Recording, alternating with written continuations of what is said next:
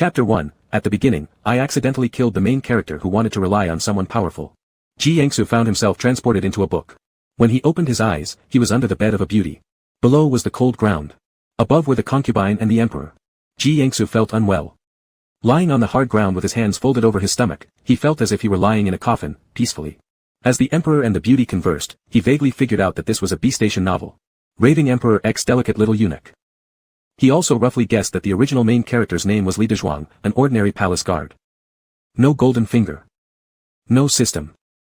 No official pairing. Not even a fancy-sounding name. In the original text, there weren't even 3 lines about him, he never even met the protagonist. A mere supporting role among supporting roles. As for how he could guess his identity, the reason was simple. In the original text, there weren't many fools daring enough to crawl under the beauty's bed, intending to privately fraternize with the emperor's woman. The original owner, Li Dezhuang, was handsome, more beautiful than most women. But what use is a good-looking face? It came at the cost of intelligence. He actually relied on his pretty face and volunteered to share the bed. On that night, after the emperor left, he hooked up with the beauty. The beauty intended to use Li Dezhuang to birth a prince, and then silence him later, but their plan was discovered. He died. Other people who were transported into books either had golden fingers or awesome systems, they became great protagonists or crazy villains. Why did it have to be him who ended up as a nameless cannon fodder? Even if he was cannon fodder, why did he have to show up in such an awkward moment? 1 foot was already stepping into Yama's Hall of Judgment. Soon, a eunuch outside spoke softly, "Your Majesty, the noble consort has had a nightmare and requests your presence." Such an old trick. Yet, upon hearing this, the emperor on the bed didn't say a word, just got up and left. The room fell into a deathly silence, and it seemed like a maid entered to serve but was driven away by a thrown pillow. After what felt like an eternity, when Li Dezhuang had convinced himself that the beauty had forgotten about him, she said, "Come out." Li Dezhuang trembled and crawled out.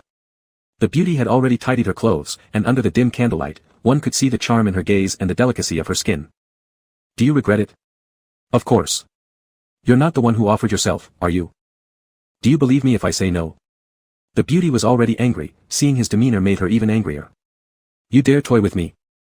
Li Dezhuang trembled and immediately knelt down. His knees hit the ground hard, the pain almost making his tears spill out. "Mistress, your humble servant has a better idea." The beauty fixed her gaze on him, her beautiful eyes still filled with coldness.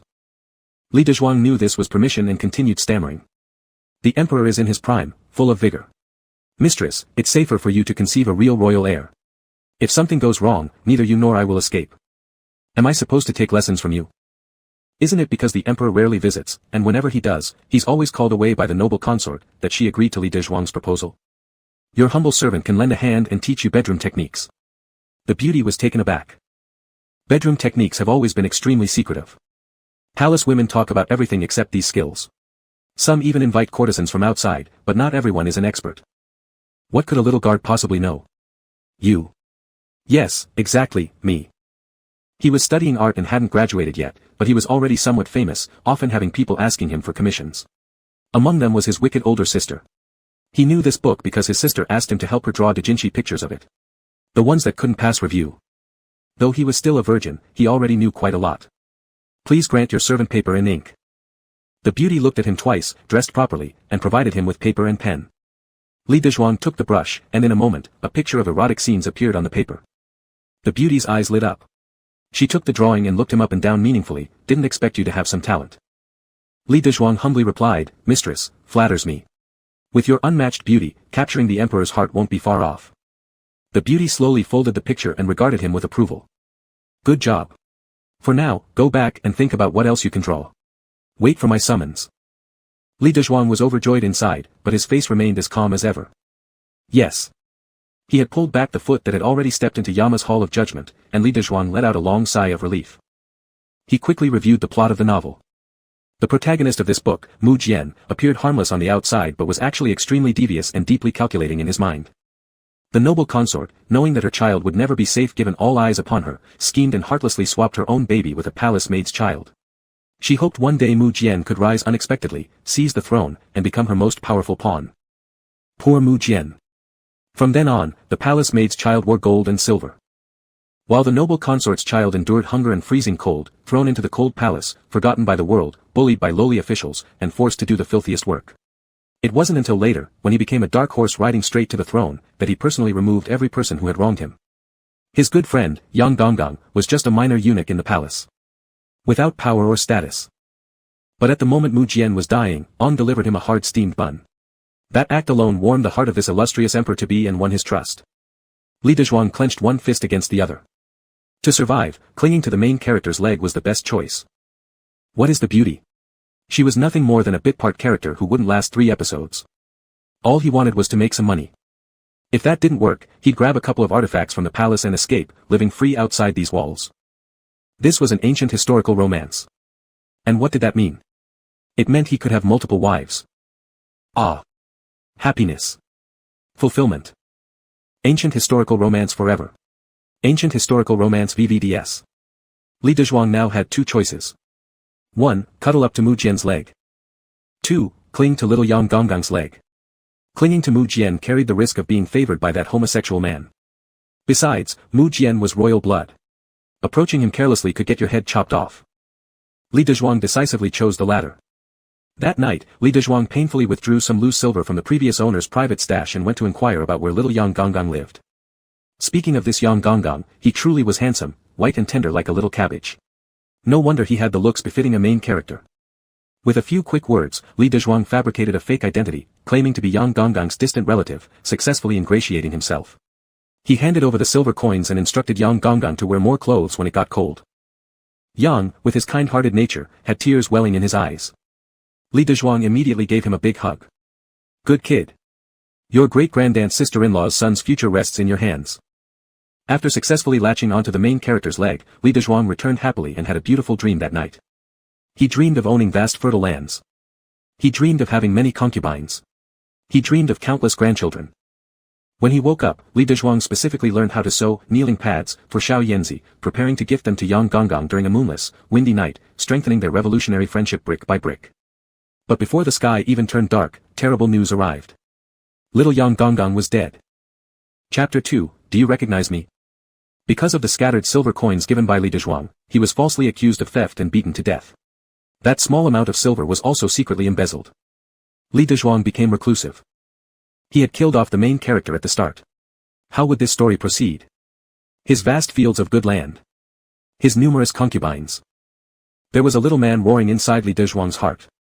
In reality, Li Dezhuang lay motionless on his bed with a peaceful expression. He spent half the night lying there pondering over the words that his elder sister used to fervently recite in his ears about her obsession with this book. He understood it all quite clearly now. Mu Jian, this little lunatic, pitiful like a blade of grass, no one loved him or cared for him. Little Yang Gonggong was his light.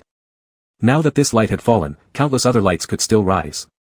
After all, that madman loved the person who gave him steamed buns. These steamed buns definitely couldn't be delivered by Li Dezhuang himself. What if that madman took a liking to him? He remembered later that Mu Jian did eventually have children with a woman, continuing the imperial line. So he wasn't solely reliant on men. Just in case, he'd better find a palace made to handle things. Li Dezhuang tossed over restlessly in bed, feeling frustrated inside. Being alone in this deep palace was like walking barefoot on a tightrope. One misstep would risk losing everything. Once Li Dezhuang thought things through clearly, the next day he started looking for someone to send Mu Jian steamed buns. He had the reputation of being a handsome man in the palace. With delicate skin, when not smiling, he carried a cold demeanor, full of authority and intimidation, but when he smiled, he resembled peach blossoms in spring, sweet and gentle, making others feel happy just looking at him. Thus, many palace maids wanted to talk to him, and finding someone to handle this task wasn't overly difficult. But Li Dezhuang had requirements for this person. This person mustn't be too ugly or too fat, Mu Jian must find them acceptable. They also had to be honest and hardworking, not causing trouble. Most importantly, they had to know how to repay kindness and remember that Li Dezhuang had arranged this for them so that later they could firmly attach themselves to this powerful figure. While scouting, Li Dezhuang secretly sketched portraits of beauties. A few days passed, and he selected a palace maid, using a third of the money he had left to bribe her. He then stole 2 large, soft steamed buns from the kitchen, wrapping them in multiple layers of cloth to keep them warm before handing them to the young maid. Her face flushed red as she readily accepted the task without hesitation. Afterward, she reported back to him diligently. Back and forth, time went by through the cold winters and hot summers. Li Dezhuang frequently sent her to deliver items to Mu Jian. Sometimes it was a few cakes, not very elegant, sometimes it was an old hand warmer. Once, after getting a wooden toy that looked amusing, he ordered the maid to deliver it as well. During the 12th lunar month, Li Dezhuang heard from the maid that today Mu Jian had spoken to her for a long time, growing closer. The progress bar in Li Dezhuang's heart had reached 80%. How pleased he was. When the head called everyone for drinks that evening, he ended up having 2 extra bowls. Wobbling drunkenly toward his residence, he passed by the plum garden in the southern part of the palace, unable to resist stopping. Faintly, he spotted a shadow. Meow. Holding the lantern, Li Dezhuang walked over and saw a small kitten lying in the snow, thin, tiny, dirty, with glassy eyes staring at him. Li Dezhuang patted its head gently, suddenly appearing melancholy. You're alone too, right? So am I. This palace is dangerous, follow me, so that you don't end up as someone's appetizer someday. He picked up the kitten. It struggled, reluctant to go. So Li Dezhuang tried to coax it. I'll sing you a song. Snowflakes drifting north, wind howling, the world cloaked in desolation. As Li Dezhuang sang emotionally, he turned and met a pair of eyes black as jade that had been watching him. Looking at the situation, it seemed the other person had been observing him for quite some time. He said, "That's my cat." Embarrassment. Complete embarrassment. For several seconds, Li Dezhuang remained composed, holding the lantern forward to illuminate. Under the plum blossom tree stood a small figure, pale-faced, gaunt. No one knew where he came from. Here he was, alone in the winter night, without anyone taking care of him. Thinking of this, Li Dezhuang stepped forward, squatted in front of him, and smiled kindly. The boy was momentarily stunned, dazedly staring at him. He saw in the white snow-covered plum garden, under sparse red plums, a tall, graceful man dressed in dark blue robes holding a cat. He asked, "Isn't it too dark and too cold out here at night, wearing so little? Aren't you freezing?" His voice carried a hint of drunkenness, sounding very pleasant, and even more warming than the candlelight inside the lantern. The child asked, "Do you recognize me?"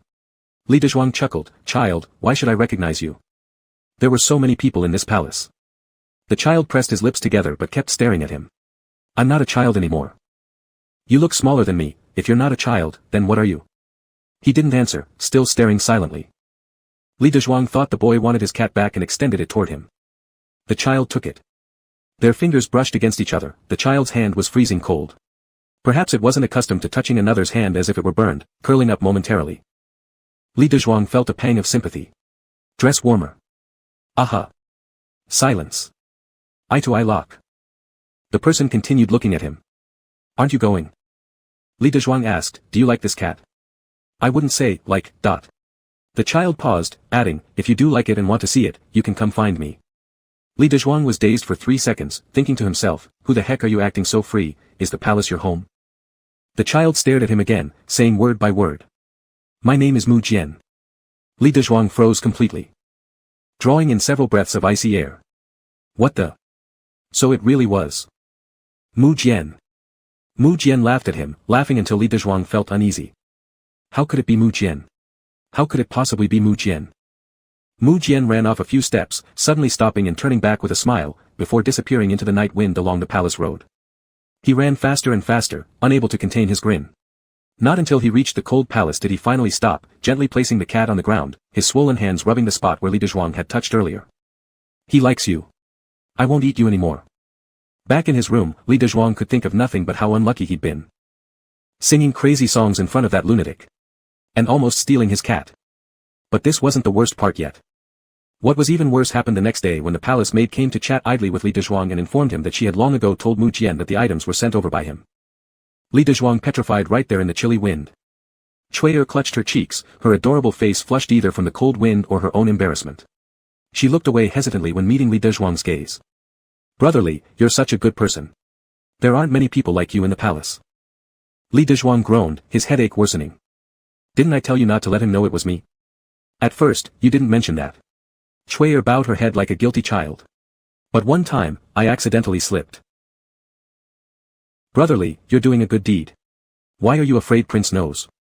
"Because that lunatic will turn gay later." Li Dezhuang massaged his temple, his headache unrelenting. "Why didn't you just tell him it was you who did the good deed instead?" "That would never do." Chui'er's tone rose immediately. "Brotherly, you did the good deed, how could I claim credit for it?" Li Dezhuang sighed. It was all his fault. He found someone too honest. "Why don't you have any ambition at all, young lady?" Li Dezhuang began worrying, losing sleep. He always dreamed about the lunatic saying, "You gave me a steamed bun, so now I'm going to give you some fun."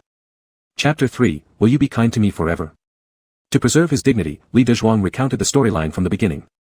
Mu Jian became a victim of palace drama due to a bunch of brainless young masters in the palace. One day, drunk, they noticed Mu Jian's good looks and dragged him behind the artificial hill to abuse him. Later, despite knowing that he was a prince, they did not stop but took advantage of his lack of favoritism to treat him even worse.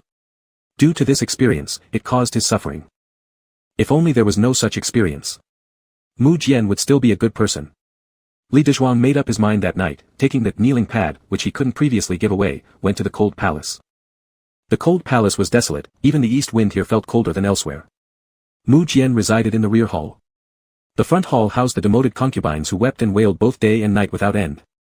Listening to these cries, Li Dezhuang felt a chill, wondering how a child could endure long lonely nights here.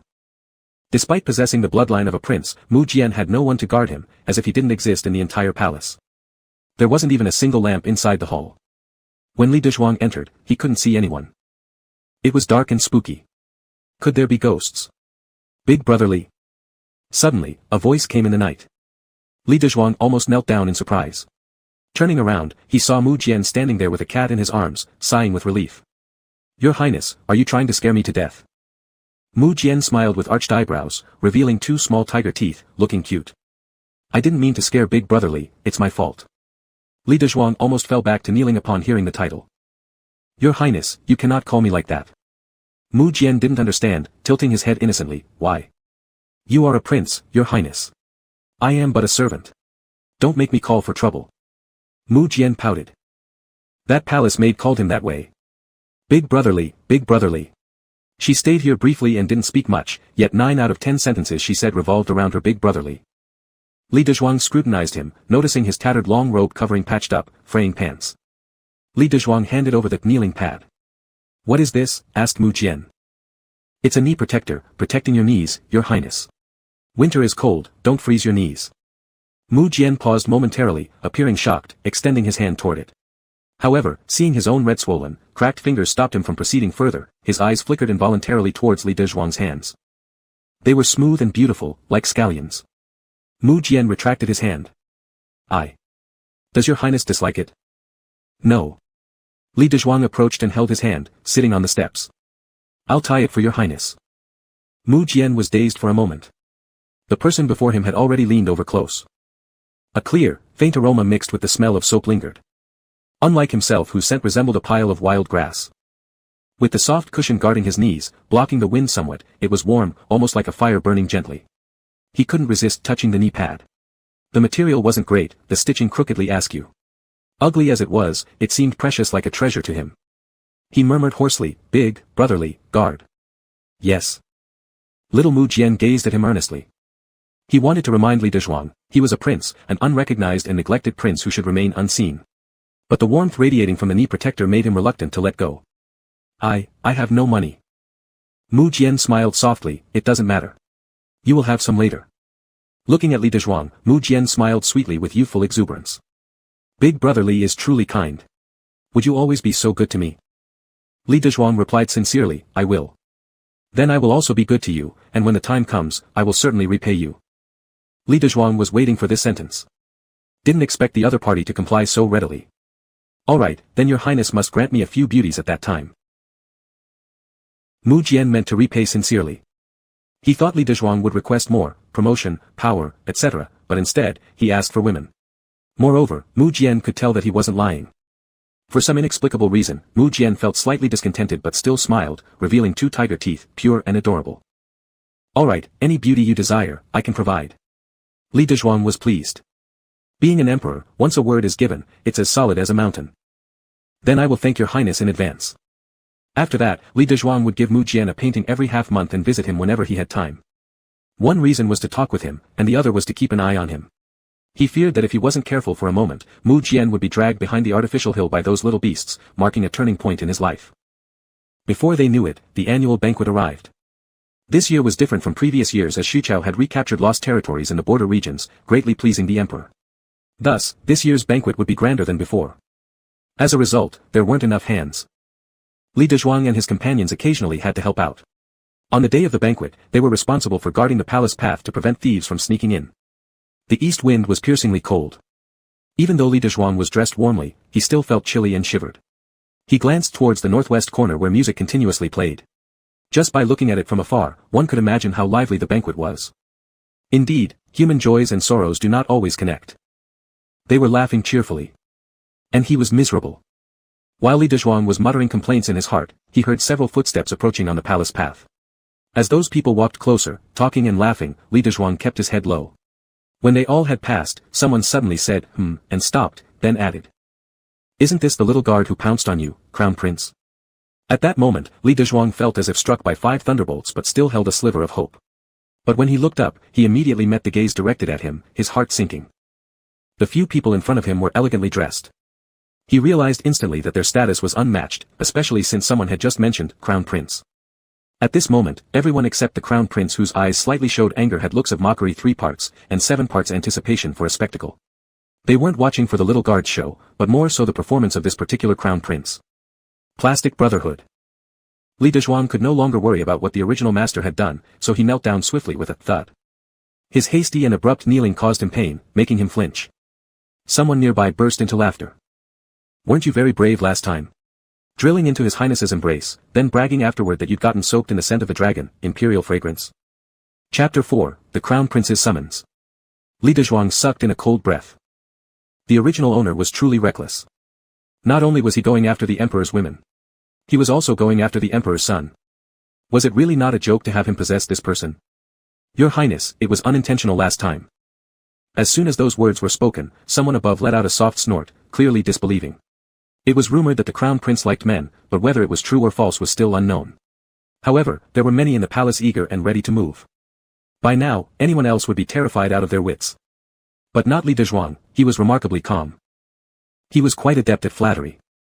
Your Highness, you are like a dragon among men, renowned for your virtue, graceful and spirited, and both men and women admire you.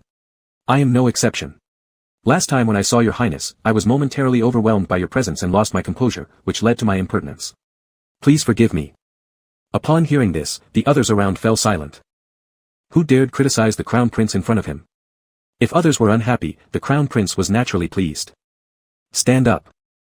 Thank you, Your Highness. Li Dezhuang stood up. With his bow and rise, a small notebook tucked in his waistband fell to the ground.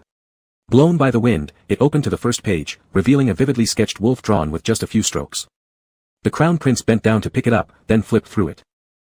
In addition to the wolf, there was also a young girl wearing a hat, though her costume was somewhat peculiar, something never seen before.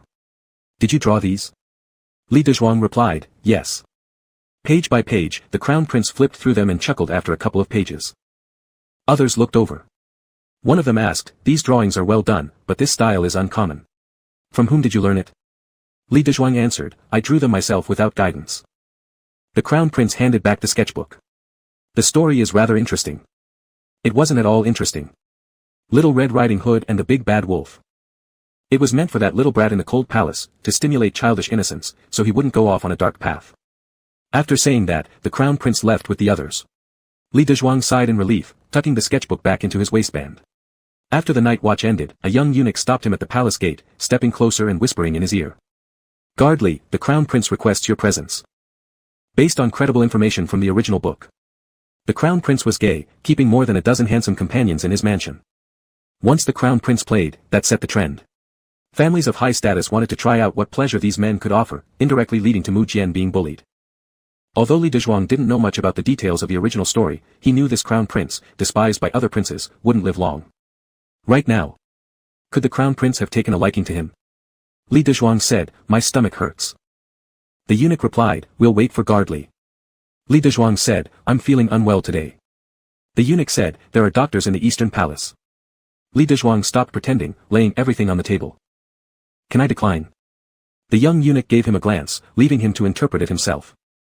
Li Dezhuang. The two walked their way to the Eastern Palace, entering through a side door and taking a rarely traveled path to the study where they stood outside.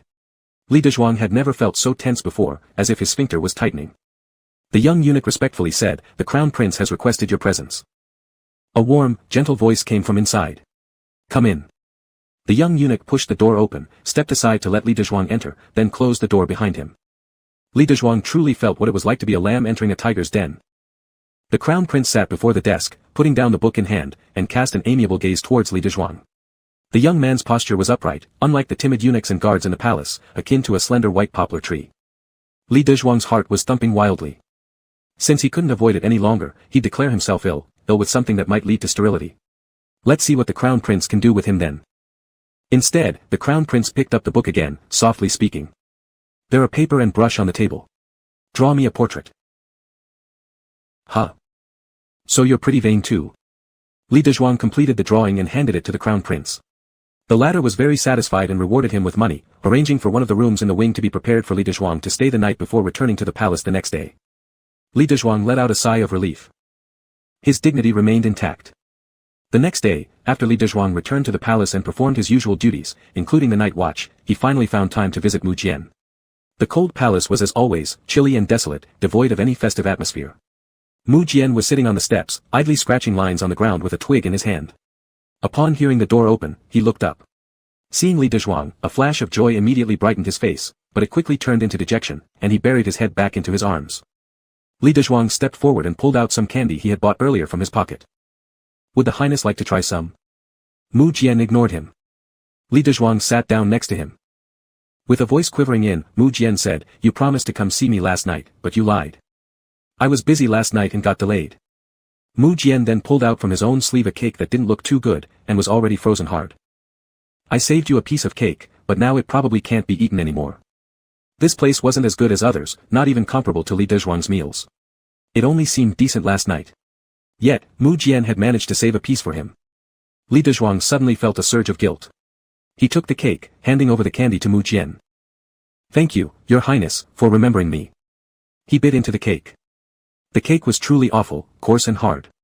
Compared to what he ate at the Eastern Palace last night, it was like day and night. But when Li Dezhuang met Mu Jian's bright eyes, he couldn't bear to hurt the child's feelings, so he gave him a small smile.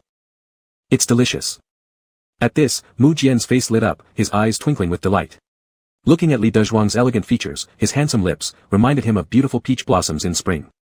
His ears unconsciously flushed red. Li Dezhuang handed him the drawing of Little Red Riding Hood and the big bad wolf he had made for Mu Jian, along with 2 books.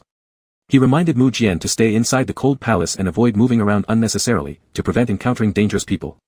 Mu Jian obediently agreed, behaving very well-mannered. But when Li Dezhuang prepared to leave, Mu Jian became reluctant, clutching onto his sleeves. Only after receiving a promise from Li Dezhuang to return soon did he finally let go. Chapter 5, Gaining the Crown Prince's Favor. The next day, Li Dezhuang didn't have time to rest. Another day passed, and Li Dezhuang still couldn't find a moment to relax. That evening, Li Dezhuang saw Mu Jian crouching at his doorstep, hugging a broken pillow with a pitiful look. The boy's face was deathly pale, tears welling up in his eyes as he tightly clutched the pillow. "Guardly, can I sleep with you? No one is with me and I'm scared." Li Dezhuang was now stuck. He didn't live in a single room but in a large dormitory where everyone slept together on the same Kong bed. Whether or not someone could join them wasn't entirely up to him alone to decide. Moreover, Mu Jian was destined to be the emperor, so how could he stay with a group of servants? Mu Jian suddenly hugged Li Dezhuang tightly, tears dropping uncontrollably. "Guard Li." In response, Li Dezhuang hurriedly patted his back to comfort him. The others observing this scene were also considerate, knowing they couldn't ignore such a prince, and quickly nodded their approval. With that, Mu Jian entered the room as he wished. The other guards then took the opportunity to examine the prince more closely by the light inside. Even though he was a prince and extremely handsome, his tattered clothes made it hard to recognize him as such. When Li Dezhuang fetched water for him to wash his feet and removed his socks, his toes appeared frostbitten, some even breaking open and oozing pus. Everyone let out an involuntary intake of breath. A prince was still just a prince, if he hadn't come from good stock, he was useless. Sitting on the edge of the bed, Mu Jian blankly watched Li Dezhuang remove his shoes and socks. For a moment, he forgot to avert his gaze. When Li Dezhuang lifted his foot, a sudden rush of warmth surged through it, as if it were burning. Li Dezhuang said, "How did your highness's feet get frozen so badly?" While saying this, he carefully washed the boy's feet, drying them afterward. Due to a lack of medicine, he only managed to wrap the wounds with bandages to prevent deterioration before adding several layers of socks and tucking the blankets tightly around him, treating him even more cautiously than a palace-maid would. "All right, your highness, go to sleep." Mu Jian nodded, lowering his gaze and concealing his excitement and joy. When he was left with just his inner garment, he seemingly unconsciously raised the hem of his robe. The various deep and shallow scars underneath were immediately exposed to the air. One of the younger guards exclaimed in surprise. "What happened?" Looking at the guard with confusion, Mu Jian allowed the guard to gently lift the hem of his robe. In doing so, all present saw the injuries. Mu Jian hastily covered himself, feeling a bit annoyed and helplessly gazed at Li Dezhuang. Stepping forward, Li Dezhuang asked, "What has happened to you, your highness?" Mu Jian replied softly and pitifully, "I got beaten. I'm used to it now. Please don't tell anyone." Others overheard this exchange and looked at each other, realizing no one had expected the young prince to be in such dire circumstances. For a while, no one dared speak. On the other hand, Mu Jian silently crawled into Li Dezhuang's bed, quietly inhaling its scent. It smelled faintly of soap, a pleasant aroma. So warm was Li Dezhuang's bed. "I'll buy you some medicine tomorrow," Li Dezhuang said. Mu Jian grinned, revealing 2 little tiger teeth. "Thank you, guard Li." Li Dezhuang thought privately. "All the kindness I show you today will pay off when you give me money in the future." As Li Dezhuang was about to fall asleep, someone knocked on the door. A guard near the entrance opened it to find a small eunuch standing outside. Li Dezhuang immediately recognized him as the one who had led him to the Eastern Palace last time. Smiling, the eunuch said, "Young guard Li, the Crown Prince requests your presence." Every person exchanged glances, sharing unspoken thoughts. Hearing this, Mu Jian, who was in the bed, was startled. Why was the Crown Prince summoning Li Dezhuang? Judging from Li Dezhuang's reaction, though surprised, he nodded and said, "Immediately." He returned to grab his clothes, asking the others to take care of Mu Jian, and followed the eunuch away. Mu Jian pulled the quilt closer, his eyes darkening. After a brief moment, he lifted his gaze again, all traces of darkness gone, replaced with pure curiosity and inquiry. "Why is Crown Prince brother calling for guard Li?" The others laughed. They answered, "Guard Li likes the Crown Prince." This time, the Crown Prince again had Li Dezhuang draw pictures. But instead of following the Crown Prince's appearance, he instructed Li Dezhuang to imagine 2 people and create their images on paper. Li Dezhuang recalled numerous sketches he had drawn in the past, selecting one randomly to replicate. A man and a woman stood under the willow tree. One held an umbrella while the other looked upward. Everything was left unsaid. When finished, he handed it to the Crown Prince, who smiled and placed it on the desk. "Guard Li, with such talents, it's truly a waste for you to be just a simple guard in the palace. Why don't you come to me and draw pictures for me?" Li Dezhuang inwardly rejected the idea. "Who wants to be with you? You're nothing but a doomed homosexual who'll end up dead. I'm definitely going to stick with the main character, latch onto the protagonist's coattails, and let him carry me to success." He said, "Thank you for your kindness, your highness, but I am unworthy and deeply humbled." But in the palace. The Crown Prince, however, seemed determined, saying, "In the palace, I'll handle everything." Li Dezhuang remained silent. "Silence is my refusal." The Crown Prince slightly narrowed his eyes, exuding a touch of authority. Li Dezhuang hurriedly knelt down. The Crown Prince's thin lips parted slightly as he spoke slowly.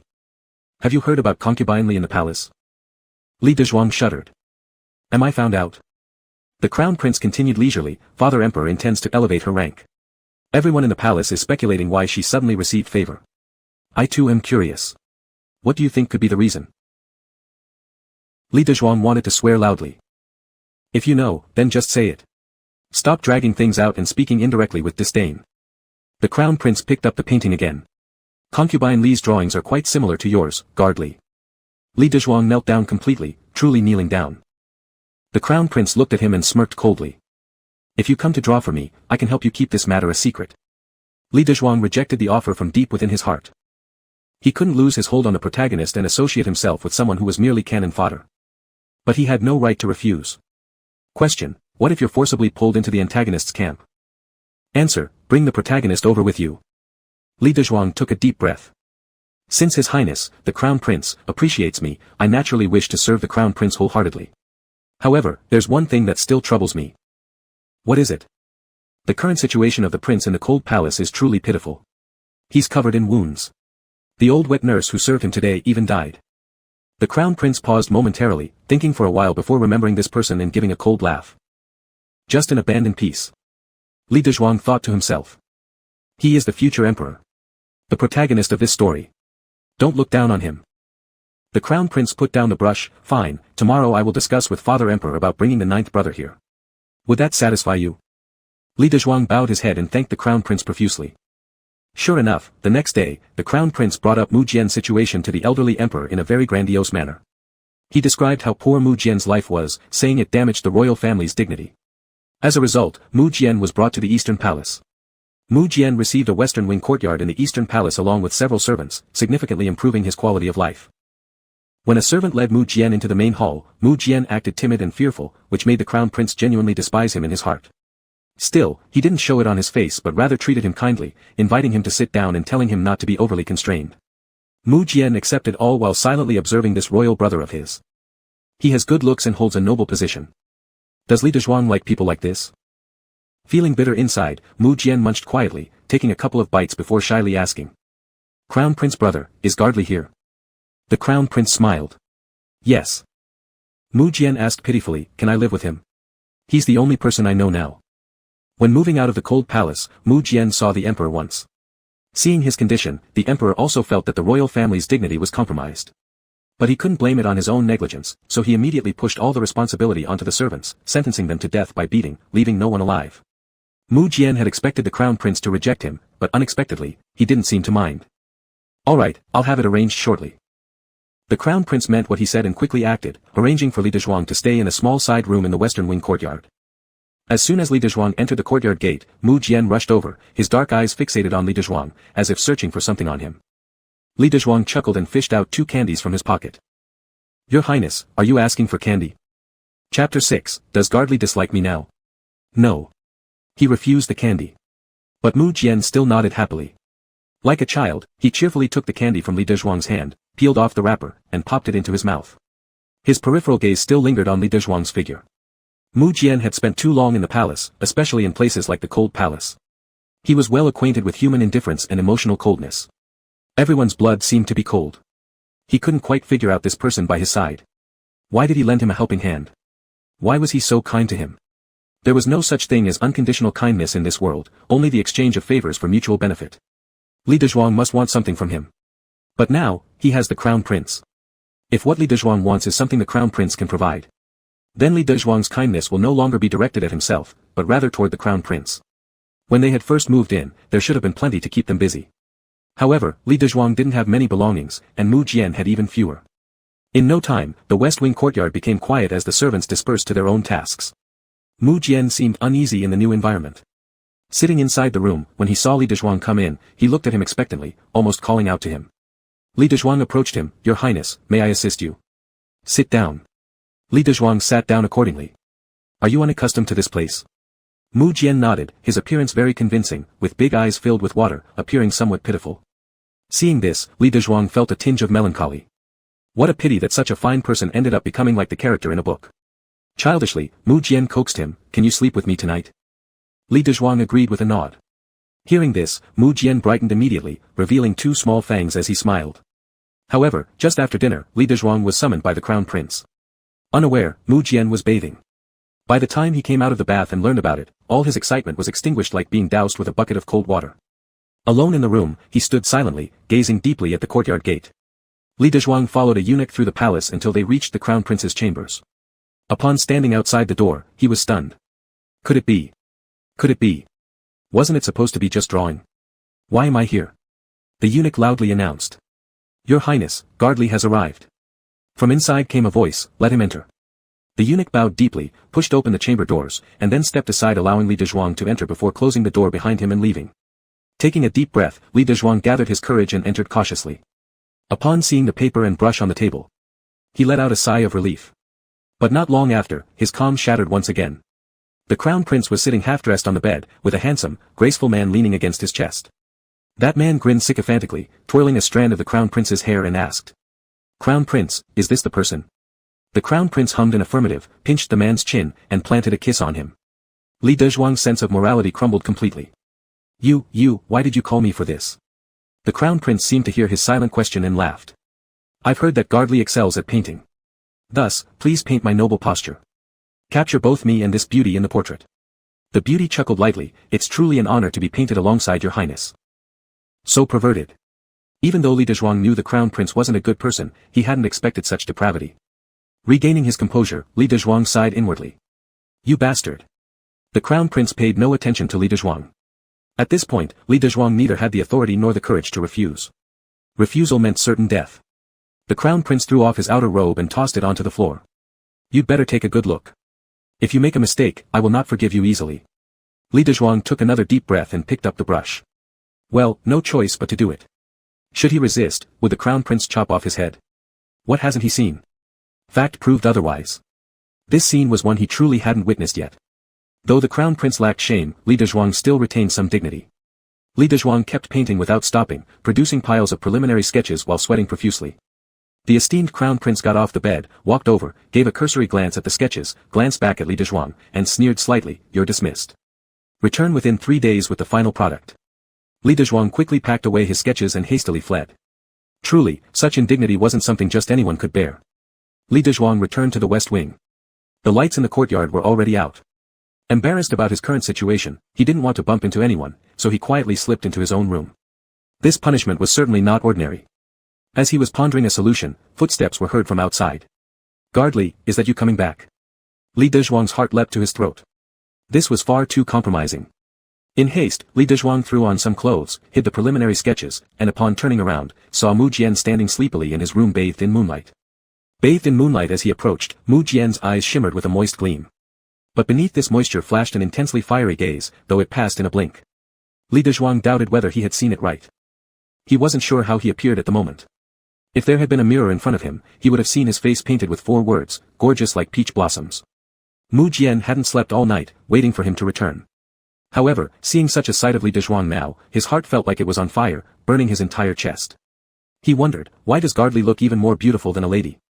With a racing heart, Mu Jian stepped forward. "Guard Li, what's wrong with you?" Li Dezhuang coughed lightly, stepping 2 paces backward. I have a high fever. Just lying down will help." Saying this, Li Dezhuang fell onto the bed, pulling the blanket over himself, fully acting out the performance. Mu Jian went over, tucking the blanket under his swollen red hands carefully, fearful of freezing Li Dezhuang with his cold touch. He seemed truly unwell, his voice strained. Mu Jian reached to feel his forehead, then his face. This was their first ever touch. Apart from the alarming temperature, the soft delicate feel left Mu Jian reluctant to leave. "Shall we call a doctor to take a look?" "Not necessary. It would be very awkward if the doctor came." With reluctance, Mu Jian pulled his hand back, his worried gaze filled with deep concern. "Aren't you feeling awful?" "It's bearable. Your Highness should go back." "I'm not done yet." Mu Jian shook his head, lowering his eyelids, concealing a chilling glint. With resentment in his tone, but still sounding childishly innocent, he spoke. "Guard Li promised to sleep with me tonight. But then he went to Crown Prince brother and now refuses to let me stay. Does Guard Li favor Crown Prince over me?" Chapter 7, I like Sister Hongyu. "Guard Li, give me Sister Hongyu." Li Dezhuang said very sincerely. "How could it be? Who likes that freak?" Mu Jian sighed in relief, leaned on the edge of the bed, and looked at Li Dezhuang carefully, thinking how incredibly handsome he was now. His originally pale cheeks were now pinkish, like peach petals. His hair which had been combed meticulously was disheveled for some unknown reason, 2 strands falling over his brow. His gentle and deep eyes seemed as if covered by a veil, hazy yet inexplicably touching the heart. He leaned closer, softening his tone, teasing like a child. "Then Guard Li, please don't drive me away, alright?" Li Dezhuang took a deep breath, thinking he was still scared of sleeping alone, so he shifted towards the inside of the bed, making space for half the bed. A childish joy ignited within Mu Jian's face, as he curled up with the quilt lying down, looking at Li Dezhuang. The latter was slightly raising his upper body to shift the pillow closer to him, giving half of it for Mu Jian to use. When Li Dezhuang adjusted the pillow, he also turned his head around, their gazes meeting. Li Dezhuang gave him a warm smile, "Not afraid anymore, right?" In the darkness, Li Dezhuang's brows and eyes appeared particularly gentle, with an additional charm from the redness around the tail of his eyes. Mu Jian felt as if his gaze was firmly locked. He couldn't help but stretch out his hand to touch Li Dezhuang's face. Li Dezhuang was suddenly touched by him on the cheek, questioning, "Your Highness?" Mu Jian froze for a moment, then naturally touched Li Dezhuang's forehead again. "It seems not as hot as before." Li Dezhuang wore an exasperated smile. "Nonsense. It wasn't a real fever." Mu Jian also smiled. "Guard Li is really good to me. Would Guard Li always treat me like this?" "Yes. You are the main character." Having received this assurance, Mu Jian finally became truly satisfied, pulling on his sleeve and fell asleep. It took Li Dezhuang 3 days to ink the line drawings, and when he presented the finished product to the Crown Prince, the gentlemanly and dignified prince sitting in the study, with utmost royal demeanor, broke into a smile. The deeper he flipped through the pages, the deeper his smile became. At parts he liked, he would even pause and gently stroke them with his fingers, unable to let go. The Crown Prince closed the picture book in satisfaction. "Indeed, I haven't underestimated you. Nor have I underestimated you. These past 3 days have been tough. They sure have been. Take a rest today first, and come again tomorrow. You finally showed some compassion." Li Dezhuang accepted the order and retreated. Not long after returning to the West Wing courtyard, the steward arrived with a box and also led in a young woman. Inside the box were 30 taels of silver. And the woman. She was good-looking, with a great figure. The steward said, "This woman is named Hongyu, specifically sent by the Crown Prince for Guard Li." How could this meaning escape Li Dezhuang? He suddenly thought this Crown Prince wasn't so bad after all. But Mu Jian didn't seem to understand, tugging on Li Dezhuang's sleeve. Why does brother Crown Prince send a pretty sister to you? Why doesn't he send her to me? You're too young, you don't understand. Beside them, Hongyu hid her laughter behind her hand, crouched down, and reached out wanting to touch Mu Jian's head. But she saw a fleeting flash of cold light. It vanished in an instant but was extremely cold, like a needle. Hongyu's hand couldn't come down. You'll understand once His Highness selects enlightenment maidens. Mu Jian looked up at Li Dezhuang and asked, what is an enlightenment maiden? Will enlightenment maidens also look as beautiful as Sister Hongyu? Li Dezhuang chose to answer the second half of the question. The Crown Prince will definitely find one more beautiful than Sister Hongyu for you. Mu Jian's eyes lit up as he pretended to be bewildered. I like Sister Hongyu. Give Sister Hongyu to me, guard Li. When I get a more beautiful one, I'll pass Sister Hongyu to you. Li Dezhuang was somewhat troubled. Not that he was unwilling to part with her. Whatever the protagonist wants, he must give. He was just worried that the Crown Prince would find out and wouldn't be happy. But this hesitation and trouble landed differently in Mu Jian's eyes. There was a trace of darkness in his eyes. Is Guardly reluctant to give her up? No, I'm afraid the Crown Prince wouldn't agree. Mu Jian relaxed, then let's do it this way. Stay with me, and we can both play with Sister Hongyu. Li Dezhuang didn't mind, nodding to say yes. However, Hongyu wasn't pleased at all. Initially, when the Crown Prince sent her here, she was exceptionally resistant. After all, it was only a guard. What kind of future would he have in the future? But upon seeing him, she changed her mind since Li Dezhuang was extremely handsome, stirring her springtime feelings. Then there was Ninth Prince causing problems. However, the Ninth Prince was still just a child after all. Hongyu didn't take him seriously. She had already made up her mind to be Li Dezhuang's woman sooner or later. Thus, while serving them as usual, she couldn't help but seduce Li Dezhuang a little. For instance, when dressing, she would give him a charming smile. When handing him tea, her fingers would graze his tip seemingly by accident. While grinding ink, she would deliberately raise her arms so that the fragrance in her sleeves could drift over. Li Dezhuang began to feel a bit restless. Not because of her flirtation, but simply because with a girl around, he found it hard to focus on drawing pornographic pictures. Especially two men's pornographic pictures. Li Dezhuang put down his brush. Hongyu, the moonlight is wonderful tonight. Why don't you take His Highness out for a walk? The color faded from Hongyu's face slightly. On the contrary, Mu Jian was extremely delighted and affectionately held Hongyu's hand. Sister Hongyu, let's go out and play. As a servant, Hongyu dared not refuse and thus walked out with Mu Jian. The western wing courtyard was secluded, and now Hongyu, a young woman who had been teasing someone just moments ago, was driven out by Li Dezhuang, feeling completely disrespected. Anger surged within her, so much that she paid no attention to where Mu Jian was leading her. Hongyu sister, your hands are really beautiful. The hand being held suddenly felt cold as if unexpectedly touched, making Hongyu feel a chill. Looking down, she saw Mu Jian's bright eyes and breathed a sigh of relief. Mu Jian tugged at her sleeve, almost burying his face into it. Here smells so good. This stirred something in Hongyu's heart. Does His Highness find it fragrant? It's fragrant. Then does His Highness know what scent Li Guard prefers? Li Guard. Mu Jian slowly strolled towards the pond, and Hongyu, waiting for his answer, also followed towards the edge of the pond. Standing by the pond, he stopped, gazing at the lotus pool as if deep in thought. It was still midwinter, chilly even in the night, the full moon shivered in the cold wind, casting light like desolate frost. Mu Jian turned his head, his face breaking into a wide grin, yet the reflection of the moonlight in his eyes was chilling. Yet, his tone was innocent and childlike. I don't know. But I especially like how Sister Hongyu smells when she's dead. Hongyu was startled. Your Highness, what are you saying? Mu Jian continued smiling. Sister Hongyu, such an unruly person can only stop touching others by dying, right? Frightened out of her wits, Hongyu turned to flee but was kicked by Mu Jian into the pond with great force. Hongyu couldn't swim and flailed around in the pond. Splashes of icy water disrupted the reflection of the moon on the pond. Her weeping cries and splashing in the cold and quiet long night seemed like a ghost crying. But Mu Jian was unmoved, watching as Hongyu's struggle grew weaker, seeing her sink beneath the water, disappearing without a trace.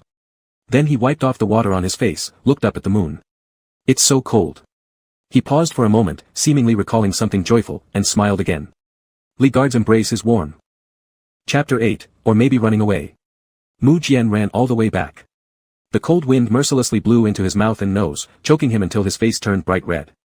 When he abruptly pushed open the door, Li Dezhuang inside was greatly startled. He hastily dropped his pen, grabbed a couple of pieces of paper to casually cover something, then walked toward Mu Jian. Mu Jian threw himself into Li Dezhuang's arms, greedily inhaling his scent, then tightened his grip around his waist. Guard Li had such a slender waist, like that of a girl. Li Dezhuang felt something was off with him. What's wrong? Did someone bully you? Where's Hongyu? Why didn't she follow and take care of you? Only then did Mu Jian lift his head, his eyes misty, but quickly lowered it again, burying his face in Li Dezhuang's chest. It's all my fault. I insisted on how beautiful the moon looked in the pond, and dragged Sister Hongyu over to look at it. Then before she knew it, she fell in. I tried to pull her. Li Dezhuang, seeing the tears welling up but not yet falling from Mu Jian's eyes, realized things were bad. He immediately called for a nanny to look after Mu Jian and informed the crown prince about the incident.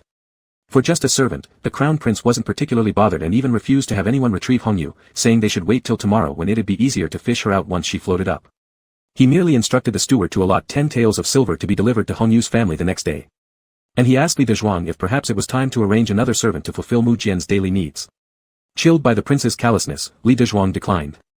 Walking back under the bitter cold wind, as it continued to blow, he increasingly felt chilled to his very core. This eastern palace was like a demon pit designed to devour lives. Li Dezhuang neither sought great power nor unimaginable wealth. All he desired was some modest means to live peacefully. With a heavy heart, he returned to the western wing. Mu Jian sat waiting for him on the doorstep. Seeing him come, he hurriedly stood up. His shiny eyes, like stars in the sky, focused intently on Li Dezhuang. Li Dezhuang approached. Is the young master unable to sleep? Mu Jian glanced at him, revealing a trace of embarrassment. He was probably shy about being a man but still feeling too afraid to fall asleep. His response came softly. So, Li Dezhuang told the nanny to rest first and shared a bed with Mu Jian instead. Mu Jian slept inward, turning his body slightly to look at him. As he observed his pale skin, elongated neck, and perfect jawline, the more he saw, the more captivating it seemed, making him want to see more. They were too close. So close that Li Dezhuang suspected their eyelashes could almost tangle. He cleared his throat softly, his Adam's apple moving. Does the young master feel crowded? Mu Jian grinned brilliantly, not at all. In fact, I think I'm still quite far from guardly. Mu Jian clutched his hand, burrowing like a little dog into his neck, the warmth of his breath tickling Li Dezhuang's neck. As Li Dezhuang prepared to retreat, Mu Jian's quiet complaints reached his ears. When Sister Hongyu fell in, it scared me to death. Li Dezhuang's movement halted, glancing sideways. Still a child. A child that he practically raised. Tonight, everything felt so chillingly difficult, surely affecting Mu Jian more profoundly than himself. With a deep sigh inside, Li Dezhuang resolved. Fine. Touching hands would do no harm, it's not like touching something else. Hugging between father and son. Not even worth mentioning. Why was he, a modern man from the 21st century, so worried about such boundaries? Li Dezhuang, it's okay. Everything is fine. The young master needn't dwell on it. Like receiving comfort, Mu Jian leaned on him and fell asleep beside him. Li Dezhuang, however, lay awake for a long while. Anyway, the crown prince hadn't been stingy with money. Perhaps it was time to consider this matter carefully. Running away, perhaps. Running away was not something to decide hastily. Being within the eastern palace and favored heavily by the crown prince who invited him frequently to his bedroom made escaping no easy feat. From somewhere unknown, the despicable crown prince heard rumors that Li Dezhuang had profound knowledge in a particular field, wanting him to impart all his wisdom to spice up his dull life. Inside, Li Dezhuang cursed the heavens. Your life is already overly colorful enough. This is exploitation. This is oppression. Worse than the cruelest work regime, 996 system. A nation's crown prince. Does he act properly? Li Dezhuang's workload doubled overnight, visiting the crown prince even more frequently now. Mu Jian noticed Li Dezhuang paying less attention to him recently. He seemed to go into the crown prince's bedroom every day and stay there for a long time before coming out. One day, Mu Jian waited until midnight before seeing Li Dezhuang return flushed and sweating. Rumors began to circulate within the eastern palace. They said Li Dezhuang was the crown prince's new favorite, capable of many tricks, and enjoyed having several people gather together. They also said that Mu Jian was only able to stay in the eastern palace because of Li Dezhuang's favor. Mu Jian asked Li Dezhuang what exactly he and the crown prince were doing together, but Li Dezhuang stuttered and avoided answering. Pretending to be obedient, Mu Jian stopped asking, though in reality, he was so angry that he couldn't eat his meal. Li Dezhuang seemed to notice that he was upset. After dinner, he brought out an illustrated book he had drawn for him and told a story about a prince and a princess. Finding it boring, Mu Jian instead stared at Li Dezhuang's red lips as they moved, unable to look away. Once the story ended, he begged for another. Li Dezhuang lightly tapped his forehead with his fingertip. Will you never grow up? Mu Jian smiled brightly, revealing two little tiger teeth, and didn't reply. He just watched as Li Dezhuang opened another book about a prince and princess. Staring at those red lips, he wanted to touch them, to feel their texture, and taste what they would feel like on his own. As Mu Jian listened, he sprawled himself on Li Dezhuang's bed, trying to stay over. This bed was far more comfortable than his own. But as soon as he pretended to fall asleep, Li Dezhuang's voice grew quieter and quieter until he finally set the book down and left the room. Mu Jian. He sat up, looking at the door. The rumors were gnawing at his nerves, so he got out of bed and dressed quietly. Sneaking after Li Dezhuang, he crouched low outside the crown prince's chambers and heard sweet, kitten-like voices inside, which made him curious enough to peek through a crack. There he saw his crown prince embracing another man, smiling as he spoke to Li Dezhuang. "Guard Li, why have you come so late?" A crack had opened in the door to a new world. Chapter 9, Please don't go to Crown Prince brother anymore, alright? When Li Dezhuang finished his line drawing and returned, Mu Jian was still sound asleep, sprawled on his bed with half of his body hanging off. He carefully put away the line drawing and then came over to tuck him in under the blanket. He heard Mu Jian mutter something in his sleep, guardianly, "Please don't go to Crown Prince brother anymore." Li Dezhuang chuckled, muttering, "You're so clingy even at this age," and didn't think much of it. He pushed Mu Jian a little further into the bed, tucked him in and let him sleep. The moment he blew out the candle, a darkness enveloped, and he failed to notice that Mu Jian's eyes were already awake and clear. For Li Dezhuang, drawing is all about inspiration. One day, when his inspiration burst forth, he locked himself indoors all day without stepping out, rapidly creating several drawings. Afterward, he could afford to be lazy for a while. He took some silver coins from his small storage room and went out in search of another path forward. According to the timeline of the original book, the Crown Prince would not live past 2 years. He had to hang on in the Eastern Palace for 2 years before finding an opportunity to leave. If that fails, he'd have to sneak out after the Crown Prince dies. It's best to distance oneself early from court disputes and lead a wonderful life with 3 wives and 4 concubines. With the thought of seeking another way out, he set off alone, leaving Mu Jian behind. Fearing that Mu Jian might be upset, he specially went to the most upscale Goixiang building in the capital city, ordered 2 trays of pastries, dropped some silver coins saying he'd come back shortly to pick them up, then turned around and entered the opposite brothel. Although he had no special skills other than painting, he initially hoped to find some business opportunities in the brothel. But as soon as he entered, he was overwhelmed by the heavy smell of cosmetics and perfume inside, so he quickly stepped out.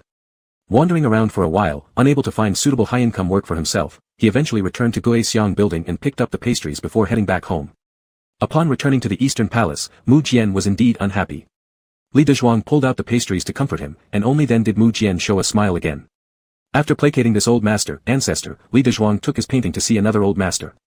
Just as he placed the painting down, the Crown Prince leisurely opened his mouth. "Master Li went to the brothel today." Li Dezhuang almost knocked over the cup on the table with his clumsy hands. "What a bastard. Following me around." Regaining his composure, he replied, "Yes, I wanted to seek some inspiration, but..." Seeing him pause briefly, the Crown Prince's gaze shifted from the scroll to his face. This youth was graceful and handsome, bearing features just like someone painted on a portrait. Such appearance, even if among the Crown Prince's male favorites, could still rank first class. Normally, a person like this entering a brothel wouldn't be able to escape unscathed unless they had been peeled layer by layer. Could it be? Today's claim about looking for inspiration was just a cover-up. Was he actually testing whether the Crown Prince still favored women? Although the Crown Prince wasn't without thoughts of seducing him, upon realizing there seemed to be no mutual feelings, he decided against making the man weep or causing a bloody confrontation and abandoned those ideas. Letting out a long sigh, Li Dezhuang continued, "Their powder and perfume smell quite unbearable." Taken aback, the Crown Prince shook his head with a light laugh. Women love their scents and tea, and cosmetics. Some people are infatuated with such fragrances, yet you clearly dislike them. Honest as always, Li Dezhuang replied, "Yes, I do detest it." The Crown Prince fixed his gaze on him for a while, his scrutinizing glance making Li Dezhuang feel particularly uncomfortable. After a long while, he slowly said, "Were you truly seeking inspiration? Or hiding other intentions?" Li Dezhuang touched his nose. "I'm rather curious to try it myself." The Crown Prince burst out laughing, a loud and carefree chuckle as if Li Dezhuang had just told a joke. Inwardly cursing the fool, the Crown Prince tossed the book in his hand aside. "Why not? If you dislike the heavy powder smell in the brothel, I will arrange a residence overlooking it for you, so you can visit whenever you want." Watching live streams from the Eastern Palace. Once out of the Eastern Palace, you can watch the real-time lives of the courtesans. That truly is exciting. As expected from the Crown Prince, within a few days, he arranged a 2-story mansion. However, on the very day Li Dezhuang arrived, an issue arose. This house originally belonged to a wealthy merchant who wished to rent it out for some silver coins. Though negotiations had begun with one individual, the Crown Prince's subordinates abruptly interfered. How could the initial tenant refuse such intervention? Yet, naturally, he was far from pleased. When Li Dezhuang arrived, that person was arguing with the house owner in the yard. At the first sight of the other party, Li Dezhuang froze momentarily. That person was exceedingly handsome. Not of the rich and extravagant type, nor the sunny muscular kind, but instead radiated scholarly refinement. A young gentleman of elegance, with sharp glints in his eyes and eyebrows. Upon seeing Li Dezhuang, the house owner immediately passed the buck to him. "You explain it to this gentleman. If he agrees, then your stay here would be acceptable." At the very sight of Li Dezhuang's face, Shang Yin also momentarily hesitated. But the education as a scholar endowed him with composure, He quickly recovered and bowed politely, introducing himself and asking about borrowing a room. Li Dezhuang originally had no intention to live here to watch live streams, but was merely looking for work outside. So, he nodded his agreement. Shang Yin cheerfully moved in with large and small packages, including scrolls, incense burners, paintings, and a bunch of useless junk. Li Dezhuang inwardly clicked his tongue. What bad taste. After setting up the room, Master Shang came to thank Li Dezhuang.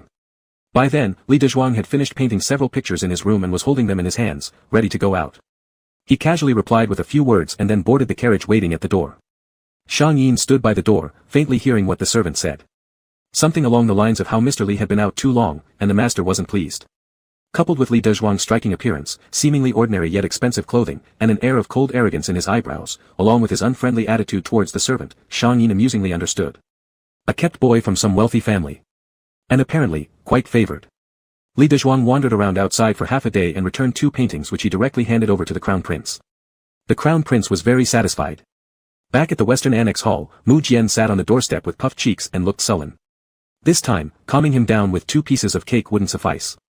He tugged on Li Dezhuang's robe and asked him, "Do you still like me?" Li Dezhuang answered with particular sincerity. "Your Highness, you are the person I like most in this world."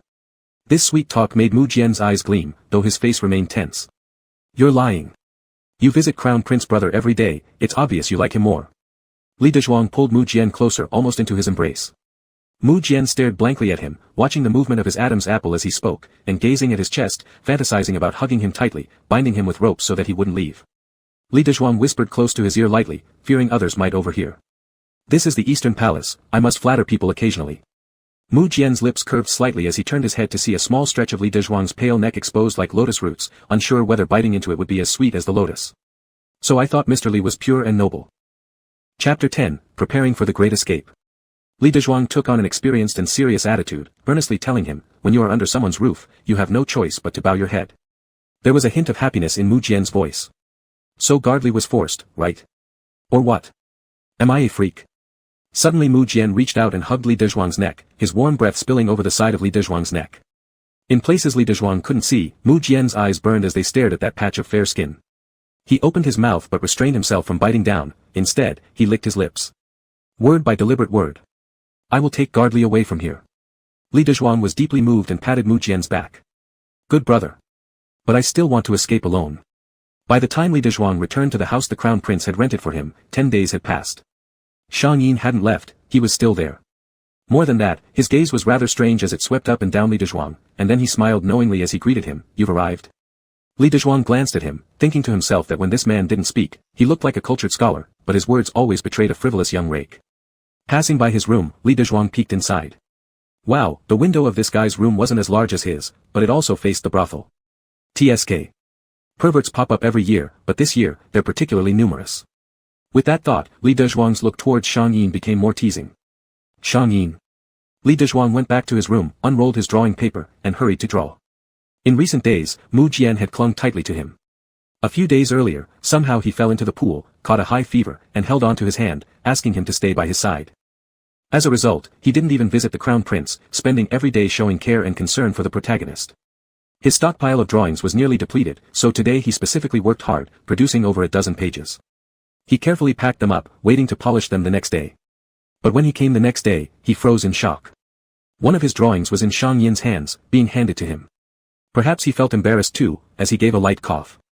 "I didn't mean to look at it. Last night, my family came looking for me. I saw your window was unlocked, so I sneaked in to hide. When I left, a gust of wind carried your sketches out.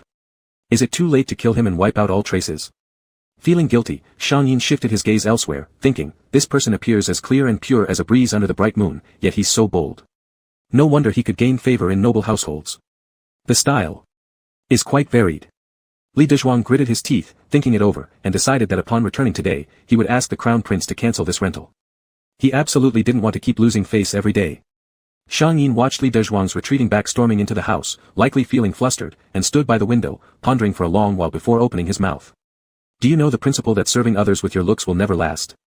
Li Dezhuang looked at him, thinking, since I've already lost my dignity, why are you lecturing me with such profound principles now? A cold glare sent his way, ignoring him completely. Shang Yin was startled by that glare and quickly changed his tone. "You paint extraordinarily well. How about we collaborate and make money together?" Li Dezhuang paused in his movements, his eyes lighting up immediately. Are you serious? Shang Yin was taken aback by the sudden change in his attitude, taking a moment to recover and nodding. He revealed his identity. He was the young master of the Shang family, a prominent merchant household in the capital. Dissatisfied with the arranged marriage set up by his family, he had fled his engagement. Hearing that, Li Dezhuang roughly formed a hypothesis. Shang Yin's background and experiences, along with his chosen location, he probably liked a girl from the brothel. Deeply infatuated, they could only gaze at each other through the window every time. TSK. What a tragic love story. Although the Shang family were merchants, their business spanned widely, wine shops, restaurants, and even the brothel visible from their window belonged to them. The Shang family also operated bookstores selling various types of books. Proper teaching textbooks, yes. Supernatural monster tales, novels, and popular editions, yes. Even the kind that the crown prince wanted, yes, though not many. After all, those kinds of books that shouldn't be sold openly are usually traded secretly. Their prices were far higher compared to ordinary books in the bookstore. Shang Yin, if you are proficient in these kinds of paintings, why not use them to earn a living? With your talent, one book could sell for as much as 10 gold coins. Li Dezhuang's eyes sparkled even more. He swiftly covered 3 steps and grabbed Shang Yin's hand. Holding it tightly. That's settled then. Shang Yin hesitated for a bit, raising the key issue. But now, I can't go home. I'm still running away from my arranged marriage. Farewell then. Shang Yin suddenly grabbed Li Dezhuang's hand, his tone filled with earnestness. Brother. How about this, if you can help me figure out a way to escape this marriage, from now on, I will cooperate with you and jointly plan great undertakings, what do you think? Li Dezhuang looked at him for 3 seconds, pondered deeply, and then spoke.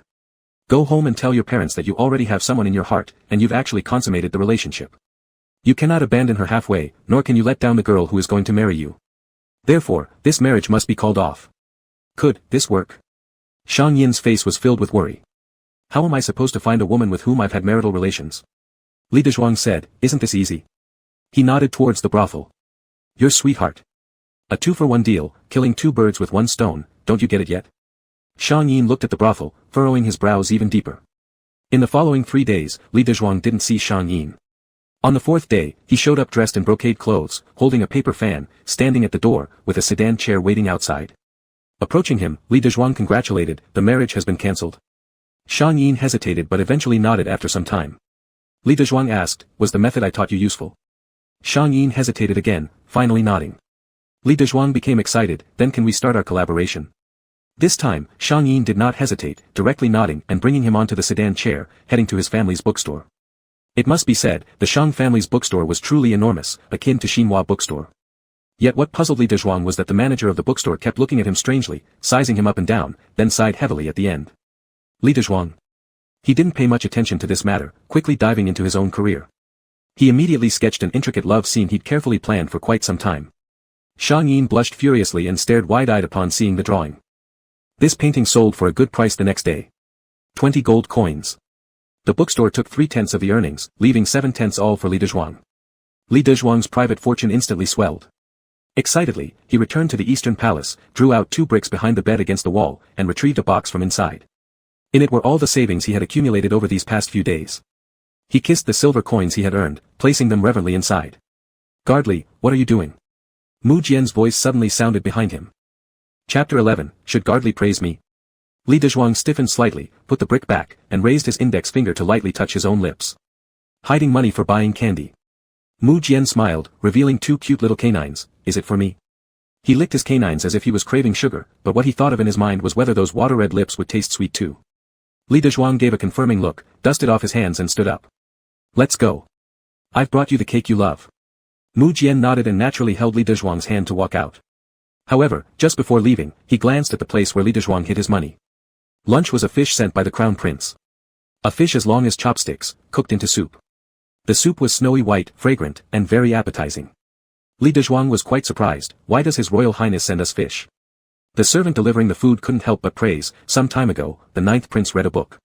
The book said that if fish could be raised in rice flower fields, they would become exceptionally delicious. Yesterday, people under the prince sent the fish, and it was indeed as described by the 9th prince, incredibly delicious. The prince enjoyed eating it so much that he wanted the 9th prince to try it too. Li Dezhuang was somewhat amazed. Was it your idea? Mu Jian bit his chopstick, touched his nose tip, and when his mouth corners curled up, there was inexplicably a trace of chill, but it disappeared quickly, smiling innocently like a child. Yes, it was me. Shouldn't Gardly praise me? Li Dezhuang praised him for being smart and cute, served him some fish soup, and pushed it to him. The kid hugged the bowl and took a big sip. When he looked up, there was still some white fish soup around his mouth. His grin made one's heart feel warm. After having lunch, Li Dezhuang sent the new painting drafts to the Crown Prince, finding an excuse to meet Shang Yin outside. Since selling the last painting, his name had quietly spread within a small circle, with someone even coming to the shop specifically asking for Li Dezhuang to paint. And a substantial deposit was paid as well. He took the request sheet written by the other party and went to the tailor shop to pick up the clothes he ordered from Mu Jian 2 days ago. When trying them on, he realized they were a bit short. Li Dezhuang then noticed that Mu Jian had grown taller without him noticing. He needed to look up when standing in front of him. Rascal. We eat the same food, why does he grow so fast? Since the clothes didn't fit, Li Dezhuang asked him to take them off, waiting for a proper opportunity to give them away to others. Mu Jian unhappily took off the clothes, bunched them in his arms, and complained like a child. Gardly is going to see the Crown Prince more often these days. You don't even know what size clothes I wear anymore.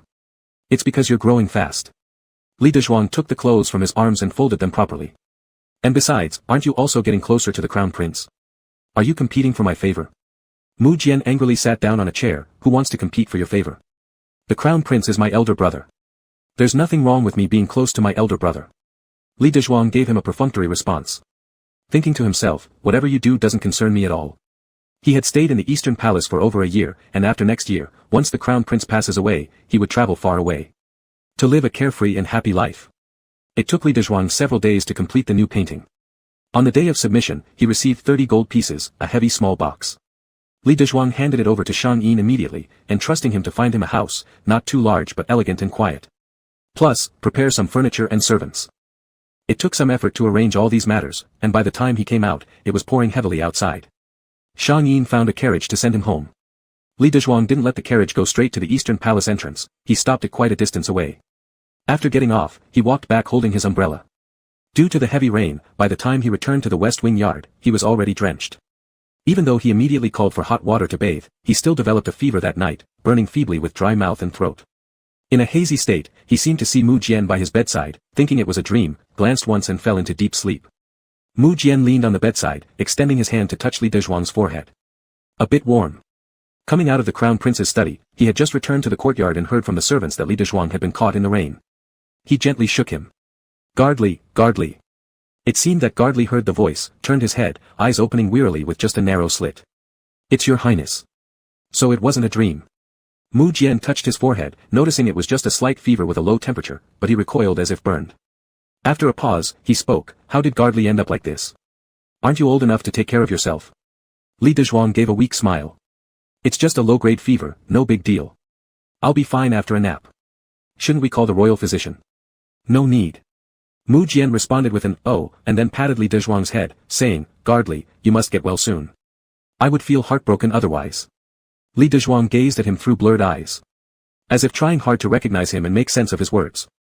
After a long moment, he smiled and closed his eyes feebly, his voice growing fainter. You're so clingy despite being so grown up. You should mature already. Li Dezhuang's face flushed slightly red, resembling peach blossoms in spring, exuding an indescribable beauty. Mu Jian stared at him for a while, feeling an inexplicable dryness in his throat. He swallowed, his Adam's apple bobbing. Uncontrollably, he slowly reached out, his fingertips grazing Li Dezhuang's slightly red cheek, sending a tingling sensation through his chest. At that moment, Li Dezhuang slowly opened his misty, water-filled eyes, which resembled a lake shrouded in morning fog. Mu Jian's heart quickened, yet his expression remained calm. With concern, he said, your face is so hot. Would you like some water? Don't let the fever get worse. Li Dezhuang lowered his gaze and thought for a moment. In that case, I would trouble your highness. Mu Jian hurriedly went to pour water. It was a little too hot, so he held it in his hands, gently blowing on it. When he returned to the bedside, Li Dezhuang had managed to sit up, leaning against the headrest. Mu Jian sat beside him and said, let me help Gardly drink. Li Dezhuang nodded. He was too weak to move anyway. Mu Jian slipped one hand around Li Dezhuang's lower back and embraced him as he fed him water, keeping his eyes fixated on Li Dezhuang's lips to avoid spilling. A streak of moisture trickled down from the corner of Li Dezhuang's mouth. Mu Jian's gaze followed it downward, stopping at Li Dezhuang's rolling Adam's apple. His eyes refused to leave that spot, and without control, his own Adam's apple also moved. Chapter 12, But how could I let you escape? When Li Dezhuang woke up, he felt his energy had returned by more than half. His back wasn't sore anymore, his legs weren't numb, and the fever on his forehead had subsided. He got up, opened the door, and saw someone speaking to Mu Jian in a humble manner. Whatever this person said, a glance from the corner of their eyes caught sight of him, then they bowed even lower, as if reminding Mu Jian. Mu Jian turned around and smiled brilliantly, radiant like sunlight. Guardly is awake. Li Dezhuang nodded, his attention drawn by the youth's vibrant spirit. He didn't notice the person beside Mu Jian because of the radiant smile that made him tremble with fear. Only after receiving an order from Mu Jian did they dare to retreat.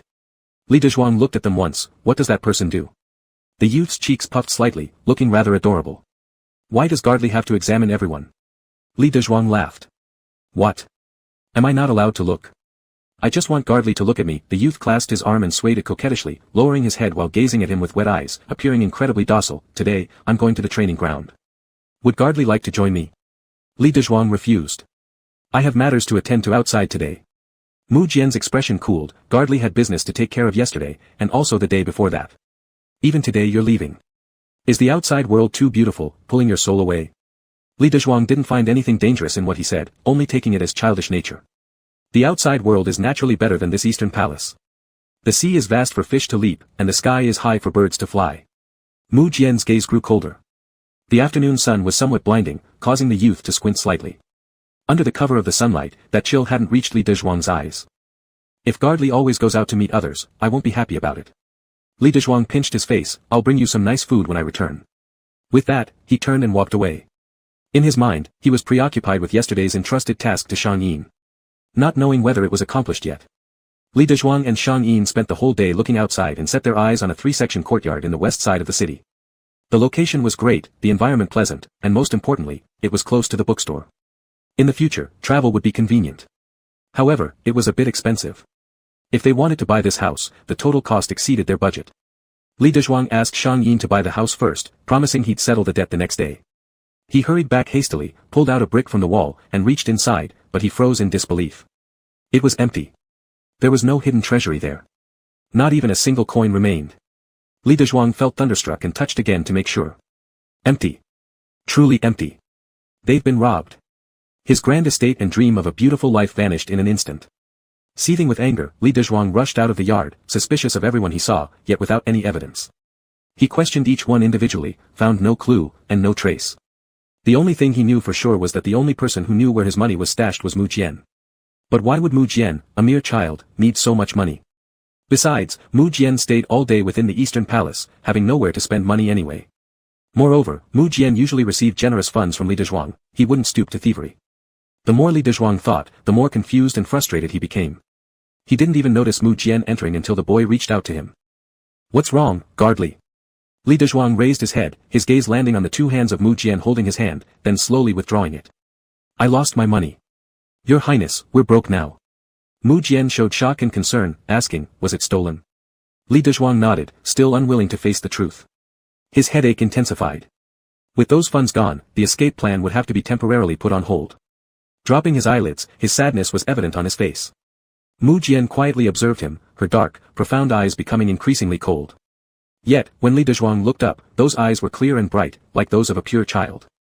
Li Dezhuang waved his hand tiredly, go to sleep. Mu Jian grasped his sleeve, Guardly is unhappy. Li Dezhuang bit his lips, staying silent. Of course, losing such a large sum made him unhappy. To top it off, he didn't dare ask the Crown Prince for help catching the thief. If the Crown Prince knew he saved money to run away, he wouldn't survive another day. So he swallowed his bitterness silently. Mu Jian, feeling pity for him, leaned on his shoulder and stretched her arms around Li Dezhuang's waist, acting intimately like a child as she rubbed her head against his chest. She inhaled the pleasant scent from his body and closed her eyes comfortably in a place where Li Dezhuang couldn't see. Guardly isn't happy. Should I stay with you? Just like how you used to stay with me. Li Dezhuang wasn't used to such intimacy. When he was younger, it was fine. But now, they were both grown up. He pushed her slightly away, no need. I'm an adult. I can bear my own pain. Mu Jian grabbed Li Dezhuang's hand and pressed it against her chest. But I feel pity for you. Li Dezhuang hesitated. Your Highness. I am deeply honored. Why does your Highness show me such kindness? Mu Jian showed her two small tiger teeth. It's because I like Guardly. If you like me, you don't have to sleep next to me. Mu Jian remained silent for a moment, then revealed a hurt expression toward him, even with a touch of redness around her eyes, as if she couldn't understand why Guardly would reject her. Li Dezhuang felt a headache. Damn. He couldn't let her become darkened. Li Dezhuang gave in. They slept in separate quilts. Li Dezhuang, feeling disturbed, turned over towards the wall and cursed the thief who stole the money countless times in his heart, sending greetings to all 18 generations of his ancestors. Cursing that he should be born without an anus. He had no idea at all that in the pitch black, the person behind slowly opened her eyes. Borrowing the moonlight, she stared at the small stretch of white neck exposed by him, her gaze deepening as she licked her slightly dry lips. At midnight, Li Dezhuang finally fell asleep, punishing the thief in his dreams. Mu Jian propped herself up, using the moonlight to look at Li Dezhuang's face. Slowly stretching out her hand, she sketched the outline of Li Dezhuang's side face. Her fingertips gently brushed over Li Dezhuang's lips, chin, and Adam's apple. Li Dezhuang seemed to feel something and turned over. Mu Jian quickly pulled her hand back and quietly stared at him for a while. He didn't notice. Mu Jian slowly drew closer, rubbing against the side of his neck, greedily inhaling his scent. She looked up at his exquisite sleeping face. Her gestures were intimate, like a couple in a passionate romance. Her hand gradually touched his lips. Staring at her own hand. Her eyes revealed yearning, obsession, confusion, and a suppressed excitement. She murmured softly.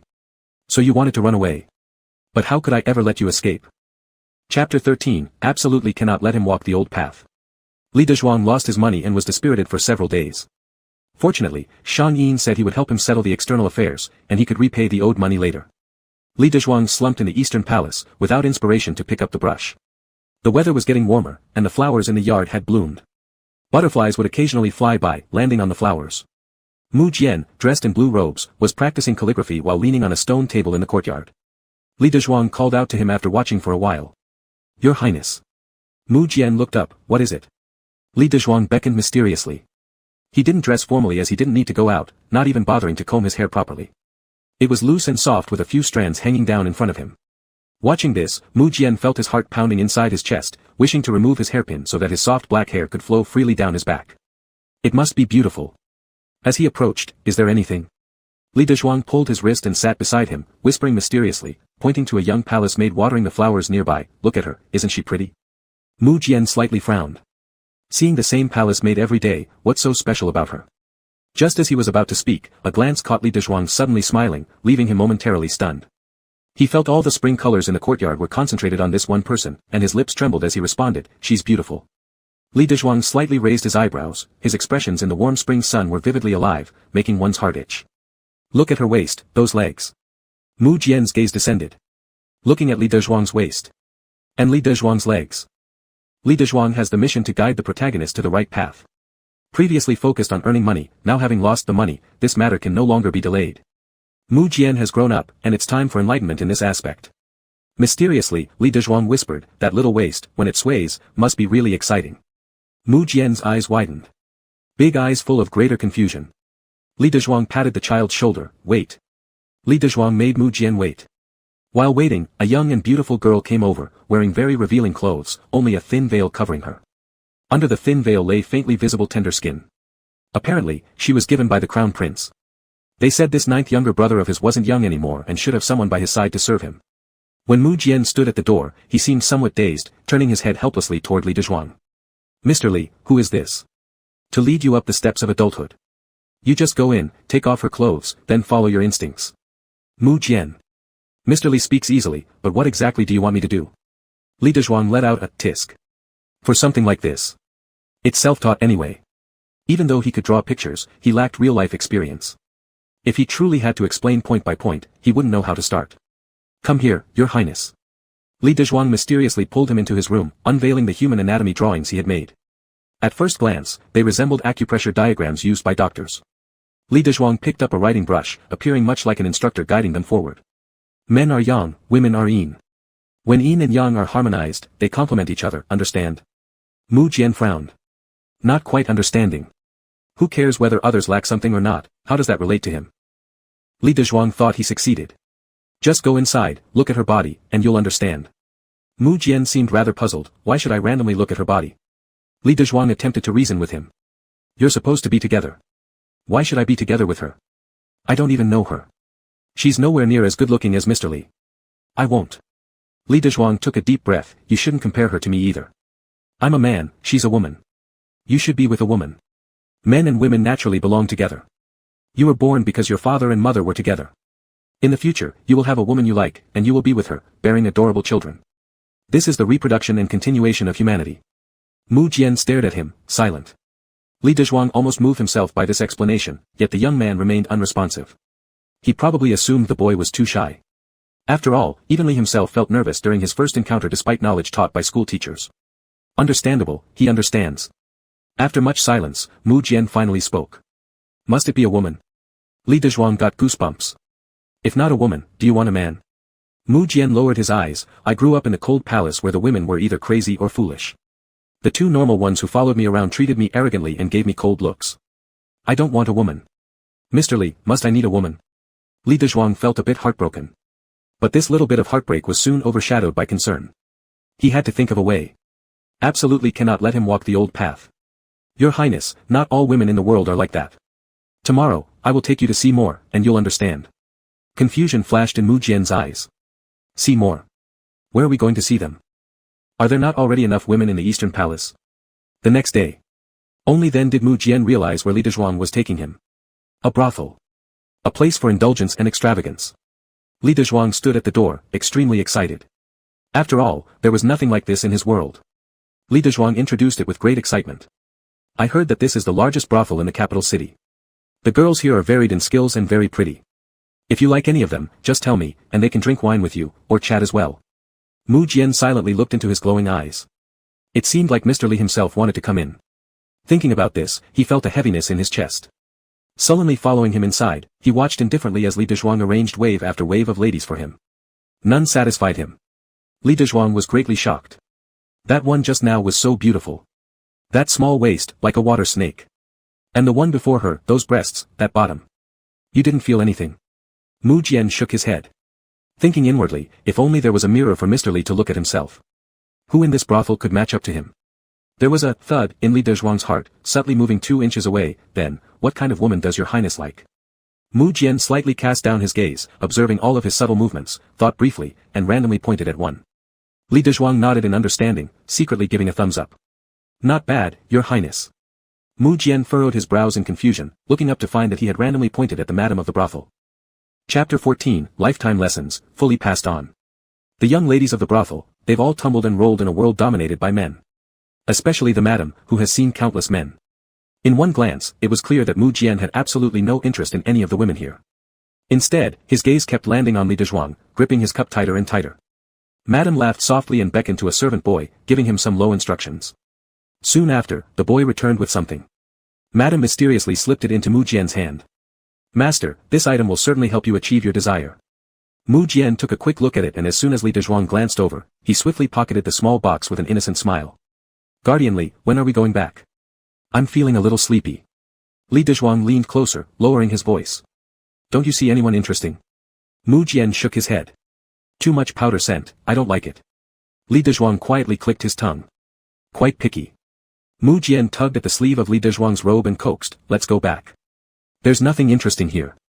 They're always clinging on to you. Li Dezhuang chuckled and guided him back. Under the glow of moonlight, they walked side by side. Mu Jian stole a glance at the figure beside him, bathed in silver light, radiating a cool elegance that was almost intoxicating. No wonder those girls were so fond of him.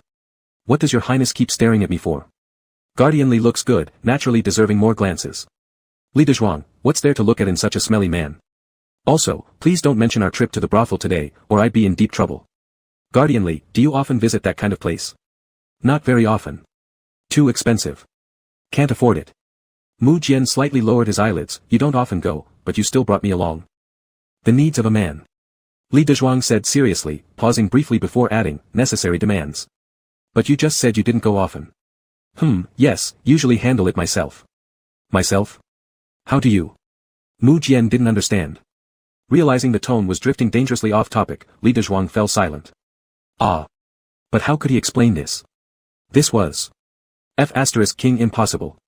Mu Jian asked again, curiously seeking knowledge with his pure eyes, how do you resolve it yourself? This. How is that explained easily? Li Dezhuang was nearly jumping into the pond of the East Palace. Unable to resist under Mu Jian's innocently curious eyes, he eventually relented and gave Mu Jian detailed illustrations and explanations. It was the first time. With all his life's knowledge, Li Dezhuang managed to finish the drawings. As he handed them to Mu Jian, it felt somewhat tragic to have spoiled the well-nurtured son of his creation.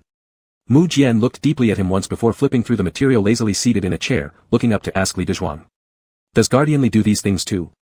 Not doing them makes one not a real man, okay? Mu Jian gave a short laugh. That laughter left Li Dezhuang quite embarrassed. If he weren't the main character, Li Dezhuang would have hit him already. Your Highness should study it yourself, I'm going to the study first. Mu Jian nodded, watching Li Dezhuang leave, then sat alone at the table, leaning against one hand, lazily flipping through the booklet. The methods shown in the book were simple yet easy to understand. There were also notes on the side. As Mu Jian flipped through the pages, images of Li Dezhuang biting pens thoughtfully kept flashing in his mind. How did such a handsome person draw these? And what was he thinking while drawing them? Was he thinking about these matters? Mu Jian's fingers grazed the pictures as his lips curled slightly, and his gaze suddenly landed on a small box brought from the brothel. He approached, opened it, and lightly sniffed it. An intense, sweet aroma instantly surged through his senses. Half an hour later. Mu Jian silently climbed out of bed, grabbing the mattress intending to cover the evidence. Unexpectedly, he met Li Dezhuang face to face just as he gathered the blanket. He had just finished drawing the illustrations, rubbing his tired eyes as he came out of the study, the corners of his eyes red and glossy. Just one glance made Mu Jian's throat dry. Li Dezhuang glanced at the mattress in his hands, his eyes betraying an amused expression. Tisk. Mu Jian's face turned beet red all at once. Angrily, he threw the mattress at Li Dezhuang and stormed off. Li Dezhuang stood in the morning breeze, laughing heartily with the mattress in his arms. Good. Good. Good. Mu Jian had clearly been inspired by him. B-side ultimately transformed into BG.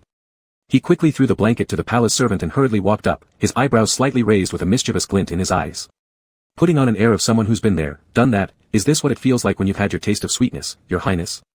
Mu Jian looked perplexed and aggrieved. What sweetness? It hurt like hell. Li Dezhuang was taken aback for a moment, then burst into hearty laughter.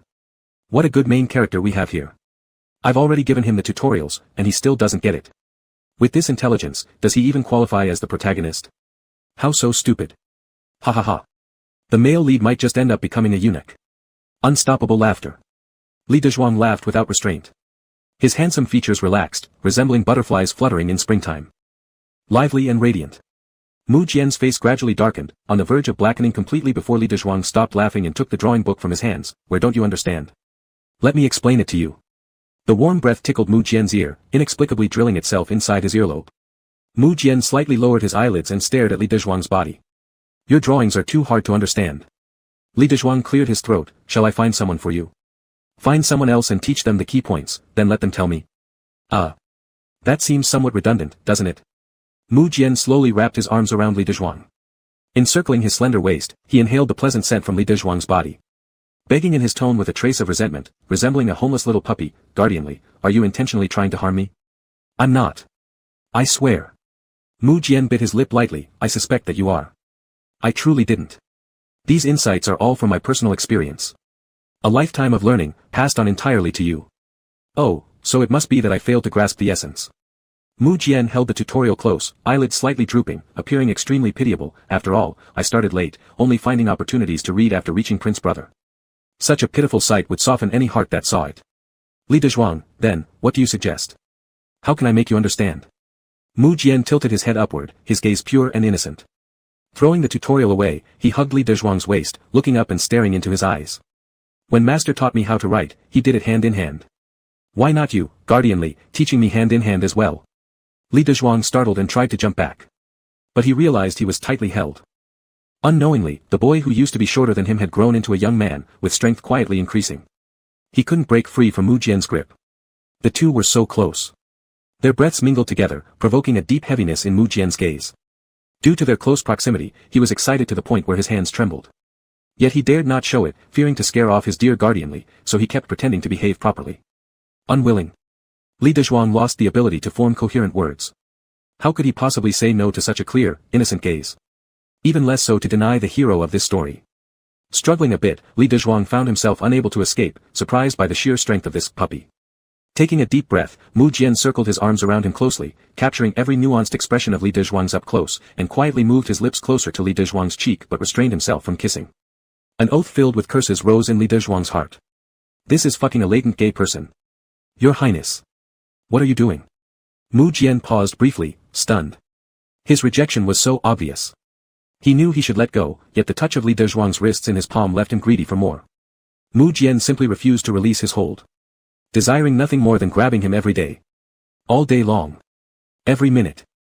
Lowering his eyes, he murmured, since we're both men, and you regard me like a brother, can't even this small issue be taught to me? Li Dezhuang was speechless at his words. Yet Mu Jian's eyes shone with restrained excitement, gripping his hand tightly. I need someone to teach me if I'm ever going to learn. Chapter 15, The Crown Prince Falls Ill. The sunlight shifted. Li Dezhuang rose from his chair, I'm going to wash my hands. Mu Jian's eyes followed Li Dezhuang as he fled, his deep gaze harboring a beast waiting to devour the person in front of him whole, leaving no bone unchewed. Mu Jian retracted his gaze and caught sight of a painting under the table. Out of curiosity, he went over and lifted it up to take a look. His pupils dilated. And even his breathing paused. Li Dezhuang returned after washing his hands and saw Mu Jian sitting calmly by the table. His dark eyes slowly shifted to rest on him, seeming to carry suppressed emotions. Li Dezhuang grew wary. There won't be a next time. To his surprise, Mu Jian didn't act coquettishly but merely gave an affirming hum. He leaned on the table, staring at Li Dezhuang with an unreadable expression. Li Dezhuang felt uneasy under his gaze, as if he were a piece of fatty meat. Furrowing his brows, he said, Your Highness, go back inside. Do I need your help? No. The master said we should help each other. As if. I can do it, no help needed. Mu Jian curled his lips, hiding a hint of amusement. He stood up, took a few steps closer, and suddenly leaned in, startling Li Dezhuang.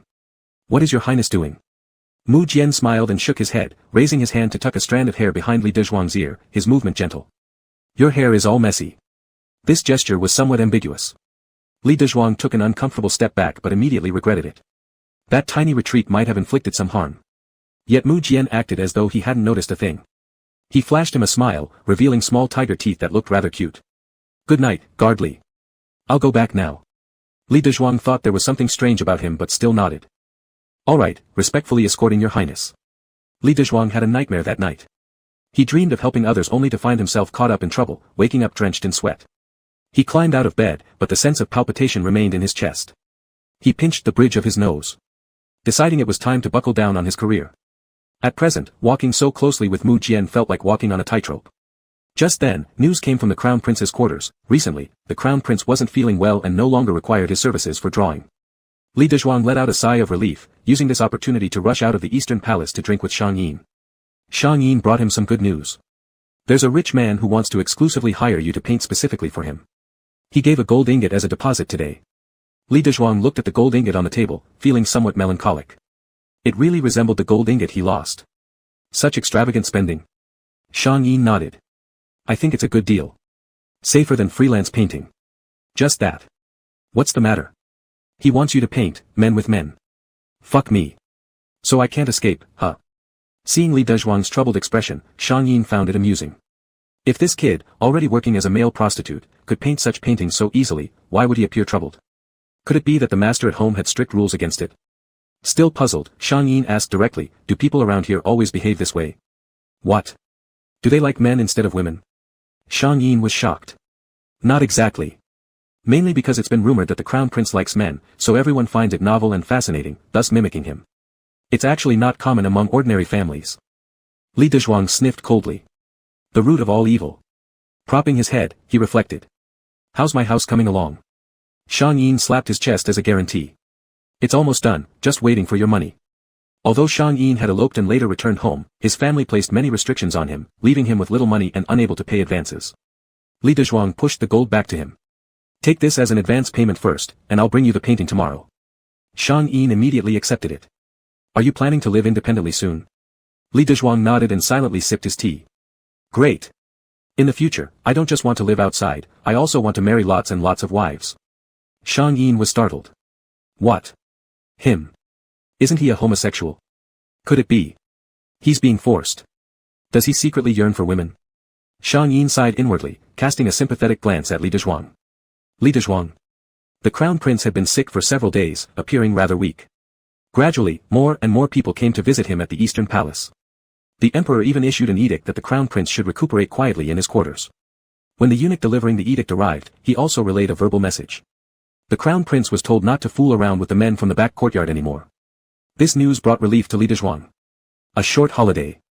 He hurriedly sketched pictures for his big client outside, and after completing them, he asked someone to deliver them on his behalf. After a few back-and-forth transactions, his small fortune began to gradually swell again. Just as he planned another getaway, Shang Yin delivered a devastating piece of news to him. The house he purchased had remained vacant and was taken over by a group of thieves who turned it into a clandestine brothel. Now that the scheme had been exposed, the authorities were investigating. Even if they intended to return the property to him, the formal procedures would take a long time to resolve. Li Dezhuang felt as if struck by a thunderbolt. Ever since he had come here, nothing had gone smoothly for him. No wonder the previous owner was destined to fail. His luck was absolutely terrible. Enraged, Li Dezhuang grabbed his head in pain and didn't even notice when Mu Jian entered. It wasn't until a pair of warm hands covered his temples that he looked up in surprise, seeing Mu Jian standing there. "Your Highness." Mu Jian gently massaged his temples, watching as Li Dezhuang's eyes softened like those of a cat basking in comfort. "What troubles guard Li?" "Just some minor annoyances." "Is it because you can't see the Crown Prince and are upset about it?" "No." "Then what is it?" "Nothing." He just couldn't say. Mu Jian sighed softly, letting his hands slowly drift downward until they rested over Li Dezhuang's left chest. Startled, Li Dezhuang nearly jumped up. Behind him, Mu Jian's voice sounded. "Guard Li, your heart beats so fast. Are you feeling restless?" Li Dezhuang closed his eyes briefly, realizing his reaction had been somewhat exaggerated. Sure enough, staying too long near him had influenced him. He knew Mu Jian might be gay, hence constantly guarding against physical contact. In reality, aside from their excessive intimacy at one time, there hadn't been any other inappropriate behavior between them. It made him seem like he was overthinking things. Disgusting. Filthy. Chapter 16, The Ninth Prince is benevolent, the Ninth Prince is a good person. There's nothing, it's just that the Crown Prince is ill and I always feel anxious. The Emperor has specially issued an edict stating that the women from the harem should stay away from the Crown Prince. The Emperor believes the Crown Prince's illness has something to do with excessive indulgence in lust. And he. An accomplice. If there were truly a thorough investigation, he would definitely not escape involvement. Mu Jian hugged Li Dezhuang like how a child would give their best friend a consoling hug. Without any hint of licentiousness, making one feel warmth. "Guard Li, stop worrying about the older brother Crown Prince. If you worry about him, I will be unhappy." Li Dezhuang gave a meaningful laugh. Thinking to himself, where am I worried about that pervert? I'm worried about myself. He responded insincerely to Mu Jian. The body of the Crown Prince is priceless, how could one not worry? Mu Jian's expression grew gloomy. When he let go of Li Dezhuang, it wasn't very pleasant. So Guard Li has developed feelings for the older brother Crown Prince? No. Mu Jian immediately became happy. That's good. It's getting late, Guard Li should rest early. Li Dezhuang nodded. He was about to escort Mu Jian out when Mu Jian, looking at the underpants hanging on his clothes rack, said, "Guard Li, are these pants meant to be washed? How about I take them out and let the maids wash them for you?" Li Dezhuang, unsuspecting of any ulterior motive, took the pants and handed them over to him. After sending Mu Jian out, he blew out the candle and went to sleep. But Mu Jian stood outside his room, quietly staring at the door for a while before slowly heading back to his own room.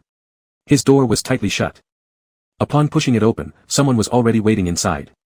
This person saw Mu Jian come back and immediately knelt down. Ninth Prince. Mu Jian closed the door, waving his hand to signal this person to rise. Walking to the table and sitting down.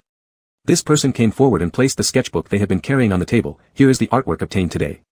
The plain cover revealed no clues. No one would ever guess that upon opening it, there would be explicit drawings one after another.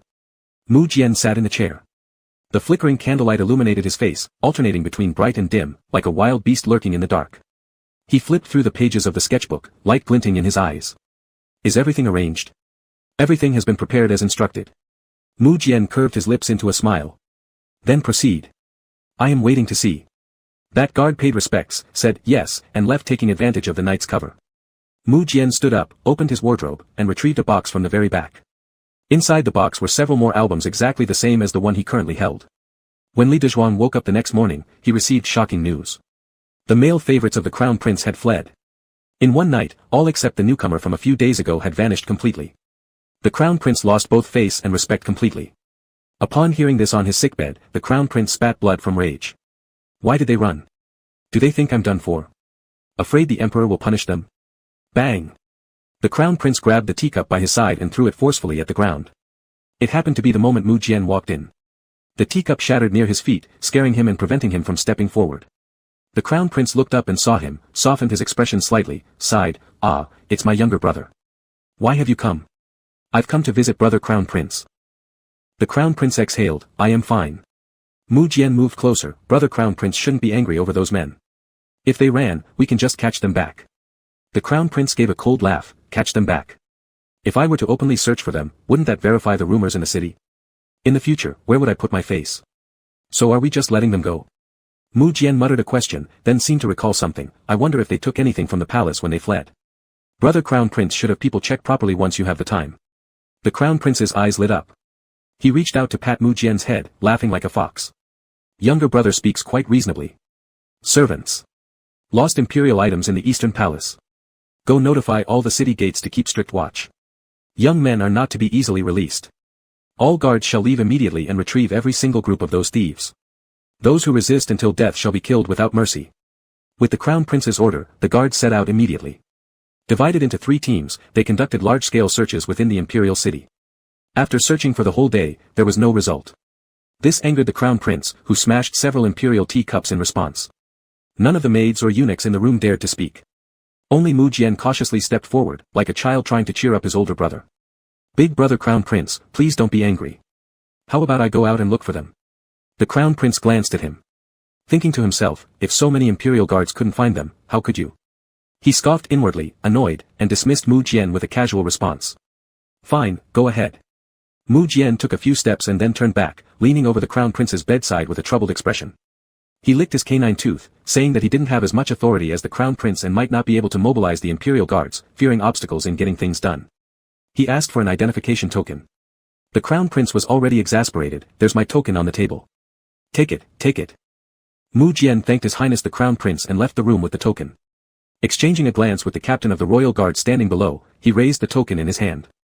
Li Yu, lead 20 imperial guards. Follow me out of the palace to search. Li Yu knelt down to pay respects.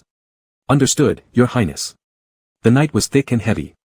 In a dilapidated temple in the western part of the city, more than a dozen handsome young men huddled together.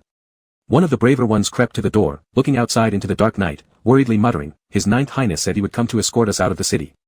Why hasn't he come yet? A younger one moved closer. Could the prince be deceiving us? Another disagreed. Nonsense. If His Highness really wanted to deceive us, why would he bother going through all this trouble to let us out? Another chimed in. Even if the prince deceives us, how could Brother Li Huai's elder brother betray his own younger brother?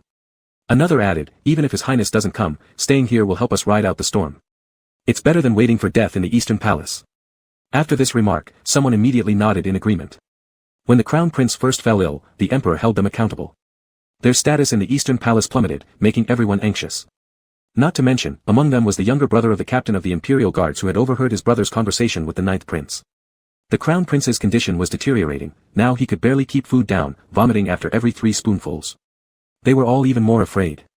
Who would willingly wait for death in the Eastern Palace?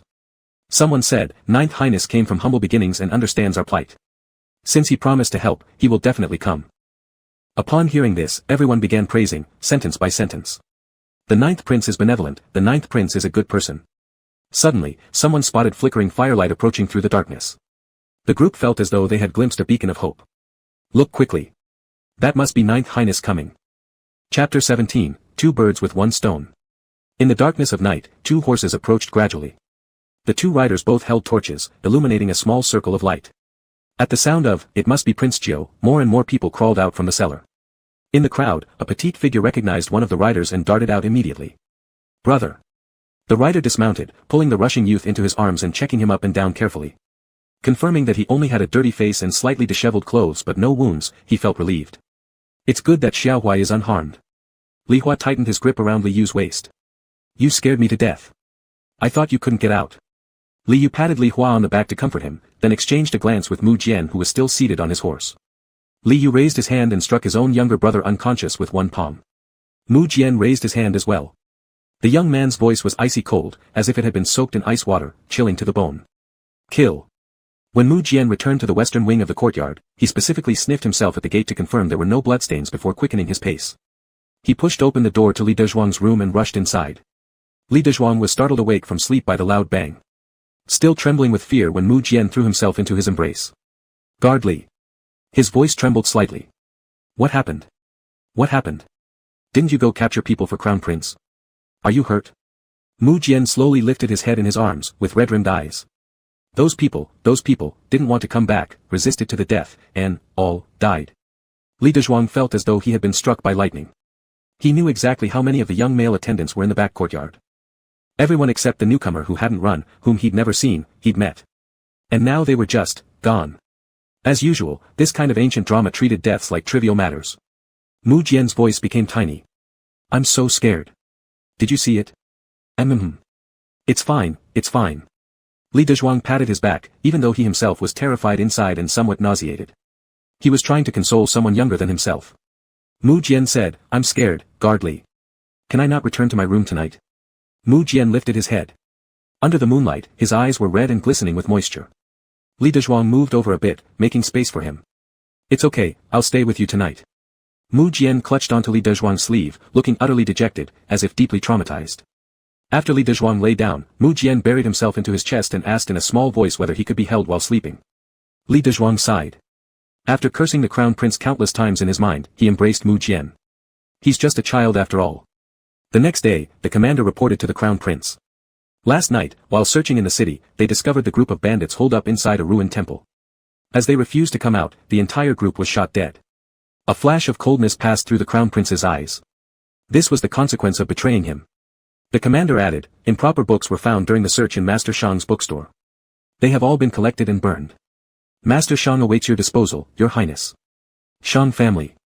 The crown prince smirked. Prince Jiu sure knows how to handle things, catching some runaway wretches for me and somehow finding a little dirt on the Shang family. The Shang family was the top merchant family in the capital. With a hold on the Shang family, it would be equivalent to having them under control. Not to mention anything else, extorting a substantial sum would certainly be no issue. The crown prince fondled the jade ring on his thumb and laughed cruelly. I remember the Shang family's bookstore being managed by their handsome-looking young master, don't I? Li Yu nodded. Exactly. The crown prince took the medicine from the bedside and smiled. Have them arrested, let the Shang family pay silver to ransom their son. Li Yu accepted the order and retreated. Just as he was leaving, he encountered Mu Jian coming to visit the crown prince. The two passed each other, seemingly nothing unusual. But at the very moment they brushed shoulders, Li Yu's lips moved subtly, muttering a few syllables in an extremely quiet voice, then the two parted ways. Mu Jian entered the crown prince's sleeping quarters. Li Yu heard laughter from inside the chambers. Ninth brother, come. Sit. You've handled this matter brilliantly this time. Tell your elder brother what you want.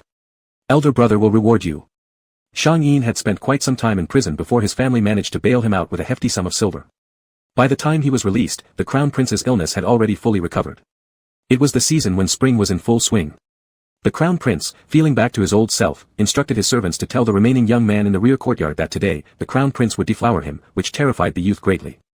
This remaining person was a teenage boy picked from among refugees by an underling official. With a delicate appearance, the boy had never engaged in such acts with men. Not only was he naturally fearful, but there had also been recent rumors about all the male prostitutes being killed. The whole situation filled him with panic. He wanted to flee, yet feared being caught and then executed. If he stayed, however, he was truly terrified. He hesitated for a long while at the gate of the yard. He noticed a particularly good-looking young man curiously glancing at him, which made his heart skip a beat. As he was about to turn back and run, the young man spoke up. Are you the one who's supposed to attend to the crown prince tonight? Yes. Then why aren't you making preparations? I don't want to. Approaching closer, the young man looked into his eyes, placing both hands behind his back. Are you afraid? But if you don't prepare properly, the crown prince will get angry. What should I do? Didn't the person who sent you here teach you anything? His face flushed bright red, his voice quieter than ever. Under the clear gaze of the young man, he felt as though every ounce of filth and ugliness within himself had nowhere to hide. They did. That's good. The carefree tone of the young man shocked him slightly. In this eastern palace, whether it be maidservants or eunuchs, once they learn of his position, their gazes always carry judgment or disdain, sometimes even curiosity laced with mockery. Wait a moment. The youth left those words, rushing off quickly. In no time, his figure vanished. He stood there waiting for a while. Then he saw the young man running back under the sunlight, approaching him and saying, hold out your hand. He extended his hand. A small box appeared in his palm. If you use this, it'll be less painful. Startled, he suddenly found a little box burning in his hand like fire.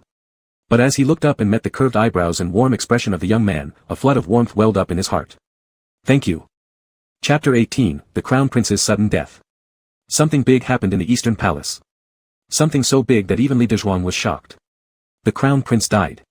He died in bed. And he died with a young male escort on him. Apparently, the way he died was quite undignified. Upon hearing the news, the emperor was enraged and immediately issued an edict ordering the execution of the young male escort. He then announced publicly that the crown prince had died suddenly from a severe illness. Li Dezhuang felt a pang of anxiety and despair. Something was not right. According to the original storyline, This despicable crown prince was supposed to die during the spring hunt next year, when several other princes would attack him in the wilds and make it look like an assassination attempt by assassins. Not only did the timeline get pushed forward by a whole year, but even the way of his death changed. Could it be related to him bringing the main character into the Eastern Palace? This didn't seem like something Mu Jian would do. As a powerless and defenseless prince, who relied on the Eastern Palace for survival, there was no reason for him to destroy his own nest to this extent. Besides, this kid had also grown up under Li Dezhuang's watchful eyes. Timid. Of a gentle nature. He hadn't gone astray yet. There was no way he would have the audacity to kill the crown prince. After realizing this point, Li Dezhuang started worrying about himself. Shit. He was the crown prince's pornographic artist. Although each painting session was conducted quite secretly. The damn young male escort he met already died, but his draft was still hidden in the crown prince's study. If this was discovered, he would be finished. Li Dezhuang, after gritting his teeth and making up his mind. Fuck. He must steal these drawings back. That night. It was pitch black and the wind was howling. Li Dezhuang sneaked quietly into the crown prince's study but couldn't find anything.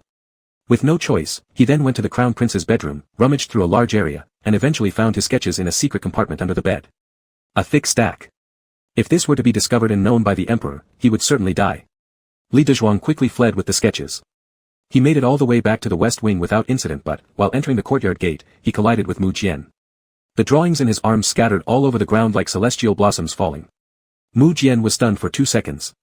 Li Dezhuang quickly bent down to pick them up. Mu Jian also squatted down to help him. After picking up one, Li Dezhuang heard Mu Jian's voice above him. Li guard, why are there 2 men in this painting? Thunder struck out of a clear sky. It left Li Dezhuang feeling roasted both inside and out. He hurriedly gathered the sketches, grabbed Mu Jian's hand, and pushed him back into the room. From the door crack, he cautiously looked outside to ensure no one had noticed before letting out a sigh of relief. Turning around, he stubbornly snatched the sketches back from Mu Jian. It's your crown prince brother, he asked me to draw it. He gets along well with boys. Best buddies, hugging and such. I don't really understand it, don't ask me. Mu Jian gazed into his eyes, which flickered between light and dark as if tiny flames were dancing within them. After watching for a while, he grinned widely. Turns out Gardley doesn't understand this. Li Dezhuang nodded heavily. Yes. I don't get it. Mu Jian's gaze fell onto the sketch in Li Dezhuang's hand. Fearing that Mu Jian might become interested, Li Dezhuang quickly hid them behind his back. Mu Jian asked, why did you bring these sketches back, Gardley? Li Dezhuang replied, if the emperor finds out that I drew these for His Highness the Crown Prince, he might be furious enough to take my life. Mu Jian lifted his hand and gently touched Li Dezhuang's brow. Li Dezhuang froze as if struck by acupuncture. Mu Jian's thin lips parted slightly, revealing a pleasant smile on his face. I will protect you, Gardley. Do not be afraid. Alright, thank you, Your Highness. Gardley trusts me so much. It's natural. You're the protagonist, if I don't believe in you, who else can I trust? Li Dezhuang took a deep breath and walked to the corner, preparing to fetch a basin to burn these sketches, leaving no trace. Mu Jian stood not far behind him watching. Watching the firelight in the basin illuminate Li Dezhuang's handsome face, his wicked thoughts grew more intense. He took a deep breath, slowly walking over and squatting beside Li Dezhuang, tearing each sketch apart to throw into the fire alongside him. The flame illuminated both their faces. Flickering. On and off. Mu Jian said, with the crown prince dead, where will we go? I don't know. Will Gardley always stay with me? Li Dezhuang paused briefly, yes. That's good, as long as Gardley stays by my side, I won't be afraid no matter where we go. Li Dezhuang fell silent for a second, a strange feeling stirring in his heart. Thank you for your kindness, Your Highness. The Crown Prince's sudden death. This event came without warning. Various factions were starting to make their moves. It was no longer appropriate for Mu Jian to stay in the Eastern Palace, so the Emperor issued an edict to move him to the Imperial Villa. The Imperial Villa wasn't as fully equipped as the palace, but it offered more freedom and space. And now it was spring again, with 100 flowers in full bloom at the villa. The beauty was overwhelming. Li Dezhuang was now free from the Eastern Palace, out of the control of the Crown Prince, and living a leisurely life. What he regretted most was the loss of business opportunities on the Shang front, due to Mu Jian's accidental interference some time ago. Those had gone sour, leaving no profit. Nowadays, Li Dezhuang ate what Mu Jian provided, drank what Mu Jian provided, and slept on what Mu Jian provided. He was leading the dreamy life of a salted fish, lying around doing nothing. He could sleep at night. He could sleep during the day. Whenever he wanted to sleep, he slept. Even dozing off face down on a table in the pavilion was something no one dared interrupt. No work, no school. Such a good life. What a fucking great life. Li Dezhuang stretched lazily, like a cat waking up and stretching its body, rolling slightly on the table before raising his head to see Mu Jian sitting beside him. He was very close, his eyes fixed on his face with a certain indescribable look. Startled, Li Dezhuang immediately sat up straight. Your Highness, when did you come? I've been here for a while. His fingertips played with a flower, leaning closer as he tucked it behind Li Dezhuang's ear, a smile lighting up his eyes. Beautiful. Li Dezhuang, just speechless. Are you crazy, putting flowers in my ear? I'm straight, man. But he didn't dare say anything. Mu Jian, propping his cheek with his hand, stared at him for 2 seconds, then said, Guard Li is such a great painter, why don't you paint a portrait of yourself? Li Dezhuang was quiet. Why would I paint myself when there's nothing else to do? Mu Jian leaned on the table, tilting his little head. I'd love to see you paint, can you? Paint one and give it to me. Later on, if I should part ways with Guard Li, I could still look at his portrait and remember our times together. Li Dezhuang thought, that makes sense. I'll go get the paper and brush. With that, he turned and walked away, unaware of the sharp change in Mu Jian's gaze behind him. When Li Dezhuang returned happily with the tools, Mu Jian had already returned to normal, smiling at him as he propped himself on the table and watched Li Dezhuang glance at his reflection in the water every now and then, painting occasionally. Painting for a bit. Glancing at his reflection for a bit. After much effort, the painting was completed after more than half an hour. Li Dezhuang held up the painting.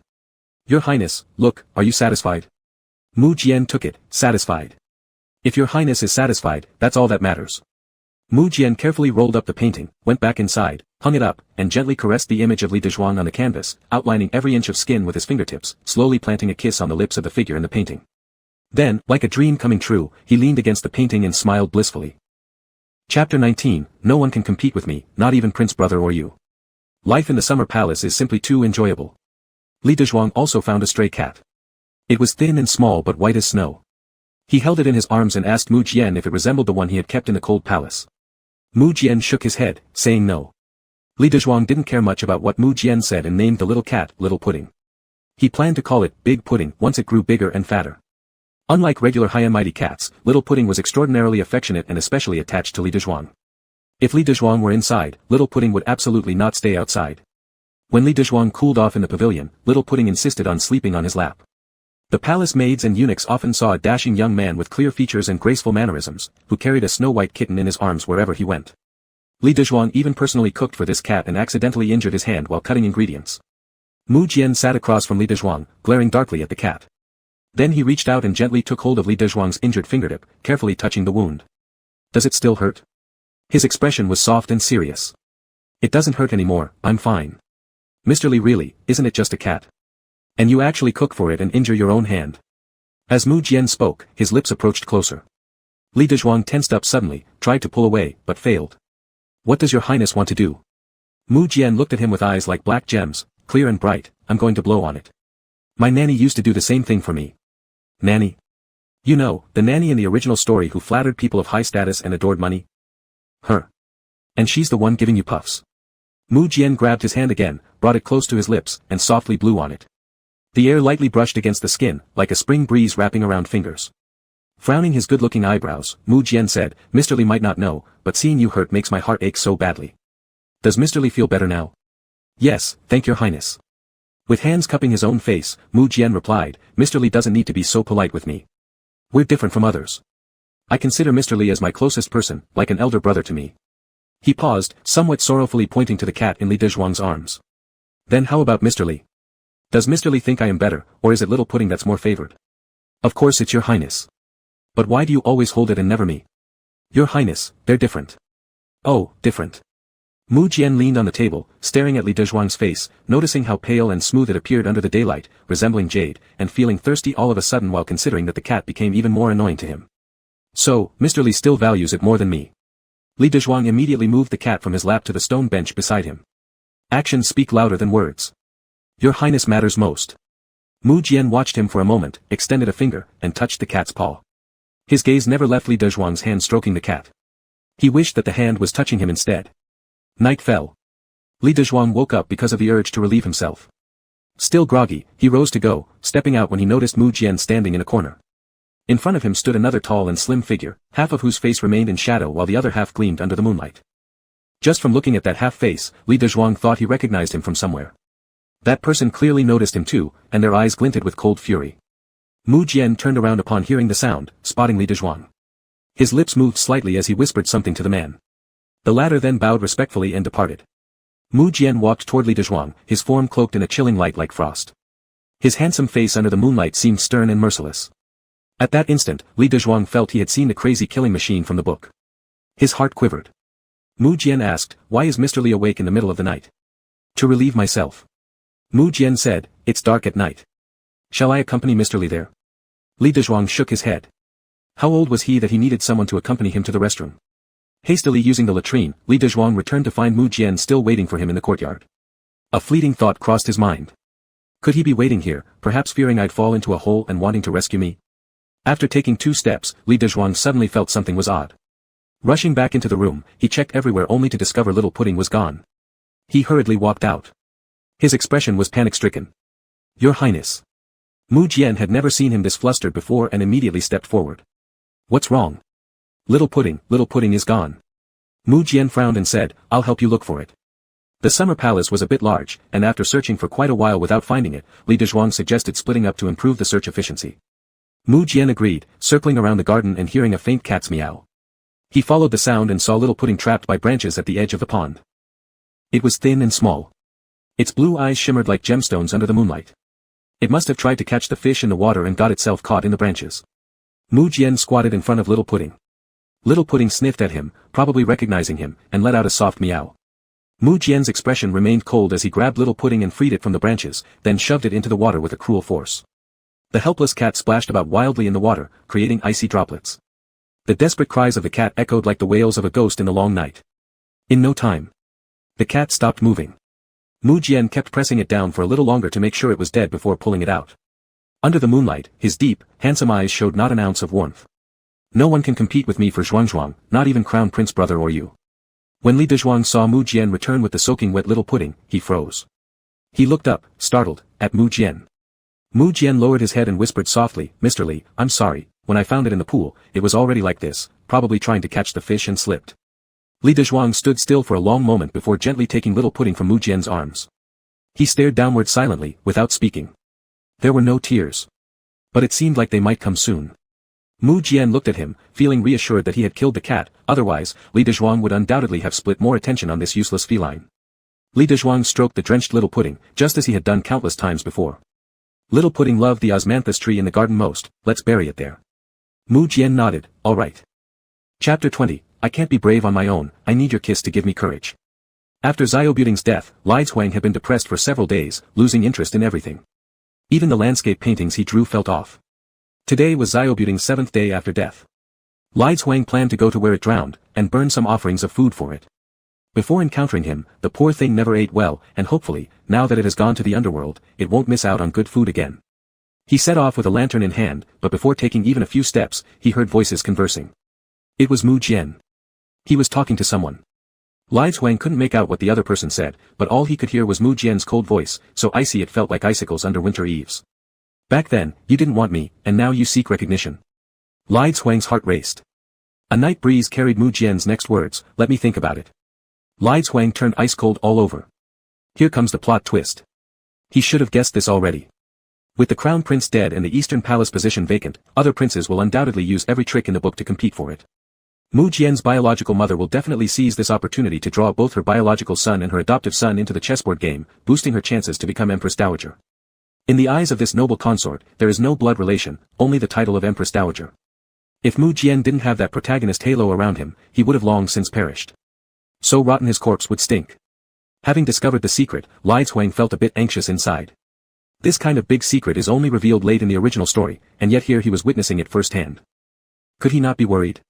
He was completely panicked. He feared being silenced forever. Hurriedly returning to his room in 2 strides, he extinguished the lantern in his hand and sat on the edge of the bed. After sitting there for a while, he decided to pretend he knew nothing. But as he rose to blow out the candle and sleep, he saw Mu Jian standing in the corridor, half-bathed in moonlight, motionless like a statue. Just looking at him conveyed the loneliness and weariness exuding from him. It seemed as if this vast world had left him alone, journeying solitarily without anyone willing to accompany him. Li Huang couldn't just stand by. He was afraid Mu Jian might turn dark. If he were a system-empowered time traveler, he'd probably see a full blackening progress bar hovering above Mu Jian's forehead by now.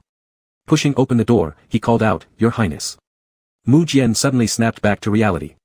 The deep pools of his once clear and innocent eyes held back a trickle of tears, which spilled out and rolled down his cheeks, leaving long tear tracks glistening in the moonlight.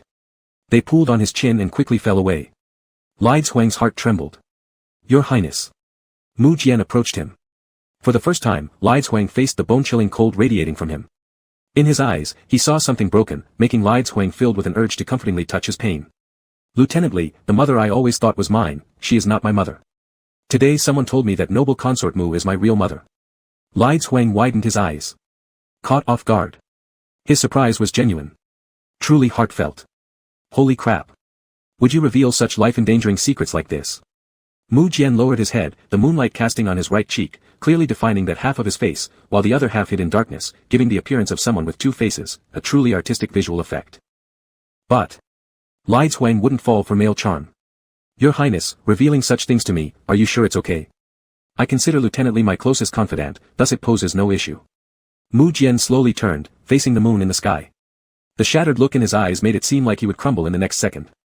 Suddenly, he smiled. A beautiful smile, but strange and unsettling, making people feel an eerie chill.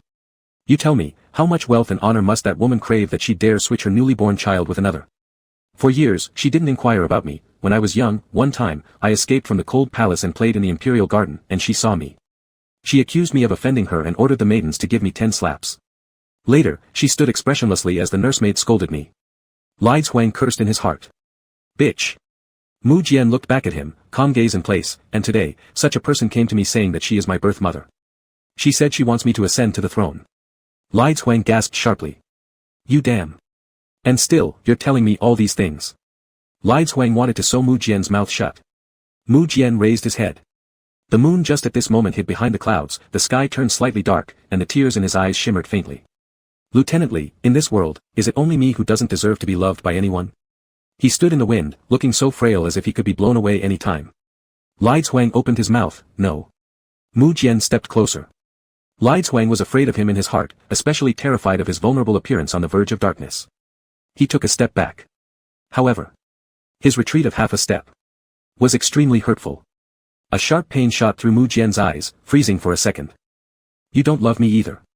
Li Xuang's heart skipped a beat. No. Let me explain. I just feel that your Highness seems somewhat unfamiliar at this moment. It's not that I dislike you. But Mu Jian wouldn't hear a single word, exactly. I have nothing. No one is willing to hug or kiss me. Not even you. Li Xuang. Am I your mother? What are you asking for kisses from me for? Mu Jian grabbed Li Xuang's wrist, fearing he might retreat again because of his approach. He drew near. With his height advantage, he looked down at Li Xuang. Lieutenant Li, that woman wants me to fight for the crown. I have nothing, no money, no power, no influence, she is asking me to go to my death. That's very true. But you're the protagonist, believe in yourself. She said, if I didn't agree, she would cut off my allowance.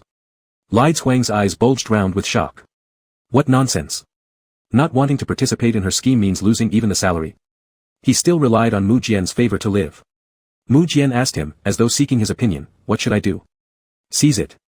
Damn it, you're the protagonist, who are you scared of? Take back what originally belongs to you. Mu Jian raised an eyebrow slightly in surprise, a flash of ambition passed through his eyes. He bowed his head slightly, his heart pounding furiously due to the person he held whose thought matched his own. He said, it will be dangerous. Li Xuang said, don't be afraid. Lowering his gaze, Mu Jian looked at his own hand, which had been trembling since it touched Li Xuang's skin earlier. But I'm afraid. It's all right. You're the protagonist, why should you be afraid? Was what Lieutenant Li just said, that you like me, true? The topic shifted too quickly, and Li Xuang was caught off guard. He nodded, yes, it's true. Then can you kiss me? I'm scared. Screw you. No way. Mu Jian repeated, kiss me, I'm scared. Li Xuang patiently replied, you need to be brave. Mu Jian still looked pitiful. After a pause, he compromised, then can you hug me? The desolation in his eyes was touching. Li Xuang embraced Mu Jian. At this moment, Mu Jian suddenly leaned forward, about to kiss Li Xuang's lips, but restrained himself in the last second, kissing his cheek instead. Boom. Li Xuang's brain exploded. Mudslides. Mu Jian, I've kissed you. Chapter 21, today's debt to Li's servant will be repaid 100-fold or 1,000-fold in the future. Li Dezhuang almost slapped Mu Jian's face. But he gritted his teeth and held back. Mu Jian narrowed his eyes, looking at Li Dezhuang who wanted to hit him but was restraining himself. He thought it was quite adorable, and wanted to bully him even more. He slowly lowered his head, burying it into Li Dezhuang's shoulder, inhaling the scent on his body, while controlling his excitement which beat like a drum inside his chest. Can I sleep with you? Could Li Dezhuang say no? He could not. Absolutely not. In the original story, when Mu Jian had just found out the secret of his origins, he was extremely angry. He killed the maidservants and nurses around him, stabbing their corpses with a knife and asking why they treated him this way. Although Mu Jian didn't say it, Li Dezhuang had heard from his sister. Mu Jian hated the consort Guifei deeply.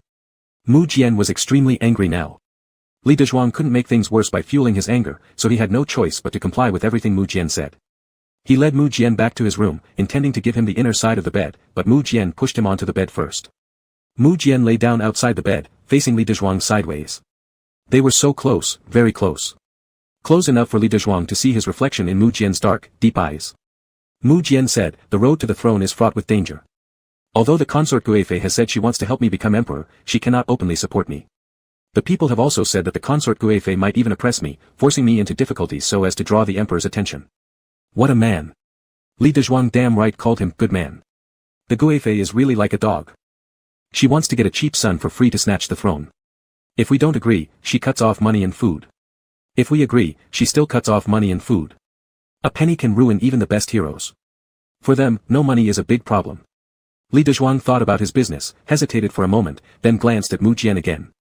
This man, besides being good-looking, crazy, bold, and a main character, seemed to have no real skills for making money. I can earn money for your highness to spend. If we save a bit, we should be able to get through this period. Li Dezhuang wasn't sure if it was his illusion. When he said these words, Mu Jian's eyes seemed to suddenly light up with an intense fiery glow. However, it disappeared instantly. It was night after all. He thought he might have been mistaken. Mu Jian's voice was very soft, softer than the wind outside. Would servant Li really do this for me? But your highness, even between brothers, accounts must be clear.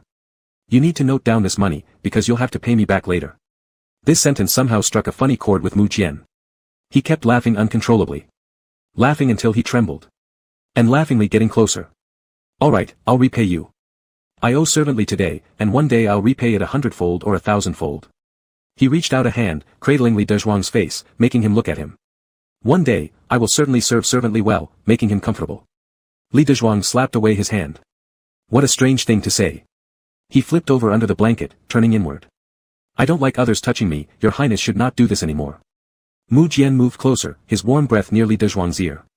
If you don't like others to touch you, what will happen when you marry a wife in the future? Li Dezhuang rolled his eyes in the darkness. Of course I would want to touch my wife. Behind him, Mu Jian's gaze turned cold, but he remained silent. The room fell into silence. After what seemed like a long time, even the moon at the window had disappeared. In the darkness, a hand reached out from beneath the covers, flipping Li Dezhuang over. It silently watched him for a while before slowly leaning forward and pressing their lips together. The sweetness of the lips made him drunk. Unable to resist, he took a bite, exerting some force but immediately feeling reluctant to let go. You won't have the chance to touch a woman. During the day, Li Dezhuang went to see Shang Yin. It had been a fairly long time since his previous incident. It had also been a long time since Li Dezhuang had seen Shang Yin, so the two caught up, drinking wine for a while. Then Shang Yin voluntarily told him that although his painting had been confiscated by the East Palace's personal soldiers last time, the matter concerning the painting quietly spread underground. Recently, several madams of various famous brothels in the capital city came to ask about cooperation. Some officials also secretly asked twice. Shang Yin had wanted to discuss this matter with Li Dezhuang for a while but couldn't find him. Now that he was here, it was the perfect time to talk business. The two quickly came to an agreement. Li Dezhuang took a stack of drawing paper and left the tavern, only to see a carriage waiting outside. The driver was a small eunuch from the temporary palace. Li Dezhuang immediately walked over, pulled back the curtain, and saw Mu Jian sitting inside, looking somewhat silly. Your Highness, how did you come? It's boring at the temporary palace, I felt cooped up and thought of coming out to look for you. Did Li's servant finalize the deal? Yes, we're ready to start once we get back. Mu Jian arched his eyebrows and smiled faintly, I cannot let Li's servant bear all the work alone. How about letting me grind the ink for you? How could that be possible? Besides, with you around, I won't be able to focus on painting. But Mu Jian was determined. I just want to help Li's servant. Is that not allowed? Besides, I've already seen what Li's servant paints. It's also a good opportunity for me to learn something new and benefit in the future. Li Dezhuang was speechless. Back at the temporary palace. Mu Jian truly came over to grind the ink. Li Dezhuang held a brush soaked in black ink but hesitated before making a single stroke. It was the first time. The first time someone was beside him while he painted such pictures. A drop of ink fell onto the paper. It spread into a large blotch. Mu Jian chuckled and leaned closer, what's wrong with Li's servant? Could it be you can't paint when I'm watching? If I say I can't, will you leave? No. He knew it. Li Dezhuang took a deep breath, silently repeating in his mind. He's a dog, not human. He's a dog, not human. Then, he finally put pen to paper. A delicate woman, dressed untidily, appeared on the paper as if she had no strength to resist. As Li Dezhuang prepared to draw another one, Mu Jian let out a surprised, What should I do now? Li Dezhuang seethed inwardly. Just observe, Your Highness, don't comment. Mu Jian curled his lips mischievously, I'm curious, shouldn't you explain it to me? You'll see once it's finished. Mu Jian hummed an oh, yet wouldn't shut up. He pointed randomly on the paper, should the other one go here, or here? Li Dezhuang gritted his teeth and pointed. Here. Oh, Mu Jian seemed suddenly enlightened, so this is how it works. Quite interesting. Mu Jian saw Li Dezhuang's silence and laughed. I thought Li's servant must have ample experience since he can paint so many. Turns out you haven't tasted this pleasure either. How about I help Li's servant? Li Dezhuang raised an eyebrow, will you find me a girl?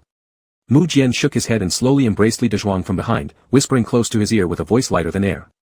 Li Dezhuang's eyes widened slightly. Mu Jian paused, stared intently at Li Dezhuang's slightly red earlobe, and repressed the urge to bite it, asking gently, what does Li's servant think? Chapter 22, Must Make You Suffer. Swish. Li Dezhuang's brush swept across the clean sheet of paper, leaving a long streak. The entire painting, ruined. Mu Jian laughed in his ear like a child who had succeeded in pulling off a prank. How could Gardley be so ticklish? He reached out to pick up the painting and examined it carefully.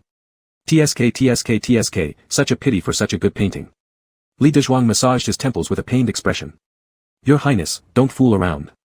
Mu Jian set down the painting, hugged Li Dezhuang from behind, rested his chin on Li's shoulder, and his warm breath brushed against Li's ear. I want to try painting one too. Gardley, teach me. Li Dezhuang tightened his grip on the brush, preparing to push him away, but Mu Jian grabbed his hand. His hands were larger, completely enveloping Li Dezhuang's. Just like now. Li Dezhuang was entirely embraced by him. Mu Jian lowered his gaze and looked at the drawing paper as if all his thoughts were focused on it and nothing else. He picked up the brush, started painting, and drew pictures. Smooth lines appeared on the paper one after another. It was a body, indiscernible whether male or female for the moment. The painting skills were amateurish and crude, disjointed parts pieced together like something taken apart from a human and reassembled haphazardly. Li Dezhuang couldn't bear to look anymore, but he couldn't help laughing. What have you painted here? Mu Jian pressed his chest closer to Li's back, his deep and magnetic voice full of allure. He held the pen close to his ear and called him teacher as though he were merely a little apprentice learning how to paint. How should I draw it then? Li Dezhuang struggled, trying to break free from Mu Jian's hold. But Mu Jian was stronger, and in his struggle, Li found himself facing Mu Jian's handsome face and deep eyes. Li Dezhuang had to admit. He was afraid of this man, repelled by his touch from the bottom of his heart, yet he acknowledged his beauty. This guy would definitely be a top-tier idol in the modern world. Mister. He's about to lose control. Mu Jian chuckled softly, stepped back unnoticed, avoiding contact below with Li Dezhuang. He almost stuck close, why are you staring at me like that? You're making me, a little hot. Li Dezhuang quickly averted his gaze. Let go. Don't meddle. Mu Jian refused, just teach me already. I've never learned this before. Or maybe, Gardley, you can show me, so I can copy it. Boom. Li Dezhuang felt like there was a landslide in his mind. Swearing barely made its way back down his throat when he felt a hand touch his waist, which startled him into jumping up to escape. However, Mu Jian seemed prepared and suddenly pressed down, trapping him beside the table. His beautiful eyes were lowered as he captured Li's hand in his palm, studying it as if conducting some kind of research. So pretty. Li Dezhuang. Mu Jian curved his lips, using the tip of the brush to slowly trace patterns over Li Dezhuang's hand. The sensation from the brush tip traveled from his fingers to other parts of his body. He was like a demon, grabbing onto Li Dezhuang's ankle and gradually dragging him into the abyss. I've blackened your hand. Let's press it onto the paper, alright? That way, I'll save some trouble. Li Dezhuang closed his eyes and endured for a moment. Let go. It's disgusting. It's fine, I'll wash it for you later. Mu Jian held onto his hand and meticulously traced over it with the tip of the brush. From the outline to the palm lines, then each finger. With great attention to detail. As if glazing an extremely precious porcelain. Li Dezhuang felt like he was the virtuous woman being teased right now. Except. No virtuous woman has her palms smeared black like this. Mu Jian took Li Dezhuang's hand and pressed it onto the paper. The palm print was complete. Li Dezhuang, irritated, said, Can we be done now? Your Highness, can you let me go? Mu Jian didn't hesitate for a moment, releasing him immediately, but at the same time, picked up the painting, keeping his head resting on Li's shoulder, sidelong looking at his flushed face. He laughed and asked him to look at the painting together. Does it look alike? Like what? Mu Jian smiled and slowly blinked his eyes, speaking gently, what do you think? It looks. Damn. Let me go already. Mu Jian's gaze darkened slightly, feeling as if there were flames burning in his throat, drying out all the moisture. He released him, then I will keep it. Damn, there's something wrong with you. What's so special about a palm print to keep? Mu Jian approached with a playful smile, his nose affectionately rubbing against Li Dezhuang's cheek. Guard Li, don't be mad. It was just a little joke. His Highness is truly mischievous. He still needed to wash his hand. Leaning on the edge of the table, Mu Jian reached out and pinched Li Dezhuang's chin, forcing him to look at himself. He grinned, isn't it because I don't treat Guard Li like just anyone else? In my eyes, Guard Li is someone much closer than even a lover. Go away. And don't come bother me when I'm painting again. Li Dezhuang ignored his flirtations, shrugged him off, and went to wash his hands. Mu Jian stood in the room, and after he left, he spread the painting on the table, slowly pressing his own hand onto the palm print. He didn't care that his hand was now covered in ink. He smiled, I've held your hand. Li Dezhuang thought maybe he'd been a bit too angry this time. Mu Jian no longer came to disturb him when he was painting. Li Dezhuang's business was thriving, especially favored by the madam of the pleasure house. With business growing better and better, he made deliveries more frequently. On a day full of spring vitality, Li Dezhuang wore a light green long robe, lifted the hem of his clothing as he entered, and coincidentally met the madam. The moment she saw Li Dezhuang, she froze, dropping her handkerchief on the ground. Dazed, speechless. Scholar Shang, you never told me how handsome the artist is. Shang Yin smiled, just about to take the opportunity to compliment Li Dezhuang. But the madam continued on her own, praising his artwork and good looks, and even inviting him for free wine and food. Li Dezhuang was thrilled. And immediately accepted. Before he finished 2 cups of wine, the servant boy who accompanied him rushed in, earnestly trying to persuade him to go back. Li Dezhuang was delighted. Having been immersed in ancient life for so long, it was time for him to enjoy some of its perks. He paid no heed. The girls around him wouldn't let go of Li Dezhuang either. Talented, an artist, and dashing. A person like this would stand out among the scholars visiting the pleasure house every day. The servant boy grew anxious. When leaving, His Highness had repeatedly instructed not to let anyone lure away Guard Li. Now it's over. The pure and spotless Guard Li was about to be dragged into a spider's den. The servant boy hurried back to report. Li Dezhuang was drunk, his beautiful eyes shining with a captivating glint even in his inebriated state. He slightly leaned on the table and began dreaming, while in a haze he felt like being picked up and cradled in someone's arms. Someone caressed his face, breath hot on his cheek. How could one be so good-looking? Li Dezhuang furrowed his brow and struggled a bit. Beautiful. The youthful voice abruptly stopped, hiding an undeniable hoarseness and displeasure. How can you be so disobedient? You must learn a lesson. Chapter 23, he wanted home, wanted to go back. Li Dezhuang woke up from the pain. It felt like he was about to be split in half. He was terrified. He wanted to see who it was but his eyes were covered. He tried to struggle but his hands were tied. His opponent had an abnormal strength, like a mountain, and all of Li Dezhuang's efforts against him seemed as futile as mud sinking into the sea. Li Dezhuang was chilled to the bone. Trembling with pain. He began to beg pitifully, who are you? Who? Let me go, I'll give you anything you want, let me go. His pleading did not evoke even a trace of sympathy from the other person. He was gripped by the neck, feeling like he was sinking into the deep sea, unable to breathe, suffocating and agonizing, just like a sharp blade cutting through Li Dezhuang's emotions, the tip pressing against his heart, pushing him towards an abyss. Li Dezhuang felt utterly broken. He was going insane. The one he thought he had guarded against at home never crossed his mind that he would fail so miserably here. He wanted to run. But couldn't escape. He was like prey whose throat was being squeezed, like a dying beast, left with nothing but helplessness and despair, not even able to cry out in anguish anymore. Tears soaked the cloth covering his eyes. And the smell of blood filled his nostrils. Over. Everything was over. Li Dezhuang wanted to die. He was drowning in darkness, unable to distinguish night from day, unable to tell between wakefulness and unconsciousness, and could not measure the passage of time. Every inch of his skin felt as if it were stuck to red-hot iron, each slight friction causing excruciating pain, making him claw cracks into the bed sheets. Pain sent him into unconsciousness. He lost all senses and feelings. When Li Dezhuang woke up, his vision was still pitch black. After lying there for a while, he slowly and belatedly realized he should remove the black cloth covering his eyes. Sunlight seeped through the gaps. Outside was already bright.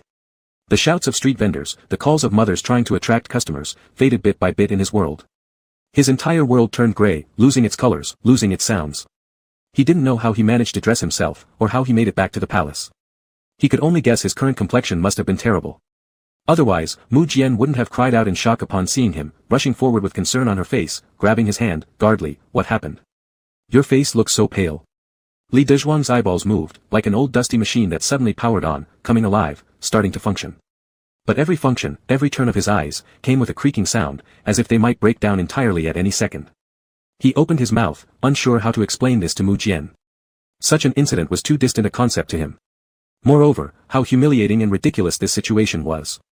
Li Dezhuang had no face searching criminals in the brothel, let alone revealing this to Mu Jian. He slowly pulled back his hand. I'm fine, I got into a fight with someone. A little tired, I'm going back to rest. Li Dezhuang walked toward his room in a daze. His head was muddled, with a vague sensation, unable to tell whether he was trapped in a nightmare or reality.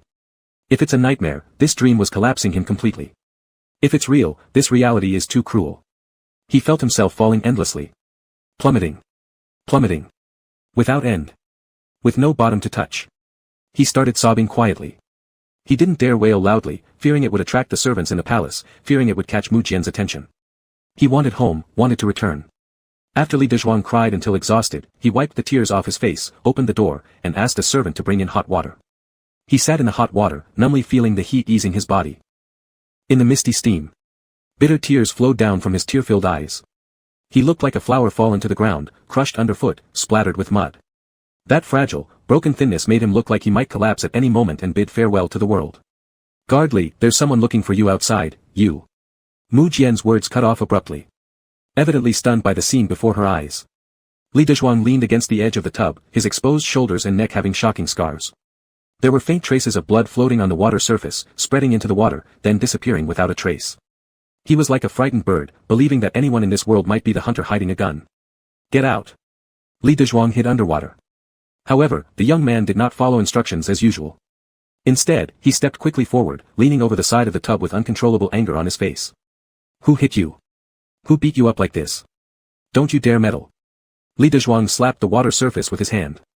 The splashing water drenched Mu Jian thoroughly. Get out. Go away. He couldn't control his emotions, feeling like his head was about to split open. He had become a madman, twisted and crazed, like a balloon stretched to its limits. Just a slight poke, and it would burst with a pop. But the young man was not scared off by Li Dezhuang's yelling. Water splashed everywhere. Then, he was embraced. Mu Jian whispered into his ear, I won't leave. If I go, who will hold you?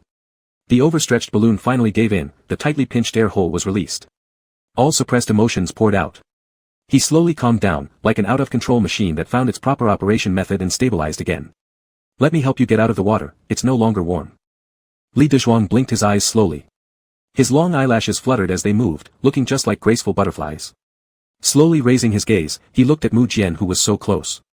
For a moment, he realized how absurd it was that he'd been afraid of Mu Jian for so long. There were plenty of truly bad people in this world. Mu Jian carried him out and wrapped him in a large towel. He then carefully wiped the water droplets from Li Dezhuang's face with his sleeve.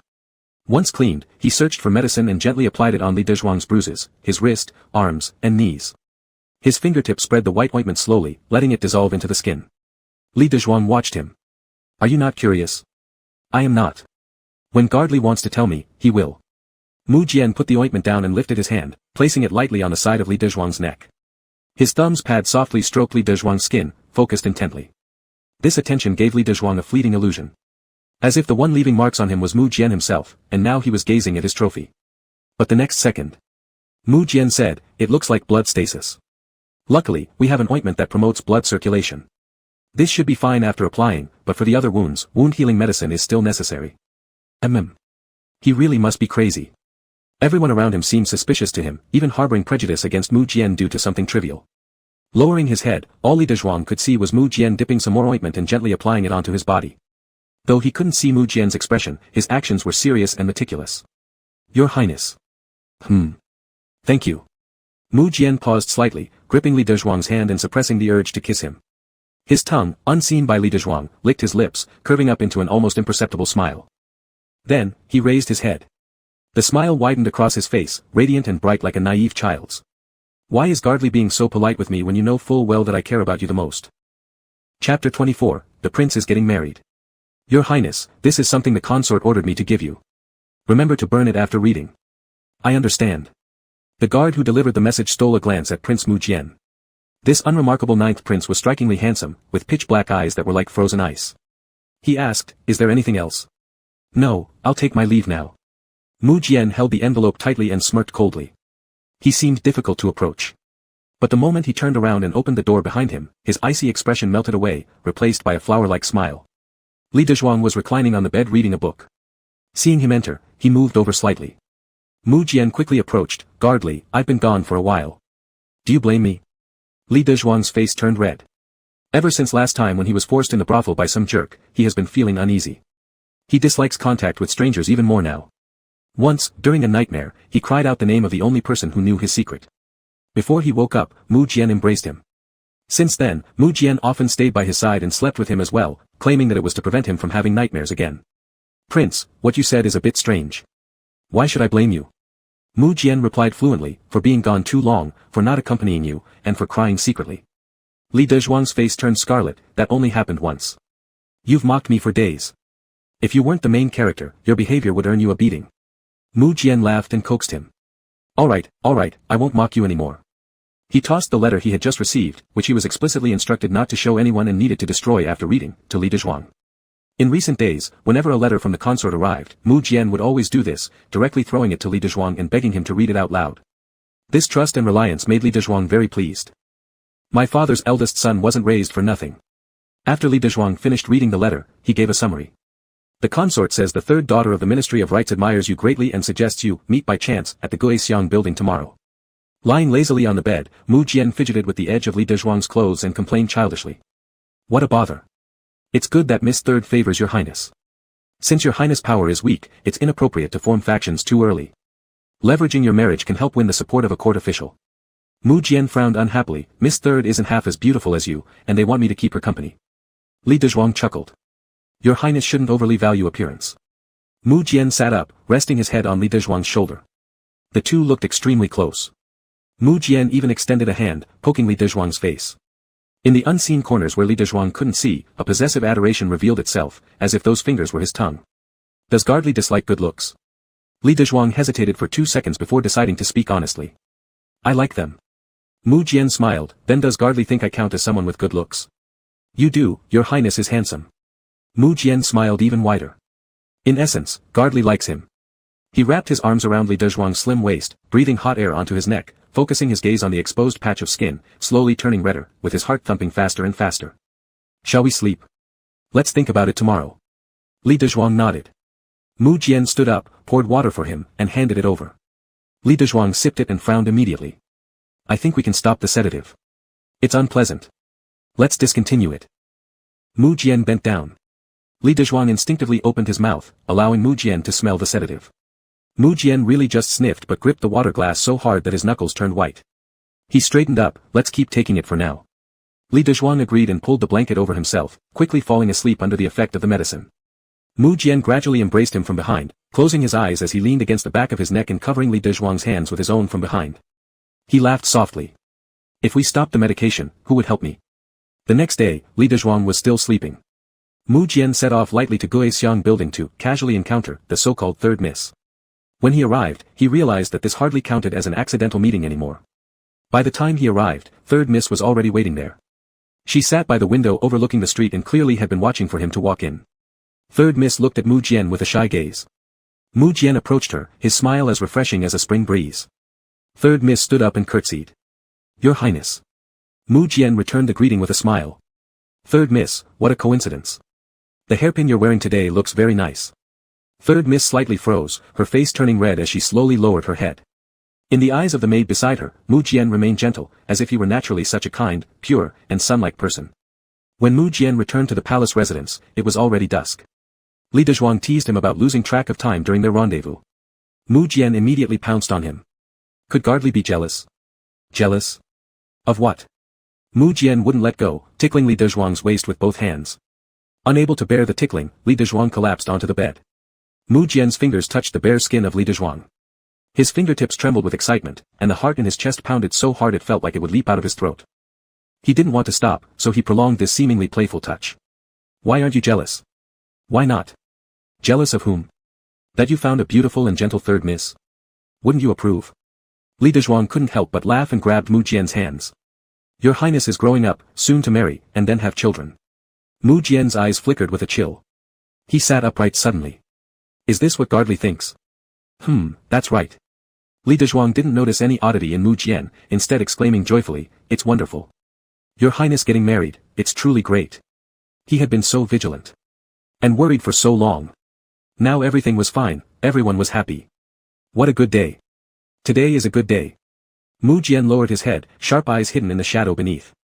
His fists clenched tightly inside his sleeves. But I don't want to get married. What's so great about it? Of course it's great. Li Dezhuang slapped his thigh. After marriage, you'll have a wife. Didn't I tell you before? A woman's body is incredibly fascinating. Isn't it just 2 measures of meat on the chest? I reckon third miss doesn't even have that much. Li Dezhuang regrouped. It's not only about the body. In the future, someone will wash your clothes and cook for you, assist you in governing, educate your children, and play harmonious music together. Mu Jian tilted his head slightly upward, revealing a cold glint from the corner of his eye. Does Gardley truly want me to get married? Chapter 25, Li Shouwei is just too good. Li Dezhuang remained silent. He felt that if he were bound to a system, there would certainly be an electronic voice alerting him at this moment that the protagonist was in an unusual emotional state. That face expression was far too easy to understand. He immediately probed, should I say, no? Mu Jian's expression improved slightly. Slightly relieved, Li Dezhuang continued, Your Highness is like a dragon among men, destined to enter the Eastern Palace and rule the world. Behind you, there must be a virtuous and kind person to accompany you. Mu Jian pinched his face. Smiling as if bathed in spring, Mu Jian said, Guard Li's words are reasonable. But in his heart, he thought otherwise, who else could do anything about it? When he ascends the imperial throne, he planned to set up a side chamber in his imperial study and another behind the Golden Hall. He would lock Li Dezhuang in there. When he got tired from court sessions, he'd find him for relief. When weary from processing memorials, he'd seek him again for comfort. Though his thoughts were improper, his surface smile remained pure. He leaned closer to Li Dezhuang. Has Gardley ever been close with a woman? Li Dezhuang shook his head. Inviting rejection, yet still persisting. Peony flowers. I haven't either, but perhaps Gardley and I could discuss how I can win the favor of third miss. As everyone knows, someone without relationship experience often gives emotional advice to friends around them. Especially this person, Li Dezhuang, who deeply desired to see him in love. Instantly imbued with a sense of responsibility, he slipped on his shoes, dragged them along, grabbed paper and pen, placing 2 books on the bed to prevent ink stains on the mattress. A girl, sending her flowers or jewels will surely work. Mu Jian rested his chin on Li Dezhuang's shoulder like a little dog, his hand loosely draped on Li Dezhuang's waist. What does Gardley like? Me. I like pretty girls. Who the hell doesn't like beautiful young ladies? Mu Jian's face darkened, looking unpleasant. Which girl looks better than him? Big eyes, sparkling. Pale skin, reddening when excited, flushing when embarrassed, even turning red under the sun. With every move, there was a mysterious elegance and nonchalance, an indescribable charm oozing out at the corners of his eyes. Like a cat. It often made people suspect that he was deliberately seducing, yet his gaze was clear as if all these amorous, face-flushing thoughts were imagined by the other party. Li Dezhuang couldn't see his face, thus being unaware, kept talking incessantly, discussing experiences from novels and TV dramas he had read or watched, teaching him how to create a romantic atmosphere and how persistent men always win the ladies they adore. Mu Jian smiled, suddenly reaching out and grabbing Li Dezhuang's chin, forcing his gaze towards himself. Li Dezhuang was startled by this sudden action, and his brush fell abruptly. The yellowing paper gained a big blotch of ink, then rolled onto his quilt, slowly soaking into a large ink stain. Mu Jian's voice was low, sounding dangerous. Ladies fear persistent suitors. Gardley seems so experienced, it doesn't look like you've never had one. I really haven't. I learned by watching others. Mu Jian laughed. I thought Gardley was pure and chaste, but the closer I get, the more I realize how versatile Gardley is. Do others know about your side? Li Dezhuang's heart trembled. Such words coming from Mu Jian were especially discordant. In his impression, Mu Jian has always been his best buddy. Could it be the father's occupation that spoiled the son? Li Dezhuang lifted his head, rescuing his chin from Mu Jian's grasp, dry laughing, we're good buddies, I don't hold back with you. With others, it definitely wouldn't be like this. Light flickered in Mu Jian's eyes. Silent for 2 seconds, then became sweet and soft again. So, in Gardley's eyes, I'm different from others? Of course your highness is different. Mu Jian grinned, affectionately rubbing against Li Dezhuang's shoulder. Looking up, with some youthful innocence. And what next? If third miss agrees, but her family refuses, what then? Li Dezhuang, sincerity can move even the hardest of hearts. Don't become the playboy from those stories and deceive innocent girls. That behavior is unacceptable. Mu Jian glanced down. On the bed. Then glanced at Li Dezhuang. Tricked into coming. He laughed, pointing at the fallen brush, reminding him. Gardley, your quilt. It was only then that Li Dezhuang remembered the fallen brush. By now, the ink blot on the quilt was as big as his fist. Ah! My quilt. Mu Jian lounged leisurely against the quilt. Why don't you go wash it quickly, Guardly? You can spend the whole night with me, and when the quilt dries tomorrow, you can bring it back. Li Dezhuang wanted to endure the ink stain, but he couldn't help himself and handed over the quilt to a servant. After returning to the bed, he kept saying, "Sorry for the trouble, Your Highness," before lying down fully clothed. A full 8 zhang away from Mu Jian. Seeing the empty space between them, Mu Jian turned sideways. Doesn't Guardly think this arrangement is a bit drafty? Of course he thought so. But Li Dezhuang didn't want to be so close to him. I'm fine, Li Dezhuang said stubbornly. Mu Jian smiled without calling him out. Soon, Li Dezhuang came up with a better idea. If Your Highness feels it's drafty and uncomfortable, we could put our clothes between us. That way, it will definitely be warmer. Mu Jian looked at him. It wouldn't be as warm as being in each other's arms. Still, he smiled and said, I don't feel any drafts or discomfort. There's no need for our clothes. Li Dezhuang. Fine. Quietly, Li Dezhuang moved an inch further away. He stayed vigilant around this wolf next to him and didn't dare sleep, his brain working overtime. Though third miss was a concubine-born daughter, she still came from a high-ranking family. A match with the current Mu Jian would be considered quite prestigious. But as Mu Jian had pointed out, even if third miss agreed, her family might not. Unless the noble consort could directly intervene and ensure this woman for Mu Jian. If appointed by the emperor, the matter wouldn't require the ministry house's consent. Yet, this seemed far too difficult. Surely they couldn't let Mu Jian force the situation through immoral means, right? That would be too despicable. Li Dezhuang was getting irritated. Mu Jian wouldn't be truly settled until he formally consummated a marriage with a woman. Flipping restlessly, Li Dezhuang grew more annoyed. Suddenly, something small wrapped itself around him from behind. Not just hands wrapping around his waist, but legs too. Terrified, Li Dezhuang wanted to bolt forward but found the wall right in front. Where could he possibly escape? Mother. Mu Jian's voice, tinged with a sob, felt like a binding spell. Li Dezhuang froze. After all, regardless of whether Mu Jian acted crazily or affectionately towards the same sex, he was still a pitiful child who never had his mother's love. Letting out a long sigh, Li Dezhuang gently patted Mu Jian's hand.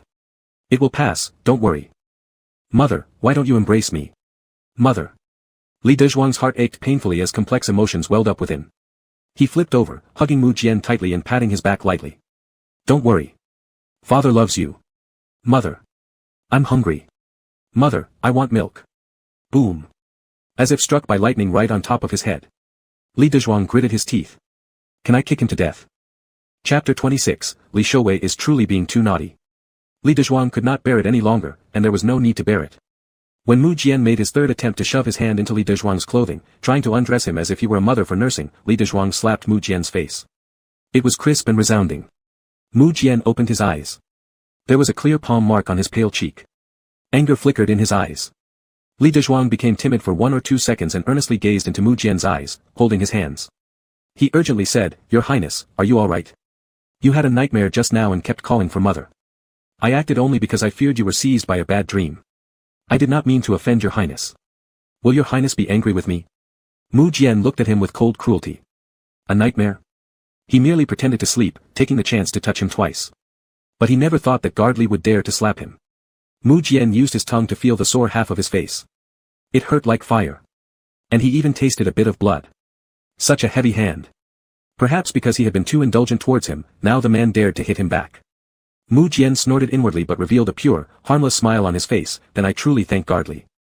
Li Dezhuang waved his hand dismissively, saying, No need to thank me, Your Highness, can you still sleep? I can. I often have nightmares, I've become accustomed to them. Li Dezhuang felt like losing his mind. If you can sleep, I don't dare anymore. You're acting so improper already today, will tomorrow be even worse? After drawing 2 deep breaths to calm himself. I shall ask someone to check on Your Highness. I'm not at ease with how things are. As he spoke, he lifted the quilt, stepped over Mu Jian to get out of bed. While putting on his shoes, he didn't notice the gaze directed at him turning cold as an icicle. When Li Dezhuang turned around, Mu Jian appeared normal again. However, Guardly, it is quite late. Li Dezhuang adjusted the blanket around him, Your Highness should rest well. I'll look for the doctor. If I can't find one, I won't disturb Your Highness further, so you needn't wait for me. Mu Jian tilted his head and observed Li Dezhuang for a while. Is Guardly planning to stop sleeping with me? It wouldn't be good to keep disturbing Your Highness. Aren't you afraid anymore, Guardly? In this palace, those villains should not dare come again. Thank Your Highness for these few days of companionship. Rest well, I will go find a doctor. Li Dezhuang swiftly scurried away. Not even looking for a doctor, directly returning to his own room, closing the door, taking off his shoes, and diving into bed. Outside the window stood a person, silently watching him for a moment before slowly curving his lips into a sinister smile. You're being way too mischievous. Having come out from the shadow of the previous episode, Li Dezhuang happily returned to the joy of sleeping alone in a bed, free to roll wherever he wanted. When waking up the next day, he felt particularly refreshed. Could down 3 bowls of food. Full of energy, he got out of bed, put on his shoes, poured water. Suddenly, he noticed a letter added to the table. Out of curiosity, he picked it up. There was no name on the envelope. Upon opening it, his eyes met its contents and went blank. Zhuang, I thought you would never dare return to your room. Your room smells so fragrant, is it because of your scent? Have you secretly used women's makeup? Are you deliberately luring me? Li Dezhuang's breath hitched. Shit. What kind of pervert was this? He turned to the next sheet of paper. His pupils shrank abruptly. Zhuang, do you know how beautiful you were that night? I want to lock you up, take off all your clothes, tie you to the bed. Every day you will wait for me to come back and kiss you. From now on, your eyes will only have one person, you will only see me, nobody else. It's him. Li Dezhuang tightly shut his eyes, his hands slightly trembling while gripping the letter. Unavoidably, his thoughts were dragged back to that terrifying, dark day. He felt as if he was standing on the edge of a cliff again, where beneath were abyssal depths with a pitch-black mouth waiting for him to slip and be devoured without leaving a single bone behind. He felt like every sound around him was gradually fading away. All he could hear was a buzzing sound. He never imagined that the murderer, that freak, was so close to him. In just the first night he left Mu Jian and returned to his room, the stalker had managed to place this letter here. Li Dezhuang desperately tried to regulate his breathing. He immediately burned the letter. He looked at the ashes on the ground, and suddenly felt that these ashes, which could be easily blown away by the wind, were very heavy. So heavy that he couldn't look straight at them, his whole body was shaking under the pressure. He felt nauseous and wanted to vomit. But he didn't vomit anything. Holding his chest, wave after wave of dry heaves. What's wrong with Gardley? The young master's concerned voice suddenly rang out overhead. Li Dezhuang looked up. In the instant Mu Jian saw Li Dezhuang's face, his pupils contracted uncontrollably. Because of the dry heaving, Li Dezhuang's eyes were like they had been soaked in water, the corners red, and his mouth, having been rubbed by the back of his hand, was also red. He looked so fragile, like a piece of glassware, breaking easily with just a bit of force, yet no one could resist his beauty. The originally intended helping hand that was meant to push Li Dezhuang's hair behind his ear slightly curled and fell down, retreating back into the sleeve. Li Dezhuang struggled to slowly straighten his body. Those filthy words. Not suitable for minors. Nothing, just feeling a bit unwell. Did the young master sleep well last night? Mu Jian nodded, his gaze looking innocent and pure, as if it was not he who had those improper thoughts moments ago. Quite well, didn't have any more nightmares. Li Dezhuang nodded. He felt himself surrounded from both sides. After asking the attendants of the palace, none of them saw any strangers enter the palace last night, and no one saw anyone approach Li Dezhuang's room. They even didn't know when Li Dezhuang returned to his room. This means that the pervert was someone inside the palace. And it also means how lax the defenses of this palace were. Li Dezhuang trembled with fear after thought. The fact that he wasn't forced again last night was simply due to good luck. He immediately rearranged the palace's defense, emphasizing extra patrols around his own room and Mu Jian's surrounding area. Ensuring 24-hour watch. Li Dezhuang thought everything would be fine now. However, the second day morning woke up, an envelope exactly like yesterday, was neatly placed on his table once again. It stung Li Dezhuang's eyes. He bit his lower lip until it bled, using the pain to stimulate his nervous system that had become numb because of fear. He opened the letter. Inside there was only one line. Is Zhuang arranging so many guards on patrol to keep me away? I'm so sad. Chapter 27, No Escape. A chilling sensation crept up Li Dezhuang's entire back, starting from the last segment of his coccyx. The encrypted defense was completely useless against this person. This letter appeared as if out of thin air. Even between the lines, there was a sense that Li Dezhuang had angered the sender. Li Dezhuang clutched his chest, feeling his heartbeat in an abnormal state. It raced to about 130 or 40 beats per minute. He abruptly grabbed the brush and heavily wrote the 3 words, psychopath, on the paper. Who knew, the next day, there was a reply on the desk. This is the first time Zhuang has replied to me, I'm so excited, so fond. There's your scent on it, it smells so good. I've already kept it well. Everything about Zhuang I will keep safe. Freak. Freak. Freak. This person was like a devil lurking in the dark night, silently opening eyes behind him, ready to take advantage when the whole palace's guard was lax. With greedy eyes, reviewing him, undressing him inch by inch, while he knew nothing about it all. Li Dezhuang covered his face, taking a deep breath. Sure enough, boys must also protect themselves outside. He quickly held his quilt and pillow, poking his head out outside Mu Jian's room. Your Highness. Mu Jian lifted his head from behind the book, what's wrong? Does your Highness fear sleeping at night? Mu Jian smiled, no. No. You do. Li Dezhuang walked in, placing his quilt on Mu Jian's bed, hopping beside Mu Jian, being especially attentive. Your Highness, would you like me to grind ink for you? Mu Jian turned around, his back facing him. You're blocking my light. Li Dezhuang quickly changed his position. Would you like me to massage your shoulders, Your Highness? Mu Jian turned again, avoiding his hand. Not necessary. The big leg was angry. Li Dezhuang firmly pressed Mu Jian's shoulders without saying a word, giving him a shoulder massage, asking while massaging if the pressure was right, while also flatteringly asking, is there anything Your Highness needs me to do? Mu Jian put down the book. Guard Li, a person shouldn't be like you, coming and going as commanded. You should return to your own room, I don't need you here. Li Dezhuang was stunned. Indeed, that slap made the little ancestor angry. But now, he didn't want to sleep alone for anything. There was no security at all. If that freak had poison, or a gun, his life would instantly vanish. Is Your Highness still mad because of that slap earlier? Why don't you hit me back? Mu Jian looked at him fixedly. What he wanted wasn't just a slap. He wanted a lot, but the current Guard Li didn't want to give it. He had to make Guard Li understand, in this world, he has no one to rely on, and could only submit to him. No, go back. I have to go boating with Miss Third tomorrow, don't disturb me. Li Dezhuang didn't expect that the formerly clingy child would now be so heartless. He tried to think of some tricks, but Mu Jian wouldn't even look at him. Having no choice, Li Dezhuang left with his quilt. Despite leaving, he didn't dare to walk far. Wrapping himself tightly in his blanket, he sat under the veranda, thinking, with this four-sided ventilation, people passing outside, and Mu Jian inside, surely that guy wouldn't dare. At first, Li Dezhuang was still firm, enduring for a while. Enduring, he couldn't hold out anymore. He fell asleep leaning against the wall. At this moment, the door creaked open. Mu Jian stood in front of Li Dezhuang, slowly squatting down, his hand lightly stroking his cheek, then softly pressing his lips, turning them red. His heart pounded fiercely several times. Mu Jian's pupils grew darker, his throat dry, he swallowed, slowly got up, and gestured to the guards to rest. After the guards left, Mu Jian slowly untied his clothes, his eager gaze like a wolf ready to prey. Under the moonlight, the prey remained unaware, unknowingly entering the wolf's territory. When Li Dezhuang woke up the next day, his throat felt extremely parched, burning as if someone had set fire inside it. His head felt heavy and uncomfortable. He belatedly realized that he had a fever. Mu Jian was sitting at the bedside, looking tense when he saw that he had awakened. Guard Li, you've awakened. You scared me half to death. Your fever was really bad, it's all my fault. I shouldn't have let you sleep on the veranda. The handsome and delicate face of the young man looked as gloomy as a bitter gourd. I've invited a doctor for you, and he's prescribed some medicine. After you drink it, you'll feel better. Li Dezhuang nodded, drank the medicine, and then drifted back to sleep. Before falling asleep, he thought that today Mu Jian should have been meeting the third Mississippi. To stand her up like this, surely the young lady would be upset. When Mu Jian came again, Li Dezhuang voiced his concern. Clang.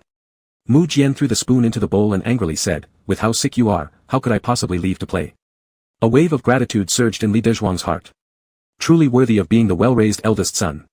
Mu Jian, who was mad, shoved the bowl in front of him and demanded, hurry up and drink your medicine. Li Dezhuang took it, drank it clean, and winced as the bitterness struck his brows.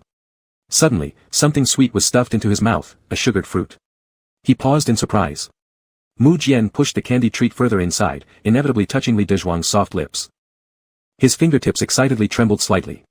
Mu Jian quickly pulled his hand back and tucked his trembling fingers into his sleeves. Innocently, he asked, is it delicious? Is it still bitter? Li Dezhuang shook his head. Thank you, Your Highness. Mu Jian set the medicine bowl down, leaned closer slightly, and pressed his forehead against Li Dezhuang's forehead, as if checking his temperature. It seems not so severe anymore. Yes, it is better. Has Guard Li sweated yet? Do you feel any discomfort? It was fine until Mu Jian mentioned it, but once he did, Li Dezhuang felt sticky all over, uncomfortable, even in his mouth, it was just everywhere. Mu Jian, like a mischievous child trying desperately to make amends, propped both hands on the edge of the bed. What if I help Guard Li clean his body? No need to trouble Your Highness. Mu Jian smiled with pursed lips, his innocent eyes hiding the sunlight and slyness of a youth. Is Guard Li shy? Who was it that once told me, since we're both men, there's no need for shyness? It was him. Mu Jian patted Li Dezhuang through the blanket, saying gently, Guard Li, rest assured. Since you're ill and can't catch a chill, I'll just slip my hand inside to wipe you clean. I won't see anything. As he spoke, he moved to rise. Li Dezhuang hastily grabbed Mu Jian's wrist. This sudden movement made him notice something slipping downwards from his chest. His nerves instantly tightened. His pupils dilated. Mu Jian turned his gaze, slightly narrowing his eyes, looking like a dangerous snake. He curiously asked, what's wrong with Guard Li? Chapter 28, I will always be by Li Shiwei's side and forever treat you well. Li Dezhuang forced a smile. Right now, his entire mind was preoccupied with the letter in his arms. The presence of this letter was too strong. It made him pale and caused his thoughts to stagnate. He wanted to read what else the letter said, but he didn't dare to look. Mu Jian slowly lifted his face, making his eyes meet hers. In Mu Jian's eyes, Li Dezhuang saw concern. In that very moment, Li Dezhuang had an overwhelming feeling as if he were a drowning man seeing driftwood. Mu Jian said, Zhuang, you can tell me anything. Li Dezhuang's eyes started to redden little by little. The sunlight reflected on the tear film in his eyes, producing a shimmering light more beautiful than the moonlight during a full moon night. I want to ask His Highness to save me. Mu Jian sat by the bedside, holding Li Dezhuang's hand, gently pressing it against her cheek. She gave him a harmless smile, her two small canine teeth making her look particularly lively. I will help you. Can you tell me slowly? I will always, forever, be by Li Shiwei's side and always treat you well. Li Dezhuang was slightly stunned. His long eyelashes, dyed a charming golden color under the sunlight, fluttered like graceful butterflies. The crystal-clear tears slid down his cheeks. All his uneasiness, indignation, and fear seemed to have found an outlet for expression. Li Dezhuang grabbed Mu Jian's hand, biting his trembling lips, and slowly leaned on her. He smelled the scent on her body, feeling a sense of security he'd never felt before. Your Highness. Mu Jian reached out, hugging him into her embrace, resting her chin lightly on his head. In a place where Li Dezhuang couldn't see, she curved her lips upward. Don't worry, I'm here. I'm here. Li Dezhuang was like the vine that depends on a big tree for survival. After drawing nourishment bit by bit from the tree, he mustered up the courage, took out the strange object in his bosom. A letter. Just like all the other letters he'd seen before, it had no name. Only a thin envelope. The piece of paper inside was the root of Li Dezhuang's fear. Trembling, he took out the paper, unfolding it slowly. The letter read, When Zhuang sleeps, you really are so good-looking. You're even better looking than girls. I don't understand, is your unguarded sleep in front of my eyes an intentional temptation? You know I can't resist. And indeed, I didn't. The content continued on to the second page. Your face, your lips, are the most enchanting medicine in the world. Li Dezhuang widened his eyes. He tightly bunched the letter in his chest. The taste that rose in his mouth made him uneasy, scared him. Mu Jian looked down, what's wrong? What is it? Where did it come from? Li Dezhuang looked up, Your Highness, that person, the one who has bullied me, seems to have targeted me. Mu Jian's face instantly turned stern. Her icy gaze was like severe winter frost, chilling the heart. I will have someone investigate. Don't be afraid. Li Dezhuang finally put his heart at ease. In a daze, he felt something touch his head. It was brief and soft, almost making him think it was an illusion. Perhaps the psychological pressure was too great. Li Dezhuang's illness dragged on without improvement. It took more than half a month of care for him to start improving. Just in time for the spring hunt in March, Mu Jian brought Li Dezhuang along to help him relax. The hunting ground was vast, but the scenery wasn't particularly good. But with a gentle spring breeze, Li Dezhuang loved it. Mu Jian asked him if he wanted to ride a horse. Li Dezhuang shook his head, saying he didn't know how. Mu Jian said she could teach him. Li Dezhuang was a little interested but still scared. After all, the horses in ancient texts weren't just toys. Without modern training and taming, they could easily rear up and throw him off, causing fractures at the least or paralysis at worst. Li Dezhuang didn't think this era had medical technology advanced enough to handle fractures or paralysis. Mu Jian noticed his inner fear. It's fine. You get on, and I'll lead the horse. This isn't proper. What rules? Who cares about those? Mu Jian glanced around casually, and anyway, no one is paying attention to us. But that doesn't make it right. Mu Jian leaned closer, then let's share one horse, okay? Li Dezhuang hesitated. Mu Jian held Li Dezhuang's hand, we've already come all this way. Her tone was just like a child asking for candy.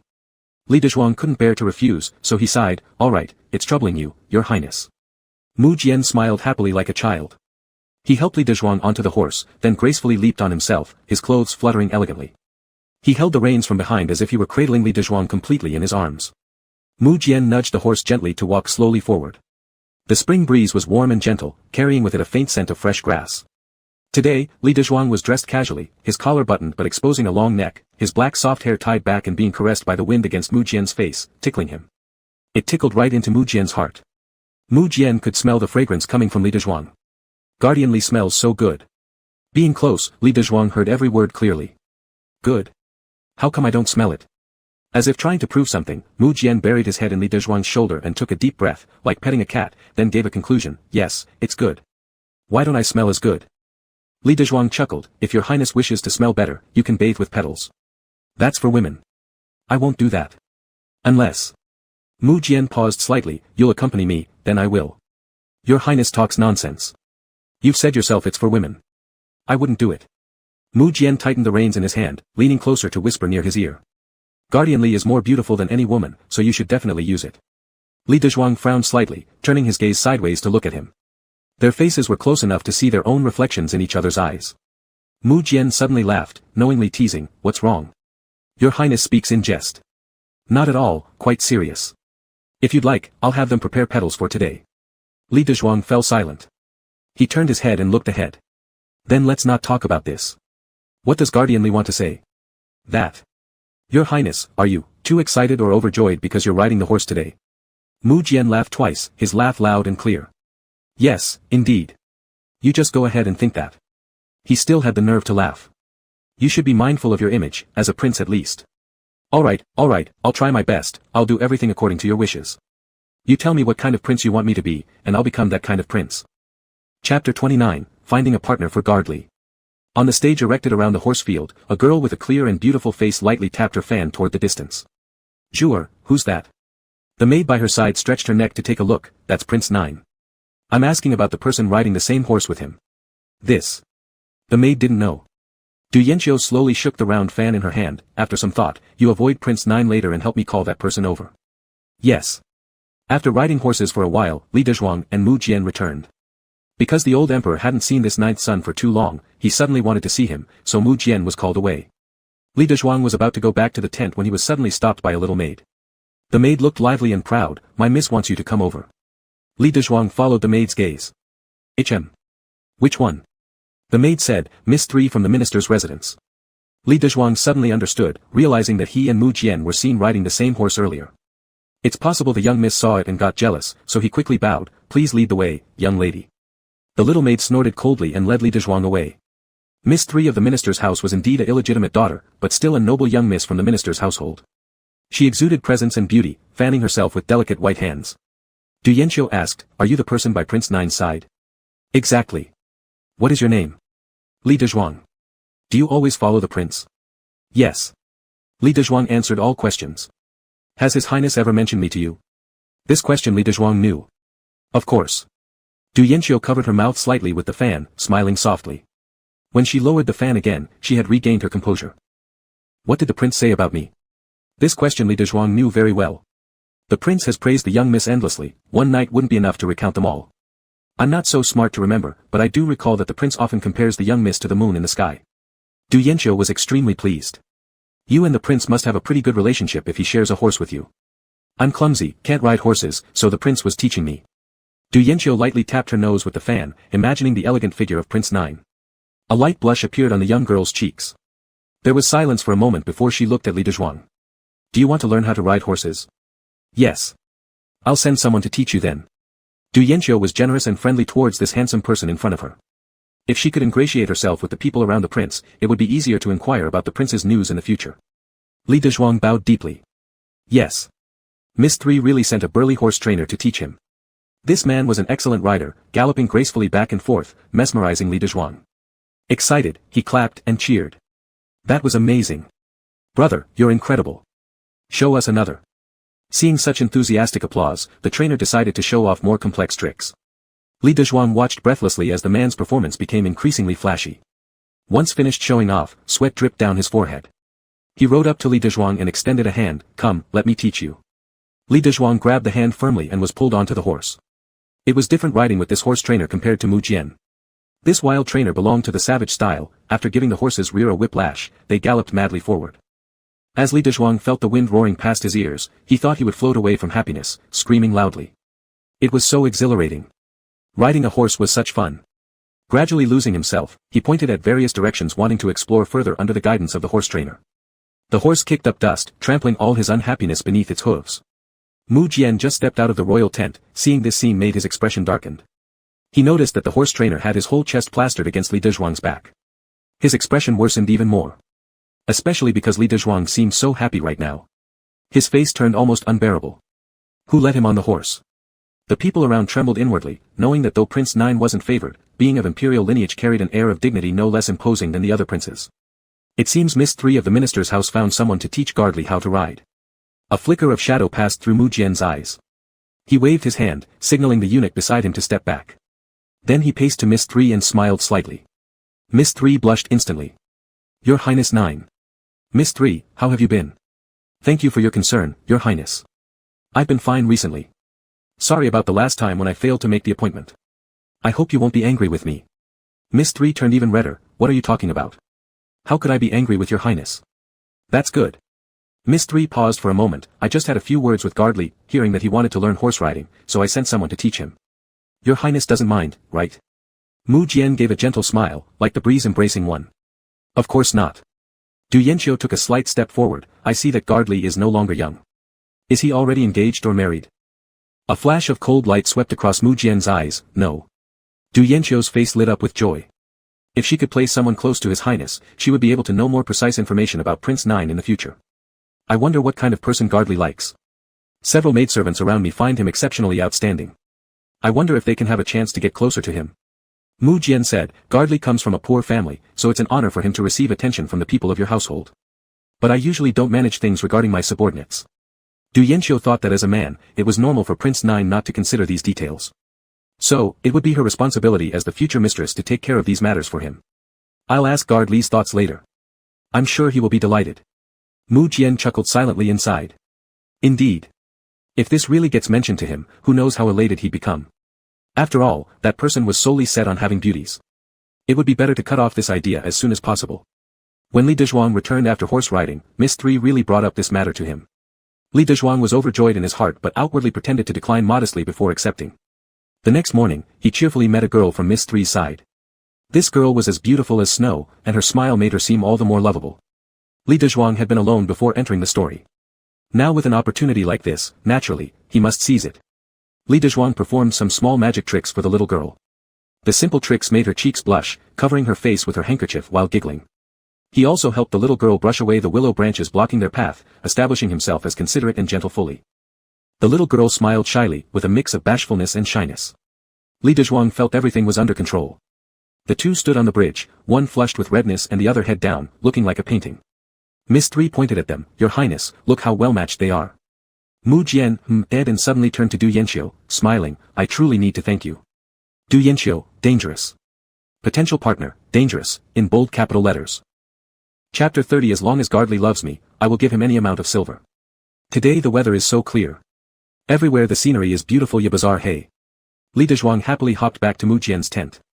Mu Jian was reading a book. Hearing his entry he looked up, with a smile on his face. Gardley seems so happy. Is the third miss made to your liking? Li Dezhuang truthfully replied, to my liking. He must be joyful. Who doesn't like a pretty girl? Li Dezhuang laid his head on the table, cheerfully saying, this afternoon, she even invited me to admire flowers together. Mu Jian stared at him for a while, then suddenly smiled, it's only March, all the flowers haven't bloomed yet. There are no flowers to admire, it's just an excuse to go out together. I thought the same thing. The more Li Dezhuang thought about it, the better he felt, and couldn't help but laugh out loud. Mu Jian's cold gaze seemed like a net firmly catching Li Dezhuang. And the other party didn't notice at all. Unfortunately, Li Dezhuang's sweet dream was shattered in the afternoon. The girl who should have been on a date with him fell into the water and drowned. When the guards fished her out, her whole face was already soaked white. The maid had accompanied Du Yanqiu for many years, they had some feelings. After seeing her, Du Yanqiu burst into tears on the spot. A maid falling into the water and drowning wasn't a big deal. In the hunting ground, it didn't even cause much ripples, not even as significant as a stone thrown into the pond. Li Dezhuang felt heartbroken and retreated back to his tent. Mu Jian returned in the evening, bringing roasted lamb, a large piece, which he placed on the table. He embraced the person on the bed, wrapping him tightly with the blanket, holding him in his arms. His nose snuffled like a puppy towards Li Dezhuang's ear, reaching his cheek. Is Gardley still sad? Li Dezhuang slowly turned over, originally quite upset, but upon realizing his overly intimate position with Mu Jian, gradually detached himself, sitting up. No. I thought so, after all, you've only met her once. If this single meeting could make Gardley break-hearted, then I would certainly be unhappy. What does your highness have to be unhappy about? Mu Jian reclined on the bed. I've known Gardley since I was young, having each other's company for many years. He paused for a moment, suddenly supporting his hand on the bed, pressing down on Li Dezhuang, pinning him against the innermost part of the bed. If you were to seek death for a person you've just met for less than half a day, it would make me feel that my place in Gardley's heart has been overshadowed by others. In my heart, there's no one who can compare to your highness. Upon hearing this, Mu Jian's expression lit up with joy, getting even closer, with a gleam in his eyes as if they emitted actual light. Since Gardly values me so much, how should I repay Gardly with my affection? Li Dezhuang gazed at Mu Jian for 3 seconds. Very sincerely, give me more silver. Mu Jian froze for a second, then burst into laughter. As long as Gardly loves me, I will give him any amount of silver. Ever since Mu Jian went to the king's tent once, who knows what he said to the emperor. The emperor summoned him increasingly often. Even after returning from the hunting field to the palace, he would frequently call him back to the palace.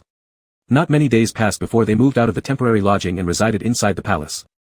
The palace isn't as free as the temporary lodge, requiring caution everywhere. The rules are also numerous. Mu Jian often grumbles while clinging to Li Dezhuang.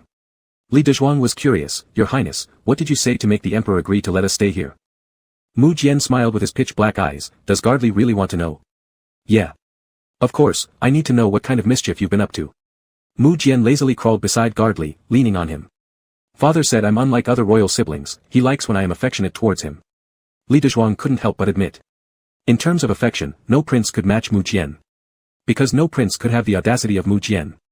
The emperor is old, having sat high above for too long, increasingly yearns for the simplest, purest familial love. Mu Jian perfectly satisfied this wish of his. Does your highness like the emperor? I don't, I'm pretending. Pretending is exhausting, he affectionately rubbed his head against Li Dezhuang's chest, finding a comfortable posture to lie down. After lying for a while and feeling unsatisfied, he pulled Li Dezhuang's arm around himself, finally content. Li Dezhuang truly admires him. Such rebellious words, he dared to say them to him. He took his hand off Mu Jian's waist, Your Highness says such things to me, are you not afraid I'll tell others? Mu Jian grabbed his hand back, pressing it on his waist, not letting him move, and pouted like a child, hold me for a while. I'm tired from being with Father Emperor. Let me lean on you. Li Dezhuang had no way out. He could only go along with this leading character. Mu Jian slowly said, I grew up in the cold palace since I was young. Father Emperor likes me now, it's just because he finds me novel for the moment and to his taste. Why should I give my true heart for this fleeting favor? Li Dezhuang's eyebrows twitched. Everything Mu Jian said was correct. In the end, all the emperor fulfilled was his own private desires. Mu Jian looked up, reaching out in Li Dezhuang's embrace to touch his chin. Moreover, the only one who deserves my true feelings is Gardly. In this palace, everyone has a clever mind. It's only when I'm with Gardly that I can find some relief. So, Gardly must not betray me. The word sounded as if brimming with affection. Li Dezhuang felt a bit uneasy. Mu Jian glanced at Li Dezhuang. He thought, whether from any angle he looked, Li Dezhuang was stunningly handsome. His pale skin gleamed like moonlight, and his water-red lips resembled cinnabar. His beauty was captivating, alluring, making one irresistible. I gave Father Emperor something today, and he liked it. What thing? Ha! Mu Jian laughed like a child, concealing a hint of mischief in his smile, a tonic for virility. Where did you get it? I obtained it from a street doctor. How dare you give the Emperor medicine from some random street doctor? I had it tested by someone else first. Do you really think I'm so reckless, Gardly? Li Dezhuang thought about it. Yes, he overreacted. This person would be the future emperor after all. If others have one trick up their sleeves, he had 10. Where did you even learn about this? Hadn't he realized how far-reaching education for children had become? Mu Jian didn't bat an eyelid, the palace people told me. Recently, the emperor met a beautiful lady but lacks the vigor to indulge in her company. As a prince, I must share his burdens. Mu Jian leaned closer to him, a playful glint in his eyes. Is Gardly still worried the medicine isn't reliable? Or perhaps, you should try it yourself. The veins on Li Dezhuang's forehead were pulsing violently. I don't need such things. Mu Jian chuckled, really?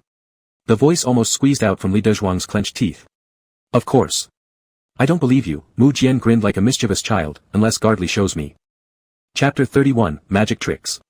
Li Dezhuang wanted to kick this person's face. How big is your face? Are you still looking? Yet he didn't dare, and could only tough it out. Your Highness, stop playing around. Where have I ever played around with Gardly? If I don't bring medicine, what else can I bring? I'm not like Gardly who can perform magic tricks to entertain young ladies. I can only try my best. Mu Jian paused for a moment, seemingly recalling something, his eyes wet as if he were a little dog that had been abandoned. There was obvious sadness in his voice, to think, Gardly knows how to perform magic tricks, and I didn't even know about it. You never showed me, but let someone else see first. His demeanor was so much like being jealous. Li Dezhuang laughed and pointed at Mu Jian, saying, How old are you?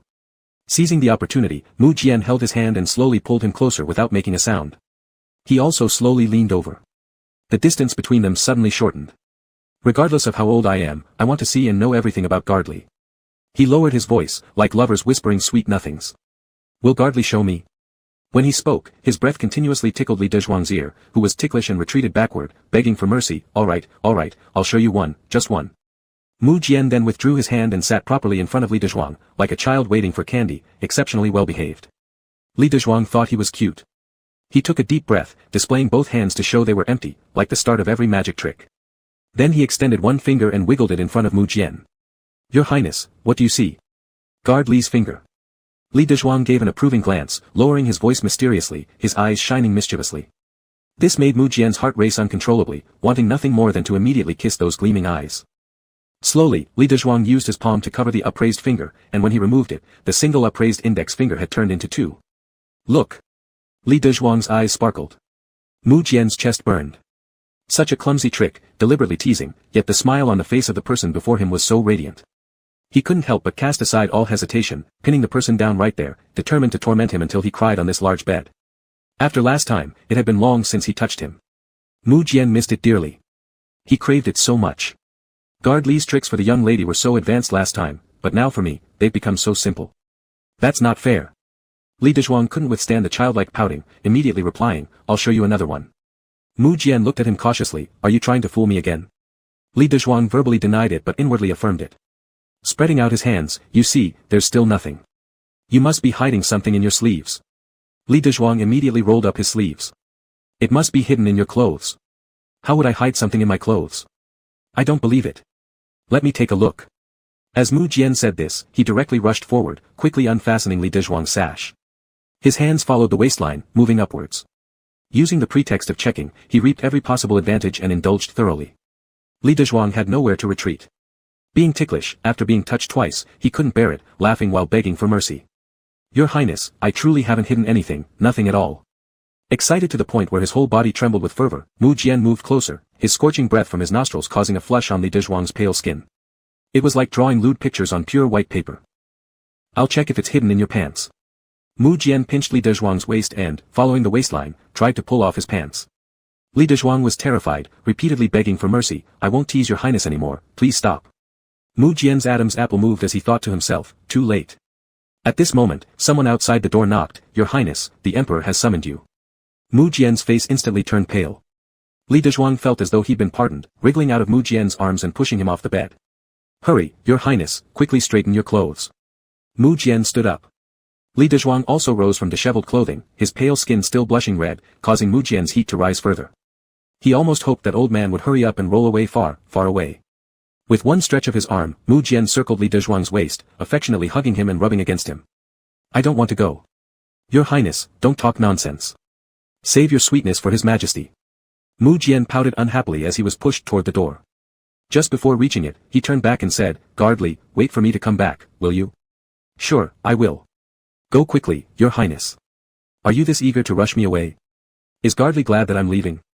The Emperor is waiting. Mu Jian grabbed Guard Li's hand firmly, just answer me honestly, are you glad that I am leaving? No, replied Li Dezhuang gently. Then does that mean you'll miss me? Yes, I'll miss your Highness. Mu Jian instantly beamed like a naive child and gave him a tight hug. Whispering into his ear, he softly said, I'll miss Guard Li dearly too. Li Dezhuang urged him to hurry up and go. After seeing him off, nearby servants began to chat, saying how ninth Prince Mu Jian was unlike other princes in the palace who always acted aloof and looked down at everyone from above. Perhaps due to his early years spent in the cold palace, he became unusually clingy, like a child. Another chimed in, that's because Guard Li indulges him. What brother doesn't dote on his younger brother? Li Dezhuang overheard. Inwardly, he thought, I am not his elder brother. That brat is my ancestor.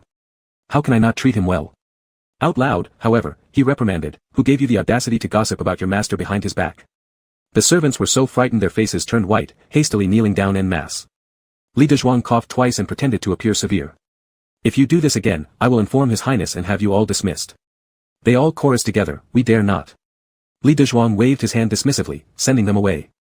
Once all the servants had dispersed, Li Dezhuang prepared to return indoors when he suddenly noticed some movement by the palace gate. Turning around, he saw two young palace maids. Their eyes met, and immediately the two girls blushed furiously, hiding themselves. Li Dezhuang didn't pay it much mind and went back inside. He spread out paper and began to paint, mixing colors with ease. Ever since being thrown into this book, he had grown increasingly adept at using the brush, studying numerous works of painters from this dynasty. As a result, his characters no longer bore the heavy modern influence they once did. Instead, the lines now carried a gentler quality. He was fully immersed in his painting when a voice called out, "Your Highness," from outside the palace hall. Mu Jian paid it no heed, his mind was still preoccupied with the memory of Li Dezhuang's skin, rosy beneath its whiteness as they parted. "Where's guard Li?" "Likely drawing in his room." Upon hearing this, Mu Jian nodded and strode toward Li Dezhuang's quarters. Barely 2 steps forward, he caught sight of 2 little palace maids peeping stealthily through the gap of guard Li's door. Hearing his footsteps, turning to see it was him, their souls almost fled, and they quickly kneeled in greeting. Mu Jian stood fixed at the doorway, casting an unfathomable look between the 2 of them. Until the sound came from within, "Your Highness." Mu Jian then retrieved his gaze, a pure joy blossoming across his face as he took big strides inside. Guard Li. Chapter 32, Today is another day, fooled Li Dezhuang. Upon hearing Mu Jian's voice, Li Dezhuang put down the pen he was holding. "Has your Highness returned?" Mu Jian walked in further and affectionately embraced Li Dezhuang as if trying to draw energy from him. Li Dezhuang patted him, like consoling a child. "Is your Highness tired?" Accompanying a lord is like accompanying a tiger, it's normal for your Highness to feel tired. Mu Jian sighed deeply and looked at the desk. "What is guard Li drawing?" "Some landscapes. Not people anymore. I actually would like to see guard Li paint people. Someday, can guard Li paint a picture of the emperor for me? I'll take it to make him happy." Guard Li raised an eyebrow, presenting Buddha flowers. "Is that not allowed?" Mu Jian outright leaned on Li Dezhuang. "Does guard Li not want me to present your gift to someone else? You used to be the one who liked me the most." Li Dezhuang simply couldn't endure the of the child and wanted to shake him off when he heard a woman whispering under the eaves. "I'll do it, I'll send it to His Highness." Li Dezhuang and Mu Jian exchanged glances for 2 seconds. Li Dezhuang had Mu Jian stand properly. In the next moment, a lively young maid came in and bowed respectfully. "Ninth Highness, these pastries are sent by 8th Highness." In the previous second, Li Dezhuang still watched this specific young maid with an idle mood. He thought that she probably has feelings for Mu Jian and wants to increase her presence using a bit of tactics. In the next second, upon hearing the words, 8th Highness, his brows furrowed. The 8th Highness is the real son of the palace maid. The one taken away by the noble consort. It always bodes no good. Mu Jian glanced at the young maid. The one who was peeking at Li Dezhuang at the door just now. Even now, after coming in, she was still sneakily looking at Li Dezhuang. Mu Jian glanced at Li Dezhuang again. He didn't know what he was thinking and hadn't noticed. Mu Jian played with his fingers for a while, suddenly acting childish. "What does Brother 8 mean by sending this when he knows I haven't been fond of eating these recently?" Li Dezhuang was shocked. If he doesn't like eating them, why still send? Isn't that deliberately annoying? Then I will have them all thrown away. How dare I? Mu Jian said jealously, "He is the illustrious 8th Highness, any gifts he gives me, I naturally must accept. And not only accept but express my gratitude deeply." Li Dezhuang couldn't help but say, "Your Highness is also the illustrious 9th Highness." Mu Jian's eyes lit up happily, and he waved his hand towards the maid. "Then these pastries shall be your reward. Finish them here before leaving." The maid frowned, without the courage to do so, opened her mouth to refuse. But Mu Jian appeared impatient, waving his hand. With no choice, the maid took a piece of the pastry on the plate and started eating little by little. Her dining manner was beautiful. Probably due to her training in the palace, slow and elegant. Although she wasn't very pretty, her lips were full and glossy from the sun's rays. At this moment, her plump lips were stained with tiny crumbs from the pastry, which were then licked up by a small tongue. Li Dezhuang thought. Good material.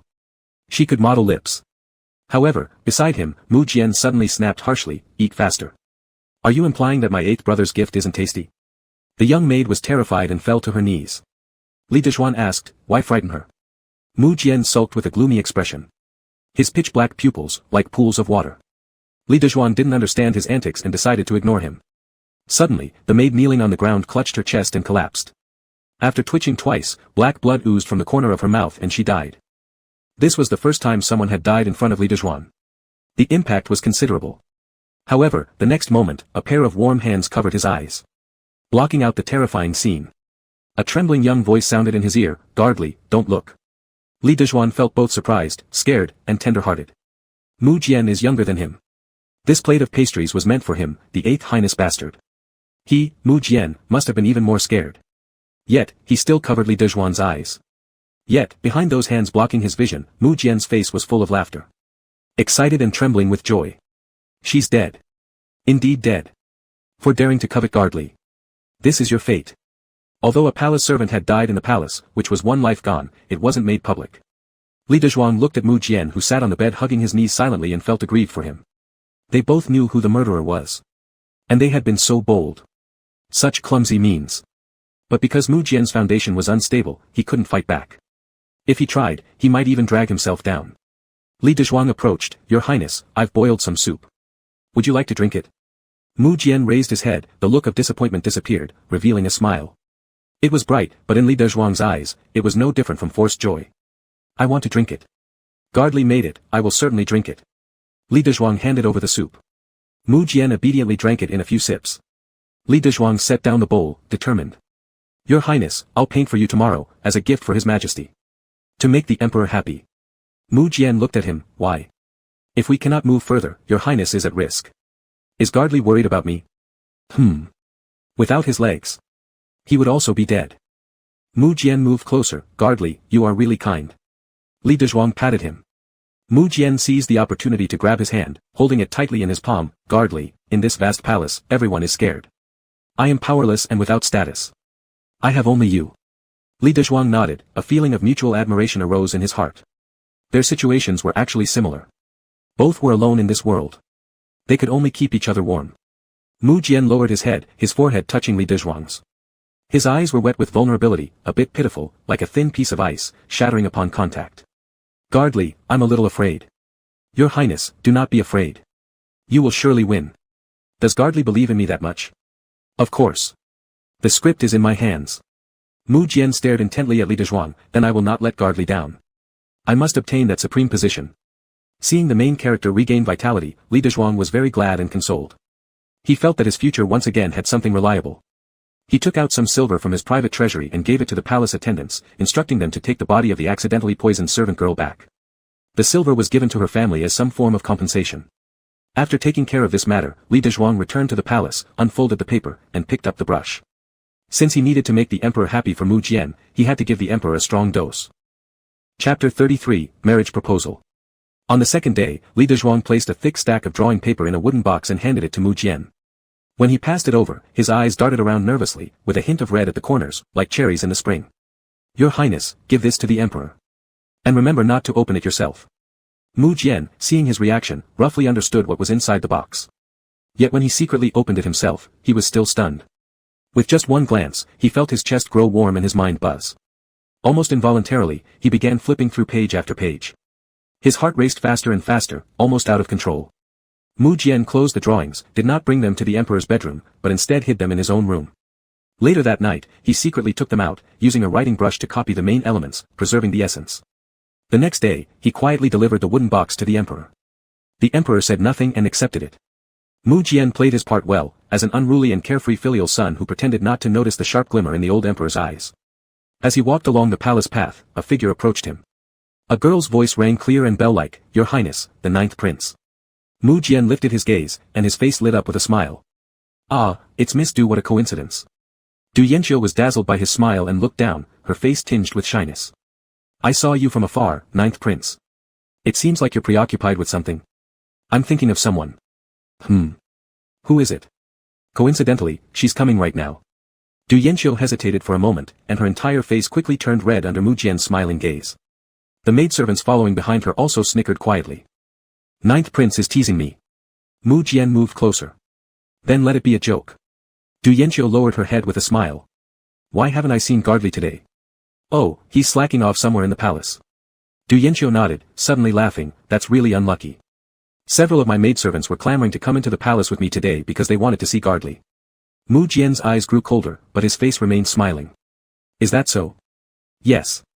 Last time we couldn't arrange a proper match for him, and I feel quite sorry about it. In the future, I must certainly find Gardly a good marriage and carefully select an age-appropriate woman for him. I will ensure he's satisfied." In the spring breeze, Mu Jian smiled gently. Miss Du had such plans all along, how considerate. Du Yanqiu smiled faintly. "Does His Highness also approve?" "Of course." They chatted a bit more, and suddenly a palace attendant came over, saying that the noble consort wished to see both the 3rd Miss and the 9th Prince. Mu Jian slightly furrowed his brow but quickly relaxed. Though he temporarily acted as a compliant pawn for the noble consort, he was ultimately a hidden card, never openly summoned like this. Now, not only was he called, but Du Yanqiu was as well. This must have been about their marriage. Du Yanqiu also thought of this and looked at Mu Jian, her face even redder. Mu Jian said, "Let us go then. Please lead the way, 3rd Mississippi." Inside the noble consort's palace, not only was the noble consort present, but the minister's wife was there too. Mu Jian formally paid respects to the noble consort, who then spoke, "Look at this child, how much his features resemble his majesty. He's also handsome." The minister's wife laughed. "Indeed, a fine young man." The noble consort said, "Your daughter, Yanxiu, is very suitable for the 9th prince." The minister's wife concurred. "It would be high praise for our Yanxiu."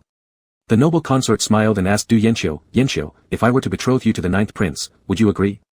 Du Yanxiu blushed deeply, lowering her head without speaking. From her demeanor, anyone could tell.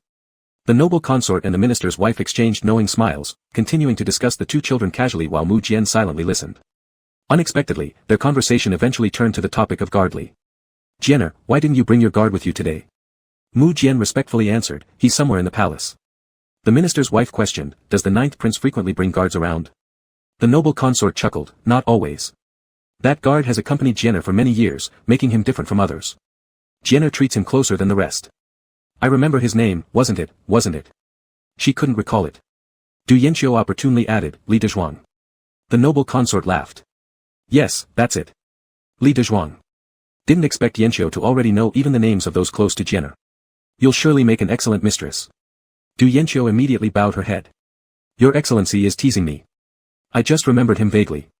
The minister's wife showed some curiosity. "What kind of person is he?" The noble consort looked at Du Yanxiu. Du Yanxiu said, "He has a very handsome appearance, more beautiful than some women. His temperament is also gentle." The noble consort laughed. "Yes, several palace maids in the palace have been secretly discussing it. They say this guard is the handsomest among all the guards. I heard that before, you even intended to match your maid with him." "It wasn't really a match, I just played a role in the middle as an intermediary." "Did it work out?" "No, it didn't." The noble consort smiled again. "After you marry into the 9th prince's family, his marriage will be something for you to worry about." Du Yanxiu's face immediately turned bright red. With her large, water-like eyes helplessly looking towards the minister's wife, then Mu Jian, the latter's expression was gentle. She quickly lowered her head and replied in a tiny voice. "Yes. Mu Jian, everyone is planning on my guardly, smiling.jpg. Chapter 34, would guardly be the same as them, deliberately deceiving me, using me?" Li Dezhuang waited in his room until dark, even darker, but Mu Jian still hadn't returned. Li Dezhuang vaguely felt something was wrong. After inquiring with a palace maid, he learned that an incident had occurred. The third young miss of the minister's mansion had gone crazy and climbed onto the emperor's bed, only to be discovered by the noble consort. Now, the lady of the minister's house was kneeling outside the hall begging for forgiveness. Mu Jian was there too. Li Dezhuang was utterly shocked. Hadn't the third miss fancied Mu Jian? Why did she suddenly climb into the emperor's bed? Is it really alright if the plot unfolds like this? Li Dezhuang was extremely anxious, fearing that if the emperor and the noble consort became angry, it might directly implicate Mu Jian. If Mu Jian met an untimely end, his own leg would be gone too. A little eunuch enthusiastically shared gossip with Li Dezhuang. Apparently, at the moment she was discovered, the noble consort was just leading the minister's wife to discuss the marriage of His Highness the 9th prince. The 9th prince was also present. When the door opened, the third miss's undergarment was hanging on the emperor's leg. They were both on the ground. Damn! Li Dezhuang took a deep breath. Images immediately formed in his mind. The face of the noble consort turned green, and she kept cursing the vixen spirit, calling her shameless. What about His Highness? His Highness? The little eunuch recalled. He hung his head, unable to see his expression clearly. I guessed he wouldn't be happy. Originally, the third miss was supposed to marry him. Li Dezhuang paced back and forth anxiously inside the palace. Would he blacken? That little brat wouldn't turn bad, would he? As the sky grew darker, rain began drizzling outside. Li Dezhuang held an umbrella, anxiously waiting outside the palace gate for a long while. He finally saw Mu Jian come over cloaked in the night. Li Dezhuang hurriedly approached with a cape and draped it around Mu Jian's shoulders. He held the umbrella over Mu Jian's head, separating him from the rain. Your Highness is all wet. Mu Jian slowly lifted his head. Why haven't you slept yet? Li Dezhuang didn't say anything. After being cheated on, how could I possibly sleep? Mu Jian stared at him for a while before speaking hesitantly. Do you know everything already? Li Dezhuang nodded. Thousands of words welled up in his heart. All sorts of things, how life gets better when you accept some green on your head, how some people bloom red or green with the arrival of spring, are normal, but not a single word could escape his lips. Guardly, tell me, why? If she didn't fancy me, she could have directly told me. Could all those tender moments have been simply to get close to the emperor? Li Dezhuang wanted to say he didn't know, that their ancient tricks were beyond his understanding. Thinking about it, he lacked the courage to say it. He felt that he should console Mu Jian now, but wanted to say no. Considering further, he hadn't met Du Yanxiu many times. People in the palace all had sharp minds. It wasn't appropriate for him to comment on what thoughts lay beneath Du Yanxiu's face. Mu Jian spoke softly, retreating to his quarters. The emperor has honored her. She was clearly already sleeping with the emperor, yet claimed she had no such intention. But when the noble consort asked her why she was there, she mumbled and couldn't provide an answer. Li Dezhuang remained silent for a moment before remembering a brilliant sentence he'd read online. When your buddy tells you about someone, or their superior at work, complaining about something, it isn't asking for your sympathy, it's asking you to join in the complaint. Li Dezhuang understood this point and sat next to Mu Jian with a thump, slapping his thigh. Damn! This woman is truly despicable. His impassioned words made Mu Jian blink in surprise. For a second, he didn't know how to keep up the act in front of him. Li Dezhuang slapped the table. What's wrong with our prince? Looks-wise, you've got looks, stature-wise, you've got a good build. If this were in the entertainment world. Li Dezhuang paused, remembering the historical period they were in, quickly correcting himself, in a fish pond, you'd definitely be the most handsome and biggest fish out there. Mu Jian. If your highness were to go on a diplomatic mission through marriage, we could certainly secure 300 years of peace on the borders. Mu Jian couldn't help but laugh, reaching out to hook Li Dezhuang's hand and grasp it tightly. Do I really appear so excellent in Guard Li's eyes? Li Dezhuang completely missed the intimate gesture and suggestive tone of Mu Jian's speech. That's absolutely right. So, don't feel sad, prince. If the third miss is blind, it's not a big deal, there are plenty of sharp-eyed individuals in this world who will surely understand your highness's excellence. Mu Jian's eyes drooped slightly, then raised again, revealing a genuine sense of loneliness and hurt. But I don't dare to believe anymore, Guard Li. Your highness, it's all right. A person living so long is bound to encounter one or two despicable individuals. Don't let those one or two people make you deny your entire life. Li Dezhuang spoke clearly and emotionally. Mu Jian looked at him for 2 seconds, gripping his hand, slowly tightening the grip. Li Dezhuang just realized that he had unconsciously been holding hands with Mu Jian. Mu Jian's voice was low, under this heaven and earth, it seems only Guard Li truly cares for me. Li Dezhuang forced a laugh without joy as he withdrew his hand, I'll have someone prepare hot water for your highness to bathe. Mu Jian nodded, watching Li Dezhuang flee in disarray, then slowly lifted the hand that had held Li Dezhuang's, bringing it to his nose for a gentle sniff. A slow smile spread across his face. After organizing the palace attendants and securing a large tub of water for Mu Jian, when Mu Jian lifted his arm and said he felt too weak to undress himself from the soaked clothes, Li Dezhuang stepped forward to help. Clothes soaked with water were indeed quite heavy. Li Dezhuang struggled to hold them, dropping the garment with a slap on the ground. Mu Jian laughed, is Guard Li this delicate, unable even to hold a piece of clothing? Li Dezhuang shot him an angry glare. You try. Mu Jian effortlessly picked it up and even threw it onto a chair. Li Dezhuang. Alright, my strength does pale in comparison to yours, your highness. Mu Jian curved his lips but said nothing. As Li Dezhuang helped Mu Jian remove his wet clothes piece by piece, when he came to the last pair of pants, he caught sight of something. He stayed silent for 2 seconds, averting his gaze. Mu Jian noticed and affectionately leaned in, whispering in his ear. Guard Li, what did you see just now? Nothing. Your highness is truly a phoenix among men. Mu Jian gently wrapped his arms around Li Dezhuang's waist. Li Dezhuang immediately stiffened. So, you're praising me. Li Dezhuang chuckled dryly, turning around in Mu Jian's embrace, your highness, hurry and bathe before the water gets cold. Mu Jian murmured assent, then while Li Dezhuang wasn't paying attention, deliberately slipped, pulling Li Dezhuang along with him into the bathtub with a splash. Water splashed everywhere. Li Dezhuang's head submerged in water, his survival instinct caused him to struggle, sitting up in the tub, still startled when Mu Jian embraced his waist. Mu Jian's voice mixed with the steam from the bathtub, making it hard to tell if the water was hotter or his breathing. Would Guard Li be the same as them, deliberately deceiving me, using me? As soon as these words left his mouth, Li Dezhuang's eyes widened in shock. Chapter 35 Don't be afraid of me, Li servant.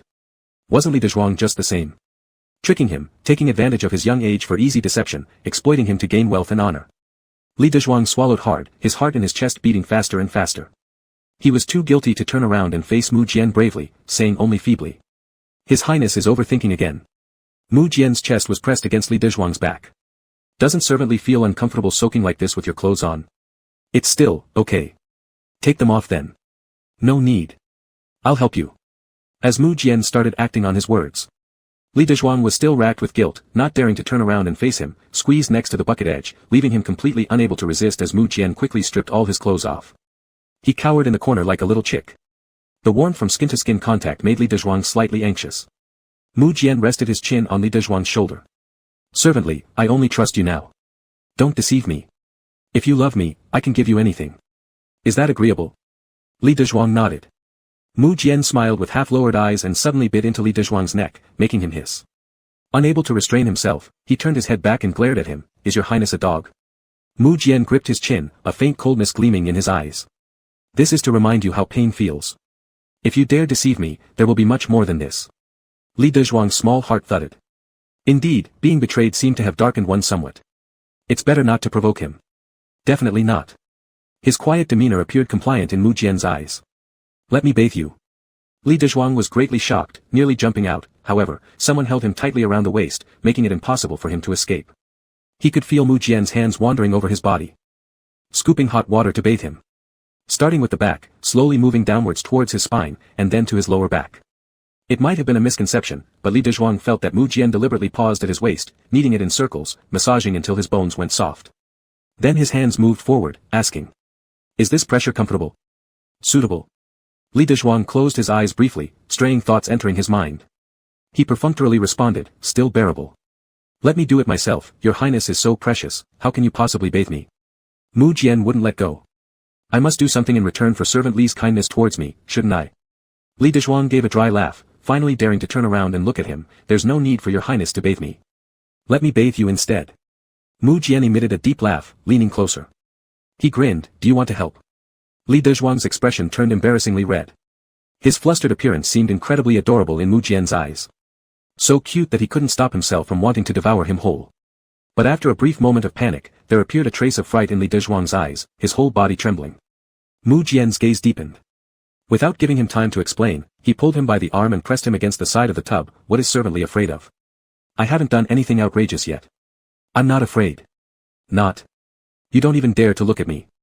Li Dezhuang took a deep breath, mustering up his courage, looking directly at Mu Jian. His gaze was sharp, cutting like a blade. How could anyone not be terrified? "Your highness. I've finished washing." Mu Jian was overwhelmingly intimidating, forcefully suppressing Li Dezhuang's slight resistance as his hand gradually tightened around Li Dezhuang's neck. Li Dezhuang's eyes widened. He could feel all his hair standing on end. It felt as if the Yama's messengers were beckoning him. He was so worried that Mu Jian would suddenly exert force and strangle him to death. He trembled audibly, "Your highness." Mu Jian narrowed his eyes. I want to go out." Mu Jian slowly leaned closer, fascinated, kissing Li Dezhuang's lips lightly. His hand, which had been pinching Li Dezhuang's neck, slowly moved to his cheek, stroking his face gently. "Don't be afraid of me, Servant Li." I'm not afraid." His speech was already stuttering. Mu Jian chuckled twice, kissing him again. "Such a good boy." Li Dezhuang was terrified while drying his body. When he wanted to go back to his room, he was suddenly embraced around the waist and rolled onto Mu Jian's bed. "Servant Li, stay with me. I only have you left." The voice of the young master was filled with infinite melancholy. The warm breath landed on Li Dezhuang's neck. Li Dezhuang was convinced. If he dared to leave at this moment, the person would surely undergo a 100% dark transformation. He patted the arms encircling his waist. "I won't go, your highness. I will not leave." Mu Jian curled his lips and rested his face against Li Dezhuang's neck, closing his eyes to fall into a deep sleep. When the two woke up the next day, a palace servant came to report that the 8th prince had sent something over, asking Mu Jian to take a look. Mu Jian sat up instantly, his first glance instinctively going towards Li Dezhuang by his side. He hadn't yet woken up. Due to his sleeping posture, his undergarments had loosened somewhat, revealing most of one fragrant shoulder outside. Mu Jian caressed his face, then leaned down to place kisses on his cheek and shoulder. When getting out of bed after pulling the covers off, Mu Jian covered Li Dezhuang entirely with the quilt before slipping on his clothes and heading out. Outside stood a little palace maid, holding an elegant box. "9 Prince, this is the gift the 8th prince sent over." Mu Jian gave a slight acknowledgement, knowing it was definitely no good thing. He ordered for it to be brought inside. Not in a rush to open it, he waited patiently until Li Dezhuang woke up, then carried the box and eagerly sat on the bed. "The 8th brother has sent me a gift." Li Dezhuang woke with a jolt. The last time they received a gift, a maid in the palace died. This time, there might be some other harmful object. Tense, Li Dezhuang inspected it, finding no blood stains externally. He sighed in relief, carefully opening the box but quickly shut it as soon as he glanced inside. Shit. This 8th prince. Too ruthless. Was he concerned about preventing our protagonist from becoming dark? Surprised by his reaction, Mu Jian leaned closer. What? Li Dezhuang's lips twitched, remembering Mu Jian's madness from last night, which worsened his headache. Your highness should not see it. Another ill-intentioned item, right? Rather inappropriate. Clamping her lips, Mu Jian said, "Then let me see it myself, it can't implicate Guard Commander Li." With that, he directly grabbed the box. Li Dezhuang wasn't as strong, so he lost it instantly. Upon opening, it revealed an enormously tall green hat. Mu Jian froze like someone had cast a binding spell on him. Slowly reaching out, Li Dezhuang closed the box for him. Your Highness should pretend you saw nothing. Mu Jian hung his head. So now I've become the laughingstock of the entire palace, is that right? Though reluctant to admit it, that's exactly how things stand, Your Highness. Chapter 36, Enlightenment. Li Dezhuang thought that this 8th prince was truly stupid enough. Last time, he gave real name poisonous pastries. This time, he sent a veiled insult with sarcasm. He brazenly exposed his hostility toward Mu Jian on the table.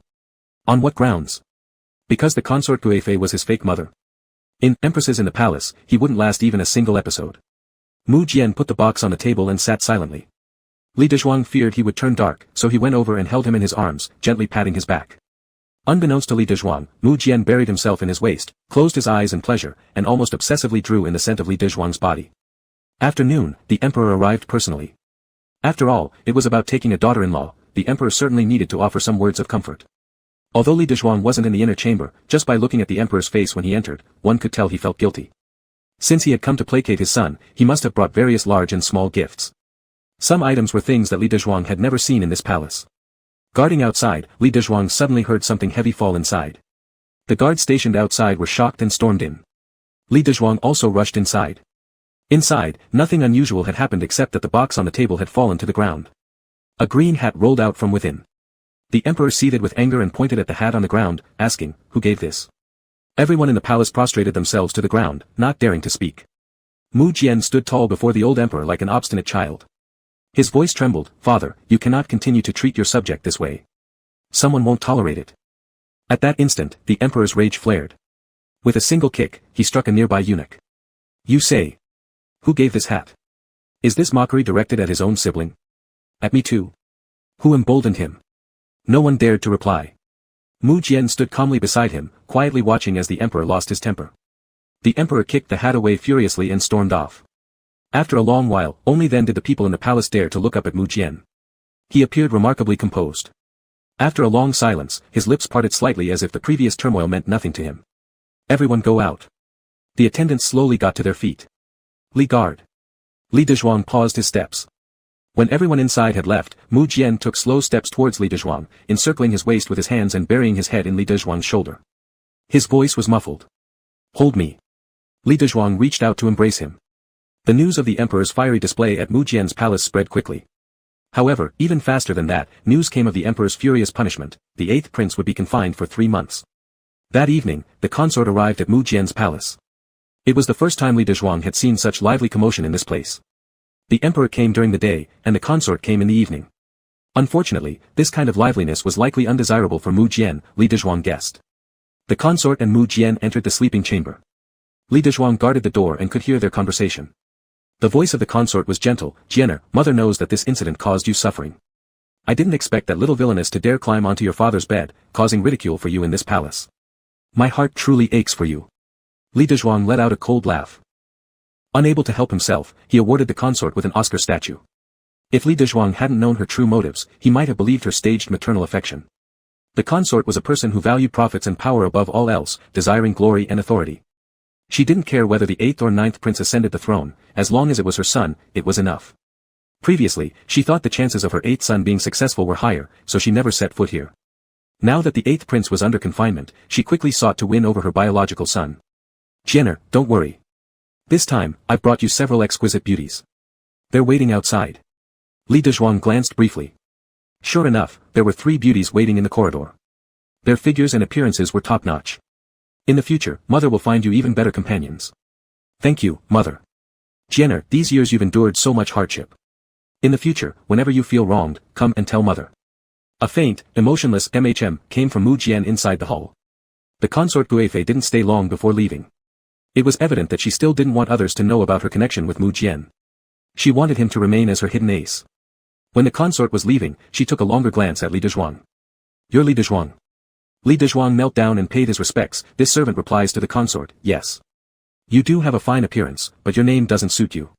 Being poor, my mother only wished me to be virtuous and healthy. That's all she desired." The consort nodded gently. Parents' love for their children runs deep. As she said this, she glanced at Mu Jian. A blatant implication. Jianer, since this guard is now in the palace and close to you, why don't we give him a more pleasant-sounding name? After pondering for a while, Mu Jian bowed and said, then let's assign a courtesy name instead, Shoji. To be appreciated by others, and rise quickly to success. The consort nodded approvingly, good choice. Li Dezhuang furrowed his brow. Something felt off. The consort continued, take good care of his highness. Yes. With grandeur, the consort left. She left behind the three beauties in the corridor. As Li Dezhuang approached Mu Jian, he asked, Highness, they send them to the side chambers to rest first. Li Dezhuang waved a hand to indicate the servants should proceed. Mu Jian turned back into the room. Li Dezhuang followed inside. After taking just a few steps, Mu Jian suddenly spun around and embraced him. The laughter carried a cold edge. Shoji, look, ever since 8th brother was placed under confinement, she immediately sought me out. In her eyes, I'm nothing more than a pawn. Moved when needed, and whether I live or die when not needed, it makes no difference to her. She claims she sent these three beauties, but in reality, they are here to monitor us, aren't they? Li Dezhuang had to admit, what Mu Jian said made sense. Shoji, what shall we do? Li Dezhuang hesitated for a moment. Highness, please call me Guard Li. Why? Since she has decided to change her name, I must naturally address you with your new name. You should thank me for just giving you a courtesy name instead of a full renaming. Li Dezhuang felt uneasy all over. I just feel awkward. Awkward about what? Mu Jian chuckled, his warm breath entering Li Dezhuang's ear, is it because this title sounds too intimate? Li Dezhuang remained silent. Then I'll try another one. Ji. Shou. Li Dezhuang stiffened. He nearly exploded. You damn fool, who's Shou? Your whole family is Shou. Chapter 37 Shu. Don't talk. Mu Jian playfully pinched Li Dezhuang's face. What's wrong? Looking so gloomy. Did something I said upset you? Li Dezhuang gave him a look and broke free from his embrace. What about those few people? They've been sent here, there's no reason not to take action. Mu Jian sighed and sat on the chair. His ears tinged slightly red. But, I haven't done it before, what if I embarrass myself in front of them? Then what am I supposed to do? Li Dezhuang recalled for a moment. Their child has little experience due to various reasons. This involves the dignity of a man. Help must be provided. So shall I help you? Do you remember the diagram I drew for you last time? Mu Jian nodded. When I was drawing the diagram, weren't you right next to me? You should have seen it too. Mu Jian pressed his lips together. A sentence defeated Li Dezhuang. But knowledge gained from paper is always shallow. Then shall I find someone for you now? Mu Jian was tracing with his fingers on the table. That would be so embarrassing. It's better if you could explain to me instead, we can discuss this with the door closed. Li Dezhuang. This. At least, one shouldn't, or rather shouldn't, be that perverted. 5 minutes later. The first step when His Highness enters is not to rush, chat with them first, let them drop their guard. Since they were sent by Her Majesty, they definitely know what they're here for, hence won't resist, this is your advantage, Your Highness. Mu Jian supported his head with his hand. And then grab her hand. Mu Jian thoughtfully grabbed Li Dezhuang's hand. Like this? Touch a bit, then say something sweet like your eyes look like stars, bright and shiny. Mu Jian pressed his lips, gently stroked the back of Li Dezhuang's hand with his fingertips. Creating wave after wave of tingling itchiness. Zhen looks good. It doesn't have to be me he practices on first. Li Dezhuang took a deep breath, and then lead her to sit at the edge of the bed. Mu Jian immediately pulled Li Dezhuang to sit by the bedside, eager to learn, what's next? Next you can kiss her hand, or maybe her cheeks. Generally at this point, she will understand already, shyly look at you once, this is your signal to start. You can begin undressing. Mu Jian tugged lightly on Li Dezhuang's belt. One tug and it came undone. Li Dezhuang was greatly alarmed and quickly covered his clothes. What are you doing? Mu Jian teasingly looked at him. Such a gaze made Li Dezhuang feel teased by this brat. He swept his sleeves angrily and stood up, since your highness doesn't want to learn, I'll stop talking. I was just joking, why are you getting mad? Mu Jian hastily pulled his hand, with a gentle force pulling him to sit beside himself, and then? What should I do next? Kiss her. Touch her. Mu Jian's eyes dimmed slightly as his gaze scanned up and down Li Dezhuang's body. That narrow, slim waist. As soon as touched, his whole body will tremble, emitting sounds like a kitten. Mu Jian licked his dry lips. By the time Li Dezhuang got to this part, he felt unable to continue speaking. His face turned red. And then, draw that kind of pattern. Just be careful. Seeing Li Dezhuang's peach-like pink cheeks, Mu Jian couldn't help but reach out to touch them. Oh. Why does it seem hard? The books all say this is a natural progression. All lies in those books. Then how is it really? Teach me, Officer Li. Just. Li Dezhuang felt like going crazy. He's alone. He doesn't quite know either. Why is he now responsible for educating children? Mu Jian obviously understands, has experienced it, but still teases him. Just what? Li Dezhuang's breathing almost stopped. How can he possibly put this into words? You go ask yourself. Ashamed and unable to face anyone, he rushed to stand up and pushed Mu Jian towards the door. Your Highness has been reinforced, hurry up and go. Reinforced? Mu Jian chuckled looking at him, what nonsense are you saying, Officer Li? Nothing, anyway, you've become more capable, go quick. Mu Jian continued to smile, but he didn't cling to Li Dezhuang any longer. He let himself be pushed to the doorway of the side hall and then ran off. Watching Li Dezhuang's retreating back as he fled in disarray, Mu Jian smiled silently. As his gaze shifted to the side hall, a chilling coolness filled his eyes. He pushed the door open and walked inside. The three beauties sent by the consort immediately aligned themselves in a row and knelt down to pay their respects. Mu Jian slowly closed the door behind him, walking to the table and sitting down. One of them stood up, poured tea for him, and handed it over. Your Highness, please enjoy. Mu Jian stared at the cup of tea, his eyes slowly moving upwards through the rising steam of the cup, to look directly at the woman in front of him. Coldly, he asked, did she send you here to spy on me? The woman immediately dropped to her knees. The consort only said we were here to serve your Highness, she didn't say anything else. Ah. Mu Jian suddenly grabbed the teacup, and the scalding hot tea spilled directly onto the face of the woman, cutting off her cries mid-sentence. I don't like being lied to. Though his tone was low, even lost amid the sound of shattering porcelain, it carried an immense weight of authority. The three beauties were greatly terrified. Mu Jian had no sympathy for the fair sex. Pick up the pieces. The three immediately scrambled to collect the shards, trembling as they cradled the fragments carefully in their hands. Mu Jian bent down, casually picked up a shard, looked at it briefly, and then pressed it against the smooth skin of one of the young girls. He grinned, revealing two sharp fangs, and gave her a pure-looking smile. Shoo. Don't talk. Where the shard touched her skin, drops of blood began to seep out. The girl's face turned pale with fear. We are servants of the consort, your Highness. Ah. Mu Jian swiftly raised the shard in his hand, slicing across the girl's face. Blood droplets trailed along the edge of the fragment, falling to the floor and creating tiny splashes. The girl collapsed to the ground, covering her face and touching the sticky wetness with her fingers. When she saw her hand covered in blood, panic gripped her like claws sinking into her throat. Tears of fear welled up uncontrollably in her eyes. Mu Jian stood up, walked over to her, crouched down, and violently grasped her hand, his nails digging deep into her wound. In a sinister voice, he hissed, didn't I tell you not to speak? Are you trying to call for Shou Ji to come and protect you? Chapter 38, Assassination Attempt. Li Cuang met Mu Jian the next day. As soon as they saw each other, he approached, Your Highness, how was yesterday? Mu Jian recalled, having knelt all night, not daring to cry out loud, swearing that he wouldn't leak a word to the consort Gui, nor would he give Li Dezhuang a second glance, three concubines who were absolutely obedient. Acceptable. Li Dezhuang's eyes twinkled with mischievousness. Will you visit them again tonight, Your Highness? Not going. They are too noisy. Li Dezhuang's mouth dropped open in surprise. 3. Mu Jian, amused at his reaction, leaned closer. He smelled a faint, pleasant scent on Li Dezhuang, and it felt extraordinarily comforting. Where has your mind wandered off to? Li Dezhuang waved it off, claiming there was nothing. In any case, this was good news for Li Dezhuang. Finally, he didn't have to worry that Mu Jian might fall for someone else. He was so happy that his entire demeanor brightened up. As Mu Jian observed his expression, his own face darkened little by little. He couldn't understand why Gardley seemed so cheerful after he had spent the night with other women. It looked like Gardley not only wanted women for himself but also hoped that Mu Jian could take a woman sooner rather than later. Mu Jian mused, truly, not obedient enough, Near noon, an eunuch from the emperor's side delivered a token.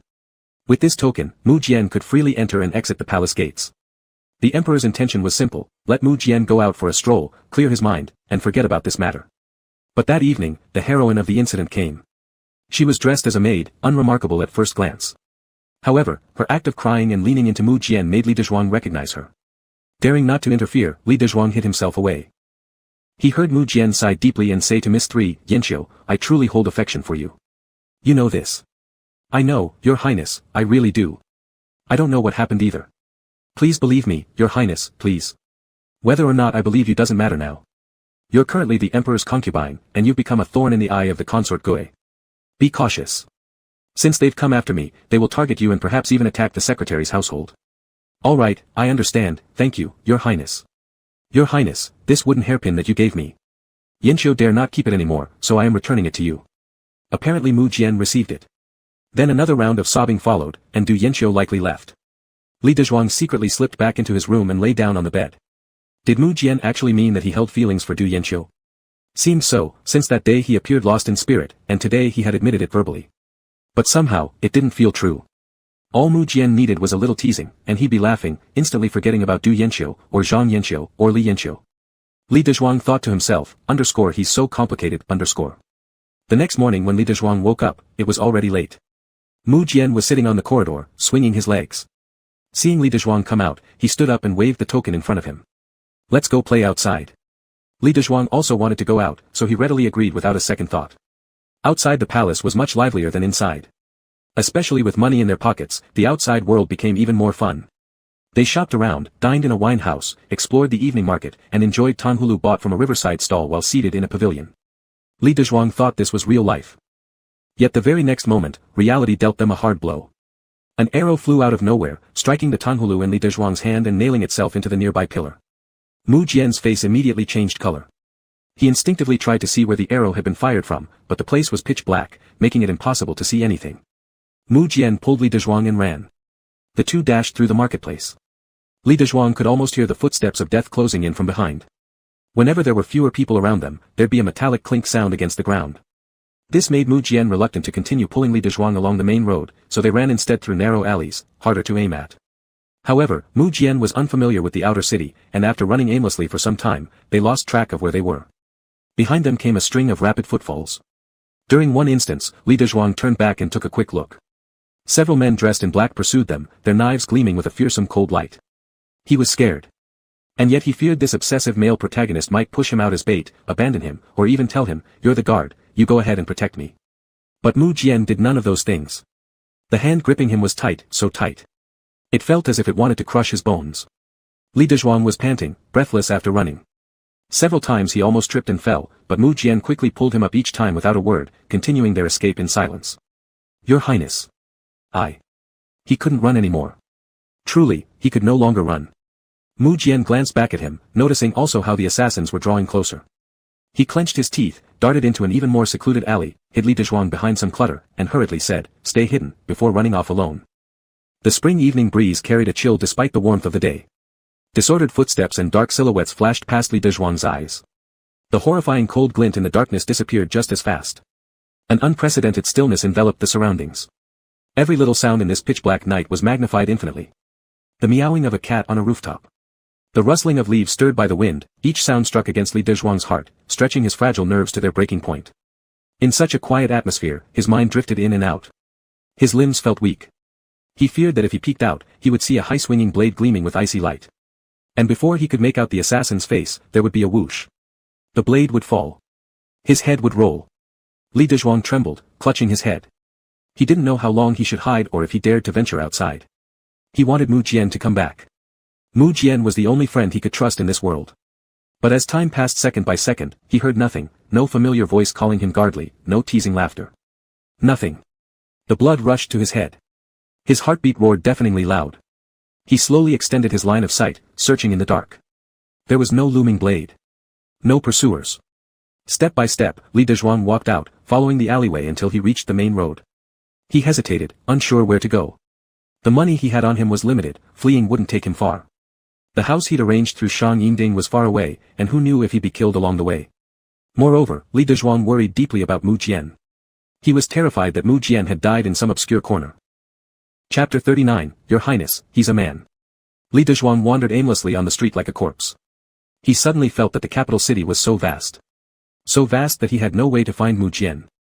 In fact, he could just run away now. But he really couldn't let go of Mu Jian with whom he'd spent many years without any news. Though he feared him and worried about the day his virtue would be compromised, their many years of companionship were real. After several years, whether it was raising a cat or a dog, Li Dezhuang would have been heartbroken. Let alone a living person. It seemed that the protagonist's halo took effect. When Li Dezhuang was about to give up, he heard heavy breathing from inside the water vat beside him. He trembled as he slowly lifted the cover. A cold gleam suddenly cut through the darkness. A blade abruptly stopped less than a centimeter away from Li Dezhuang's neck. Mu Jian's voice was weak. Guardian Li. Probably because that strike used all the strength Mu Jian had accumulated. After saying this, he could no longer stand, his legs gave out, and he was about to fall back into the vat. Li Dezhuang quickly held him up, gritting his teeth while dragging him out. His fingertips touched nothing but sticky blood. The veins in Li Dezhuang's body, filled with fear, seemed ready to burst. What if he dies? Save him. Save him. Who can save him? Who can come and save him? Li Dezhuang didn't even realize when he began to cry, until a cool hand brushed against his cheek. Mu Jian's faint voice said, "Don't cry." Li Dezhuang sniffled. Crying, he lowered his head. Why didn't you let me distract them? Mu Jian smiled, how could I bear to? His smile was pale, unbearable to look at. Li Dezhuang's heart ached even more. Self-sacrifice isn't Mu Jian's personality. Biting his teeth, he carried Mu Jian on his back.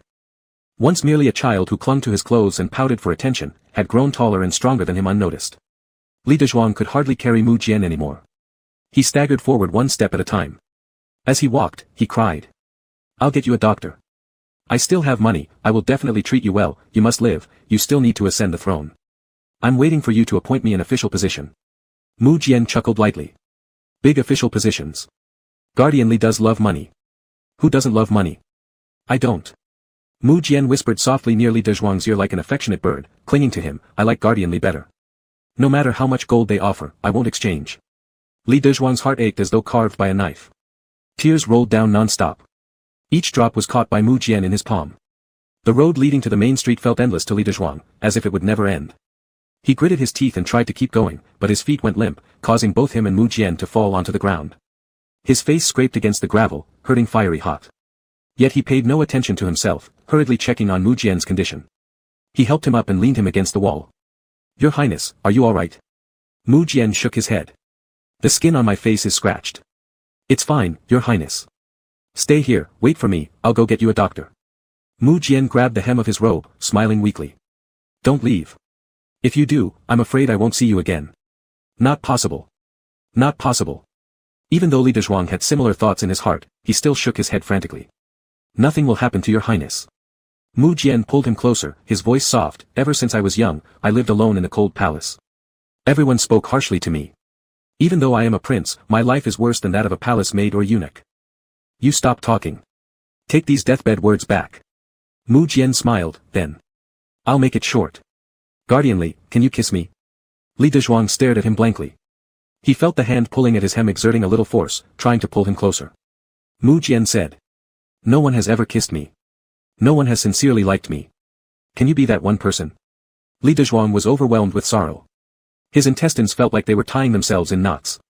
He hugged Mu Jian and pressed a kiss to his forehead. Yes, yes I can, Your Highness, please don't die. Mu Jian tilted his head, a feeble smile gathering in his eyes. Lifting his head just a little more, he kissed Li Dezhuang on the lips. Li Dezhuang didn't dodge.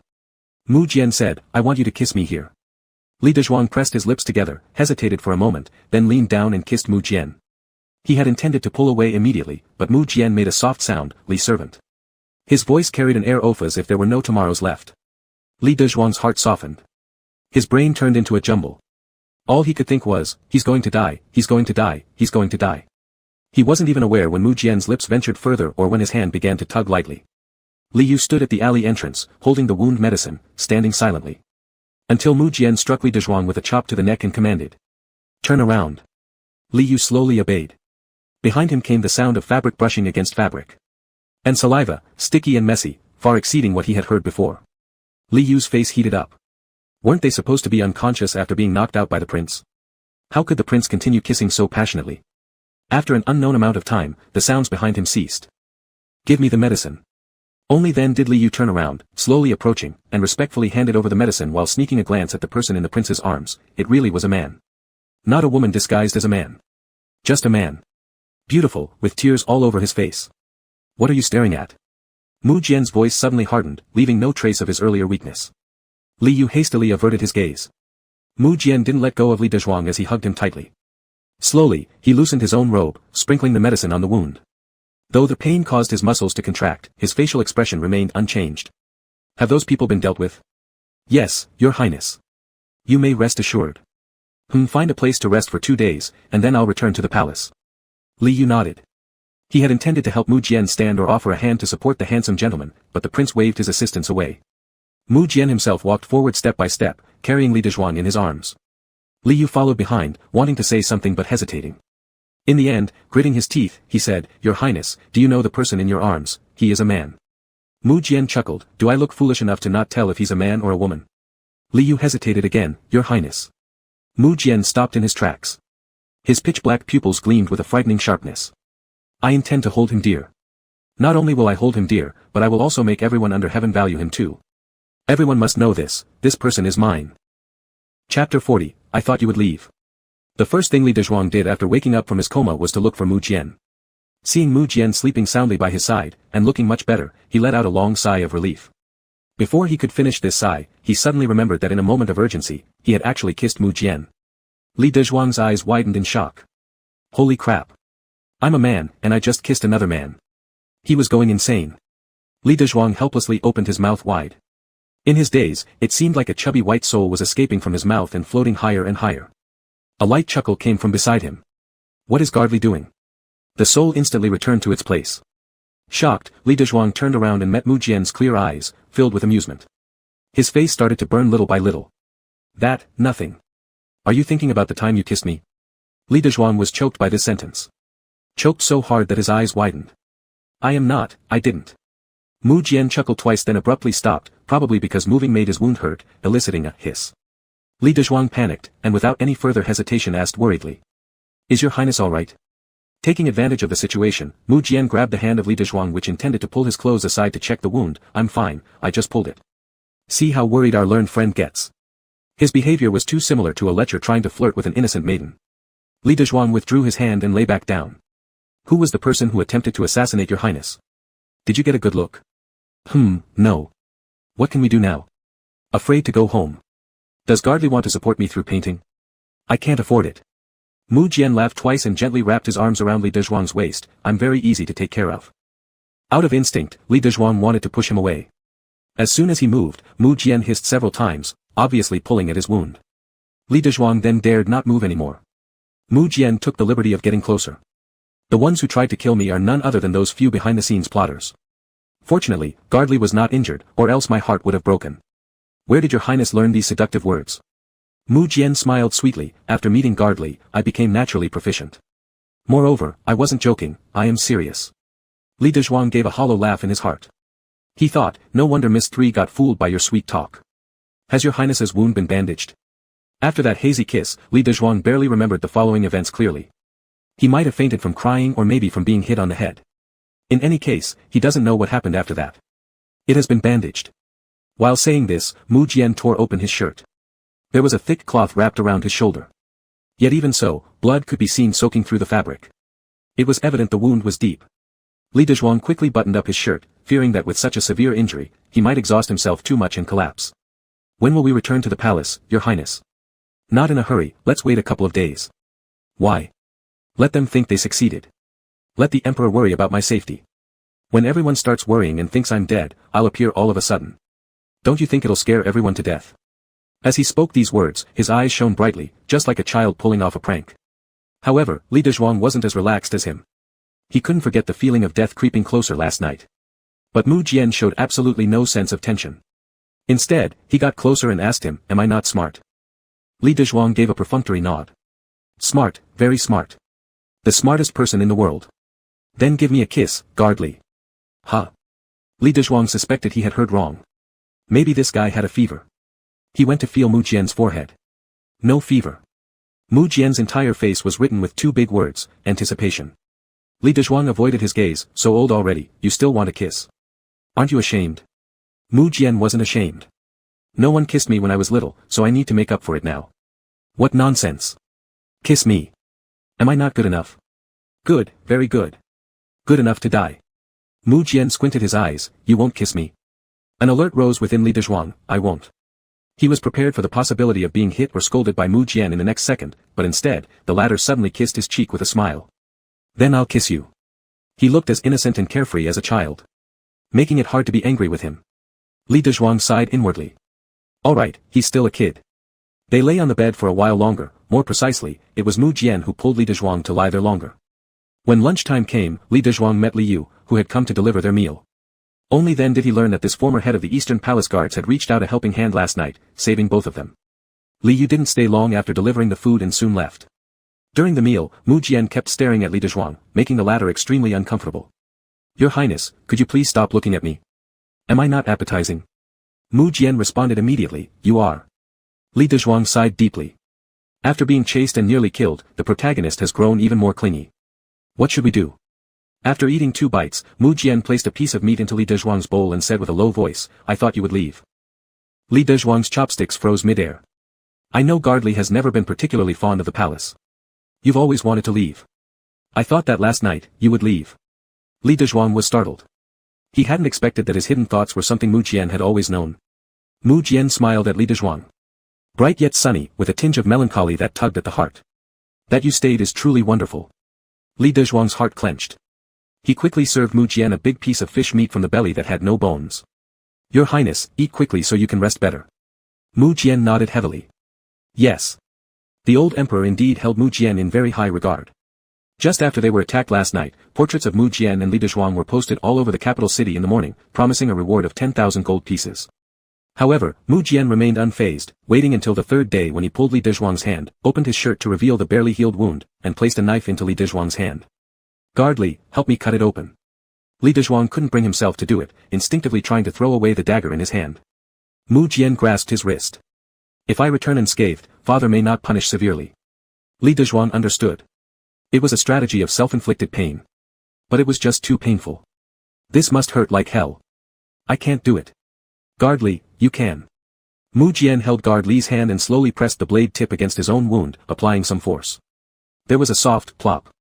As the blade pierced into the wound, Mu Jian's complexion changed instantly.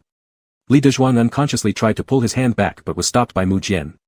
He looked up with a forced smile, now that it's open, the pain will only last this one time. Li Dezhuang gritted his teeth, closed his eyes tightly, and slowly pushed the dagger further in. He heard Mu Jian's suppressed groan. Felt him collapse into his arms. Li Dezhuang gently patted his back, like soothing a child. It'll be over soon, Your Highness. It hurts. Mu Jian's handsome brows were tightly furrowed, and his eyes shimmered with moisture.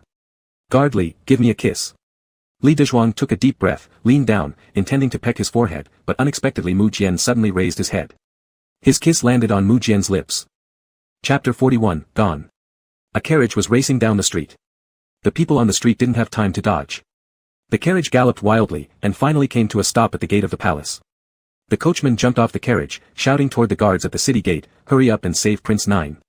The guards guarding the city gate were startled, hurriedly rushing forward to help carry Mu Jian, who was soaked in blood from his chest. The horse driver was so exhausted that he sat on the ground.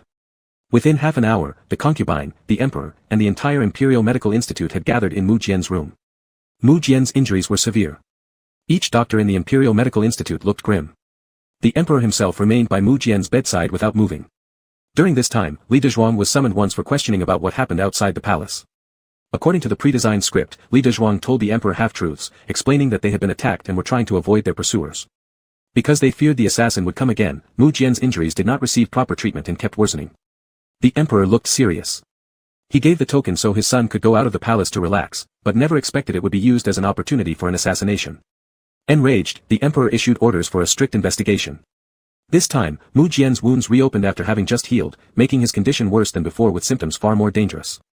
His fever wouldn't subside. Li Dezhuang peeked under Mu Jian's blanket several times secretly, worrying whether that one blow had gone too deep, causing Mu Jian's prolonged coma.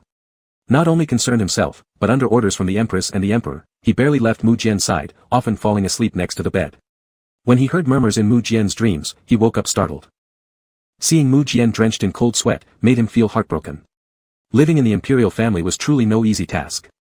You must be cruel to others and even cruel to yourself. With a weary body, Li Dezhuang wiped Mu Jian's forehead of sweat. Upon touching him, he found that Mu Jian's whole body was also covered in sweat. He quickly rummaged through the drawers looking for clean clothes, intending to change Mu Jian's clothing. Mu Jian's clothes were always neatly stored. In a rush to find them, Li Dezhuang's hands accidentally hit something, causing pain. Lifting the layered piles of clothes, he saw a small box. He chuckled softly. Even though it was a child he raised, there were still little secrets of his own. Li Dezhuang was ready to put it back when it slipped from his hand, fell silently into the wardrobe, and opened. He had no desire to pry into others' privacy.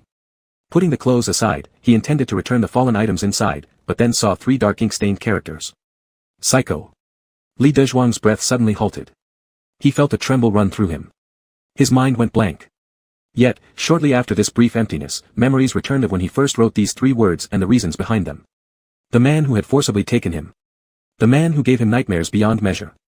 The man whose shadow loomed perpetually over Li Dezhuang's heart. These 3 words were his desperate message to that madman long ago. Why would they appear now in Mu Jian's box? The answer was obvious enough. But Li Dezhuang couldn't bring himself to believe it. How could it be? Driven by questions in his heart, Li Dezhuang took out each item in the box, examining each carefully. The drawings he made. All sorts of drawings. They were all here. Even those sold to others, those clearly drawn for different individuals, ended up here. There was also a piece of paper filled with repetitions of, I like servantly, I want him. I like servantly, I want him. I like servantly, I want him. Li Dezhuang's heart pounded as if struck by thunder. Frantically, he closed the box. It was as if this box were Pandora's box. If even a moment was delayed, the last demon inside would escape, and all hope would vanish. In disarray, he pushed the box back. His eyes touched upon a familiar garment. Slowly pulling it out, he recognized it as his own underwear. Li Dezhuang's mind exploded with confusion. How could this be? Clutching the cabinet door tightly, Li Dezhuang broke out in cold sweat. The person he trusted most, the one he relied on for hope, turned out to be the very person who violated him. So what was Mu Jian's mindset looking at him? Watching his constant anxiety, seeing him cry in the cover of darkness, observing him nearly driven insane by harassment letters. No. Li Dezhuang slowly crouched down, hugging himself. And began to sob painfully. He dared not cry too loudly, fearing he would awaken the poisonous snake on the bed. His nostrils and chest were filled with bitterness and aching, twisting his insides until even breathing felt difficult. All of this was Mu Jian's scheme. Taking advantage of his vulnerabilities. Forcing him to seek help from the very person who had harmed him. It was like a dying man clutching onto a floating piece of wood in desperation. In just these few minutes, Li Dezhuang had absorbed an overwhelming amount of information. He didn't know what to do at all. He started regretting ever finding Mu Jian. He even wished that Mu Jian had died outside the palace. For a fleeting moment, Li Dezhuang entertained thoughts of killing. But his reason quickly overpowered his anger. What good would killing do? Surrounded by the layers of palace walls, how could he possibly escape? Yes. Escape. Who cared about wealth and honor? Who cared about a beautiful wife or concubines? None of it mattered anymore. Trapped between a rock and a hard place, Li Dezhuang knew that only escaping from this deceptively simple yet deeply cunning person could grant him a chance for survival. Li Dezhuang stood up, his fingertips gripping the edge of the table, pressing his palms down hard to force himself to stay awake and calm. Controlling his urge to faint. To fall apart. To scream in despair. Because time was running out. Quietly, Li Dezhuang poured the herbal medicine intended for Mu Jian into a flower pot. He needed to prolong Mu Jian's unconsciousness and severe injuries. The longer Mu Jian remained incapacitated, the more time he would have to flee. His nerves were taut as a bowstring. Despite the exhaustion from countless sleepless nights, his body no longer felt tired. Quickly packing his necessities and arranging his escape route, he took every precaution. As a final measure, he even stole Mu Jian's token that allowed unrestricted access to and from the palace gates. When everything was ready, night had fallen. Li Dezhuang let out a deep breath. An indescribable mix of emotions surged within him, resentment, grievance, apprehension, panic, excitement. And beneath all those emotions lay fear. He feared this place. Driven by terror, he had to flee. The farther away, the better. To a place where no one knew him. The carriage moved slowly as it left the palace. Passing through layer after layer of checkpoints, they managed to leave before the palace gates were locked for the night. Leaving behind this splendid yet devouring place that consumed its victims completely. Inside the carriage, Li Dezhuang leaned back, exhausted. He lifted a hand to pull aside the curtain. Outside was the bustling main street. Crowds of people, lively and vibrant. But he knew freedom wasn't here yet. He had to escape the capital city, disappear entirely from the world, to truly claim victory. As the carriage swayed along, he couldn't shake the feeling that he was finally stepping towards real freedom. Chapter 42, but not entirely gone. The summer heat was unbearable, and only in the evening did a cool breeze start to flow. And in the evening, a tea house in the town had incredibly good business. A cup of green tea, or a bowl of plum soup, or even a plate of dim sum would let one linger in the tea house for half an hour, listening to a handsome young man tell stories. It was a tale about a monkey and a monk. Children loved listening to this story, and young ladies adored watching this storyteller. Thus, when it was storytelling time in the evening, upstairs and downstairs of the tea house were packed with people wherever there was space to sit. Benches were even placed all the way to the entrance. The owner was so happy that his eyes were crinkling. A carriage rocked slowly as it passed by the tea house. The young master inside was surprised at how well this tea house's business was doing. He tapped on the carriage with his fan, signaling to stop. The driver reined in the horse. Young master. A tall, elegant young master dressed in a dark green robe descended from the carriage. With a swish, he opened the fan in his hand. The young master's eyes twinkled with joy. Let's take a look inside. The driver nodded, accompanying his young master inside. As soon as they stepped up 2 steps, they heard a crisp, clear voice like the sound of a mountain spring striking stones. He couldn't help but become curious about the owner of this voice. Stretching onto his toes to look. Wow! What a handsome young master. Dressed simply in coarse linen, he still exuded an elegant aura, gently fanning himself, looking like a celestial being. Even though the coachman was a man, he couldn't help but stare. He looked around. There were so many women. Blushing shyly. No wonder there were so many people. They were all here for this young storyteller. He then glanced at his own young master and found that the dandy who had just been playing with his fan like a peacock had frozen in place, gazing blankly at the storyteller. The coachman's eyes darted around. Was it possible that the young master was attracted? The session lasted more than half an hour. While the coachman grew tired standing idly, their young master remained motionless from beginning to end. At some point, the young storyteller noticed their young master and paused momentarily. Only then did the coachman realize. These two knew each other. After the session ended, many young girls wanted to approach, but they couldn't compete with the innocent children. Various gifts were thrust into the hands of the young storyteller.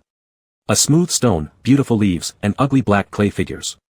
This young master has such a good temper, surrounded by so many kids and not showing any annoyance. Shang Yin, dead once, waiting until the crowd dispersed before stepping forward to greet the young storyteller. With a respectful bow, he said, "Dezhuang brother." Li Dezhuang carried the gifts he had received in his long gown and led Shang Yin to find a seat. He then spread out the gifts on the table and called for a waiter. "The tea here is average, but the sour plum drink is quite good. Would you like a bowl?" Shang Yin nodded. "I didn't expect to meet you here. How long have you been here?" 2 or 3 months. "I thought you were still in the capital." "What's good about the capital?" "This place is much better." Li Dezhuang took a piece of dim sum from the plate and pushed the rest towards Shang Yin. "Try some." Shang Yin sighed. "You do have a point, the capital indeed has nothing good going for it. When the capital was in turmoil, you happened not to be there, so you don't know, it's turned upside down now." Shang Yin usually keeps quiet and cautious in the capital, but upon meeting an old friend, naturally, he wanted to share everything on his mind. Within the palace, the 8th prince was implicated in the murder of the 9th prince. After a thorough investigation and solid evidence, he was thrown into the great prison. Who would have thought that this 8th prince, without remorse, insulted the emperor in jail, and after hearing it, the emperor became furious and sentenced him to death. Li Dezhuang's long lashes fluttered slightly. What a fool. Shang Yin grew increasingly agitated as he spoke. Like a rat jumping around in a melon field. "I thought that was the end of the matter, but after the 8th prince died, the emperor traced it back and discovered that it wasn't the 8th prince who killed the 9th prince, it was the 6th prince." Li Dezhuang paused mid-bite at the mention of 6th prince. 6th prince. "Surprised, aren't you?" "I was too. To think this 6th prince was truly clever, subtly inciting conflict between the 8th and 9th princes while sitting back and watching the show.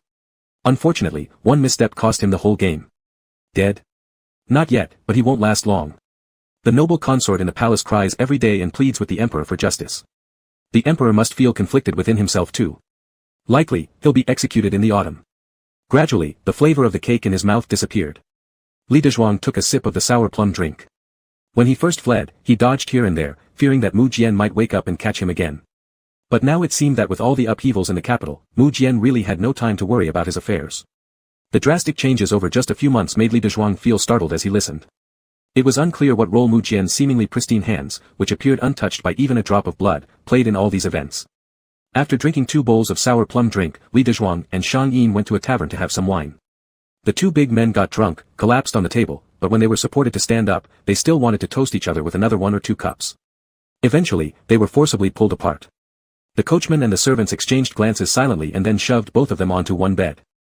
The next day, when the 2 woke up face to face, there was a moment of confusion. Shang Yin jumped up in alarm. "Why are you here?"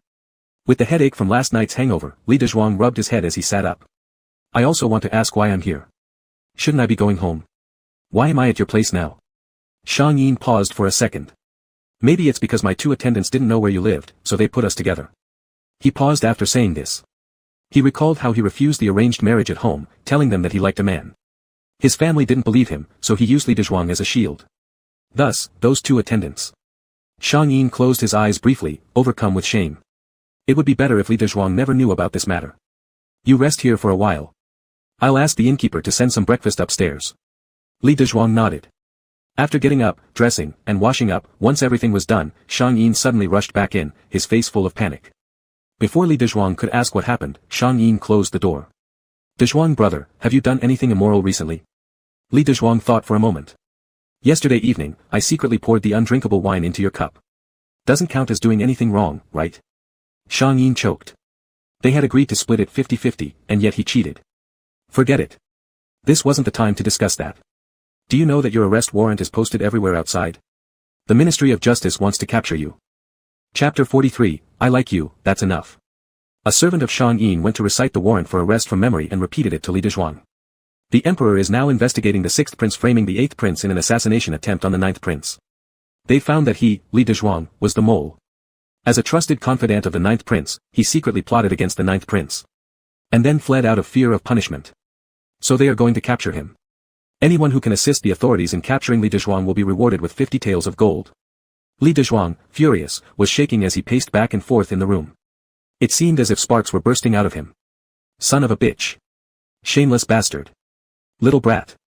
White-eyed wolf. No. A king of white-eyed wolves. He ate my food, drank my drink, and... Li Dezhuang, seeing Shang Yin and his servants sitting there wide-eyed in the house, swallowed his words and replaced them with, stupid prick. What kind of nonsense warrant is this? What kind of nonsense mole is this? And 50 taels of gold. Is he, Li Dezhuang, so precious? Going through all this effort just to use the government's power to catch him back. Impressive. Worthy of Mu Jian, the male protagonist. Truly daring and imaginative. Using such tactics like this. Li Dezhuang angrily sat down in a chair.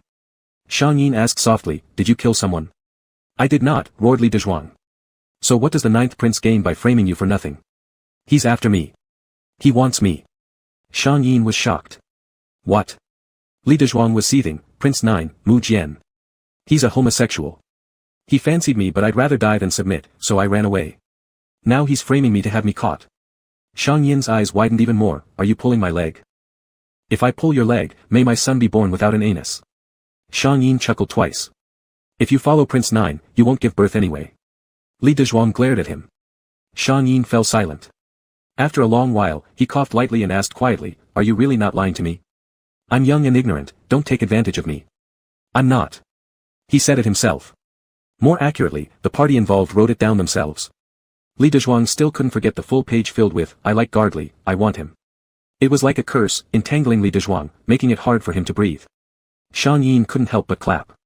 That Prince 9 is truly brave. Not fearing public opinion, wanting to be with you. Very impressive.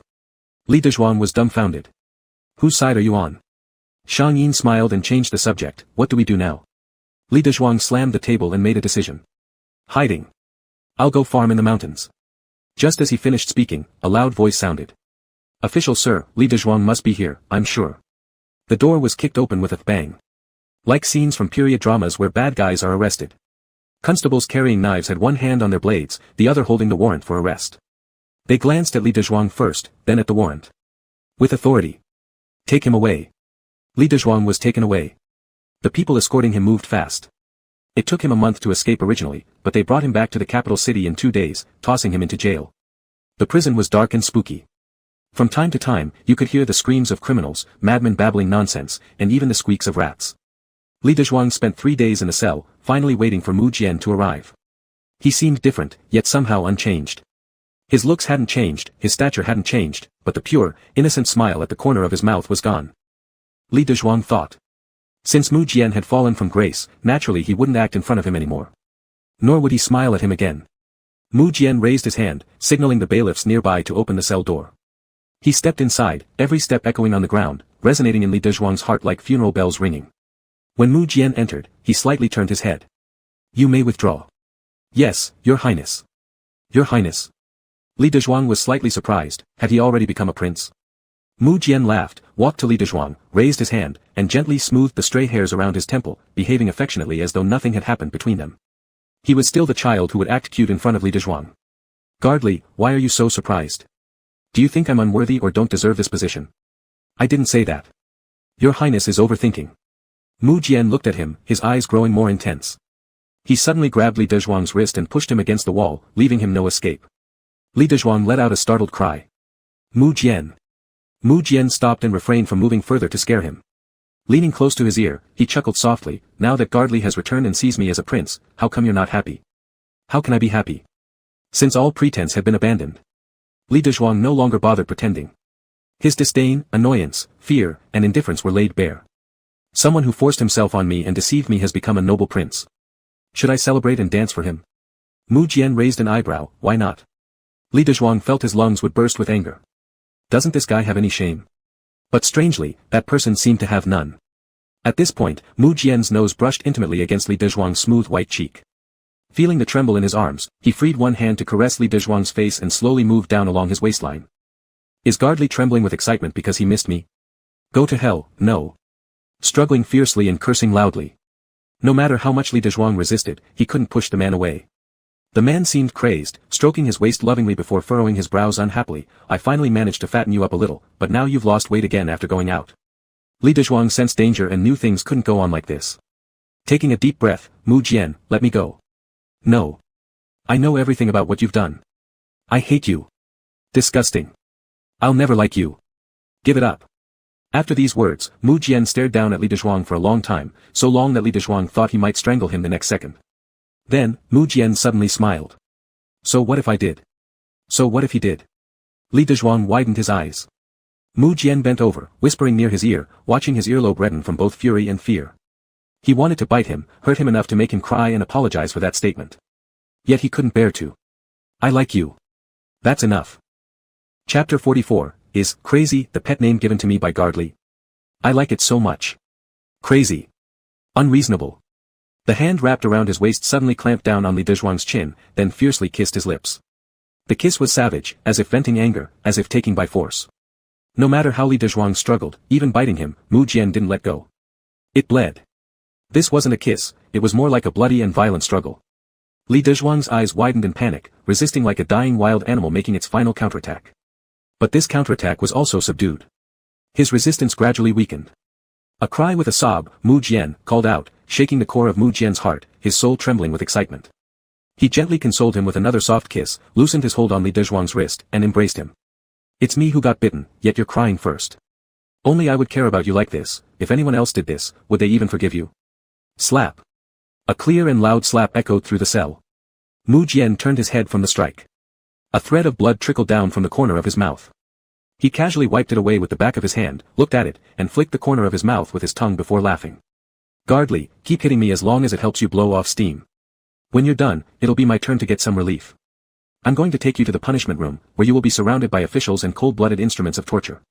You won't say a word but cry helplessly when I torment you. Then, we'll see if you still hit me. Li Dezhuang couldn't utter a word from sheer rage. All he could do was glare at him. Mu Jian affectionately patted his head, seeing how dissatisfied yet obedient he tried to look, thrilled endlessly. Little one, how easily deceived. How could he bear letting anyone else lay their eyes on his Gardly? He lifted his hand and used his fingertips to gently wipe away the blood from Li Dezhuang's lips. Will you behave a little, okay? Li Dezhuang ignored him. If you don't behave, it'll only be painful for yourself. I won't feel any pain, but pure excitement instead. Li Dezhuang's face turned blue, then white, opened his mouth several times without being able to utter a single word. Mu Jian chuckled softly and leaned down. I haven't kissed enough yet, and I need to kiss you again. Don't bite me anymore, or I might get too excited and make you cry right here. Li Dezhuang instantly panicked. He stared at him with wide eyes but dared not to struggle at all. Crazy. He cursed under his breath. Mu Jian smiled, is this Gardly's term of endearment for me? I like it so much. Mu Jian lingered in the dungeon for nearly an hour before leaving. Li Dezhuang felt like all his strength had been drained, collapsing onto the ground. He always thought that, with his supervision, Mu Jian would improve somewhat. That wouldn't happen. But he was wrong. No matter how hard he tried, no matter how determined he was not to give up. Mu Jian had his own thoughts and opinions. There was no way for Li Dezhuang to change a crazy person like him. Li Dezhuang spent 3 more days in the jail. During these 3 days, he was like someone forgotten in a corner, with no one interrogating him or coming to check on him. Only the timely delivery of meals remained constant. The food was always hot and fresh. At first, Li Dezhuang didn't want to eat it, finding it disgusting. Whatever the meals were served like, they just sat there untouched. By dinner time, they disappeared. Li Dezhuang understood. Mu Jian controlled everything here. Resisting would only leave him battered and bruised, while others would suffer no damage at all. He ate obediently, waiting for the sword named Mu Jian hanging over his head to fall, cutting short his life with a swift snap. When Mu Jian came to the cell again, it was 3 days later. By now, Li Dezhuang felt like his entire being had gone sour. So, when Mu Jian approached, he didn't dodge. Let him smell how awful it is. But Mu Jian didn't seem to care, pulling him close happily. How come you've become so obedient all of a sudden? Because I want to stink you to death. Mu Jian's actions grew intimate. Guard Li is really well behaved. I like it. Li Dezhuang swore inside, calling him an idiot. He rolled his eyes dramatically at him. Seeing this, Mu Jian paid no attention and giggled instead. Are you mad because I didn't come see you these few days? These past few days have been busy, some of my elder brothers are always giving me trouble, so I've been figuring out ways to get rid of them. Mu Jian affectionately stroked Li Dezhuang's hair. I'm here today to take you out. Are you happy? Li Dezhuang finally spared him a glance. Mu Jian grinned happily. I told them that you're my confidant, and your betrayal made me heartbroken. Therefore, I decided to take you back and torture you myself. They agreed. Aren't I very smart? Smart my ass. Mu Jian pulled Li Dezhuang's hand up without waiting for his response. Let's go. Li Dezhuang stayed still, silently resisting him. What for? To go back and be bullied by this crazy, perverted guy. Mu Jian shook the hand he was holding. Guard Li, don't be like this. Don't you love me anymore? Li Dezhuang's eyes blazed with venom. I want to kill you. Not at all upset, Mu Jian instead squatted in front of him and touched his cheek. Then good, if you want to kill me, you have to come back with me, right? I now have a big house, I'm sure you'll like living there. Li Dezhuang scoffed coldly. Mu Jian frowned thoughtfully. I remember when you were captured, weren't you with some young master? What's his name? Li Dezhuang's heart skipped a beat. He immediately understood the undertone in Mu Jian's words and stood up abruptly. Alright, let's go. Mu Jian laughed joyfully. Good, let's go home. Guard Li has finally agreed to go home with me. Li Dezhuang couldn't feel any joy at all. He felt as if stepping out of the jail cell would mean falling into an abyss, facing a beast that intended to tear him apart and swallow him whole. His body trembled involuntarily, his calves shaking uncontrollably. Mu Jian noticed and chuckled softly next to his ear. Guard Li can't even walk steadily. Do you want me to carry you? This terrified Li Dezhuang greatly. He quickly darted toward Mu Jian's carriage like lightning. The carriage wasn't big. One could even say it was a bit cramped. Frowning deeply, Li Dezhuang remarked, Your Highness is now a prince, why not get a bigger carriage? Mu Jian replied matter-of-factly, what's good about a large carriage? If it's too big, wouldn't Guard Li have more places to hide from me? Li Dezhuang was almost gagging on the sour smell of himself, finding it hard to believe how Mu Jian could endure it. He took a deep breath. Your Highness, don't you find me stinky? Mu Jian innocently sniffed the air and leaned closer to Li Dezhuang, as if he smelled some superior delicacy, revealing an extremely enraptured smile. Not at all. You smell so good. How does Guard Li manage to be so fragrant? Li Dezhuang. Stay away, psycho. Chapter 45, Li's servant is not well behaved. Mu Jian was not lying, he indeed now owned a big house. It was a mansion gifted to him by the emperor. Li Dezhuang did not enter through the main gate, so he wasn't quite sure what exactly was inscribed on the plaque there. Mu Jian apologized for being unable to enter through the main gate and promised that one day he would have Li Dezhuang carried through it in an 8-man sedan chair. Li Dezhuang nearly kicked Mu Jian off the carriage but eventually thought better of it, considering this person was someone he couldn't afford to offend, so he gritted his teeth and endured. The accommodation Mu Jian had arranged for Li Dezhuang was a separate courtyard located in the back garden. It had an elegant landscape. The environment was also exceptionally good. If it weren't for the fact that it was prepared by Mu Jian, Li Dezhuang would actually quite like this courtyard. Therefore, after Mu Jian pulled him around visiting this small yard, when he asked if Li Dezhuang liked it or not, Li Dezhuang dryly said he didn't. Mu Jian's face immediately showed hurt. But soon, he sighed wistfully and said, since Guard Li is not satisfied, then I suppose you'll just have to sleep in my palace hall. Li Dezhuang hastily assured him that he was satisfied. Mu Jian smiled as he ruffled Li Dezhuang's head, saying, that's much better. Though, your naughty side is somewhat endearing too, but a more obedient Guard Li truly makes my heart beat faster. Li Dezhuang raised a hand to his forehead in exasperation. Your Highness, can you act a bit more normal? I am a man with all the right parts just like you. You're a prince, who will become emperor. You need to father children and continue the lineage, not entangle yourself endlessly with some smelly man. Do you understand? Mu Jian looked him up and down, grinning mischievously. Guard Li has parts. Let me see, and then I'll believe. Li Dezhuang paused, trying to kick him again, but Mu Jian deftly dodged it. You're sick. Go see a doctor. Mu Jian touched his cheek gently, finding him as adorable as a little cat puffing up its fur, thinking himself fearsome while unknowingly cuter than ever. Mu Jian wanted nothing more than to throw him down and take him right there. Don't say such things, I was teasing you. But rest assured, Guard Li, whether I am an emperor or a king, there will only be you behind me. That's my sincere promise, more genuine than pure gold. Li Dezhuang was irritated beyond belief. He covered his ears with his hands. His eyes turned red as he glared at him. Seeing this, Mu Jian loved him even more, leaning closer, whispering conspiratorially as if telling a secret, pointing at the wall. Can you smell how fragrant this wall is? At first, Li Dezhuang hadn't noticed, but upon being reminded by Mu Jian, he really detected a faint scent. Realizing what it meant, he felt humiliated beyond belief, feeling the blood rushing up into his face. You. Mu Jian smirked knowingly. It's Jeffong fragrance, pepper room, do you like it? Li Dezhuang's mind went blank. This person was clearly insane, mad enough to prepare a Jeffong room, a traditionally luxurious setting meant for empresses or imperial consorts, for a man like him. What did he think he was? What did he think this place was? And what did he think he was? Wasn't it time to enlighten him that men cannot bear children? Unable to resist any longer, Li Dezhuang attempted to push Mu Jian away but was grabbed by him, pulled entirely into his embrace. When Li Dezhuang used his other hand to try to resist, it was also captured. Not only that, but he was pressed inside the armchair, no escape possible. Guard Li always wants to fight me, how disobedient. Li Dezhuang glared daggers at him, wishing he could rip a piece of flesh from him. You are humiliating me. How can that be humiliation? This is my special affection for Guard Li. Affection, my foot. Li Dezhuang lashed out against him, struggling desperately like a wild animal. Their struggle left them both breathing heavily. Li Dezhuang's clothes were tousled, revealing smooth white skin underneath. Mu Jian's gaze changed immediately. Intoxicated desire flickered within his eyes. He leaned forward and planted a kiss. Like being scalded by the kiss, Li Dezhuang used all his remaining strength to struggle free. In the process, his hand broke free from Mu Jian's grasp, leaving scratches on Mu Jian's face with his nails. They froze momentarily. Staring at the dumbfounded expression on Li Dezhuang's face, Mu Jian bent over, his heavy breaths deepening. His voice was filled with dissatisfaction, making Li Dezhuang feel a sudden wave of fear. Guard Li, must I treat you harshly before you become obedient? Li Dezhuang instantly became compliant. Daring not to utter a single word. Daring not to make even the slightest movement. Mu Jian chuckled softly, giving him a light peck on the cheek, then turning around to pour him a glass of water.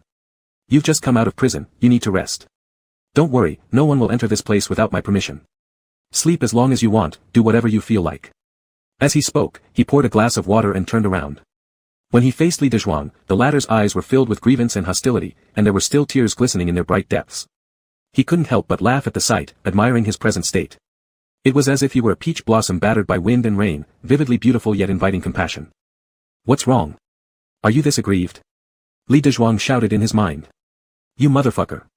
Try being bullied like this. Let's see if you feel aggrieved or not. Mu Jian coaxed him, alright, drink the water. Li Dezhuang took the cup. While drinking, he eyed Mu Jian warily. It made Mu Jian chuckle. Guard Li doesn't have to be so on guard with me.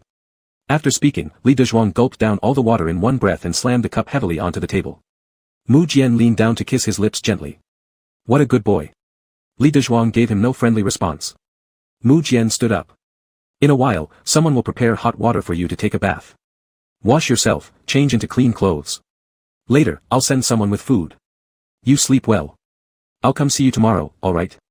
In his heart, Li Dezhuang shouted loudly. Never come again. Mu Jian asked, will Guard Li miss me? Li Dezhuang told the truth, no. Mu Jian couldn't help laughing out loud. You're lying, I don't believe you. Mu Jian always showed infinite patience toward him, even though the servants outside had already been waiting anxiously for quite some time, glancing inside many times with raised eyebrows. Yet Mu Jian remained unhurried, softly cooing to him with ease. Say it. Miss me. Don't miss you. Mu Jian furrowed his brows. Not obedient. Humph. Mu Jian pinched his face as if talking to himself, really not obedient. Then he left. After Mu Jian departed, Li Dezhuang felt completely relaxed. At first, he thought Mu Jian might have been tricking him, lulling him into relaxation before launching a surprise attack from behind, suddenly stripping off his pants. But it didn't happen. Mu Jian truly left. Li Dezhuang exhaled deeply in relief. For the entire day afterward, Mu Jian did not appear. Li Dezhuang was very happy. The next day, Mu Jian still didn't show up. Li Dezhuang remained pleased. On the third day, Mu Jian was absent again. Li Dezhuang began to feel something was amiss, not that Mu Jian's absence was strange, but the servants in this courtyard were odd. There were male and female servants in his yard, but none of them ever spoke to him. Even when Li Dezhuang initiated a conversation, they would only say one sentence, "My lord, please forgive me," and then quickly escape the scene. Fed up, Li Dezhuang blocked one of them and forced them to talk. With a thud, the servant dropped to his knees on the ground, begging Li Dezhuang to let him go. Right then, Li Dezhuang finally understood. Mu Jian's punishment for his disobedience was making him alone in this world. Even when people were physically close, they passed by in haste, leaving him bereft. He had no one to talk to. Chapter 46, We really are a pair of lovers who sees beauty in each other. Such punishment was unbearable for Li Dezhuang. This place. 1. No internet. 2. No mahjong. 3. No novels or storybooks. How could he endure it? Li Dezhuang couldn't vent his anger on the innocent people around him, so he could only quietly endure. He started drawing grids in the courtyard and playing hopscotch by himself. Finally, as he hopped and hopped, he hopped Mu Jian over. Li Dezhuang, hopping to the last grid, suddenly turned around and saw Mu Jian smiling at him. He nearly lost control of his legs from fright. After steadying himself, Mu Jian smiled brightly and asked him, "Did you miss me, Guardly?" This time, Li Dezhuang didn't dare to say no, so he said, "Guess." Mu Jian smiled again. "What are you playing?" "You guess." Mu Jian gave him a deep look. "I think this game is definitely not as fun as you." Li Dezhuang's heart jolted, and he immediately introduced the ancient game of hopscotch that had been passed down to the 21st century and became a well-known pastime loved by adults and children alike. He also enthusiastically invited Mu Jian to join. Mu Jian, with a radiant smile, "I still think you're more fun to play with. Can I play with you?" Li Dezhuang. Li Dezhuang wasn't sure how long he'd be cold-shouldered if he said no. He didn't dare to speak. Mu Jian didn't press him, smiling as he walked next to him. "Are you enjoying your time here?" Li Dezhuang nodded. "It's quite enjoyable, but I think if you let me go out and play, I would probably enjoy myself even more." Mu Jian looked at him for 2 seconds, a smile hanging on his face. "Do you feel bored?" "So, Guardly, are you blaming me for not coming to keep you company?" Mu Jian grabbed Li Dezhuang's hand and lightly kissed it near his lips, his smile widening further. "Am I not here now?" Li Dezhuang shivered, quickly pulling his hand back. Which word or sentence of his had mentioned anything? What kind of reading comprehension education did this kid receive? "If your highness has important matters to attend to, there's really no need to come here." Mu Jian acted as if he didn't understand, dragging Li Dezhuang's hand inside. "I've brought you a present today." Li Dezhuang just noticed then that behind Mu Jian, a group of people were carrying 2 boxes. Li Dezhuang's mind immediately went to modern toys, but after reconsidering, he decided they probably wouldn't be there, the times limited their production capabilities. When the box was opened, however, Li Dezhuang was shocked speechless. Inside were all portraits of Li Dezhuang. Some were single portraits, others showed him embracing Mu Jian. Of course, all of them were dressed appropriately. Mu Jian directed his underlings to hang the paintings up. Li Dezhuang felt too embarrassed to show his face to anyone. Even though the figures in the paintings were clothed, their intimate poses made it obvious what was going on. How could Mu Jian not care? Not only did he not hide them, he actually boldly let others hang them up for him. Once hung, he asked, "Do they look good?" Li Dezhuang gave a fake laugh. He thought these paintings weren't appealing now. But once stained with Mu Jian's blood, they surely would be. Mu Jian didn't force Li Dezhuang, waving his hand. A little maid stepped forward and placed down the food box she was carrying. Mu Jian pulled Li Dezhuang to sit down. "The other day, I visited the riverbank. The fish there taste good, so I had someone catch a few and put them in water buckets for you. They've just been stewed into a fish soup. Try it and see if you like it. If you do, I'll have it delivered daily." A pure white fish soup was placed before Li Dezhuang. One look at the soup color revealed it was high-quality fish soup. However, Li Dezhuang didn't want to drink it much. What if there were drugs in it? He hesitated without making a move. Then a servant approached, delivering an extremely small bamboo tube. It looked like a secret letter tied to a homing pigeon's leg. Li Dezhuang stared. Mu Jian noticed where his attention lay. "Why aren't you drinking? Is it not to your liking?" Li Dezhuang stayed silent. Perhaps seeing through Li Dezhuang's thoughts, Mu Jian took the spoon, scooped some, drank first himself, and then pushed it toward him. "I find it pretty good. You try." Li Dezhuang picked up the spoon, yet still didn't drink. Mu Jian was seated beside him, his side profile exquisite and appealing. It was the kind of face that could drive the women in the palace wild with admiration, to the point they might bang their heads against walls out of madness, yet this person just so happened to be fond of men. Li Dezhuang didn't understand. He was lost in thought. Suddenly, a hand stretched out before him and tapped his nose tip. This brought him back to reality. His face turned red immediately. The spoon in his hand clinked as it fell into the bowl. The creamy white fish soup splashed up slightly. Mu Jian chuckled at his reaction and extended his hand again. In his palm lay the secret note from earlier. "Would you like to see this?" Li Dezhuang shook his head.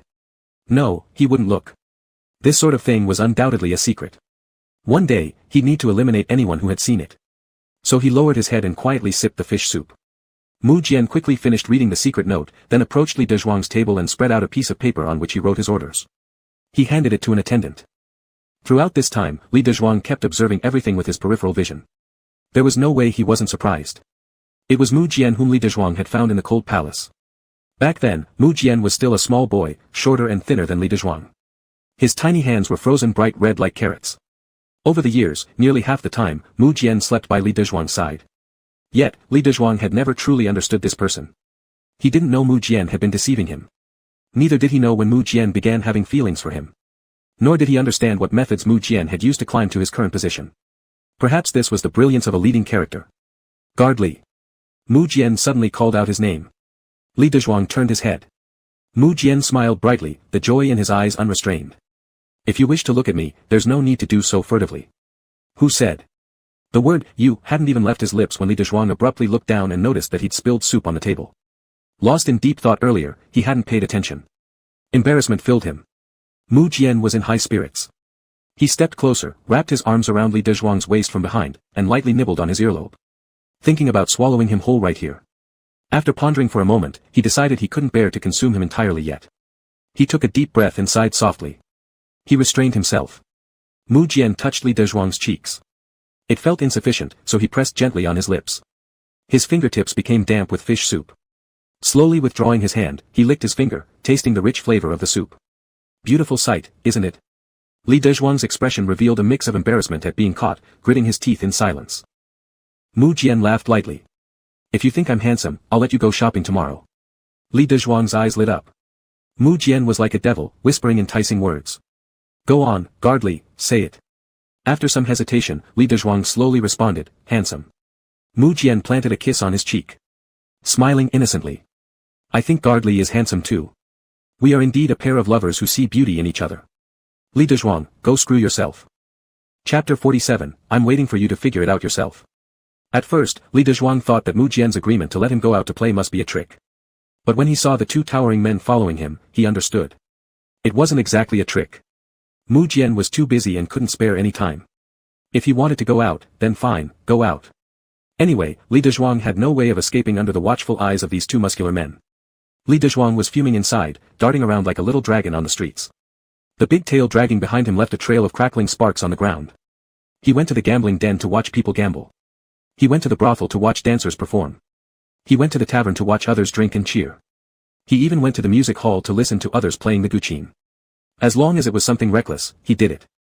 When the sun set and dusk approached, the two towering men behind him reminded him that he couldn't continue behaving recklessly, it was time to go back. Clutching his wine bottle, Li Dezhuang smashed it with a loud "pa" sound and clung tightly to the stone lion at the entrance of the yamen. I won't go back. I want to report this. The two big men looked at each other, unsure what he meant by report. Who is Jean? Whose young master or whose young miss is he? They originally wanted to drag Li Dezhuang away, but since he was drunk, throwing a drunken tantrum, and clinging stubbornly to the stone lion, they didn't dare use force and harm this honored person. One man stayed behind watching, while the other went to fetch Mu Jian. Mu Jian arrived quickly, still wearing splendid robes. He must have just slipped out of some important banquet, there was still a faint scent of alcohol and blood lingering on him. The drunk Li Dezhuang holding onto the stone lion looked like a lost little child, with red eyes, red cheeks, and a red nose tip. Mu Jian walked up to him and extended his beautiful hand, let's go, time to head back. Li Dezhuang stared at him fixedly for a long time. Then shook his head. Probably feeling that simply shaking his head wasn't enough, he vigorously shook his head again to prove his determination. However, due to overexertion, he ended up dizzy, unable to stand steadily. As his head was about to collide with the stone lion, Mu Jian swiftly intercepted him. Mu Jian placed his palm between Li Dezhuang's head and the stone lion. Mu Jian looked at him, you don't want to go back, where do you want to go? Report it. To whom? Li Dezhuang shouted loudly again, police. Police. There's a pervert. There's a pervert. Mu Jian's expression turned dark, and suddenly grabbed Li Dezhuang by the neck, forcing him to look directly at himself. He poured the prepared sobering soup down his throat, pinching his nose tightly. Li Dezhuang choked several times during his struggle from the sobering soup. His face, neck, and even his clothes were splashed with it. Mu Jian tightly gripped Li Dezhuang's hand and dragged him onto the carriage. Soon, the carriage started shaking, and inside came sounds of punches and kicks. Mu Jian. You sick bastard. Let me go. Let me go. Police. Help. Save me. Calm down. Mu Jian, I'll take you on. I've never been treated like this at home. I'll beat you to death. Slap. A clear, resounding sound interrupted the crying and fussing inside the carriage. Outside the carriage, the attendants exchanged looks, none daring to make a sound. Inside the carriage. Li Dezhuang was pressed onto Mu Jian's thighs, pitifully crouching. His pants were pulled down. His clothes were almost completely torn off. There was a fresh red palm mark on his buttocks, showing that he had been severely beaten. Even Mu Jian didn't look too good. His face bore another scratch made by a small cat. His voice was deep. Do you still want to cause trouble? Li Dezhuang shook his head. Can we go back now? Li Dezhuang nodded slightly. Mu Jian sighed, pulled the person up, and sat him aside. Seeing his grievance, he felt a bit sympathetic and found it somewhat amusing. If only you had behaved earlier, would it not have saved us both this trouble? Does getting hit feel good to you? Li Dezhuang pursed his lips, pouting. Mu Jian reached out, pinched his face gently, catching the unshed tears on his hand. I care for you and indulge you. That's why I let you act this way. Don't test my patience further, otherwise, I'll chain you to the bed, making you unable to do anything except grovel. Li Dezhuang trembled and shrank into the corner of the carriage. His clothes were in disarray. Because of the alcohol, his skin was slightly flushed, resembling peach blossoms in spring, incredibly alluring. Mu Jian watched him intently, mesmerized. He liked Li Dezhuang when he acted unruly. Mu Jian also liked the bristling Li Dezhuang. He liked it even more when Li Dezhuang cried and complained pitifully. He wanted to drag him under his body, making him cry even harder. Mu Jian pulled him closer, just as he got Li Dezhuang onto his lap, the latter started struggling. Mu Jian punished him with another slap. That made him behave. Mu Jian smiled and leaned in, kissing Li Dezhuang's mouth. This smell of alcohol. Tomorrow when you're sober, you'll feel terrible, won't you?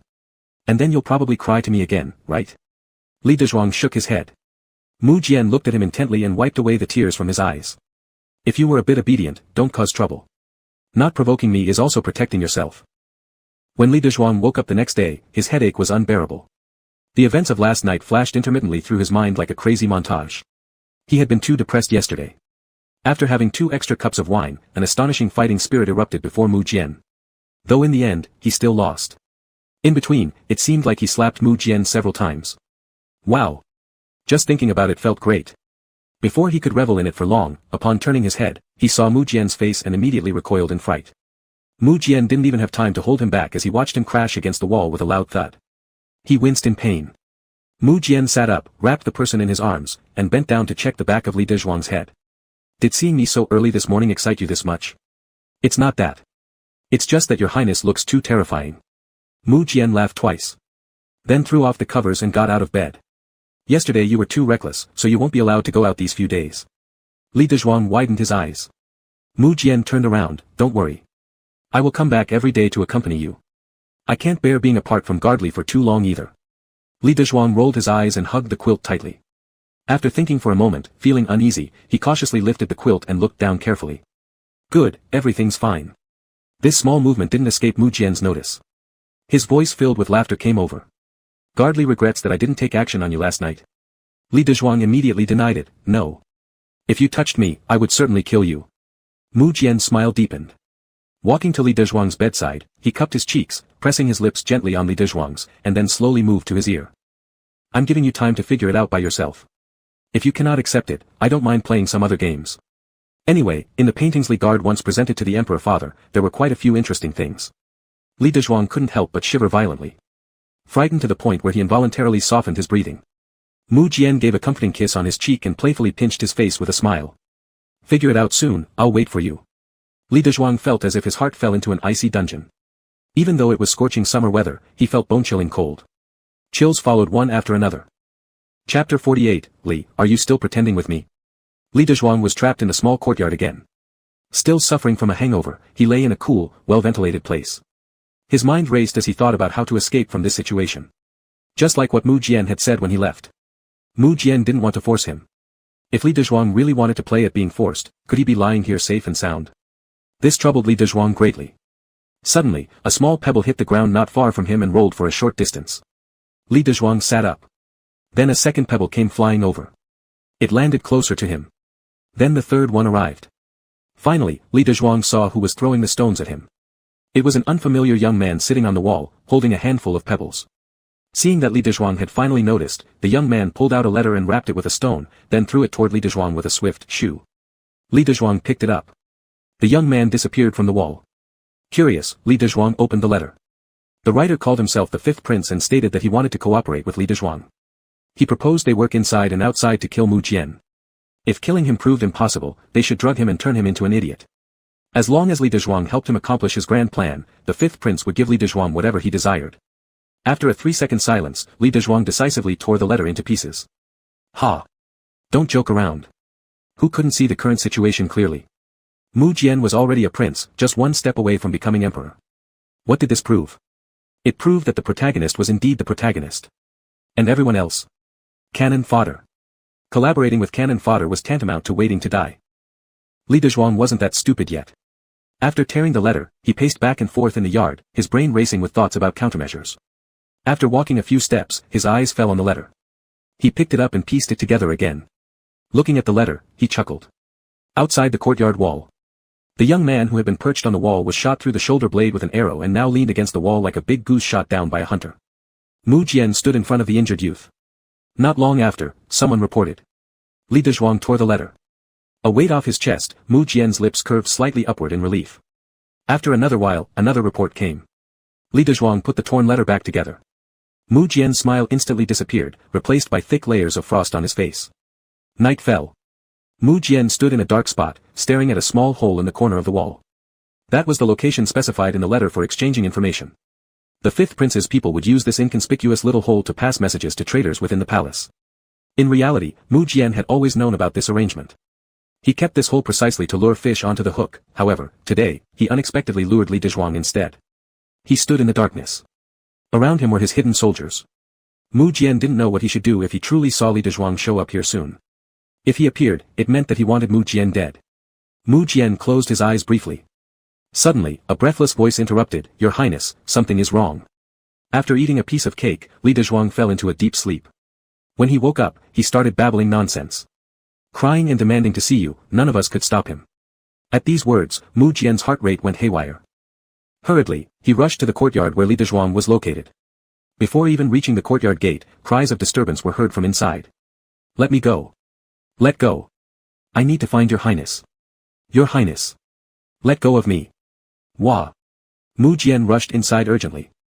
There, Li Dezhuang was sitting on the floor, facing away from him, struggling wildly like a petulant child, trying to get up and break free. Seeing Mu Jian come in, all the servants quickly knelt to greet him. "Prince."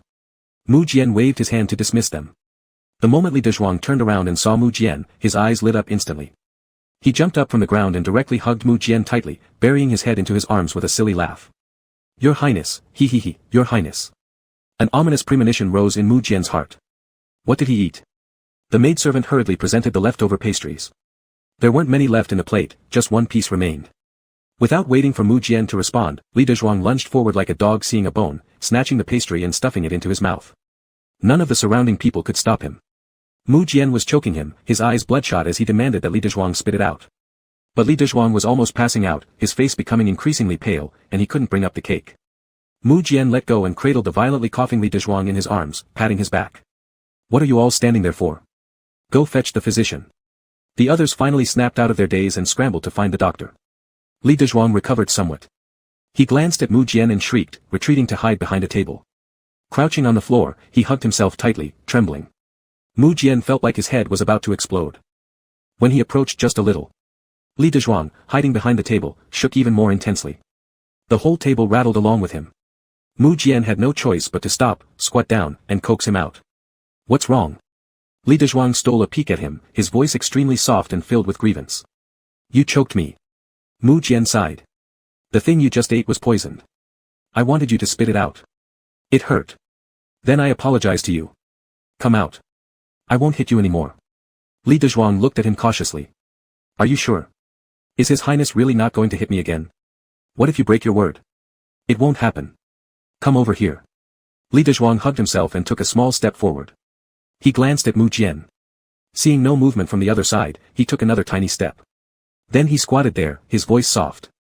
"Could your Highness stay where you are?" Mu Jian went to him, squatting in front of him.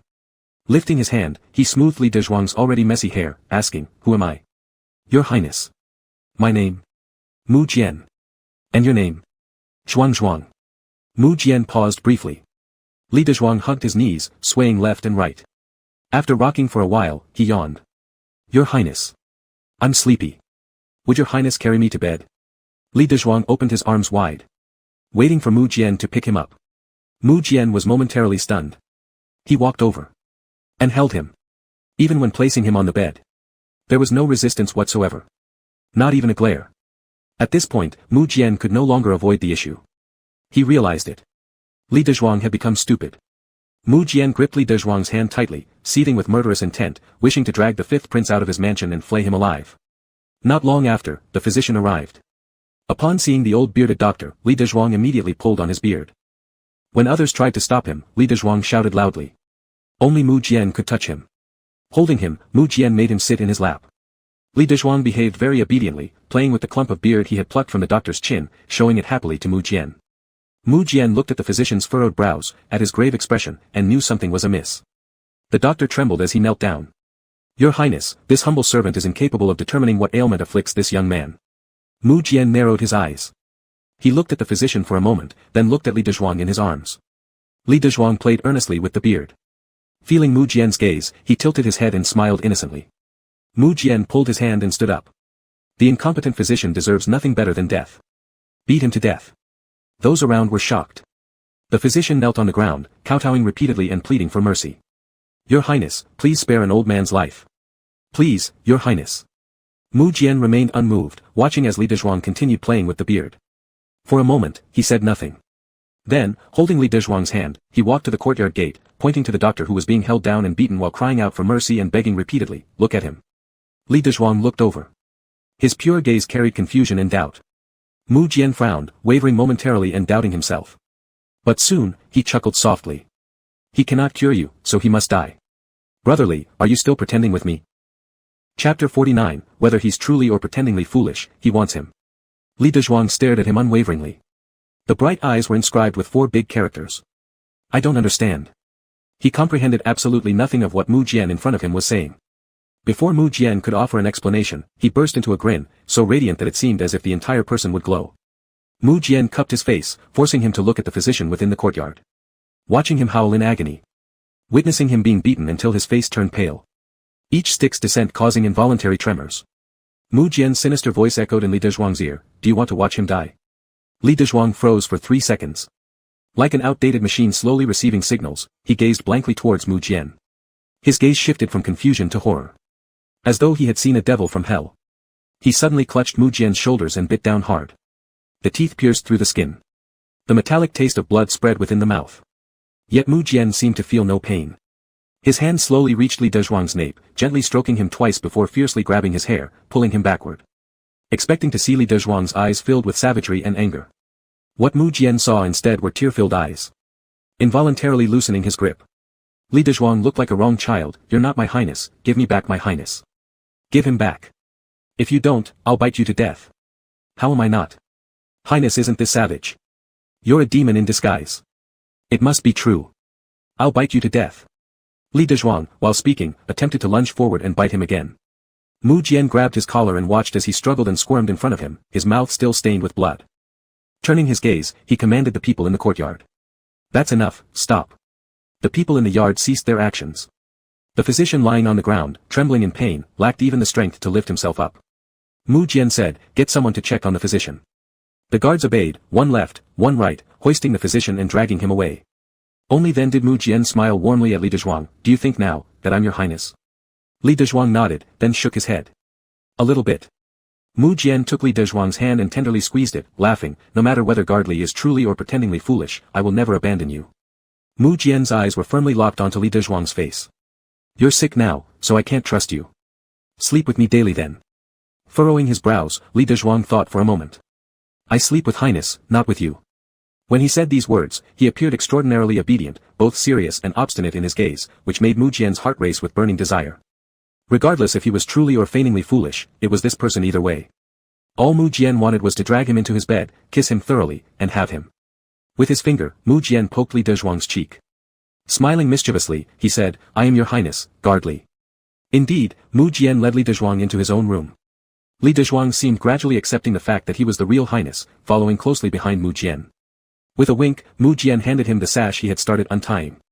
While removing the jade pendant from his waist, he teased Li Dezhuang with its tassel. Gardly stares at me like this, why not help me undress? All right. Without hesitation, Li Dezhuang responded. Within moments, he had stripped him down to his undergarments. Mu Jian's eyes had already caught fire watching him undress, then abruptly grabbed Li Dezhuang's shoulders, shoving him onto the large bed. Lowering his head, he forcefully captured Li Dezhuang's lips with a kiss, eager to relish the sweet taste he craved. For Li Dezhuang was like the moon in the sky to him. Cold and clear. Though lacking the brilliance of the sun, it was sufficient to illuminate Mu Jian's dark world. He was neither noble nor selfless. Never once had he thought about becoming the protector of the moon. Mu Jian intended to secretly keep the moon. Let this crescent of light shine solely on him. And tightly nail himself with it together. When Mu Jian woke up the next morning, Li Dezhuang was sleeping soundly beside him. Mu Jian leaned forward, indulgently caressing his face. Last night, though he managed to taste Li Dezhuang's lips to his satisfaction, later when the latter protested for breath, Mu Jian let go. And soon after, this man started snoring next to him. Ultimately failing to devour this morsel. Moreover, Li Dezhuang's current condition disturbed Mu Jian's mind. Thoughts tangled like weeds in his head. If Li Dezhuang were feigning foolishness and planning to escape, Mu Jian wouldn't be afraid. He had all sorts of methods to ensure that Li Dezhuang stayed obediently by his side.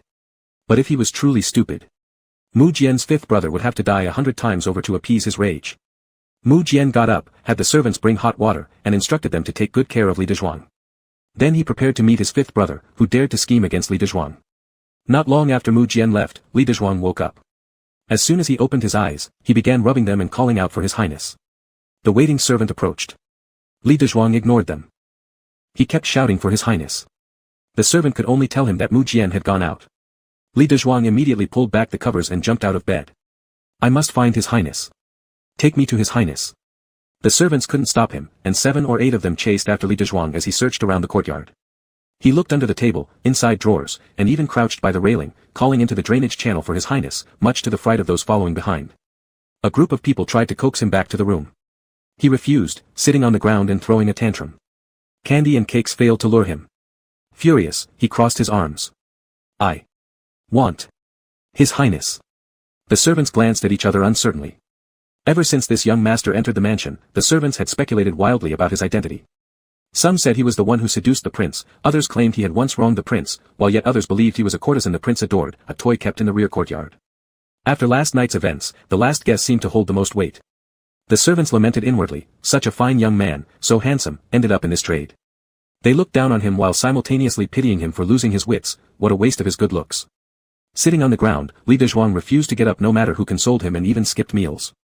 Everyone knew that this young master was currently the one closest to the prince's heart, so they did not dare neglect him. They promised that if he ate properly, they would accompany him to wait at the main gate for his highness to return. But this young lord, though seemingly foolish, was perhaps not entirely so. At the moment, his mind seemed unusually sharp. No trip to the gate, no meal. Reluctantly, the servants helped usher him to the front gate where they let him watch the passers-by, waiting for Mu Jian's return. Li Dezhuang sat on the steps, eating as he gazed outside. Suddenly, he exclaimed joyfully. Your Highness. Chapter 50, Hope Shattered. The servant waiting by the door was just about to look up.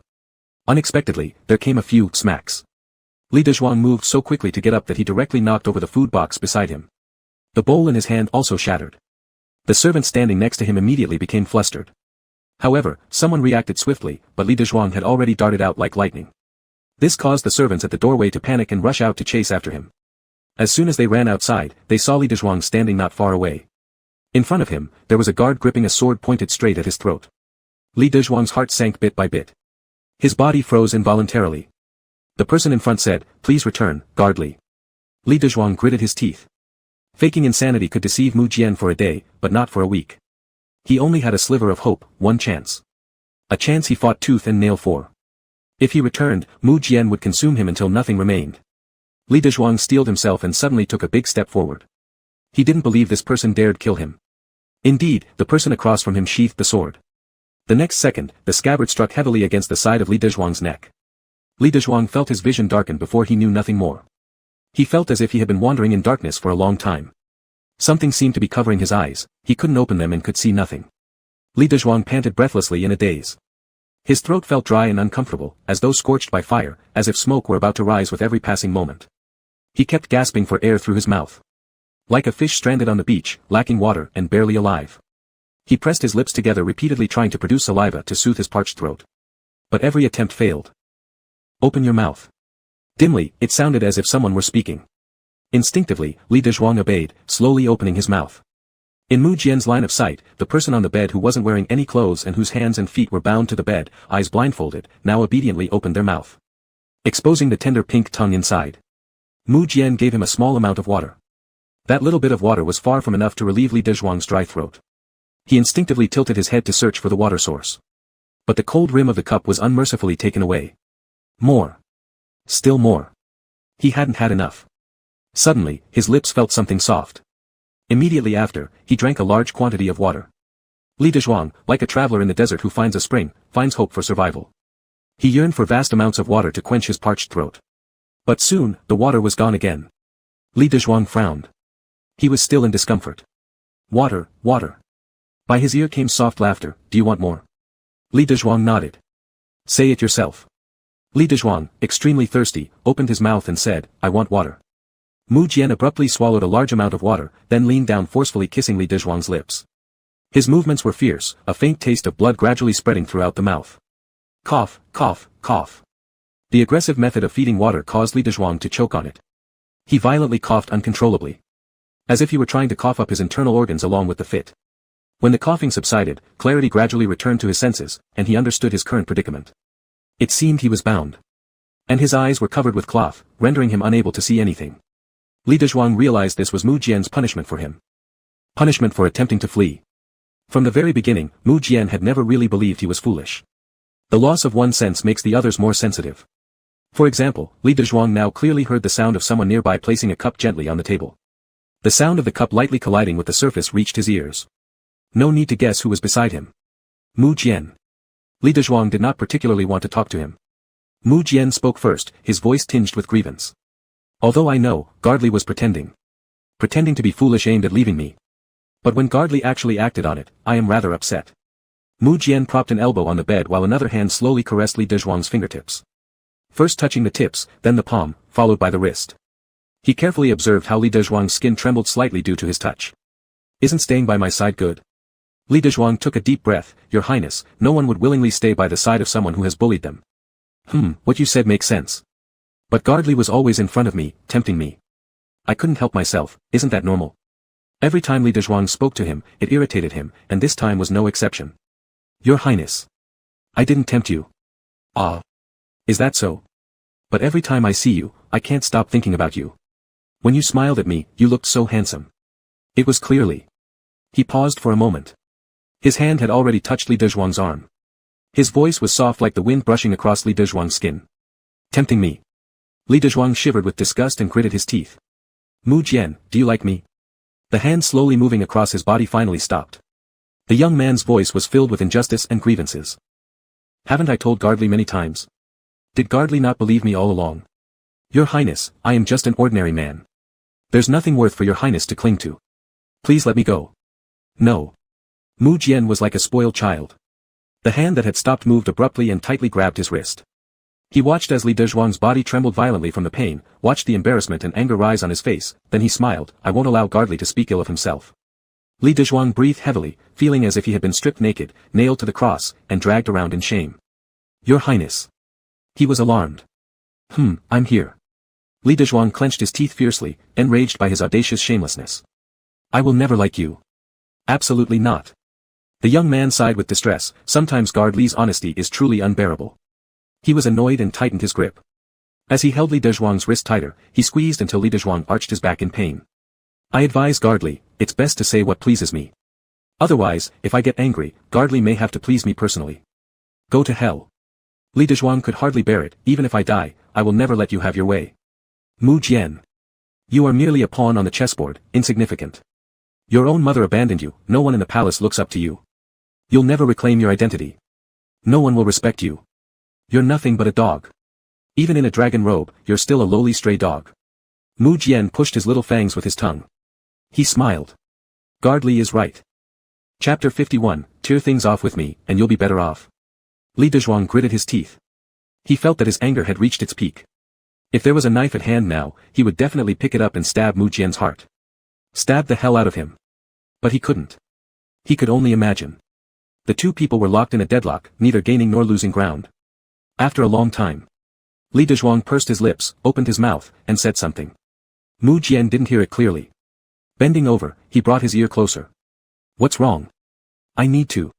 What do you need? Li Dezhuang took a deep breath and loudly said, to pee. For an instant, Mu Jian was dumbfounded, then curled the corner of his lip. Say so earlier. I thought it was something serious. Let me get the night pot for Gardley. Wait. Untie me. I need to go to the toilet. You're not going to untie me while I have to use the bathroom. Mu Jian's voice came across with bewilderment and curiosity. Why untie? Li Dezhuang was on the verge of rage but dared not burst outright. He feared that if he did, he wouldn't be able to hold back, urinating in bed. His voice almost seemed squeezed through his clenched teeth. Your Highness, please. I really need to use the restroom. I know. Mu Jian's voice sounded pure and innocent. Li Dezhuang heard the sound of the chamber pot being picked up. His whole body became tense. All he could think about was how one shouldn't be treated this way, so abnormal. They remained locked in their stalemate. Smiling harmlessly, Mu Jian said, Don't want to pee anymore. Then I'll put it down. No. Mu Jian stopped moving. Waiting quietly. Li Dezhuang took a deep breath and decided to temporarily abandon his tough attitude, opting for retreating step by step. Your Highness, I beg you, release me. Let me do it myself. Not gonna. Mu Jian, sounding like a clinging child, used his nose to affectionately nuzzle Li Dezhuang's cheek. The moment their faces touched, Li Dezhuang instinctively turned away. Mu Jian wasn't upset, still smiling as he said, Why are you shy? Mu Jian. Li Dezhuang's face turned ghastly pale. If the black cloth covering his eyes was removed, it would show his eyes were already red. There were signs that tears might soon come. Mu Jian kissed him and consoled, all right, I won't touch you. I'll leave. Footsteps faded away. Li Dezhuang's face turned crimson from holding himself back, trembling with anger all over. He felt as though he was about to go mad, constantly feeling that Mu Jian hadn't gone far and was watching him intently. Li Dezhuang had lost all hope for life. Mu Jian was a demon. Not only was he mad himself, but he also dragged others into madness. He would strip everyone's facade away, exposing the inside, revealing their unworthiness and their mess. Li Dezhuang's throat tightened. The black cloth over his eyes bore wet traces. Mu Jian. You'd better keep binding me like this forever. Otherwise, even if I die, I'll bite through your throat. And drag you down with me. Mu Jian laughed from outside. Gardley wishes to die together with me? Of course, I would willingly be entombed alongside Gardley. In Green Hills or Yellow Springs, wherever Gardley is, I will be there too. Although these words carried deep affection, Li Dezhuang only felt an icy chill in his heart, sending shivers down his spine. Mu Jian said with grievance, Gardley doesn't know how sad I was when I realized you were deceiving me. I even planned to stab old Five just for you. What does that have to do with me? How could it not? I was all for Gardley, anyone who dared lay a finger on you would certainly regret it. I treat you so well, yet you deceived me. I am so upset. So what? Li Dezhuang found it laughable. Did Mu Jian possess the right worldview? Value system? Did he know what kind meant? It was as though Mu Jian had heard Li Dezhuang's inner thoughts and responded, I know you don't like force, I've been patiently waiting for you all along. You don't know, every night when you lie next to me, how much I wanted you. But I restrained myself. Gardley doesn't say I'm obedient, why must we rip each other apart like this? Are you better off? Li Dezhuang spat. Not caring whether his saliva hit him. Mu Jian said, you always deceive me, trying to run away, which makes me very unhappy. Standing up, Mu Jian looked down at Li Dezhuang from above. I'll give Gardley 3 days to make up his mind. Escape, or not escape. After finishing. Li Dezhuang's ears caught the sound of footsteps growing more distant. It was Mu Jian who had left. The heart that had been hanging finally fell back into place. But the overwhelming palpitations that surged up were like a ferocious beast's gaping mouth, tearing Li Dezhuang apart until he was bloody and raw. Escape. How to escape? Mu Jian had the standard intelligence of a male protagonist. And the crazed attributes typical of a sickly romance novel's male lead. How could he possibly win? No matter how he thought about it, aside from submission, he had no other choice. But Li Dezhuang refused. By now, he was far less resistant to whether or not he was gay. He believed that as long as there was mutual affection, whether it was with a man or a woman, it didn't matter. But it absolutely couldn't be with someone who harmed him. Li Dezhuang would rather die. With this resolve in mind, Li Dezhuang began refusing food and water. He wouldn't eat the meals brought to his mouth. He wouldn't drink the water offered to him. Twice, Mu Jian tried force-feeding him, but ended up with his lips bitten through. That bite was hard. A heavy taste of blood filled both their mouths. Afterward, Mu Jian didn't show up at his bedside all day. When Mu Jian returned, he found Li Dezhuang free. After an unknown number of days of darkness, Li Dezhuang finally saw sunlight again, and saw Mu Jian's face. As usual, he was handsome, with deep-set eyes. But now, his face was stern and expressionless, carrying a cold aloofness. Mu Jian helped Li Dezhuang get dressed, carefully slipping each garment on. Without any superfluous movements, just helping him dress. Li Dezhuang watched Mu Jian intently, trying to peer through his frost-covered face to uncover his intentions, but he failed. The other side's expression remained detached, his actions calm and composed. After dressing Li Dezhuang, Mu Jian squatted down, gripping his ankle to help him put on his shoes. In shock, Li Dezhuang tried pulling his foot away. Mu Jian didn't insist, letting go without resistance. For a moment, they remained locked in silence. Slowly, Li Dezhuang bent down and put on his own shoes. Having gone 2 days without eating or drinking, his complexion was ashen, his lips cracked and dry. His once dazzling eyes now carried no luster. He appeared completely like a walking corpse. Watching him with aching eyes, Mu Jian wanted to reach out and touch him but retracted his hand. Why does Captain Li have to do this? Is asking for mercy really unacceptable? Chapter 52, Don't doubt, I genuinely like Attendant Li. Li Dezhuang stood up. Due to his weakness, his body swayed slightly. Mu Jian wanted to support him but was dodged. He looked at Li Dezhuang like an abandoned little puppy, full of disappointment and hurt. He yearned for just a tiny bit of pity from him. But there was none. In Li Dezhuang's eyes, there was only disgust and hatred. That look pierced Mu Jian's heart like a knife. He didn't like it. He wished he could pin the man down on the bed, choke his neck, and order him not to look at him like that. But he couldn't bring himself to do it. Instead, he allowed his own heart to ache and bear it silently. Li Dezhuang slowly walked out. To Mu Jian, he did not utter a single word. Attendant Li, I've already let you go. Can you eat something first? On the table, there were light dishes, steaming hot soup, and lukewarm water waiting for Li Dezhuang to enjoy. Li Dezhuang wouldn't even glance at them. He continued walking out. He didn't want to stay here any longer. It was oppressive here. It was suffocating. If he stayed 1 second longer, he would die. The way was completely unobstructed. No one stopped him. Only Mu Jian followed behind silently. He neither moved forward nor spoke. His silence was pitiful, but it evoked no sympathy from Li Dezhuang. Li Dezhuang felt faintly uneasy, always thinking that Mu Jian letting him go must mean he had some grand scheme in mind. Yet as he stepped outside the courtyard, still nothing happened. All he could hear were the increasingly loud cries, pleas for mercy, reprimands, and the sound of whips lashing out. Passing by a small courtyard, he instinctively glanced over. Then froze on the spot. Inside the courtyard were residents from the town he used to live in. From children cradled in arms to white-haired elders, all kinds of people were packed together under guard within the courtyard. Li Dezhuang widened his eyes instantly. He rushed forward hastily in 3 steps, forgetting his current physical condition which couldn't support such an intense action. He hadn't gone 2 steps before falling heavily to the ground. The commotion drew gazes from those inside the courtyard. Some shouted his name in tears, begging him to save them. Mu Jian hurried forward and supported Li Dezhuang. Is Attendant Li all right? Li Dezhuang firmly grabbed Mu Jian's collar, his eyes bloodshot, resembling a provoked little beast ready for its final charge. What are you keeping them for? Mu Jian answered without hesitation, they made you unhappy. When have they ever made me unhappy? It was their fortune when Attendant Li told them stories in that town. But for a few ounces of gold, they betrayed you. You must be upset about that. It's okay. I will avenge you. I'm not upset. Li Dezhuang's voice was hoarse. Let them go. That cannot happen. Mu Jian shook his head, like a capricious child. If they hadn't reported you, you could still be enjoying your free life outside, not causing a scene here in the mansion without eating or drinking, ending up in this state. Mu Jian tenderly caressed Li Dezhuang's face. His touch sent waves of fear through Li Dezhuang. So much fear that his whole body began to tremble. I'm so heartbroken. Li Dezhuang knew it was futile trying to reason with a madman. Taking a deep breath, he said, let them go. It has nothing to do with them. No. Mu Jian was firm. At that moment, a guard standing by the courtyard approached Mu Jian. Your Highness, everything has been counted. There are 57 people in total. Your Highness, what should we do next? Li Dezhuang stared in horror, his eyes wide open. He understood exactly the means of this madman.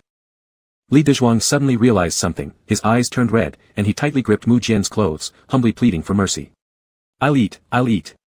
Let them go if I eat something. Mu Jian's voice was soft, seemingly gentle and innocent, yet it sent chills down anyone's spine like the biting cold of winter. Really? That's wonderful then. Go fetch Attendant Li's meal. Yes. The guard immediately went to do as ordered. Soon after, he returned with all the food on the table. Li Dezhuang didn't bother with chopsticks, he reached out to grab the rice with his hands. Mu Jian immediately stopped him, careful, don't choke. Drink the soup first to warm your stomach. Li Dezhuang gulped down an entire bowl of hot soup in one breath. Mu Jian meticulously placed the chopsticks in his hand, occasionally picking dishes for him, telling him to eat slower so as not to choke. However, Li Dezhuang was eager to save those people and ate as if running for his life. He finished within 5 minutes. Now can you let them go? They have nothing to do with us, Your Highness, please. Will attendantly harm himself in the future. Li Dezhuang shook his head vigorously, no, no more. Mu Jian wiped the rice grains from the corner of Li Dezhuang's mouth with his hand. Attendant Li is always so kind to others, but hardest on me. Li Dezhuang looked at him with red eyes but said nothing. Mu Jian touched his cheek, since Attendant Li has promised me this, you shall dictate. I'll release one person as you choose, anyone at all. For a moment, Li Dezhuang's face was blank. Release one. His lips quivered, Your Highness. Mu Jian gazed at him with affection, hurting you is unforgivable. Li Dezhuang's voice cracked in desperation, they didn't hurt me. They are all poor people, they've never seen so much money in their lives, even over several lifetimes. Selling out his whereabouts for gold was too normal. Besides, only one of them betrayed me. What do these children have to do with it? I don't like them. You're so good to them, it makes me unhappy. Mu Jian smoothed Li Dezhuang's hair with a deep reluctance in his eyes and uneasiness, attendantly, forget about them. Leave if you wish. Seeing you in such pain breaks my heart. Li Dezhuang's long eyelashes trembled. Looking at the detained women, children, and elderly in the courtyard. How could he leave? If he did, he would spend his entire life living under a shadow. Li Dezhuang's face turned pale as he anxiously covered his face with his hands. Tears streamed down through the gaps between his fingers. Your Highness, what do you want me to do to let them go? Mu Jian stared at Li Dezhuang as he cried, softening at last and unwilling to see him suffer further. He sighed lightly, gently hugging him. What does the life or death of others have to do with you? It seemed Li Dezhuang hadn't heard, muttering faintly, what do you want me to do, Your Highness? Mu Jian wasn't surprised at all by this outcome. Leaning in, he softly kissed Li Dezhuang's earlobe. I like you so much, you know that. Gradually, Li Dezhuang stopped crying, lowering the hand covering his face.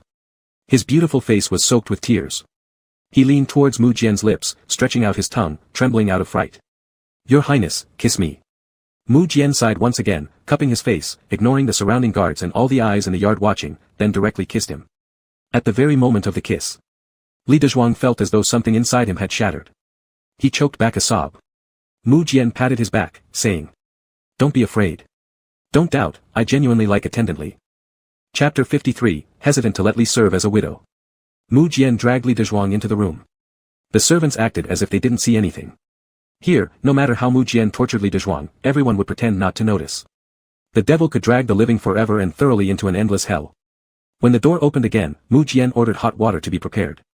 As the person delivering the water had barely stepped in, a cold voice sounded. Do not look up. A group of people, bowing their waists and heads, carried bucket after bucket of water inside. Occasionally, one could hear the sound of grinding from behind the screen. Your eyes are so red, like a little rabbit's, truly beautiful. A somewhat hoarse voice came out. Without warmth, without emotion. Mu Jian, you promised. Mu Jian's voice was filled with infatuation, gently cooing in a soft and tender manner, go ahead. As long as Gardly behaves, I'll do whatever Gardly says. The hot water outside was ready. The last person leaving closed the door with good timing. Mu Jian carried Li Dezhuang over and soaked him in the warm water. The warm water relaxed his tired body. Mu Jian asked smugly, am I good to you? Li Dezhuang refused to acknowledge him. Mu Jian self-answered, naturally, I am. He touched his face in fascination, not minding being dodged, pointing to the tooth marks on his shoulder, look what you did. Li Dezhuang glanced once. The circle of teeth marks was deep and red, tinged with blood. It was clear how much force was used by the biter. Li Dezhuang thought to himself, failing to bite off a piece of flesh made it too easy on him. But Mu Jian smiled as though he felt no pain, pinching Li Dezhuang's chin to stop him from dodging. You bit beautifully, I really like it. Li Dezhuang had completely collapsed emotionally. He could collapse even further from this state. Indeed, one should never think along the same lines as a deranged lunatic. Mu Jian poked his cheeks. Like a kitten, truly adorable. Li Dezhuang kept a cold face. In public, aren't you afraid others might know? Do you care for laws? For decency? For propriety? Mu Jian laughed. Yes. This is exactly making sure everyone knows that you are mine. Who would dare to compete with me? Mu Jian circled him, gripping his hand. Li Dezhuang was repulsed by his touch and tried to pull away, but Mu Jian held on tightly, immovable. Moreover, Mu Jian attempted to pry open his fingers to intertwine with his own. Li Dezhuang's face showed obvious displeasure. Refusing, Mu Jian leaned closer to kiss him. Though Li Dezhuang managed to guard against his advances, he stared icily at him, wanting nothing more than to push this idiot's head under the tub and drown him. But he couldn't. He simply wasn't strong enough, and would end up suffering the consequences himself. Mu Jian seemed entirely oblivious, happy like a child, excitedly hugging him while murmuring countless sweet nothings. In the end, Li Dezhuang didn't remember how he got out of the bath. When he woke up, it was already bright outside. Still half asleep, he felt warmth brushing across his face. Unsurprisingly, he opened his eyes to find Mu Jian right there. The young man slept soundly, looking attached. His sleeping form was very obedient, giving no hint of being insane before. Of course, he had hidden it quite well before. And Li Dezhuang hadn't noticed either.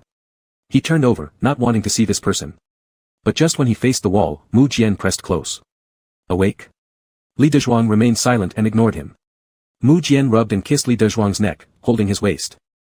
Li Dezhuang spoke coldly, "Sir, it's time for you to get up." "Just a bit longer." Li Dezhuang looked at the wall for a while, then suddenly asked, "How can Sir let those people go?" Mu Jian paused as if puzzled by the question for a moment. "Does Gardley remember the paintings I've kept of yours? Why don't we research and discuss them together? If you keep me happy, I will release them. What do you say?" Li Dezhuang closed his eyes for a while. After a long time, his voice squeezed out. "All right." Excitedly, Mu Jian sat up, his eyes gleaming with dazzling light. "Really?" Mu Jian plunged into Li Dezhuang's embrace, acting like a reckless teenager, completely unlike the brute capable of easily crushing him in an instant. Li Dezhuang's gaze landed in the void. From that point on, Li Dezhuang became much more initiative than before. They even moved to a courtyard to live. This change made Mu Jian ecstatic and forget himself. He often went out. What he did, Li Dezhuang didn't know. All Li Dezhuang knew was that every time he came back, the young man always had an air of elegance.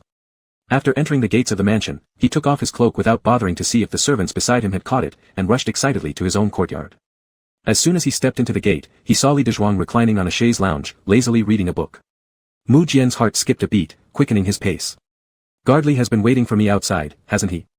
Isn't it too hot? Your face is all red from the sun." Mu Jian picked up a book nearby to shield Li Dezhuang from the sun, leaning closer. "What are you reading?" Li Dezhuang disliked his proximity and tossed the book aside, refusing to continue reading. Mu Jian chuckled. Turning to the person behind him, he said, "Look at him, such a temper." It was then Li Dezhuang noticed there was someone standing behind Mu Jian. This person was familiar to him. When the crown prince was still alive, this person served as the chief guard of the Eastern Palace, rumored to be quite capable. Last time when Mu Jian was attacked, Mu Jian claimed that their rescuer, Li Yu, had also saved them.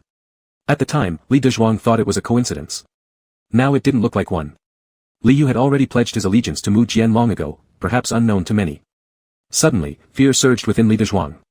Mu Jian had long laid out a web, entrapment not only for his enemies but also for Li Dezhuang.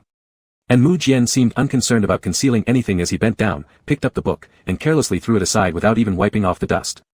"How's it going?" Li Yu hesitated and glanced at Li Dezhuang.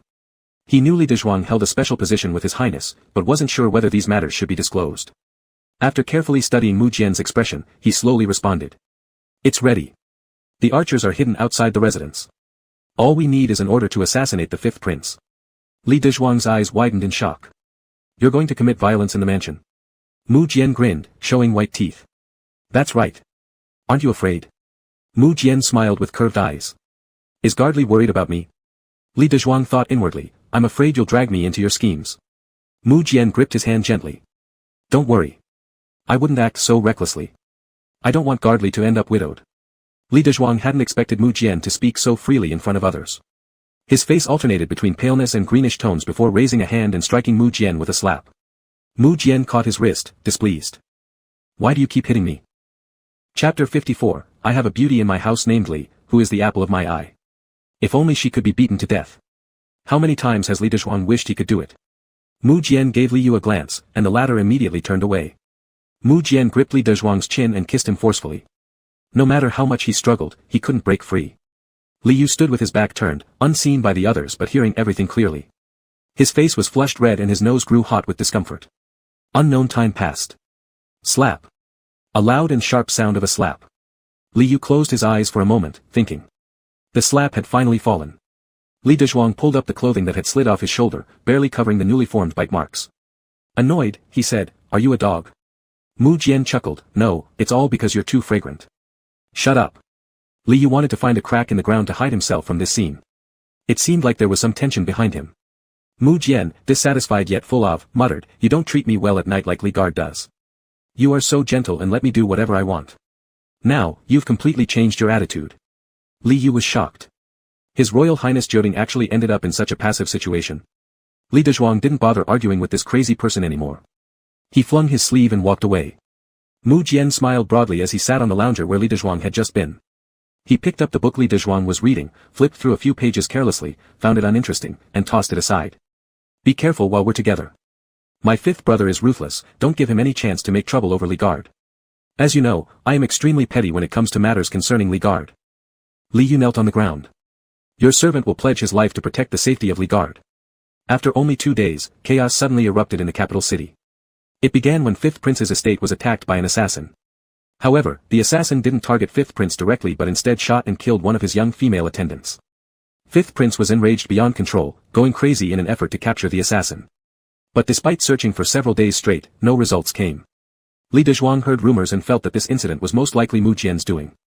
But what he couldn't understand was why Mu Jian would kill a mere attendant. And why did the Fifth Prince react so violently for the loss of a single maid? The answer to this question came from Mu Jian. That maid was actually the biological daughter of Fifth Prince. Li Dezhuang was stunned. It turned out Fifth Prince had engaged in inappropriate relations with his wet nurse. She bore him a daughter long ago. Yet due to issues of identity, social class, and the dignity of the royal family, this matter had been hidden under wraps. With a glint of cold light in his eyes, Li Dezhuang questioned, if it's concealed so tightly, then how do you know about it? Mu Jian grinned and wrapped his arms around Li Dezhuang. Do you really want to know? Let's trade then, remember that other day. I liked it a lot. He paused for a moment, and so did you, right? Recalling that night's debauchery, Li Dezhuang felt heat rise to his face. He wasn't stupid enough to fall into the same trap again. Forget it, I don't want to know. He moved to leave. But Mu Jian wouldn't release him, hugging him tighter. Are you angry? Jealous maybe? Li Dezhuang glared at him. Mu Jian, seemingly oblivious to Li Dezhuang's anger, smiled warmly. Grinding his teeth, Li Dezhuang wrenched free from his grip and cleanly removed his clothes. Mu Jian's teasing expression instantly deepened. He slowly sat upright, scrutinizing every inch of Li Dezhuang's exposed skin with his gaze. Li Dezhuang discarded his last piece of garment. Come on then. In the end, Li Dezhuang was so exhausted he couldn't even lift his arms. Blinking drowsily, he stared at Mu Jian beside him, trying to speak. But Mu Jian leaned down and gave him a soft kiss, picking him up to clean him before coaxing him to sleep. When he woke up next, Mu Jian was no longer by the bed. In truth, both Li Dezhuang and Mu Jian were aware of the nature of their relationship, it was purely transactional. Li Dezhuang slept with him, he released innocent lives. Now that Mu Jian had no leverage left, naturally, he could no longer threaten Li Dezhuang. He originally thought he might wake up bound again as he did last time, but it didn't happen. It appeared. Mu Jian had given up on him. Yet that wasn't the kind of person Mu Jian was. There must be another move waiting. Li Dezhuang's heart was heavy with worry, but even after dressing, eating, and pacing in the courtyard for rounds, he detected no peculiarities in the day. His darkened mood brightened slightly. As he stepped outside, he encountered several young girls dressed beautifully, picking flowers and chasing butterflies in the garden. Li Dezhuang recognized these girls. When they were in the town, those girls frequently threw sachets of fragrant herbs into his arms. Why were they still here? Weren't they supposed to have all been let go? Li Dezhuang felt a surge of blood rush to his face and hurried back in 2 quick steps. He searched the sleeping chambers. But there was no one. He searched the study. But there was no one. Finally, he found Mu Jian in the front hall who had just returned. He dismounted from his horse at the gate, looking spirited and dashing. Mu Jian, seeing Li Dezhuang come out, ran up to him with great enthusiasm. Guard Li is here too. Slap. A sharp and resounding slap cut off all unfinished words. The front hall was full of people. Some whom Li Dezhuang hadn't even seen before. Now they all stared blankly in shock. Mu Jian's cheek was slapped to one side. He pressed his tongue against his cheek and unsurprisingly tasted blood. He smiled, it seems Guard Li has really gotten used to slapping me. Even a casual hit now hurts this much. Li Dezhuang's anger hadn't subsided. You promised me. You promised you would send them away. Mu Jian thought for a moment, then remembered. He took a step closer, his gait exuding authority. It actually made an angry Li Dezhuang take a step back. Weren't you talking about those few women in the backyard? Why don't you ask them why they're still here? Li Dezhuang immediately understood what Mu Jian meant. You. Who doesn't love wealth and honor? Even you, Guard Li, like it too. If they willingly choose to stay, what does it have to do with me? For you to beat me like this is completely unjustified. It's you who intentionally tempted them. Mu Jian looked at him for a moment and laughed. Does that matter? Regardless of whether Mu Jian had tempted them or not, it was true that they didn't want to leave. Li Dezhuang took a deep breath. Since that was the case, he didn't need to bother saving those people anymore. Life or death was entirely their own fault. But before he could say another word, Mu Jian suddenly grabbed his wrist, dragging him back into the bedroom and tossing him onto the large bed. Li Dezhuang struggled to get up. Mu Jian pressed down on his shoulders, forcing him back into the blankets. Then he said something completely unexpected. Fifth brother knows that it was I who killed the maidservant. What does it have to do with me? Mu Jian continued, people outside are saying I've got a treasured heartthrob. If Gardley goes out right now, I guarantee that within a mile, you'll be tied to fifth brother's carriage. He stroked Li Dezhuang's face. My fifth brother doesn't have my good temper. Li Dezhuang's eyes widened. Had Mu Jian, who usually acted cautiously, been caught by someone exposing a weakness? He had an unreliable guess. Did you deliberately leave a loophole? Not exactly, but fifth brother is extremely clever. Mu Jian smiled as he looked at Li Dezhuang. I only mentioned during the family banquet, right in front of him, to His Majesty the Emperor. He leaned down. His voice emerged muffled from his throat. Warm. Drifting. Luring the tips of one's heart to feel numb. There's a beauty named Li in my household, who is the apple of my eye. Mu Jian. You son of a grass-eating horse. Chapter 55, What you feel for me is not love. Mu Jian was like a mischievous child. Overjoyed that his prank had succeeded, he burst out laughing. He lay beside Li Dezhuang, fondly playing with his hair. Can't Gardley stay with me for a while? Won't you help me? Li Dezhuang's face turned extremely pale. What can I do for your highness? Help alleviate your highness's desires. After pondering for a moment, Mu Jian grinned, revealing 2 tiger teeth. Far more than that, as long as I can see Gardley every day, I would be content. My mood will improve. Li Dezhuang moved aside. If seeing your highness satisfies me, then don't cling to me. Mu Jian followed and insisted on staying close to him. Do you not understand the principle of insatiability leading to one's downfall, Gardley? Li Dezhuang understood. But he couldn't comprehend how someone could be so shameless. Lying on his side, Mu Jian said, it's really dangerous outside. Gardley shouldn't leave my side. Stay obediently, and I'll surely protect you. Li Dezhuang turned around and looked at him directly. If you truly care about my safety, you wouldn't have reported my name. Your highness, you're making me a target. He had never seen anyone love this way. Mu Jian sighed, if I didn't cut off all your retreats, you would leave, right? Li Dezhuang abruptly sat up, turned around, and stared at Mu Jian intently as if he were in an official interrogation. Mu Jian felt somewhat uneasy under such a gaze, retracted his smile, and also sat up, pulling his hand. What's wrong? Did I say something incorrect? Li Dezhuang didn't speak immediately. The two of them stared at each other. Li Dezhuang suddenly asked, Mu Jian, do you like me? Mu Jian sighed, I've already told you so many times, why do you still not believe me? Li Dezhuang firmly stated, this isn't love. Mu Jian, you merely depend on me because I used to be good to you. When you were in trouble, I gave you assistance. So, you think I'm good and thus feel like you love me. But if someone else had given you a bun or a pancake back then, you would like him instead. Mu Jian, at the end of the day, all you crave is the warmth others give you. Since you feel that I can provide this warmth, you want me. True love is not what you are expressing. It's thinking about the other person in everything, missing them when they're gone, and having your heart race upon seeing them. Wanting them always within reach, free from worldly troubles, forever happy. What you feel for me is not that. Li Dezhuang said this sentence by sentence. Mu Jian stared at him for a long time, never letting go of the hand holding Li Dezhuang's. So, what you're saying is that I'm mistaken, and I actually don't like you, right? Right. Mu Jian sighed in frustration, ah. I thought you were about to agree with me. Li Dezhuang frowned. I'm speaking seriously with you. Mu Jian looked at him for 2 seconds. Impatience and displeasure showed clearly on Li Dezhuang's fair face. Suddenly, Mu Jian used his free hand to forcefully grab Li Dezhuang's chin and, before the latter reacted, quickly pressed their lips together. Li Dezhuang widened his eyes. Caught unprepared by his sudden action, he was pushed back onto the bed. Mu Jian gave him a deep kiss, so deep that Li Dezhuang could hardly speak coherently, only emitting whimpers and broken syllables. After a long while, Mu Jian let him go. He smiled. Then, let me tell Gardley seriously too. Since the first time I saw you, I wanted to kiss you like this. At that time, being young and naive, I just wanted to stick to you every day, hold you. He paused, isn't this love? Li Dezhuang remained silent. Mu Jian continued, you know who I am, Gardley has witnessed it these days. You wouldn't naively think I became like this recently, right? Li Dezhuang's eyes slightly widened. Mu Jian laughed, I've been good to you to gain your affection, Gardley, why don't you understand? Li Dezhuang clenched his teeth tightly. His breathing grew increasingly rapid. He wanted to say no, it's not right, it's not like this. But the words kept rolling on his tongue, unable to come out. Mu Jian said, Gardley, a bun or a pancake won't capture my heart. It can only make me notice you. You've captivated my affection through your own merits. He smiled, but suddenly his face fell, and even his voice carried an undertone of grievance and. How do you know that I'm not thinking about you when I can't see you? His hand gently caressed Li Dezhuang's cheek, tenderly touched his earlobe, feeling the trembling in his breathing. Gardley is like the bright moon in the sky. I like it, so I want this moon to be mine. Li Dezhuang's voice trembled. Mu Jian, what do you really like about me? If it weren't for a bun or a pancake. What virtue did he have to take away the male lead's love? Mu Jian rested on Li Dezhuang's chest. Do you want to know? He had to figure this out clearly before dying.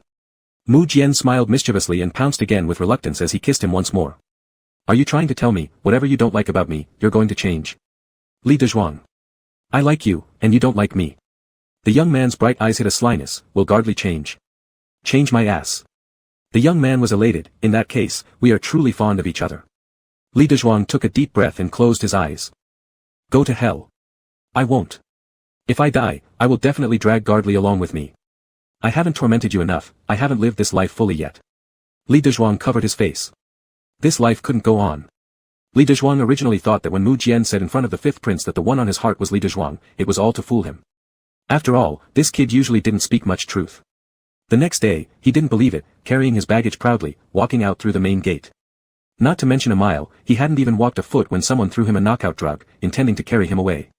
Just before he fainted, he felt himself being held in someone's arms, hearing a sigh by the ear. Why won't you trust me? Li Dezhuang just wanted to say. Son of a gun. Chapter 56, The throne is taken, not given by others. The fifth prince's actions were initially covert, but eventually, he stopped pretending. He directly sent his personal guards to assassinate Li Dezhuang. One night, deep into the midnight hours, the assassin broke into his room. If it weren't for Li Yu, the gleaming dagger would have undoubtedly been embedded in Li Dezhuang's chest. Li Dezhuang was left with lingering fear and confronted Mu Jian. Mu Jian merely smiled sweetly and said, why doesn't Gardley come and sleep with me? Even if there were an assassination attempt, I'd definitely take the blow for Gardley. Infuriated, Li Dezhuang turned and left. After returning, he thought about it and still felt uneasy. Hugging a small blanket, he appeared at Mu Jian's room, where Mu Jian's large eyes had curved into thin lines of joy. Enthusiastically, Mu Jian embraced Li Dezhuang, rubbing against his ear. I knew it, you can't sleep without me. Li Dezhuang spread out the blanket on the floor, warning Mu Jian. I'll sleep on the floor. If His Highness has any malicious thoughts, I'm willing to die under the assassin's arrow.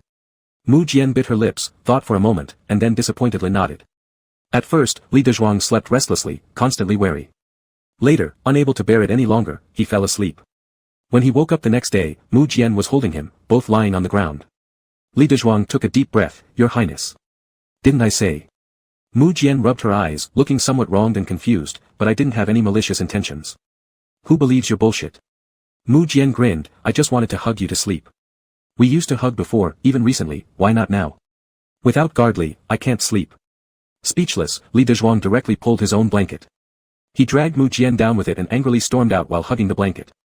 Mu Jian couldn't help but smile as she watched his back disappear. Li Yu walked in just then, encountering an irate Li Dezhuang. When Li Yu entered and saw Mu Jian on the floor, his jaw nearly dropped.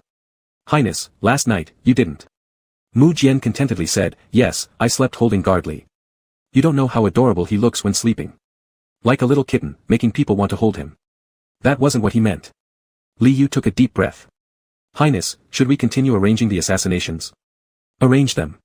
Just make sure no one gets hurt. Mu Jian stood up, pulling clothes from the rack onto herself, a faint smile gracing her eyes. Let him know that this world, except beside me, other places are very dangerous. Li Yu bowed his head, thinking inwardly, you're the scariest one. Li Dezhuang stormed through the prince's residence, walking 2 steps cautiously, always watching around. Afraid that a cold arrow would appear out of nowhere and take his life. He continued like this all the way back to his own room. Just as he sat down to drink some water, hesitating over the possibility of poison, he set it down. He asked a servant about Mu Jian's whereabouts. Mu Jian was in the study. Li Dezhuang hesitated. Suddenly, a cold arrow whizzed past and hit the floor right beside his foot with a sharp sound. Fear and the instinct to survive surged within him like a whip cracking on a horse's flank. Without hesitation, Li Dezhuang sprinted towards Mu Jian's study. Mu Jian was reading in the study. Seeing Li Dezhuang arrive, she didn't seem surprised at all. Li Dezhuang was panting heavily, hands resting on his knees. Other people's residences are secure as iron buckets, yours is leaky like a sieve, yet you do nothing about it. I don't have money. Gardley knows, I am the least powerful among the princes. That was true, but not entirely. Mu Jian indeed lacked power, but currently, she was the only hope of the concubine. The concubine's power equaled hers. She also had the emperor's favor, stepping over 2 princes, gaining sympathy. She was ruthless and calculating. He wouldn't believe that Mu Jian couldn't control even one residence well. It was merely an excuse to lure him in. Now, the residence didn't restrict his movements anymore, letting him roam freely, allowing him to leave the premises. There was no fool who would walk straight into death willingly. Li Dezhuang fumed, sitting in a chair, reminiscing about the cold arrow near his foot. The fifth prince was a failure. There had been so many assassination attempts. Why didn't they send a professional? Each time, they missed him completely, every single one was annoyingly accurate but non-lethal. As he picked up the teacup on the table, ready to drink, he hesitated. He feared it might be poisoned. Mu Jian had been closely watching him, observing the changing expressions on his face. Watching his anger, fear, unwillingness, and grievances. She felt both gratification and pity. He put down the pen, stepped forward, and leaned close to his ear, licking it lightly. Li Dezhuang immediately bristled, clutching his ear. What are you doing? Mu Jian smiled and picked up the cup of water, bringing it to her lips.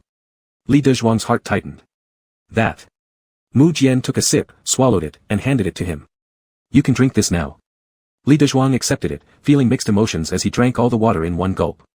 Mu Jian sat before him. Do you want more? Li Dezhuang nodded. Mu Jian poured him some water, taking another sip first. Li Dezhuang, it's not necessary for you to do that so frequently. Under Mu Jian's beaming gaze, he slowly drank the water from the cup and placed it down, hearing her sigh. Was Gardley really not doing it on purpose? You only drink what I have already drunk. She moved closer, her handsome young face looming larger before Li Dezhuang. Are you truly not trying to seduce me? Li Dezhuang raised his hand to slap Mu Jian but was caught. They both froze for a moment. Mu Jian laughed. It seems you're used to hitting me. Li Dezhuang ignored her. Isn't this all because of her? Mu Jian slowly moved her grip upward, intertwining their hands. I won't be at the mansion tomorrow. Li Dezhuang frowned. His immediate thought, what a perfect opportunity for an assassination. Mu Jian smoothed his furrowed brow, asking with feigned sympathy, why this expression? How am I supposed to feel safe going to the palace banquet then? Li Dezhuang stayed still, giving no reply. Mu Jian sighed. Father summoned me, I can't refuse. Her tone was almost like dealing with a spoiled girlfriend. But her next words were, I'll take you with me, all right? If you stay by my side, you won't be in danger. No one would dare try to kill the person I'm holding on to. Li Dezhuang's eyelashes twitched. You intend to hold my hand? Mu Jian licked his lips puppy-like. Isn't this out of concern for you? If I hold your hand, you might feel safer. Also, I'd like others to know that Gardley is mine. Saves them from entertaining unnecessary thoughts. Li Dezhuang snorted coldly. The last nobleman who favored male lovers had died. Don't you fear that the emperor will think ill of your highness and refuse to pass the throne to you? Mu Jian smiled. The throne waits there for someone to seize it. It's not given by others. Chapter 57, Gardley really doesn't care about me at all. This was the first time Li Dezhuang had directly faced a royal banquet. In the past, he would only listen to and observe it from afar, imagining how grand and luxurious these royal banquets were. Now, standing right in the midst of one, Li Dezhuang only felt an air of hostility and tension. Under everyone's gaze lay hidden thoughts that were hard to discern. By the sides of princes, important ministers, and members of the imperial clan, beautiful palace maids knelt down, ready to pour wine. Beside Mu Jian sat a handsome young man. Not only that, but Mu Jian also served him dishes. The emperor looked several times and finally could not help but ask, Jianer, is this the Li beauty you mentioned? Mu Jian put down his chopsticks and smiled brightly. Yes, Father Emperor. Do you think he lives up to the name of beauty? With these words, everyone's attention shifted to Li Dezhuang. Li Dezhuang felt extremely uneasy under everyone's gaze, wishing he could stand up and run away immediately. Seeing his son's deep entangled expression, the emperor frowned slightly. Mu Jian continued with a tone of innocence, he used to be a guard in the palace. When I was young, he helped me. Later, he was always by my side. Last time when I was attacked, he willingly diverted the enemy, even though he was misunderstood by me. He treats me so well, and I want to treat him well too. Hearing these words, the emperor's expression softened. Everyone knew that the ninth prince had grown up in a cold palace with humble origins, suffering much in childhood. No one dared to mention it, not even the emperor himself for fear of making his youngest son sad. Unexpectedly, he brought it up on his own without any trace of resentment, unfairness, or grievance, showing such understanding that it made the emperor feel heartache for him. But his last child died because of a man.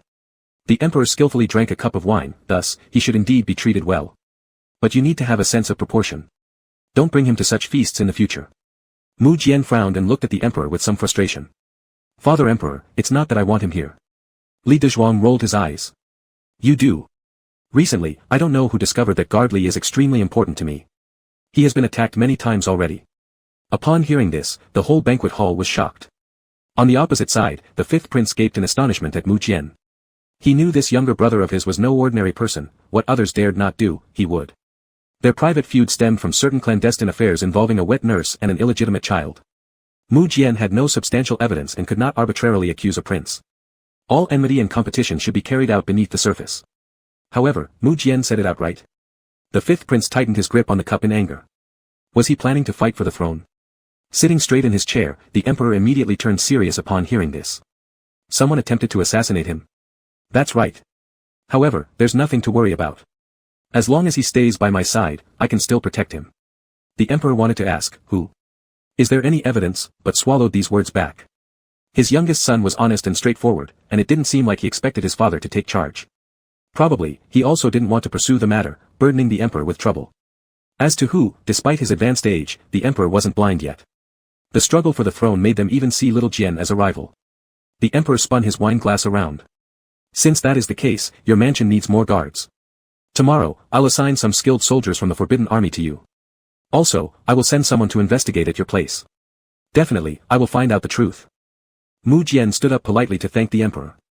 Li Dezhuang looked at the fifth prince gulping down strong liquor opposite him. He guessed the latter probably wanted to tear Mu Jian apart right now. As the rounds of drinking progressed, the banquet atmosphere became increasingly lively. Time and again, people would glance over at Li Dezhuang, making him uncomfortable. Pretending to knock over a cup next to him, he let the spilled wine soak his robes and told Mu Jian he needed to change into another set of clothes. Mu Jian agreed with a smile and, surprisingly, came out after him.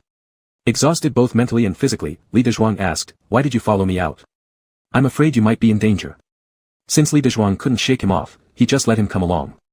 Anyway, this guy seemed determined to act recklessly, and he enjoyed watching. During the banquet, the way you spoke to the emperor like that, weren't you worried the emperor would doubt you? Which part are you referring to, Guardly? When you said someone tried to assassinate me. Mu Jian arched a brow. It's the truth, why can't I say it? If Father Emperor doubts me, let him doubt. Can the situation get worse than when I was in the cold palace? Besides, if Father Emperor doubts me, he would doubt others too. Even if he doesn't, knowing that my position isn't favorable might encourage him to come to my residence and find out the traitors, sparing me some effort. Don't you think so? Li Dezhuang pushed open the door of the side hall and walked in. He truly lived up to being the main character. Taking one step forward, he could foresee several more. Considering every aspect, with all kinds of outcomes thought through. Are you not worried that Prince Five will directly accuse you of killing his daughter? Mu Jian smiled. How could he? My fifth brother values his face most. His youthful indiscretion, where the wet nurse ensnared his soul and gave birth to a child, would be too embarrassing to tell anyone. He can't afford to lose face. As he spoke, he stepped forward and embraced Li Dezhuang from behind, resting his hands on Li Dezhuang's waistband. His deep breath lingered near Li Dezhuang's ear. He's nothing like me. When I like someone, I just like them, without fear of everyone knowing.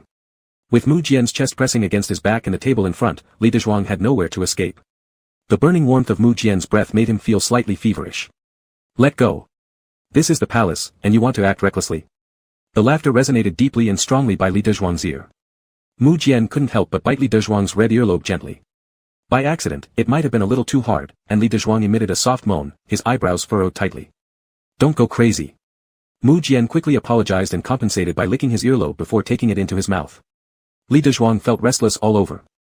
He shoved Mu Jian forcefully with his elbow. Mu Jian yelped in pain and lay on his shoulder like a big dog, teasing, I didn't even intend to do anything. What's Li Guard thinking about, looking forward to me doing something to you? Let go. I need to change clothes. Just change, or shall I help you? No. Mu Jian chuckled, grabbed his hand, and bit it lightly at the lips. His fingers were delicate and fair, too fine and white to be bitten, making the itch unbearable. Without restraint, Mu Jian took one of his fingers into his mouth, his gaze full of raw desire, completely unashamed. Li Dezhuang quickly pulled back his hand and slapped Mu Jian. Mu Jian dodged just in time. That slap instead struck Li Dezhuang himself on his own face. Mu Jian tried to hold back, but couldn't stop laughing. You hit me so effortlessly day after day, it seems karma has returned upon yourself. He tightened his grip on Li Dezhuang's waist and caressed his reddened cheek. Feeling both amused and sympathetic, he said softly, does it hurt? You used such force, proving that Li Guard really doesn't care about me at all. Chapter 58, Li's servant is so obedient, how can I not like it? Mu Jian sighed as she gently kissed the swollen place on his face. If I had known this, I wouldn't have dodged earlier. Li Dezhuang smirked coldly, stop fooling around, these clothes make me uncomfortable, I need to change. I can help you change, it's just a matter of changing clothes. Why are you acting so shy? Mu Jian held him tightly, forcing him to turn around in her arms, pushing him against the table, and kissing him intensely. The more she kissed, the more passionate she became, her breathing heavy as if she wanted to chew him up and swallow him down. She tugged at his belt, where did you put the clothes I brought? How would I know? Let go of me. I'll find them. Mu Jian finally managed to find the clothes she brought with great effort, but they weren't Li Dezhuang's, they were hers. Mu Jian smiled mischievously as she picked them up with her finger. Do you want to wear them? What about mine? Probably. I didn't bring them. Li Dezhuang was infuriated. He shoved her off and looked at the state of his clothes. Earlier, he had spilled an entire cup of wine on himself, and now it was soaked beyond repair, wet and sticking uncomfortably to his body. Fuming, Li Dezhuang tore off his clothes and put on Mu Jian's. Since he was tall and had a broader frame than her, the clothing fit him terribly, either too big here or too large there. However, Mu Jian couldn't stop staring at him, her heart burning. Though Li Dezhuang wasn't exactly short, his build was slim, making him appear small and delicate. The brick-red outfit accentuated his fair skin, presenting a lively and adorable image that was irresistible within Mu Jian's oversized garments. In a flash, Mu Jian pulled him into her embrace and kissed him. Li Dezhuang could hear her heavy breathing by his ear, as well as the footsteps and conversations of passing palace attendants outside. His heart raced, almost leaping out of his throat. He pushed against her chest, trying to create some distance between them. Are you crazy? There are people outside. If someone sees, won't you be embarrassed? Mu Jian's pupils turned pitch black under the flickering candlelight, sparks dancing in her eyes as she stared at Li Dezhuang and gently kissed him again. You'll be fine as long as you stay quiet. Who dares enter while knowing I'm inside? Do you really not care if the emperor finds out? Do you think he will indulge your actions? Someone spoke outside. Where's Prince Nine? Has anyone seen Prince Nine? The emperor wants to see him. Li Dezhuang took a deep breath. The emperor is looking for you, why aren't you leaving immediately? I haven't finished kissing yet, why rush me? Li Dezhuang's voice cracked from frustration, but he dared not speak louder, keeping his tone low. The emperor is calling for you. Mu Jian clung to him stubbornly. If you let me kiss enough, I'll leave. Li Dezhuang gritted his teeth. Determined as though he had no regrets. Kiss then. Kiss already. And if this continues, accusations of debauchery in the inner palace might follow, enough for his head to roll. Mu Jian grinned at him. If you don't come closer, how can I kiss you? Be proactive, Li servant. Li Dezhuang felt like his scalp was on fire. Staring dumbfounded at Mu Jian. She simply beamed back, letting him gaze at her freely. They stayed in silence for a moment. Gradually, the voices of palace attendants grew more anxious. Li Dezhuang took a decisive step forward, lightly touching his lips to hers, then quickly retreating. Mu Jian smiled, caressing his face and pinching his earlobes affectionately. Li servant is so obedient, how can I possibly dislike you? The emperor indeed sent several capable hands from the royal guards to the princely mansion. Layers upon layers of surveillance surrounded the mansion, making sure its security was tight. Even if Li Dezhuang had thought about fleeing at this time, he wouldn't have been able to. Officials also came over to conduct investigations. These probes uncovered over a dozen spies. When these results were reported in the hall, the emperor was enraged to the point of overturning the table. Li Dezhuang thought the emperor seemed somewhat mentally disturbed to be swayed by Mu Jian to such an extent. While considering the emperor's apparent idiocy, Li Dezhuang headed back to his room. Given the strict security guarding around the mansion now, one major advantage was that he could finally rest easy, worry-free of sleeping alone. But when Li Dezhuang stood at the entrance to the yard, he was momentarily stunned. There were several royal guards bathing with buckets of water inside the courtyard. Li Dezhuang looked utterly bewildered. So did the guards. Li Dezhuang pointed at them accusingly. You, what are you doing here? A guard bowed respectfully. Young Master Li, His Highness has assigned this area for our rest. Li Dezhuang was astonished. Without another word, he stormed off to settle accounts with Mu Jian. He pushed open the door to the study. Mu Jian. On what grounds do you? Unexpectedly, there was someone inside. The head of the Imperial Guards was standing there, as if reporting on work. Li Dezhuang's next words got stuck in his throat and he wisely backed out. Before retreating completely, he heard Mu Jian's cheerful voice. I've spoiled him. The young commander looked at the hand that closed the study door. It gleamed like jade. When the latter had rushed in earlier, his white cheeks had flushed slightly with anger, giving him a peach-like complexion. The young man thought to himself, with such good looks, no wonder he is so favored by His Highness. Mu Jian said coldly, were you staring for too long? Startled, the commander quickly dropped his gaze. Mu Jian put the brush down on the desk.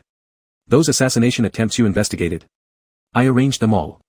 As you can see, he's been overly indulged. I just needed some way to lure him here. This little game between me and Li's servant doesn't concern you, does it? Does Commander G need further clarification? The young commander bent lower. No need. As long as His Highness is unharmed, extraneous matters are none of my business. That's excellent. Mu Jian's tone turned bright but then became teasingly affectionate. You wouldn't know how difficult he is to please. The young commander really didn't need to know this. I'm hesitant to discipline him, Mu Jian continued, her tone shifting suddenly serious, so you need to keep an eye on him. Don't let him leave me. The sudden change in Mu Jian's tone sent chills through the commander, whose back began sweating nervously. He realized his preconceived impression of His Highness may need adjustment. Perhaps unwilling to make Li Dezhuang wait outside any longer, Mu Jian dismissed him after finishing her words. As soon as the young commander left, Li Dezhuang stormed into the room. Soon after, they heard Li Dezhuang's angry question from within, "Why did you let strangers stay in my courtyard? There are too many people in the mansion now. Since your place was empty, I let others use it. They won't be staying long, at most a few months. Are you mad? Come here for a hug, it'll make you feel better. Get lost. Not gonna hug, I love Li's servant the most." Chapter 59, It really hurts, don't you care for me? You freaking what? How many times do I have to say it? Mu Jian smiled, who says I don't? The medicine inducer is Guardly. If Guardly bites me, maybe the sickness will go away. As he spoke, he was about to open his mouth. Li Dezhuang slapped his hand over Mu Jian's mouth and pushed him away. However, his palm was unexpectedly licked. Startled, Li Dezhuang pulled his hand back and frantically rubbed it on Mu Jian's body. Damn your mother. Too disgusting. Mu Jian burst into laughter and forcibly embraced him, trying to make him look at the pictures he had drawn earlier. Li Dezhuang felt deeply embarrassed, and in a fit of anger, he suddenly sat on Mu Jian's groin. Mu Jian instinctively held him back, enclosing him in his arms. He whispered in his ear, "What did you want to do just now?" "What to do? What else but to kill you? And see how outrageous you can still be." Mu Jian chuckled in his ear, "If you really succeeded, in the next half of our lives, you would definitely lead a miserable life." Enraged, Li Dezhuang tried to hit him with an elbow, but Mu Jian caught his thin white wrist and embraced him entirely. He kissed him affectionately, saying, "Stop messing around, accompany me to read for a while." But Li Dezhuang refused. Why should he let you get your way? He kept disturbing and moving. His retaliatory wriggling only lasted a couple of times before Mu Jian pinned him in his embrace, and the deep voice near his ear seemed mysteriously dangerous. "Don't move anymore." Li Dezhuang felt like a young maiden being teased, sitting in the arms of this man, not sure if his face was flushed from embarrassment or anger. Mu Jian hugged him while holding a red ink brush and started making circles and marks on a confidential report that had been submitted. But after glancing at 2 reports, he became bored. He threw the pen down, resting his chin on Li Dezhuang's shoulder, behaving like a child throwing a tantrum. Exhausting. Not reading anymore. Then release me if you're not. Mu Jian immediately picked up the brush again, then we continue reading. He sniffed his neck like a little dog. Guardly smells nice, I like it. I'm just a smelly man, what's nice about it? It's indeed nice. Mu Jian took a lick. This lick made Li Dezhuang's entire body tense up, his voice trembling. You're out of your mind again. Nope, Mu Jian grinned happily, nice and sweet, even better than the candied fruit given as a reward by the palace. Hearing this, Li Dezhuang almost choked on a breath of air, turning pale. He knew that engaging with such nonsense talk would just encourage more. So, he simply stayed silent. The two maintained their embrace while reading through another 2 reports until Li Dezhuang accidentally saw a familiar name in one of the documents. Isn't this? Do you remember her? The girl mentioned in the report was named He Jian. During the time when Li Dezhuang was hiding in town, this girl believed she was exceptionally beautiful and bold towards him. Once, the sachet she threw directly hit his forehead. How could Li Dezhuang forget her? I remember her. Isn't she in your estate? Mu Jian hummed, covering the report with a hand. His hold on Li Dezhuang tightened slightly, drawing him closer as he leaned forward to look into his eyes. Since you remember, tell me, is she pretty? Li Dezhuang thought for a moment, honestly answering, she is rather pretty. At once, Mu Jian became unhappy. Oh, no wonder you've never liked me, turns out you have a thing for some girl. Li Dezhuang sighed inwardly, I don't. Hearing this, Mu Jian's eyes lit up with joy, embracing him with delight, bouncing excitedly as though he'd received a very special gift. He lightly pecked his face. I knew it, you always say one thing and mean another, liking me but refusing to admit it. Good heavens, send someone. Please take away this crazy person's powers. Mu Jian continued, holding him tightly and speaking, the girls in the backyard, I was afraid you might get jealous, so I dispersed them among various noble houses where they can enjoy wealth and honor. Tell me, Guardly, am I not good to you? Surprised, Li Dezhuang asked, are you attempting to control the court ministers? Just sending a couple of beauties, how does that translate into controlling the court ministers? His chin rested on Li Dezhuang's shoulder as he tilted his head to look at him. Li Dezhuang looked handsome, with excellent skin, alluring enough to provoke uncontrollable urges. Mu Jian suppressed his rising emotions, isn't it because last time, you were displeased to see me keeping them around? I thought, since you don't allow me to keep them, then I'll just let them go. Mu Jian smiled and stroked Li Dezhuang's chin. Guardly, tell me, have you ever seen a husband who listens to his wife this much? Li Dezhuang was speechless at his words and glared angrily. Who is your wife? Mu Jian laughed and gave him a peck on the eyes. Guardly looks so beautiful when angry, truly irresistible. Help. In the peak of summer. The lotus flowers in the pond of the prince's manor were blooming splendidly. In most other manors, the lotuses were usually planted in vats, or if in a pond, they would only form small clusters here and there. But Mu Jian's manner was an exaggeration. Behind his manor lay a natural water pond. Standing by the edge, looking far into the distance, there were massive expanses of lotus. Once when Li Dezhuang passed by, he glanced at it for a while. The next evening, Mu Jian took him out for a tour. On a tiny skiff. Li Dezhuang immediately felt unsafe just looking at it. Every inch of him screamed refusal. Your Highness, are you sure this won't capsize? That's uncertain. Falling in means wet clothes. Fever means fever. Who knows what kind of calculations are running through this madman's head? Mu Jian boarded first, extending his hand toward Li Dezhuang. Are you really not coming? Li Dezhuang frowned but reluctantly got on board. Mu Jian didn't bring a single servant along. He quietly rowed the small boat into the thick lotus clusters. The paddle cut smoothly through the water, the elegant fragrance of lotus wafted up to their noses. A breeze swept across the surface of the water, driving away the sweltering heat. It made one feel refreshed and carefree. This was the idyllic life depicted in ancient prose. Without realizing it, Li Dezhuang's lips curved upward. I knew you'd be happy. Li Dezhuang's body stiffened as he turned back. Mu Jian sat behind him, rowing the boat while smiling at him. Suddenly, he leaned forward. Be careful. Li Dezhuang was startled. Only then did he notice that he had been too focused on looking back at Mu Jian and hadn't paid attention to the large lotus leaves ahead. The thorns on the leaf stalk nearly grazed Li Dezhuang's face, luckily intercepted by Mu Jian's swift hands. Mu Jian's handsome face now hovered above Li Dezhuang's, his eyes twinkling. If you got hurt, I'd be sad for days again. Your Highness, just focus on rowing. Can't you stop talking nonsense? Taking advantage of the situation, Mu Jian sat behind Li Dezhuang, showing him the hand that had just gripped the lotus stalks. The hand bore some pricks. It hurts quite badly, yet you don't even care for my pain. Chapter 60, Your Highness, I am that fox spirit. Li Dezhuang gritted his teeth. He forcefully suppressed the urge to slap this psycho harder and turned his head to look forward instead. He discovered they had stopped rowing and were quietly floating on the water surface. The sunset's light was blocked by lotus leaves. The two of them were shrouded in shadow, neither speaking for a while. Li Dezhuang felt an eerie calm in the air. When he turned his head to look, he almost burst out laughing. Mu Jian was picking the thorns from his hands. He looked down, not noticing Li Dezhuang watching him. Li Dezhuang thought about it and couldn't help but chuckle. But for the sake of his safety, he grabbed a lotus flower as cover and laughed quietly. When Mu Jian lifted his head, he saw Li Dezhuang with half his face hidden behind the lotus flower. The petals were fresh, and the stamens delicate, yet none could compare to the beauty of Guard Li's half-visible face.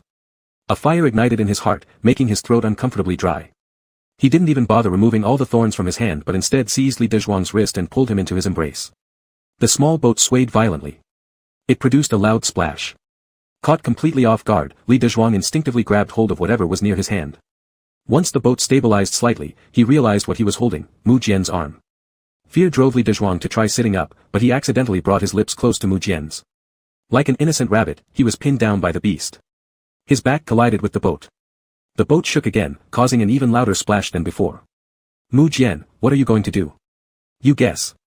Li Dezhuang stared at him in fear and glanced at the water beside him. Jump. Jumping might save him. Guard Li, let me advise you. Don't jump. When I first moved here, several disobedient ones sank because of me. He grinned, or do you think why our lotuses here are so beautiful? Of course, they were dyed red by blood, making them more enchanting. A chill ran up from Li Dezhuang's tailbone. Mu Jian. If you dare touch me, I will kill you. Go ahead, go ahead. My heart is already set on Guard Li anyway. How could you bear watching me unable to taste such a succulent piece of meat every day? Mu Jian tightened his grip on his hands. As Li Dezhuang struggled, the little boat wobbled even more. Mu Jian lowered his head, leaning over his ear. My pond may not be very large. If you shout too loudly, you will attract people from the shore. What do you think they'll see? Li Dezhuang froze. The boat slowly regained its stability due to inertia. Mu Jian gently pecked his cheek. Good boy. When Mu Jian rowed the small boat back, the sky was already dark. Li Yu waited by the shore and helped steady the boat. Mu Jian carried Li Dezhuang, who had fallen asleep, off the boat. Li Yu approached, seeing under the lantern's candlelight that Mu Jian's face and neck bore injuries.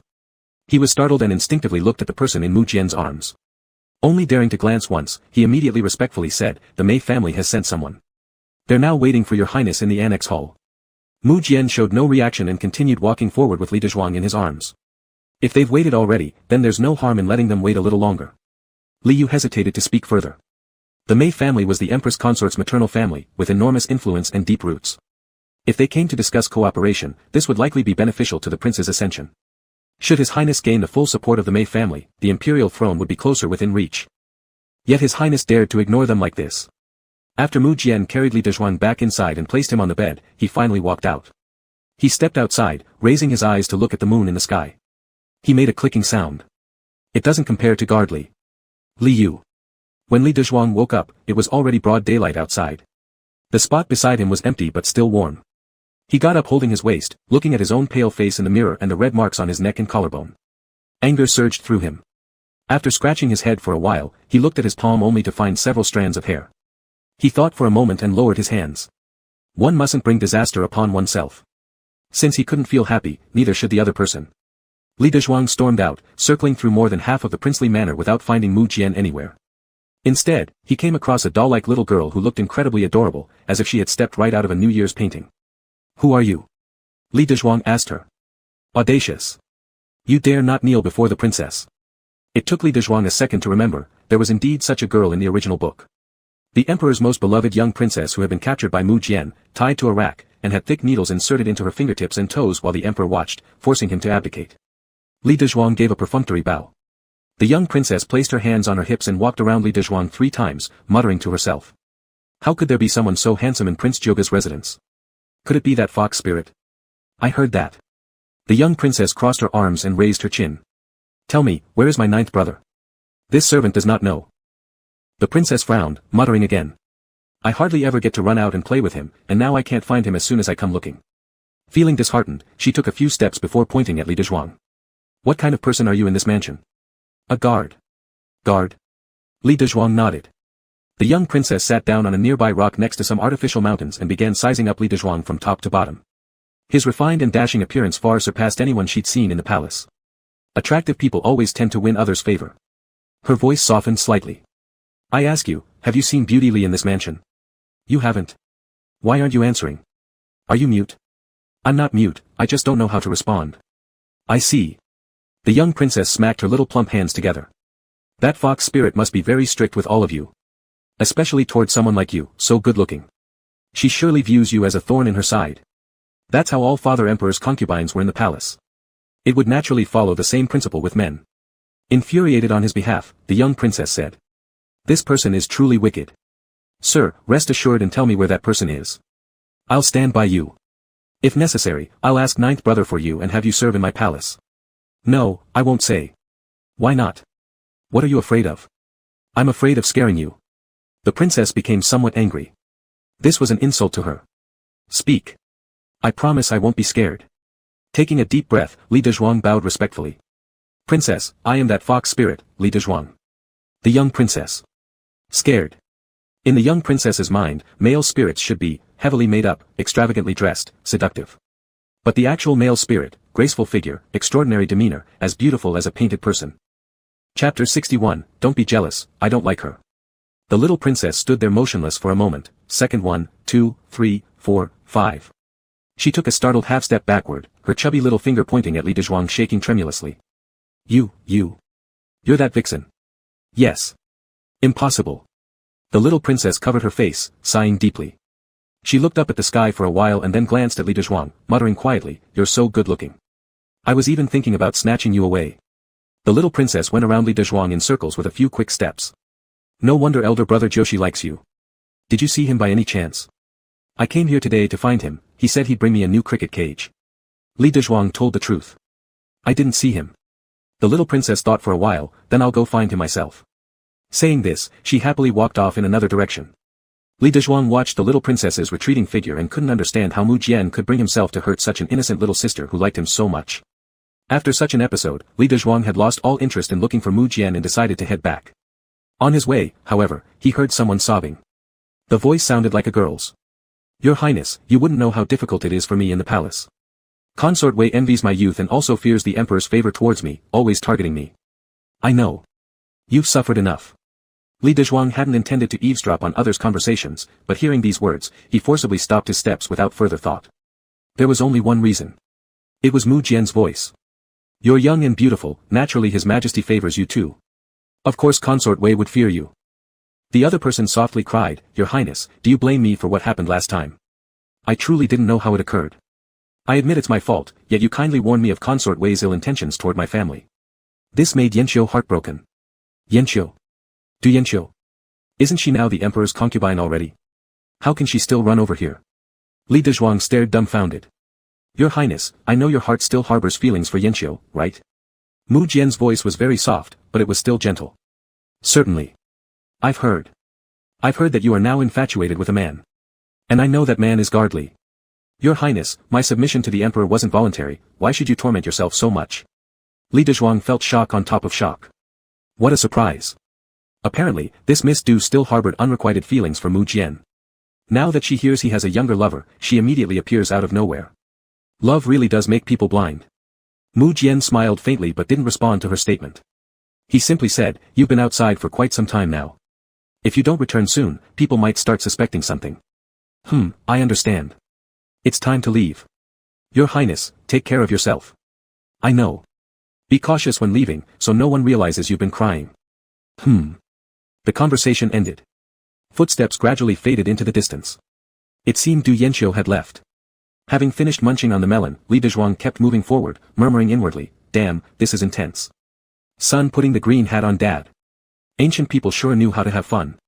Before Li Dezhuang had taken a few more steps, Mu Jian suddenly appeared from somewhere, stopping right in front of him, giving Li Dezhuang a tremendous fright. Mu Jian was casually fiddling with a jade pendant of fine quality in his hand, treating it as if it were just some trinket found on every street corner. Mu Jian smiled as he asked, did you enjoy the drama behind the wall? Li Dezhuang honestly nodded, it was good. Who doesn't love a bit of gossip? I assume you heard everything I said earlier. I did. Mu Jian's handsome eyebrows furrowed slightly, then why aren't you jealous? I spoke all those tender words to that woman before, you should react somehow. React? Li Dezhuang instantly applauded for Mu Jian. Your Highness shows true courage. Thinking about his stepmother. Mu Jian chuckled, showing 2 tiger teeth, which oddly made him look somewhat adorable. Gardly doesn't need to mock me. What I just said to her earlier was merely playing along with her act, it shouldn't be taken seriously. If you're upset, tonight, I'll say it countless times, just for you. How about that? Big. No need. Absolutely not. Mu Jian's gaze fell on Li Dezhuang's face, which was expressing resistance, and his fingers itched to touch him. But with the patrolling guards around and considering how thin-skinned the person in front of him was, he refrained from making a move. Instead, he pulled Li Dezhuang gently and hid them both further behind the artificial hills. You shouldn't be jealous, I don't like her. The only one I like is you. Li Dezhuang deliberately jabbed at him, your words earlier didn't sound like that. You two sounded exactly like ill-fated lovers, separated by fate, now sneakingly meeting to pour out your hearts to each other. Mu Jian's dark eyes locked onto Li Dezhuang's figure, and his curved eyebrows formed an amused smile as he affectionately pinched Li Dezhuang's cheek. Are you really not jealous? Li Dezhuang slapped Mu Jian's hand away. What am I supposed to be jealous about? If your Highness truly likes Miss Du, I would be delighted for you. Mu Jian leaned closer, licking Li Dezhuang's earlobe lightly, delighting as it turned red. He kissed him softly and whispered close to his ear so that the warmth of his breath seeped into Li Dezhuang's ears. That must disappoint Gardly. I don't like any third Miss, nor will I ever like any fourth Mississippi. I just like you, Gardly, and I can't help but like you endlessly. He paused for a moment. His lips gently brushed against Li Dezhuang's ear. Do you know why she ended up in my father's bed? Li Dezhuang had an ominous feeling. I designed it. Mu Jian raised his eyebrows, looking like a child waiting for praise. Wearing the green hat himself. Impressive. Li Dezhuang almost blurted out the words, is there something wrong with you? After some thought, he swallowed them back. There was no reason, he already knew Mu Jian had issues. It was an entirely unnecessary question. At first, Mu Jian didn't particularly dislike Du Yanqiu, merely treating her as a pawn. But Du Yanqiu kept trying to arrange a marriage for Li Dezhuang. Mu Jian couldn't tolerate it. He tampered with the hairpin he sent to Du Yanqiu. Under normal circumstances, wearing it wouldn't cause any trouble, but once it came in contact with the Emperor's preferred incense, it would fuse into medicine. Kindling wood. Crackling fire. Mu Jian cooed and fondled Li Dezhuang's bright red earlobes lovingly, gazing at him with adoration and fascination. If I truly liked her, how could I let her go to someone else? The way I feel about someone is how I treat you. Li Dezhuang coldly remarked, Your Highness schemes against everyone, aren't you afraid of losing everything one day because of a misstep? I'm not afraid at all. Mu Jian smiled. Gardly said I could be the Emperor. Damn. Spoilers should be avoided. Besides. Mu Jian touched Li Dezhuang's chin in a suggestive manner, I've realized after ascending the throne, under the vast heaven, everything is within my dominion. No matter where you run to, you won't escape from me again. Chapter 62, I only have your Highness. What a fucking serious illness. Li Dezhuang suddenly turned his head, forcibly breaking free from the hand that had clamped his chin. Mu Jian had used some force when he clamped down, and now after Li Dezhuang's violent escape, there was a red mark forming on his chin. Mu Jian looked at the red imprint and was reminded of yesterday, on that swaying small boat, when he left marks all over him. Mu Jian's breathing grew heavier as he pretended to fuss with the collar of Li Dezhuang's robe. Let me check if I hurt you with my bites yesterday. Li Dezhuang quickly shielded his collar. Not necessary. Let go. In broad daylight, how dare you behave so improperly? Mu Jian licked his canines, laughing playfully. What decorum do you need? Pleasure is the most important thing. Don't move, I just want to take a look. Ha. That sentence was just as unreliable as, I'll only rub against you but won't enter. Li Dezhuang tightly held onto his collar like a chaste and virtuous lady. No fooling around. Mu Jian smiled, and what if I insist on fooling around? Then I'll tell the emperor that you've been committing adultery with his concubine. Mu Jian laughed as he pushed the person behind him against the fake rock solidly. Go ahead, if Guardly can escape, feel free to do it. He gripped Li Dezhuang's chin and kissed him. Guardly, do you think everyone in this world is as kind and pure-hearted as you are? Not one of them is good. Do you really think Du Yanxiu came to find me because she still has feelings for me? It's not true, she thought I still have feelings for her, wanting to use me to probe for information, to spy on the enemy. And then there's the emperor, he clearly knew that Du Yanxiu was supposed to be mine, yet when faced with beauty offering herself willingly, couldn't he still control himself? But we can't blame the emperor, Guardly, if you appeared before me like that, I'd lose my mind too. You're already losing your mind right now. Li Dezhuang panicked, trying again to protect his waistband. This time, though, the top had fallen out of his defense. Mu Jian suddenly pulled forcefully, ripping open Li Dezhuang's garment. His pale and slender neck looked as though it had been stained by a white sheet of paper marked with red plum blossoms. He took a deep breath and bit into his neck. Li Dezhuang's scalp went numb as he shoved Mu Jian's shoulders. However, they were grabbed and pinned to the fake rock. The surface of the rock was uneven. Being pressed against it made his situation worse the more he struggled. There were patrol footsteps coming and going outside. Occasionally, someone could be heard shouting, Your Highness Princess. Slow down. Li Dezhuang widened his eyes. Highness, let me go, your sister has come looking for you. Mu Jian looked up at him and grinned. Then let's hide deeper inside. That's not what I mean. What do you mean then? Smiling, Mu Jian drew near. His palm pressed against Li Dezhuang's chest. Chuckling softly, he asked, Why is your heart beating so fast? You're still denying that you have feelings for me, aren't you? It's called the suspension bridge effect, big brother. Li Dezhuang didn't bother arguing, abruptly pushing him away as he adjusted his clothing. Your younger sister likes you quite a lot. Don't let her see anything inappropriate. It will affect the growth and development of a child. Mu Jian narrowed his eyes, Guardly is so concerned about others. I'm not very happy. Li Dezhuang rolled his eyes. She's your own flesh and blood sister, who cares for you sincerely. There are already few such people in the palace. Your Highness should cherish her. Mu Jian caught the implication in Li Dezhuang's words. Li Dezhuang wanted him to show mercy towards this child. Did Guardly meet her today? Yeah, we had a brief encounter. Mu Jian narrowed his eyes, becoming cautious. Don't tell me you fell in love with her at first sight. She's just a 10-year-old child. Mu Jian sighed in relief. Good that you know. Do you really think everyone is like you, a lunatic? Mu Jian affectionately embraced Li Dezhuang, cooing, You can only have me. Li Dezhuang ignored him. Mu Jian wouldn't let go. Hurry up and say that you will only have me. Otherwise, I'll drag you out, kiss you in front of my little sister, then strip off your clothes. Tell me, does that sound good? Li Dezhuang felt like he was suffocating. Can you become an emperor like this? Perverted ruler. Mu Jian chuckled darkly as he grabbed Li Dezhuang's hand and gently kissed it at his lips. I might become a corrupt ruler. But Guardly understands propriety and knows boundaries, so stay by my side, don't let this dynasty perish in my hands. Li Dezhuang, humph. It's none of my damn business. My country is called the People's Republic of China. Mu Jian was choking him, threatening, Will you speak or not? Speak, speak, speak. Li Dezhuang didn't bother to struggle with him. A sentence that could be coaxed was not an issue. I only have your highness. Mu Jian smiled, satisfied, and kissed Li Dezhuang's lips. The voice of the young princess outside was getting closer. Mu Jian let go of him and was about to go out to talk to the young princess. Li Dezhuang thought for a moment and pulled on Mu Jian's robe. Mu Jian turned back, What's wrong? Haven't I kissed enough? Want me to kiss you again? No. I want to ask your highness, children are innocent. Could you spare this young princess? Mu Jian's gaze cooled bit by bit. He took his clothes back from Li Dezhuang's hand, lightly patted Li Dezhuang's cheek, helpless but indulgent. Guardly, I've said it before. I don't like you caring so much about others. Li Dezhuang felt a chill in his heart. His lips opened and closed, unable to utter a word. Mu Jian smiled faintly, tapping his nose tip, somewhat helplessly, yet somewhat indulgently. One last time, remember this. The one you should care about is me. Not others. Li Dezhuang stood dumbfounded. He heard Mu Jian walk away, followed by the delighted exclamation of the young princess. Their cheerful chatter grew more distant, appearing to be a happy pair of siblings, though one harbored secret murderous intentions. Afterwards, Mu Jian seemed to rarely take Li Dezhuang along when meeting outsiders. As Mu Jian had said, "I'm afraid you'll care about someone else, which would really make me jealous." Speechless, Li Dezhuang often spent time alone in his room drawing or reading books.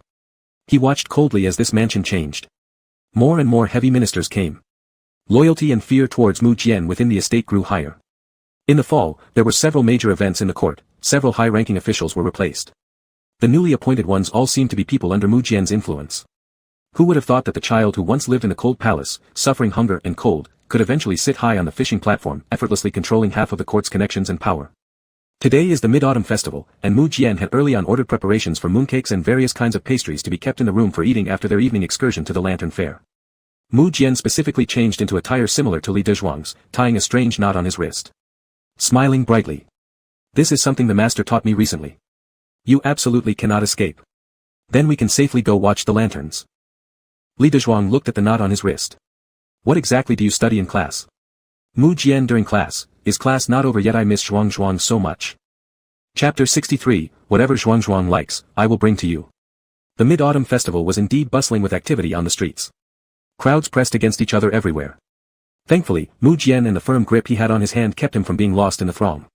He trailed behind Mu Jian, stumbling several times, nearly stepping on Mu Jian's shoes. Mu Jian turned his head to smile at him, gripping his hand even tighter. Later, during a particularly crowded moment, he accidentally got shoved into Mu Jian's arms.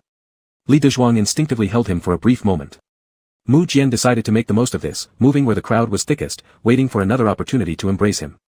Li Dezhuang's nostrils flared in anger. "If you want me to hold you, just say so. Don't torture me like that." With a stick of freshly bought candied haws, Mu Jian lightly grazed it against his lips. "Do you want some?" Li Dezhuang turned his head away. His action spoke louder than words. Mu Jian didn't mind one bit, happily biting the candied haw that had just touched Li Dezhuang's lips. After 2 bites, his eyes twinkled with joy. Sweet indeed. Li Dezhuang gave him a sidelong glance. Then Mu Jian leisurely answered his previous question, "If I want you to carry me, would you?" "Perfect. I won't, hurry up." Mu Jian's face lit up with a knowing smile as he followed Li Dezhuang's pace.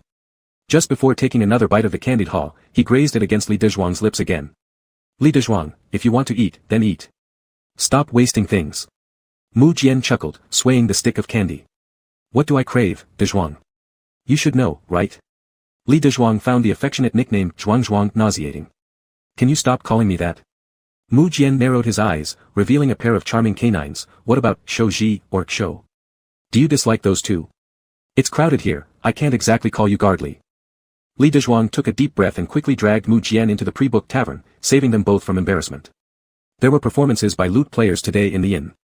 Li Dezhuang sat beside Mu Jian, propping his chin to watch the coming and going below. Li Yu entered quietly at some point and whispered something in Mu Jian's ear, causing Mu Jian's expression to change slightly. Yet when he turned to look at Li Dezhuang, his gaze was warm as ever. "I have to go out for a bit. My lady might have to wait here for a while. Do forgive me." Li Dezhuang shot back instantly, "Who's your lady?" Smiling, Mu Jian untied the knot connecting them and said, "You don't like being called Zhuang, nor Shouji, or Shou. Well, upon consideration, only lady suits." "Never!" Li Dezhuang exclaimed. Mu Jian's smile widened, immediately wrapping an arm around Li Dezhuang's waist and sealing their lips together, tasting the sweetness left on them. He promptly changed his tune, "Husband." Beside them, Li Yu looked speechless. Li Dezhuang remained silent. "Would my husband miss me?" A headache brewing, Li Dezhuang urged, "Just go already." Reluctantly, Mu Jian stood, exchanging glances with Li Yu before parting the curtain to leave. Once Mu Jian was gone, Li Dezhuang felt as though the world had finally settled down. A fine table filled with delicious food, the vibrant street outside, and a beautiful musical performance within the inn. Without Mu Jian, everything seemed perfect indeed. After eating 2 pieces of meat and drinking 2 cups of wine, Li Dezhuang rested his head on the table to listen to the music. Suddenly, someone approached, bowing deeply outside his private room with great respect. "Esteemed sir, our musician feels a connection with you and wonders if you could come over for a chat." Li Yu frowned subtly but tightened his grip on the sword by his side. Slightly tipsy, Li Dezhuang lounged lazily on the table like a beautiful cat. "Sure, let him come." The person bowed respectfully and left. In no time, a handsome man holding a 7-string qin stood outside, bowing politely. Even somewhat drunk, Li Dezhuang stared straight, captivated. The musician was extraordinarily handsome, different from Mu Jian's youthful charm. This man radiated a beauty more appropriately described as elegant femininity. Regret struck Li Dezhuang. This ancient tale lacked modern conveniences like one-night stands in bars.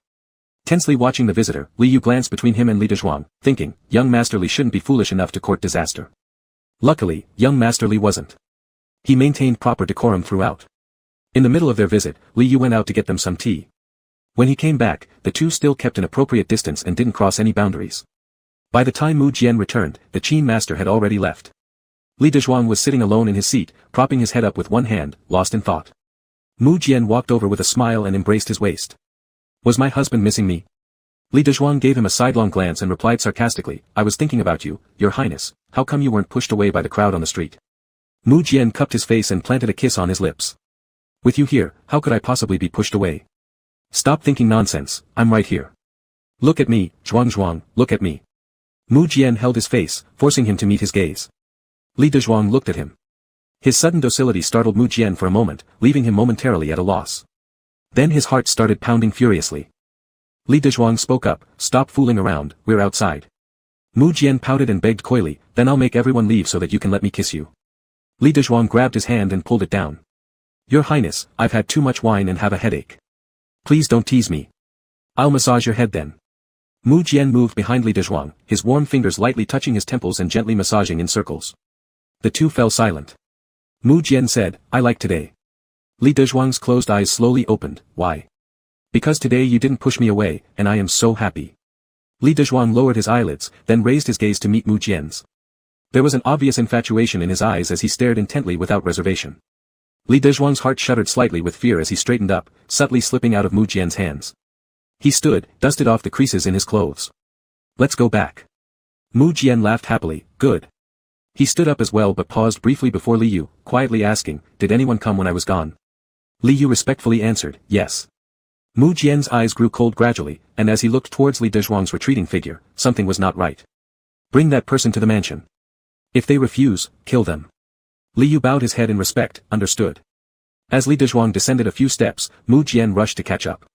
Li Dezhuang turned back, why so slow? The young man carried a plate of pastries, smiling warmly, his youthful features lively and even more radiant than all the lanterns in the inn. Just now, seeing you like this, I've brought the whole plate. He took Li Dezhuang's hand. Hurry up. Later, if you ask for the plate, I won't lose face just for you. So why did you steal it? Whatever Zhuang likes, I will bring to you. Chapter 64, Will Gardley kill me? The ninth prince was born of humble origins. Even with the emperor's favor, he has no foundation. My lord heard that young Master Li is trapped in the mansion, unable to extricate himself, and wishes to lend a helping hand. Young Master Li only needs to assist my lord when necessary, a small matter for you, making this a profitable deal. The words of the musician were like enchanting spells, lingering in Li Dezhuang's ears. He tossed and turned, unable to sleep as a hand suddenly gripped his waist, pulling him forcefully. Li Dezhuang knew who it was without turning around, my lord, aren't you going to sleep? Mu Jian rested by his ear. Even when you're lying beside me, I need over an hour to fall asleep. Today, with your tossing and turning, how can I sleep? The closeness of his breath felt unbearably hot in his ear. Are you thinking about something? Li Dezhuang stiffened, no, my lord, please sleep. I won't move anymore. But I want to move. Li Dezhuang took a deep breath, my lord. Can't you be a little quiet? I can't. Mu Jian partially raised himself, affectionately pinching his cheek, Zhuang, do you think you're being too arrogant with my favor? Who else would dare talk to me like this? If you don't like it, find someone else. I like it. How could I not like it? Everything about Zhuang is endearing to me. Mu Jian lowered his head, using the tip of his nose to brush against Li Dezhuang's earlobe. When he saw him shiver, his earlobes turning red, Mu Jian laughed softly and whispered in his ear, everything about Zhuang is so cute. Li Dezhuang inhaled deeply. Mu Jian. That sounds good. Zhuang calling my name sounds good. Call me more. Li Dezhuang was completely at a loss with this kind of abnormality. He turned and glared at him, if you keep teasing me, I'll get angry. What will Zhuang do if you get angry? Mu Jian grinned, gazing at him, will you kill me? For a moment, Li Dezhuang's face went blank. Mu Jian buried his face in his neck, breathing in his scent. In the past, didn't Gardley also like me? That's different. How is it different? Isn't it still me? It's different, my lord. In the past, I didn't know you were actually insane inside. In the past, I regarded you as my big brother, my backbone. In the past. In my eyes, you were just a simple child needing protection. In the past, all these things between us had not happened yet. There was a brief silence in the air. Mu Jian asked him, will you kill me? Li Dezhuang remained silent. Mu Jian slowly let go, lying back down in his own spot, but then thought better of it. Reluctant to be far from him, he reached out and began playing with his hair. If one day, Gardley harbors murderous intentions towards me, I won't blame you. But I'll definitely kill you first, then myself. From heaven above to the underworld below, wherever we are, I will always be with Gardley. The days passed faster and faster. In the court, more people fell under Mu Jian's control. The Mei family's power had entirely tilted toward Mu Jian's side. In the palace, Du Yanxiu almost monopolized the emperor's favor, leaving the concubine Guifei neglected. When Mu Jian received news from the palace, he was cuddling with Li Dezhuang, asking him to read it aloud. Afterward, he burned the secret report. After a few days, there will be autumn hunting. I'll take you. Hunting again? Li Dezhuang sat on his lap. Are your royal family just idle? Mu Jian chuckled twice briefly. There are only 2 such occasions each year. It's like you're saying it happens once a month. What's wrong? Don't you want to go? I don't want to go. Riding is tiring. Just thinking about it made Li Dezhuang tired. He lost some strength and leaned against Mu Jian lazily, like a kitten. This stirred up Mu Jian's desires, and he immediately pushed him onto the table, kissing him thoroughly both inside and out. Autumn hunting was different from spring hunting when the weather was warm. By now, there was already a hint of winter chill and desolation. Once arriving at the hunting grounds, Li Dezhuang was reluctant to go outside. It was cold, dusty, and inconvenient to bathe in ancient times compared to modern society. Bathing was troublesome. Moreover, Mu Jian, that abnormal person, would always intrude during bath time. Holding together while bathing and taking the opportunity to steal kisses were common occurrences. On several occasions, Li Dezhuang was directly lifted out by Mu Jian and carried to bed. After greeting the emperor, Mu Jian returned directly to the camp. He had always been lawless, used to being unrestrained. And no one ever objected to his behavior. When Mu Jian entered the tent, he saw Li Dezhuang leaning to one side, reading a book in his hand. Smiling, Mu Jian moved closer like a puppy and kissed him softly. What are you looking at so intently? Don't look at that, look at me instead. Am I not better looking than those tattered books? Li Dezhuang put the book down. How come you're back so quickly? Don't you need to accompany His Majesty while hunting? Mu Jian sat next to Li Dezhuang and said, the emperor has many sons, but Zhuangzhuang only has me. Didn't the emperor ask you to stay? He did. I told Father Emperor that now all my brothers surely want to show off and vie for favors, so I wouldn't bother joining them. Li Dezhuang admired Mu Jian's boldness. Little did he know, Mu Jian was about to be even bolder. The emperor asked me to stay and offered to arrange an excellent marriage alliance for me. He suggested I take a look at various young ladies, but I refused. Li Dezhuang raised his eyes, silently asking why. Mu Jian smiled sweetly, reached out, plucked a strand of Li Dezhuang's hair, and played with it between his fingertips. I told Father Emperor it's still better to live with a man. This way, we wouldn't have any heirs and therefore can't inherit the throne, sparing everyone from considering me as an enemy. Mu Jian ran his fingers over Li Dezhuang's cheek. If you were willing to bear my child, I would also be willing to accept. Without hesitation, Li Dezhuang tried to kick him, but Mu Jian grabbed his ankle with a laugh and pulled him close, fitting them together perfectly. Realizing something, Li Dezhuang blushed bright red instantly. Mu Jian leaned in further. You don't want to go outside, do you? Li Dezhuang immediately kicked free from his grasp. Go, go, go. I'll go. He jumped up and ran outside.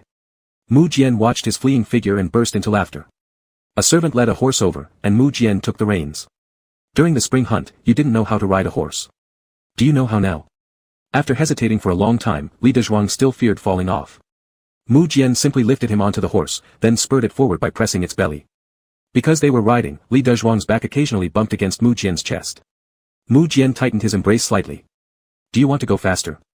Li Dezhuang nodded. Mu Jian flicked the reins, setting the horse in motion. Li Dezhuang screamed, ah. Slow down, stop. Mu Jian. Go slower. Mu Jian hugged him tightly as the wind carried his voice to Li Dezhuang's ear. It was you who wanted to go faster earlier, and now you want to go slower. Tell me, aren't you just being fussy and hard to please? Why did these words sound so strange? Chapter 65, no fear, those wolves won't hurt you. Since we're riding a horse, can you say something more normal? Mu Jian chuckled briefly, pulled the reins, and let the horse walk slowly with them. They were getting farther and farther away from the main camp. Li Dezhuang noticed something was wrong. Where are you going to take me? He was behind him, like a carefree child. I'll take you to see the scenery. Mu Jian gripped the reins tightly and suddenly turned the horse around. They were in a high place where they could see the distant camp below. Look, that's where we just came from. Li Dezhuang remained silent, but the presence of the signal firework in his arms was strong. This was sent by the 5th prince a few days ago. He instructed him that if he decided to cooperate, he should use this signal firework when alone with Mu Jian during the autumn hunt to tell them their location. Then, the 5th prince would send people to ambush them. Li Dezhuang hesitated for several days, unable to make up his mind. He disliked Mu Jian's coercion and manipulation, he wanted freedom, but he didn't want to kill anyone. Li Dezhuang, let's go back. I don't want to play anymore. Are we going back already? Mu Jian looked down at him, don't you have anything else you want to say to me? Li Dezhuang felt an alarming premonition rising in his heart. This feeling came out of nowhere and made no sense, but once it appeared, it was hard to ignore, like sitting on pins and needles. Li Dezhuang shook his head. His hands were sweating. Mu Jian leaned against his cheek, is there anything you need to do? Li Dezhuang shook his head again. His heart was pounding like a drum. Mu Jian ran his hand through Li Dezhuang's disheveled hair that had been tousled by the wind, delighted and excited, giving him a quick peck on the cheek. Good boy. Li Dezhuang was creeped out by the kiss. Something just felt off. Mu Jian readjusted the horse's direction, heading towards the sun, riding gently. The two people on the horse seemed like a couple hugging each other. Their silhouettes in the sunlight looked particularly beautiful. Mu Jian casually embraced Li Dezhuang as though chatting. During the last spring hunt, many pheasants and rabbits in the hunting ground were taken by the noble heirs. Perhaps their big win last time gave them confidence. Before the start of the autumn hunt, some even asked the staff of the hunting grounds to release a few wild wolves. Li Dezhuang, still shaken by what Mu Jian had said earlier, wasn't paying much attention to this statement. He simply asked, why are you telling me all these things? The wolf is the wildest and hardest animal to tame. Wild wolves at that. Don't you think letting them in is suicide? Sometimes, I really don't understand these people. They fear death so much yet put themselves in dangerous situations. Li Dezhuang didn't respond. Mu Jian reined in the horse and let Li Dezhuang focus on the sounds around them. The autumn wind was desolate, carrying fallen leaves, rustling. Amidst these sounds, mingled the heartbeat of the young man right behind him. Pounding steadily and strongly inside the chest pressed against his back. Suddenly, the low growl of a wild beast faintly reached Li Dezhuang's ears. He suddenly opened his eyes wide. Did he mishear? Seeing his reaction, Mu Jian smiled, did you hear that?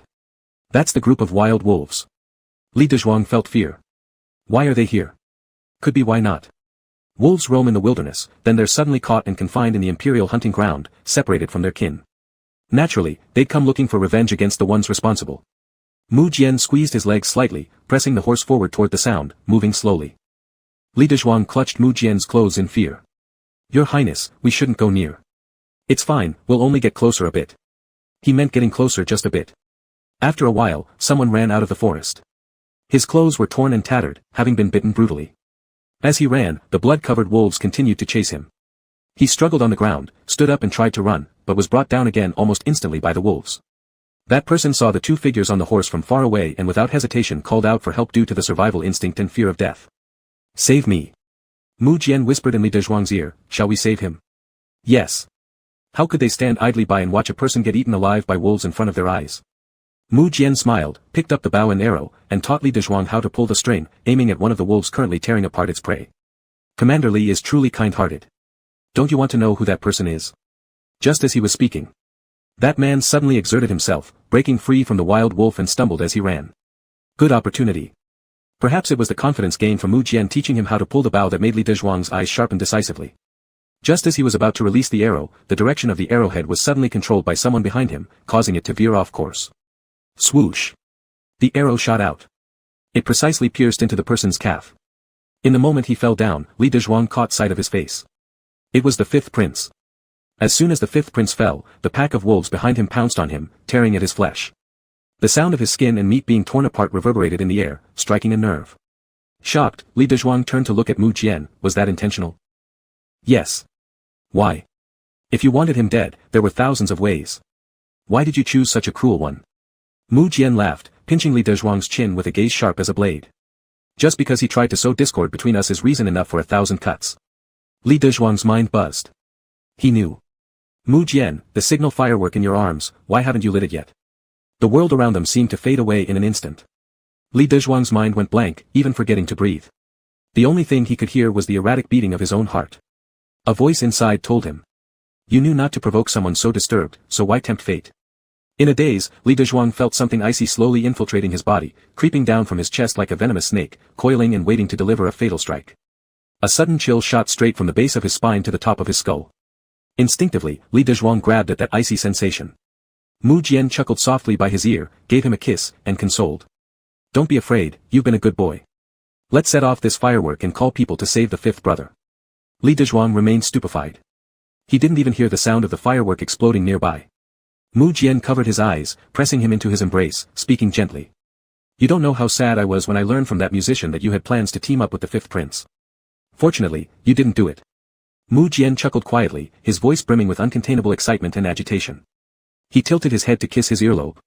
No fear, those wolves won't hurt you. Chapter 66, The Fox Seductress. Li Dezhuang's mind had been in pieces until dusk when it began to slowly recover. He could no longer recall how the situation was resolved in the end. All he remembered was Mu Jian pale-faced as he explained things to the emperor. When they arrived, the fifth brother had already been bitten beyond recognition. The emperor, heartbroken, ordered the execution of the people responsible at the hunting grounds. He also punished the wealthy young men who had suggested releasing the wolves into the hunting ground. Mu Jian stayed by the emperor's side until the wee hours of the morning before finally having time to return and be with Li Dezhuang. The little one lay in bed, his eyes a little vacant. Mu Jian removed his clothes, lying beside him and gently touching his cheek. Were you scared today? Li Dezhuang's eyeballs moved slowly, then turned to ask Mu Jian. How did you manage this? The fifth prince was still a prince. He was surrounded by many skilled personal attendants. Even if Mu Jian had an impeccable main character aura, it seemed outrageous that he could achieve this directly. This isn't an aura, this is a cheat code. Mu Jian explained.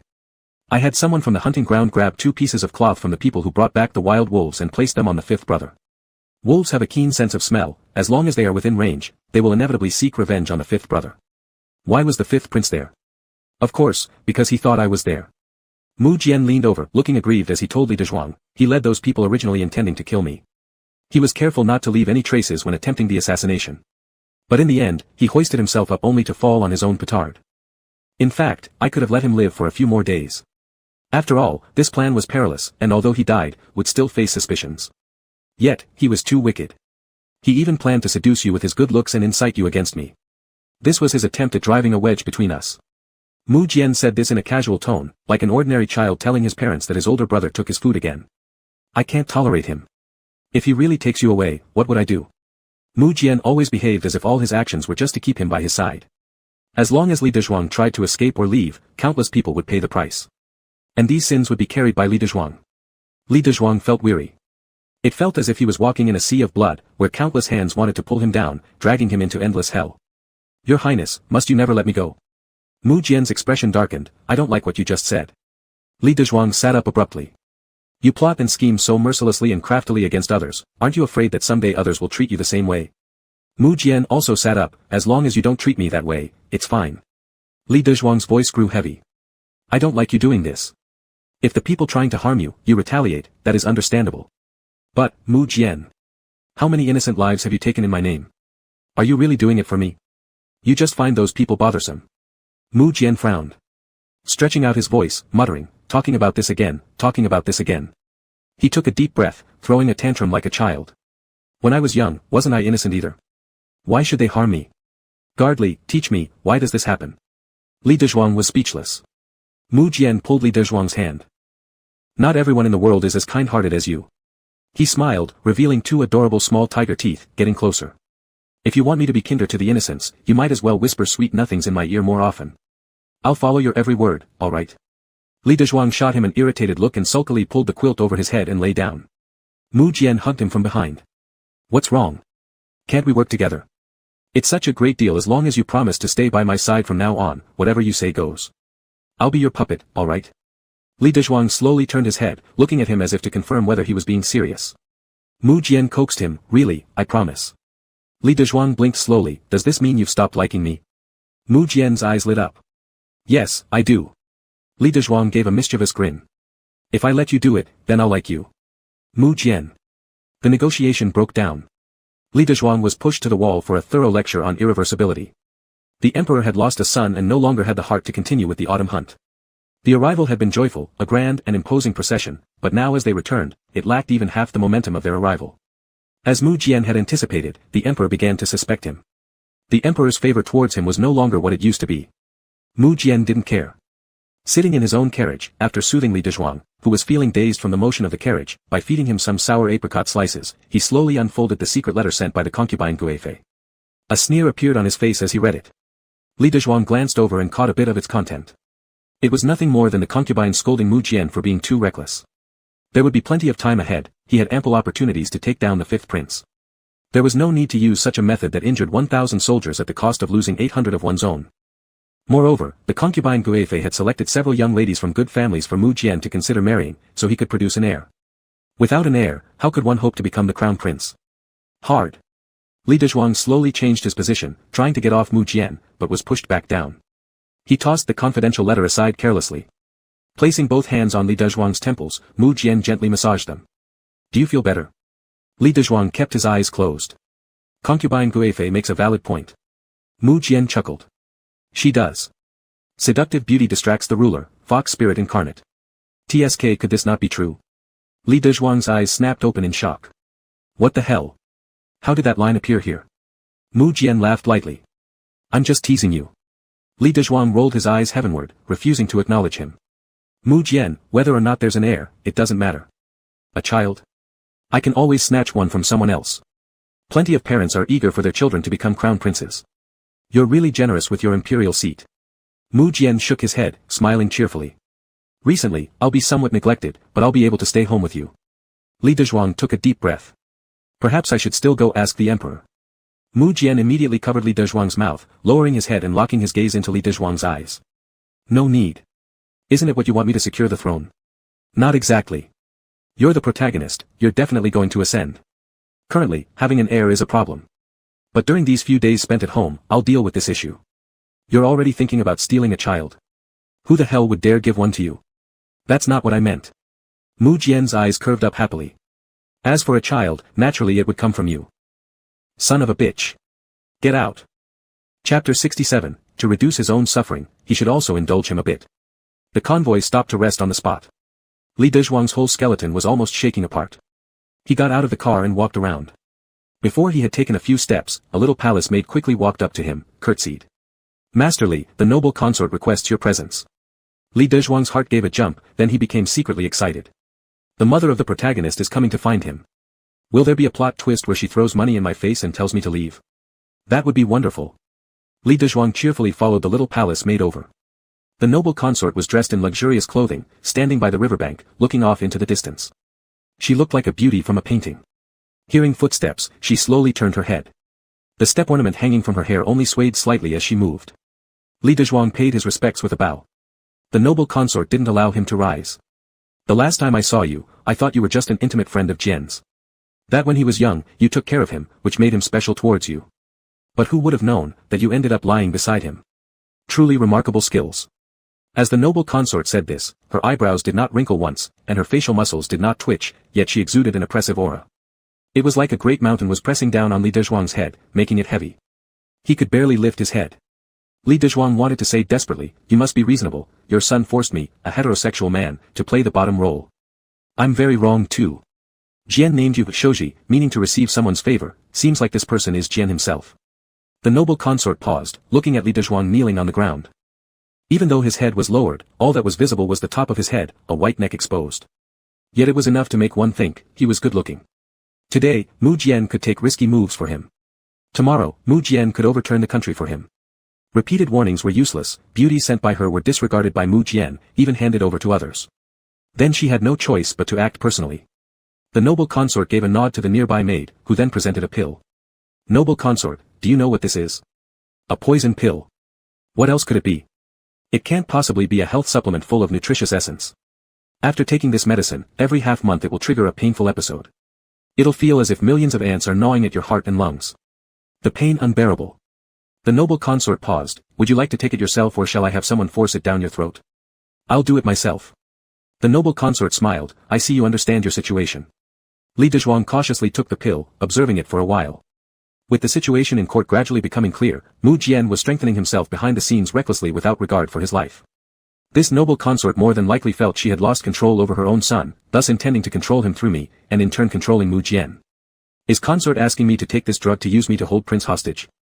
Correct, the noble consort smiled faintly, everyone knows that one should hide their weaknesses well. My foolish son parades you in public. Rest assured, as long as you do everything you can for me, I assure you I won't mistreat you. But yeah, right. Who believes that? Mu Jian will definitely kill you first once he gets the upper hand, the mother who abandoned her own son initially. Working with you feels like we're inviting disaster. Mu Jian has accumulated years of resentment against the noble consort. If either party had to choose, her death is inevitable. Li Dezhuang fiddled with the pill between his fingers. Does this medicine taste bitter? I hate the taste of bitterness. The noble consort laughed, what's the point in stalling for time? Jian is currently with his father, the emperor. This is the crucial moment for him to regain imperial favor, why would he come looking for you? Li Dezhuang sighed. Everybody knows that Mu Jian likes him. Everyone wants to exploit him. He rolled his eyes thinking, I should run. But several guards stood behind him. He was small and frail, how could he possibly fight them off? The consort's gaze hardened. Bring me someone, and shove this pill down his throat. Shit. Li Dezhuang cursed loudly in his mind. How can there be mass production of such despicable pills? One gone, and another comes. He struggled desperately, but couldn't break free from the restraints upon him. In a sudden move, Li Dezhuang rose to his feet, threw away the pill in his hand, and the pill, plop, landed softly in the small river. For a split second, the scene was silent. Li Dezhuang started running, but after only 2 steps, he was tackled down by the chasing guard and was pinned helplessly onto the ground. His face and lips were scraped raw against the gravel. Blood splattered across the stones, bringing a fiery hot pain. The consort turned blue with rage. Take out the other pill and shove it down his throat. Damn it.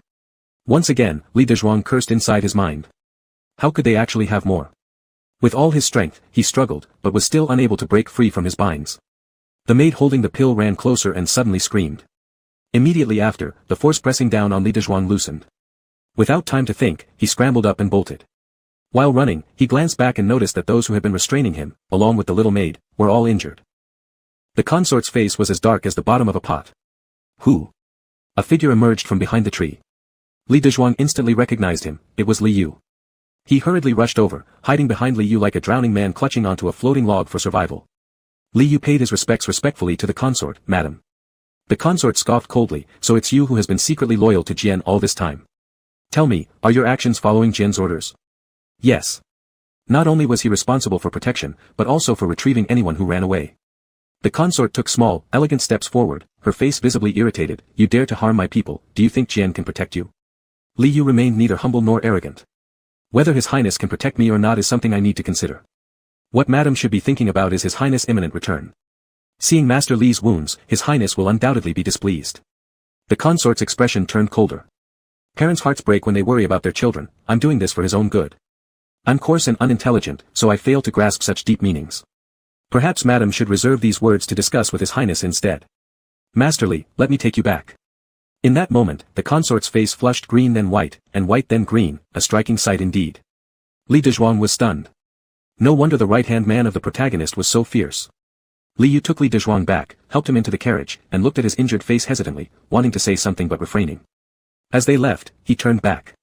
Master Li, since His Highness truly cares for you, even if it's for your own safety, don't entertain any more thoughts of escape. He paused for a moment. His Highness was furious upon learning that you accepted fireworks from the 5th prince.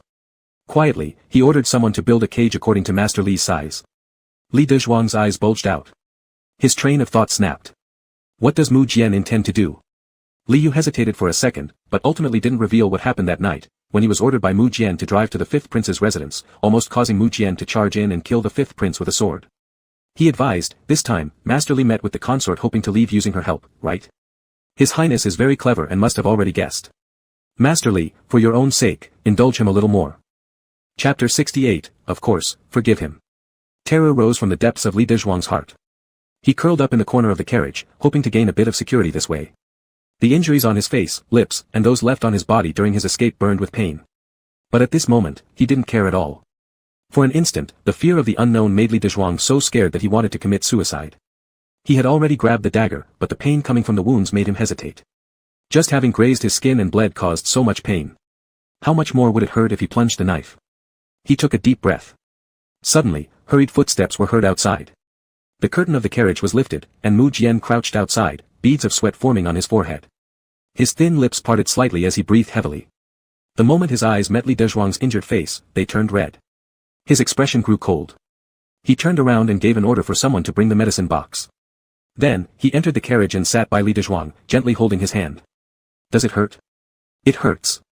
Are there any other injuries? There's here, and also on my legs. Li Dezhuang showed all his injuries to Mu Jian. Mu Jian's expression grew increasingly solemn. Li Dezhuang dared not even breathe loudly. After Mu Jian carefully dressed his wounds with utmost gentleness, he closed the medicine box and turned to ask Li Dezhuang with a smile, how many more times do you need to run before you'll behave? Li Dezhuang was instantly terrified. After a brief rest, the convoy returned to the capital in less than half a day. As soon as they entered the city, Mu Jian's carriage split off from the main group and directly returned to the prince's residence. As soon as the carriage stopped, Mu Jian got down and extended his hand to help Li Dezhuang down. When Li Dezhuang hesitated whether or not to take his hand, Mu Jian suddenly grabbed his hand and dragged him back into the room. The moment the door closed, Mu Jian locked it from inside. Li Dezhuang retreated step by step, startled by his gesture. Mu Jian smiled at him and asked, "What are you afraid of?" "I won't be afraid if you open the door." Mu Jian laughed and casually threw the keys on the table. "The key is here, come get it." Li Dezhuang's breathing changed. Mu Jian stood just a few steps away from the table, quietly looking at him. The key lying on the table shimmered faintly in the light, exerting a fatal attraction to Li Dezhuang. He began calculating mentally how likely he could dash to the key, unlock the door, and escape. Probably 0%. Li Dezhuang sighed inwardly. In terms of both mentality and physical strength, he was no match for this crazy man. He could choose not to go for the key and instead have a good talk with Mu Jian, sparing himself some physical suffering. Mu Jian suddenly said, "If you can leave through this door, I'll let you go." This temptation was enormous. Li Dezhuang began rehearsing in his mind the route of snatching the key, dodging Mu Jian's hands, and escaping successfully. After practicing countless times, Li Dezhuang took a deep breath and dashed toward the table. At the same time, Mu Jian moved. He simply stepped forward quickly, pressed his palm on the key on the table, then slid backward. There was a tink sound. The key fell to the ground. Li Dezhuang was momentarily dumbfounded. In that instant, he was grabbed by the waist, forced to retreat, and uncontrollably fell onto the bed. He struggled, flailing around and hitting Mu Jian several times. However, none of this affected him. Above him, Mu Jian smiled pleasantly. "Not satisfied with hitting? Do you want to try biting me?" Li Dezhuang glared at him. Mu Jian laughed, saying, "You'd better stop struggling, it will remind me of our first time, which will make me extremely excited." Li Dezhuang's pupils dilated instantly. Was this something a human being should say? "Mu Jian. Let me go. We can talk. I don't feel like talking right now." "No. Please." In a panic, Li Dezhuang remembered what Li Yu had said, recalling the custom-made cage. "I'm injured, it hurts so much. You're hurting me. It might start bleeding again. Let go of me first." Mu Jian chuckled lightly near his ear, "You're more delicate than women." He stood up. Li Dezhuang exhaled in relief. However, before he could fully relax, Mu Jian suddenly moved. Li Dezhuang didn't have time to cover himself. Despite his pleas for mercy, the other party paid no attention and even smiled while asking, "How can we check your injuries if you don't take off your clothes?" "Then at least leave me one." Mu Jian said, enunciating each word. "No. Not leaving any." Li Dezhuang stared with wide eyes, trembling with anger but powerless against Mu Jian's strength. Mu Jian held his delicate ankle and slowly lifted it. Looking at the wound on his leg, he furrowed his brow, "It has split open again." He bent down and kissed the wound gently. Li Dezhuang shivered and tried to pull his leg back. But he couldn't move it. Quickly grabbing a blanket to cover himself. Mu Jian's eyes flickered with a hint of amusement as he got up to find the medicine box. Li Dezhuang took this opportunity to crawl to the corner of the bed and wrapped himself tightly in the small quilt. Mu Jian glanced at him, "Come here." Li Dezhuang shook his head. Mu Jian repeated slowly, "Come here." Li Dezhuang reluctantly crawled over. Mu Jian beamed like a child who had received candy. He refound the medicine to redress Li Dezhuang's wounds carefully, handling them tenderly. Afterward, he even kissed him lightly, asking if the bandages looked good. The sudden change of emotions made Li Dezhuang afraid to say they didn't look good. Mu Jian grasped his hand and gently massaged each joint. "I will always dress your wounds so neatly from now on. We won't play the escape game anymore, okay?" Even though he smiled, there was an endless chill in his eyes that made Li Dezhuang shrink back. He believed that if he said no, his neck might very well be snapped within the next second. "I won't play anymore. Truly won't play anymore." Mu Jian chuckled as he leaned closer. "Really? What if you lie to me?" "I won't lie to you." Li Dezhuang swallowed hard, slowly returning the grip on Mu Jian's hand and forcing a smile. "I do have a little bit of feelings for your highness, so I definitely won't lie to you." Mu Jian hesitated for a moment, then excitedly caressed his cheek, feeling an uncontrollable greed. Li Dezhuang gripped his shirt collar and cautiously said, "Now that I truly like your highness, can you open the door? Can you let me off the hook today?" Mu Jian slightly narrowed his eyes. Li Dezhuang increased his stakes, leaning forward to give him a kiss. This immediately brightened Mu Jian's face, making him beam. He cuddled up to him while repeatedly saying how much he liked him. Li Dezhuang secretly exhaled in relief. Success by a roundabout way. Meanwhile, Mu Jian buried his nose into Li Dezhuang's neck. He restrained himself from baring his fangs and piercing his tender skin. Perhaps no one had ever told Gardley that his acting skills were terrible. Even though his lips claimed affection, the hatred in his heart betrayed itself through his eyes. His words of liking clearly sounded false. However, because he willingly gave him a kiss, Mu Jian decided to forgive him. After all, who could resist loving him? Whoever made him love this deeply? For this reason alone, Mu Jian decided, of course, to forgive him. Chapter 69, No one is allowed to touch you except me. When the light of the second morning poured into the house, the door of the bedroom finally opened. Mu Jian was neatly dressed, standing by the door calling for people to carry in hot water. When buckets of hot water were carried in, Li Dezhuang woke up. His arms had no strength. As he tried to sit up with one arm, his arm trembled uncontrollably. Mu Jian felt cheerful just watching him, and his smile couldn't be contained. He quickly walked to the side of the bed, pulled the blanket up, and wrapped it around the person. Be careful, you might catch a cold. You've wrapped too tightly. Aren't you afraid that the blanket will get dirty? Mu Jian smiled warmly, isn't it already dirted by you? Li Dezhuang kicked him, having saved up his strength. A kick should have been enough to push Mu Jian off the bed.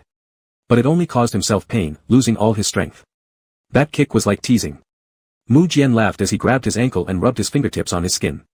Not satisfied with biting me, you want to kick me too.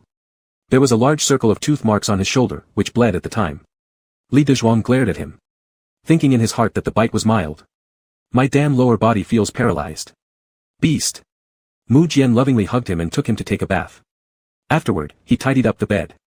Once done, he knelt beside the bucket, dipping water to play with him and asked what he wanted to eat, acting as if he could pluck the stars from the sky. Li Dezhuang, hot pot. Mu Jian, what is that? It's a pot with a base ingredient, spicy, then cook all kinds of vegetables, both meat and vegetable included. Is it delicious? Yes. But you shouldn't eat spicy food. Li Dezhuang got angry and splashed water violently. The water splashed all over Mu Jian, but he didn't get angry. He took off his shoes and stepped into the bathtub fully clothed. Li Dezhuang couldn't push him away. As Mu Jian squeezed against him at the edge of the tub, fooling around, water was spilled everywhere, and the tub cracked. Li Dezhuang couldn't even lift his hands anymore, while Mu Jian still had the energy to call someone to make him a meal, coaxing him to eat before going out to attend to business. Li Dezhuang wrapped himself in the blanket and turned his back inward. He thought, I can't compete with the insane guy in stamina. Mu Jian walked out of the door and turned toward the study. Li Yu was already waiting there. As soon as Mu Jian arrived, Li Yu respectfully handed over a list. On the list were the names of usable individuals filtered through connections within the palace guards. When handing it over, Li Yu still hesitated a little. Your Highness, are you really going to do this? Mu Jian casually flipped through the list, is there any problem? The lady is a member of the Mei family, moving against her would irritate the Mei family. It's disadvantageous for you. Mu Jian scoffed coldly, put the list on the table, asked Li Yu for a copper coin, and tossed it onto the list. Whoever it pressed down on would be selected. Mu Jian circled that name with a pen and handed the list back to Li Yu. Disadvantageous? At this point, whether or not they're stepping off the boat, it doesn't depend on them. But the consort is deeply rooted in the harem. Deep roots? Without the emperor's favor, whoever breaks the rules cannot be tolerated. Secretly plotting against the consort. If discovered, it's a capital offense. Mu Jian acted as if he didn't know, just go ahead and do it. Yes. Because of his younger brother Li Huai, Li Yu worked wholeheartedly and efficiently for Mu Jian, and within a month, things were arranged. Half a month later, during the small New Year banquet, Mu Jian entered the palace with Li Dezhuang, went out for a moment during the feast. Li Dezhuang asked him where he went. He smiled cunningly and asked if Li Dezhuang missed him. Li Dezhuang was too lazy to reply to him. As the night banquet was nearing its end, a servant rushed to the emperor with panic-stricken expressions, whispered something mysteriously into the emperor's ear. The emperor's expression immediately changed. He looked dark and moody, with an air ready to kill. Mu Jian grinned at Li Dezhuang and said, there's a good show coming. Li Dezhuang thought in his mind, what kind of tricks are you playing again? Suddenly, the emperor stood up and left the feast with a wave of his sleeve. Mu Jian squeezed Li Dezhuang's hand under the table and his eyes curved with laughter, full of the flickering candlelight from the banquet, bright, excited, and somewhat seeking approval. Let's go watch. Li Dezhuang lowered his voice, the emperor is so angry, and you are still chasing after him. Mu Jian blinked slowly, it's not because of me that he is angry. Li Dezhuang gasped sharply. Truly crazy and bold. I won't go. Fire at the city gate brings disaster to the fish pond. Mu Jian laughed, are you such a coward? With me protecting you, what do you fear? Mu Jian forcibly pulled him up. Just say you have a gift for Father Emperor, and flatter the eunuchs. Li Dezhuang's face turned dark as he kicked him. Though visibly upset, Li Dezhuang did not hold back at all with that kick. But Mu Jian neither dodged nor moved aside, instead, he endured it with a smile. This display, witnessed by the palace attendants following behind, seemed like playful bickering. The few people trailing after kept their heads down low, afraid to look. Mu Jian held his hand, saying, this is in the palace, not at home. You can't act recklessly here, it doesn't follow the palace rules. Li Dezhuang's eyes nearly bulged out of their sockets. You holding my hand follows the palace rules. Mu Jian shook his head. No, it doesn't. But I want to hold it. So, did that mean he couldn't kick him? Li Dezhuang's face contorted with anger as he struggled fiercely to pull his hand back. But Mu Jian's grip was firm. The more he struggled, the tighter the grip on his wrist became, making his face twist from the pain. Mu Jian smiled. Why make yourself suffer? Li Dezhuang huffed and stopped struggling, letting him hold his hand. The emperor ahead walked quickly. As they approached an unused, empty palace entrance, Mu Jian suddenly pulled Li Dezhuang forward, running while sounding like a carefree child, his voice sweet. Father Emperor. Li Dezhuang understood everything now. Upon hearing this, the emperor's robust frame shuddered. He turned around in shock, looking first at Mu Jian, then at Li Dezhuang, his expression darkening. What do you want?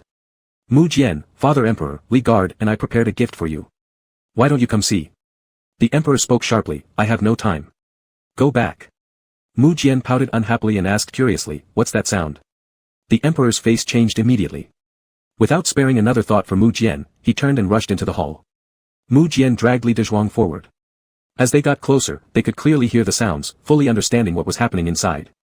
Li Dezhuang stared. Wide-eyed. Dumbfounded.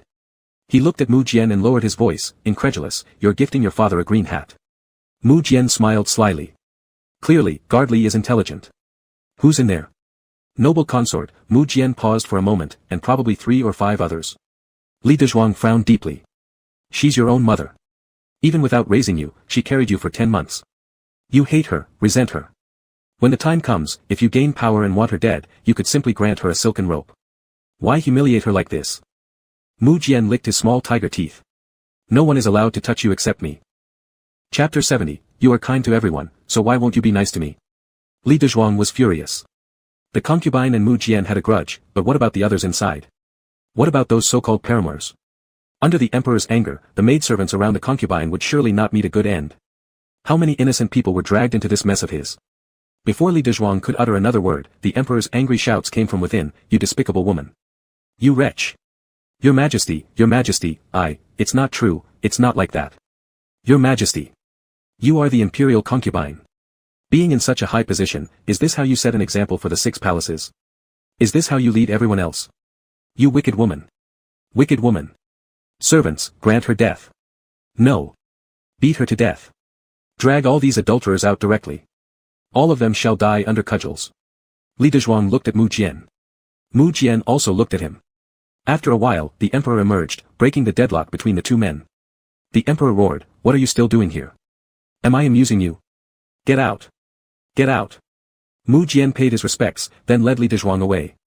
The atmosphere on the way back was heavy and oppressive. Inside the carriage, Mu Jian and Li Dezhuang sat facing each other. Li Dezhuang sulked, ignoring others. A shadow of gloom passed over Mu Jian's brow, he couldn't take his eyes off Li Dezhuang. His gaze was somewhat terrifying. I don't know what you're quarreling with me about. That woman wanted you dead. So, Prince, you acted because of me, didn't you? Mu Jian did not deny it. Li Dezhuang angrily said, it's always about me. Always about me. Didn't your people already save me? And here I am, sitting fine and well. What do you need from me day after day? How many more lives must you ruin for my sake? How many people do you have to torture to death? Do you consider them human beings? If you hate someone, go after them yourself. Mu Jian stared straight at Li Dezhuang without averting his gaze. You are kind to everyone, yet why can't you be nice to me? Li Dezhuang screamed inwardly. Because you're mad. Mad. He didn't dare say it aloud, and turned his face away to ignore him. Mu Jian pinched Li Dezhuang's chin tightly, forcing his eyes toward himself before feeling a bit satisfied. Am I not good to you? Ever since you grew up, you've been avoiding me. You know very well that I have feelings for you, yet you insist on wearing me down. That woman has a heart as venomous as a snake and treats neither you nor me well. As for the others who died, that was their fate. You're willing to fight with me for them but refuse to give me a little kindness. Are you this angry because you secretly harbor murderous intentions toward me? Li Dezhuang didn't respond. Mu Jian gazed deeply at him, slowly speaking 2 words. It's too late. He chuckled. If only you had thought of this day when I'd be utterly smitten with Guard Commander Li, you should have killed me back when I was just an insignificant prince hidden away in the cold palace.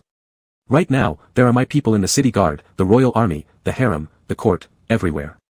Even if you kill me, you will end up joining me in the netherworld. Forever, you will never escape. His gaze clung tightly to Li Dezhuang's face. Like the tongue of a venomous snake, red and sinister. And he felt as if he were wrapped by such a snake, choking him so he found even breathing difficult. Slap.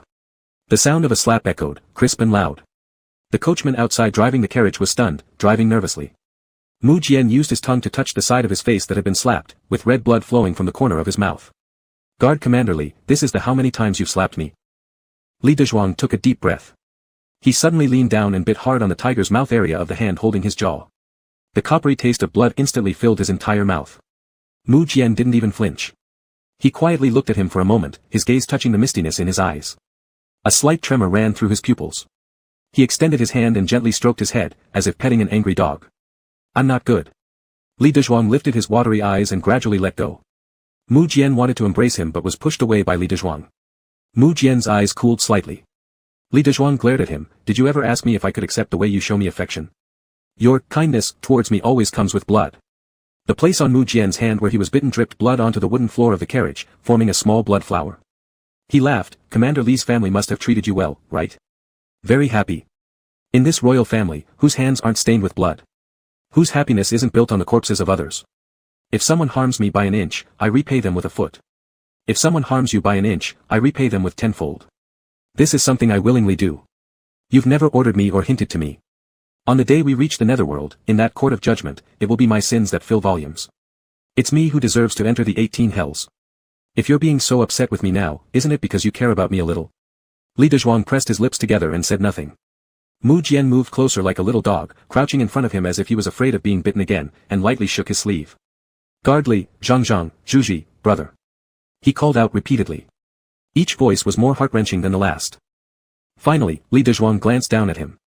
How could there be someone like this? One moment, he was calculating everything, devising every cruel strategy. The next, he appeared here as innocent and pitiable as a child. Mu Jian, after I die, whatever punishment King Yan decides for me, I'll accept it. Spare some pity on me, let me have a good life while I'm still alive. I'm not afraid of anyone else, nor am I afraid of King Yan, I'm just afraid of you. Afraid beyond measure. When others hit me or hurt me, it only stings my skin.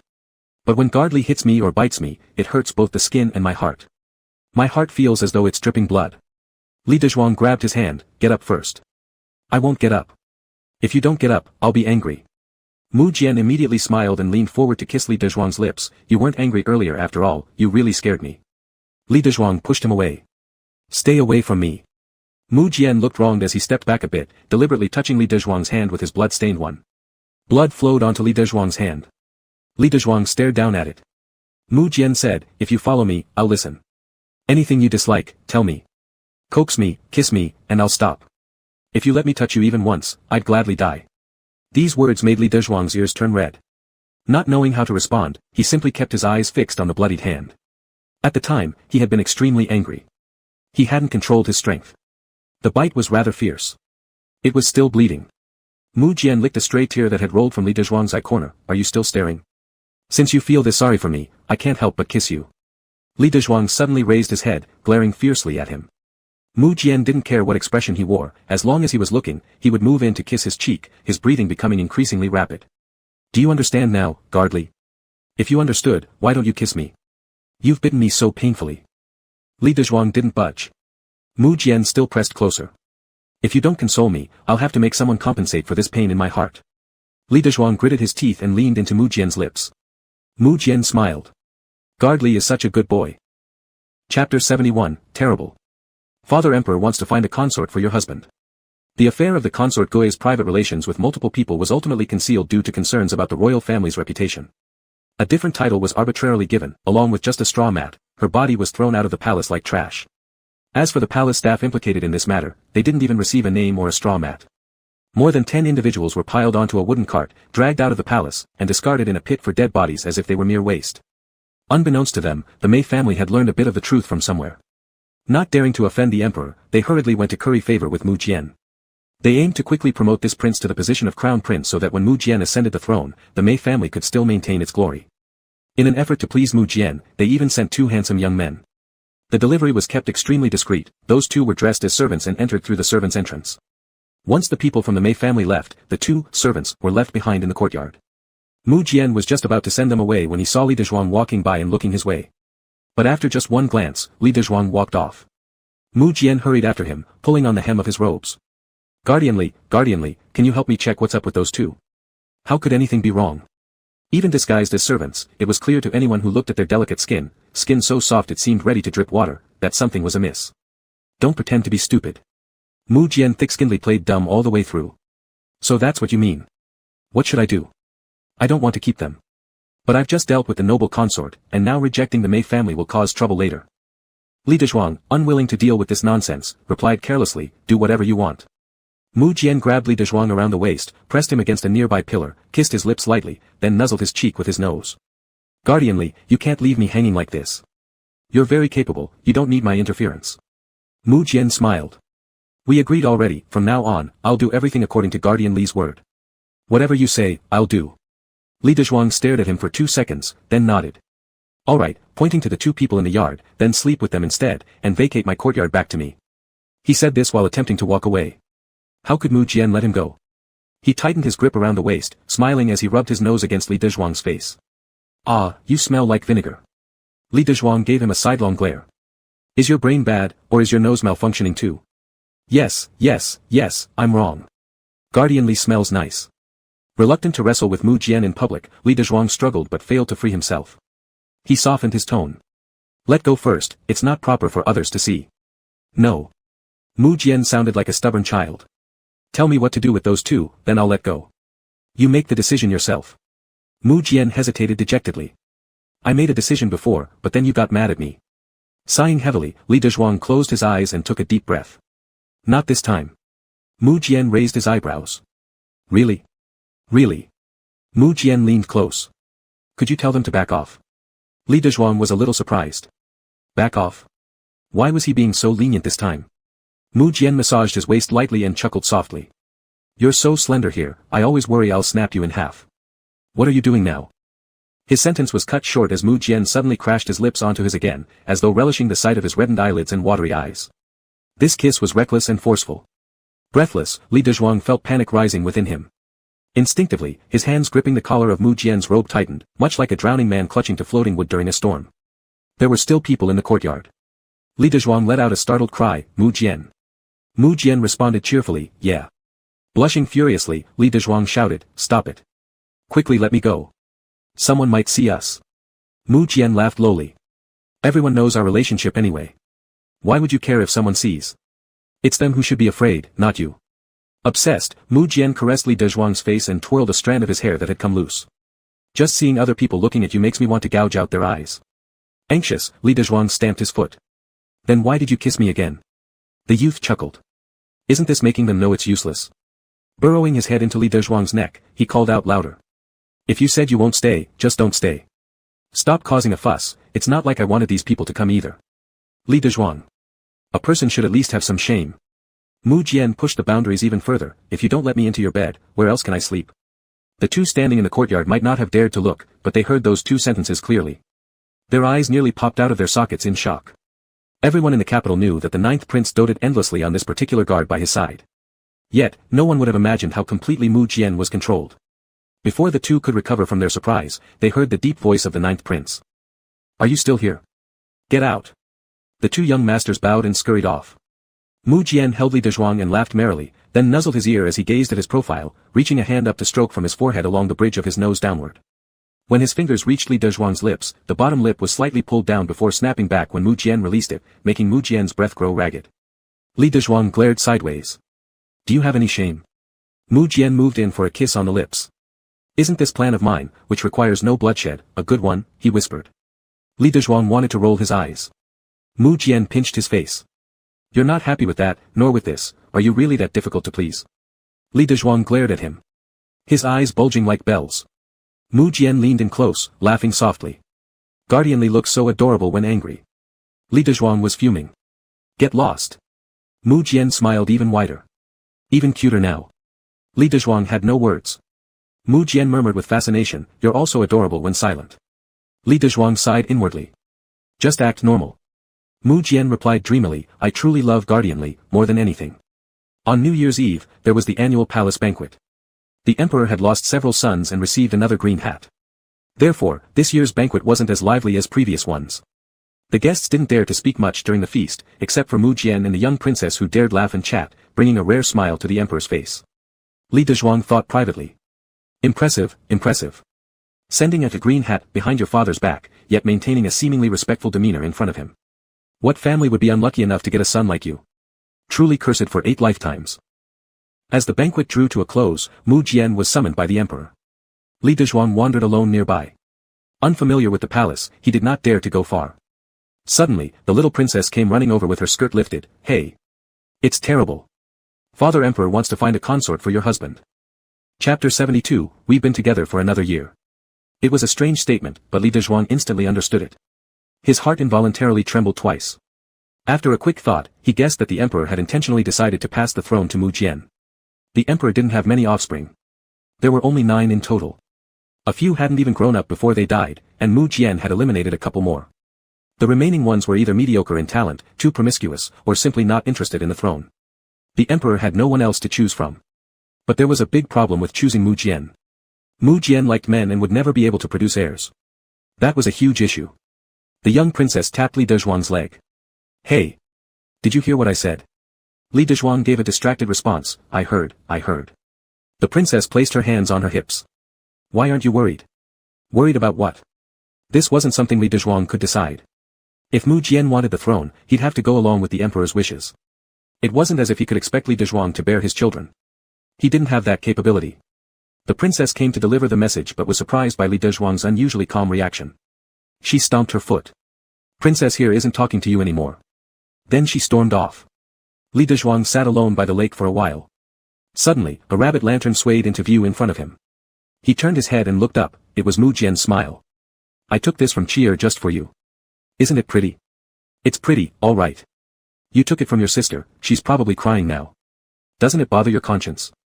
Mu Jian shook his head, sat next to him, and held up the rabbit lantern high. Why should it hurt? Once I give it to you, as long as I think you might like it, might feel happy, might kiss me in return, I'm excited out of my mind. You're drunk. Mu Jian raised an eyebrow. Won't you kiss me? No way. Mu Jian suddenly leaned in and pecked Li Dezhuang lightly on the lips, almost causing Li Dezhuang to fall into the lake. He quickly turned back only to find palace servants behind them. His face immediately flushed red. This is the palace. Yes, I know that. This is my home. Can't I kiss Gardley here? Do you prefer me kissing you on the street instead? Li Dezhuang wanted to kick him straight into the lake. Mu Jian shoved the lantern into Li Dezhuang's hand, grabbed his other hand, and pulled it inside his own chest. Li Dezhuang tried to pull it back in shock. Mu Jian held him firmly and reminded him gently, don't fuss around, or you'll fall in and catch a cold. Don't complain about taking medicine later. Li Dezhuang resisted mentally. Who complains? In the night sky, fireworks bloomed beautifully and brilliantly. Mu Jian watched the fireworks, smiling happily. We've been together for another year. Li Dezhuang also watched the fireworks without saying anything. Mu Jian pursed his lips and then said suddenly, Father Emperor mentioned to me, if I marry the daughter of the Prime Minister, he will let me become Crown Prince. Li Dezhuang stared at the lantern deep in thought.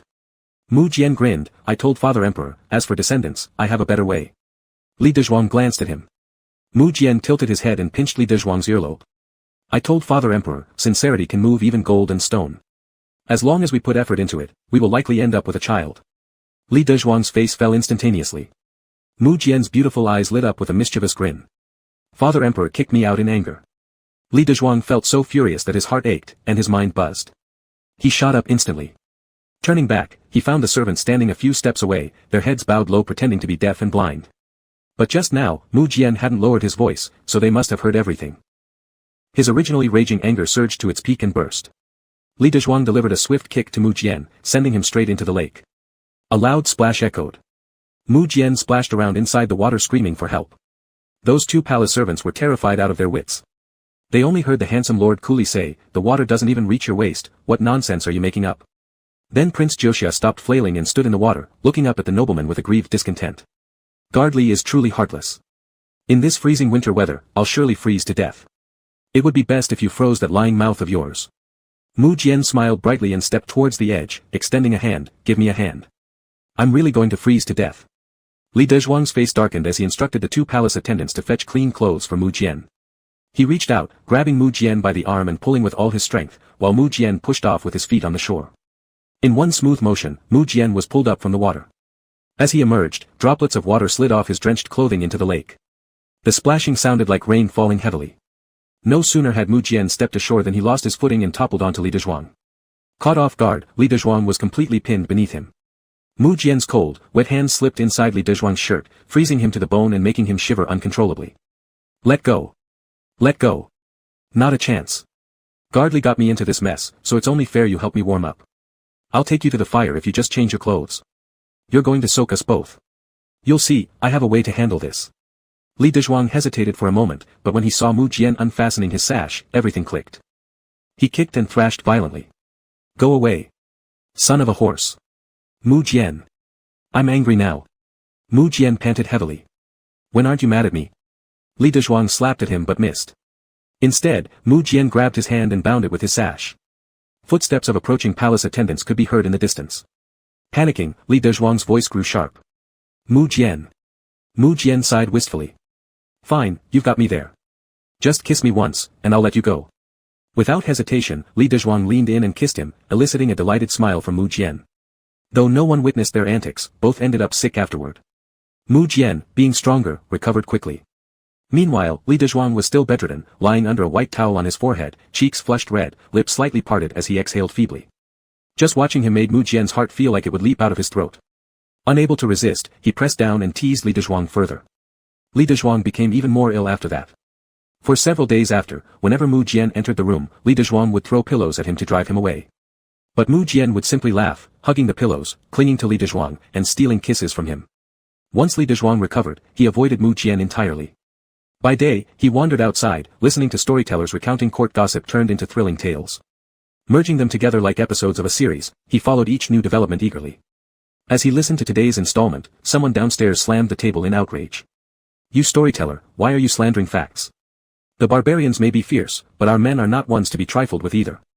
Li Dezhuang peeked out. The man who slammed the table was a towering figure, clad in civilian attire, yet his rugged demeanor and warrior's aura betrayed his military background.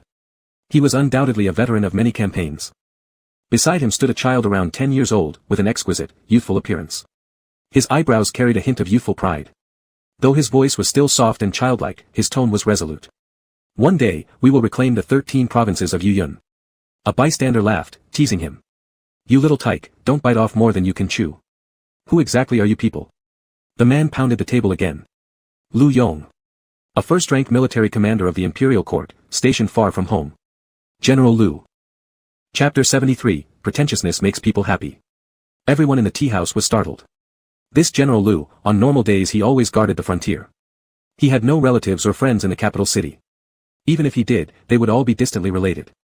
For a moment, no one dared to approach. Lu Yong said, the Yuyun 13 prefectures are surrounded by high mountains and fast-flowing rivers. To the north connects with the Yizhu lands, and to the south lies our Yen Pass. This is a place that military strategists must vie for.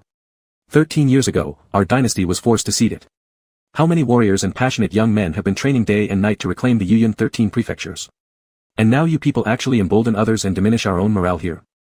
The general's words carried weight. For a moment, the tea house seemed to be silenced by his speech. Li Dezhuang lay on the second floor while someone beside him whispered, we were just listening to a story, enjoying ourselves. This man took it seriously and became upset, which is really uninteresting. Someone agreed, that's right. We were just seeking some fleeting amusement. The Yuyun 13 prefectures, who doesn't know about them?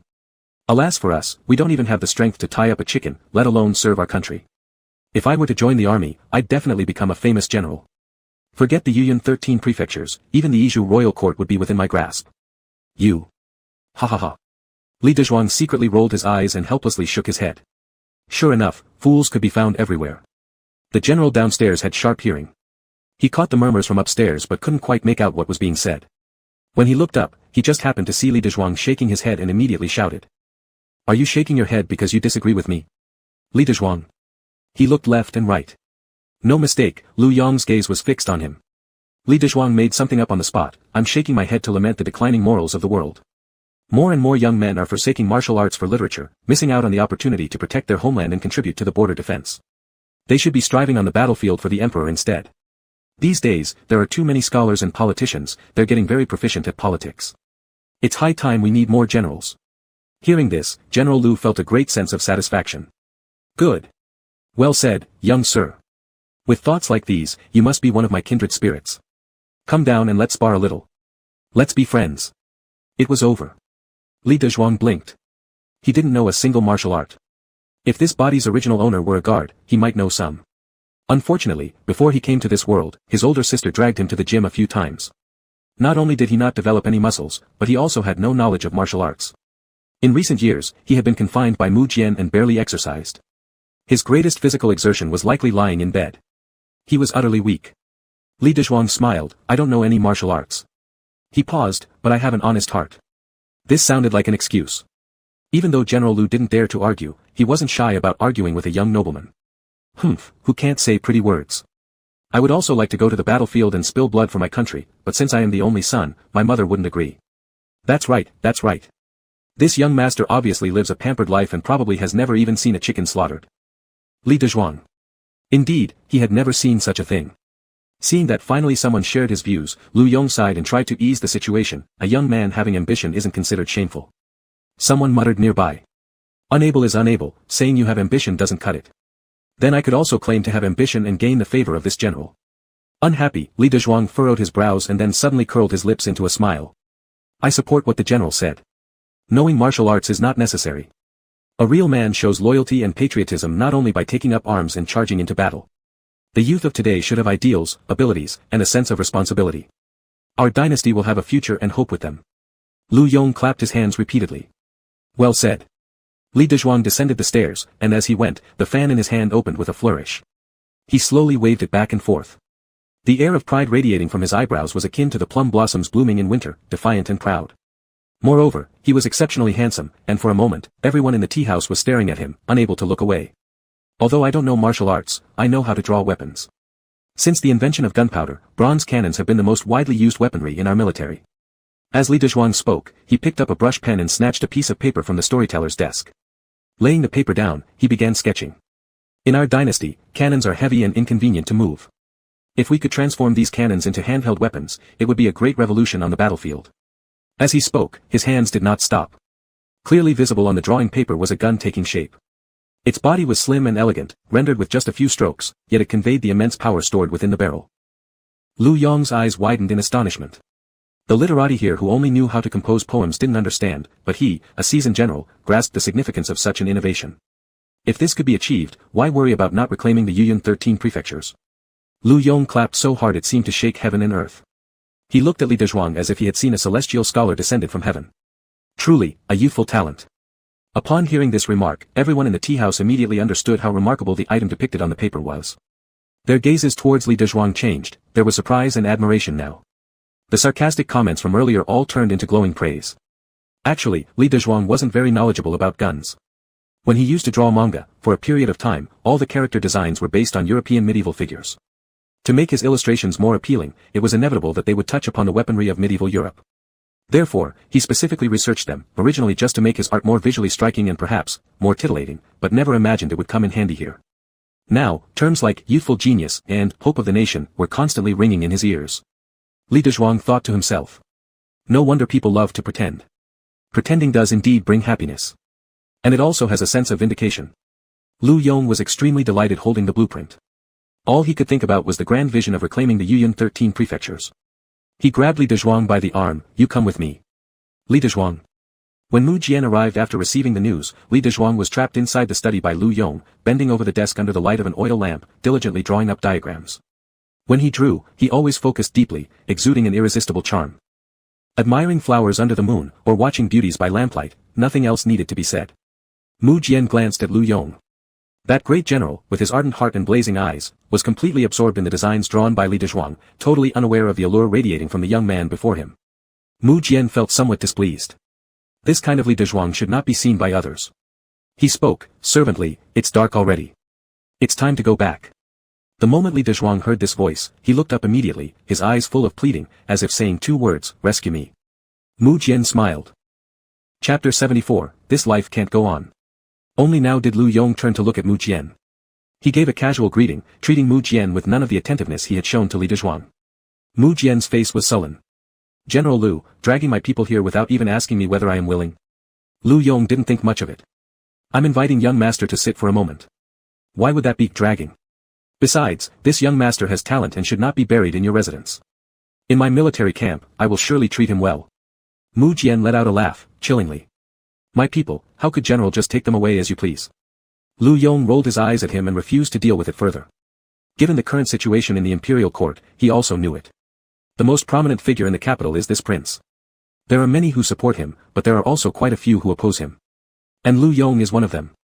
In fact, none of the emperor's sons appeal to him very much, each weaker than the last, and each more skilled at scheming than the last. If those who hold power only indulge in manipulation and do not focus their efforts properly, the country will certainly decline. Thus, Lu Yong disliked Mu Jian. His intuition told him that this person was dangerous.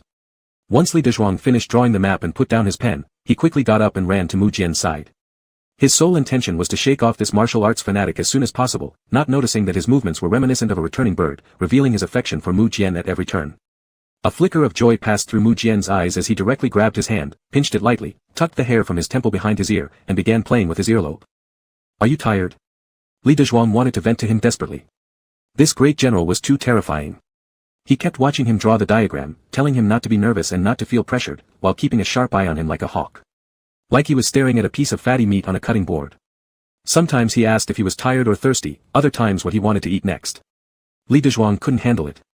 Let's go home quick. Mu Jian smiled and said, you're so obedient today. That's really endearing. As a reward when we get back tonight, I'll give you several extra rounds. Li Dezhuang widened his eyes. What was he talking about? They were still in someone else's mansion. If Mu Jian doesn't care about propriety, he still cares about it. Sure enough, Lu Yong's gaze fell over, his eyebrows furrowing. Why are you two men standing so close together? Acting like girls. Could it be that the men of the capital city these days all love this kind of behavior? Lu Yong's face was written with incomprehension. Forgot this general was an absolute straight man. After receiving the weapon design diagrams, Lu Yong was so delighted he didn't bother with Li Dezhuang or Mu Jian any longer. On the way back, Li Dezhuang remained silent throughout the journey. Mu Jian held him in his arms, his gaze never leaving his body. The more he looked, the itchier his heart became. The more he thought of his handsome expression earlier that was seen by others, the more dissatisfied he felt. It was almost like an addiction, a desire to conquer. He had to see more of Guard Commander Li, things others couldn't, to ease the dissatisfaction within his heart. Mu Jian's hands roamed under his clothes unreservedly. The other party surprisingly showed no reaction today. Mu Jian frowned and gave his shoulder a resentful little bite. Li Dezhuang, tisk, ed, finally looking toward him. Mu Jian pouted, what is Guard Commander thinking about? So lost in thought that you won't even attend to me. I just reflected on seeing General Lu today. Got distracted a little. Mu Jian snorted, it's your first meeting with General Lu today, yet you're already daydreaming about him. Will tomorrow see you not eating or drinking? Where was his mind wandering? Mu Jian sneered coldly, acid bubbling from between his teeth. Just unfortunate that that great general already has children. Clearly prefers women. You don't stand a chance. For this life, Guard Commander Li will only tangle with me until death. What messy thoughts are these? And what are you thinking? I'm reminiscing about my days of being purely straight. Thinking back to those days, he was truly very straight. Straight as an arrow. Mu Jian paused for a couple of seconds, roughly understanding his words, smiling. He arched into the crook of his neck, kissing the skin of his neck. Truly sorry to disappoint Guard Commander Li, but your lineage will come to an end with me interrupting it. Li Dezhuang gave him a sideways glance. Not worth replying to such nonsense. Hurry up and move aside, you're heavy as hell. Mu Jian muttered unwillingly and wouldn't get up, hugging him and acting cute. Li Dezhuang's clothes were all messed up, his collar slightly open, showing a delicate, pale neck, so beautiful, yet fragile, that it stirred a simultaneous urge to cherish and destroy. Mu Jian looked and couldn't help but kiss it softly. Is Guard Commander Li angry? Don't worry, although you can't have children with me. But Guard Commander Li is my heart, my liver, my life. I cherish you like a treasure, none can compare. Mu Jian was spouting seductive words, one after another. Li Dezhuang. Get off me. Not gonna, kiss me and I'll get up. Mu Jian's expression was exceptionally serious, exceptionally shameless. A kiss will give me the motivation. Li Dezhuang rolled his eyes. So just pin me down then. Mu Jian noticed his standoff, smiled, and pinched his chin. You little ungrateful thing, who was it that saved you from the martial arts fanatic just now? How about this, are you thinking of going back to him and drawing maps for him? Li Dezhuang felt intimidated when he thought of General Lu. Mu Jian, I was originally in the palace, negotiating important matters with His Majesty. But once I heard that you were abducted by General Lu, I left His Majesty aside and... Li Dezhuang cut off his words and leaned down to kiss him. Kiss wherever it may end. Little did he know Mu Jian had been waiting for the right moment, he tilted his head upwards and Li Dezhuang's lips fell directly onto his. Li Dezhuang tried to pull back immediately. However, Mu Jian grabbed his nape and pursued him, pressing him against the corner of the carriage and kissing him. In the end, he rested his forehead on Li Dezhuang's, laughing softly. Guard Commander Li's lips are so soft, so sweet, so delicious. Get off me. Pervert. The next day, Li Dezhuang originally intended to go to the tea house again, sit around, play around, and listen to some storytelling. But as soon as he stepped in, he spotted Lu Yong's back. He bolted. After a day passed, he figured General Lu must be gone by now. But as soon as he went, General Lu was still there waiting for him. Li Dezhuang lost all joy in life and returned to hiding at home. Seized by the idol Mu Jian again, chaos followed one after another. It truly was, sticking your neck out gets you beheaded, pulling it back gets you decapitated anyway. Chapter 75, Can't Leave. In the first lunar month, it was the time for families to visit each other. Common official families couldn't avoid welcoming and sending off guests, let alone Prince Mu Jian's mansion. As one of the main contenders for the throne, after the 8th day of the first month, the mansion was flooded with visitors. Li Dezhuang knew that this meant Mu Jian was starting to win over court ministers. If they can be used, use them. If not, kill them. The struggle for the throne had always been like this. Li Dezhuang was too lazy to get involved in all this. He originally thought that Mu Jian would be very proactive about this matter, but unexpectedly, the other party was particularly. He would cling to him coquettishly saying that there were too many people, and he was very tired. Before Li Dezhuang realized it, he would be pressed to kiss in various places. You can't beat him away, you can't scold him away. His clothes were all messed up. Someone came to report outside, General Lu requests an audience. Mu Jian stopped his mischief, his eyebrows slightly furrowed, sighed unhappily. He leaned towards Li Dezhuang's lips, kissed him gently, full of fan depression. Always someone comes to interrupt us, it's really annoying. Li Dezhuang didn't find it annoying. He felt rescued. You should go quickly. Mu Jian released him and looked down at the clothes he had disheveled. In disarray, the lapel wide open, showing the flesh inside, he smiled. Guardian Li is eager, my clothes are pulled apart by you, how am I supposed to go? Li Dezhuang almost choked on his breath. Touch your conscience. Did I tear your clothes? Moreover, between the two of us, who is worse off? Li Dezhuang's outer robe had already fallen to the ground during the tussle. Now he only wore an undergarment loosely around him, completely open at the front. His white skin rippled as his chest rose and fell, like waves lapping, captivating the eyes. His beautiful eyes, misty from the antics just moments before, now glaring at him, were utterly bewitching. Mu Jian lowered his eyes slightly and stared at him for a while. This appearance was truly mesmerizingly handsome. It made one want to devour him whole. Mu Jian never held himself back and shamelessly pestered closer. He's so annoying, why don't we just skip seeing him, let me touch and fondle you. Li Dezhuang forcibly pushed him away, gathering his own clothes protectively like a virtuous woman. If you don't leave soon, I'll hit you. Damn it. Mu Jian chuckled, looking at him, hit, go ahead, anyway I will take it back. Guardian Li, think it through. Damn. Li Dezhuang helplessly said, Prince, you'd better go. Mu Jian grinned, okay, I won't bother you further. He straightened his clothes and walked out. The alarm was cleared. Li Dezhuang began to dress, when he heard a servant outside say, General Lu said he wants to see Guardian Li. Li Dezhuang. Since the person has come calling, Li Dezhuang could no longer hide. He feared even more that if Lu Yong burst in while Mu Jian was still teasing him, trouble would ensue. So he decided to meet them. Lu Yong brought his son, a clear-eyed and elegant young man, very polite, bowing first in greeting, then honestly followed beside his father. Lu Yong took out the diagram that Li Dezhuang had drawn last time. I asked the blacksmith to try and make it, but he had some difficulties understanding it. Could you explain it to me? Li Dezhuang sighed, approached, and asked him where the confusion was, then explained it.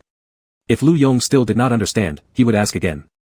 The same diagram was explained back and forth several times, dissected thoroughly and digested completely before he would stop. Lu Yong folded the diagram. Master Li possesses such talent, why are you following Prince 9? Li Dezhuang paused, holding his teacup, is it not allowed? Lu Yong, Prince 9, this person, has deep schemes, he's not a good man. Li Dezhuang frowned, instinctively retorted, I haven't seen many good people in this royal city. Everyone is pretty much the same. Lu Yong was taken aback by his retort. Li Dezhuang was also surprised momentarily. Lu Yong smiled, taking it as Li Dezhuang's loyalty to Mu Jian, I mean no harm, nothing wrong with that. Just a little surprised. However, there are many differences among the 100 officials in the court. That's normal. Master Li, if you were willing to go with me, it would be great. Let's recover the 13 provinces of Yuyun together. Li Dezhuang put down the teacup in his hand. No. He wouldn't go. He couldn't leave. This mansion to him was a cage. This royal city to him was a prison. Even if he escaped, he would be caught again. And once caught again, he would be punished. It would be futile to think about it. Lu Yong sighed, what a pity. If you were willing to go with me, in my lifetime, I could certainly recover the 13 provinces of Yuyun. Then, I wouldn't have to put this burden on my son. Li Dezhuang glanced at his son, I haven't even asked your young master's name yet. He's called Lu Zhongshi. Such a simple and unadorned name. General Lu seemed to catch what Li Dezhuang was thinking, laughed aloud twice. Don't look down on my son's name because it doesn't sound good. But bad names are easier to survive. My 2 older sons had good names, one named Xiao, the other Jiguang, names given by my wife. The other 2 masters died. Sorry, I didn't mean to. Aya, how is this related to you? Everyone in the court knows that both my wife and children were killed by our enemies. Now all I have left is this only sprout. Lu Yong patted Lu Zhongshi's shoulder affectionately. Names are not very important. In the future, when he accomplishes great things, everyone will know General Lu. Who would remember his name as Lu Zhongshi? Lu Zhongshi nodded heavily. Confidence filled his features, like the rising sun, giving one a feeling of hope at just a glance. Dad. Don't worry. In the future, I will surely bring glory to our family name. Together we will strive to reclaim the 13 provinces of Yuyun. Li Dezhuang. This kind of family education was truly outstanding. A patriotic general raising such offspring, indeed has a heart for the world and his family.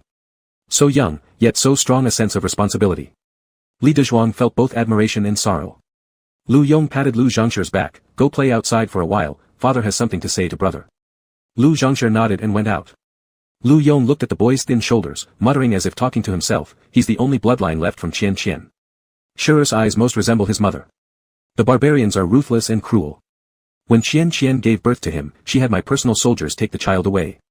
She led the enemy away by herself. By the time I found Qian Qian, she was stripped naked and hung on the city gate. Her eyes were gouged out. Li Dezhuang felt a choking sensation in his chest.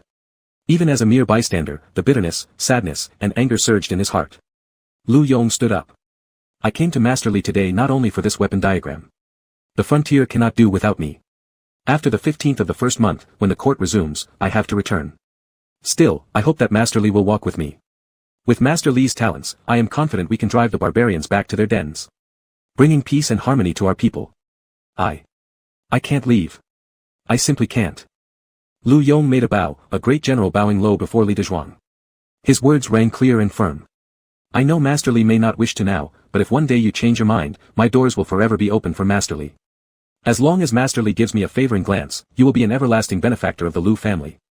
A distinguished guest in my mansion. On equal footing with me. Chapter 76, Will you stop doing things that upset me? On the other side of the wing room. Incense was rising in gentle swirls from the brazier. Ever since she heard Li Dezhuang say he wasn't leaving, Mu Jian's mood had been exceptionally good. Her handsome face seemed like flowers in full bloom during spring, and a fine ceramic cup slowly spun between her fingers. Li Yu entered from outside. Your Highness, you called for me. Mu Jian hummed in acknowledgement. The year-end is almost over, yet Father Emperor still hasn't made a decision about establishing the crown prince. What do those court ministers who refuse to come to my door say? They believe none of your majesty's current princes are suitable to inherit the throne. They wish to adopt a member of the imperial clan. Mu Jian laughed outright. Who gave that old man such a bad idea? Li Yu lowered his head slightly. General Lu. Mu Jian's hand suddenly tightened. The cup was clenched firmly in his palm. Li Yu said, as of now, General Lu leads the opposing faction. Mu Jian chuckled softly, this person really does not know his place. Not only does he not want me to become emperor, but he also wants to lure away my people. He gently placed the cup on the table.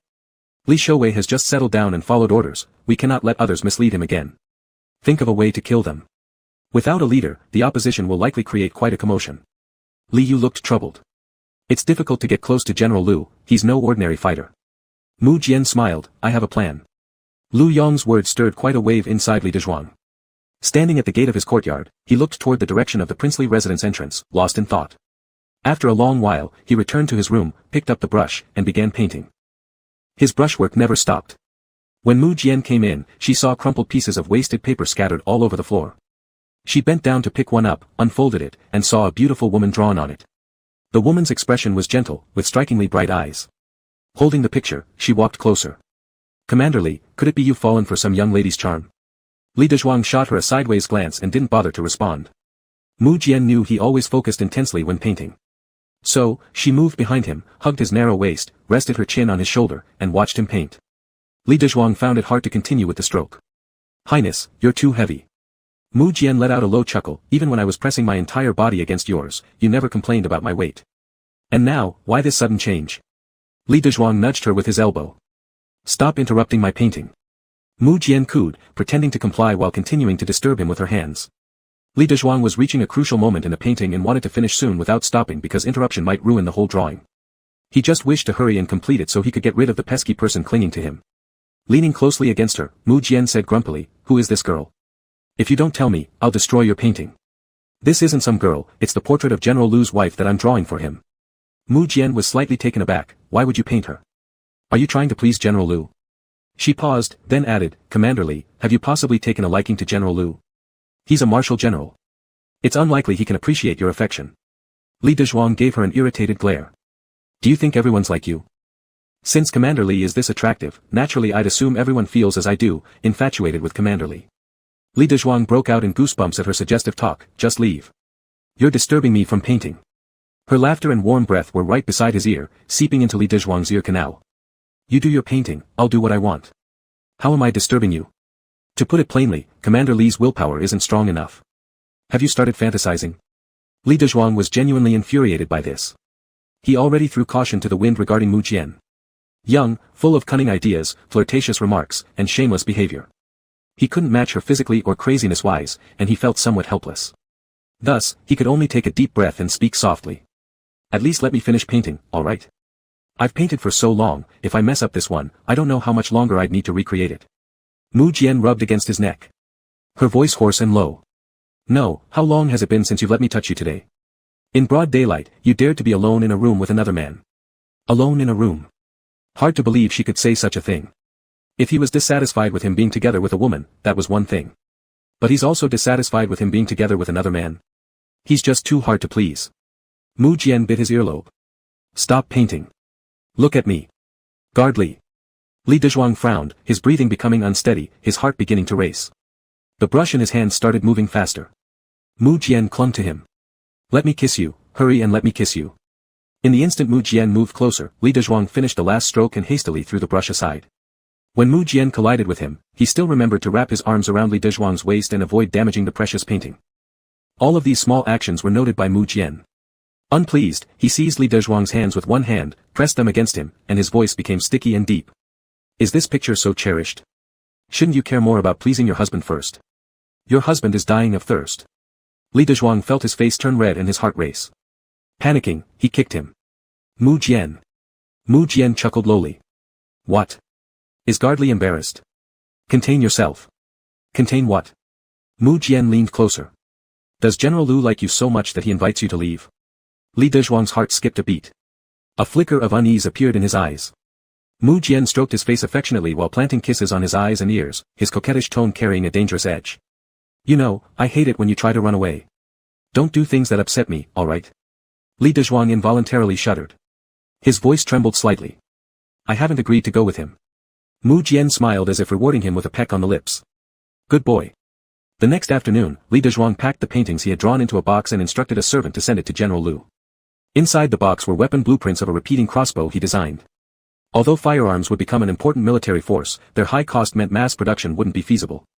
Furthermore, they couldn't be used for stealth assassinations, making crossbows still indispensable. Along with the weapon diagrams, there was also a portrait of a beauty. It was said that when General Lu saw the beauty portrait, he froze entirely. This tough-as-iron warrior stared at the painting and his eyes turned red.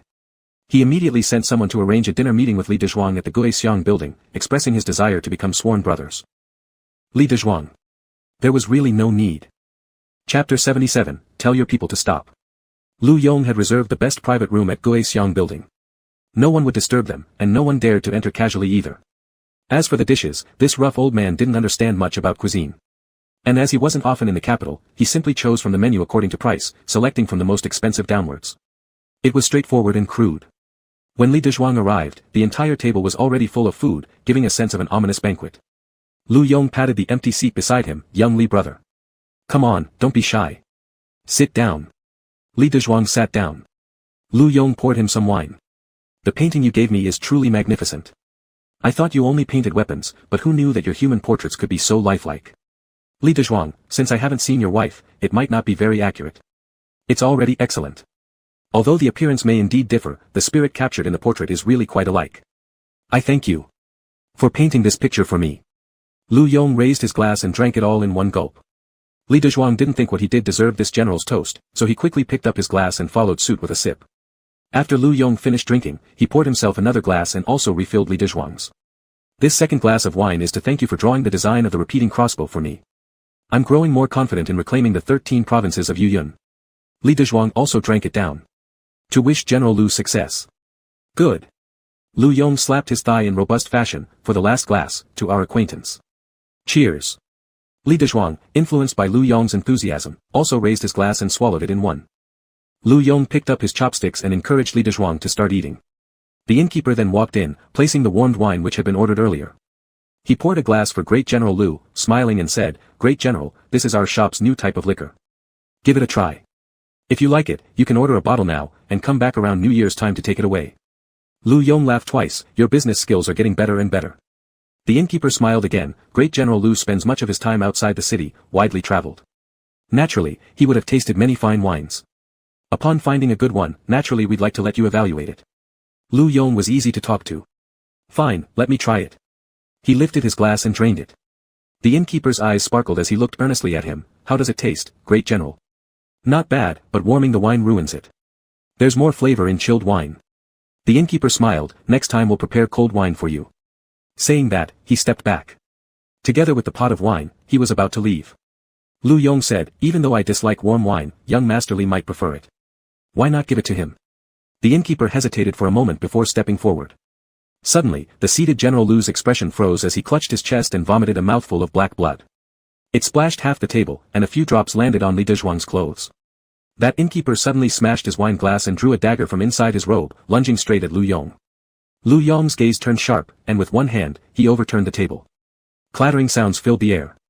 The bowls and plates on the table fell to the ground, making a deafening sound. That innkeeper couldn't evade in time and was completely crushed under the table. With this exertion, the poison Lu Yong had consumed spread faster through his body. Unable to support himself, he knelt on one knee. Black blood trickled from the corner of his lips, dropping onto the ground, drip by drop. The sound of hurried footsteps approached from outside. They were well ordered. And growing closer to their private room. Li Dezhuang exclaimed in shock, "Poison? How could there be poison here? This is the imperial capital. Right under the emperor's nose. Who would dare act so brazenly?" A face flashed across Li Dezhuang's mind. Could it be Mu Jian? Hastily, he ran to Lu Yong's side. Young Lu, squatting beside his father, reached out to touch his dad's face and found his hands full of his father's blood. It was frightening. Little Lu's eyes reddened, his voice trembling. "Dad, you've been poisoned." "Li Dezhuang, General Lu, how are you?" Lu Yong looked at Li Dezhuang, wanting to say something but held back. Bang! From outside, someone kicked open the door, and several masked men wielding knives burst into the room. The glint of the knives they carried made people shudder. Lu Yong swiftly grabbed the arm of young Lu, whose complexion was now greenish-yellow, and pushed the child into Li Dezhuang's arms. "Young Li brother, I entrust my son to you." Li Dezhuang widened his eyes. The intruders didn't offer them any chance. Lu Yong gritted his teeth, raised the knife in his hand, and with a sudden burst of strength, chopped off the incoming attacker. From his bosom, he took out a token and threw it to Li Dezhuang, roaring, "Go fast." The copper token felt cold to the touch, its edges pressing painfully into Li Dezhuang's palm as he tightened his grip on it. Young Lu was struggling in Li Dezhuang's arms. "Let me go. Let me go. Dad. Dad." Lu Yong gripped his sword with both hands and thrust ferociously into the enemy's chest, bellowing and pushing his entire weight forward. Pressing down on the opponent, he surged toward the other end of the room. Seeing this, the other assassins raised their knives and hacked at Lu Yong. In a moment of extreme peril, Li Dezhuang bit his lip, covered young Lu's eyes, and carried the child out of the room. The noise behind him gradually faded away. Only the struggles and cries of young Lu were vividly audible. It was already difficult for Li Dezhuang to carry a half-grown boy, but now the child struggled violently. Losing his footing for a moment, Li Dezhuang fell, causing both himself and Lu Zhuangshi to tumble down the stairs. A second before they hit the ground, he heard someone call his name in a trembling voice. The world spun around him. The stairs beneath him caused every part of Li Dezhuang's body to ache. His head seemed to have collided with something, producing a loud bang. Following this sound, the surrounding world turned into a sharp, prolonged ringing. When the world finally stopped spinning, his vision became incredibly blurred, as though something had smeared over his eyes. From far away, someone shouted, "Guard Li." Li Dezhuang strained to look in the direction of the sound. Gradually, the sounds around him grew clearer. Someone screamed in shock. Another person yelled commands, dispersing the crowd. Someone picked him up, holding his face, asking if he was all right. Li Dezhuang slowly turned his gaze and glanced at the child who had fainted lying on the ground. He then slowly turned his head toward the person in front of him. This man's eyes were red from worry, He held Li Dezhuang's face carefully but urgently. Mu Jian embraced Li Dezhuang. Where is the doctor? Doctor. Hurry and bring a doctor. The words that followed were swallowed when a sharp pain flared in his chest. Mu Jian lowered his head. A glinting blade pierced through his heart. He smiled faintly. Is this your way of taking my life, guard Li? Li Dezhuang remained indifferent. Was this your doing? Mu Jian paused for a moment, slightly lowering his head. As Mu Jian approached closer, Li Dezhuang's knife retreated a little more. He noticed it in his eyes, finding it sweet yet filled with tender affection as he leaned closer to press his forehead against Li Dezhuang's. It was me. Puff. The sound of a sharp weapon piercing flesh was distinctly clear between them. Mu Jian gazed at Li Dezhuang. Li Dezhuang also looked back at Mu Jian. After a brief moment, Li Dezhuang spoke, his voice cold, void of any warmth. He was a fine general, you should not have killed him. Mu Jian said nothing, silently looking at him. Li Dezhuang enunciated each word clearly, concealing an intent to kill in his tone. Tell your people to stop. Chapter 78, weren't you going to kill me? Why haven't you made a move yet? There was no trace of amusement on Mu Jian's face as he seriously told him, it's too late. There's no antidote for that poison. Li Dezhuang looked at him in disbelief, his grip on the knife tightening further. His teeth were grinding audibly, and it sounded as if the voice came out from between his clenched teeth. How dare you? How dare you? This is the capital city. Are you not afraid? Since I have acted, I will certainly be able to retreat unscathed. Mu Jian stared at Li Dezhuang. Guard Li, are you worried about me? Mu Jian. I am not joking with you. Li Dezhuang glared at him with hatred, his eyes bloodshot. A shimmer of tears could be seen in the depths of his eyes. Though it was clear he was crying, the stubbornness and dissatisfaction in his eyes were impossible to overlook. Mu Jian slowly extended his hand, brushing away the blood flowing from the wound on his forehead. He thought, his guard Li seemed so fragile, yet so stubborn, unwilling to give in. This made him want to defile, to tear apart. He took a deep breath, suppressing this untimely thought, caressing his face with yearning. What are you crying for?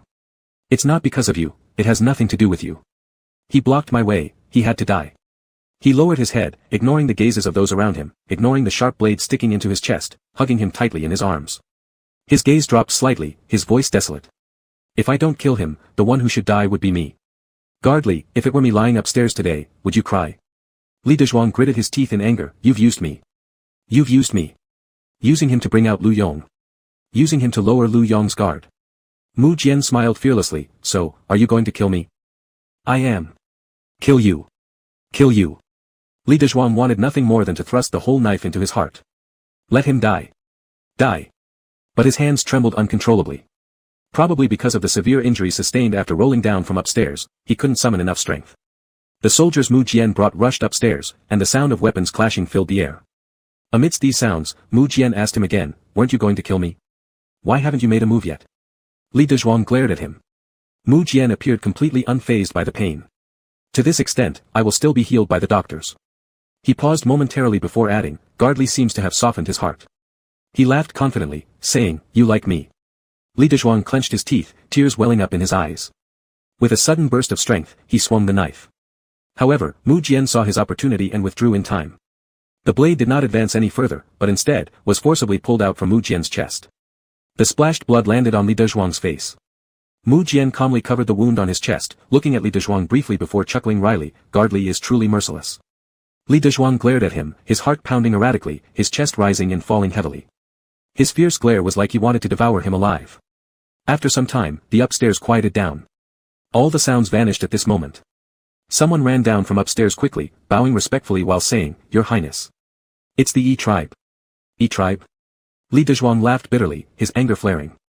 As anger surged, he felt dizzy and weak, almost unable to bear it. How shameless.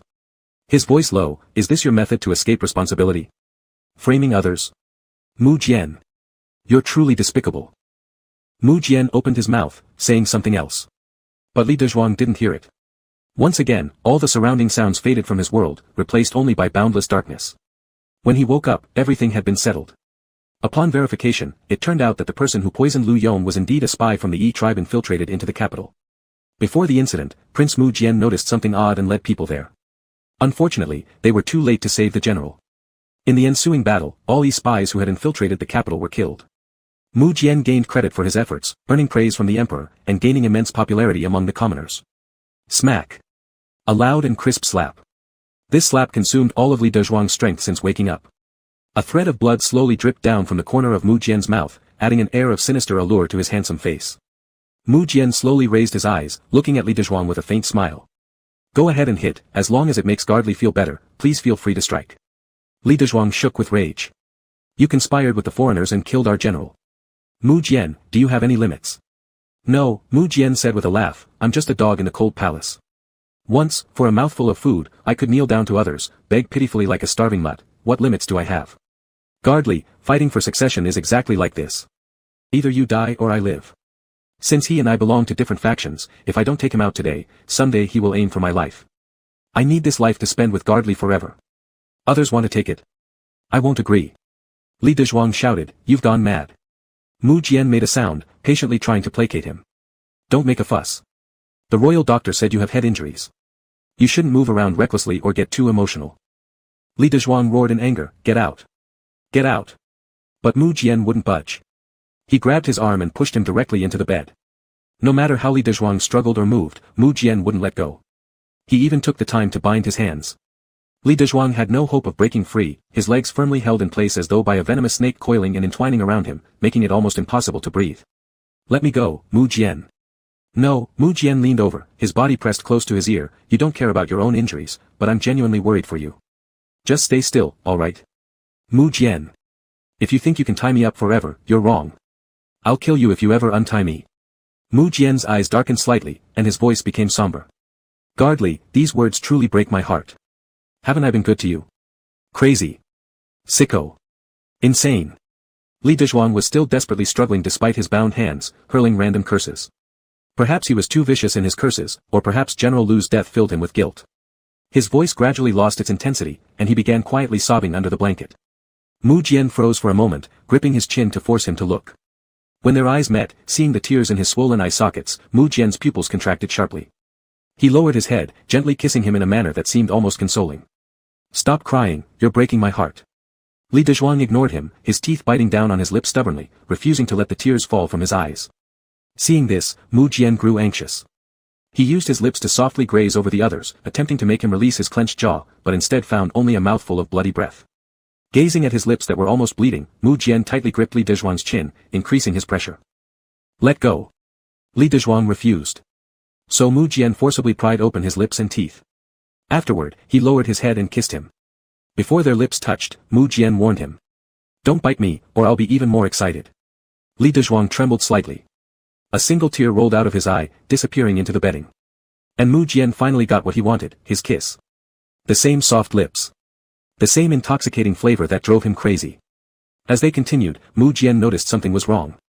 The person in his arms showed no reaction, no anger, no shyness, no passion, not a single thing. Mu Jian raised himself up, looking down at Li Dezhuang from above. His gaze was lowered, revealing red-rimmed eyes filled with vacant orbs devoid of their usual sparkle or charm. Mu Jian's heart faltered momentarily, trembling as he embraced Li Dezhuang. I won't kiss you anymore, I promise. Please, don't cry, and don't ignore me. Chapter 79, I'm feeling a little unwell, Li servant. Li Dezhuang had no reaction, just like a dead fish on the chopping board. Mu Jian was shocked that things could escalate to this point. His mind was in turmoil. He feared dropping what he held in his hands and melting what was inside his mouth. At the same time, he worried that with even the slightest touch, this fragile person might break apart. I give up on you. He took a deep breath and buried his face into Li Dezhuang's shoulder. Lu Yong is not dead. Li Dezhuang slowly blinked his eyes. Mu Jian saw a glimmer of light in his eyes and became angry as he sat up. Cross-legged, he turned away like a child throwing a tantrum. But this one sentence, abrupt and headless, piqued everyone's interest. Li Dezhuang, like someone drowning, clutched onto this piece of driftwood and held it tightly. What do you mean, not dead? Mu Jian. What do you mean, not dead? Mu Jian lazily turned his head back toward him, fuming. If you shout any louder, he will be dead. Li Dezhuang paused instantly and immediately covered his mouth with his hand. His bright eyes shimmered mistily, displaying an indescribable allure. This pair of beautiful eyes looked at him steadily, as if they could only hold room for Mu Jian alone. With this realization, Mu Jian could no longer remain angry. He pulled at the corners of his mouth, feigning anger. For a stranger, you're willing to die for me. Li Dezhuang crept closer. What have you done to the general? Mu Jian snorted. With all his might as a top-class military officer backed by Lu's army, how could I harm such a powerful man? I'm terrified when I see him. With just one punch from that warrior, I'd be gone. Even now. Li Dezhuang wasn't in the mood for joking around. Frustrated, he snapped, Your Highness. Mu Jian leaned in close, his smile harboring a hint of danger. Are you sure you want to know? Yes. Then kiss me. Li Dezhuang stared at him sharply. Mu Jian.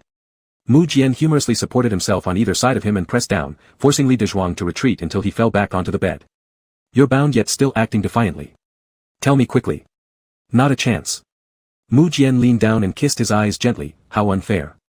Whatever Li's servant wants to know but can't say, I've told you. Yet what I want, you are so stingy about. He hugged him playfully. I got stabbed by you too, truly painful.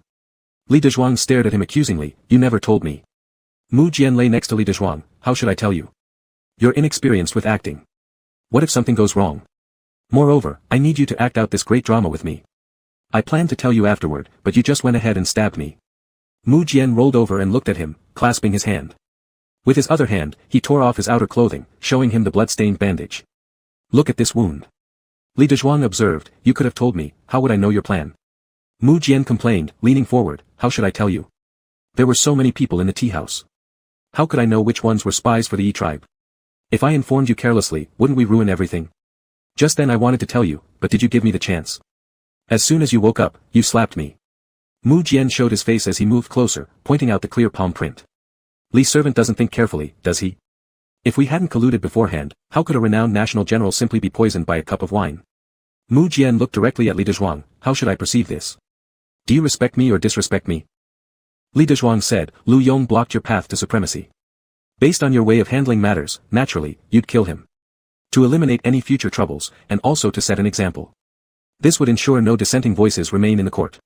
Mu Jian grinned broadly. Servant Li truly understands me. But you should also be clearer on your place here with me, no one can surpass you. Mu Jian tightly gripped Li Dezhuang's hand, speaking tenderly and deeply, I like you this much. Even if you asked for the stars and moon in the sky, I'd find a way to pluck them for you. So why would I ever do anything that makes you unhappy? That day, Lu Yong and Li Dezhuang met. Exiting the gate, they immediately saw Mu Jian. The young man wore a vibrant, bold dark red robe and stood under the corridor. The great general sneered lightly, not giving a second look at him. When he intended to ignore him and walk past, Mu Jian suddenly said, I have a method to reclaim the 13 states of Yuyun. Would General be willing to cooperate with me? The 13 states of Yuyun were Lu Yong's lifelong aspiration. He naturally stopped in his tracks. For several consecutive days, Mu Jian had been exchanging secret letters, devising a plan within a plan for this operation. Mu Jian was responsible for liaising with the Yi tribe in the capital and setting up the deadly trap. Lu Yong was tasked to play along with the scheme. After feigning death. For the great general, it meant lowering the Yi tribe's guard while uncovering their network within the capital. For Mu Jian, whether the great general's death was fake or real, as long as the news of his passing spread, it would sufficiently intimidate those who opposed his ascension to the throne. Mu Jian claimed credit. All my efforts of taking the roundabout route were for Li's servant. Before Li Dezhuang could react, Mu Jian sighed. But you, wanting to kill me one moment and ignoring me the next. I'm truly unhappy. Li Dezhuang knew he was in the wrong, slowly retracting his hand without much conviction in his voice. How was I supposed to know you two are such master manipulators? Layer upon layer of schemes, leaving everyone else utterly clueless. Mu Jian sighed again, as if deeply troubled. You really, don't trust me at all, do you? With longing, he touched Li Dezhuang's face, his eyes holding a flicker of pain. What more do you want from me to show how much I love you? After being secretly moved out of the tea house, Lu Yong was placed in the secret chamber of the mansion. The cup of poisonous wine he drank had its ingredients substituted. To ensure realism, it contained poison but not enough to be fatal.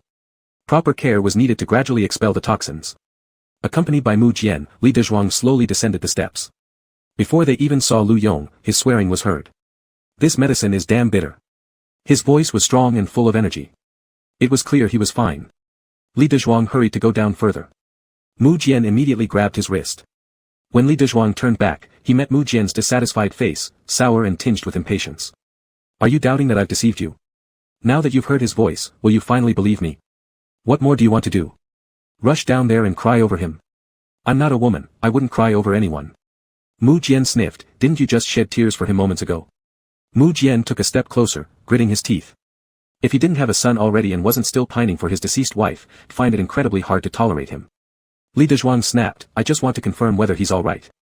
Mu Jian frowned irritably. Li Dezhuang pulled his hand away, ignoring how easily it slipped this time.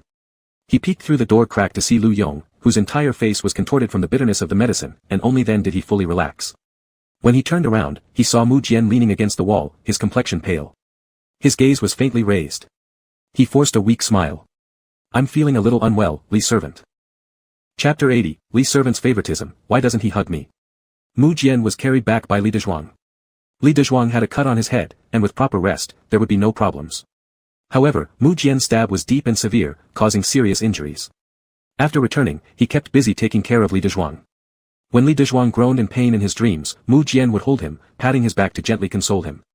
Now Mu Jian couldn't take it anymore, not only did his wound reopen, but he also developed a high fever, turning red all over. His eyebrows were furrowed in pain. The doctor stayed overnight in the next room. With Mu Jian's illness, too many people were coming in and out, so Li Dezhuang had to be cautious. He could only glance from afar and occasionally stay by Mu Jian when no one was around. Most of the time, he was looking after Lu Zhuangshi. Lu Yong and Mu Jian's plan was unknown to this child. Mu Jian didn't tell him before, and certainly wouldn't tell this child. In the whole world, only Lu Zhuangshi was injured. Li Dezhuang felt heartbroken for him, biting his teeth without saying anything, accompanying this child. Therefore, when Mu Jian woke up, Li Dezhuang wasn't beside him. And the maid told Mu Jian that Li Dezhuang was with young General Lu. Mu Jian's face darkened instantly. He disregarded the doctor's advice, pulled the covers off, and tried to jump down. When he pushed open the door of the small room, he saw Li Dezhuang dozing off in front of Lu Zhuangshi's bed, exhausted. Mu Jian was so angry it felt like a heart attack. In 2 hurried steps forward, the pain in his wound didn't even register. As he squatted down and saw the dark circles under Li Dezhuang's eyes, all his actions slowed down. He disliked seeing Li Dezhuang watching over others, caring for others. He wanted to wake him up and make him look at him. But then again, he couldn't bear to disturb his rest. So carefully, he gathered Li Dezhuang into his arms, carrying him away quietly and putting him on his own bed. Holding him close, he lightly pecked his lips. Softly he murmured, "That kid has his father, but I have only you." When Li Dezhuang woke up, Mu Jian was still burning with fever. Li Dezhuang touched his forehead, finding the temperature had decreased considerably. He prepared to get out of bed quietly. Just as he was about to rise, someone wrapped him into an embrace. Mu Jian's voice whispered in his ear, low and deep, with the warmth of illness. "Don't move, let me hold you for a while." Li Dezhuang didn't move. After some time, Mu Jian said softly in his ear, "Today we must send Lu Zhuangshi back to accompany his father's coffin." Li Dezhuang understood the logic of full commitment to their performance. He nodded. Mu Jian continued, "For the next few days, you will remain in the mansion. I will announce to the outside that I have locked you up. We are quarreling, making everyone think our relationship is broken." The sound in his ear faded away. It seemed like there was nothing else left to entrust. Just as Li Dezhuang was preparing to free himself from Mu Jian's grip to fetch a glass of water and feed it to him, Mu Jian suddenly blurted out something unexpected. "Do you know why Lu Yong hates me so much yet still chooses to cooperate with me?" Li Dezhuang remained silent. "Because I gave him what he wants the most." Yo-Yo 13 states.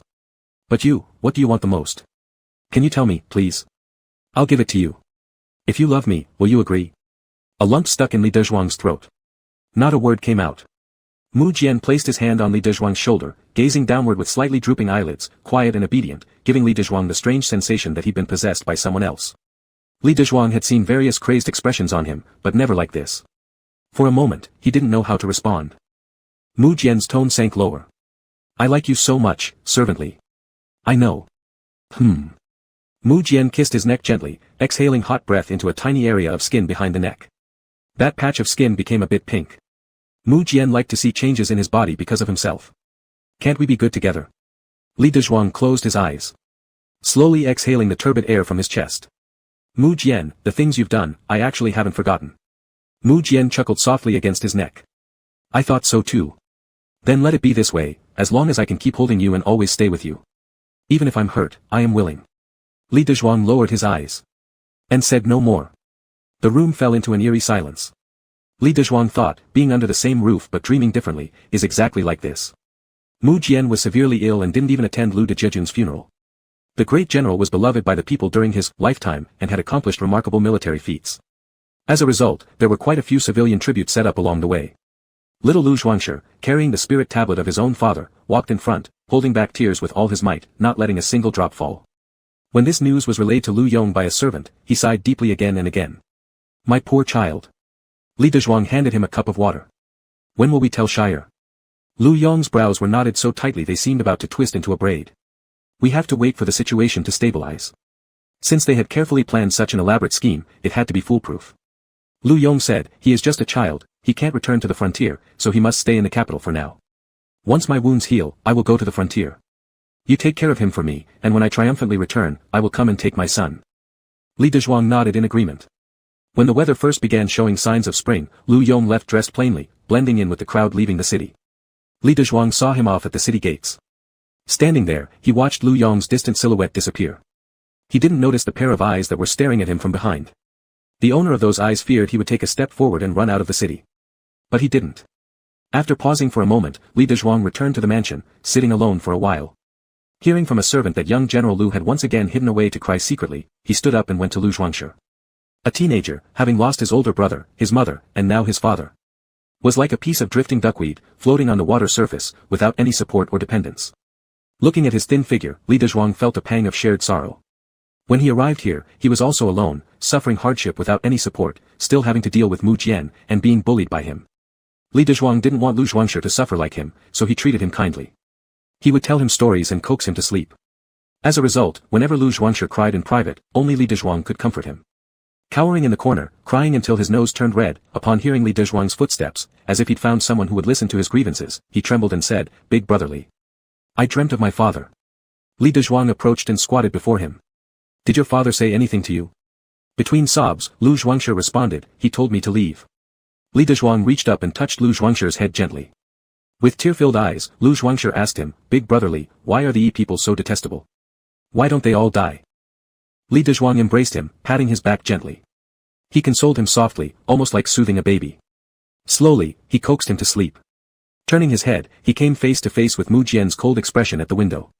A glint of icy killing intent flashed through the other party's eyes before their lips curved into a smile. "Why does servantly favor others so much? Why don't you hug me?" Chapter 81, If you hurt him, I will fight you to the death. Li Dezhuang put the child in bed, tucked the blanket around him, and walked to the window. Mu Jian was leaning on the windowsill, looking up at him. His gaze was focused, as if those handsome, bright eyes could only hold one person. He curled his lips and reached out, but before he could touch Li Dezhuang's skin, the wind blew Li Dezhuang's hair onto his fingertips, light and ticklish. Mu Jian laughed. "Guardian Li really looks good. You're looking at him like that, aren't you planning to kill him?" Mu Jian pursed his lips, probably wrestling with himself for a moment, then smiled and chose to tell the truth. "Yes, I want to. Prince is being so honest." Mu Jian placed his hand on Li Dezhuang's cheek, lightly rubbing it. "I like Guardian Li, I don't want to deceive you." Li Dezhuang sniffed, "Wasn't it you who lied to me last time? He was tricked so badly. He cried because of it. He even developed murderous thoughts, stabbing someone directly with a knife." Li Dezhuang slowly stepped out of the room. Mu Jian went up to him, smiling obediently and sweetly, pulling his sleeve with a somewhat appeasing manner. "Are you still mad at me?" Li Dezhuang stopped, looked at him for 2 seconds, and warned him, "If you harm him, I'll fight you to the death." A flash of dark intent passed over Mu Jian's brows. After a moment, he let out a slow breath, "You are so good to him, I'm not happy about it. In the past, you were only this kind to me." Mu Jian shamelessly pressed close to Li Dezhuang's body. "Do you have different feelings towards him with how good you've been to him?" Li Dezhuang glanced at him sideways. "What kind of feelings? Did you plan to make him die, then go and become the son of the general?" Mu Jian was momentarily speechless by this remark, then burst out laughing, wrapping affectionately around him and tilting his head to look at him. "If you were to be his son-in-law, I would properly hire you with the proper wedding ceremony." Mu Jian thought for a moment and happily said, "An equal match." Li Dezhuang was utterly speechless. He walked toward the kitchen, and Mu Jian followed into the kitchen. Before entering, he waved his hand, indicating everyone else should leave the kitchen. Every time Li Dezhuang touched something in the kitchen, Mu Jian followed to feel it too. Li Dezhuang stopped, "Do you have nothing better to do?" Mu Jian took 2 steps forward, trapping Li Dezhuang between the table and his chest. He slightly lowered his eyelids, revealing moist eyes, just like an harmless puppy. "Did my words earlier upset you?" Li Dezhuang didn't understand. "What words?" "Equal families." Mu Jian freed one hand, pinching Li Dezhuang's chin, making those beautiful eyes look only at him. He wanted to see his own reflection in those eyes. This feeling, where only him was present in Guardian Li's eyes, made Mu Jian's heart gradually fill up, beating faster and getting hotter. He chuckled, "I have never cared about social class. As long as it's you, regardless of identity, I am willing." Li Dezhuang sighed. "What is going through your mind all day long?" "To tell you, I like you." It was unnecessary for him to ask. Li Dezhuang tried to push him away. Mu Jian simply encircled him, holding him tightly in his arms. "Are you here to cook for that kid? That will truly make me angry. To prepare some pastries for him in case he wakes up hungry." Unpleased, Mu Jian pouted. Just as he was about to say something, Li Dezhuang shoved a piece of pastry into his mouth. He froze for a moment before realizing it, and there was joy in every corner of his eyes. He held the pastry in his hand and smiled. Isn't it clear how to get the better of me? Were you always doing it intentionally before to annoy me? Li Dezhuang nudged him with his elbow. You're quite annoying. Eat this, and stop bothering me. Mu Jian wouldn't let go, grabbing the plate of pastries from his hands. His entire self pressed forward, with hot breath grazing Li Dezhuang's face, warm and ticklish. Just ignore him, alright? Pay attention to me, won't you? How many days has it been since we've been intimate? It feels like my heart is being fried in oil when I think of this. His lips got closer and closer. Just as they were about to touch, someone outside suddenly shouted, Young Master Li, the young general. The voice abruptly cut off upon seeing the two people standing close together. A flash of coldness passed over Mu Jian's eyebrows, like a sharp blade. The maid who came to report the news turned pale with fear, frozen in place, unsure of what to do. Li Dezhuang shoved the person on top of him aside and picked up the pastry next to him. I'll be there in a moment. The person in his arms disappeared like a gust of wind. It left an emptiness. The warmth from where they had been touching gradually cooled down. The cooling sensation slowly seeped into his heart. It was cold, freezing. After what seemed like an eternity, Mu Jian slowly turned around. The maid who had come to report the news was still standing there, stiff as a statue, her face deathly pale, her whole body trembling. Mu Jian slowly walked toward her. Before he even reached her, the maid was already scared out of her wits and fell to the ground. Mu Jian stepped on her shoulder and leaned down. Dangerous emotions flickered in his beautiful eyes. You love talking so much, why don't you go join the theater troupe? There'll be plenty of opportunities for you to talk there. The maid shook her head and repeatedly kowtowed on the floor. If she joined the theater troupe, she would become an actress, no different from a courtesan in a brothel. Spare me. Please spare me. Mu Jian chuckled softly. He withdrew his foot, crouching down slowly in front of her. His elegant, long fingers lightly gripped her chin, then his thumb pressed against her lips before gradually covering her entire mouth with his hand.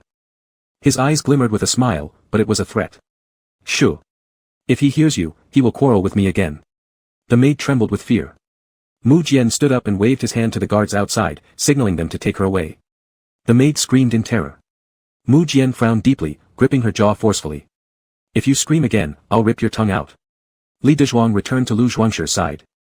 The child was huddled in the corner of the bed like a frightened kitten, clearly terrified, yet clutching a small fist, pretending to be brave and strong. Li Dezhuang approached. Lu Zhuangshi's voice was barely audible. Big brother Li. Did you have another nightmare? Lu Zhuangshi nodded, pursing his lips. I won't make them any more next time. Li Dezhuang gently ruffled the boy's head. Having nightmares is not something to be ashamed of, it's fine. Wouldn't it make me seem less manly? Li Dezhuang told him tenderly, no, it wouldn't. Lu Zhuangshi bit his lip, took a deep breath, and slowly grasped Li Dezhuang's hand. Guardianly, can I go back to Yanmen Pass? Chapter 82, Killing him would make you unhappy. Li Dezhuang fell silent for a moment, and before he could agree, he suddenly heard a cacophony of sounds from outside. There she is. Grab her. Don't let her run in. Li Dezhuang stood up. I'll go check it out. As soon as he stepped out, he saw a maid running towards him. She had faint injuries and was bleeding, with her bun loose and her clothes disheveled. She looked like a madwoman. Master Li, save me. Before Li Dezhuang could react to the scene, guards armed with crossbows rushed in. Upon seeing Li Dezhuang by the door, they hesitated for a second, then lowered their arrows. They couldn't afford to offend this person. Li Dezhuang's eyes turned cold, and he asked solemnly, what do you think you're doing? Before anyone could answer, Mu Jian's figure appeared at the doorway. The calm demeanor and fake amiability he usually displayed were gone. In its place, his eyes showed signs of extreme panic and anxiety. Guard Li. Li Dezhuang raised his head to look at him. In his gaze, Mu Jian's franticness caused even his pupils to tremble. A sudden gleam of ruthlessness flashed across his eyes as he quickly raised the crossbow in his hand and aimed it directly at the maid who was running toward Li Dezhuang. Let the dead remain silent, so the living have the chance to speak. Whoosh, the sound echoed as the crossbow released an arrow. With fierce speed and precision, the arrow shot straight toward the maid. At the critical moment, Li Dezhuang rushed forward, grabbing the maid's hand and pulling her aside. The arrow grazed Li Dezhuang's wrist and lodged itself into the wooden door. There was an ominous silence around them. Only the terrified maid, now huddled in Li Dezhuang's arms, continued to plead, Master Li, His Highness wants to send me to a theater troupe. I refuse. Please, please save me. Guard Li. Li Dezhuang's gaze grew colder as he looked toward Mu Jian at the entrance. His usually beautiful eyes were now filled with rage, a fiery anger that seemed capable of consuming the whole world. Li Dezhuang questioned Mu Jian, why? It was the maid in his arms who answered first. Because I helped deliver messages and lured Master Li away from His Highness. Li Dezhuang still asked Mu Jian, is what she says true? Mu Jian shrugged and dropped the crossbow in his hand, I merely admired her eloquence and thought of sending her somewhere where her talents would be appreciated. But here she is spreading lies about me to you. Truly annoying. Li Dezhuang warned him in a low voice, Mu Jian. Mu Jian met his icy gaze, his heart quivering slightly. He gave a helpless smile and stopped his steps forward. Li Dezhuang signaled other maids from the courtyard to take over, handing over the girl in his arms so they could care for her properly. The guards behind Mu Jian exchanged glances and tactfully withdrew. Li Dezhuang didn't rush into talking with Mu Jian but went back and gently pushed Lu Zhuangshi, who had been peeking out of the window. Only then did he walk up to Mu Jian and say, she was just delivering a message. Mu Jian smiled faintly, I know. Li Dezhuang, the one you truly wanted to kill is sure, isn't it? Mu Jian didn't respond. This fact was undeniable. No matter how much Mu Jian planned, no matter how far he calculated, he hadn't foreseen that while the older one had already left, the younger remained. Now, he stayed in the focus of Master Li's kindness, taking Master Li's attention which originally belonged only to himself. To Master Li, Mu Jian felt as if he was still the boy he used to be. He could never forget the image he had seen in his youth, of this very person leaning casually against a wall. Clad simply in a long robe, standing upright amidst snow, holding just a single lantern, yet slowly lighting the darkness of his world with brightness. His laughter. His drawings. The quilt he covered Mu Jian with when the latter slept in a daze. These privileges belonged only to him. How could someone else share them? Mu Jian slowly reached out, almost obsessively stroking Li Dezhuang's face. Li Dezhuang didn't flinch. He simply asked him, will you one day, kill Sure? I don't know. He paused, as if he'd come to an understanding, smiling faintly, probably not. If you killed him, you'd be unhappy. Li Dezhuang looked at him silently for a moment before responding slowly, send Sure away. He wants to return to Yanmen Pass. I'll stay. Upon hearing this, Mu Jian's eyes instantly lit up with excitement. Staring at Li Dezhuang incredulously, he was overcome with exhilaration and trembling with both hands. He grabbed Li Dezhuang's hand, do you mean it? Absolutely. Li Dezhuang spoke earnestly. After all, Mu Jian was clever enough to ally with the Yi clan and stage a show of general's death. Killing Sure, a child of merely over 10 years old, would be effortless. Even if Mu Jian lets Sure live this time, who could guarantee something similar won't happen again? The servants in the prince's residence, how long would it take for them to all be slaughtered by him like this? Li Dezhuang, let the maid go from earlier. Release. Release. Release.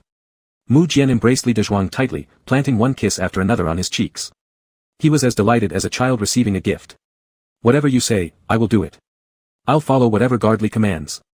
Li Dezhuang wrote a letter to Lu Yong, briefly explaining the situation. He then sent Lu Zhuangshi off onto the carriage heading towards Yanmen Pass, following Lu Yong's request to entrust Lu Zhuangshi to his uncle who remained at Yanmen Pass, also Shure's uncle. Before departing, Lu Zhuangshi sat on the edge of the carriage, holding on to Li Dezhuang's hand. Brotherly, will you come find me? The border isn't as harsh as people imagine. It's just that winter lasts a bit longer. But the snow there is beautiful. The red plum blossoms on the mountains are stunning too. In spring, the hills are covered with wildflowers. The streams gurgle, and the skies are blue with white clouds. If we can reclaim the 13 states of Yuyun. Li Dezhuang smiled warmly, as if he could already see the picture described by the young man. Just imagining it feels beautiful. Shure's eyes sparkled. Yes. It's absolutely gorgeous. Brotherly, will you come? Li Dezhuang, perhaps someday in the future. Lu Zhuangshi tightened his grip on Li Dezhuang's hand. You must come. Brotherly, you're the person I trust most in the capital. Father once said that your talents should not be wasted here.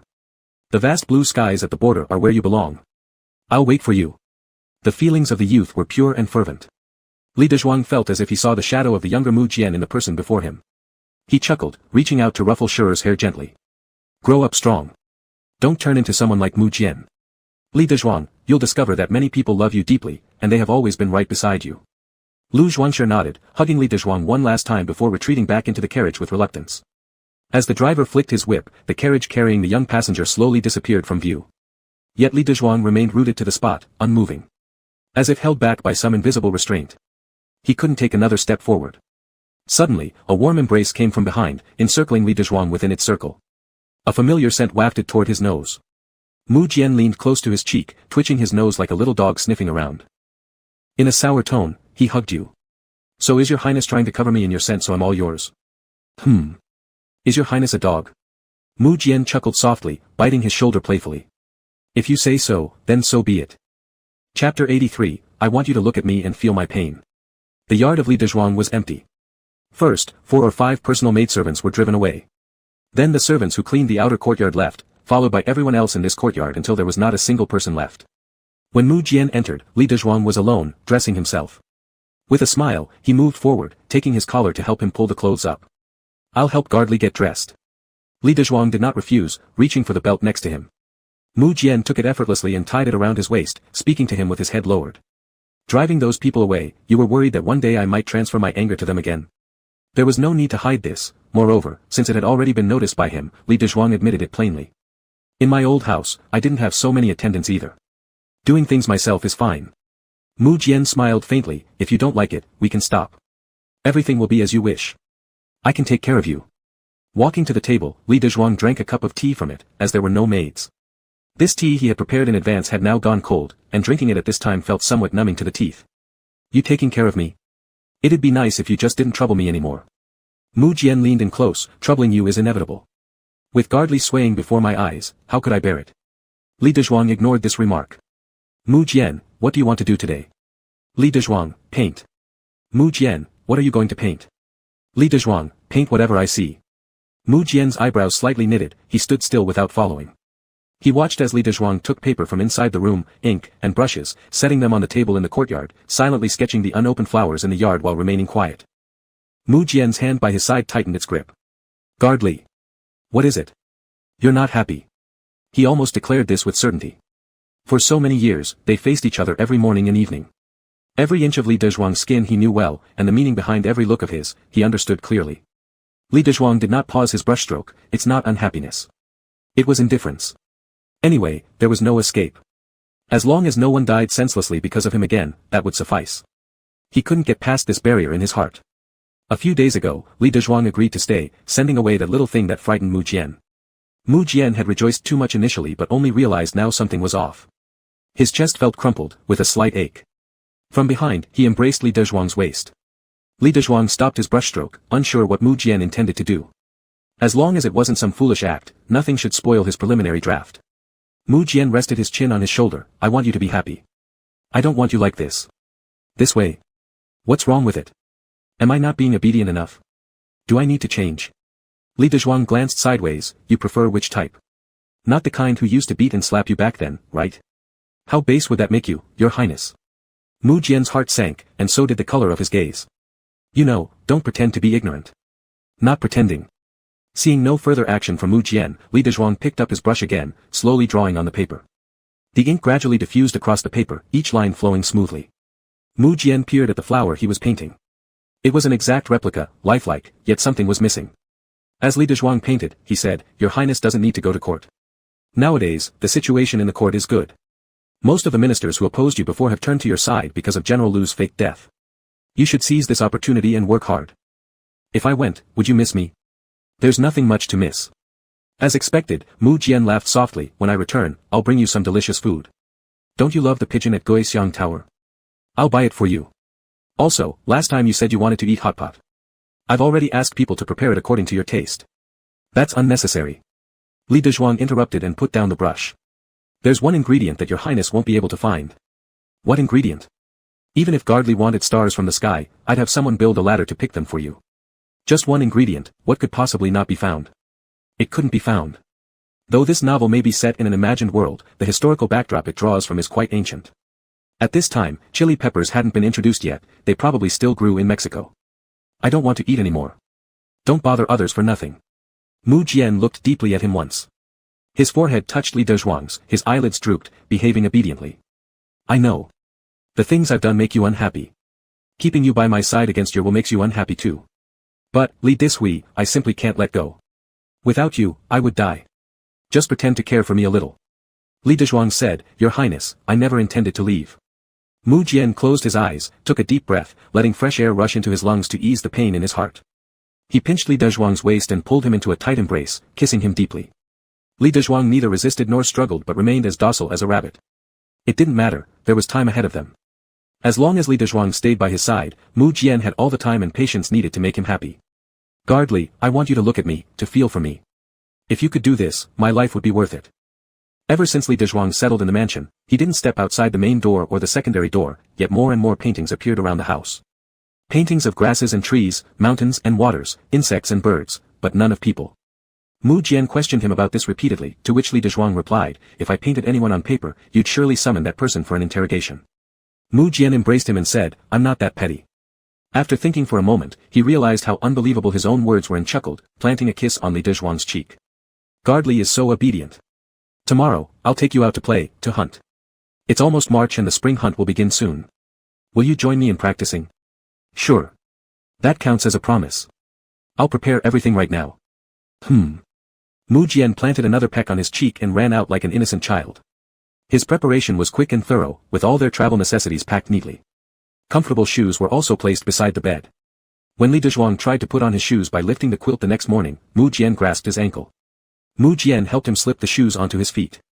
Li Dezhuang furrowed his brow and tried pulling his foot back. I can dress myself. Mu Jian tilted his head, revealing two small tiger teeth in a broad smile. I promise to serve you. Since I took off your clothes, it's reasonable for me to help you wear them again. How perfectly reasonable. Li Dezhuang didn't bother arguing and let him put the shoes on. He picked up his clothes and began dressing himself. Mu Jian stuck close, insisting on helping him, until after breakfast when they eventually headed out, it was already late morning.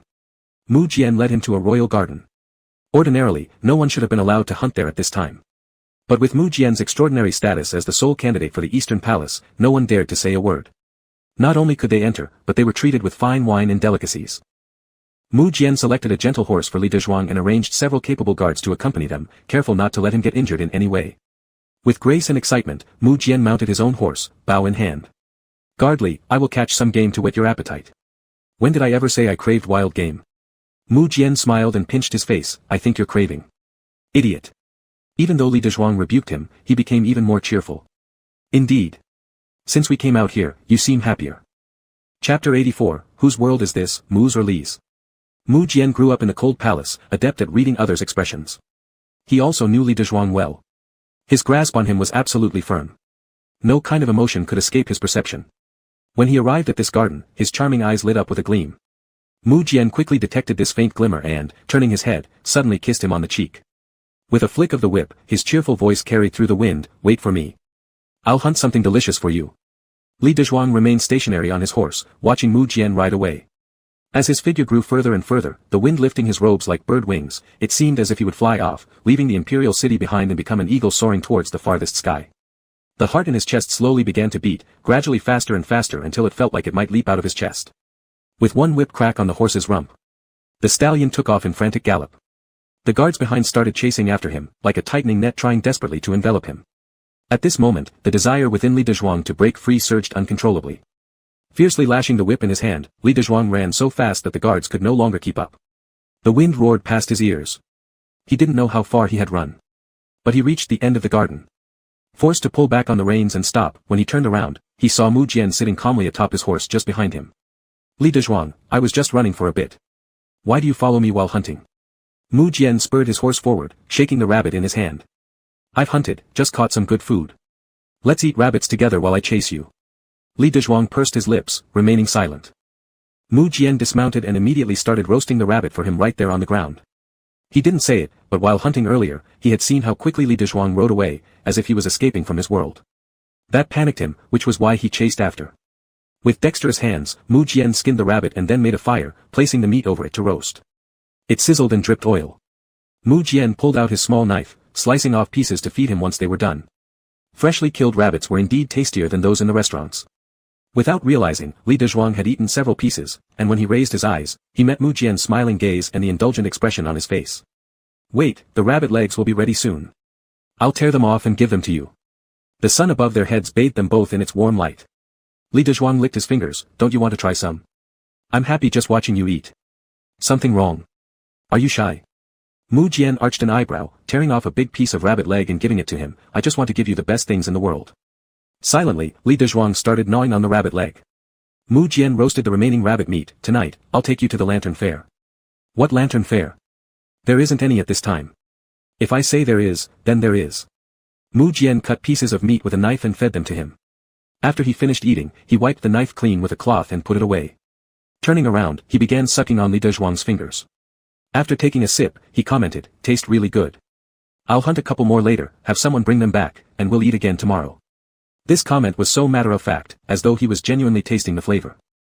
Li Dezhuang ignored him, wiping his fingers with his robe, and before he finished, all of a sudden a large shadow fell over him, completely enveloping him. Soft lips pressed against his. Let me taste again. Caught off guard, he was pushed down into the grass. Li Dezhuang pushed him. Mu Jian, don't act wildly here. Not being wild. Just let me kiss my fill.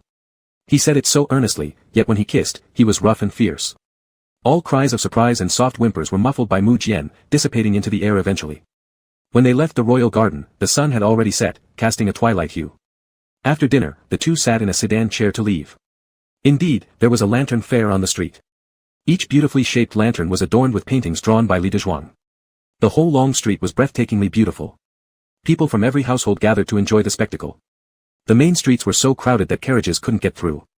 Li Dezhuang only lifted the curtain of the sedan chair to take a look and found himself unable to turn away. Hugging him close, Mu Jian whispered beside him, "Yesterday when I asked for your drawings, it was for these lanterns. Since the carriage can't go further, let's get out and see." Saying this, he placed the mask on Li Dezhuang. "Don't let anyone see you, lest they start harboring ill intentions towards you." After putting on the mask, Mu Jian took his hand and led him off the carriage. Clutching his hand tightly, he wove through the bustling crowd.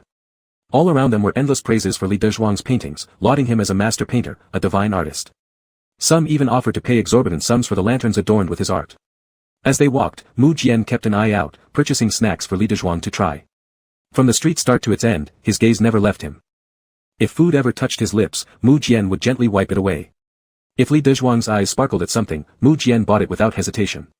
If he stopped to stare at something and smiled, Mu Jian would stand beside him, gazing at him adoringly until his heart ached. "You're finally happy. These past few days have had me worried sick." Li Dezhuang stiffened, lifting his gaze to meet Mu Jian's. Mu Jian lightly pecked his fingertips. Standing amidst the vibrant street, all the clamor and earthly became mere background. His warm, tender eyes and the orange glow resembled stars. "I know you carry burdens, unable to let go. But you've said it, let me in, and I'll make you like me." His eyes carried trepidation, yet his smile was sweet. "Let me in tonight, won't you? And truly like me, all right?" Li Dezhuang nearly fainted. To submit? He teased him, no way would he mean that. The top roll always got tired first. "Nope, not gonna happen." Li Dezhuang pulled his hand away. "Let's go back." The light in Mu Jian's eyes dimmed slightly, but soon he laughed again, stepping forward to grab him and smiling at him. "Will you think about it?" "How about it?" Li Dezhuang almost choked on his own breath. He kicked him. This is in public. An ancient man. How could he act more modern than modern people? Smiling, Mu Jian nibbled on his ear gently, his voice deep and enticing. "Really won't? Go away. Go away." Li Dezhuang glared at him. Immediately, Mu Jian kissed his eyes. "Just adore how lively and spirited you are. Before, you were half dead, it wasn't interesting at all." "What?" Li Dezhuang's eyes widened, stamping down hard on Mu Jian's foot. "Do you have some kind of disease? Are you crazy? Go get treated if you're ill." No, I'd rather you ask me for a kiss." "Get lost. Don't pull me." Mu Jian clung to him. "Wanna hold hands?" "Hold. Annoying. Let me go." The two disappeared into the crowd. The lantern fair buzzed on until late night. Every lantern hung was eventually sold in heated auctions. News reached the emperor in his imperial study, his expression turned sour, carrying a hint of irritation as he mockingly sneered. If this world were to be handed over to Jenner, would it ultimately belong to the Mu family or that guard? Chapter 85, Stay here and watch him die. In the third month, the orioles flew and the grass grew. Compared to last year, this year's spring hunt was more bustling. No one had expected that the little prince who used to beg for food in the cold palace would now be able to rise step by step to the peak of universal attention. Prince Mu Jian was surrounded by many people coming to flatter him, they were fawning so much that their faces almost touched Mu Jian's feet. Mu Jian outwardly appeared gentle and obedient, even smiling from time to time when speaking with others. But Li Dezhuang knew very well that this person looked down on all these people surrounding him. Their current demeanor provided Mu Jian with entertainment for the moment. Li Dezhuang wandered around aimlessly, when suddenly a eunuch stood before him and paid his respects very respectfully. "Mr. Li, His Majesty requests your presence." Mu Jian finally managed to shake off a group of flatterers and turned to look for Li Dezhuang but did not see his trace. He became restless and prepared to send someone to look for him when an attendant walked over and said there was a man versus beast performance at the training ground, inviting Mu Jian to go watch. Mu Jian flicked his long sleeves, "I have no interest." It was urgent to find attendant Li. The little eunuch probably had been instructed beforehand, because his second sentence was, "Mr. Li is also there." Mu Jian laughed lightly, "No wonder I haven't seen him anywhere. Turns out he's watching the show." Mu Jian went looking for attendant Li. The training ground wasn't as open as the hunting field outside. The surroundings were fenced off. The imperial carriage in bright yellow sat atop a high platform. Around it gathered offspring from noble families and great clans. Having heard about the man vs. beast performance, quite a number of people had already gathered. Mu Jian scanned around once but didn't see Li Dezhuang. He leaned over and asked the attendant following him to look for him. He first approached the emperor's side and bowed respectfully. "Father Emperor." The emperor looked very content, sitting in the royal carriage. "Jianer, look, everyone seated here are descendants of the royal family, children of noble families. In the future, they will become aids and pillars of strength to the court, your right and left arms." Once this was said, everyone understood what the emperor implied. He would pass the throne to Mu Jian. Mu Jian sat next to the emperor. The emperor continued, "Children of the nobility and powerful clans differ from common scholars. They are born into higher classes and are harder to subdue. Your last scheme to regain General Lu was good. To gain control over someone, you must offer them what they want most." Emperor knew about Lu Yong's matter. Mu Jian bit his lip and stayed silent. He felt there was some hidden meaning in the old emperor's words. He searched for Li Dezhuang within the crowd but found none. The little eunuch sent to find Li had yet to return. Still, the emperor spoke on, his voice sounding somewhat aged but remained authoritative. "As long as you grasp what a person desires the most, anyone will obediently listen. That is also why everyone always says, keep your weak points hidden." Mu Jian's eyebrows twitched and his voice darkened. "What does Father Emperor mean?" The old emperor cast a piercing gaze towards Mu Jian, his eyes ancient but merciless. "To become a king, you must first stand alone, only by being utterly alone without any weakness can you become a strong ruler." Mu Jian's pupils gradually turned cold. On the field, the red cloth covering a cage was lifted, revealing a mighty tiger inside. On the other end, a young man was pushed forward with a short knife in hand. Mu Jian recognized the figure instantly, causing him to shoot up immediately. Li Dezhuang. He was being shoved forward, his expression panicked, like a small rabbit caught in a pack of wolves, ready to perish momentarily. Mu Jian's fists clenched at his sides, crackling audibly, his knuckles turning white. The old emperor spoke leisurely, "This world must belong to the Mus, not the Lis. You may favor your guards or eunuchs, but do not let yourself be bewitched by them. Once this person dies, the world shall be yours." This was the old emperor's final lesson to Mu Jian. To reign as king, one must learn to abandon. A dynasty could tolerate thousands of concubines in the palace, but it couldn't bear a monarch whose obsession leads him astray. Anyone, anything, in the face of absolute imperial power, was insignificant as dust. The old emperor's voice trailed off. Someone on the field opened the tiger cage. Excitement surged among the aristocrats' sons on the elevated platforms. "The tiger has come out." The old emperor watched as the tiger slowly stepped out of its cage, his tone indifferent. "Just stay here and watch." Killing intent surged in Mu Jian's eyes. Before the emperor finished his sentence, Mu Jian abruptly dashed to the edge of the platform. Amidst the cries of alarm from the noble heirs and senior ministers, he leapt over the railing and ran madly towards Li Dezhuang. The tiger had also locked onto the only prey on the field. With a powerful push of its four legs against the ground, it darted forward like an arrow released from a bow. Li Dezhuang's hand gripping the short knife was trembling. His face was as pale as paper, and his mind was cursing that cursed emperor's ancestors to the 18th generation. Tricked him here. Tossed onto the beast field with just a short knife. It was clear they wanted him dead. Li Dezhuang tightened his grip on the knife. Time seemed to freeze in this moment, his eyes fixed on the charging tiger. Stay calm. Must stay calm. He gritted his teeth and, in the instant the tiger lunged toward him with all its might, he awkwardly sidestepped, narrowly escaping from the tiger's jaws. He fell to the ground due to the momentum. The fall tore up his palms on the rough ground. It hurt. Before he could get up, someone shouted his name, Li Dezhuang. Li Dezhuang raised his head. Amidst the screams and growls of the ferocious beast, Mu Jian galloped toward him alone on horseback. He saw Mu Jian running recklessly toward him, kicking up clouds of dust. He saw the old emperor on the high platform, his expression greatly altered, frantically ordering the imperial guards to intercept Mu Jian. Li Dezhuang scrambled to his feet and ran toward Mu Jian. Perhaps believing this person could make it, trusting in his leading role's aura to save him. With all his strength, he ran, nearly stumbling multiple times. Behind him, the tiger pursued, the sound of its claws hitting the ground growing closer and closer. From the viewing platform, the onlookers only saw two people desperately running toward each other, one of them with a tiger hot on their heels. The tiger grew ever closer. Once within range, the tiger suddenly crouched low and pounced directly at the figure in front. Everyone held their breath at this very moment. A warm drop of blood landed on Li Dezhuang's face. Then another drop, then a third. Dazed, he looked up and saw Mu Jian's furrowed brow, twisted with pain. Mu Jian's hand was above him, having presumably stopped the tiger's attack barehanded. Time seemed to freeze again. He hesitated, realizing he had collapsed into Mu Jian's arms, knocking him down. The roars and pursuit of the ferocious tiger were getting closer. But the expected pain never came. Instead, there was the broad chest and strong arm of Mu Jian holding him tightly. Mu Jian's voice rasped with pain. Stab it. Li Dezhuang's hand trembled, shaken by the aftermath of survival. Mu Jian thought he was afraid and used his free hand to cover Li Dezhuang's eyes. Strangely, his voice carried a calming gentleness. Don't be scared. Just do it with all your strength. Chapter 86, As long as young Master Li is alive, the ninth prince cannot inherit the throne. Li Dezhuang gritted his teeth and exerted all his strength to stab the short knife backward, then forcefully swiped it across. The sticky and warm blood, like a heavy rain, soaked both of them completely, turning them into two blood-soaked figures.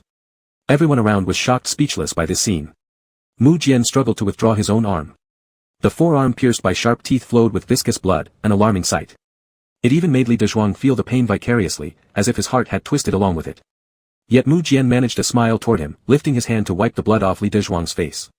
He realized his own hands were also covered in blood, no better than the others. Regardless, he messily wiped a streak on Li Dezhuang's face and laughed. That old emperor shouldn't have let that troublemaker live. Scared you, didn't I? Li Dezhuang numbly nodded. At this point, the imperial guard arrived and helped them both to their feet. Li Dezhuang noticed that the old emperor on the high platform had rushed to the railing edge, his face unable to hide its fury. Mu Jian followed his gaze and chuckled, Father Emperor fears you so much that he has bewitched my kingdom because of you. But how would he know, if using my kingdom could save you, I wouldn't even let you speak. Mu Jian gave a weak laugh and feebly squeezed his hand hanging by his side. His eyes were full of infatuated attachment. I almost thought I couldn't save you. Li Dezhuang's heart skipped a beat. Despite the chaos around them, despite the people crowding around the two, Mu Jian's eyes seemed as though they could only see him. Smiling at him, those eyes holding only him gleamed warmly and infatuated. It felt like he would forever be cherished and valued by this person, who would rescue him disregarding his own life. Perhaps it was due to the strong sunlight. Perhaps it was the fierceness of the tiger, he hadn't fully calmed down from the fright. Or maybe this moment's Mu Jian was too obedient. His gaze left Li Dezhuang flustered, causing his chest to beat madly. The royal guard sent the two to the rear hall. A doctor carrying a medicine box ran over panting to treat their wounds. Although Li Dezhuang merely had grazed skin from falling on the ground, Mu Jian's injuries were far more severe. Separated by a screen, they dressed each other's wounds. Li Dezhuang kept looking towards Mu Jian, being pulled back into the chair multiple times by the doctor.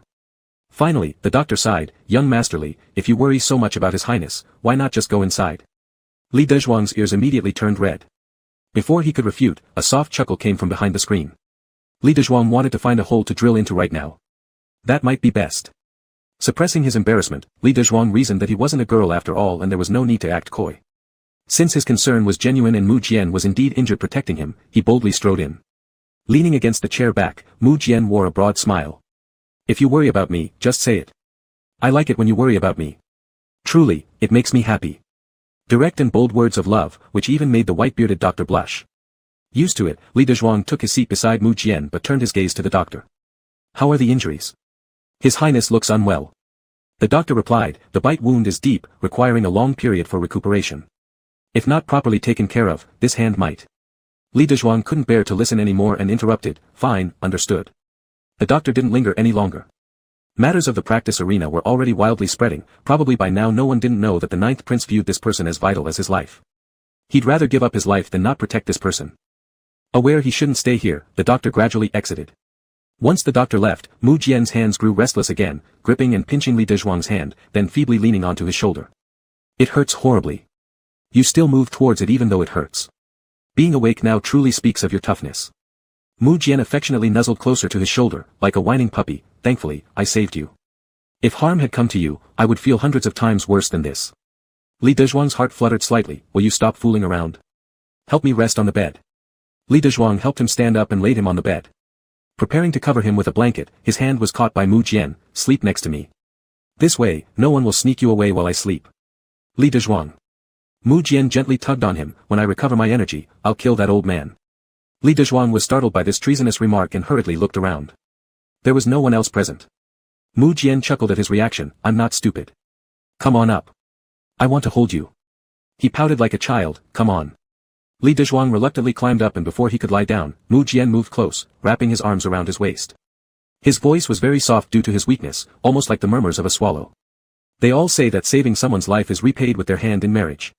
Is my action considered saving someone's life, Guard Li? This question was phrased rather cleverly. Saving someone's life was undeniably true. But if one answered yes, it implied agreeing to marry in return. Li Dezhuang pushed him away slightly, can you behave properly? Mu Jian gave a quiet laugh and nibbled on his earlobe, say it. In a moment of self-abandonment, Li Dezhuang said, yes. Mu Jian laughed in satisfaction, sounding like a child who had just received a treasure. He affectionately rubbed against his face again and again. Li Dezhuang felt that if he had a tail, it would surely be wagging furiously right now, as fast as a triple-speed windshield wiper. He grabbed him. Now let me sleep for a while. All right. Don't run off. Sleep then.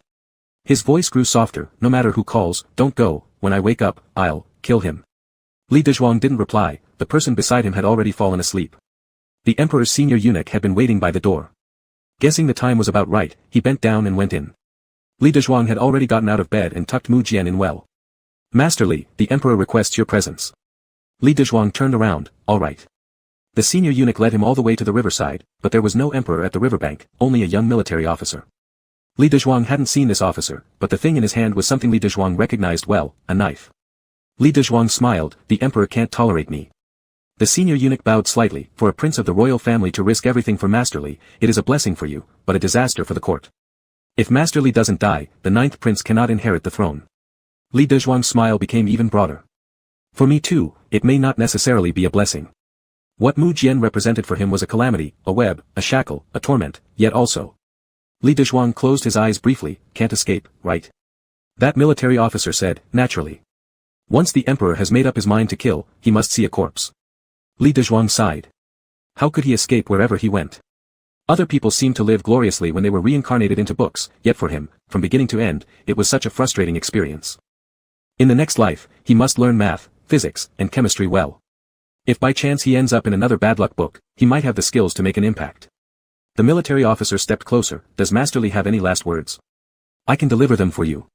Li Dezhuang shook his head. He had no family here. As he neared death, the only one who could be considered close to him was Mu Jian. This guy who had given him pain and love alike. This point makes me regret just a little. Officer, regret what? Meeting the 9th prince. Li Dezhuang shook his head. If he knew he couldn't avoid bending his fate, he should have taught Mu Jian the proper ways to pursue and love someone when he was younger. The officer bowed. Then I will send Master Li on his journey. The sharp blade suddenly plunged deep into his abdomen. The pain made Li Dezhuang curl up completely. The blood dripped down by his feet. 1 drop. 2 drops. It reminded him so much of the blood that Mu Jian had dripped onto his face. Darkness and cold gradually consumed Li Dezhuang, and he could no longer support himself, collapsing onto the ground. Just before he was enveloped by darkness entirely, he saw Mu Jian's smiling face from his childhood days, clad in patched cotton clothes, with tiny hands frozen bright red. He had said, "Guard Li, I like you the most." Chapter 87, Ascending to the Position of Crown Prince. Mu Jian's injuries were severe. After falling into a deep sleep, he remained unconscious for several days and then ran a high fever continuously. In his delirium, he kept reaching out and calling for Li Dezhuang.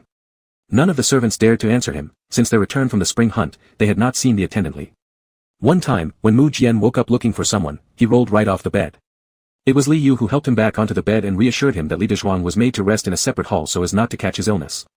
From then on, Mu Jian heard a different lie every day. Today, it was said that attendant Li was boiling medicine for him. Tomorrow, it was that attendant Li was making nourishing soup for him. By the 3rd day, when Mu Jian's condition slightly improved, he insisted on getting out of bed to check for himself despite being blocked by several servants. He hadn't even reached the door when someone came with news. An imperial decree had arrived. The eunuch who came to announce the decree was one of the emperor's top eunuchs. Clearly, this decree was of utmost importance. The servants all guessed it might be the decree announcing the enfeoffment. Mu Jian was supported by some people to receive the decree. As they walked, he looked around anxiously for the figure of Li Dezhuang. Having taken only a few steps without finding him, an icy look appeared on his pale face. He abruptly shoved the servant supporting him and yelled, "Why are you holding me up? Find attendant Li." Frightened, the servants shook and fell to their knees before him. Mu Jian's face turned even darker, and he threw off another helper. His weak body swayed briefly before regaining stability. "Where is he? Where is he?" No one dared to respond. In a fit of rage, Mu Jian kicked the kneeling servant aside. "I'll find him myself." The servant on the ground quickly held tightly onto Mu Jian's leg. "Your Highness. There's an order awaiting your presence to receive the imperial decree. Refusal to accept the decree would constitute a grave offense." Yet Mu Jian kicked the man over again and angrily retorted, "Since when did you dare interfere in my affairs?" Leaving behind the grand eunuch waiting at the door and a yard full of kneeling attendants, he rushed forward in search of Li Dezhuang. But after just a few steps, his frail body couldn't hold out, and he leaned against the wall to rest. After catching his breath for a moment, he moved forward again with urgency, managing to walk all the way to the end of the corridor before stopping once more and gasping for air. He didn't go further because around the corner, there was someone kneeling. Li Yu. Seeing him, Mu Jian stayed silent and still like a statue. Even though the servants behind him could not see his face, they still felt a chilling cold radiating from their prince, as if winter itself had suddenly arrived. After a long while, His Highness finally spoke to the kneeling man. Did he run away? He received no clear answer. A prolonged silence, as still as death, followed. It wasn't until the Grand Eunuch came urging him about the imperial decree that their attention was redirected. The eunuch asked where the 9th prince was. Only then did their highness slowly straighten his back, turn around, and reveal a pair of blood-red eyes filled with terror as he stepped towards the front courtyard. The servants continued kneeling on the ground. Prince Mu Jian walked alone, his shadow seeming as lonely as the solitary figure seated atop the empire's pinnacle after his enthronement. The Grand Eunuch saw Mu Jian come out, understanding his poor health these past days, did not scold or delay the announcement process but officially completed it. He handed the imperial decree with both hands to Mu Jian. Congratulations to your highness, upon completing the coronation ceremony, you will be the crown prince. Mu Jian glanced at the great eunuch, smiled faintly revealing stark white teeth. After the Grand Eunuch left, Mu Jian returned alone to his chambers, sat quietly for a while, then summoned Li Yu. Li Yu knelt down and reported word by word how during the spring hunting trip, he was secretly guarding Li Dezhuang but was discovered and detained. When he managed to break free and went looking for Li Dezhuang, the knife had already been plunged into Li's body. A clean stab in, a bloody stab out. Attendantly fell to the ground, convulsing twice before losing all reaction. Li Yu attempted to retrieve the corpse, but the military officer responsible for the killing declared that the emperor needed to be informed via the body and refused its return. They merely tossed the jade pendant from Li Dezhuang's person toward him. Trembling, Li Yu carefully presented the intact jade pendant with both hands. For a moment, Mu Jian said nothing but stared silently, then stood up and took the jade from Li Yu's hand. His voice was calm. Go. The door closed. Mu Jian slumped back into the chair, gripping the jade in his palm. His head hung down naturally, hair slipping over his forehead casting shadows on his pale face. A single tear fell onto the jade. He wiped it away murmuring, "It would have been better, if you'd fled." 1 month later, the investiture ceremony of the crown prince. Mu Jian, dressed in a deep red crown prince attire, ascended step by step onto the high platform. He burned incense to pay homage to his ancestors and proclaimed it to the world. After the investiture ceremony was completed, Mu Jian entered the palace with the emperor. The emperor's health was not as good as before, and he needed to gradually transfer the state affairs to Mu Jian. The two spoke for the entire afternoon in the imperial study. When Mu Jian came out, he happened to meet Du Yanxiu. Du Yanxiu now held the rank of imperial concubine, adorned in magnificent robes and jewelry from head to toe. She greeted Mu Jian with a smile, and Mu Jian nodded slightly toward her. As they passed each other, no one noticed that Mu Jian's lips moved as if he had said something. Du Yanxiu revealed a look of surprise but quickly regained her composure and entered the imperial study. Mu Jian went straight back to the prince's mansion. Walking from the front courtyard to the rear courtyard, it seemed he remembered something, and he instructed the attendant nearby to add chicken juice braised bamboo shoots to the noon meal before heading directly back to his chambers. Upon entering, the servant in charge of sweeping the yard heard the crown prince say, "Today, the emperor kept me longer than usual, so I came back late. Are you upset?" No one replied. The crown prince smiled then, "You're sulking again. You sulk at me, and in the end, who gets hurt? Tomorrow, we'll be moving to the Eastern Palace. We've lived there before. Think about it, what courtyard do you like?" No one replied. "Yesterday, you were pestering me saying you wanted to eat chicken juice braised bamboo shoots. I had the kitchen added today. Are you happy?" "Happy? Then kiss me. Don't be shy, it's been so long already. Let me hold you, I miss you." A newly arrived young servant nudged the girl beside her and whispered, "Sister, who is His Highness speaking to?" "The Crown Princess." "The Crown Princess? Has she always been in this room? Why haven't we seen her come out? This yard isn't usually cleaned. Does the Crown Princess dislike others getting close?" The older servant shot a glare at the newcomer. "Mind your own business when it comes to our master's matters." The younger servant fell silent. When the servant delivering the meal arrived, she peeked through the door crack. The walls were hung full of paintings. All of them depicted the same person. The same man. Her eyes widened in shock, nearly popping out of their sockets. The next moment, she saw the newly crowned crown prince sitting at the table hugging a pillow embroidered with a human face. His fingers affectionately grazed the pillow. Feigning toughness, yet his words dripped with indulgence. "If you're picky about food again today, I won't forgive you even if you cry tonight." Chapter 88, Father, will you blame me for my impatience? Time flew by and half a month passed. Ever since the emperor had been feeling unwell, his body grew weaker day by day. No matter how many valuable herbs were fed to him, they didn't seem to have much effect. Instead, he became increasingly frail and ended up resting in bed. All the political power fell into the hands of Mu Jian.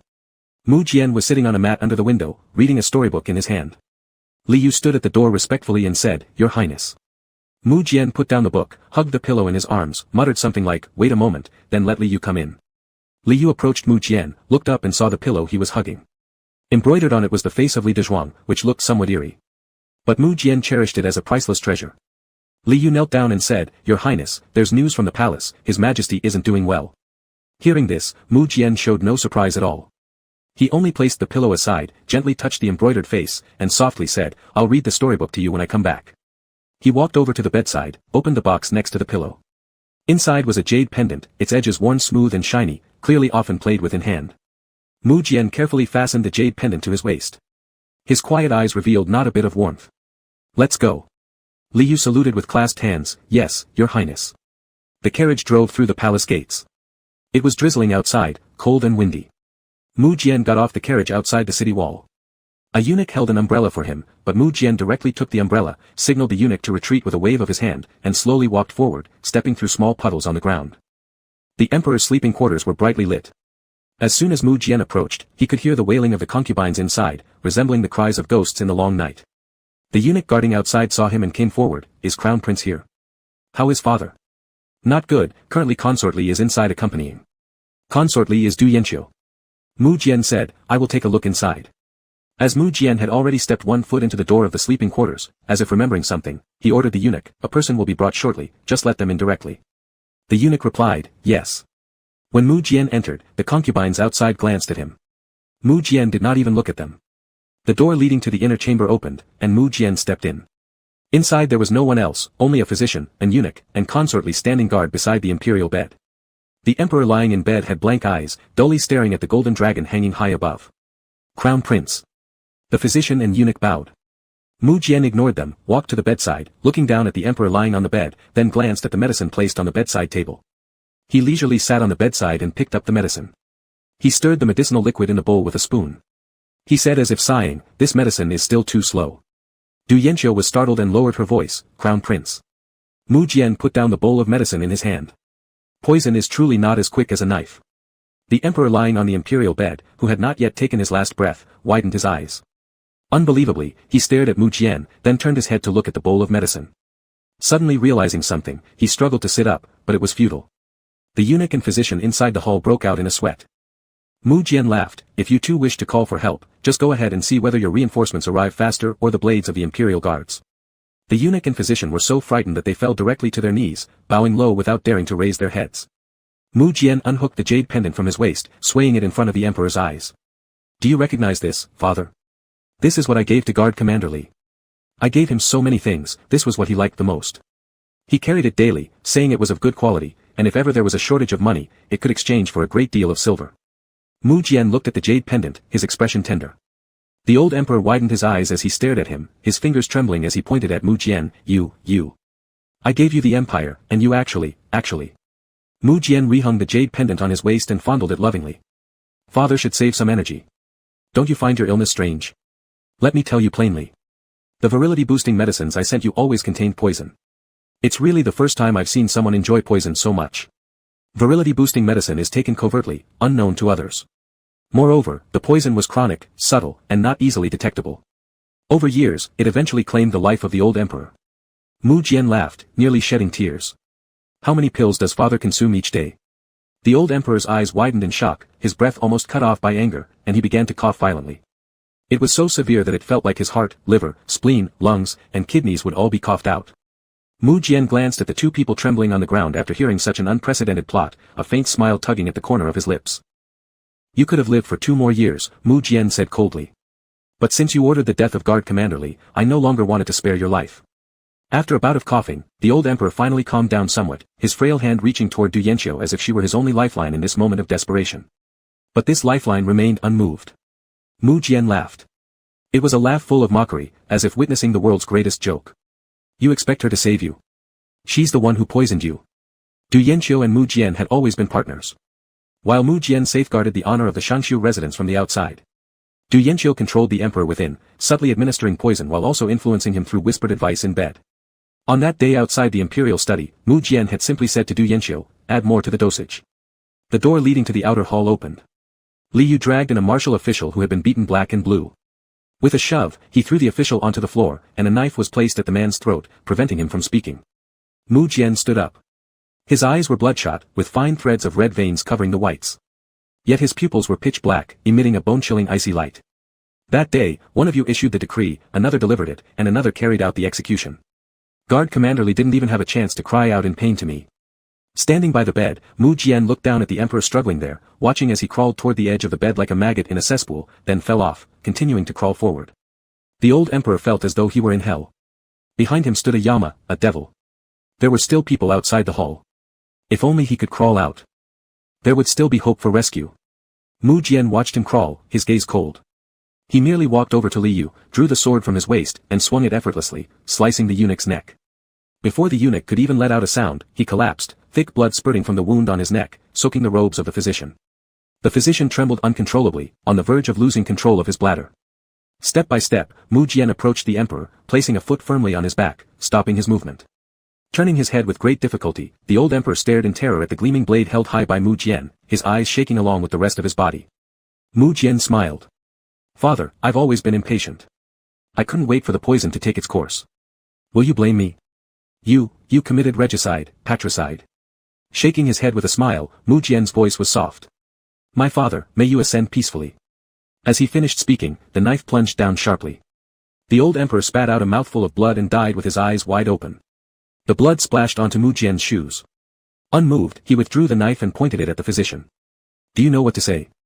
The physician immediately bowed low, his lower garments wet from involuntary urination, the smell of urine spreading.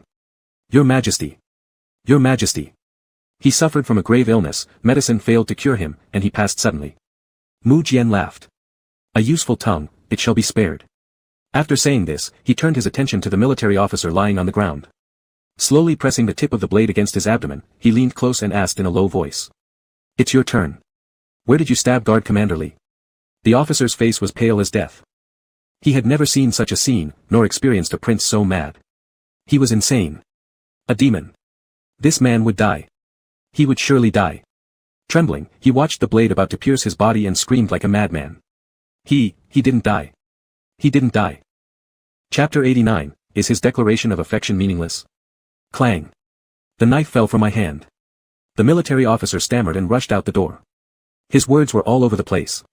Li Gongzi was arranged by me, he should be at Yanmen Pass now. Lu Yong instructed me that in case of emergency, I must spare his life. Lu Yong is my close friend. He showed me the map drawn by Li Gongzi. He's a talent, it would be a pity if he died. So, I had him hide under an assumed name. Mu Jian tightly gripped the neck of the military officer, his tone harsh. "How long has he been gone?" From the chokehold, the officer gasped out, "It's been almost 2 months." Mu Jian frowned deeply, rising to rush outside. Li Yu knelt before him, "Your Highness. The Emperor has passed away, you've inherited the throne. You cannot leave the capital at this time. Get out of my way." Li Yu violently bowed on the ground with a resounding sound. "Your Highness. It's been nearly 2 months. Any wound should have healed by now. Since he hasn't returned, he doesn't wish to come back, Your Highness." Mu Jian stopped dead in his tracks. This sentence made Mu Jian feel like he was plunged into the depths of the sea. It was dark, cold, and constantly sinking. It's been almost 2 months. During the time Mu Jian suffered through the pain of believing Li Dezhuang had died, there was no message delivered to him at all. Did he mean to let Mu Jian believe that he was already dead? Suddenly, the rage surged within him, causing the veins on his forehead to pop out. He hastily removed the jade pendant he cherished for nearly 2 months, not allowing even a speck of dust to touch it, and threw it onto the ground. With a loud sound, the jade broke apart. He roared, "Does this satisfy him? Is this what he wanted?" No one kneeling on the floor dared to speak or even lift their head. Du Yanxiu stood beside him, watching Mu Jian silently. Mu Jian clenched his teeth, trembling. His crimson eyes misted over with a film of moisture. They glimmered faintly under the candlelight. Word by word, gritting his teeth with utmost anger. As if each word carried the weight of his flesh and blood. "I want to know, how exactly have I treated him poorly? Since childhood when they first met until now. They've walked through countless autumns and spent numerous nights together. Such a long time. Looking back, these years and days seemed interminably long. Growing up in a cold palace where people were callous and indifferent, surrounded by opulence and grandeur in the Forbidden City.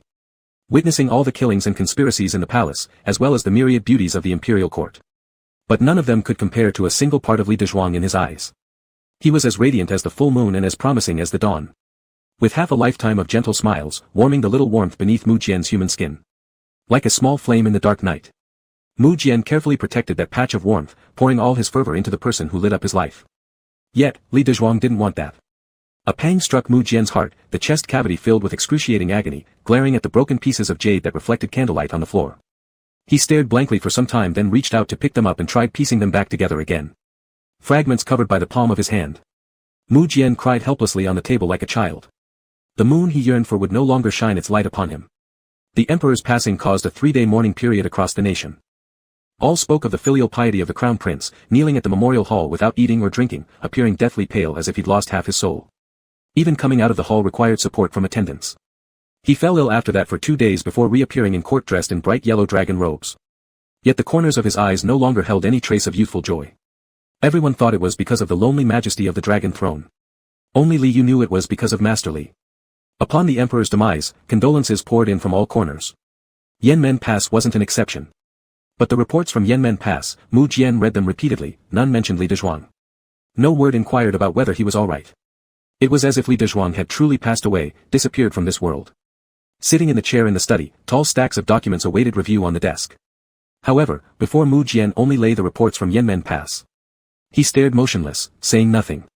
Li Yu entered from the outer room, knelt and paid respect. Your Majesty, Consort Li's people have discussed appointing a new empress. At the beginning, Mu Jian formed a plan with Du Yanxiu. Not only did he need to safeguard the entire family of the Ministry of Right's honor, but after the matter's success, Du Yanxiu was also to ascend to the position of Empress Dowager, forever basking in wealth and glory. Uninterested in handling these trivial matters, Mu Jian responded indifferently. If she wishes to be sealed as empress, so be it. Once done, kill her. Du Yanxiu knew too many secrets. He couldn't be kept around. Li Yu acknowledged with a yes. The imperial study fell into silence. After a long while, Mu Jian laid out the paper and slowly wrote line after line of words with his brush. Once done, he sealed them in an envelope and then unfolded another piece of paper to write yet another letter. On the envelopes, he marked them differently to distinguish one from the other. He placed the letters on the desk and pushed them forward slightly. You go to Yanmen Pass. Just ask him whether what he said about liking me meant absolutely nothing at all. Li Yu was stunned speechless. He wanted to dissuade Mu Jian. But after thinking it over, he swallowed his words back down again. These past few days, Mu Jian had remained within the royal city, observing national mourning, ascending the throne, arranging both large and small matters. He had endured everything up to this point. If he delayed any further, this emperor might just abandon the imperial city and the supreme position to rush to Yanmen Pass and strangle Master Li by the neck, demanding, "Why haven't you come back?" Mu Jian continued, "If he says they do count, you give him the first letter. If he says they don't count, you give him the second." Li Yu accepted the mission and immediately set off for Yanmen Pass without wasting a moment. He traveled day and night, exhausting several horses. Even though it was early summer now, the north still exuded the gentle warmth of spring. Li Yu raced for 5 days straight before finally reaching Yanmen Pass. This place was different from the capital. The capital was prosperous, bustling, and radiated the majesty and solemnity of the royal palace. Even the people smiling on the streets seemed constrained by some invisible framework. But not here. The people were free-spirited, and their expressions brimmed with exuberance. Even without knowing how much Mu Zhong missed Li Dezhuang, Li Yu could already tell that Master Li would surely adore this place. No wonder he didn't wish to return to the capital. Li Yu led his horse and inquired about the location of the general's mansion. Once he found it, he went straight there and informed the gatekeeper. Before long, he saw Lu Xiaojun. He had grown taller and stronger, but despite being only 12 years old, he already exhibited the bearing of a youthful general. Li Yu bowed respectfully, "Young General Lu, I've come to see Master Li." Lu Xiaojun frowned slightly, "What Master Li? We have no such person here. This is the Lu residence. Everyone here shares the surname Lu. So, they intended to keep this secret forever." Li Yu sighed inwardly, realizing just how difficult this task truly was. He was about to say something else when he suddenly noticed Lu Xiaojun's expression change. He glanced in a certain direction, appearing somewhat flustered. Li Yu followed his gaze and turned around. At the end of the long street, a man dressed in black silk robes was riding a magnificent steed heading directly toward them. Even from afar, one could see that the horse had glossy and smooth fur, a rare and prized stallion. Its galloping figure alone was enough for even someone unfamiliar with horses to utter praise. But none of it could match the brilliance of the rider upon its back. In fine attire, mounted proudly on a spirited horse, he seemed like the rising sun in the sky, so dazzling that it almost hurt to look directly at him. Chapter 90, If an answer must be given, it would be not to count. The figure on the horse was elegant. All the girls on the street were looking at him, and the bolder ones threw sachets of perfume at him, shouting, "Advisor G." Li Dezhuang spurred his horse to run in front of Lu Zhuangshi, waved his hand, and directly threw a parcel of grease paper into Lu Zhuangshi's arms. Before Lu Zhuangshi could open his mouth to tell him to run fast, Li Dezhuang said, "Eat it secretly, don't let anyone see it again." Li Yu turned to Li Dezhuang and bowed. "Mr. Li." It was only then that Li Dezhuang noticed there was such a person here. After seeing Li Yu's face clearly, Li Dezhuang's expression changed slightly. He jumped off the horse, looked around nervously. Are you here alone? Yes, state affairs are busy, His Majesty can't come. Li Dezhuang paused for a moment, suddenly remembering that person had already ascended the throne and become emperor. Nowadays, anyone who sees him will kneel down. How could he have traveled thousands of miles to this place to look for him? Li Dezhuang glanced at the people coming and going on the street, handed the reins in his hand to the guard at the door, and said to Li Yu, "You come with me." Li Yu nodded and followed behind Li Dezhuang. Lu Zhuangshi held the roasted goose that Li Dezhuang bought for him, walked a few steps, and wanted to say something but stopped. Walking into the general's mansion, whenever someone saw Li Dezhuang, whether they were servants or soldiers, they smiled and greeted him as Advisor Ji. Li Dezhuang smiled back, very different from when he was in the prince's palace. Li Yu remembered that Mr. Li had an open personality and loved to laugh. The laughter was light, contented, gentle, all sorts of smiles had bloomed on his face. But none shone as brightly as now. Li Dezhuang led Li Yu into his own courtyard. There was no one else in his courtyard. Li Dezhuang stopped and turned around, saying before Li Yu could speak, "Now I am called Ji Engsub." Li Yu was slightly stunned. But he understood. This is surviving under a pseudonym here in Yumen Pass. He took out the letter given by Mu Jian from his bosom. This time I came, it was to ask a question for His Majesty. Li Dezhuang calmly looked at him, waiting for what he would say next. His Majesty asks if everything Advisor Ji once said about liking him has become null and void.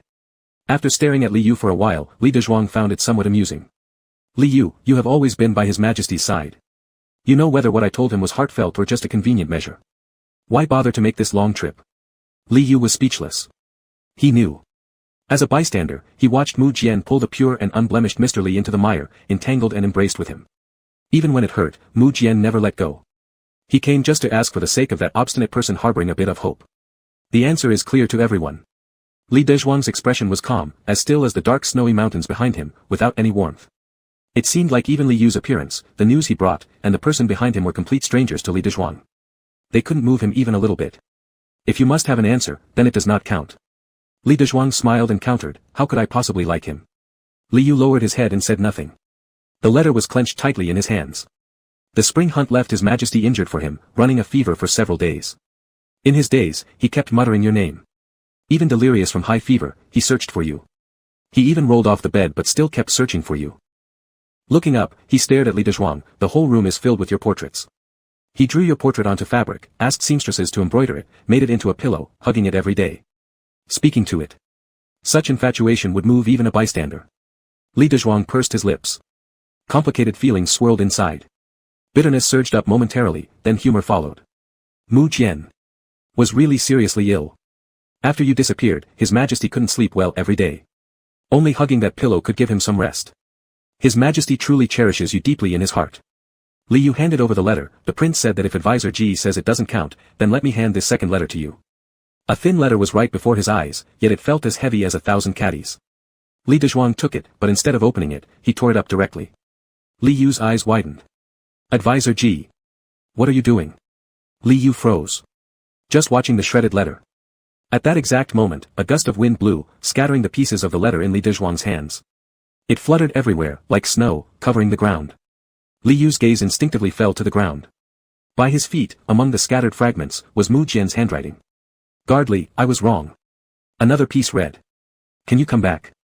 But Li Dezhuang wouldn't even glance at it, his voice indifferent. He only said to let you give it to me, not that I must read it. Li Yu became anxious. You should at least take a look. His Majesty is now the Emperor. For your own sake. Li Dezhuang cut him off. His voice was calm, you can only tell him one thing, ask him if he has forgotten how we began. Li Yu was speechless. Li Dezhuang had nothing more to say and walked past Li Yu in silence. He strode away so decisively, as if truly severing all ties with the past. Lu Zhuangshi was hiding behind a pillar, eavesdropping. Only when Li Yu left did he step forward and pick up a fragment of paper from the ground. It read. I miss you very much. Signed. Mu Jian. Lu Zhuangshi suddenly remembered that the person now seated on the dragon throne was none other than this name. When Li Dezhuang's abdominal wound became infected and he ran a high fever, clutching his hand, the name he called was also this. In the deep night of the next day, a homing pigeon flew into the imperial city, passing through layers of palace walls, and landed on the empty ground outside the imperial study. An attendant immediately ran over, carefully retrieving the letter tied to the pigeon's foot, and presented it cautiously before the emperor. Their newly enthroned emperor had been sitting idly in the imperial study for 6 days, as if waiting for someone's arrival. Now, this letter flown from afar, placed on the desk, finally brought a glimmer of light to the eyes of this young emperor. The letter slowly unfolded. It wrote about Gardley, who was now under the pseudonym Ji Engsu, serving as an advisor at the general's mansion. He had designed various weapons and invented greenhouses, allowing Yanmen Pass to enjoy summer fruits and vegetables at the end of spring. Mu Jian could see the bright and radiant Li Dezhuang between the lines. The corners of his eyes gradually filled with smiles. But when the young emperor saw the last line of the letter, he felt a mouthful of blood block his throat. The laughter that had barely gathered in his eyes vanished without a trace. Mr. Li tore the letter and asked me to inquire of His Majesty, does he still remember how their story began? Chapter 91, In this lifetime, love isn't the only thing. Li Yu left decisively. It was unexpected by Li Dezhuang. He had originally thought about sending someone to secretly follow, but after pondering for a while, he gave up. Li Yu's combat skills were good, and the chances of being discovered were too high. If Li Yu knew he had sent people to tail him, it would make him appear indecisive. So during no one's watch, he quietly picked up every torn piece of paper, placed them in his pocket, rushed back into the room, and pieced them back together under the candlelight. This was not just a letter, it was essentially a confession. Sincere in tone, humble in words. As Li Dezhuang pieced it together and read it, he realized a page was missing. He went out again to look for it, searching around without finding it anywhere. When he turned around, he saw Lu Zhuangshi holding a small piece of the letter, standing not far away. Li Dezhuang's mind exploded with thoughts, praying silently that Mu Jian didn't put any inappropriate comments on the last page. He walked over, I see you found it. Brother Ji tore the letter so resolutely, I thought he wouldn't even give it a glance. Lu Zhuangshi placed the piece of paper on the palm Li Dezhuang extended. Li Dezhuang hadn't figured out how to answer the boy's question yet when the boy struck the fatal blow. Does Brother Ji like His Majesty? No, he doesn't. Please let me explain. His Majesty also likes Brother Ji. Is that right? Why has Brother Ji gone silent? Just give me a moment to think of an excuse. Lu Zhuangshi delivered another hit, while Brother Ji was unconscious, he kept calling out for His Majesty. Sometimes it was, Your Majesty, sometimes just his name. When the doctor bandaged your wounds, you were delirious, thinking it was His Majesty. You even held on to him and asked him to be gentle. That's it. Game over. There's no way to defend this anymore. Li Dezhuang could only thank heaven he hadn't said anything that couldn't be aired. Lu Zhuangshi, puzzled, said, if Brother Ji likes His Majesty, why did he still tear the letter? His Majesty will be sad if he finds out, won't he? Li Dezhuang clutched the last page of the letter. Don't you find it strange? A man liking another man. Even General Lu found it odd. How could the little straight male raised by such a big straight male accept it so easily? Lu Zhuangshi furrowed his brows slightly in confusion. Some people like mountains, others like water. Some prefer sweetness, some prefer saltiness. I like Yanmen Pass, and the high officials in the capital love the capital. The scenery we like, the places we adore, the tastes we favor can all be different, so naturally, the people we like can also be different. Li Dezhuang slightly stunned. He hadn't expected the child to think this way. Not considering himself strange was truly wonderful. Lu Zhuangshi, to meet someone you like who also likes you is not easy. Why does Gardley tear up the letters with such finality? Li Dezhuang looked calmly at Lu Zhuangshi, son, there are many precious and important things in life. Love is not the only one. He paused, I choose freedom. Li Yu really left Yanmen Pass. Li Dezhuang originally thought that Li Yu had taken the news back, expecting that there would be some moves from the capital. For instance, threatening him with the family of General Lu in Yanmen Pass or pressuring him to return lest Mu Jian stops attending court, or having someone bind him and hide him in a basement. But none of these happened. The capital remained quiet. The only change was that the emperor had issued quite a few edicts to Yanmen Pass. In each letter, there were always personal messages attached, private letters to Li Dezhuang. These mentioned his current condition, saying he looked at the clouds in the sky and thought of him. Saying he saw flowers in the pond and remembered him. Li Dezhuang placed all the letters in a box, neatly stacking them together. But he never replied to any. By the time the year-end approached, an imperial decree arrived from the capital. It said the emperor appreciated the hard work of the general's residents, and granted them vegetables. Specifically for Li Dezhuang alone, there were over 10 food boxes filled with pastries and cold dishes that couldn't be tasted in the frontier posts and could be preserved. Not only that, the emperor allocated a large sum of money to the general's residence as a reward. But in the letter specifically addressed to Li Dezhuang, there was a line. Money I have plenty of, don't live miserably. Through the changing seasons, in the second year, when spring arrived at Yanmen Pass, the season advisor Ji received a secret order. It instructed him to hand over the 5,000 elite troops he had trained to Lu Yong. For the past year, Lu Yong had been covertly stationed between Yanmen Pass and the Yi tribe's borders, gathering information and studying the terrain. The troops trained under Li Dezhuang were originally prepared for Lu Yong, and now with military actions imminent, it seemed a war was about to break out. However, the first to act weren't them but the Yi tribes. Yanmen Pass had a perilous terrain, and if captured, would open a straight route into the interior. Yet, the Yi tribes didn't target Yanmen Pass, instead, Wei Qing became their attacked city. Lu Zhuangshi stood before the sand table, a teenager in his teens wearing battle armor. Despite the slight naivety of youth on his face, he exuded an imposing demeanor. The Yi tribe launched a surprise attack on Wei Qing. What's there in Wei Qing that they must contest? Li Dezhuang looked at the sand table, equally perplexed. If one considered strategic positions, Yanmen Pass should definitely be the targeted area. Speaking of unexpected raids, Mai Cheng was the better choice to cut off their supply routes. As for this Wei Qing, its capture wouldn't provide much benefit. Even if they managed to take it, it was just one more conquered city without further advantages. Why? Li Dezhuang clenched his hand hanging by his side. Could it be that Lu Yong had been discovered? For the past year, Lu Yong's death had spread across the Yi tribes, inflating the arrogance of the Yi people. There had been no major battles, but smaller conflicts were ceaseless, occurring sporadically here and there. If the Yi people found out about Lu Yong, they would surely eliminate him as soon as possible. Soon, a military report arrived. Although the Yi tribe attacked Wei Qing, for some reason, Wei Qing appeared well prepared. Not only did they foil the Yi's plan, but they also sent them retreating in disorder. Zhao, the deputy general, was amused. Goodness. General Meng in Wei Qing isn't someone to be trifled with either. I underestimated him before. Lu Zhuangshi, since the Yi have failed in this attempt, it will greatly benefit us later. Zhao deputy general couldn't contain his excitement. Yes, yes. Good heavens. The 16-year-old obsession of old Lu for Yu Yun is within reach. Lu Zhuangshi's heart stirred with excitement. He must realize his father's last wish. The young man clenched his fists and resolved secretly inside, then turning around, he noticed Li Dezhuang furrowing his brows deeply. Brother Ji, what's wrong? Li Dezhuang said, I always feel something is off. The Yi tribe should have attacked us first. We've already evacuated the citizens inside the city and prepared for a bloodbath. Why did they go to Wei Qing? What does Wei Qing have that attracts them? Zhao deputy general, hell. Could it be some conspiracy? A diversion tactic? Li Dezhuang thought, it's likely. Yanmen Pass must prepare for combat. Report. Outside, a soldier rushed in holding urgent military dispatches. There's a confidential report. Lu Zhuangshi approached and unfurled the parchment paper. It was Zhao's handwriting from Wei Qing. After just one glance, he quickly closed it again, staring shockingly at Li Dezhuang. Li Dezhuang felt puzzled, yet increasingly tense. What happened? Lu Zhuangshi waved his hand signaling the soldier to retreat, taking rapid steps to stand right before Li Dezhuang, lowering his voice, His Majesty is in Wei Qing. Chapter 92, Do not inform His Majesty of my arrival here. Li Dezhuang's feelings could no longer be described by the simple, what the hell? Was Mu Jian ill? Or was there something wrong with his brain? Why wouldn't he stay peacefully in the capital city and instead randomly ran off to here? This was a battlefield, one misstep and you'd lose your head. General Zhao was also utterly shocked. The emperor has just ascended the throne for a year, and already leading the troops personally into battle. Who's minding the court? Lu Zhuangshi remarked, he must have arranged everything beforehand. General Zhao stomped his feet, no wonder the Yi clan struck there first, it seems they knew the emperor was there. He paused a moment, genuinely asking from the heart, is His Majesty insane? He's a lunatic. Li Dezhuang, in a rage, walked out. I'll go to Wei Qing and bring His Majesty back. The words were strange. General Zhao did not understand. Consultant Ji, you've never met His Majesty before. With your position, seeing the emperor would be difficult. How can you possibly persuade him to return? Would he listen to what you say? Upon hearing these words, Li Dezhuang, who had reached the door, abruptly stopped in his tracks.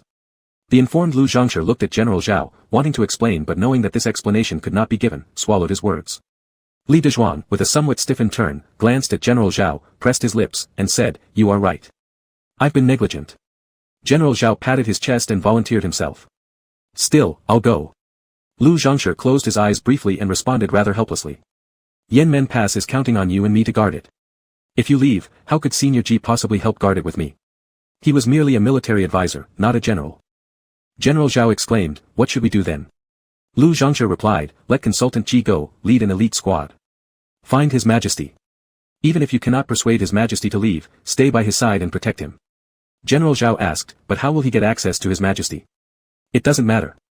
I'll write a personal letter stating that he's coming as my representative. The emperor would definitely receive him. As he spoke, Lu Zhuangshi went to the table, sat down, and started writing with his brush pen. Swiftly, in just moments, he completed the letter, carefully packed it, and handed it over to Li Dezhuang. I know you're anxious, but when you go, remember to pay attention to safety. Li Dezhuang nodded. The road to Wei Qing wasn't difficult to navigate. Since Li Dezhuang rode an excellent horse, he left in the morning and arrived by evening. Taking the personal note given by Lu Zhuangshi, he handed it over to Meng General's house, whereafter, upon inspection by the gatekeeper, he was permitted entrance. Initially, he planned to rush directly to Mu Jian, but after careful thought, decided to seek Meng General first. Though concerned about Mu Jian, he still tried to avoid meeting Mu Jian whenever possible. Avoiding entangling threads of complex relations was preferable. Cutting them cleanly and neatly would only bring more chaos. Meng General had long heard the name of consultant Ji Engsu, so meeting him face-to-face filled Meng with unspeakable joy. Not only did he invite Ji to take the honored seat, but he also ordered tea for him. Chattering enthusiastically about the latest weapons innovations. After answering a few questions, Li Dezhuang hastily inquired, "Have you heard that His Majesty personally led the army into battle?" Meng General's expression immediately grew solemn. Even though they were alone inside the room and Li Dezhuang's voice was low when questioning, Meng General remained cautious, casting a glance around. Lowering his own voice, he replied. "Indeed. Our emperor, despite being young, since ascending the throne, every single act performed has been for the benefit of our nation and people. Reducing taxes, selecting talent. And now, he has personally led the campaign to reclaim the Yuyuan region. Our army's morale soared. When did he arrive? Half a month ago. The emperor's movements were kept secret, hence everyone was kept in the dark." Li Dezhuang was startled. Then how did the barbarian tribes find out? "We leaked the information ourselves. After the emperor revealed himself, naturally, someone found out." Meng General took a sip of tea. His Majesty proclaimed that Yanmen Pass holds strategic importance and thus is a battleground that cannot be ignored. If a true conflict breaks out there, it would certainly result in devastating bloodshed, costing lives and resources. Meanwhile, the nearby Maicheng serves as our food supply base, which should remain undisturbed, so His Majesty lured the barbarians here. In a flash, Li Dezhuang jumped up. How could the ruler of a country make himself bait? Meng General was startled by his sudden outburst and blinked. The emperor said, "The people come first, rulers last. This isn't an issue." Meng General calmed him down, "Don't worry too much. The emperor is fine, merely suffering some minor injuries." Li Dezhuang had just seated himself when he shot up again upon hearing this. "Got injured? What the heck, what happened to you guys? How could a group of people fail to protect one Mu Jian? What can Mu Jian do? He grew up in the cold palace. He only began learning martial arts when he was 11 or 12, so his kung fu is not worth looking at. The emperor leading the army in person is just to boost morale. Are you really going to let him fight on the battlefield?" Meng General blinked in confusion. "Just a minor injury. Even a minor injury is still an injury." Li Dezhuang paced anxiously. "How is His Majesty?" "He's fine. Gee, since you're so worried, why don't you go take a look?" Li Dezhuang instantly calmed down. "No need." He still didn't want to see. Li Dezhuang bowed. "General Meng, I just came on behalf of my general to inquire about His Majesty's condition. Since His Majesty is safe and sound, we can rest easy. As soon as it's dawn tomorrow, I will return to Yanmen Pass. Please, General Meng, don't tell His Majesty that I've been here." Meng General did not understand. "If you've come all this way, why not let anyone know?" Though puzzled, Meng General still nodded in agreement and arranged accommodation for Li Dezhuang and his companions. Before sleeping, Li Dezhuang left most of the elites he brought with him behind to protect Mu Jian. The remaining ones would return to Yanmen Pass with him the next day. Everything was arranged properly. All he wanted to know, he now knew. And the person he didn't wish to see remained unseen. Yet, Li Dezhuang couldn't sleep. During this year stationed at Yanmen Pass, the moments spent with Mu Jian always floated back into his mind. Mu Jian's obsessiveness, his infatuation, his coquetry, his sly favor currying. It was as if unknowingly at some point, these memories had planted a seed in his heart, which quietly sprouted and gradually grew strong. Li Dezhuang walked under the moonlight with a lantern in hand. Heavy moon shadows, dancing tree shadows. Alone, his footsteps echoed clearly and loneliness filled the silent night. Meow. From the darkness came a cat's meow. Li Dezhuang stopped, gazing toward the sound but didn't see the cat. As he approached, he found a small kitten, thin, dirty, its glassy eyes staring at Li Dezhuang. He raised the lantern in his hand. The kitten walked closer to him. Li Dezhuang squatted down and scooped the kitten into his arms. The kitten struggled in his arms. "That cat scratches. Be careful." A familiar voice cut through the night, carried by the wind to Li Dezhuang's ears. Startled, Li Dezhuang looked up. A figure sat atop the wall, dressed in dark clothes, with a somewhat gaunt face and heavy dark circles beneath the eyes, yet none of it detracted from his handsome appearance. One hand hung lazily over the knee, there were faint claw marks on the back of his hand. Time seemed to stand still in this moment. The man on the wall said, "That's my cat." Li Dezhuang felt a tremor run through him, as if transported back years to that winter day when he saw the child perched on the wall, clad in ragged clothing, with two small hands frozen like carrots. The man on the wall asked, "Do you like my cat? If you like it and want to see it, you can come find me." Li Dezhuang felt a lump in his throat and after a long pause replied, "I don't like it. Since it's yours, take it back." With that, he loosened his grip. The struggling kitten deftly leaped down and disappeared in a flash. But the man on the wall was still looking down at him. His gaze intense. As if all time between them had slowed due to his unwavering attention. Lantern. The man on the wall said. Are you not giving it to me? I'm afraid of the dark. Chapter 93, Step forward, it's you, step back, it's still you. Li Dezhuang slowly tightened his grip on the lantern. His Majesty is an adult now, why would he be afraid of the dark? He would be afraid because my moon is gone. Li Dezhuang frowned, raising his head to glance at the sky. There was a big moon right above them. What nonsense was he spouting? But when Li Dezhuang looked back, he saw Mu Jian jumping down from the wall, his clothes flapping in the wind as he landed steadily. He walked straight toward him, his gaze fixed on him without wavering. Li Dezhuang suddenly understood. Mu Jian's moon referred to him. Ji Engsu. Mu Jian's voice was soft and faint, yet his enunciation felt gentle. In that fleeting moment, it seemed like he wasn't the slightly deranged prince he used to be. To repay the Lu family's kindness, does your name imply a rising sun? No. What then? It's my real name. What else could it be? All right. Mu Jian seemed somewhat tired. When he stopped walking in front of Li Dezhuang, he took away the lantern from his hand. I suppose Advisor Ji isn't afraid of the dark, so this lantern might as well be given to me. Li Dezhuang didn't move, allowing him to take the lantern away. After some contemplation, he said something. They said you were injured. Mu Jian lifted up his hand. There were 2 scratch marks from a cat's claws on it. Li Dezhuang. No wonder they said it wasn't serious. Mu Jian, worried about me? Your Majesty is a man of great value. If anything were to happen to you at this frontier pass, it would be a loss and misfortune for our court. Mu Jian sighed, naturally grabbing Li Dezhuang's wrist and leading him slowly back with the lantern in hand. When did you start learning these official platitudes? They really don't sound pleasant. You are the emperor. If I don't speak formally, one slight frown from you, and my head might be on the line. When Mu Jian escorted him to his lodging, he said, go back early tomorrow morning. Be careful on the road. Li Dezhuang was surprised. Mu Jian actually let him go. Mu Jian released his wrist, standing before him, do you miss me? Naturally not. I am here at the request of General Lu Xiaoyu to check on your Majesty. Mu Jian laughed once, now you're not speaking in formalities to me anymore. Isn't it what you wanted to hear? Both of them fell silent for a while. For a moment, no one spoke. Mu Jian slightly turned his gaze and glanced at him. You quite like it here. Li Dezhuang nodded. The sky here is very blue, and the people have simple manners. Everyone is very kind. You've tanned a bit. Li Dezhuang subconsciously touched his face. Really? Did he tan? Being around the rough soldiers all the time, he had always been the whitest one among them. But he hadn't expected to have gotten darker. Seeing Li Dezhuang furrowing his brows in thought, a hint of smile escaped Mu Jian's lips. In fact, the 13 prefectures of Yuyun are even more beautiful. It's rumored that in the Canglan continent, there is a hot spring by which red plum blossoms flourish like rising clouds and rosy dawn. And on Moyun continent, there are vast grasslands where one can gallop on horseback. After we reclaim them, I'll take you there. Li Dezhuang furrowed his brows. You aren't going back, are you? This is a battlefield. What if something unforeseen happens? I'm not returning. The empire has just finally stabilized after a lot of hard work. With adjustments over a whole year, the nation is wealthy and the army is strong. It's the perfect opportunity to reclaim the 13 prefectures of Yuyun. Li Dezhuang quietly watched Mu Jian. He was far from the capital in Yanmen Pass, and news arrived inconveniently. Yet, he still often heard of Mu Jian's achievements, cutting heavy taxes, opening trade to merchants, welcoming capable individuals. You've become a good emperor. Mu Jian looked at him, are you pleased with the kind of good emperor I've become? Li Dezhuang nodded. Then it's fine. Is that all? Mu Jian, rest well, I'm leaving.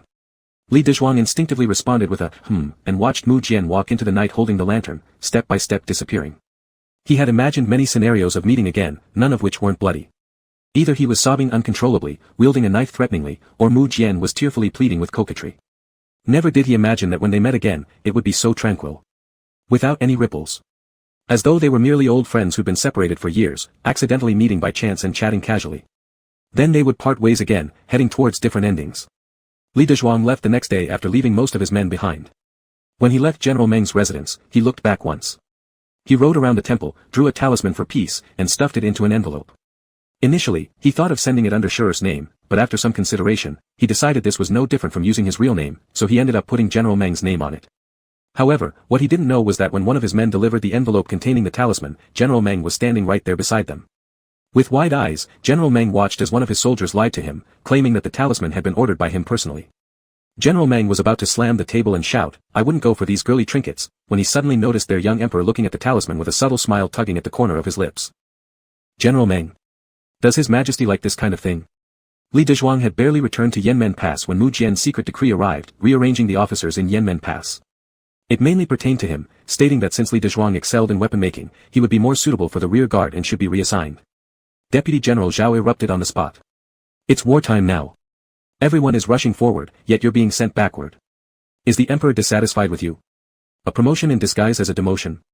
Lu Zhuangshi glanced at Li Dezhuang, who remained silent, before speaking up. This shows the emperor values talent. Value talent, my foot. First, he met with the emperor, then the emperor moved him to the rear. He just lost the chance to achieve great things. Shi sighed deeply, rubbing her forehead. Maybe he's concerned for your safety. What danger? As a strategist, Ji doesn't even need to go to battle, and mostly stays in the rear line. Even if he trailed behind us during the campaign, after it ended, he'd still get plenty of rewards. Deputy General Zhao was visibly fuming. He kicked Li Dezhuang. Speak up. Am I the only one worried for you? Have you offended the emperor or something?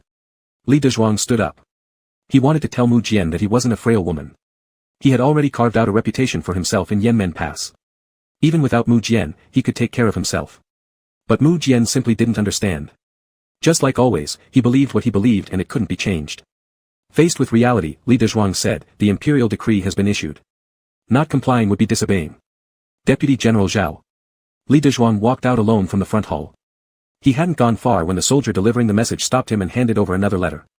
Recognizing the handwriting on the envelope, Li Dezhuang knew it was from Mu Jian. Li Dezhuang opened the letter. Don't be angry. The Yi tribe is cunning. They've recognized your capability and want you to guard my back. Trust me to hold fast. If I win, I will return in triumph, and moving forward, it will still be you. If I lose, the army retreats, and stepping back, it will still be you. Hold firm on the last position for me. In this world, I trust you the most. Chapter 94, As long as I am here, there will be no chaos. After Li Dezhuang dispatched his troops to Huai City behind my city, he went to the vast Huai City. It was usually a place for military training. Now that Li Dezhuang had arrived there, day and night he thought of feasible weapons in this era. Sheets of paper with sketches piled up one after another, but upon reviewing them, none of them were actually usable. Constant messages from the front line kept coming in. The Yi tribe attacked Wei City twice more, but both attacks failed. This was already the third time. One push, the second wanes, the third exhausts. If the Yi tribe retreated now, things would be fine, but if they prepared to attack again, it would inevitably be a desperate counterattack. Then, most of the Yi's troops would surge towards Wei City. Li Dezhuang was so worried that he couldn't eat or drink. As dusk approached, he received a secret letter from Mu Jian. The beginning of the letter was the same as those of the past few days. I am fine, just missing you. I heard from General Meng that you've gathered food supplies, horses, and fabrics from the surroundings as requested. Everything is ready.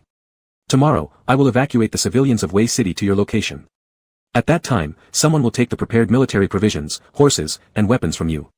Upon seeing this, Li Dezhuang was stunned. Had it become serious enough to evacuate the city's residents? Wouldn't Wei City then become an empty city? What was Mu Jian planning to do? The more Li Dezhuang thought about it, the more anxious he became, his trembling hand gripping the letter tightly as he continued reading. There will be many people, and accommodating them will be quite arduous. They are mostly relatives and family members of the soldiers. Stabilizing them means stabilizing the morale of our army and calming the front lines. I believe you can handle it well. Mu Jian didn't say anything. Li Dezhuang read the letter over and over again, hoping to disassemble each word and reread it, but still could not figure out what Mu Jian planned to do. With Wei City empty, leaving only the soldiers, was it going to have one final battle with the Yi tribe? Li Dezhuang's heart was high up in suspense, unable to relax no matter what. He hurriedly found his homing pigeon and wrote a letter, sending it to Yanmen Pass to inquire through Shi. The reply came from Deputy Commander Zhao. Shi wasn't at Yanmen Pass. After seeing the Emperor's secret decree, he left with a team of elite soldiers. Where exactly he had gone, no one knew. Fear began to take root in Li Dezhuang's heart. But he couldn't show it, he could only secretly worry. The next morning, Li Dezhuang ascended the city wall early and looked toward Wei City. Even though it was spring, the morning wind was still somewhat harsh. The rustling wind sounded like mournful weeping. Li Dezhuang vaguely saw the soldiers escorting the evacuating civilians, so he quickly instructed the guards to assist. They arranged pre-prepared tents, vacant civilian houses, and food provided by the army for the refugees. 3 days later, a battle broke out in Wei City. Drums roared. Though Huai City couldn't hear it, Li Dezhuang did receive news. Normally such reports should spread within the army, but for some reason, it had also reached the ears of the civilians inside the city. The ongoing war in Wei City scattered the hearts of the civilians taking refuge in Huai City. Some wanted to flee, escape this place. 1 led to 2, 2 led to 3. Li Dezhuang climbed onto the city wall, took out the fire gun he had previously designed, and fired 3 shots into the sky with a bang bang bang, trying to calm the citizens. The people's anxiety subsided for 2 days before restlessness returned. It was simple. The war in Wei City hadn't ceased. Li Dezhuang received a war report. The crown prince of the Yi tribe had arrived at the front lines, boosting their morale. On the contrary, their own side suffered consecutive defeats and now had retreated to within Wei City, holding it without retreating further. When Li Dezhuang received this report, he went dark in vision, collapsing into his chair. After regaining himself for a long moment, he silently repeated, Mu Jian is the protagonist, he has his aura, his halo. Nothing bad will happen. Commander G. A soldier rushed up in panic, Commander G. Trouble, chaos is erupting within the city. Startled, Li Dezhuang stood up, didn't even bother putting on his outer robe, and immediately followed them out. Civilians are running around screaming, saying Wei City has fallen. There are no food supplies in the city. His Majesty is injured, and the Yi tribe is going to massacre the entire city. Li Dezhuang's lips tightened into an iron-hard line. Reports from the nearby soldiers kept coming in. Should be spies sent by the Yi tribe to disturb public morale. With the front line in such difficulty, if the rear also falls into disorder. There won't be any disorder. Li Dezhuang stopped, firm as steel. The determination in his eyes was like blazing fire. The Emperor has entrusted me with the rear. As long as I am here, there will be no chaos. The soldier hesitated for a moment. Seeing the slim figure of this pale and delicate advisor, who looked more beautiful than a woman, he suddenly felt deep respect. On the main street, 7 or 8 men were running and screaming wildly. It's over. The world is going to end. His Majesty will die. We are all doomed. The terrified civilians gathered around, watching these frantic individuals while muttering amongst themselves. Suddenly, an arrow flew from somewhere unknown. It pierced through someone's chest. The man who had been running and screaming only a second ago fell to the ground the next.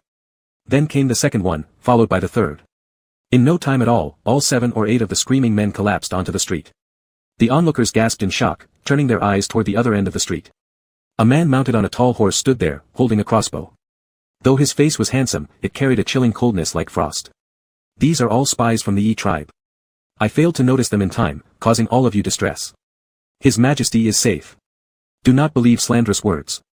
Li Dezhuang pulled a letter out from his robes and raised it high. I received a letter from His Majesty just today.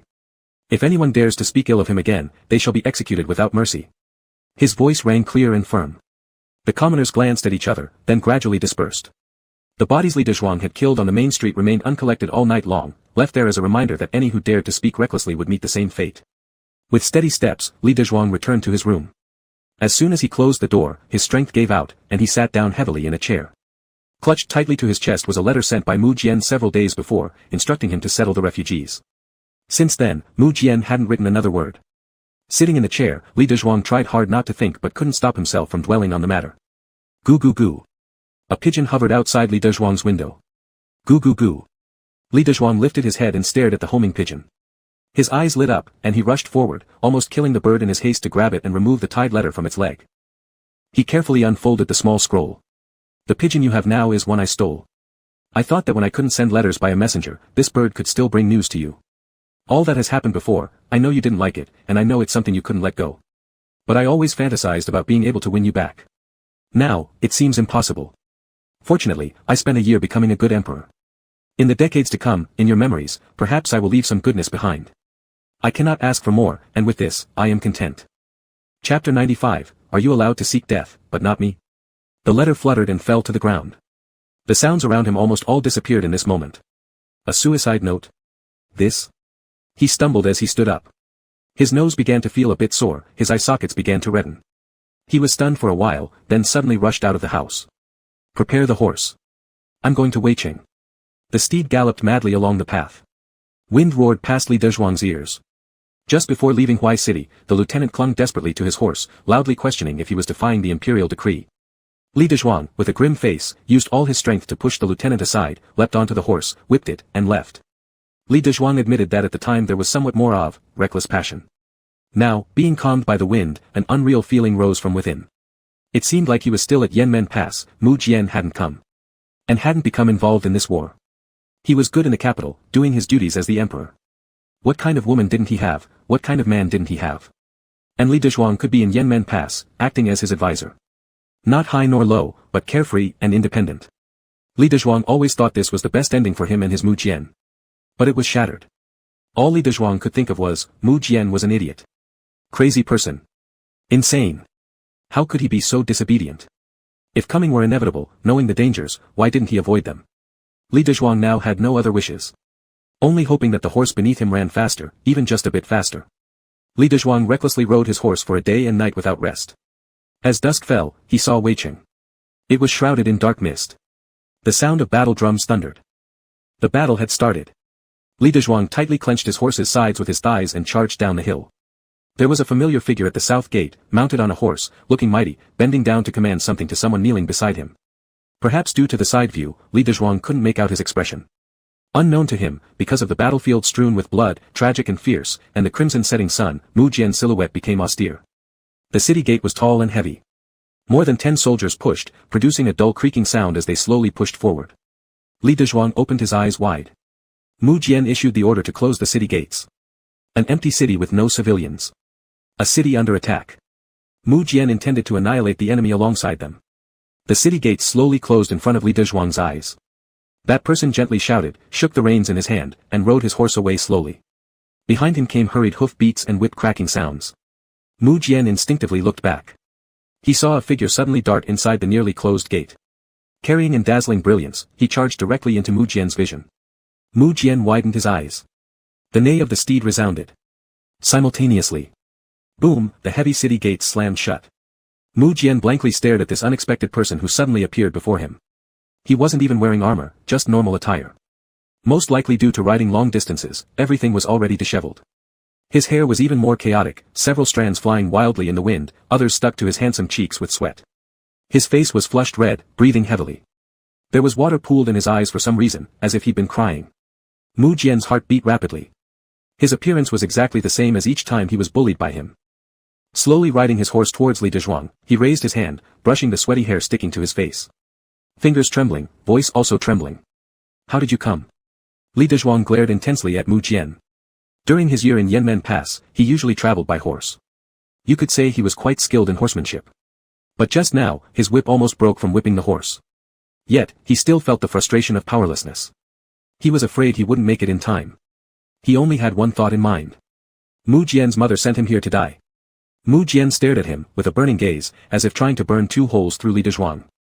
This gaze was too familiar. Li Dezhuang glared furiously back. To ask you to compensate my horse. It's my favorite horse. Mu Jian stared at his face for a while, laughing softly amid shocked and fearful gazes from those around him. I'll compensate. I, the Emperor, will compensate. He grabbed Li Dezhuang's arm, exerting force suddenly. Pulled the man onto his own horse. The soldiers around widened their eyes. Out of nowhere, a person intrudes, which is fine. Then shouts at His Majesty upon arrival. Not only was the Emperor not angry, but he also laughed. And pulled this person onto his own horse. This person. The surrounding soldiers couldn't help but take another glance at Dezhuangli. His face was pale and delicate, with a pair of beautiful eyes that were watery. The corners of his eyes were red, as well as his nose tip, looking like a flower battered by wind and rain, evoking sympathy. Li Dezhuang got on Jian Mu's horse and saw his favorite one swaying wearily. It took 2 steps forward and then collapsed. There was a collective gasp from the crowd. But all Li Dezhuang could hear was the steady heartbeat from within Jian Mu's chest. It was quick and powerful. Li Dezhuang thought, finally there's a sense of reality. Jian Mu looked down at him and asked, I ordered you to stay in Huai City, yet you disobeyed my command. He looked up, grabbing the armor on Jian Mu's body, and spoke in a hoarse voice. Are you allowed to seek death, but not me? Jian Mu burst out laughing, longing to strip this man right on the saddle. He wanted to delve into the very depths of his pleasures and satisfy the yearning of the past year. He lowered his head and bit his earlobe fiercely. A cry of pain emerged, then the bite turned into a lick. Disobeying imperial orders deserves punishment. You will be locked up. Jian Mu turned his head and asked the general, who pretended not to hear anything, is there any space left in the prison west of the city? The general replied, none left, they are all occupied by E-tribe captives. Didn't we just report this in the morning? Already forgotten. What about the county magistrate's jail? There's no place there either. Didn't we just discuss this? It was even commanded by Jian Mu himself. Wounded soldiers lying on the streets are prone to infection. The jails have enough room, sheltered and spacious. We moved them there. Dezhuangli slapped Jian Mu's chest, startling the general. My heavens! Who is this dashing fellow to His Majesty? Could he be so pampered? Enraged, Li Dezhuang said, you really want to lock me up? You damn! His horse almost ran itself to death. Jianmu freed one hand and gave him a light pat on the back of his head. Insolence against your emperor. I won't let you go today. Since there's no place anywhere else, you'll be locked up in my chambers. I will personally keep an eye on you. Don't you have a war to fight? Do you have time to watch me? Realizing something, Li Dezhuang said, was the letter you sent to me just a trick? To lure me here? Jianmu spurred the horse, smiling. Who's deceiving whom here? There's going to be a battle. Stay put, and wait for me to come back. The horse stopped in front of General Meng's residence. Jianmu helped Li Dezhuang dismount. I have the charm you gave me, surely ensuring my safety. Don't worry. That's superstitious nonsense, it actually doesn't work. I gave it to you because... No. It wasn't even me who gave it to you. It has nothing to do with me. Chapter 96, Ji Cixi was disobeying orders and is still being punished. Where does he think he's going? Mu Jian smiled as she looked at him, unable to hold back any longer. With a swift movement, she grabbed his waist and pulled him into her embrace, directly kissing him. The lip she had yearned for all year was finally hers to taste. Mu Jian wished she could swallow him whole. Li Dezhuang struggled but could only let her have her way. Mu Jian was ruthless at this moment. The war situation was tense, and the front line was in urgent need of support. She had to leave. Wait for me to come back. Before Li Dezhuang could utter another word, Mu Jian mounted her horse and left, bending down briefly to touch his face. She ordered those left behind to hide Li Dezhuang in the secret chamber and then galloped away on her horse. Li Dezhuang stood there, watching her silhouette disappear, feeling both angry and worried. You dare to take advantage of me when you catch me. You'd better not come back. If you do, I'll beat you to death. In the dark secret room, Li Dezhuang didn't know how much time had passed. It seemed like an eternity, yet Mu Jian still hadn't returned. There was no sound around him. Only he himself, along with two burly men tasked to protect him, remained. Li Dezhuang couldn't sit still, pacing restlessly. One of the strong men spoke up, Advisor Ji, there's no need to worry so much. His Majesty will surely make the right decision. Why am I locked here? I'm not one who would drag anyone down. The strong man said nothing. Who dares to speculate about His Majesty's will? Furious, Li Dezhuang flopped onto a chair. But before 2 minutes had passed, he stood again, rushing toward the entrance of the secret room. However, he was stopped by one of the strong men. The strong man said, Advisor Ji, please sit down. If anything happens during your absence, His Majesty will hold us responsible. How can I just sit here while he fights out there? The strong man said nothing, merely bowed slightly. Please stay here, Advisor Ji. Li Dezhuang took a deep breath, turned back, and sat down. Suddenly, chaotic noises came from outside. Screams, running footsteps, clashing weapons. Someone has infiltrated inside. Shocked, Li Dezhuang stood up again. The two big men guarding the secret room door drew their knives from their waists. In the dim light, the sharp edges gleamed coldly. Li Dezhuang tightly grasped the arrow crossbow in his hands. His heart felt like it was hanging in his throat. As the sounds of battle gradually escalated and then faded, no one arrived at the secret chamber. Holding their knives, the two large men glanced back at Li Dezhuang, rest assured, Advisor Ji. It seems quiet outside now. No one will come here. Li Dezhuang chuckled lightly, holding his crossbow. Even if someone fought their way in and occupied the general's residence, they wouldn't easily find this secret chamber. Not everyone's secret chamber would be built next to a toilet. Absolutely ingenious. Li Dezhuang set down his crossbow. Your Majesty really has an unusual mind, no ordinary location chosen for the secret chamber. The strong man bowed deeply, saying, this is General Meng's secret chamber, not His Majesty's. Li Dezhuang sat down. What's the difference anyway? He gazed in the direction of the secret chamber door. Whether it's in the study or the toilet. All he hoped for now was that Mu Jian was safe, General Meng was safe, and the soldiers remaining in Weiqing were also unharmed. Time always drags painfully when waiting. Suddenly, the door to the secret chamber creaked open. Li Dezhuang stood up. Looking at the person appearing in the doorway, his tense nerves relaxed immediately. Mu Jian's cloak was covered in blood, she casually tore it off and threw it on the ground. It's safe outside now. Why don't you come over? Li Dezhuang walked forward. Smiling, Mu Jian pulled his hand and led him out of the secret chamber. As they approached the main hall, the number of bodies on the ground increased.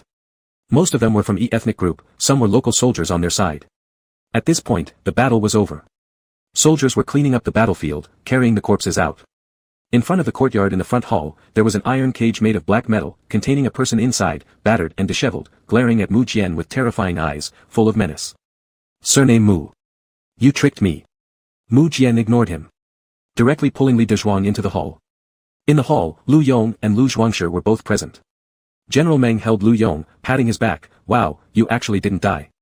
My 2 tears were shed in vain. Big brother Ji. Shi walked smiling towards Mu Jian and gave her a bow, Your Majesty. A crowd of people inside the hall followed suit and knelt. Mu Jian's voice was calm, everyone, please rise. General Meng reported the military situation, all of this ethnic group's army has been captured by us. And according to your majesty's orders, we let some stragglers go back, to pass on messages to the tribe. Mu Jian pulled Li Dezhuang and sat beside her. As for the captives of any rank, don't leave them alive. Order people to cut off a small segment of their little fingers every day and throw it over. Yes. Li Dezhuang looked left and right. Something felt very off. When the war started, they seemed to be at a disadvantage, however, why did Li Dezhuang have the feeling that the opponent had walked into their trap? Mu Jian turned her head to ask Lu Yong. How is Ji Qing doing? Lu Yong replied, Your Majesty, rest assured. After capturing Ji Qing, my deputy general quickly took control of the city walls. Now, the citizens of the city are all in our hands. The tribe will not dare to attack rashly. Li Dezhuang blinked. Ji Qing. Isn't that one of the cities from the 13 states of Yuyun? The closest to Weiqing. Lu Yong took it down. Mu Jian said, a tiger father never bears dog sons. Now General Lu's sudden appearance on the battlefield threw the ethnic group off guard. Moreover, the crown prince of the ethnicity is in our hands. Our morale is high. Does General Lu have confidence to capture another city before the enemy reacts? Lu Yong was full of confidence. Yes. Mu Jian smiled, then General Lu, I entrust you with leading the vanguard forces. Yes. Lu Yong accepted the mission and left with his son. Mu Jian discussed other matters with the remaining generals. Li Dezhuang listened carefully from the side, and gradually figured things out. Mu Jian appearing in Weiqing was premeditated. She intended to make it an ambush. With the emperor in Weiqing, the would definitely send a large force to invade. Sure enough, even the crown prince of the ethnicity showed up. Mu Jian cleared out the civilians from the city, pretending to struggle under attack while allowing General Lu to seize Ji Qing. Probably sure heir also got involved here. That's why he wasn't there when Li Dezhuang sent the message pigeon. He left hastily. Thus, this move created a pincer effect, cutting off the retreat of the forces. Weiqing became the trap for capturing the crown prince along with his heavy troops. If the forces entered, they were bound to lose. The more Li Dezhuang thought about it, the angrier he became. Hadn't that letter of his just been nonsense? After giving instructions, Mu Jian let the generals handle their respective tasks, leaving only Li Dezhuang and herself in the hall. Li Dezhuang shook off her hand and stood up suddenly. Mu Jian, do you find it amusing to deceive me? Mu Jian smiled faintly, when did I deceive you? Did I say I would die here? Mu Jian grabbed his hand again, smiling. It's actually you who scared me half to death. How could you come directly without worrying about the danger on the road? In sending that letter, she hadn't intended for him to rush here but merely to cause anxiety. Li Dezhuang withdrew his hand. The sense of shame for being toyed with rose within him. They had everything planned. There would be no trouble at all. And he had foolishly rushed over.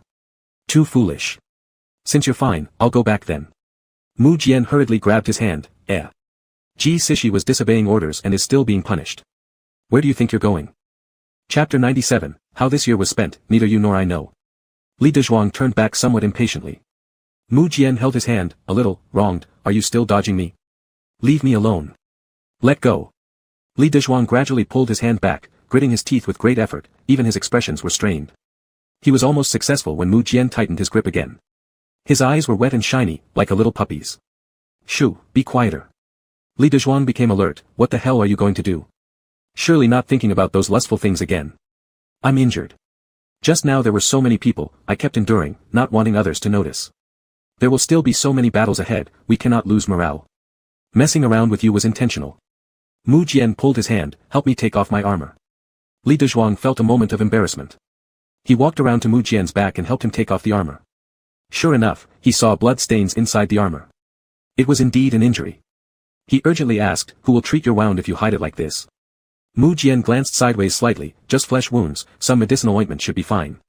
If others knew, problems would surely arise. Li Dezhuang frowned tightly, then should I help you back to your room? And then I'll get some medicine. How do you plan to explain it?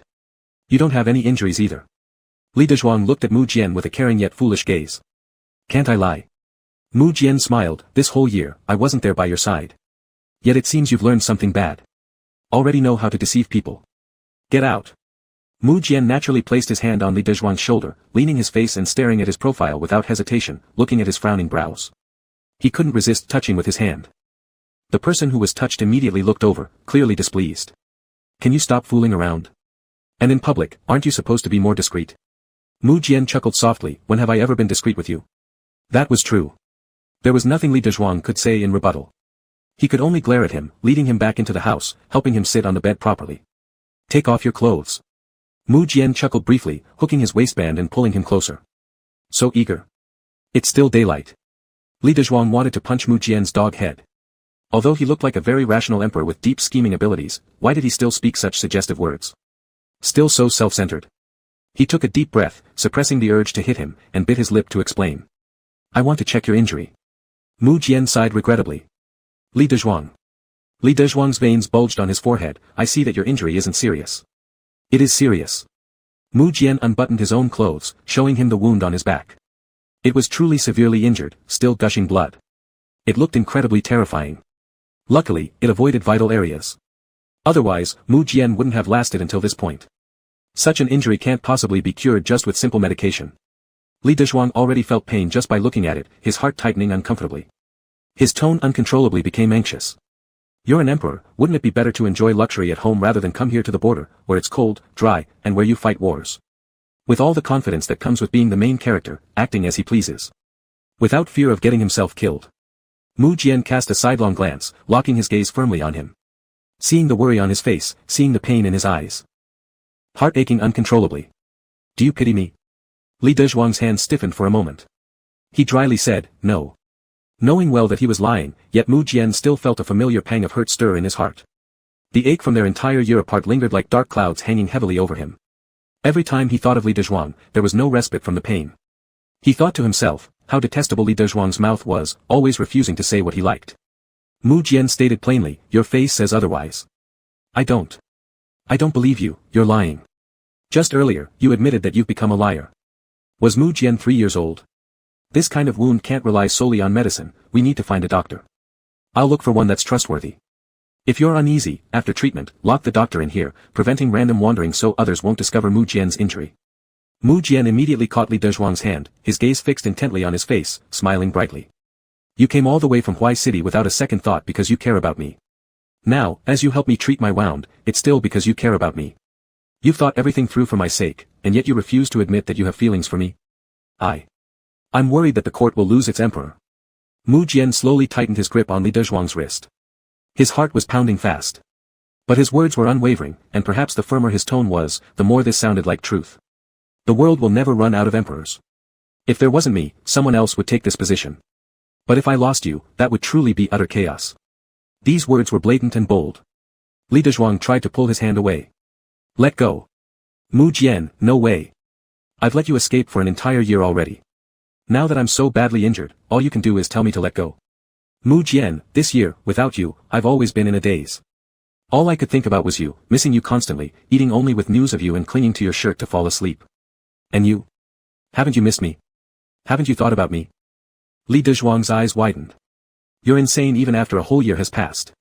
Listening to news of him while eating was one thing, but sleeping while hugging his clothes, what was that? Mu Jian pulled him closer. Their lips were dangerously close. If Mu Jian just slightly leaned in further, their lips would touch. So Li Dezhuang tilted his head back as much as he could, trying to create as much distance between them as possible. I need to find a doctor, or at least get some medicine for you. Stop fooling around. Not fooling around. Isn't this considered fooling around? Li Dezhuang took a deep breath. Are you not in pain? Mu Jian buried his face into Li Dezhuang's shoulder, hugging him tightly. It hurts. Let me ease the pain first. Li Dezhuang pushed against him. Don't resist. Mu Jian whispered into Li Dezhuang's ear, my wound really hurts. If you keep resisting, my injury might worsen. It seemed like these words had startled Li Dezhuang for a moment. For a brief instant, he truly stopped struggling. Mu Jian chuckled, good boy. Get lost.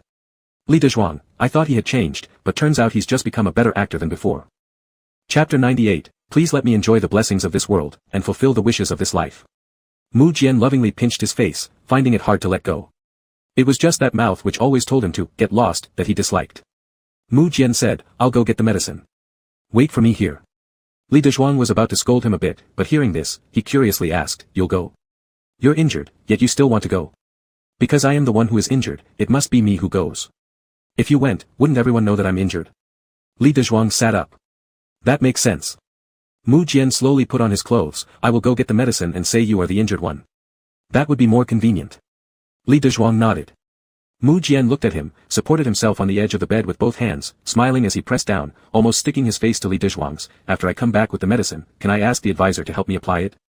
Li Dezhuang's breathing faltered. Since he came to Yanmen Pass and became an advisor, many people had called him Advisor G. Chief Advisor, Short Advisor. At first, it felt a bit awkward, but gradually, he got used to it. But now, these two words, advisor, chewed by Mu Jian surprisingly brought out a hint of lustful, passionate feeling. It was as if Mu Jian were just a little soldier under Li Dezhuang's command. And this little soldier was currently attempting to overstep. Li Dezhuang's ears turned red, and he pushed Mu Jian a bit. Just go already. Mu Jian chuckled while pinching his reddened ear. The advisor hasn't even said yes or no yet. Yes, yes, yes. Just go. Mu Jian smiled, let go, leaned over to kiss his earlobe, then stepped out of the room. Unexpectedly, it took him quite a long time to get the medicine. When he returned, he was holding a doctor's medicine box.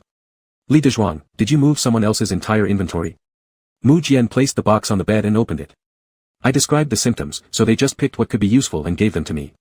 Li Dezhuang looked through the bottles and jars he had. Do we need so much? The bottles all had writing on them. As Li Dezhuang inspected further, he started to feel something was off. There were indeed some medicines for treating wounds like golden sore ointment. However, why were there also anti-inflammatory and swelling-reducing medications? There were also some other strange ones whose names Li Dezhuang hadn't heard of, and he couldn't tell what they were for either. Why are you swollen or inflamed somewhere else?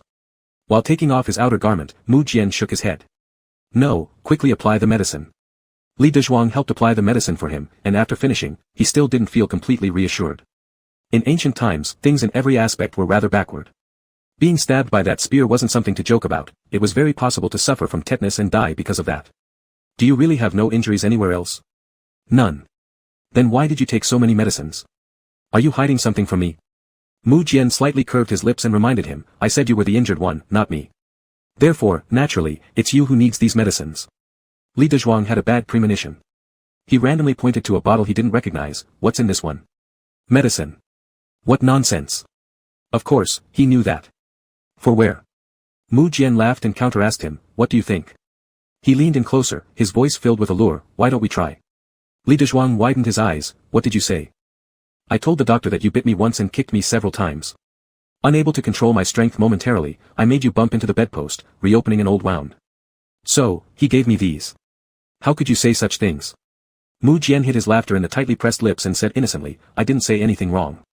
Which word, which sentence was incorrect? Li Dezhuang was angry enough to have a heart attack. He could vividly imagine that scene without closing his eyes. At that time, the doctor's face must have been extraordinarily fascinating. Li Dezhuang's face turned dark, and he kicked Mu Jian in the abdomen. Are you sick? Why don't you directly say I'm injured? You don't have to mention those unrelated things. What you're doing is ruining someone's reputation. Mu Jian was a bit disgruntled and pitiful, kissing his earlobe, Advisor G is wronging me. I did say I was injured. He insisted on asking what kind of injury and how I got it, so naturally, I made up something to tell him. I see you're doing it deliberately. Mu Jian grabbed his ankle and pulled it toward his side. No. Li Dezhuang noticed his foot was pulled to Mu Jian's waist and realized belatedly that this posture wasn't good. Danger warning. He wanted to pull his foot back, but Mu Jian quickly grabbed it and held it down. Mu Jian grinned as he leaned in, his eyes burning with passion and love, like a fiery flame, about to consume Li Dezhuang entirely. Li Dezhuang could feel the heat radiating from him. Just before their lips touched, Li Dezhuang trembled and called out, Mu Jian. Mu Jian paused, lowering his gaze to look at him. Trembling, Li Dezhuang stared into his eyes. Do you intend to force yourself on me again?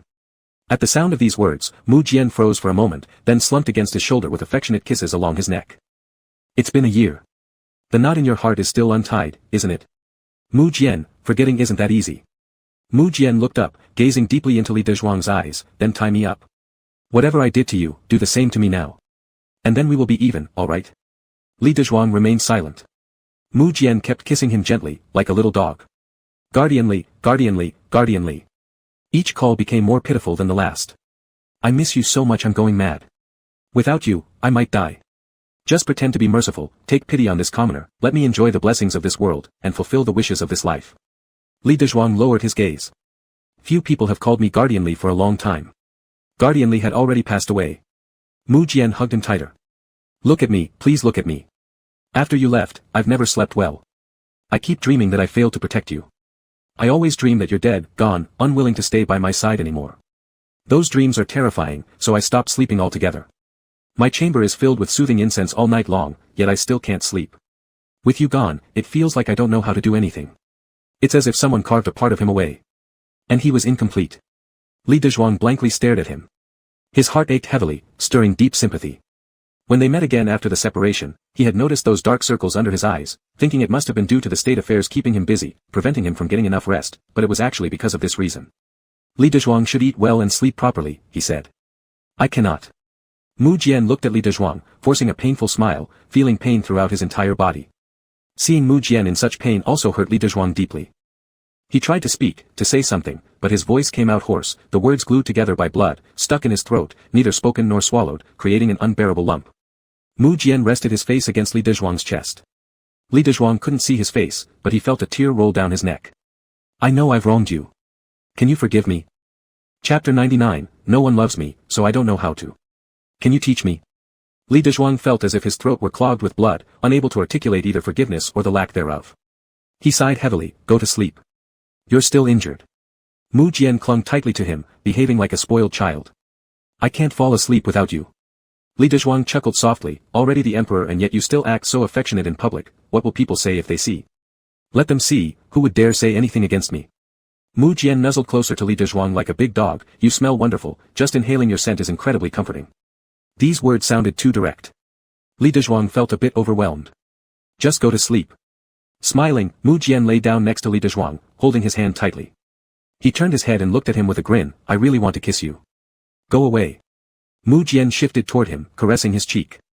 I have to remember how many times you've said, go away, so I can collect on it later. You win. You win. Seeing that Li Dezhuang no longer responded, Mu Jian smiled contentedly, leaning over and closing his eyes. Breathing in his scent, he quickly fell into a deep sleep. Once he was asleep, only then did Li Dezhuang dare to gaze at him carefully. His dark circles under the eyes were very pronounced. His complexion wasn't as healthy as before, somewhat weakly pale. Li Dezhuang reached out and touched him gently. Won't die prematurely, right? Shouldn't. He's the protagonist after all. Mu Jian had a very peaceful sleep, lasting for 3 hours before waking up slowly. Without fully opening his eyes, he first reached out to touch the person next to him. Not caring about anything else, he leaned in and gave a kiss. In this state, he appeared very obedient. Like a well-rested cat, slowly stretching its claws, not harming anyone. Guardian Li. Li Dezhuang corrected him, Advisor G. Mu Jian took a deep breath, moving closer to him, Empress. The two words, WTF, almost burst from his mouth. Li Dezhuang immediately panicked and sat up from bed, nearly choking on his own saliva. With trembling fingers pointing at Mu Jian, he stuttered. You, don't call me randomly. Mu Jian looked at his flustered appearance and laughed quietly. He caught Li Dezhuang's wrist, pulling his extended finger into his mouth, sucking it lightly. When the finger pulled out, there was a pop sound. Li Dezhuang burned up. Shit. Allowing this person to sleep enough. Selling oneself out thoroughly. And now, bullying him again. Mu Jian smiled pleasantly, I've reserved a position for you amidst all the ridicule from the ministers. Don't you like it? I'd like it if ghosts liked it. Li Dezhuang, angered, stood up, ready to leave the bed. Without haste, Mu Jian bent his knees. Wherever Li Dezhuang moved, Mu Jian blocked his path. Although Li Dezhuang tried lifting his legs several times, he could not step off the bed. He felt somewhat desperate, let me get down. Mu Jian shamelessly replied, I'm not stopping you from getting down. Just step over me. With gritted teeth, Li Dezhuang forcefully stepped over. Just as he was about to get off the bed, Mu Jian raised his leg and hit Li Dezhuang's legs. Caught off guard, Li Dezhuang stumbled forward, being embraced around the waist by Mu Jian. Struggling fiercely, Li Dezhuang demanded, do you have any dignity left as an emperor? Tricking me. Laughing twice, Mu Jian responded, if you don't like the empress position, it's fine too. After all, being the empress involves far too many tasks, daily disturbances galore. Here's another idea, I'll promote you as a consort, allowing you to be by my side every day, in a side chamber adjacent to my imperial study. Slap. A long-awaited crisp and resounding slap echoed.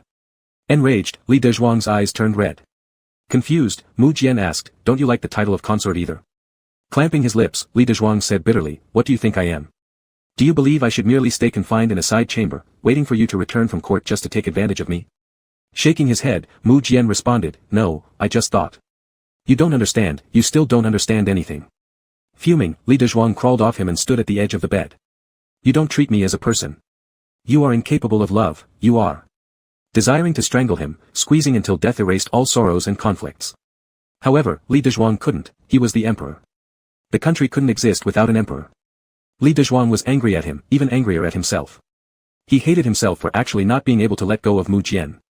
At Yanmen Pass, during windy and howling midnight nights, he always missed Mu Jian's embrace, remembered him fanning a small fan in his hand, crouching in front of the little stove spitting flames, cooking pear soup for him. Mu Jian stared blankly at him, like a child who had done something wrong. The light in his downcast eyes gradually dimmed, falling into cold silence. Guard Li. No one has ever loved me, so I don't know how to love. Can you teach me? Li Dezhuang silently looked at him for 2 seconds, covering his face as tears overflowed from between his fingers. Without shoes on, Mu Jian jumped off the bed and hugged Li Dezhuang into his arms. Seeing his pale, clear, beautiful face, crying with a red nose tip and eye corners dyed red like rouge, he became even more heartbroken, tightening his hold on him. If you don't want to teach me, it's okay. I won't force you. I'll learn from someone else, I will definitely be able to learn. Li Dezhuang leaned against Mu Jian's shoulder, his crying voice slowly lowering until finally completely calming down. Mu Jian patted his back as if comforting a child. Li Dezhuang felt momentarily bewildered. In the past, when Mu Jian was still young, it was always him holding Mu Jian, patting his back, soothing him, telling him stories. Now time has passed, so many things have happened. The one being consoled has become him. The one doing the consoling has become Mu Jian. Not until there were footsteps approaching outside did Li Dezhuang push away from Mu Jian. He looked at him with still watery eyes. Why aren't you talking? Weren't you just chatting away earlier? Mu Jian smiled. It's better not to talk before I've learned well, otherwise any sentence might be wrong and make you sad again. Li Dezhuang's heart softened abruptly, cursing quietly in his mind. Fool. The crown prince of the Yi tribe was imprisoned in the dungeon. Dozens of people took turns watching him. They feasted him daily, even sending him 2 beauties. At first, the little prince showed great backbone, refusing to eat or drink, but after barely holding out for 2 days, he began eating and drinking, and playing games with the 2 beauties however he pleased, embarrassing the guards watching over him so they dared not approach. It was Mu Jian's idea. Corrupting a person is really too easy. Once this crown prince truly falls into corruption, upon his return to the Yi tribe, their downfall would be inevitable, at which point Mu Jian wouldn't need to concern himself anymore, self-destruction would occur naturally. Li Dezhuang marveled. Truly worthy of being the main character. Far-sighted. Neither the guile nor the tactics could be compared by anyone else. Chapter 100, I'm not angry, I'm extremely angry. Victory was reported ahead. Lu Yong, leading his son, had captured another city after a fierce battle and then briefly reorganized. The fire of the grain of the Yi tribe burned along the Mi River for 1,000 miles, causing the Yi tribe to retreat repeatedly. Lu Yong had consecutively occupied 3 cities. Finally, the Yi tribe could no longer sit idly by and immediately dispatched an envoy to negotiate peace. The envoy passed through several layers of soldiers and walked unperturbed before General Meng, who began speaking in a crisp voice like that of water striking clear stones. I am Anaduo, envoy of the Yi tribe, requesting an audience with His Majesty the Emperor. General Meng and all the surrounding generals were shocked. How did the Yi tribe send a female envoy? The news spread quickly through the camp. Everyone knew that the envoy sent by the Yi tribe was a woman, and a pretty and refined young girl at that. General Meng sent someone to inquire further and learned that this woman was none other than the princess of the Yi tribe, their youngest princess. This wasn't about seeking peace negotiations, it was clearly a marriage proposal. Li Dezhuang had already heard this news and asked his subordinates where Mu Jian was. The soldier stammered and couldn't give a clear answer, only saying that the emperor had wandered around the city. Li Dezhuang didn't know what good came out of that, so he went out to look for him. When he found Mu Jian, he saw him standing next to some merchants, listening to conversations between the soldiers in the alley. The soldier was talking about his wife, how virtuous, generous, and considerate she was, and how he must hug her when he returned home and have children with her. Other soldiers burst into laughter upon hearing this. That soldier didn't seem shy at all and even loudly declared, there are 3 types of unfilial piety, and the greatest is not having descendants. Of course, I will go home to have children. Otherwise, wouldn't it dishonor our ancestors? Li Dezhuang felt a headache coming on. What exactly was Mu Jian learning here? He hurried forward, grabbed Mu Jian's hand, and quietly pulled him away. The envoy from the front has come to see you, but here you are eavesdropping. Mu Jian looked at Li Dezhuang's expression and said, I'm studying. Li Dezhuang paused for a moment, confused. Mu Jian said, I'm learning how to love. It seems they do it the same way as me, just taking people to bed. For a second, Li Dezhuang almost felt touched, and the next second he wanted to cry. The military camp was filled with rough men whose heads were full of war, drinking, eating meat, and hugging their wives. They naturally couldn't detect anything deeper. But there was no one else in waiting for Mu Jian to learn from since the civilians had all evacuated long ago. In despair, Li Dezhuang said, let's put this aside first, go meet the princess of the Yi tribe. Li Dezhuang pulled him back, sneaked inside from the rear door, changed Mu Jian into a bright yellow robe that exuded authority, fixed his clothes, smoothed the wrinkles, confirmed everything was alright, and then noticed Mu Jian smiling slightly while biting his lip. Frustrated, Li Dezhuang snapped, "What's so funny?" Mu Jian remained silent. Exasperated, Li Dezhuang rubbed his own forehead. "Speak up, I won't be angry. I think the attendant Li is virtuous. If we were back in the capital, every morning, you would certainly help me tidy my clothes and escort me to the court." Li Dezhuang regretted letting him speak. Mu Jian thought for a moment. "Forget it, you like sleeping late anyway." Li Dezhuang curled his lips and pushed him out. "Go quickly and meet the envoy of the Yi tribe." Mu Jian nodded. The princess of the Yi tribe was already waiting in the main hall. Li Dezhuang accompanied Mu Jian into the main hall and saw the beautiful and graceful princess the soldiers had been talking about. She was indeed very pretty, with a distinct foreign charm. Her male attire was not awkward but rather enhanced her spirited and heroic demeanor. No one present was stupid. They all knew why the Yi tribe sent a female envoy, to propose marriage. Sure enough, after barely exchanging 3 sentences, the princess stood up and ordered everyone out, wanting a private talk with Mu Jian. Even Li Dezhuang was asked to leave. On the way out, Li Dezhuang inwardly scoffed. This wasn't a bad move by the Yi tribe. If placed on an ordinary person, encountering such a beautiful princess willing to throw herself into their arms, they would undoubtedly become distracted. Unfortunately, we're dealing with a different situation. What does different situation mean? It means the protagonist absolutely cannot fall for the opposite gender. But Li Dezhuang was soon proven wrong. News came that Mu Jian had brought the princess into a room. Li Dezhuang's thoughts were interrupted. He stood frozen as if struck by lightning. Didn't he say he liked him and reserved the empress position for him? Didn't he say he didn't know how to love yet and needed to learn? It was all a lie, wasn't it? He just turned around and brought the woman into the room. By now, they must have already started making love. Is it really that quick to switch from a gay relationship to a straight one? Shit. Li Dezhuang put his hands on his hips and laughed bitterly in anger. This lousy novel. His mother's. Don't let him go back. If he goes back, he'll give 5-star reviews and pay by installments, 1 star per installment. Li Dezhuang got angrier the more he thought about it, and the more he thought, the more indignant he became. After being infuriated, he felt desolate. Indeed, emotions are the most fragile under tests. Now, with just the arrival of the Yi tribe princess, Mu Jian turned around and brought her into the room. If someone from the Zhang clan, a royal family, or even Mexico or Hungary came, Mu Jian's harem would be completely filled. Not forgiving him was absolutely correct. Do you think His Majesty will ask for hot water soon? He surely will. We'd better prepare it quickly. If His Majesty asks for it and there isn't any, we won't bear the blame. Right, right. Li Dezhuang's anger reached 50%. He muttered to himself, I'm not angry, I'm not angry, I'm not angry at all. I can understand His Majesty, the princess of the Yi tribe is really beautiful. The Yi tribe calculated this well. Yes, their scheming is truly deep. Heroes throughout history always fail to resist beauties. Li Dezhuang's anger rose to 70%. If she bears a prince later, there probably won't be one. But if there is, it would be a disaster. Maybe. Maybe what? Li Dezhuang suddenly roared. His anger reached its peak. The people around him were startled. Wants to have children, huh? Can't pass the beauty test, huh? Needs hot water, huh? Great job, Mu Jian. Playing me around so much. You've made me shed tears several times. Now he's having fun and planning to return home directly. Won't that leave only Ji Engsu injured in this world? One could endure the dirt but cannot tolerate this. Li Dezhuang immediately grabbed a bucket from a nearby soldier meant for heating water and stormed angrily towards Mu Jian's room. He'd douse Mu Jian with the cold water and see if his little bird can still fly. With great momentum, Li Dezhuang kicked open the door. As he planned, he would rush to the bedside in 3 steps, pour the entire bucket of water over him, then leave dramatically. Perfect. But when he really kicked the door open, he froze. The princess sat upright at the table, her clothes intact, not a hair out of place, holding a brush pen as she looked up in bewilderment at Li Dezhuang. Mu Jian was seated on the other side. Forget embracing each other, their clothes didn't even touch. For a moment, the scene fell into dead silence. The suspended brush dropped a droplet of ink onto the paper, smearing a small patch. Li Dezhuang pulled back the foot that had stepped in and gave an awkward smile. Sorry for disturbing. Chapter 101, The 13 Prefectures of Yuyun, I'm determined to have them. Mu Jian narrowed his eyes, stop right there. Li Dezhuang stood still for a second, put down the bucket in his hand, and ran off. Whoever stops is a fool. If he had stopped, how would he explain it? There's no doubt he was just jealous. And the look Mu Jian gave him just now conveyed one clear message. Stop. Let me beat you up. In an instant, Li Dezhuang disappeared from sight.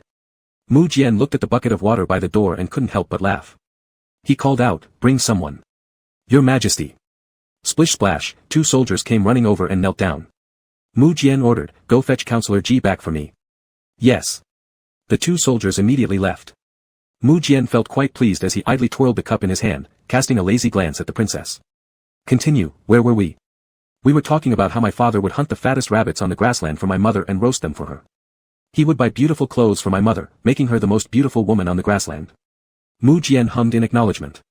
Not long after, the soldiers returned with Li Dezhuang in tow. At the sight of him, Mu Jian smiled. With one hand propping his chin, he lazily eyed the angry Li Dezhuang. Counselor Ji, what did you intend to do by bringing a bucket of water over? Li Dezhuang wanted to hit him. If you know, don't ask me already. He bluntly made up an excuse, to give you a bath. Mu Jian raised an eyebrow, cold water bath. Li Dezhuang remained calm both outwardly and inwardly, wrong bucket. Mu Jian chuckled, raising his hand to signal the soldiers to bring Li Dezhuang in and close the door behind them when they exited. In the room, only 3 people remained, glaring daggers at each other. Li Dezhuang sat down on the chair next to Mu Jian, lowering his voice, why did you call me in here? Mu Jian laughed lowly, picked up the cup beside him, and held it near his mouth, do you want some? Li Dezhuang glared at him. Mu Jian replied, I just wanted you to listen in too. Listen to what? Li Dezhuang looked at the princess. The princess' expression turned awkward. First, she hadn't expected to fail in seducing the emperor and end up being dragged here to write a story. Second, she also hadn't expected another person to join them. Using seduction to lure the emperor was now completely hopeless. Just as the princess was about to continue, Mu Jian suddenly asked. If your father took a concubine, what kind of reaction would your mother have? The princess said, she would be angry. Mu Jian glanced at Li Dezhuang. Li Dezhuang. Clutching his fists tightly inside. Say it if you mean me. Mu Jian, how angry? Princess, she would throw things. Mu Jian, she threw things, huh? Li Dezhuang immediately contradicted, I didn't. The princess was momentarily stunned. Mu Jian gazed fondly at Li Dezhuang, his bright eyes shimmering with dark intentions, did I say you? Why do you answer so fluently? Li Dezhuang wanted to bash his head against the wall. He suddenly stood up, Your Majesty, this subject will take his leave. Mu Jian swiftly grabbed his wrist, pursing his lips, wait a moment. Turning his head towards the princess, he coldly said, you go out first. The princess's gaze shifted between Mu Jian and the man who intruded, flashes of understanding dawning upon her. She vaguely grasped something before rising to take her leave. The door closed again. Only Mu Jian and Li Dezhuang were left in the room. Mu Jian then let him go, she said that her parents loved each other deeply. They are very much in love. I simply wanted to find out what true love looks like. Mu Jian walked to the table and picked up the things the princess had written. She said that her father would hunt rabbits for her mother. In Li Dezhuang's mind, he recalled the rabbit they had eaten together. Her father would also buy pretty clothes for her mother. In Li Dezhuang's mind, he remembered Mu Jian showing off newly made clothes and pestering him to wear them. He would take her mother to ride horses and watch the moon. These were all things Mu Jian had done. Evidently, Mu Jian realized the problem himself. He asked him, what's the issue? Li Dezhuang couldn't answer. Mu Jian lightly sighed, it doesn't matter, I'll find the answer. Regretfully, he set down the paper in his hand, irritably rubbing his head. Taking a deep breath, he stepped closer, grabbed his wrist, and his handsome eyes lowered, looking like a stray dog without a home. He asked if he could hug him. He said, it's been a long time since we last hugged. Li Dezhuang stepped forward, arms wide open, giving him a big hug. In a very brotherly manner, he patted Mu Jian's back, erasing the last bit of romantic atmosphere. Mu Jian rested his head on Li Dezhuang's shoulder, looking at the delicate patterns on his clothing, and staring at his raised buttocks, wanting to touch but not daring to. He asked, were you jealous just now? Li Dezhuang glared fiercely, shut up. Mu Jian obediently closed his mouth, looking exceptionally well behaved. The room fell silent for a moment. Li Dezhuang said, Mu Jian, the sins you committed in the past were really too many. Mu Jian replied, I know. Li Dezhuang sighed, I also know that it was fate's injustice, which treated you badly first. Yep, that's why you came. So I can forgive fate. Li Dezhuang choked, thinking to himself that he didn't want to come. Let's do a good deed, Mu Jian. Mu Jian frowned, slightly confused. Li Dezhuang continued, if we can successfully reclaim the 13 prefectures of Yuyun, then I'll give it a try with you. Mu Jian's eyes instantly lit up. It was as if he hadn't heard the word try, suddenly hugging Li Dezhuang tightly. His lips kissed his neck repeatedly, muttering indistinctly countless times. Thank you, Guard Li, thank you, Guard Li. The Yi tribe refused to return all 13 prefectures of Yuyun, agreeing only to return 9 of them. In normal circumstances, Mu Jian might have agreed first, then gradually reclaimed the remaining 4 states over time, but now, this wasn't an option. For the 13 prefectures of Yuyun, not one could be spared. The princess never expected that the emperor, who a moment ago only cared about her parents' gossip and showed no interest in the war situation, would change like a completely different person the next second, with firm determination. Seated on the high throne, he exuded an imposing demeanor, unyielding by a single bit. The princess gravely said, "Is your majesty planning to let the two countries continue to fight chaotically?" "Not necessarily. Your brother is still in my hands. Now, you are in my military camp as well. If I tie you and your brother at the front line, reclaiming the 13 prefectures will not be difficult." The princess was shocked out of her seat. "Killing envoys during warfare is prohibited." Mu Jian laughed, his eyes flashing ominously. His voice was cold and thin. "So what? So what?" The princess's face turned pale. "You." Mu Jian's voice was light, yet filled with an unquestionable authority. "The 13 prefectures of Yuyun, I'm determined to have them." Chapter 102, Beneath the Heavens, the only one who dares to kick the emperor is you. Princess Wang left. She returned to the Yi tribe with Mu Jian's words. Li Dezhuang stood on the city tower, watching Princess Wang's retreating figure. Though a woman, her slim figure seemed as insignificant as an ant in the vast expanse of the frontier plains. Yet on her shoulders lay the weight of the Yi tribe's people and homeland. Mu Jian walked up to his side, her first move to reach for his hand. Their hands were almost about to touch. Li Dezhuang said, "Don't touch me." Mu Jian's hand froze. Li Dezhuang turned and bowed, "Your Majesty." Unpleased, Mu Jian knew he was mindful because they were in public. Furrowing her brows, she waved her hand casually, signaling him to rise. Muttering under her breath, "You didn't used to be so formal before. Now you suddenly start respecting rules with me." Li Dezhuang, mindful of the people around, shot back, "When have I ever been formal with you?" Mu Jian looked at Li Dezhuang calmly and slowly said, "Yesterday, when I asked you to come over and let me hug you for a while, you refused. The day before, when I wanted to hold your hand, you wouldn't let me. This morning, when I asked you to sleep with me, you still refused. In private, am I no longer the emperor to you?" Li Dezhuang loudly countered inside his heart. "You're nothing but a hooligan behind closed doors." Seeing him glare at her, Mu Jian wasn't angry, instead, she smiled. Standing shoulder to shoulder with him, she pointed far away, "Over there, that's the 13 states of Yuyun." It'll be soon." Li Dezhuang turned his head to look at her. Mu Jian also looked at him, "I'll be with you soon." The wind on the frontier was fast and fierce, carrying every word of hers into Li Dezhuang's ears, stirring up warmth within him. He thought it must have been because the wind was too loud. The Yi tribe did not agree. The area covered by the 13 states of Yuyun was just too extensive. Mu Jian had no patience to waste words on the people of the Yi tribe. She wanted nothing more than to storm directly into the palace of the Yi tribe, place a blade on their emperor's neck, and force him to cede the 13 states. Then, she would return with Li Dezhuang to the capital city to live. Lu Yong stood before the sand table. "This battle is unavoidable. Winter comes early at the frontier, and we fear this battle will drag on until winter, which reduces our chances of victory significantly." General Meng nodded. "Besides, your majesty cannot stay here at the frontier forever. If turmoil erupts within the court, the consequences would be unimaginable." Mu Jian looked at the sand table calmly in front of her. The candlelight cast her face in flickering light and shadow, giving her a fierce air, making people feel as if she weren't standing before the sand table, but atop the peaks of the land of thousands of mountains. Li Dezhuang suddenly felt a bit regretful. In battles between two armies, there are victories and defeats, each is a fight between life and death, allowing no slackening of effort or carelessness. However, he had given Mu Jian a promise. And Mu Jian was striving hard for this promise, making him worried that Mu Jian might act rashly. With no result coming from this meeting, it was adjourned. Exhausted, Mu Jian massaged her temples, looking up and seeing that Li Dezhuang hadn't left, her face lit up with a smile. "You haven't left. Are you waiting for me?" Li Dezhuang took a deep breath, "I have something to say to you."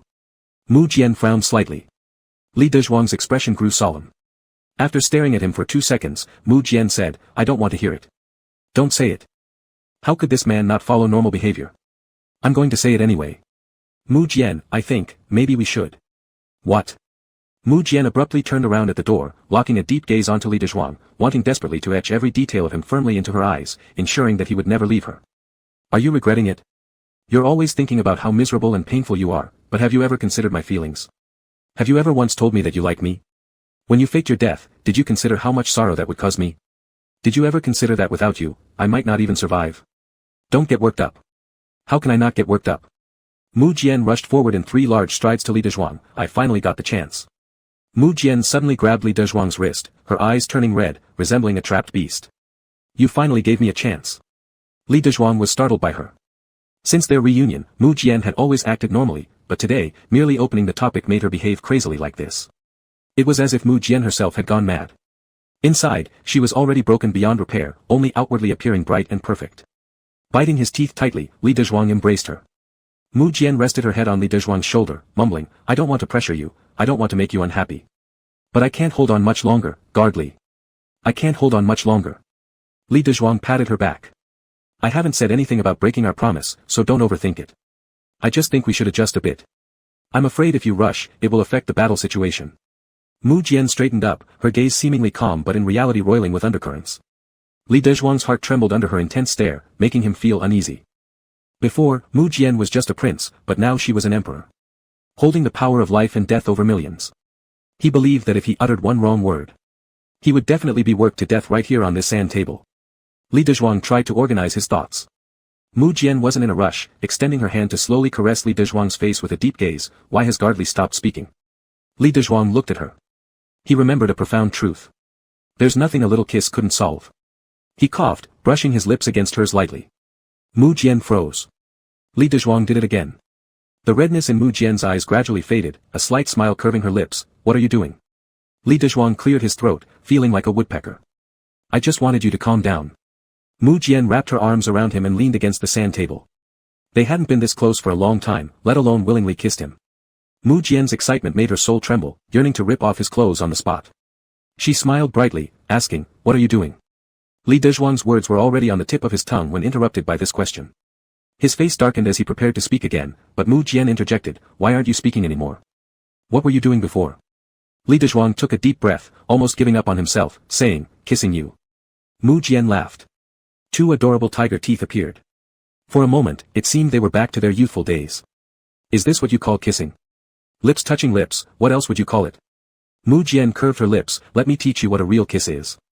Li Dezhuang widened his eyes in instinctive refusal. Wait. I still have something to say. In a minute. Mu Jian grabbed his waist, flipped him over, and forcefully pressed him onto the sand table. The more Li Dezhuang struggled, the tighter she held on. Her lips were worn raw by the friction. Every little flag representing the 13 states of Yuyun on the sand table was knocked over completely, not a single one remained standing. Li Dezhuang's eyes brimmed with resentment, his head covered in sand as he kicked Mu Jian's leg with his foot. Mu Jian smiled cheerfully. Beneath the heavens, the only person who dares to kick the emperor is you. Chapter 103, all set, just waiting for a Mua. Li Dezhuang raised an eyebrow. It seemed like this person not only dared to kick but also dared to fight with his hands. In front of Mu Jian, he always appeared to be the one who had suffered in the cold palace. He thought he had been helping Mu Jian all along, not realizing that Mu Jian had similarly been by his side in this world that was unfamiliar to Li Dezhuang. Mu Jian pulled him up from the sandpit and brushed off the sand on his clothes. What do you want to say to me? I want to tell you that I think the agreement is somewhat troublesome. The look in Mu Jian's eyes darkened instantly. Li Dezhuang quickly added, to achieve this agreement is too risky.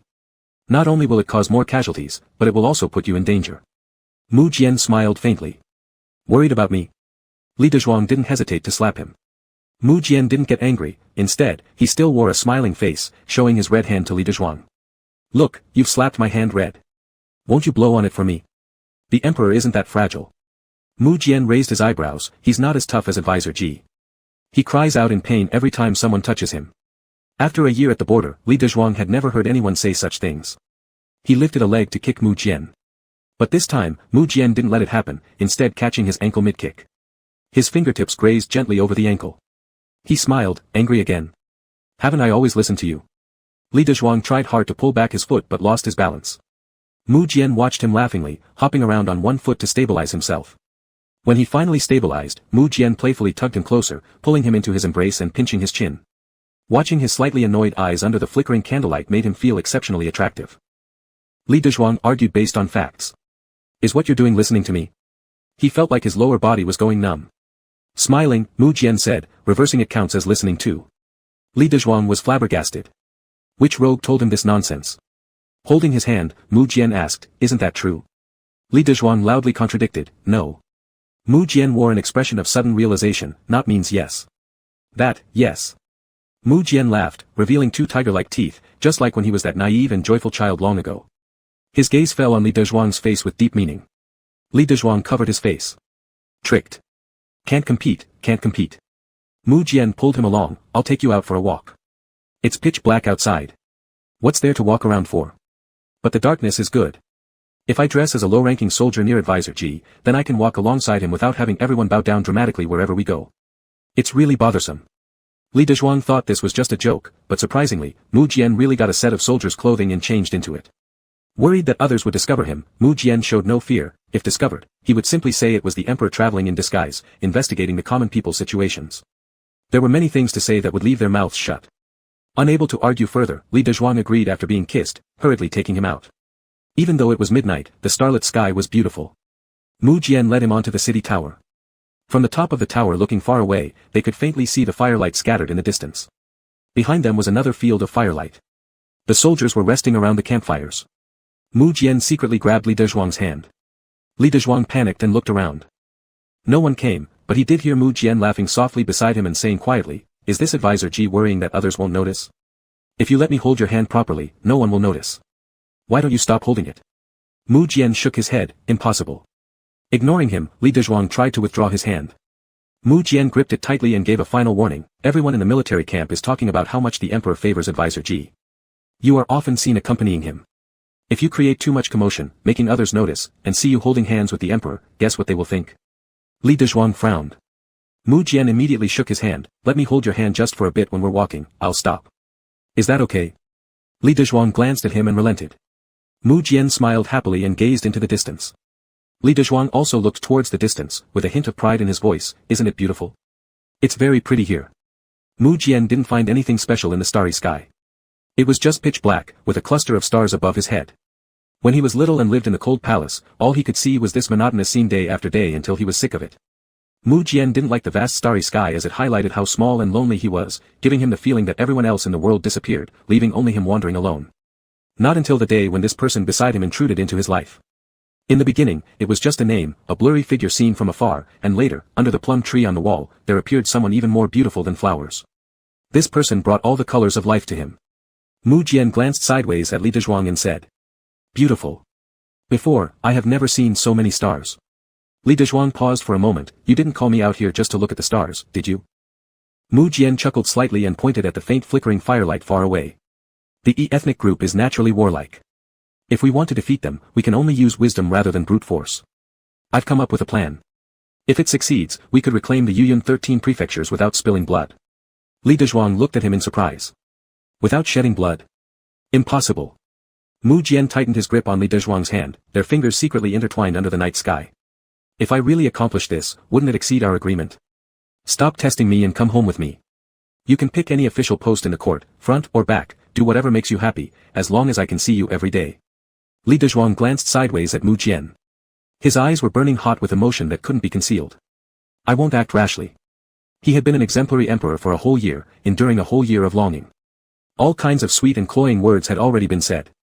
Countless plans to entice him had been rehearsed inside his heart, and he'd even contemplated kneeling down to ask for forgiveness. Now that he got the chance, Mu Jian naturally cherished it greatly. Li Dezhuang's face flushed slightly, "Say that again when you succeed." "I will definitely make it." "Huh, will you?" "Of course." Li Dezhuang cast a sidelong glance at him and turned around to go downstairs. Mu Jian stared at their intertwined hands for a while before reluctantly letting go and following. "Advisor Ji, now I have everything ready, except for the final breeze." "Except for what?" "A battle is coming, yet we are lacking morale." This was unexpected by Li Dezhuang. "What morale? Aren't you always good at speaking? Just give a pre-battle speech to boost the morale of the soldiers." "It's my morale that is lacking, not anyone else's." "You." Li Dezhuang gave Mu Jian an up-and-down look.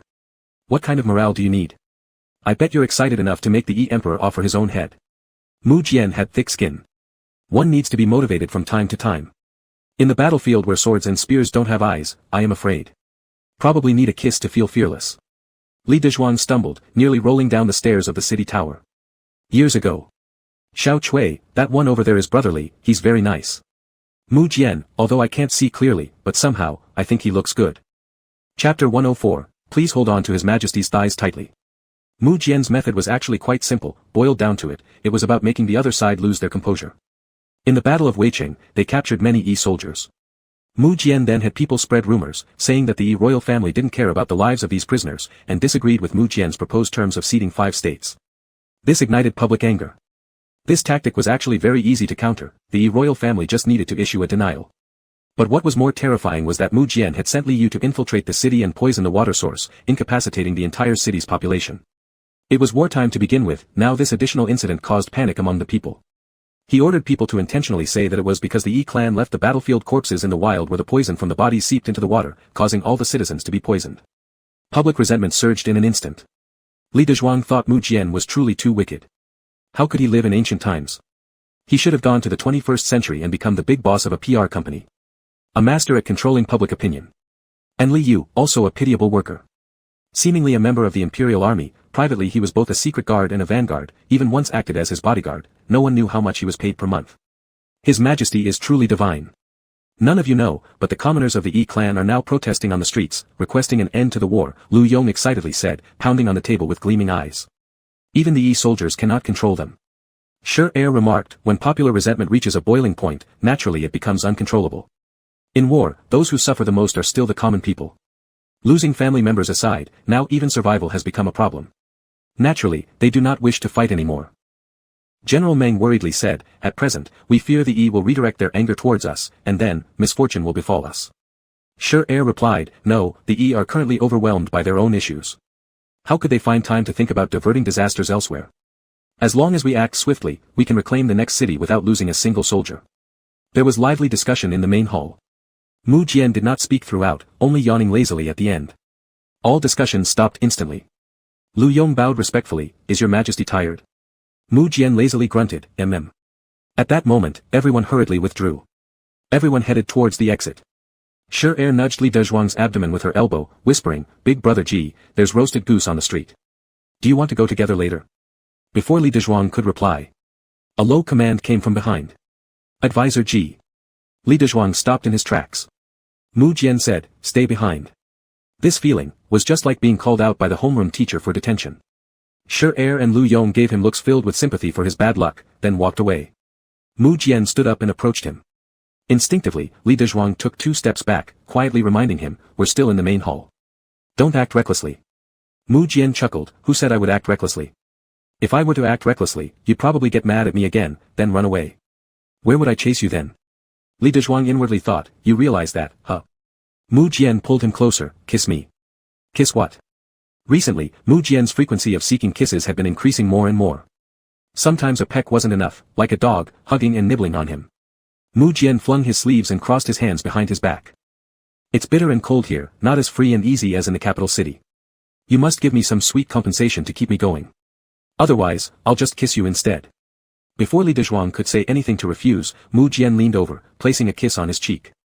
After finishing, he couldn't resist adding another one. With a satisfied smile, so good to kiss. Li Dezhuang's face turned red from being kissed, embarrassed as he stormed out. Mu Jian was about to chase after him. But someone outside reported, Advisor Ji, there's a Mr. Shang looking for you. Li Dezhuang felt as if a great burden had been lifted, his eyes brightened as he immediately responded, take me there. Thank goodness his brother arrived at such a perfect time. Standing in place, Mu Jian cast a dark look, silently unresponsive. Shang Yin sat on a carriage, leisurely fanning himself, lightly flicking the hair around his temple. Appearing every inch the elegant gentleman. Seeing Li Dezhuang arrive, he snapped his fan shut with a crack and leapt off the carriage. I've brought you what you wanted. Did you come alone? Aren't you afraid of danger? What danger could there be? The common folk have already spread the word, General Lu Yong is extraordinarily brave and has not perished. Together with a military strategist from your house, they form a team of 1 civil and 1 martial talent, leading their son to fight fiercely on all sides. As long as you 3 are around, that's the safest place. I've also heard the Emperor has arrived. Li Dezhuang nodded, taking the item from his hands and inviting him inside for a moment. It's actually not completely safe. With the tension in the war, the Yi clan refuses to return the Yuyuan 13 states. The 2 armies are still at a standoff. I've heard that chaos has erupted within the Yi territory. Li Dezhuang poured him some tea. How did you know? I'm a merchant, and merchants have the most well-connected networks of information. Who came up with that brilliant plan? It was truly amazing. It was His Majesty. Shang Yin was surprised, applauding in admiration. His Majesty's strategy was absolutely marvelous. Winning without shedding blood. Li Dezhuang sat down. His Majesty plans to spread more rumors tomorrow about the illness being contagious. This will cause widespread panic, turning the city into a dead zone. When that happens, it'll be much easier for us to seize it. Shang Yin quickly unfolded his fan with a swish. Doesn't this mean we can do the same to other cities? Release just 1 or 2 people with symptoms and poison the water secretly. Soon enough, the entire Yi clan might descend into chaos. Li Dezhuang nodded. A few days ago, Mu Jian had said the battle could be won without bloodshed, but Li Dezhuang hadn't believed him. Now he does. His Majesty is too talented. I think you should follow His Majesty from now on, wealth and honor will no longer be a concern. And I can benefit from your good fortune as well. Shang Yin sipped some tea, you soldiers in the camp are all strong men. If you need to travel to other cities, it might be inconvenient. Why don't I help you handle this? Li Dezhuang hesitated. He couldn't issue an order on behalf of Mu Jian. Shang Yin assumed Li Dezhuang was concerned about his safety, patting his shoulder reassuringly. You shouldn't worry about me. Since I've decided to help, I must have confidence in my abilities. As soon as he finished speaking, Shang Yin felt like something chilly brushed past him. He withdrew his hand instinctively, but the eerie sensation disappeared when he did so. Shang Yin dismissed it as nothing and smiled. Our future wealth and honor depend on you, brother. You must firmly cling on to Emperor's thighs. Li Dezhuang. Behind the folding screen, Mu Jian curled his lips in amusement. This man wasn't bad at all. He misjudged him earlier. Chapter 105, What Ingenious Hands. Advisor G. Mu Jian's voice suddenly came from behind the screen. Li Dezhuang was slightly startled and turned around to look at the source of the sound. Mu Jian walked out from behind the screen, dressed in a dark yellow brocade robe. His demeanor was steady, and the piercing air about his brows was overwhelming. Shang Yin was startled. He had caught a glimpse of the emperor during the coronation ceremony and quickly knelt down. I pay my respects to your majesty. Mu Jian waved his hand, appearing quite casual as he sat down on the chair. Rise. Shang Yin stood up and saw Li Dezhuang winking mischievously at the emperor. Li Dezhuang, how come you're here? Mu Jian acted as if he didn't see it and smiled. My plan hasn't even been implemented yet, but Advisor G already leaked it out. If others find out, it will ruin the battle plans. What then shall we do? Even though he was smiling, his words carried a cold edge that made Shang Yin so frightened he fell to his knees. Li Dezhuang quickly explained, Shang Yin is trustworthy. I have many weapons crafted by him. Mu Jian glanced indifferently at Li Dezhuang with one look. That one glance made Li Dezhuang's heart tremble. Suddenly realizing that although Mu Jian still looked like that boy from years ago in front of him, he was now an emperor. Just a single gaze, or gesture, could cause heads to roll or rivers of blood to flow without question. Li Dezhuang knelt down. I have sinned, a momentary oversight, please punish me, your majesty. Mu Jian's gaze swept over Li Dezhuang before landing on Shang Yin's head. I've heard that you and Advisor G are good friends. In your younger years, you even lied to your family about being in love with someone to escape an arranged marriage, and this person was Advisor G. Li Dezhuang's mind was reeling. What nonsense. He shockingly looked up. Just in time to meet Shang Yin, who was also shocked and looking up. Li Dezhuang and Shang Yin exchanged glances. When did this happen? Shang Yin pretended not to see and gave a couple of awkward laughs. All those years ago, young and foolish. This was an admission. Li Dezhuang wanted to strangle him. Recalling entering and exiting his bookshop back then, he remembered the butler's expression. Finally understanding today why it was so strange. Li Dezhuang wanted to strangle him even more. Mu Jian slowly tapped his fingers on the armrest of the chair. Since both of you are such good friends, Lord Shang may stay here for a couple of days. Once the border situation stabilizes, you can go sightseeing again. Shang Yin had no power to refuse, pressing his head lower. Yes. As for Advisor G. Mu Jian shifted his gaze leisurely to Li Dezhuang. Li Dezhuang felt his heart sink. A bad premonition set in. I've come to the frontier but have no personal attendants with me. For these few days, I'll have to trouble Advisor G. Li Dezhuang suspected there was something more going on. Besides, another 15 palm strikes. Huh. Li Dezhuang was shocked when he looked up. Mu Jian's eyes were calm. It wasn't until the evening that Li Dezhuang realized where those 15 palms would be applied. That bastard Mu Jian. Son of a turtle. And he dared to give a pretentious offer to massage the spot, scaring him into running, but was pulled back by Mu Jian saying, serve and attend me. Grumpily standing beside the bed, Li Dezhuang roughly yanked Mu Jian's clothes, almost choking him several times. Mu Jian's gaze darkened, jesting, why the rush? You're hard to please, so deal with yourself. With one motion, Mu Jian circled his arms around the man's waist, pulling him onto his lap. As soon as Li Dezhuang's buttocks touched Mu Jian's thigh, he screamed and instinctively tried to stand up.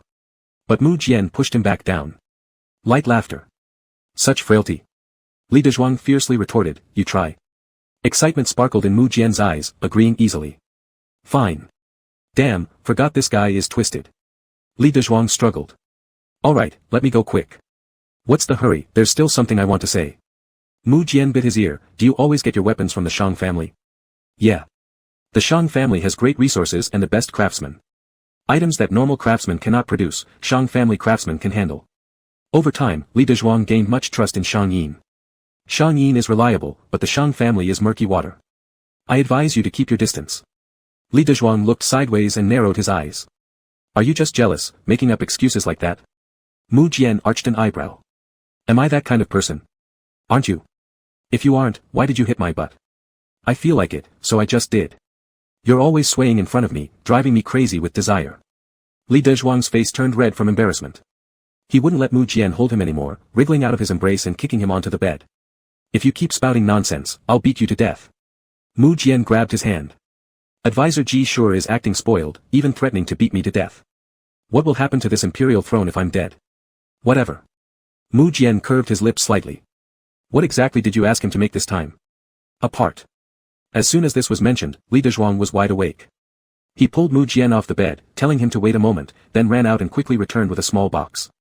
Upon opening the box, there was a small iron ball that wasn't perfectly round inside. There was a knob on it. Once unscrewed, the iron ball could be split into two. Li Dezhuang then fetched today's part from Shang Yin, fitting it into the knob seam so that a tiny portion stuck out. Look. He pressed down hard on the exposed piece. I'll place explosives inside. As long as it reaches a certain force and weight, this top portion will press down and ignite the explosive within. Bang! It'll explode. Mu Jian poked the iron ball. Is it that powerful? Of course. This thing took me a long time.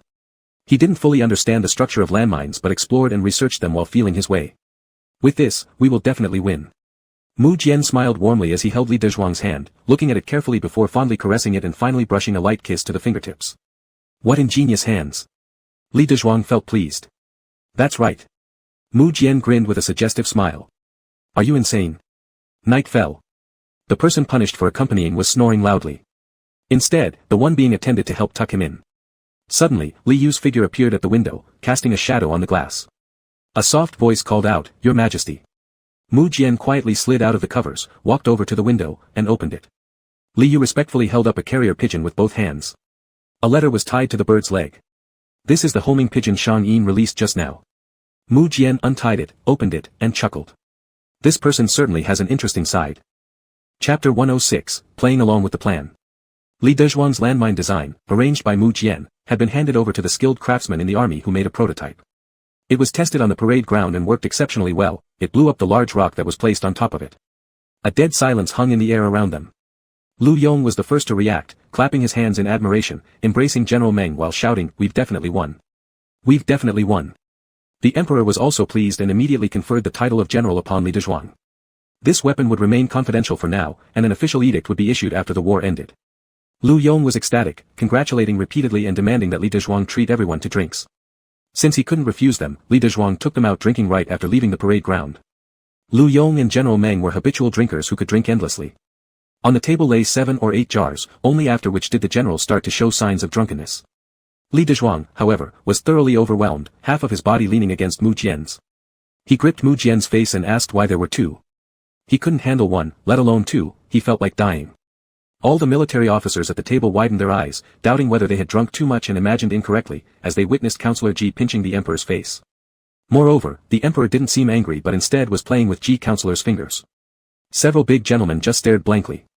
Suddenly, Li Dezhuang pulled back his hand and collapsed onto the table, pointing at Mu Jian with his nose. You're a bad guy, a villain, and a son of a gun. I should have beaten you. Mu Jian smiled and asked him, then why didn't you? When you were young, I thought it immoral to bully children, replied Li Dezhuang. What about later? Later, I realized there was still some affection. After all, you are the son I raised. When hearing the word son, Mu Jian's expression darkened slightly, saying, You seem rather wild-hearted. Li Dezhuang, looking into Mu Jian's eyes with his drunk state, patted Mu Jian's face gently. I want to spank your ass. Mu Jian laughed and said, If you don't want me to bully you, then behave yourself. For 2 seconds, Li Dezhuang stared fixedly at Mu Jian, as if digesting his words. A moment later, realizing this, he slumped back onto the table silently. Mu Jian stretched out his hand, lovingly stroking the hair by Li Dezhuang's temple. The 13 states of Yuyun will soon be reclaimed. Remember your promise. Yeah, I remember. No need to remind me again and again. I'm not old enough to forget what I said. Mu Jian chuckled and tapped his forehead.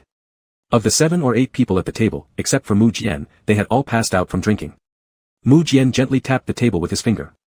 Li Yu. In the next second, Li Yu suddenly appeared from somewhere, standing behind Mu Jian. Your Majesty. Mu Jian leaned down, suppressing himself from giving a kiss only on Li Dezhuang's cheek before straightening his posture. Take him onto the carriage. Don't let any blood spatter onto his person. Your Majesty, truly. Mu Jian's voice remained calm. Just go ahead. Li Yu didn't say anything more, merely responded, yes. The next day, when Li Dezhuang woke up, his head was throbbing in pain.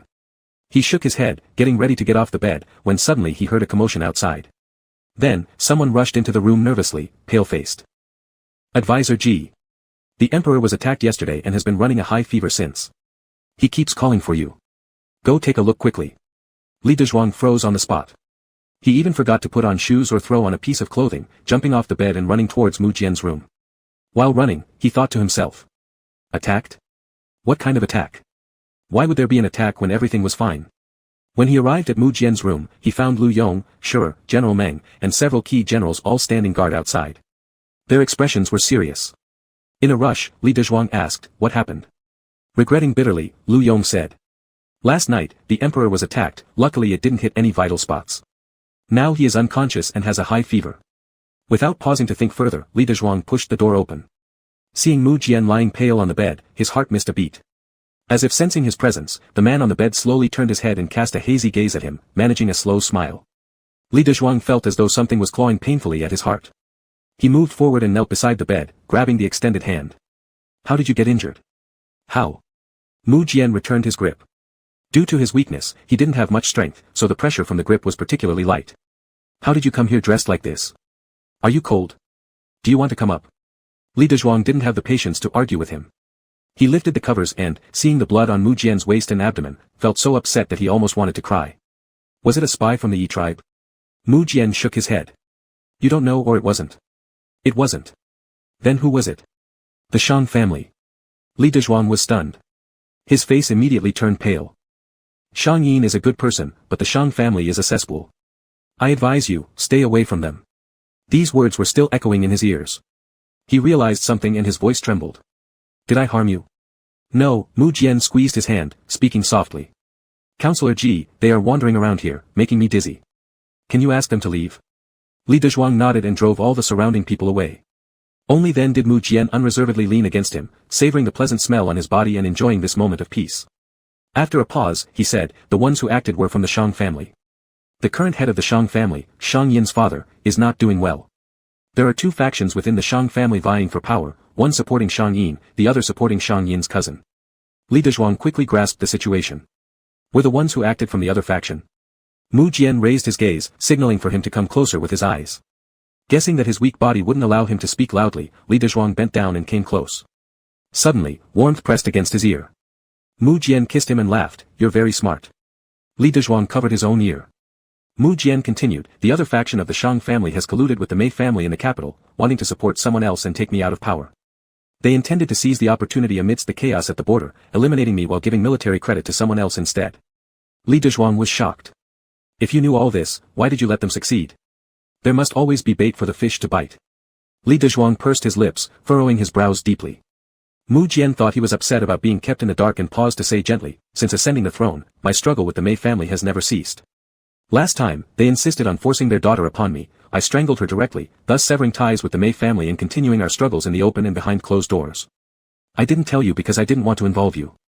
Li Dezhuang was astonished. You strangled her? Yes. What did you say afterward? I said when I opened my eyes and saw someone lying beside me, I got scared and accidentally strangled her. That doesn't sound like an accident, does it? Mu Jian assumed he was going to get angry, quickly adding, I did this for your sake, preserving my chastity, so please don't be mad. His tone faltered as his brows dipped in sadness. I was startled too. As a child, the nursemaids would often do this, sneak up quietly beside my bed, scaring me.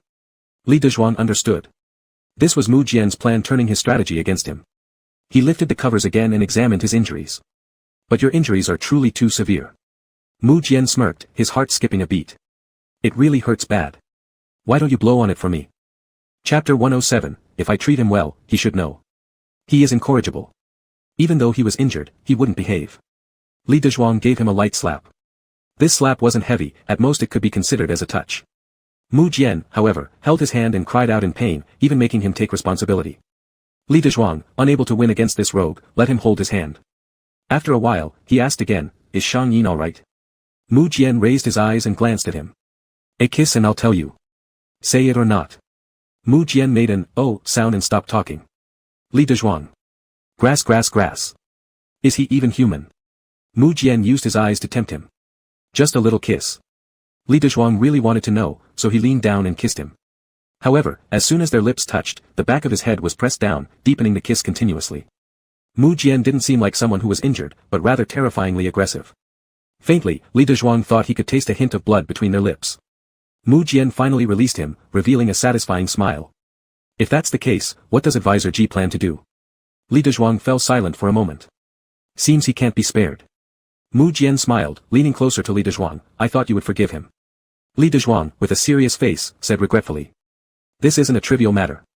A lot of my weapons are made by him. Although the blueprints I gave him weren't complete, with effort, he could still manage to develop the weapons. This will significantly affect the battlefield situation.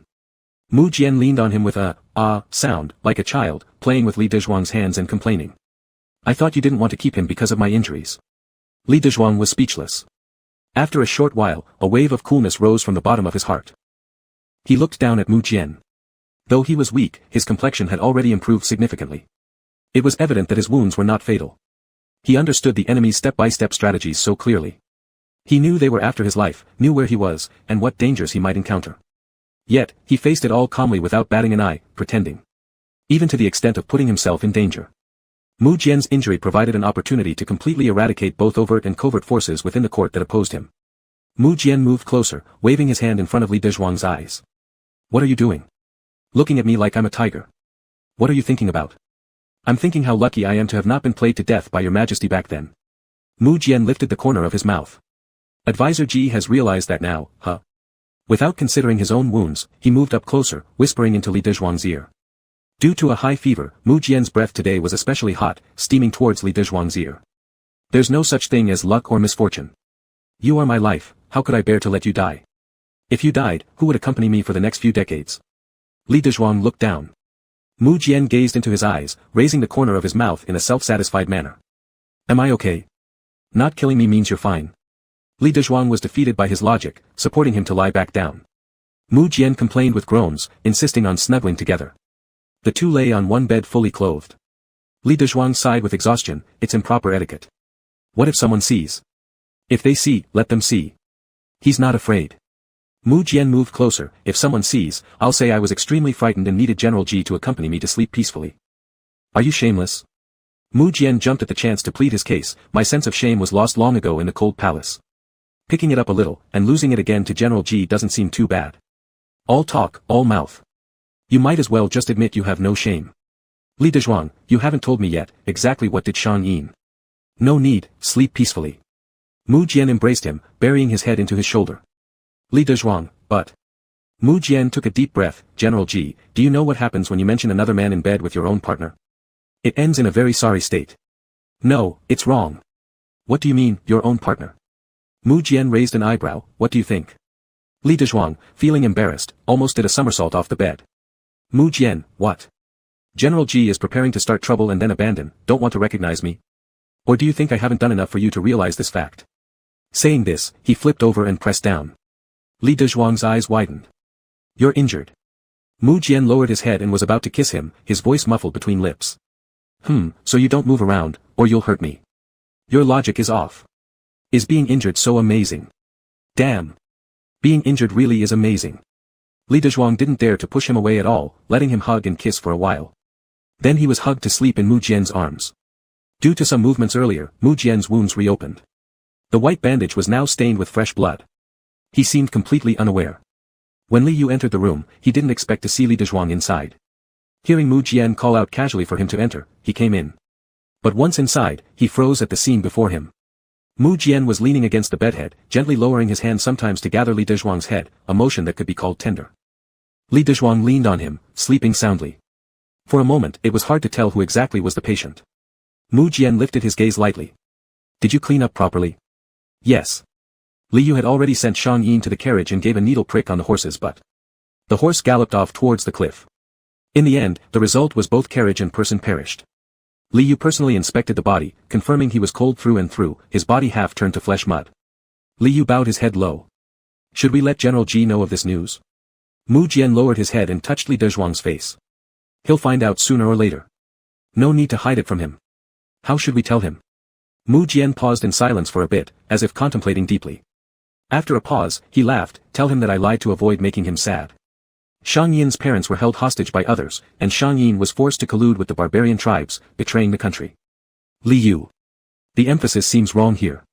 Mu Jian clutched Li Dezhuang's hand, slowly intertwining his fingers into the other's palm until their hands perfectly fit together like they would never part. I treat him well, he should know. Otherwise, how will he understand my sincerity? Other protagonists, secretly doing good, hiding their warmth. Mu Jian, wanting him to know no matter what, how much he cares for him. Chapter 108, In this world, no one is more suited for each other than us. When Li Dezhuang heard the news of Shang Yin's death, he was completely stunned. Before he could suspect Mu Jian, he saw Li Yu. You came too. Li Yu bowed, your servant has always been by the emperor's side, secretly protecting his safety. His words did not soothe Li Dezhuang but instead angered him. You have always been with the emperor, yet you still let him be injured like this? Li Yu replied, it was the emperor's request. The turmoil in the court is severe, if we cannot eradicate it at once, in the future, the emperor might have no future. The hand holding the medicine bowl of Li Dezhuang tightened slightly. Have all those people been eliminated? Not yet, deep-rooted and extensive influence, eradicating them entirely is no easy task. Currently, the most successful operation was to eliminate the Shang family. Li Dezhuang's pupils trembled slightly. The Shang family? Yes. Internal chaos in the Shang family, a part cooperated with the Mei family, another part due to old man Shang being captured by the Yi tribe, secretly cooperates with the Yi tribe. Li Dezhuang's pupils shook violently. Cooperating with the Yi tribe? Yes, previously several homing pigeons were intercepted. They were all heading towards the Yi tribe. The letters contained both true and false information given to the Yi tribe. Even some of Advisor Ji's design plans have leaked out little by little. Li Dezhuang felt the impact. Li Yu bowed again. The Yi tribe is currently investigating who drew the weapon diagrams. Please, Advisor Ji, protect yourself well. Do not give the thieves any opportunity. Li Dezhuang's face turned pale. Do they know it's me? After thinking for a while, Li Yu decided to tell the truth. Not yet. On the leg of the homing pigeon intercepted at the general's mansion, there should have been Li Dezhuang's information. However, Shang Yin had written about someone else. Shang Yin's parents were captured, forcing him to cooperate with the Yi tribe, as an act of filial piety. The semi-true and semi-false information disclosed to the Yi tribe was for loyalty. Hiding that Li Dezhuang was the real designer of the weapon was an act of righteousness. Li Dezhuang clenched his fists tightly, nails digging into his flesh, lips trembling. He took a deep breath. Are you lying to me? I dare not lie. Li Yu bowed and lowered his body. All these are verified facts. Has His Majesty not told Advisor Ji? Li Dezhuang lowered his gaze. Mu Jian had said only 2 words to him, no. These words echoed repeatedly in his ears. He told me, just not thoroughly. Are there any case files? I want to take a look. Yes, I will bring them to Advisor Ji shortly. Li Dezhuang responded positively, steadied his breathing, held the medicine bowl, and pushed the door to enter. Mu Jian was leaning against the headboard of the bed, reading a petition in his hands. He was getting increasingly impatient. When he heard Li Dezhuang coming in, he casually threw the petition onto the bed. Li Dezhuang then noticed the bed scattered with petitions everywhere. You're finally here. Li Dezhuang handed over the medicine bowl. Take your medicine. Mu Jian took it over, drank it down in one gulp. While drinking, his eyes were on Li Dezhuang's fingers. Why are your fingertips red? Li Dezhuang curled his fingers. It's nothing serious, the medicine scalded me just now. Mu Jian immediately put down the medicine bowl and sat up. Li Dezhuang thought he was going to blow on his hand, so he didn't move. But unexpectedly, Mu Jian directly sucked his finger. The warm, moist sensation made Li Dezhuang go blank. Mu Jian released his mouth, grabbed his finger, and blew on it. Does it hurt? It doesn't hurt, but it makes me uncomfortable. Mu Jian frowned. Why? Don't spread it. What? Li Dezhuang pulled back his hand. Nothing, lie down well. Sleep again. I'll clean up the petitions on the bed. I need to read them. Just the words are too many, it's tiring. You say these literati politicians, why do they talk endlessly every day? Next time, I'll set a rule in court that each person can only speak 10 sentences. Nonsense. Mu Jian held Li Dezhuang's hand sorting the petitions, smiling widely. Read it for me. These are your petitions, secrets. How can I read them? You've seen all my personal secrets, what is there that you cannot read? Mu Jian clung to his hand like a child, begging earnestly, read quickly, read quickly. Li Dezhuang had no choice, helping him read the contents of the petition. Most of them were military situation reports from the border, saying that the plans were proceeding very smoothly, and the Yi tribe was now in chaos. The undercover guard noticed that some civilians wanted to sneak into Weiqing for a chance at survival but were stopped before they could leave the city. The Yi tribe's king intended to seal off the city and burn all the citizens infected with the corpse poison alive. This leaked information caused widespread civilian resentment. Li Dezhuang, it's time to deliver them the final blow. Yeah, we've laid groundwork for such a long time, it's finally time to wrap things up. I'm exhausted. Mu Jian shifted his position and leaned on Li Dezhuang. After the war ends, would you come back to the capital with me? Li Dezhuang put down the booklet in his hand. I haven't decided yet.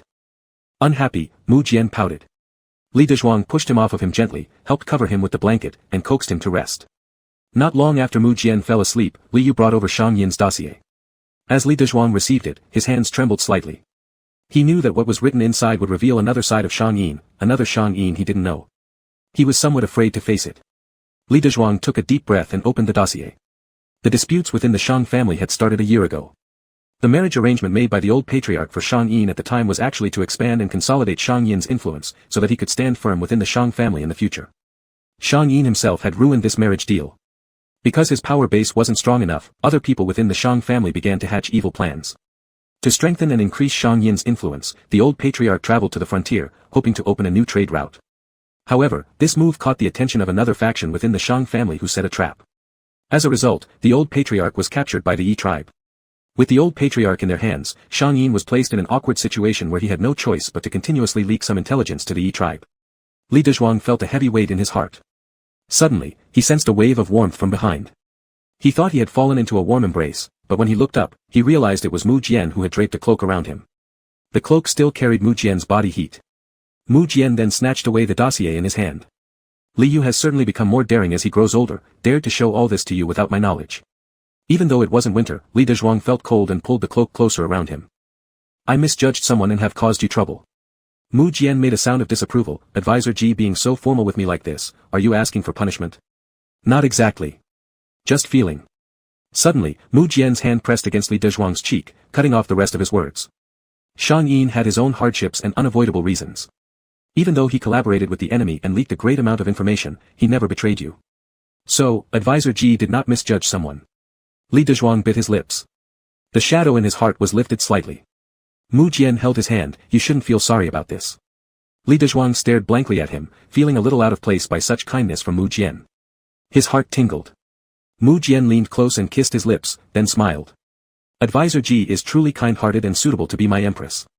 You can be merciful and virtuous while I take care of the dark and violent deeds. We're really a perfect match.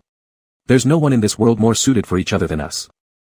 Chapter 109, Ji Engsub is yours, but military advisor Ji belongs to the world. You seem to have a serious illness. Mu Jian's eyes narrowed dangerously. What did you say about me? He didn't use me as an imperial self-reference in private, but suddenly bringing it up, this gave Li Dezhuang a momentary quiver in his heart. But Li Dezhuang wasn't afraid. He presented facts and reasoned with him. Where has there ever been a man becoming an empress? Although I agreed to give it a try, you cannot be so greedy and push the limits like this. Mu Jian smiled. I haven't even got an inch yet, how could I take a foot? How about this, tonight, when you let me get my inch, we'll talk about the foot then. Li Dezhuang was left speechless. All the worries in his heart disappeared due to Mu Jian's words. He shoved him aside with his shoulder and seriously said, have you not checked whether Shang Yin leaked any news? I've checked, but I'm not sure if everything is clear. Since they were going to do this matter, it had to remain secretive. Some messages were delivered via carrier pigeons. Mu Jian had traced those down. But he didn't know if they had other means of communication. Li Dezhuang placed the file on the table. If the Yi clan already caught Shang Yin's parents, trivial information won't be enough to save their lives. Li Dezhuang's expression slightly changed. We must quickly transmit this message to all generals. Be extra cautious, don't let the Yi tribe succeed. Mu Jian lazily leaned back against the chair, holding his hand and playing with his fingertips.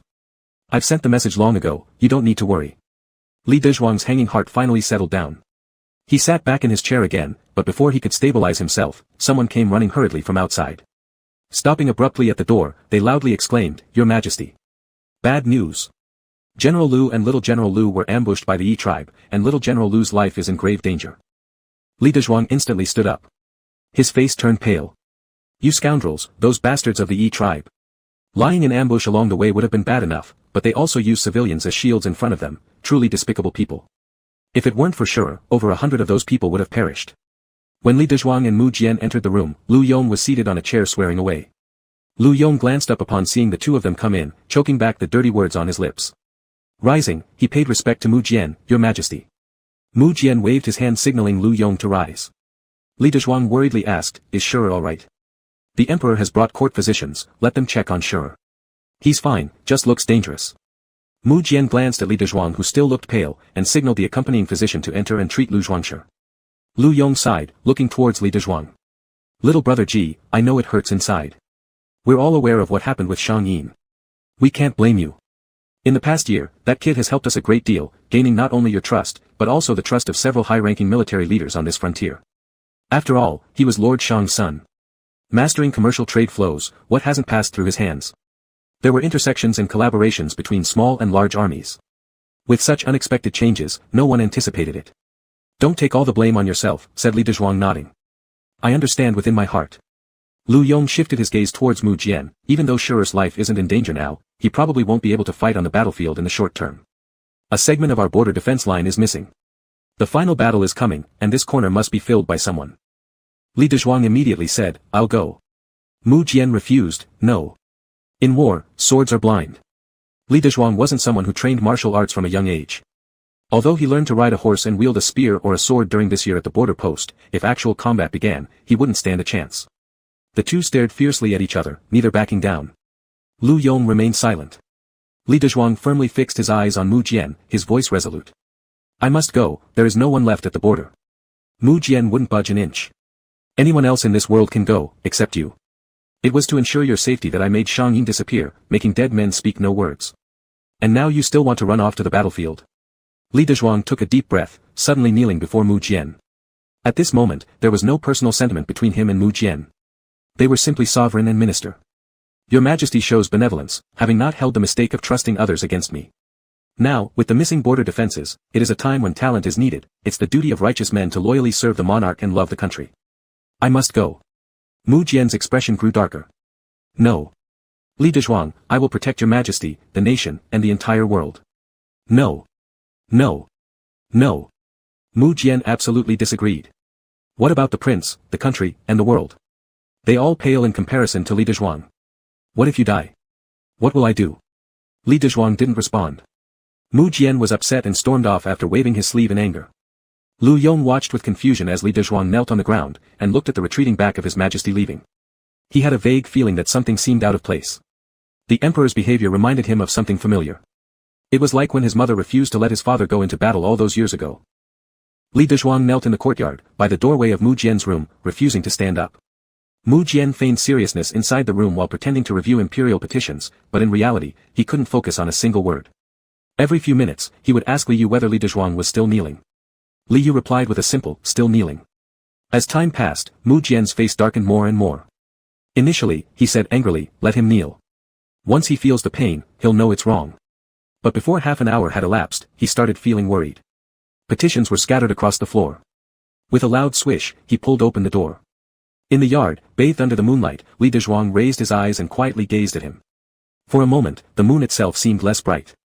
Neither spoke, but Mu Jian already knew what Li Dezhuang was going to say. Furious, he shouted, after all is said and done, I mean nothing to you. Having finished speaking, he suddenly felt aggrieved. A whole year. An entire year. He had endured not seeing him for a full year. I came here to take you back, not to watch you throw your life away. Whether or not the 13 provinces of Yuyun are recovered means absolutely nothing to me. How the border conflicts turn out, or how many people die, also holds no importance. Li Dezhuang remained silent, calmly looking at Mu Jian. From their years of knowing each other, he realized persisting now would yield no result. Mu Jian clenched his teeth, walked down the steps, leaned over, grabbed Li Dezhuang's chin and made him look straight into his own eyes. As he stared deeply at Li Dezhuang's porcelain skin and starry eyes. This person was one of a kind in this world. Die in your dreams. He slowly squatted down in front of Li Dezhuang, keeping eye level with him. His fingers gently caressed his lips. Military advisor Ji is mine alone. Li Dezhuang's gaze fell softly on Mu Jian, calm. Ji Engsub belongs to you, military advisor Ji belongs to the world. This statement failed to bring joy to Mu Jian. The grip around his jaw tightened, bringing his face close, the actions rough but the tone soft, like that of a child who'd been wronged. I waited a whole year for you, and you treat me this way. I'm not happy. Li Dezhuang opened his mouth, yet before he could utter a sound, Mu Jian seized the moment he parted his lips and kissed him hard, almost violently embracing him. Li Dezhuang lost balance while kneeling and was pushed down to the cold ground beneath. The coolness seeped through to his back. The hands gripping his waist squeezed tightly as if trying to snap it. Mu. I'm not happy. Not happy. He murmured lowly, his eyes red with distress, if I had known there'd be a day like today, I should have tied you to my chamber long ago. Chapter 110, I'm despicable, and it's my responsibility. Mu Jian held him tightly, wishing to bury herself entirely into his embrace. Li Dezhuang finally managed to free one hand and gently patted Mu Jian's nape, gazing at the moonlight in the sky. Mu Jian, let me go. No. Absolutely not. Mu Jian grabbed his waist, lifted her head, blocking the moonlight in Li Dezhuang's eyes. As Li Dezhuang tried to push her away, Mu Jian seized his hand and pressed it firmly on the ground. The friction of his hands on the ground caused the skin to break, leaving a fiery pain. Mu Jian leaned close to his ear, with a deep laugh. Li Dezhuang, do you know how much I missed you? I truly missed you to death. If it weren't for consolidating political power in the court and worrying about your safety, would I have waited until today? In my dreams every night, it's all about you. I went mad missing you so much that I had to prick myself with a needle to stop from sending people to bring you back. Li Dezhuang took a deep breath. This person really has a way of torturing themselves. Mu Jian smiled, leaning against his ear. Her hot breath tickled inside his ear.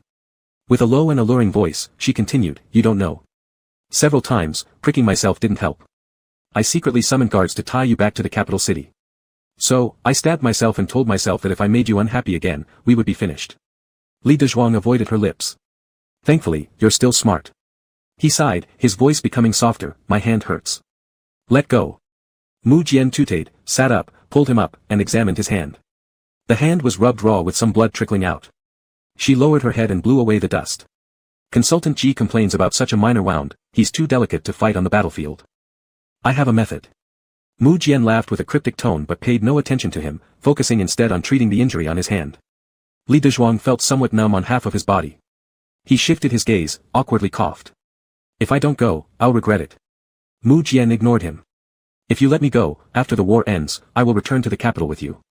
Mu Jian paused, tightening her grip on Li Dezhuang's hand slowly. This undoubtedly was an enormous temptation. Li Dezhuang said, Mu Jian, I am a man. I have responsibilities that I should bear, and I am capable. I am not some vine depending on you for survival. I also dislike being anyone's accessory. First, I need to be a human before I can like you. Mu Jian stared at him steadfastly, listening to a long string of words but only caught, like you. She smiled, you admitted that you like me. Li Dezhuang withdrew his hand from hers and stood up. Mu Jian looked up blankly at him, her gaze as if locked onto him. He seemed perfect like a porcelain crafted by heavenly hands, gleaming with irresistible charm under the moonlight. Li Dezhuang said, perhaps I've gotten used to it, accustomed to having you. While the wind blows at Yanmen Pass, I think of you. Seeing flowers at Yanmen Pass makes me miss you. I remember our initial encounter. I wish you hadn't killed those people and hadn't done something terrible to me. Then, I wouldn't need such a long time or psychological struggle to tell you honestly that I cannot let go of you. Li Dezhuang said, I once hated you, yet hating you became a burden, unforgettable. I deliberately tried not to think, not to dwell. But when I did that deliberately, I had already fallen. Li Dezhuang took a deep breath. Mu Jian, you damn bastard. You succeeded. You're despicable. You owe me responsibility. Mu Jian laughed, as though struck by unexpected joy, laughing a bit foolishly under the moonlight, I'm despicable, and it's my responsibility. Li Dezhuang kicked him, don't grin like an idiot. Of course Mu Jian was amused, clinging tightly to Li Dezhuang. Guard Li. Guard Li. Li Dezhuang took a deep breath. My name is Ji Engsub, not Li Dezhuang. Stop calling me by that name. Mu Jian didn't care. Whether it was Li Dezhuang or Ji Engsub. As long as it was him, it was fine. Su Su. Ji Engsub got goosebumps. Don't call me so disgustingly cheesy. Mu Jian changed his tone. General Ji. Ji Engsub, General Ji wants to go to battle. Mu Jian. No way. If you say no, then what you just said doesn't count. I won't go back with you either. Rather, I'd die here waiting for you to pick up my corpse, and you'd spend the rest of your life alone. Or, you can drag me away, taking only my shell. Choose. Mu Jian grunted twice, angrily biting his lip. His voice wasn't unfair. Su Su obviously knows how to get to me, he's the worst. Those words were deliberately said to confuse my mind, so that I would let you go. Ji Engsub admitted straightforwardly. Yeah, that's right. Mu Jian pinched his chin, her pitch-black eyes seemingly wanting to swallow Ji Engsub whole. But I just eat this kind of thing from you. I'll give you a chance and see how you perform. If you do well, I will directly hand over the tiger tally to you. You can command as many soldiers as you want. Ji Engsub raised an eyebrow. That's what you said. I said it. A word was worth 9 tripods, a saying implying the word is very important. Useless. Useless. He was truly useless. Ji Engsub, holding the tiger tally in his hands, felt like a farmer who had worked hard all year long moving bricks, finally receiving his hard-earned money. He originally thought that as long as the person he liked would play along with some psychological quirks, then he could avoid having a tough time himself. However, he completely overlooked that Mu Jian, despite being quirky, knew how to pretend, endure, and suppress feelings. But Mu Jian was still quirky. Brutal Emperor. Ji Engsu pointed at Mu Jian while she was getting dressed and accused her. Mu Jian approached smiling, squatted by the bed. General Ji, are you still able to ride a horse? Ji Engsu wanted to slap him. Serves you right for being so smug. But when he lifted his arm, pain surged through his body causing him to gasp in cold air. He could only boast verbally, I can. I can. Mu Jian didn't expose his weakness, instead, she poured a cup of water and helped him drink it. Although I have promised you to go to the battlefield, you should take more people with you. I will give you my secret guards. Ji Engsu was surprised. To me? What about you if you give them to me? The merchants and the Mei family aren't plotting against you for nothing. If you give them to me, what will happen to your safety? Mu Jian put down the cup in her hand, leaned close to Ji Engsu's lips, and spoke softly and intimately. Of course, it's to wait for General Ji's triumphant return, then to be by my side afterward, ensuring my safety. You. No room for negotiation, or you won't go. Ji Engsu rolled his eyes, there was no way he wasn't going. It was an opportunity earned through hardship. Then stay home and behave, don't keep stepping out into dangerous situations. Mu Jian leaned down and gave him a soft kiss, alright, husband. You sure have thick skin. Chapter 111, the main text comes to an end. The wind at the frontier blew past Ji Engsu's raven temples, flapping his cloak behind him with a rustling sound. Mu Jian stood on the stairs, looking at Ji Engsu below, and his hand by his side tightened suddenly. The needle hidden between his fingers pierced into his palm. The sharp pain brought Mu Jian back to reason. He closed his eyes for a moment, took a deep breath, and opened his mouth fiercely. If you don't come back, I will. Ji Engsu interrupted him, I will come back. Don't set such death flags. Otherwise, I really might not be able to come back. Mu Jian bit his lips tightly, struggling with something. Li Dezhuang chuckled, suddenly standing up, grabbing Mu Jian's collar, pulling him down, and their lips met. Forgive me, your majesty. Mu Jian smiled, General Ji in this outfit truly looks good. What? The topic changed rather quickly. So what? I should have asked you to wear it yesterday so that I could take a look. When you return, don't hurry to take it off. Keep it for me. Ji Engsu choked a bit, his ears turned slightly red, he coughed, and said one sentence, I'm leaving. Good, General Ji must pay attention to safety. I know. You haven't fully recovered yet, so don't come to see me off. Mu Jian nodded softly. 20,000 troops gathered outside the city. Ji Engsu rode his stallion, gently shaking the reins with his hands, and galloped out of the city gate. In the rolling smoke and dust, Mu Jian was secretly watching Ji Engsu from a corner of the city tower. Seeing that person, a bright, confident smile rose at the corner of his lips. He turned his horse and spurred the steed. Dust rose under the hooves of the horse. That person gradually disappeared from sight. Due to Mu Jian's previous plan, the Yi tribe was unstable in terms of public sentiment, and it wouldn't be difficult to fight them. However, they shouldn't be underestimated as they could still deliver a fierce blow. Among the departing several units, Mu Jian didn't worry about any except Ji Engsu's team, checking Ji Engsu's military reports first every time. Though Ji Engsu wasn't exactly a martial general, over the past year at Yanmen Pass, what he did for the Lu family army was substantial. The weapons he created were also highly effective, and his fame spread far and wide, making him highly respected among his men.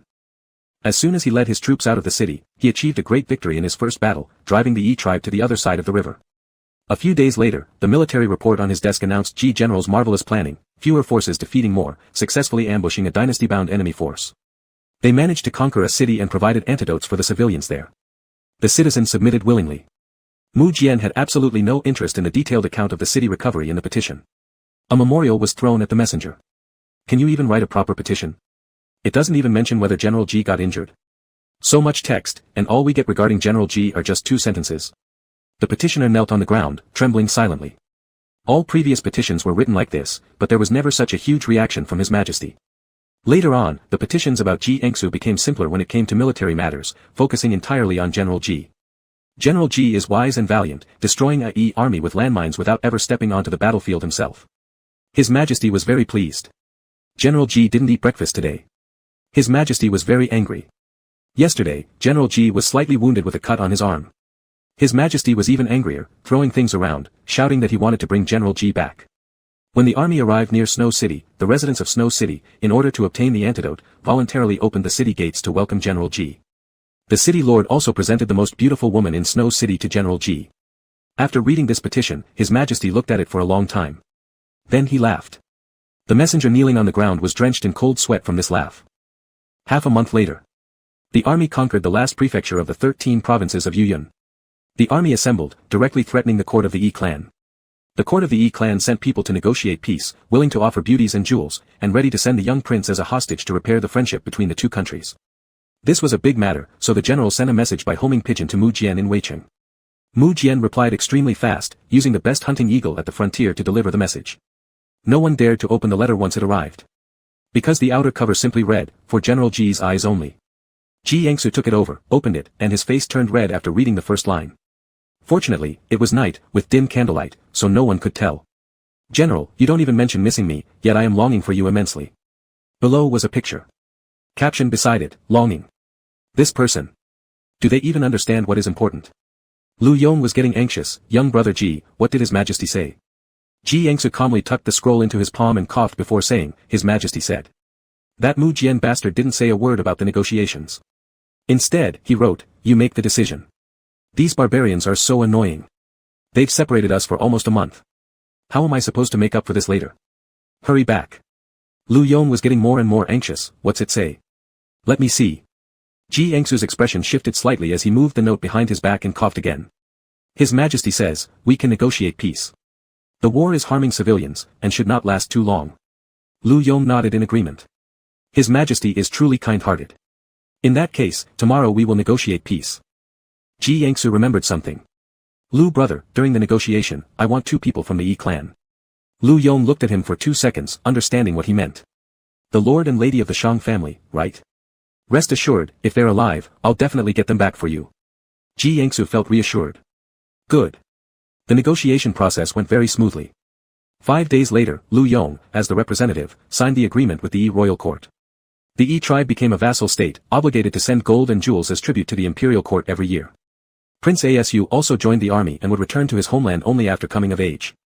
On the day the agreement was reached, the border region celebrated joyfully. In the 13 provinces of Yuyun and the 5 border cities, fireworks lit up the sky, almost illuminating the heavens above the frontier. That night, bonfires were lit in the military camp. Everyone gathered around in groups, drinking, singing, dancing, eating lamb, and celebrating the victory of the war. Ji Yangsu had been given quite a bit to drink. Knowing his own tolerance, once he started feeling slightly tipsy, he pretended to be drunk and left, wanting to hide in his tent. Just as he lifted the tent flap, someone hugged him from behind. An arm circled his waist while a hand covered his mouth. The other person's warm breath was by his ear, seeping into his body through every pore. Ji Yangsu's eyes widened in surprise. In the dark night, the young man nibbled on his earlobe and stared at his reddened cheeks. His face was even prettier than any girl's. "General Ji, don't make a sound, or we might attract others." Before Ji Yangsu could protest, a burning kiss cut off all his words. He tried to push Mu Jian away, but Mu Jian held onto him tightly. After a brief struggle, they both tumbled into the thick fur blanket sent by the Yi royal court. Finally, Ji Yangsu found his voice. "You're being way too reckless." Staying in Weicheng wasn't enough, Mu Jian actually came to the front line. The young man leaned close to Ji Yangsu's ear and laughed softly in the darkness. "I haven't even started being reckless yet." As Ji Yangsu's hand touched Mu Jian's chest, in the dimness, the boy's eyes shone bright, filled with fascination and deep affection, making Ji Yangsu's face flush. Mu Jian smiled and grabbed Ji Yangsu's hand.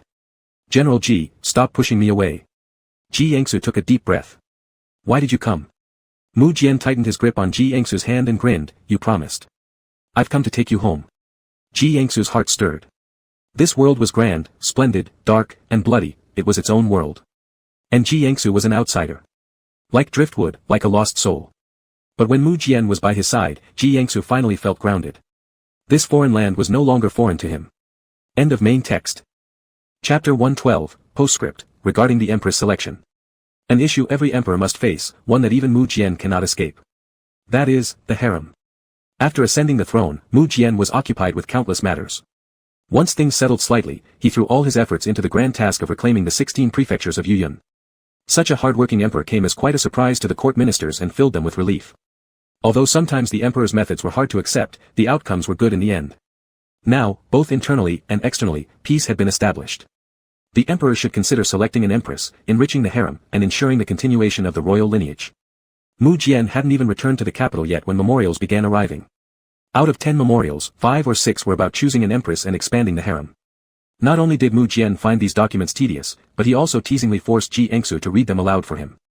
After listening, Mu Jian would even ask for Ji Yangsu's opinions. If Ji Yangsu agreed with what the ministers said, Mu Jian would press him down onto the wooden plank of the carriage. If Ji Yangsu replied, "Decide yourself," Mu Jian would shove him against the wall of the carriage.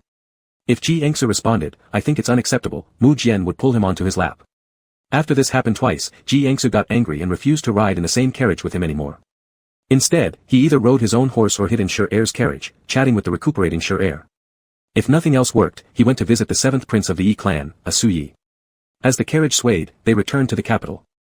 From afar, civil and military officials were already kneeling at the city gate to welcome them. Mu Jian lifted the curtain of the carriage and shouted loudly from afar, "General Ji." Ji Engsu pulled on the reins to slow down his horse, following beside the carriage. "What is it?" "Accompany the emperor in welcoming the civil and military officials." Ji Engsu lowered his voice, "Are you insane?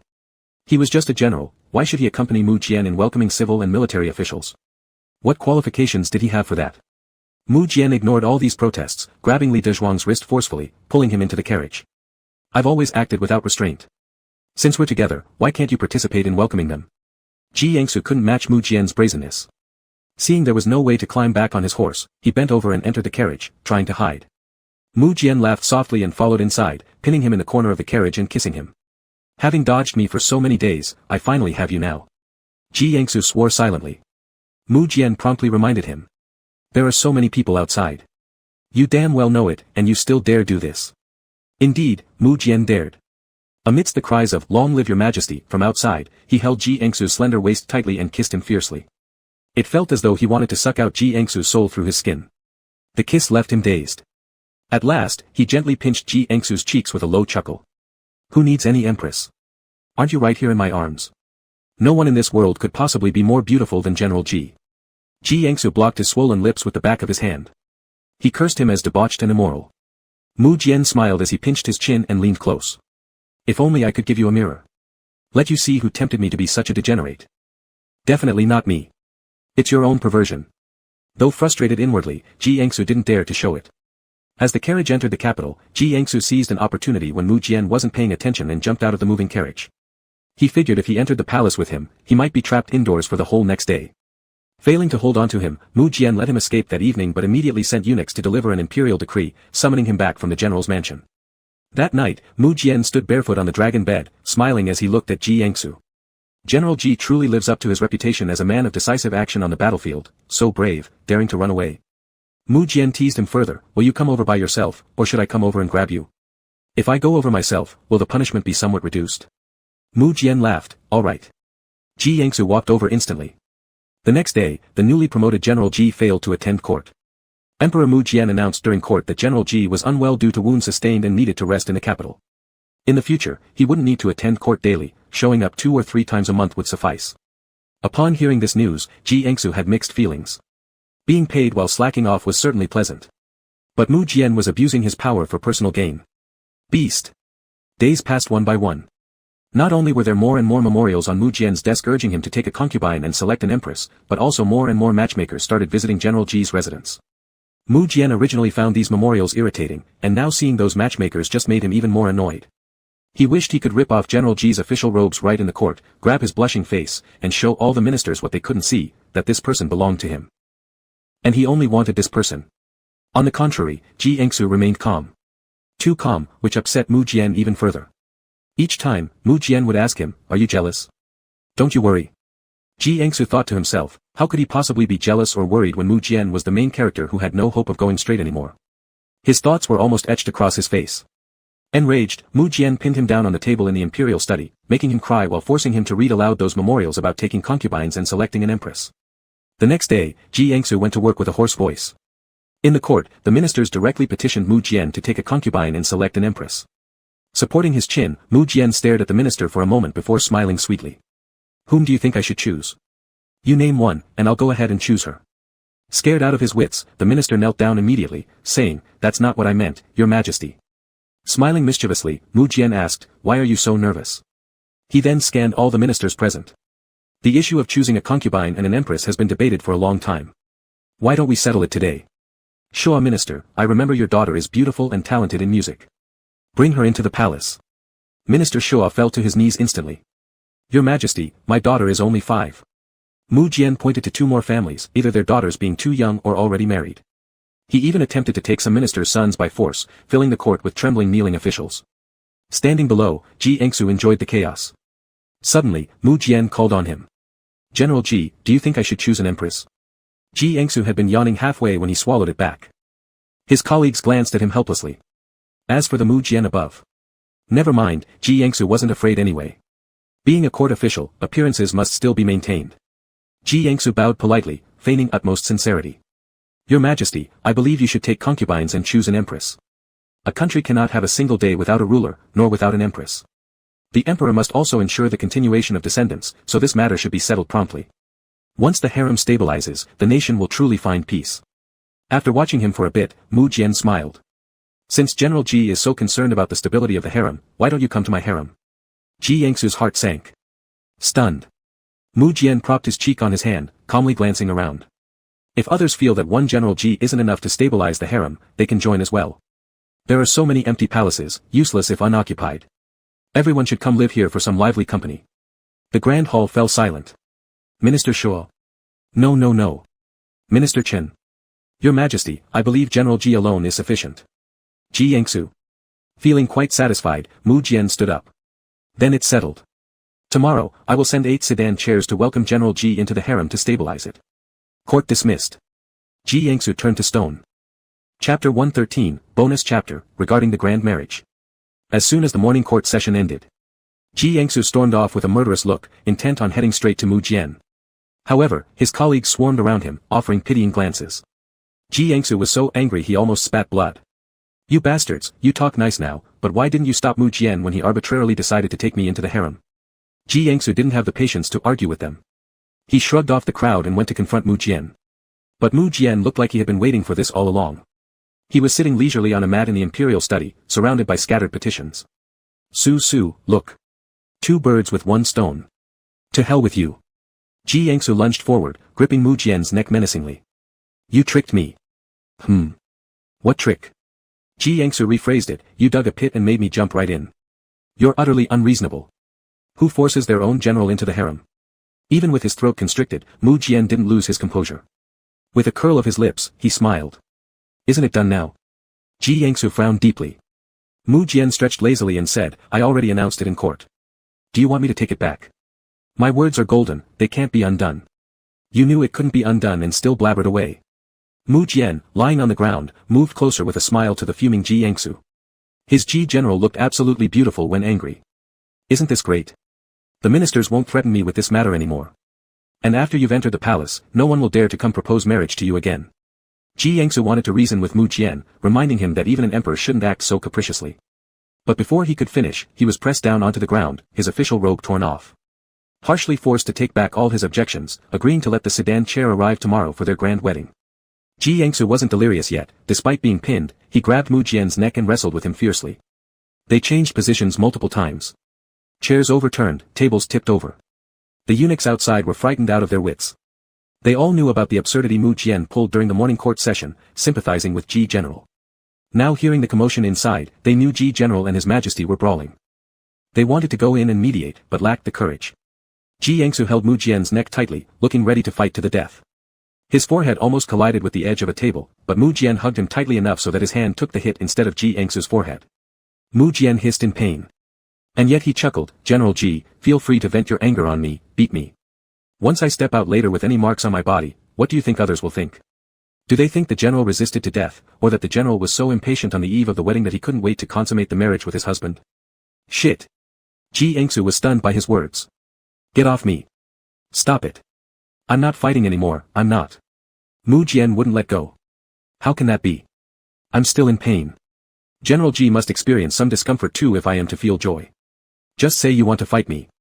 Mu Jian teased, biting at Ji Yangsu's lips, why would I waste such effort? Outside, the eunuch standing guard heard the noise inside gradually subside. Their hearts finally settled. Not long after, the sound of Ji General's voice came from within. I don't want phoenix crowns or red robes. I'm not a woman. After a moment, their emperor spoke. What would you wear then? You should. The emperor seemed amused, that's inappropriate. You're already improper. That's true. The eunuchs outside sweated awkwardly. Is this realization about himself only occurring to His Majesty today? With such urgency, Mu Jian arranged the grand wedding without much preparation time, yet every aspect oozed sincerity. After Ji Yangsu was helped into a sedan chair and returned home to his general's residence, not more than a few minutes later, entire chests full of betrothal gifts arrived at his house. Lu Yong, who rushed over to watch the spectacle, stared in disbelief, dumbfounded as if frozen like a chicken scattering everywhere. Is His Majesty serious? This is killing two birds with one stone. Anyone who dares to interfere in his personal affairs from now on will probably end up in the harem. Lu Yong lamented with regret, young brother Ji, it's your misfortune to be the sacrificial chicken in this situation. Ji Engsu's rear was still sore, he didn't feel like arguing with Lu Yong, glaring at the countless boxes filled with gold, silver, treasures, and antique paintings. Is Mother Mu literally moving the entire treasury here? Lu Yong noticed it too. Isn't what His Majesty gave far too much? He's got issues, leave him alone. Lu Yong's expression turned serious, and he looked around in panic. Seeing that no one had overheard, his tense heart finally settled back into place. Though you're about to become the Empress soon, you shouldn't speak ill of His Majesty like that. With His Majesty's temperament, it's possible for him to kill you. No way. He'll only torment me to death. The next day, the general's residence was adorned with lanterns and decorations for the occasion. Bright red lucky characters were hung high up. The wedding procession stretched from the imperial city all the way to the front of the general's residence. The common people hadn't seen such a grand display before, nor had they ever seen a man marrying another man, so everyone came out to watch. The streets were lined with onlookers. Those who came to offer their congratulations didn't start with congratulations, but instead said, General Ji, think positively, His Majesty is just scaring us. He'll let you go after some time. Ji Engsu gave a sarcastic chuckle. That dog has taken it too seriously. Though the wedding was arranged very hastily, every item and procedure was meticulously included without exception. When Ji Engsu stood below the platform dressed in bright red ceremonial robes, he glanced up and saw Mu Jian standing above, dressed identically. According to protocol, Mu Jian did not need to descend to greet him, but despite this, he took large strides toward him, walked right up to him, grabbed his hand, and said resentfully. They won't allow me to wear phoenix crowns and red robes. Ji Engsu didn't expect that Mu Jian had genuinely thought of this, so he couldn't help but smile. Ji Engsu's skin was fair, and the brilliant red highlighted how even paler his complexion was. When he smiled, it was as if the moon itself embraced him, so handsome it almost hurt to look at. Mu Jian restrained himself, squeezing Ji Engsu's hand slightly and whispering. Does this robe feel comfortable? Ji Engsu tried moving in it, it feels fine. Then don't take it off. Ji Engsu grew cautious, what are you planning to do? I intend to rip it. Pervert. By the end of the elaborate wedding ceremony, Ji Engsu was exhausted like a dog. Collapsing onto the bed, he didn't want to move a single muscle. Even when Mu Jian tore apart the ceremonial robes, he didn't stir. Leaning close to his ear, Mu Jian chuckled softly, so tired already? I'm utterly exhausted. I want to sleep. But that can't happen. Tonight is the honeymoon night, and it will last all evening. Ji Engsu kicked Mu Jian hard in the chest. What kind of nonsense are you spouting? There's no custom like that. Mu Jian grasped his ankle firmly. I am the emperor, the supreme ruler. If I say there is, then there is. Don't make excuses for your outrageous behavior. Leaning forward, Mu Jian whispered low, then fine, I simply want to. Get out. Alright, since you've agreed, we shall begin rolling now. That's not what I meant. Chapter 114, Postscript, about falling off the horse. The emperor marrying a man and even appointing him as the empress was truly an unprecedented and astonishing tale. All eyes were on Mu Jian and General Ji, but they simply emerged unscathed from the imperial city the next day. They returned to his general's mansion, closed the door, and acted as if nothing had happened. General Ji was still the same General Ji, only now with the additional title of empress. He no longer needed imperial permission to enter the palace, it was his home, allowing him free access in and out. Rumors spread wildly outside, sparking all sorts of speculation. The most widely circulated theory was that the seemingly absurd actions of His Majesty actually harbored deep intentions. This was a move to win over the military factions within the court to ensure the undying loyalty of the generals, thereby stabilizing the empire. Thus, the world outside couldn't entirely let go of the idea of trying to offer beauties to Mu Jian. Sometimes these beauties would dance for attention, other times there'd be an arranged, accidental encounter. There were countless tricks used in various forms. Mu Jian chose to turn a blind eye to all these schemes. It wasn't until a beauty danced right in front of Ji Engsu when he acted. Ji Engsu immediately brought the woman forward towards Mu Jian. Mu Jian moved his gaze from the scrolls to look at Ji Engsu for a moment, then threw the scroll aside, grabbed her wrist, and dragged her behind a rockery. Soon after, sounds emanated from behind the rockery that made faces redden and hearts race. Do you deserve this? You're allowed to live outside the palace and yet dare to bring women before me? Want to give yourself a green hat? It's not my intention. I'm wrong. Mu Jian. I'm wrong. Mu Jian gave a cold laugh, completely ignoring his insincere apology. After an hour, he wrapped her up, carried her out from behind the rockery, and took her back to his sleeping quarters. The next day, all officials who attempted to send beauties to Mu Jian received an imperial edict ordering them to send someone from their families, young and strong, to join the fleet sailing overseas. This edict shocked the entire court. Who didn't know how perilous the sea could be, filled with violent storms and fierce sea monsters? Who dared to go, let alone one of their family members? The officials were scared speechless and collectively knelt outside the study hall begging for mercy. Mu Jian didn't even step out of the study hall, merely saying from inside. All your excellencies have sent women to me, so how can there be no men from your households willing to sail overseas in search of treasure? This silenced all the officials. The map used by Mu Jian for the sea voyage was drawn by Ji Yangsu. Though not very detailed, the outline of the continental plates was still clear. More crucially, Ji Yangsu had also sketched the ocean current map based on a faint memory. At the time of drawing it, Ji Yangsu hadn't given much thought, he just wanted to show off his extensive knowledge. When Mu Jian looked at him seriously and asked about the map, pointing at the landmasses. What kind of delicious food is there over here?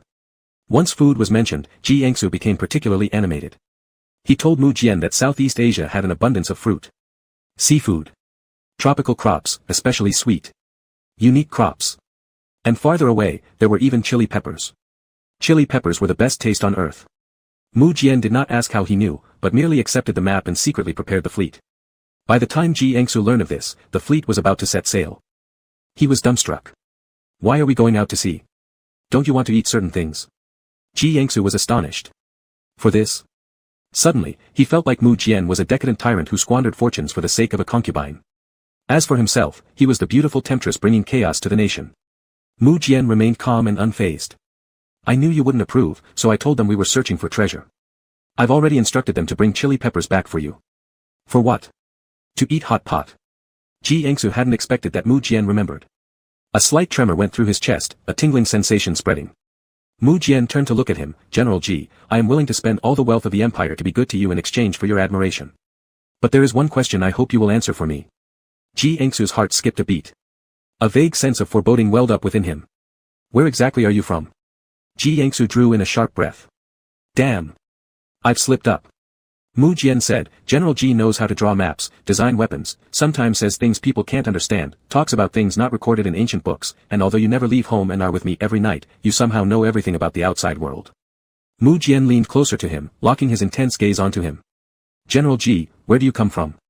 Are you not a divine being descended from the heavens? I'm not, I don't know how to explain it.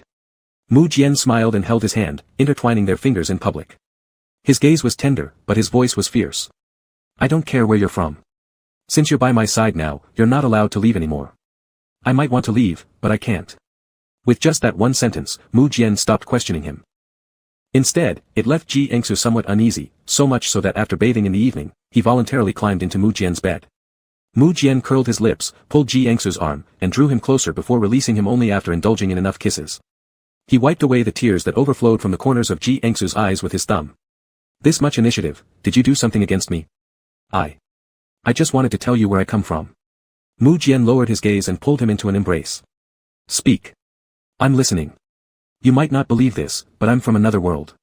Oh, from the heavens, right? I guessed. Little fairy. Mu Jian leaned down and kissed his cheek. That kiss made Ji Yangsu lose all intention of continuing. Go suck your mom's tits, little fairy. Mu Jian readily rephrased it. Little celestial man. Ji Yangsu swallowed back the dirty words on the tip of his tongue. He was trying hard to break the habit of cursing. Because every time he did, Mu Jian always twisted the meaning shamelessly. Not only could Ji Yangsu not fight back, but he ended up being retaliated against as well. Ji Yangsu sat up in a huff, crossed his arms, and stared at him for 2 seconds. You're such a headache. Mu Jian chuckled and hugged him tightly, pressing him down directly beneath him. I don't care where you're from, I won't let you go ever again. Ji Yangsu made a tisk-tisk sound. What if I suddenly disappear one day?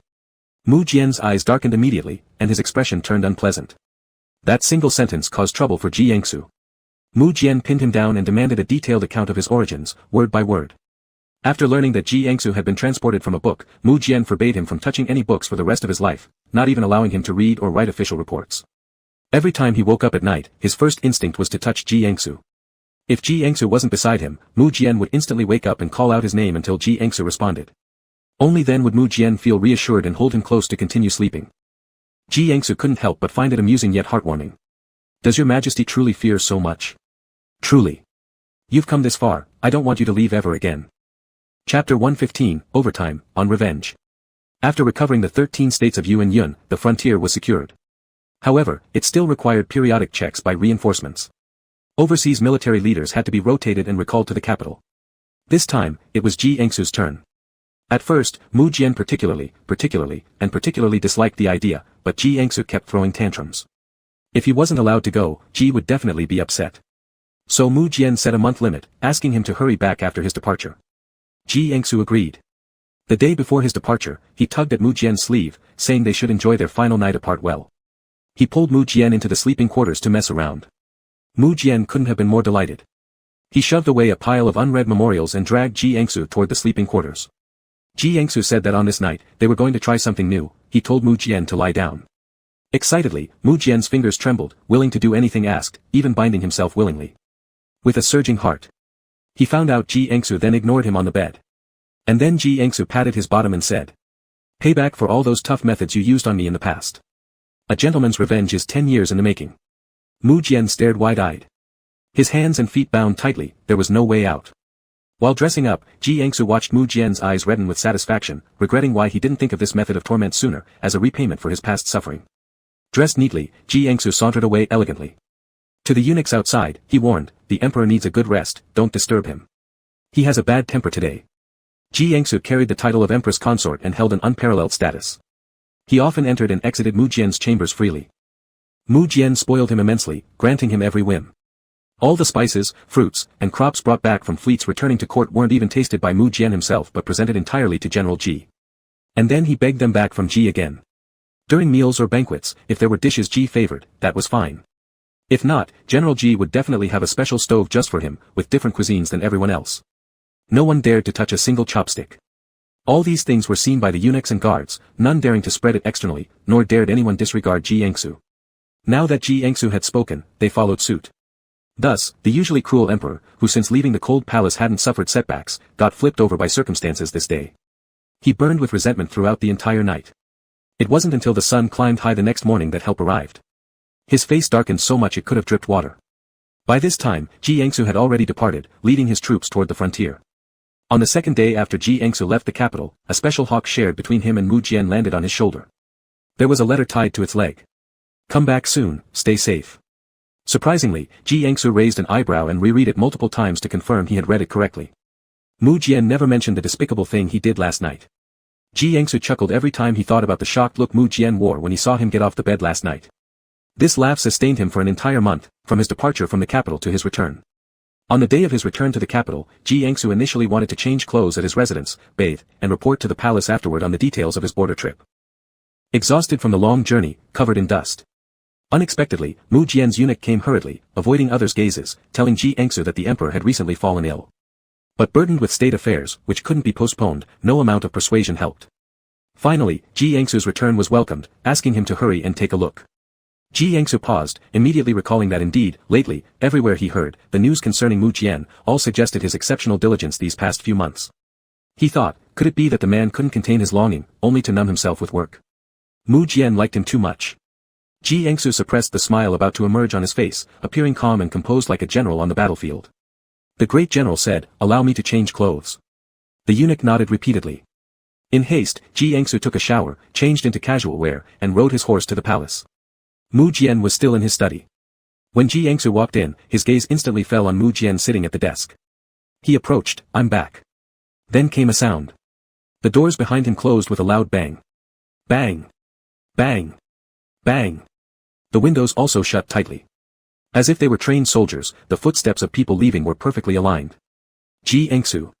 "It's done." Fell for the trap.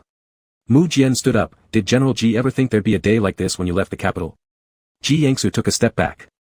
"I thought His Majesty was magnanimous and doted on me. After a month, I figured it would all be over and done with." Mu Jian's cold laugh told him that things weren't going to pass.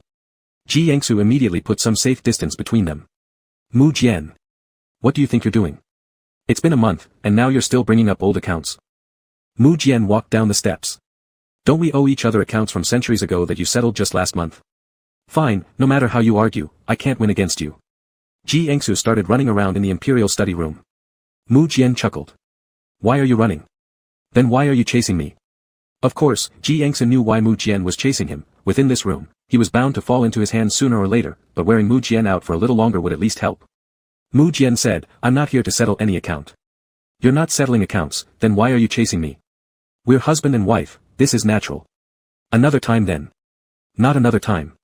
Mu Jian sneered, suddenly leapt onto a chair, flew through the air, pounced on Ji Engsu, and pinned him to the ground. He held the general's shoulders tightly before leaning down for a kiss. Suddenly, noises came from outside. Princess! Princess, you can't come in. Why can't I? Seasoned brother is finally back, and I can't see him. At the sound of the princess's voice, Ji Engsu felt as though a lifeline had appeared just as he was drowning.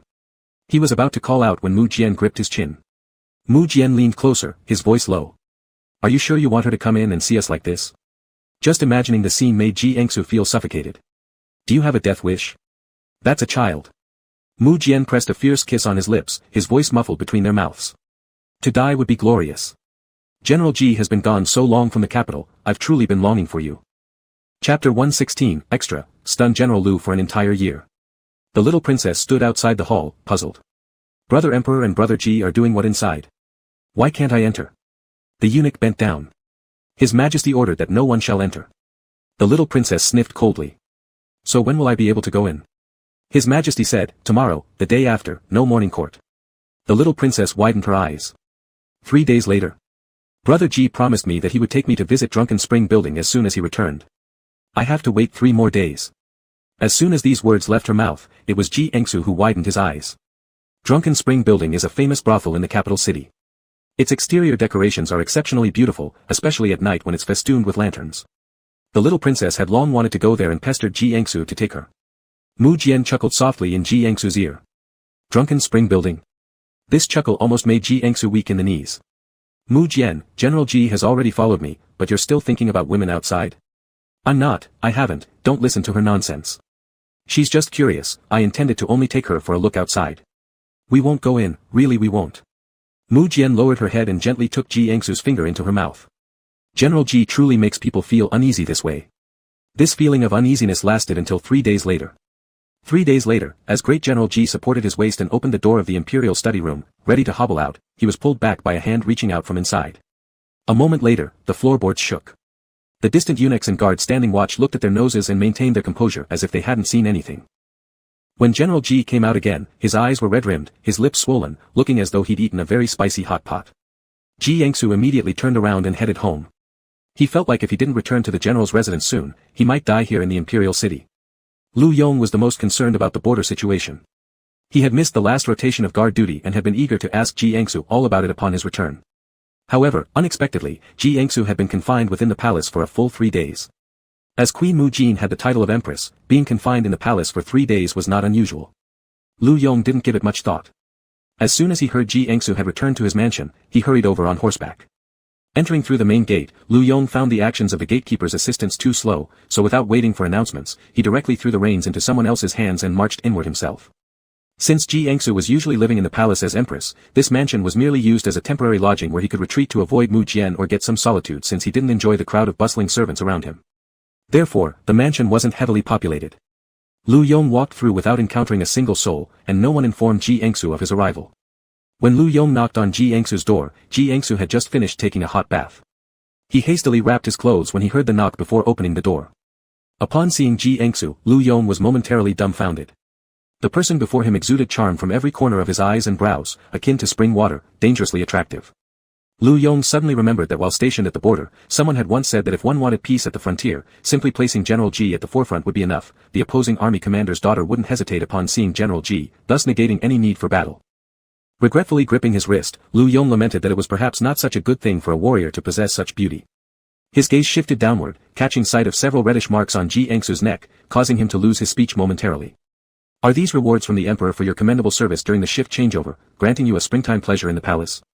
Surprisingly, Lu Yong hit the nail right on the head, albeit accidentally. The flame of gossip in Lu Yong's heart ignited ferociously. I originally thought the Emperor went crazy making you Empress, cutting off your chances with women forever. I even mourned for you for a while, but now it seems I was overly worried. How is the beauty granted to you by the Emperor? Are these marks on your body left by her? She sounds quite spirited. Can you endure this? Ji Engsu didn't know how to respond. After a slight cough, he quickly changed the subject. Did you come for the military report on the border? That can wait. What I'm more interested in right now is your lifetime affairs. If the Emperor has bestowed someone on you, it probably means the removal of the Empress isn't far away. That truly is great news for you. A sincere smile spread across Lu Yong's face. Ji Engsu.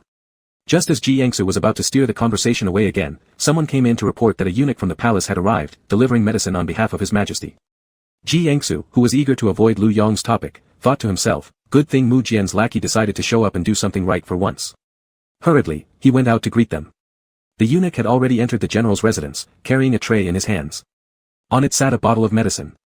As soon as Ji Engsu caught sight of the bottle, it felt eerily familiar, stirring a foreboding sense deep within him. Sure enough, the eunuch announced. His Majesty has sent me over with this bottle of medicine. He says that he lost control and might have hurt Her Majesty, so he ordered me to deliver this bomb. His Majesty also mentioned that he originally intended to apply it personally on Queen Ji, but she ran too quickly for him to properly examine her injuries.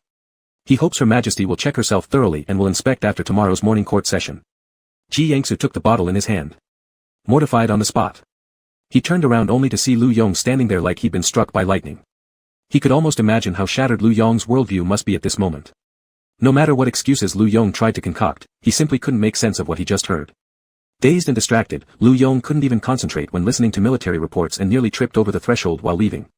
General Lu remained dazed and disoriented all the way back home. How could it be? These two men, how could they end up together? Suddenly, he remembered something. Didn't the Eastern Crown Prince also enjoy male companionship? And he ended up dying in bed in an extremely undignified manner. Lu Yong clutched his chest, feeling utterly broken inside. Despite decades of service and countless battles, he'd never endured a wound this severe. He took a deep breath and noticed his son practicing swordsmanship in the courtyard. Vigorously handsome, full of youthful spirit and brilliance, every inch of him brimmed with unwavering youth. His eyebrows bore the resolute strength and blood-soaked resolve honed through battlefield trials. Sure. Hearing Lu Yong's unexpected voice broke the concentration of Lu Zhangshi, who immediately sheathed his sword and stood straight. Father. Lu Yong stepped down from the stairs. You're still recovering from your old wounds, you shouldn't push yourself like this. Father, the doctor said I can practice for 2 hours each day without worry, it'll help with my recovery. Lu Yong nodded, then suddenly remembered something and asked, you've been back in the capital for some time now, and met quite a few people. Are there any friends you've become closer with? There are a few. Do any of these people happen to be women? Startled, Lu Zhangshi dropped to his knees immediately. Father. I have always followed propriety and dared not exceed boundaries. Every day since dawn, I write calligraphy, study military tactics, and learn about military affairs, never allowing myself to slack off. Lu Yong frowned. That's not good. You need to balance work and leisure. Young people should play more when they should. Besides, what's wrong with knowing some women? Our dynasty isn't so rigid. As long as it's appropriate, you're free to associate with women too. Huh? Lu Yong stood with his hands behind his back. Didn't General Ji tell you that among 3 people walking together, there will be something to learn from each one? Everyone has their strengths and weaknesses. We have many capable women in the army too. For instance, let's not even talk about Wang Dame from our kitchen who cooks excellent dishes. You should go out and meet more women. To that end, since you're no longer young, here's what I propose. Today, Father will pay for your visit to a brothel to get a taste of life. Chapter 117, Side Story, about the Little Princess. Lu Zhangshi really went to the pleasure house. To Shire, the impression of the pleasure house was this. There were so many people. So many men, and also so many women. The women were wearing a bit less clothing. Shire was worried they would catch a cold. After taking one round inside, he decided to leave. Once he stepped out, he saw his father sitting across at the tea house, frantically waving him back. Shire. He obediently went back. When he climbed upstairs, he wanted to find a quieter place to sip tea and listen to some music. Suddenly, he heard commotion from around the corner. Looking over, he saw a handsome young master being blocked by the courtesans in the pleasure house. That young master had turned red all over his face. I'll pay you, I'll give you money, just please don't take off your clothes. Everyone around burst out laughing. People came to such a place to spend money and watch others undress, but this fellow spent his money asking for the opposite. The courtesans in the house probably found him amusing and kept pestering him. Lu Zhangshi couldn't stand it anymore. He stepped forward and pulled that young master out from among the powder-painted crowd, then took him away. The little master seemed dazed, stuttering his thanks repeatedly as he walked along, then turned around after a few steps, tilting his head to ask Shire. What's your name? Lu Zhangshi. So earthy. The young master showed this on his face, only to bow in gratitude before running off. Just the next second, General Lu himself leapt down from the second floor of the tea house, panic-stricken. Son. Did you do anything to that young master just now? Lu Zhangshi. No, I didn't. The young master sprinted all the way into an alley where a sedan chair was waiting. She bent over and quickly entered it, scaring the maidservants who were waiting nearby half to death. Princess, thank goodness you've returned. Your maid was about to panic otherwise. Go. Back to the palace. In the end, the little princess's trip to the pleasure house couldn't be hidden from Ji Yangsu. Perhaps because she'd been around Mu Jian too much, when the little princess pretended to look pitiful, she did it so well it was as if she'd inherited her skills from Mu Jian herself. Little tears fell like soybeans plopping onto the ground. I won't dare do it again. Do you know, as a girl, if you're discovered in a place like that, there's no telling whether you'll come out alive or not. I just wanted to go in and see how things are set up inside, I thought it looked nice. Ji Yangsu let out a disdainful snort. The little princess sniffled, besides, no one even found out about me. There was a handsome young master who saved me. Ji Yangsu unexpectedly raised his eyebrows, squatting in front of the little princess. Are you perhaps falling in love with that young master who saved you? It sounds very predictable, like one of those old tales. Hero rescues beauty. Old routine. The little princess shook her head like a tambourine. Ji Yangsu thought it wasn't interesting anymore, scolded her a couple more times, then let her go. Mu Jian idly played with a string of coral bracelets newly offered by the Yi tribe. When Ji Yangsu approached, she directly placed the bracelet on his wrist. Ji Yangsu's white skin highlighted the beautiful color of the coral, making him look even better. Cheer has been getting quite close to that Asu from the Yi tribe recently. The hostage prince from the Yi tribe?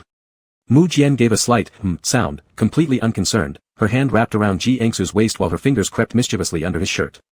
Ji Yangsu's mind wasn't even on these trivial matters, he was entirely focused on the relationship developing between the little princess and Asu. The little princess was innocent and carefree. But Asu was deep-minded. Nothing good could come of this. Ji Yangsu abruptly stood up. Nope, I have to check this out. Mu Jian frowned unhappily and grabbed him back forcefully. Why are you going? I must investigate that little hostage prince. According to the storylines, he's surely bound to be a louse. Mu Jian almost laughed, but her expression remained sardonic. How is it your business if he's a cad? Didn't you just promise me earlier you'd stay in the palace tonight? Are you finding an excuse to slip away right now? No. I need to keep an eye on Asu. Cheer will get bullied. Mu Jian smirked unpleasantly twice, pinched him at the waist, and pressed him onto the table. Papers from official reports scattered everywhere, inkstone, and writing brushes crashed noisily to the ground. In broad daylight, the eunuchs outside suddenly heard such sounds, wondering if something had gone wrong. Upon entering, they found the inner chamber's door still open. The emperor embraced General Ji's waist, pressing his lips firmly onto him. General Ji's clothing had already slipped down to his shoulders, exposing bruises on his shoulder. Ji Yangsu, what are you doing? Mu Jian, I said yesterday, I need to check. Ji Yangsu's voice carried a hint of panic, I didn't get hurt. Mu Jian chuckled lowly, then we can go a bit harder. The eunuchs were greatly startled and quickly tiptoed away. They covered their ears as if to shield themselves from what they shouldn't hear. Walking out, they cleverly ushered the other waiting eunuchs and guards further outside, then sat on the steps, quietly waiting. As twilight fell, Ji General's hoarse curses could be heard from within. Scoundrel! Are you a dog or what? The eunuchs shivered in fear upon hearing this. In this world, only General Ji dared to speak to the emperor like that. Not only was the emperor not angry, he even smiled each time and replied gently, yes, I'm a dog. General Ji wants me to bite, but I haven't bitten enough yet. General Ji stormed out of the inner chamber, only for his sleeve to be caught by Mu Jian once more, pulling him back for a kiss. When he finally emerged again, his exquisite face flushed red, even more radiant than the sunset on the horizon. Chapter 118, Side Story, about Su Yi. Ji Yangsu cursed Mu Jian in his mind thousands of times. Despite that, he still couldn't shake off the worry for the young princess and had someone check on Su Yi. Su Yi, this young man, was brought to this palace as a hostage prince. Leaving his hometown behind, he was all alone, with no one to lean on. If this happened in another book, he would undoubtedly be the perfect male protagonist. Ji Yangsu did not disturb Su Yi but observed him secretly for a while. He didn't notice anything unusual. But his intuition told him that this person wasn't simple at all, very complicated indeed. Ji Yangsu paced in place, thought for a moment, and decided to test him. He called over a servant and asked for writing materials. He penned down a slightly veiled yet affectionate letter and sent it to Su Yi. He watched Su Yi take the letter, open it, look startled for a brief moment, then fall deep into contemplation. Ji Yangsu understood these types of princes who had become hostages in foreign lands way too well. On the surface, they would pretend to be innocent or extravagant and flamboyant. Inside, however, they were devious, intent on extracting intelligence, so they could return to their home country and formulate a series of plans against their enemy. And within this scenario, Cheer was going to be the biggest victim. The young girl's romantic feelings were just budding. Ji Yangsu had to let her know, this little thing, Su Yi, must be a scumbag. Sure enough. Su Yi replied to him. The words were heart-wrenching, reading them made anyone pity Su Ye's plight. Ji Yangsu sent him 2 more letters, and through these back-and-forth exchanges, they gradually became familiar with each other. By the time Ji Yangsu was about to send the 3rd letter, Su Yi showed up in the imperial study with the previous 2 letters in hand. Your Majesty, the Empress has intentions towards your servant. I do not dare to deceive your majesty and have come to report. Ji Yangsu froze, dumbfounded, feeling like an idiot. Suyi actually knew that the letter was from him. As he raised his eyes, locking with Mu Jian's cold gaze, he instinctively clenched his bottom. He had an ominous premonition. Mu Jian chuckled twice. How did you know the letter came from the Empress? I've seen the handwriting of the eunuch who writes on behalf of Her Majesty. Ji Yangsu. Ji Yangsu felt as if he was caught cheating by his own spouse, and then betrayed right in front of his husband. That. Mu Jian, let me explain. Mu Jian glanced at him coolly. Go wait in the side chamber.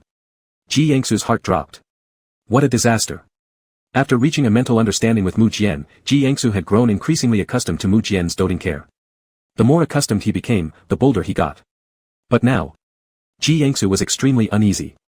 He entered the side chamber with his head bowed. There was a carved flower pattern door between the side chamber and the inner room of the imperial study. Ji Yangsu often used to sit in the side chamber, eating snacks, peeking through this flower pattern door to watch Mu Jian handle official matters. Now, he found himself observing how his affair was dealt with. It left a complex taste in his mouth. Suyi was young, with a vibrant appearance characteristic of a foreign race. His features were refined and handsome. Your Majesty, I truly had no idea that the Empress harbored such thoughts toward me. I beg your Majesty to forgive me. If your Majesty can forgive me, I will do anything. Even entering the harem. Mu Jian raised his eyes and gave him a glance that was detached. Li Dezhuang stood there, utterly astonished. What kind of bizarre twist is this? I thought you'd cling to my leg for help, but instead, you're after my boyfriend. Mu Jian remained still. Yet his peripheral vision kept watching Ji Yangsu in the side chamber. When he noticed Ji Yangsu crouched on the door like a gecko, his stiff facial expression softened. He loudly summoned someone outside and ordered them to drag Suyi away. Since Suyi liked men and wanted to stay with a man, he provided some strong-bodied companions as part of Mu Jian's thoughtful consideration. Suyi was dragged off. The sounds of his pleas gradually faded away.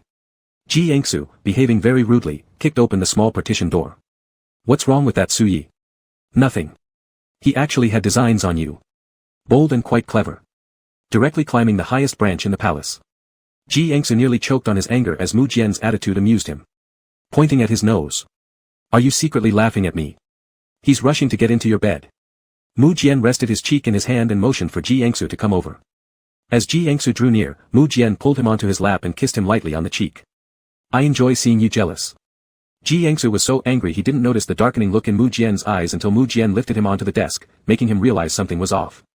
Who gave him the audacity? Just because he's a bit younger than me. Hey, what are you doing? Mu Jian, what do you think? You write love letters to others, this matter isn't over yet. We were talking about Suyi just fine, why bring up the love letters? Mu Jian pressed his lips against Ji Yangsu's. I want one too. General Ji never wrote one for me, but now, to test another person's secrets, you've written so many for someone else. I don't like it. If you're upset, I'll write you one. A whole bunch of them. Mu Jian ignored him, gripping Ji Yangsu's wrist tightly. I have to give you a proper lesson today, so you remember that you can only write love letters to one person. Ji Yangsu's breath hitched as he realized there would be no escape today. A real man knows how to yield when necessary, so Ji Yangsu quickly embraced Mu Jian's arm and called him Fujuan, a term Mu Jian had longed to hear repeatedly. He then added humbly, I'm sorry. Can you forgive me? How many times do you want me to call you Fujuan today? I'll call you as many times as you wish. Mu Jian's eyes immediately turned red, his voice raspy with emotion, that's your own choice. The words hadn't been out for 2 minutes. Could he take them back? Suyi, incompetent yet daring. Chapter 119, bonus chapter, about the young princess breakup. The young princess had a breakup. She could not believe that the boy she thought was good-looking actually ended up with another boy. When she saw them together, she was totally shocked. It was only because the maid who followed her quickly covered her eyes and carried her away. 2 young ladies. One a princess, the other a maid, both blushed furiously and sat by the artificial rock hill. The young princess asked her maid, do boys nowadays all like boys? The maid could not provide an answer. The young princess was very sad. The young princess was very upset. The young princess did not understand at all. She originally planned to find Ji Yangsu and ask him to take her out for a play. But before even entering the palace chamber, she met her emperor brother who was walking out from there. Her emperor brother said that Ji Yangsu was still sleeping, not even a thunderbolt would wake him up. The princess was dumbfounded, thinking he might be sick. She asked further, but instead of concern, her emperor brother proudly told her, I did it. She didn't quite get it. Taking a few steps forward, she suddenly remembered the scene she saw earlier at Asuya's place. Her face turned red in an instant, and she started stomping her feet cursing Mu Jian as a pervert. The maid following her got frightened and immediately covered the princess's mouth, consoling her and leading her outside the palace to play. Disguised as a man, while passing by a brothel, she was recognized and called out to. Hey, isn't that the young master? Are you coming inside today? Do you have enough money? After this, everyone around burst into laughter. The young princess stomped her feet angrily. Just when she was about to leave, she spotted the handsome youth who had saved her last time. His figure was elegant, his demeanor remarkable. Only, the place he came out of seemed a little off. He clearly recognized her as well, and walked down the steps. Why are you here again? The young princess was still grieving from her breakup. Can you come? But I can't. Sher smiled slightly. No. He was about to walk away. Suddenly, the young princess caught up and blocked Sher. You, seeing how you're so much of a philanderer, you must be familiar with all the fun spots in the capital city. Can you show me the way? Lu Zhuangshi. Ji Yangsu slept until the afternoon. When he woke up, he felt as if every part of his body was disassembled and painful. That dog Mu Jian. Whatever he promised, saying that he'd call him husband and then let him go, was all nonsense. He went to wash up after getting up, and while eating, the eunuchs beside him read out recent military situation reports. As the rain drizzled outside, Ji Yangsu gave a few solutions regarding military affairs and sent the eunuchs away. It was somewhat cool in the evening. He put on an extra coat while drinking warm soup. Then Mu Jian entered from outside, carrying the chill, snuggling up to his body, reaching for his lips and wanting to eat. In their amorous tussling, they overturned the warm soup on the table, splashing Ji Yangsu all over. Ji Yangsu. What am I supposed to wear now? Mu Jian arched an eyebrow. Wear nothing. Go away. Ji Yangsu changed his clothes. Mu Jian lay quietly on the side of the table watching him, his gaze fiery enough that Ji Yangsu almost couldn't resist. He threw the clothes in his hand directly, covering Mu Jian's entire head. Hastily changing his clothes, he sat on the bed by the window, resting his chin on his hand, staring blankly out at the rain. Mu Jian approached, holding him and stealing kisses. After kissing him thoroughly from inside out with his own scent, he laid on his thighs, reaching up to touch Ji Yangsu's chin. Every time he touched it, Ji Yangsu swatted his hand away. They repeated this back and forth a few times. Suddenly, Mu Jian said, I want to see the bite mark from last night. You can't see it. With a darkened face, Ji Yangsu grabbed the blanket and moved Mu Jian's head away, laying the blanket over his own legs, letting him recline again. Rest for a bit. Mu Jian asked, then what next? Ji Yangsu replied, wait for dinner. Mu Jian obediently nodded yes, hugging his waist, and soon fell asleep. The sound of rain pattered outside, slowly pulling people's thoughts far away. Ji Yangsu looked down at Mu Jian. The teenage emperor's sharp aura became increasingly obvious. Without a smile, he usually emanated a kind of intimidating presence. He looked more and more like an emperor. But in front of him, he always acted like a child who refused to grow up. At night sometimes, half asleep, he would unconsciously pull him tightly towards himself, pressing a kiss here or there indiscriminately. Once, Ji Yangsu felt a bit stifled by Mu Jian's constant cuddling and provoked him, you're kissing me to death, buddy. Mu Jian slowly opened his eyes, the smile in them tinged with mischief. He pinned Ji Yangsu down unreasonably and started looking for any sign of mess. Then he even asked himself aloud, oh, it was here all along. Ji Yangsu complained about how disgusting it was and tried to push him away, only to be pressed down even more firmly. Ji Yangsu was so angry it felt like he had heartburn. Many memories flooded back, yet moments of such peace and tenderness between them were rare. Ji Yangsu gently traced Mu Jian's outline with his fingers. His hair was soft, and his cheeks were soft as well. It was hard to believe that such a tender person could have such a hard heart. Capable of slaughtering without mercy, cold and ruthless. Mu Jian's eyelashes fluttered, and he slowly opened his eyes. General Ji, what are you? Ji Yangsu quickly grabbed a blanket to cover Mu Jian tightly, then ran off. Mu Jian's head slammed into the bed frame with a dull thud. He threw off the blanket, jumped down, and lazily hugged Ji Yangsu around the waist, nibbling on his reddened earlobe. What were you doing while I was sleeping? Why do you look so guilty? Ji Yangsu shouted to cover up his unease. I didn't do anything. I don't believe you. You stole a kiss from me. Inside, Ji Yangsu cursed furiously. I didn't. Suddenly, a palace servant came rushing over, standing on the corridor and shouting loudly, Your Majesty, bad news, the princess is in trouble. Chapter 120, Afterward, The Wonders of Fate. Ji Yangsu was more flustered than Mu Jian. In his fluster, he rushed to the little princess's palace only to find out that she was drunk. She hadn't drank alcohol before, so getting drunk quickly startled everyone around her, prompting them to inform Mu Jian without delay. Mu Jian's good plans were ruined and his face darkened as he scolded Ji Yangsu, instructing him in a harsh tone about this and that, emphasizing that little Princess Qi must be taken care of well. This made him feel like little Princess Qi wasn't as likable anymore. Mu Jian waited with patience for a while, but when his patience finally ran out and he didn't see little Princess Qi come near him, he took a big step forward and scooped her into his arms. The messy palace fell instantly into an extreme silence. Everyone stood quietly like chickens. Ji Yangsu also felt somewhat bewildered. Although Mu Jian had always been rather wild, he rarely acted out in public situations. After all, while he might not care about his dignity, General Ji still cared about his. Mu Jian's low and deep voice spoke beside Ji Engsu's ear. Are you feeling better now? Do you still want to return with me to sleep? It's just a case of a child being drunk. Once they've drunk a couple more times, they won't get drunk so easily anymore. Tomorrow, I'll send some wine to reward her. So this is your way of solving problems? You don't even ask how much your sister drank or why she drank it. I still need to attend court early tomorrow. Shouldn't the Empress prioritize me? Through Mu Jian's outward demeanor, Ji Engsu could sense jealousy brewing inside. Right away, let's go immediately. With a sigh, Mu Jian, after giving the doctor another word of instruction, pulled Ji Engsu away. Little Princess awoke from her hangover the next day with an excruciating headache. Clutching her little quilt, she cried tearfully, saying the young man she met was a liar. All talk about the drink being tasty was a deception. He clearly planned to harm her. Unable to swallow her indignation, the little princess went out of the palace for several days straight, trying and failing to catch up with that youth. As time passed, she eventually forgot the incident altogether. Time flew by and soon arrived the Mid-Autumn Festival night banquet within the palace. Numerous royal relatives gathered, most with ill intentions. They brought along beautiful women under various pretexts, either offering songs and dances or following as maids, and exposed their faces on purpose. But their goals were all the same. To tempt Mu Jian. But Mu Jian was not so easy to seduce. The wise little princess, eating snacks while sitting nearby, inwardly scoffed. Seducing emperor brother? You should at least bring a male, right? As rounds of wine were poured, those people seeing no hope, turned their focus towards the little princess.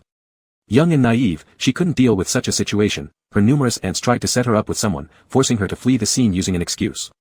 Unfortunately, not too far outside, she bumped into a nobleman who insisted on pulling her along to enjoy the moonlight. She fled him too and hid in a side hall, changing into eunuch clothing, asking her maid for some snacks.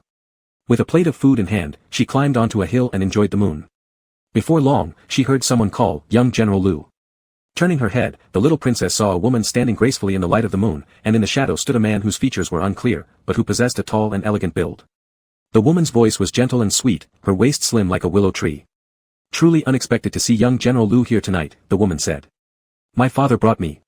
The answering voice of the youth was clear and bright. It sounded familiar to the little princess, though she couldn't quite remember where she had heard it before. Anyway, a good drama was unfolding, so she turned back, crouched partially hidden on the rockery, secretly listening to their conversation. That woman probably hadn't expected such a straightforward reply and thus momentarily lost what to say, yet unexpectedly the man said, "My lord, there are other matters I need to address. Allow me to take my leave." The little princess giggled softly aloud. Even she could tell that the woman had feelings for him. And how could the man remain wooden to such obvious interest? How will he ever get married at this rate? Smugly taking a bite of cake out of schadenfreude, she unfortunately dropped it because of her laughter. The cake rolled down the hill onto the path paved with pebbles, stopping right near the man's feet. When the little princess was about to hide, the man, being a military officer with sharp reflexes, lifted his head and precisely located her position, showing a fierce look. Who? The next moment, the little princess shouted louder than he did. It's you. Lu Zhuangshi paused for 2 seconds. Dressed entirely differently from the previous encounters, it took him a moment to recognize her. Then, clarity flashed through his mind. It's you. So, you were the little eunuch. No wonder you spent silver to have them dress up. The little princess was speechless.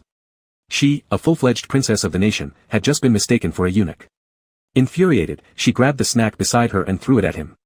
The young girl's strength was minimal, and the toss barely tickled Lu Zhuangshi. He didn't even dodge, but simply asked, "Why are you throwing things at me? Am I wrong? Aren't you the eunuch? Otherwise, why are you in the palace?" The little princess was stuck for an answer. Slowly, she lowered her hand that had been holding the pastry. Her mind raced. If she told him she was the princess, wouldn't he know then that the country's princess had gone out to visit a brothel? Besides, since she lived deep within the palace, it would be hard for her to run into him again anyway. For the honor of the royal family. The little princess swallowed her pride. I am a eunuch. Chapter 121, A Remedy in Sickness. During the evening banquet, the young princess had been out for quite some time. Not long ago, the reason for her drunkenness still eluded Ji Engsu. She had been away for over half an hour this time. Ji Engsu became somewhat uneasy and sent someone to look for her. After searching everywhere, they could not find the young princess. Ji Engsu could do nothing but stand up himself and go look. He cherished his sister Mu Jian dearly, as evidenced by how much he cared for Chier, who was kind-hearted, simple, and adorable. He regarded her as his own little sister to protect. He searched all around and finally saw the young princess, dressed as a eunuch, by the pond releasing one by one the fish that Lu Zhuangshi had caught. As she released them, she murmured softly. Go home, go home. Seeing that she was accompanied by someone, Ji Engsu did not approach her. He gestured with his eyes to the palace attendants following him from behind to watch over her, then left. Not wanting to return to the banquet, he went back to his own quarters. Unexpectedly, the night wind was rather cool, blowing and irritating his throat. The next day, he caught a cold, suffering from both runny nose and cough. Lying in bed, feverish, he couldn't even get up. When he woke up, upon seeing Mu Jian first, his thought was that it was fortunate they hadn't slept together last night, or she would surely have been infected. Mu Jian, seeing him ill, had an unpleasant expression herself. Once she learned that Ji Engsu fell sick while searching for cheer, her face grew even darker. She seemed like she had soaked in a vat of vinegar. You're getting more and more concerned about my little sister, aren't you? People are talking about whether you've set your sights on cheer. Ji Engsu, isn't she your younger sister? That's why I paid special attention. Hearing this, Mu Jian beamed with joy. After feeding him medicine, she also rewarded him with a sweet and sour dried fruit. Then she climbed into the quilt, hugging him and leaning in for a kiss. Ji Engsu quickly covered her mouth. I'm sick, I might infect you. I am protected by divine imperial qi, so there will be no problems. Ji Engsu kept a certain distance from her, that's feudal superstition. Mu Jian raised her eyebrows, grabbed his waist, and pulled him back into her embrace, whispering huskily, how is it superstitious? Let me share my imperial qi with you. Ji Engsu froze momentarily. In that moment of hesitation, he lost the upper hand and allowed Mu Jian to hold him tightly, making it difficult for him to move at all. The sunlight outside was bright. Don't hold so tight. We've embraced before, why be shy now? Ji Engsu burrowed deeper under the covers, trying to hide himself, but Mu Jian saw through it, pulling him back, and whispering close to his ear, it's hot inside here. Ji Engsu wanted to beat him, but being sick left him too weak. This bastard was obviously taking advantage of his illness to do as he pleased, kissing him repeatedly. Ji Engsu heard that the young princess had come and stood on the veranda, wanting to visit him. The servants outside refused her entry, saying Queen Mu was currently sleeping and asked her to come back later. Mu Jian chuckled, you worry about her, and she also worries about you, your bond is indeed very strong. The last few words were almost squeezed out through clenched teeth. Are you my empress, or her doting older sister-in-law? Is this a conflict? Enraged by jealousy, Mu Jian kissed him fiercely. Afraid of being heard, Ji Engsu dared not make any noise. Unfortunately, Mu Jian behaved wickedly. Ji Engsu shed tears due to his antics. The young princess responded faintly, her tone slightly low-spirited. I'll come back later then. As the young princess's footsteps gradually faded away, Ji Engsu slapped Mu Jian on the back. Regrettably, since he was unwell and lacked strength, the slap didn't hurt much, but instead made Mu Jian laugh. You used to love slapping me, and you still enjoy doing it. Go ahead, slap all you want. General Ji can hit me however he wants, just as long as he agrees to follow me, anything goes. Unable to reason with a madman, Ji Engsu held onto his arm and waited until the turmoil passed, then fell asleep soundly in Mu Jian's arms, looking like a docile little cat. Unsure if it was due to his military training, Ji Engsu recovered quickly from the illness. His nose cleared up the next day. By the third day, he had largely recovered.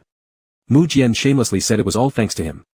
After completely recuperating, Li Dezhuang only then sought out the young princess. Upon confirming his full recovery, the young princess begged him to take her out of the palace to play. Ji Engsu couldn't resist her and nodded. Overjoyed, the young princess cheered and changed into men's clothing to leave the palace with Ji Engsu. The market street was bustling with activity, people coming and going. The young princess looked here and there. She pointed at one girl, saying how young and beautiful she was, then pointed at another, saying how delicate she seemed like a little white cabbage. Ji Engsu glanced over those people, are you interested in girls? The young princess was confused, I've always liked girls. Good, nothing's wrong. Seems like she's not into that sort of thing. After aimlessly wandering for a while, they went to the tea house to listen to storytelling. The young princess cupped her face as she envied the stories of talented scholars and beautiful maidens from the scripts. After listening, on the way out, she kept talking enthusiastically about it. Ji Engsu, however, remained silent. As they passed by a shop, he stopped, walked inside. When he came out, he was holding a small box, neither putting it down nor handing it over to anyone else. He never let go of it. The young princess, being simple-hearted, didn't notice anything. But when Mu Jian entered, she immediately saw something new on the dressing table. There were usually all kinds of hairpins there, but now, there were also some elegant little boxes. She picked one up, General Ji, what is this? Chapter 122, Epilogue, You're a child with a moon too. Ji Engsu glanced at the box, picked it up and returned it to its original place. It's nothing. Mu Jian found it increasingly interesting. He hugged Ji Engsu from behind and insisted on knowing what was inside. Cornered, Ji Engsu gave in. Jade. I bought a piece of jade on the street. Mu Jian paused for a second, isn't there jade in the palace? Ji Engsu broke free, if I bought it, I bought it. What's wrong with that? Am I not allowed to buy something? Mu Jian opened the box and sure enough, there was a fine piece of jade. Even in the palace, jade of this quality was rare. He took a look at it. It's just this thing, why were you hiding it from me? Why don't you go and take something from the national treasury? Take. He wasn't planning to sell it. And taking from the national treasury. I'll pass. Mu Jian smiled and nibbled on Ji Yangsu's earlobe. When he shouted in pain, Mu Jian let go and kissed where he had bitten. The national treasury is your piggy bank, take anything you want. Ji Yangsu didn't doubt his sincerity, nudged him with his elbow, retrieved the jade and put it back in the box. Don't break it. Don't touch it in the future. Seeing how precious this broken stone was to Ji Yangsu, Mu Jian felt a bit jealous. He kissed him, then asked while clinging to him if he or the broken stone was more important. Caught up in all of Mu Jian's pestering, Ji Yangsu, not wanting all of Mu Jian's attention to be on that jade, mumbled vaguely, you are more important. Don't think about that stone anymore. This sounded evasive, but Mu Jian was pleased. The next day, he summoned someone to read out the inventory list of the national treasury to Ji Yangsu. Fine jade, pearls as big as quail eggs, solid gold, white hard stones offered as tributes, amethysts, sapphires, rubies, countless treasures were sent before Ji Yangsu. It seemed like an extravagant gesture of a foolish emperor, doing anything for a smile from his beloved. There was no room in Ji Yangsu's palace quarters for all these treasures. Ji Yangsu looked at all these items, headache growing as he picked out a couple for personal use, and ordered the rest returned. Such a grand display spread throughout both inside and outside the palace. Countless officials petitioned against Mu Jian behaving like a reckless emperor. Mu Jian gathered all the petitions and read them one by one to Ji Yangsu. Corrupting the sovereign, are you the calamity they speak of? Mu Jian teased happily, who might they be referring to? Ji Yangsu feigned ignorance and ignored him. However, Mu Jian pushed him into the stack of petitions and forced him to listen to the complaints being read aloud. Ji Yangsu grew annoyed, his eyes even reddening from irritation. He kicked Mu Jian on the lower leg. Regardless of the punches and kicks, Mu Jian embraced Ji Yangsu and kicked the petitions away in childlike behavior. These people are strange. Before you entered the palace, they demanded a queen. Now you're here, they're yelling to dethrone you. So irritating. Having to deal with these irrational people every day truly drains me. General Ji, please comfort me. They're all shouting about deposing you, yet you remain so calm. It breaks my heart. Ji Yangsu cast a disdainful glance at him, if they tell you to depose me, would you listen? Compared to Mu Jian, the officials who advised should concern everyone. Mu Jian losing control and cutting their tongues was entirely plausible. Mu Jian suddenly burst out laughing like an innocent child. Of course not. General Ji really knows me. Ji Yangsu, minister's advice is for the country and the people. Do not argue with them in the court. Mu Jian, does that mean I must follow them? Ji Yangsu turned around in his arms, avoiding his gaze somewhat awkwardly. I have a gift for you. If you accept it, don't argue with them. Mu Jian narrowed his eyes, hugged Ji Yangsu tighter around the waist, and leaned on his cheek. What is it? Is General Ji going to give me something special tonight? You son of a bitch. Ji Yangsu was originally embarrassed but became completely agitated after hearing this sentence. Even thinking about hitting him with his shoe. He pulled away from Mu Jian, opened a drawer, took out a box, and tossed it directly into Mu Jian's arms. Mu Jian opened it. Inside was a small ring. The band was made of the white mineral offered as tribute, with a G character carved inside. On the ring, there was an inlaid piece of jade. The surface of the jade used gold to depict something resembling cloud shadows. He smiled, what is this? After throwing the item, Ji Yangsu later felt somewhat embarrassed. He cleared his throat softly, trying to explain as calmly as possible. In our place, if two people are going to be together for a long time, they have this ring, it's used to seal their bond. Mu Jian, with gleeful eyes, took his hand, what about the jade on it? I made it resemble the moon. Mu Jian had once said that he was the bright moon in the sky. Mu Jian had dreamed endlessly of holding that radiant moon in his arms. Just then, outside, the wind swept through, scattering leaves. Ji Yangsu said, now, you're also a child with a moon. Chapter 123, as long as you are here, I will be good. Mu Jian's face went blank for a moment with joy, and like a big dog, he pounced on Ji Yangsu and threw him on the bed, kissing him without any method, so excited that his words were all jumbled. Kissing his face, neck, collarbone, even his stomach. No longer pretending to be mature, he was just like a young boy. Clingy, hugging his waist tightly, saying once given out, there could be no regrets. Ji Yangsu patted his back of the head, already given, how can there be regret? Get up, you're crushing me. Mu Jian wouldn't budge. After sticking around for a while, he suddenly sat straight up. Why didn't you tell me in advance? I could have made one for you. Ji Yangsu's face turned a little red. Mu Jian noticed his shyness, kissed his blushing face, overjoyed. Wait for me, I'll give you a reply. Is there even such a thing as a reply? This unreliable Mu Jian, wouldn't he give him the jade bracelet? While Ji Yangsu was thinking about it, Mu Jian ran back with the jade seal. Ji Yangsu looked at it as if it were scalding hot sweet potatoes, scared to keep retreating. What are you doing? Mu Jian placed the jade seal into Ji Yangsu's arms, his smile was irrepressible, it settled. Ji Yangsu gripped his hand. Do you know what this is that you've taken? The jade seal. Ji Yangsu took a deep breath, you still know this is the jade seal. You bring it to me, what exactly is going on? Is this realm yours or mine? Does it belong to the Mu family or the Ji family? Mu Jian excitedly rubbed noses with Ji Yangsu, unable to stop looking at him and laughing, praising him for being obedient, handsome, and lovable. Then he kissed his lips gently. This is the best I can offer. No, Yangsu, you're the best thing I own. What's this jade seal, just a broken stone anyway? General Ji, do you know why I wanted the throne? Ji Yangsu shook his head. His intuition told him it probably had something to do with him. Yangsu, you said it yourself, I could become emperor. So I thought, as long as I became the emperor, I would be the person you envisioned me to be. Then you'll like me. Mu Jian's eyes bent with happiness, full of deep emotion. Mu Jian leaned close to him, so close their eyelashes were about to intertwine. The two were intimate beyond compare. I took the throne for you. As long as you're with me, who cares if the world is surnamed Mu, Ji, or Li? Ji Yangsu was stunned by what he said, looking into his fiery eyes, feeling too warm to make direct eye contact. Pinching his chin, Mu Jian forced him to look directly into his eyes. Take the jade seal. As long as you're here, I will be very good. Whatever kind of tomorrow or realm you desire, I can provide. The sweet talk flowed smoothly. Ji Yangsu had heard countless direct sweet words from him, but each time he remained defenseless against them. I understand. Mu Jian pressed against his lips, then will you accept? Accepted, accepted. If not accepted, who knows what trouble this person would stir up. Holding the jade seal firmly, he placed it steadily on the table. Mu Jian leaned against his back. Are you done? Done, so then. I've waited for so long. Smiling, Mu Jian hugged Ji Yangsu, approaching his lips. Every day your brain is, The next day, in the court hall, the officials' petitions to dissuade Mu Jian kept arriving one after another. Mu Jian glanced at them and tossed them aside lazily, reclining against the chair. Initially, when we invited you to enter the palace, you refused. Now are you envious that others are favored by me?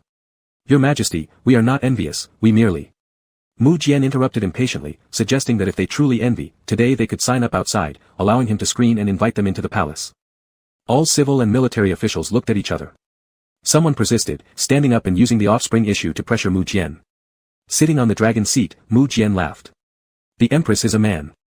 How could the censor not realize, men and men cannot produce children? If anyone among you down there can bear a child, I will immediately welcome him. The grand hall fell silent. Mu Jian adjusted his sleeves of the dragon robe. You yourselves cannot achieve it, yet you force someone else to do it, truly unreasonable. Civil and military officials. Who exactly is being unreasonable?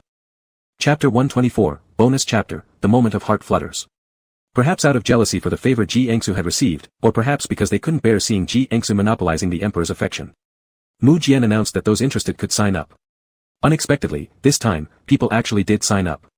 Some came from prestigious families who had long been plotting to send their well-trained children through this opportunity. Others were specially sought after, while their appearances might not be as stunning as Ji Yangsu's, they were still quite handsome. Most importantly, their demeanor was carefully cultivated to resemble Ji Yangsu in some ways. When Mu Jian left the court session and saw the long line waiting on the side, he let out a cold laugh. He was just about to raise his hand to dismiss them when he reconsidered. Instead, he gave instructions to the eunuch standing beside him, go fetch General Ji to handle this matter. Ji Yangsu arrived upon receiving the order and was completely stunned. The lineup was diverse, some voluptuous beauties, others graceful and slender. There were high and cold ones, elegant ones, some oozing charm with every glance and movement, and even a few that bore a slight resemblance to him. It truly was a showcase of all kinds of looks. Focusing on the political situation of the front court, Ji Yangsu quickly flipped through the roster and selected several individuals. After making the decision, he asked the palace staff to take the candidates to the harem while he himself carried the roster to find Mu Jian. Mu Jian flipped open the roster and noticed that Ji Yangsu had only picked 5 or 6 people.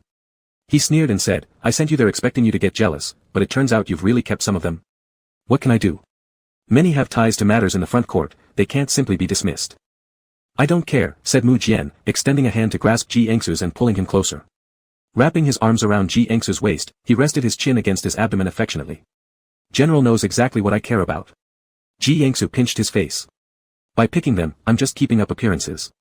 If you dare go near any of them, we're done.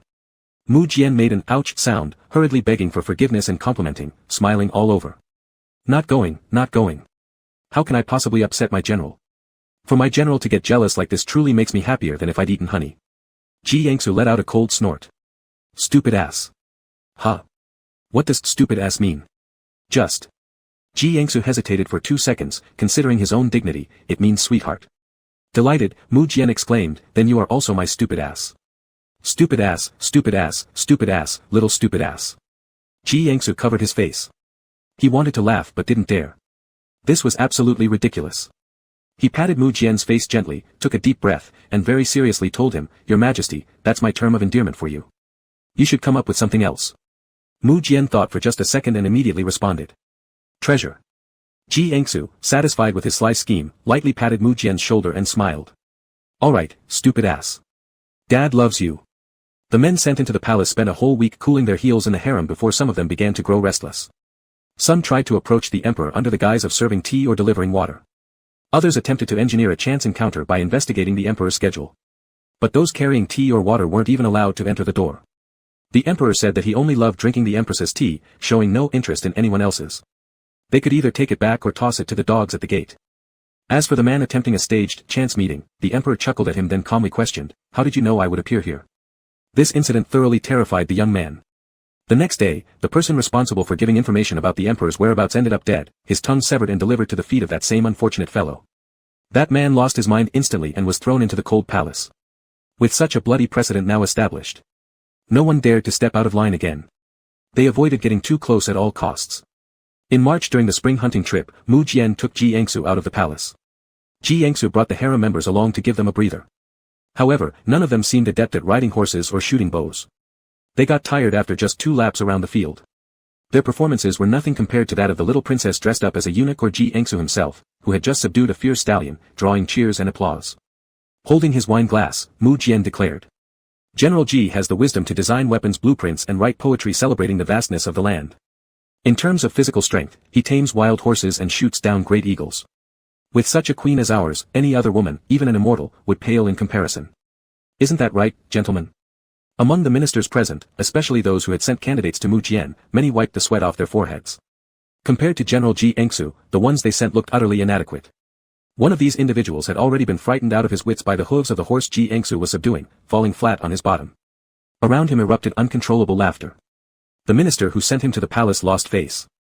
The man who had fallen flat on his buttocks also felt humiliated and slowly turned red in the face amidst the laughter around him. At this moment, hoofbeats entered his sight. The man looked up. Sitting high atop a horse was a gentleman of remarkable charm and extraordinary handsomeness. His face was like peach blossoms, his lips as if touched with vermilion pigment. Behind him blazed the radiant sun, while his voice sounded as melodious as the call of orioles. The hand extended to him looked like it was carved from jade. Are you all right? Mu Jian witnessed this scene from afar, and the wine glass in his hand was slammed heavily onto the table with a loud bang. The surrounding ministers were frightened out of their wits. What happened again? Chapter 125, Bonus Chapter, The Deep Affection of Emperor and Empress. Ji Yangsu pulled someone up from the ground, gave a slight shake to the reins in his hand, then slowly rode his horse to the edge of the field. He had just dismounted when he saw Mu Jian walking towards him. From the looks of it, Mu Jian seemed rather agitated. The emperor was speaking with the empress, so naturally, everyone around quickly and perceptibly stepped back. Ji Yangsu stroked the neck of the horse and asked Mu Jian with a smile. Your face is so sour, who angered you? Mu Jian let out a cold snort and thought, this person should be locked inside the bedchamber. Every day, I should only see him. Let's see who else can still fantasize about you. Mu Jian took a deep breath. Suppressing the wicked thoughts in her heart, she very formally said, I have something to tell you, come with me. Ji Yangsu did not understand what was happening, but seeing the look on her face, he assumed it was a matter of great importance and hurriedly followed her. Mu Jian kept leading him all the way to the hunting ground palace. As soon as they entered, she shut the door, pressed Ji Yangsu against the wooden door, and kissed him fervently with quick breaths. The sight of General Ji taming that fierce horse earlier made my heart flutter. Ji Yangsu was dumbfounded. This is the palace. Didn't we do it just last night? Yesterday was yesterday, said Mu Jian, tightening her arms around his waist and drawing him closer into her embrace. You don't know, seeing you like that just now, I almost died of thirst. Ji Yangsu drew in a deep breath and forcibly created some distance between them. Can we wait till tonight? The people in the hunting ground are waiting for you to attend the viewing ceremony. I can't wait, said Mu Jian, leaning close to Ji Yangsu, her burning breath reaching his ears. How could watching the ceremony compare to observing General Ji? Don't you think so? Suddenly, there were footsteps heard outside. Ji Yangsu widened his eyes and lowered his voice. Someone's coming. So what if someone comes? It's not like we're committing adultery. Aren't you shameless? Mu Jian chuckled softly, embraced him tighter, and buried her face in his neck, completely captivated by the image of him earlier extending his hand to others. That moment reminded her of countless mythical love stories at the start of plays. General Ji, you are truly enchanting. Who wouldn't say they like you upon seeing you? Ji Yangsu gritted his teeth, afraid of being overheard by those outside. Only you. How can that be true? I noticed the one whom you extended your hand to earlier, there was something in his eyes. You're talking nonsense. You homo pervert, go judge others' intentions. Mu Jian frowned slightly, not fully understanding what he meant, but roughly realizing he was accusing her of misunderstanding. So she replied. You belong to me alone, and there's no one else in the world for me except you. So shouldn't I watch you carefully? The sound of footsteps outside stopped. It seemed as if the person had paused just outside the door. And right there, by the entrance. There were vague shadows visible. Ji Yangsu's heart raced like drums, and he lowered his voice to issue a warning. If you dare mess around, you'll never be allowed in my bed for the whole year. Mu Jian chuckled lowly. If I remember correctly, General Ji has always been the one climbing into my bed. Ji Yangsu choked slightly, feeling caught off guard. If you mess around, I will get mad. It's easy for me not to mess around. Tell those people outside, you love me, and I'm the only one you want. Tell them our feelings are aligned and no one can come between us. This kind of talk was something Ji Yangsu was always too shy to blurt out. Both of them were men, there was no need for such gooey emotional displays every 3 or 5 days. Love should show through action. Action speaks louder than words. Mu Jian urged him softly in his ear, say it or not. If you don't say it, I might give them something else to listen to, just so they learn to stay away. Alright. Ji Yangsu surrendered immediately. Mu Jian waited attentively. Ji Yangsu pondered for a while, opened his mouth but didn't emit any sound. Mu Jian pinched his nose lightly. Hurry up already. Ji Yangsu took a deep breath. Your Majesty is adored throughout the entire world. Your Majesty's handsomeness and charm are the most intoxicating wine. Without your Majesty, I would not know how to survive. The burning affection in Mu Jian's chest made her feel a bit of pain in her heart, hard to suppress, yet she couldn't resist wanting more. That's all. Ji Yangsu closed his eyes briefly. I love you, I love you, I love you, I love you, I love you, I love you, I love you, I love you, I love you, I love you, I love you, I love you, I love you, I love you, I love you, I love you, I love you, I love you, I love you, I love you. You are forbidden not to love me. And you mustn't bat an eyelash at anyone else. Ji Yangsu, irritable, lowered his voice, all right. Mu Jian protected the back of his head, her eyes burning with fervor as she fiercely kissed him. The deep and hoarse voice carried out from behind the door. I love you too, General Ji. In this life, it can only be General Ji. Naturally, I will do everything General Ji says. Whatever General Ji says, that is what it shall be. A few men who were summoned from the harem had accidentally overheard this, and now felt so awkward that they wanted to flee the capital overnight. With such deep affection between the Emperor and Empress, who could possibly intrude? They looked at each other in unison. In perfect harmony, they all left. The next day, several petitions requesting leave from the palace appeared on Mu Jian's desk. With a wave of her hand, Mu Jian granted their requests. Walking to the bedside, she slowly drew the sleeping person into her arms and placed a tender kiss on his forehead. Finally, it's just you and me. Chapter 126, Afterward, the Minister's Marriage Affairs, 01. The events that happened at the hunting ground spread quickly. The ministers realized they couldn't persuade Mu Jian and decided to change tactics. They thought of having Mu Jian adopt a child from the royal family and raise him as an heir. Naturally, the men of the royal family were considered first, but even the young princess wasn't spared attention. Some ministers believed that since the princess was a girl, her future son-in-law would naturally be someone outside the imperial bloodline, easier to manipulate, thus making her the most suitable choice. Before the matter could officially reach Mu Jian's desk, some had already started secretly arranging potential suitors for the princess, all trying to get one step closer to the royal family. Even before the spring hunt was over, the princess had been cornered by 2 fast-acting young nobles within the hunting palace, unable to leave. 2 maids stood guard by the door, their necks craned, and their tempers rising. These people are utterly disrespectful. The princess doesn't want to see them, yet they persist in blocking her way here. Truly never seen such impudence. The princess tiptoed and peeked, then grabbed her eunuch's attire she kept close by, hugging it tightly. Her smile was sweet. Being a eunuch really provided a convenient disguise. Spring hunting wasn't just a ceremonial rite for the imperial family during the season, it was also a good opportunity for noble heirs and clansmen to showcase themselves. Ji Yangsu observed for 2 days and had someone draft a list, handing it over to Lu Yong. These are indeed talents worth cultivating, but being scions of the aristocracy, it may be hard to discipline them in the army. Lu Yong skimmed through the list with nonchalance. Give them a beating if necessary. If they refuse to listen, boot them out of the army. No wonder you're a general, your methods are straightforwardly brutal. Lu Yong didn't feel there was anything wrong with his approach, saying brashly, I trust your judgment. But if they don't obey, keeping them around isn't worthwhile. There's an old saying about ants eating away at dikes. Ji Yangsu covered his face. A dike 1,000 miles long collapses due to an ant hole. Yes, yes. Exactly that principle. After this matter was concluded, a silence fell between them. Ji Yangsu lifted his gaze. Is there anything else on your mind? Lu Yong nervously rubbed his hands together, finding it difficult to open up. Seeing this demeanor from Lu Yong, a man known as a bold and straightforward general, Ji Yangsu found himself laughing. What do you want to say? Lu Yong said, sure is not young anymore, it's time to discuss marriage. Ji Yangsu responded indifferently, then go ahead and arrange it. Lu Yong frowned, sure seems indifferent about it. Last time I ordered him to visit brothels every other day. Guess what he did? He went there to ask questions from a courtesan skilled in poetry. Tell me, is my son not right? Ji Yangsu became exasperated. I think it's you who have issues. Suggesting your son frequent brothels. What an absurd idea. Lu Yong's hair almost started falling out from worry. I saw him the other day hanging out with a eunuch. There are many eunuchs in the palace, it's nothing unusual. But Lu Yong remained firm, yet my son looked so cheerful. Ji Yangsu finally got it. You suspect your son likes men? Exactly. All these years spending time with you haven't gone to waste. Lu Yong didn't think he said anything inappropriate, wearing an expression of deep sorrow. Ji Yangsu tried to console him, stating not everyone has such inclinations. Since Shi grew up surrounded by men in the military, if he liked men, it would have shown earlier. Besides, his father is incredibly straight. How can Lu Xiangxi bend? Lu Yong felt slightly reassured after hearing this and left with a long sigh. Just as he reached the doorway, he bumped into Mu Jian, who just returned from rabbit hunting for Ji Yangsu. Lu hastily paid his respects and hurried off. Mu Jian entered with the rabbits in hand.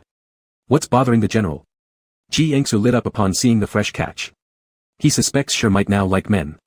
Mu Jian stopped in his tracks and turned to ask the eunuch nearby. Did Lu Xiao general come today? The eunuch respectfully replied, no, your highness, he did not. Mu Jian nodded. The next time he comes, let me know beforehand and prevent him from entering. Ji Yangsu. Why? Isn't he into men now? Mu Jian handed the rabbits to someone beneath him, instructing them to roast it. He sat by Ji Yangsu and affectionately hugged him. What if he takes you away? I think he likes women. Really? Mu Jian pondered for a while. Then I'll arrange his marriage right now. Ji Yangsu couldn't help but laugh. You should stop meddling with love matches.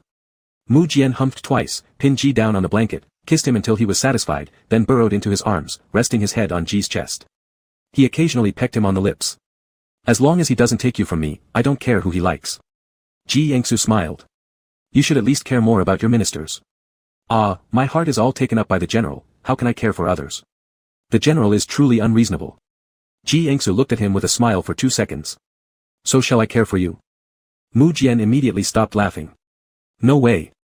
Chapter 127, Bonus Chapter, A Minister's Marriage, 02. After being consoled by Ji Yangsu, General Lu Yong carefully reflected and concluded that his son shouldn't have any reason to like men.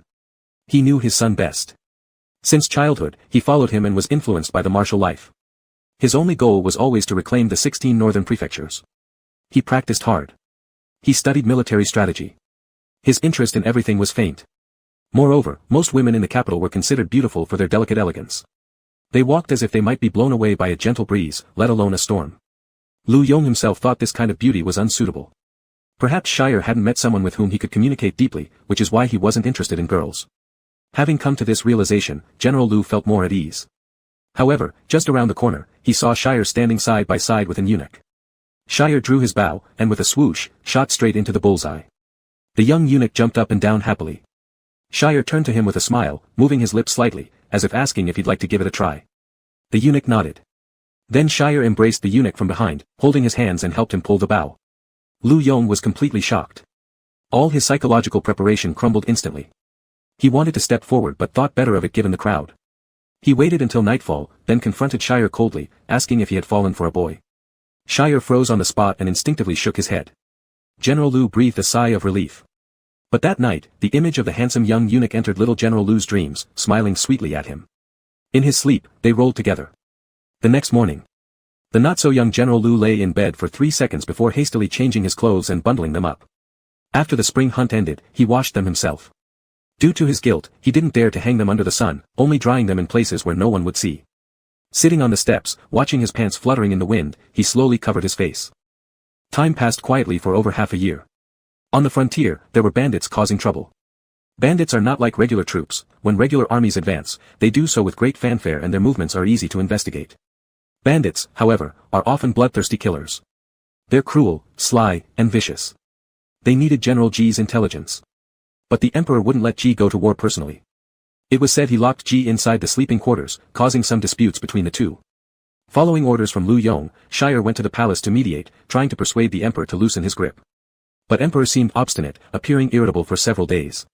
Shire knew he'd likely meet with resistance every time he came to the palace, yet he kept coming, not for any other reason, but because he secretly hoped to encounter that particular little eunuch again. A few visits later, one time, he happened to bump into the emperor exiting his chambers.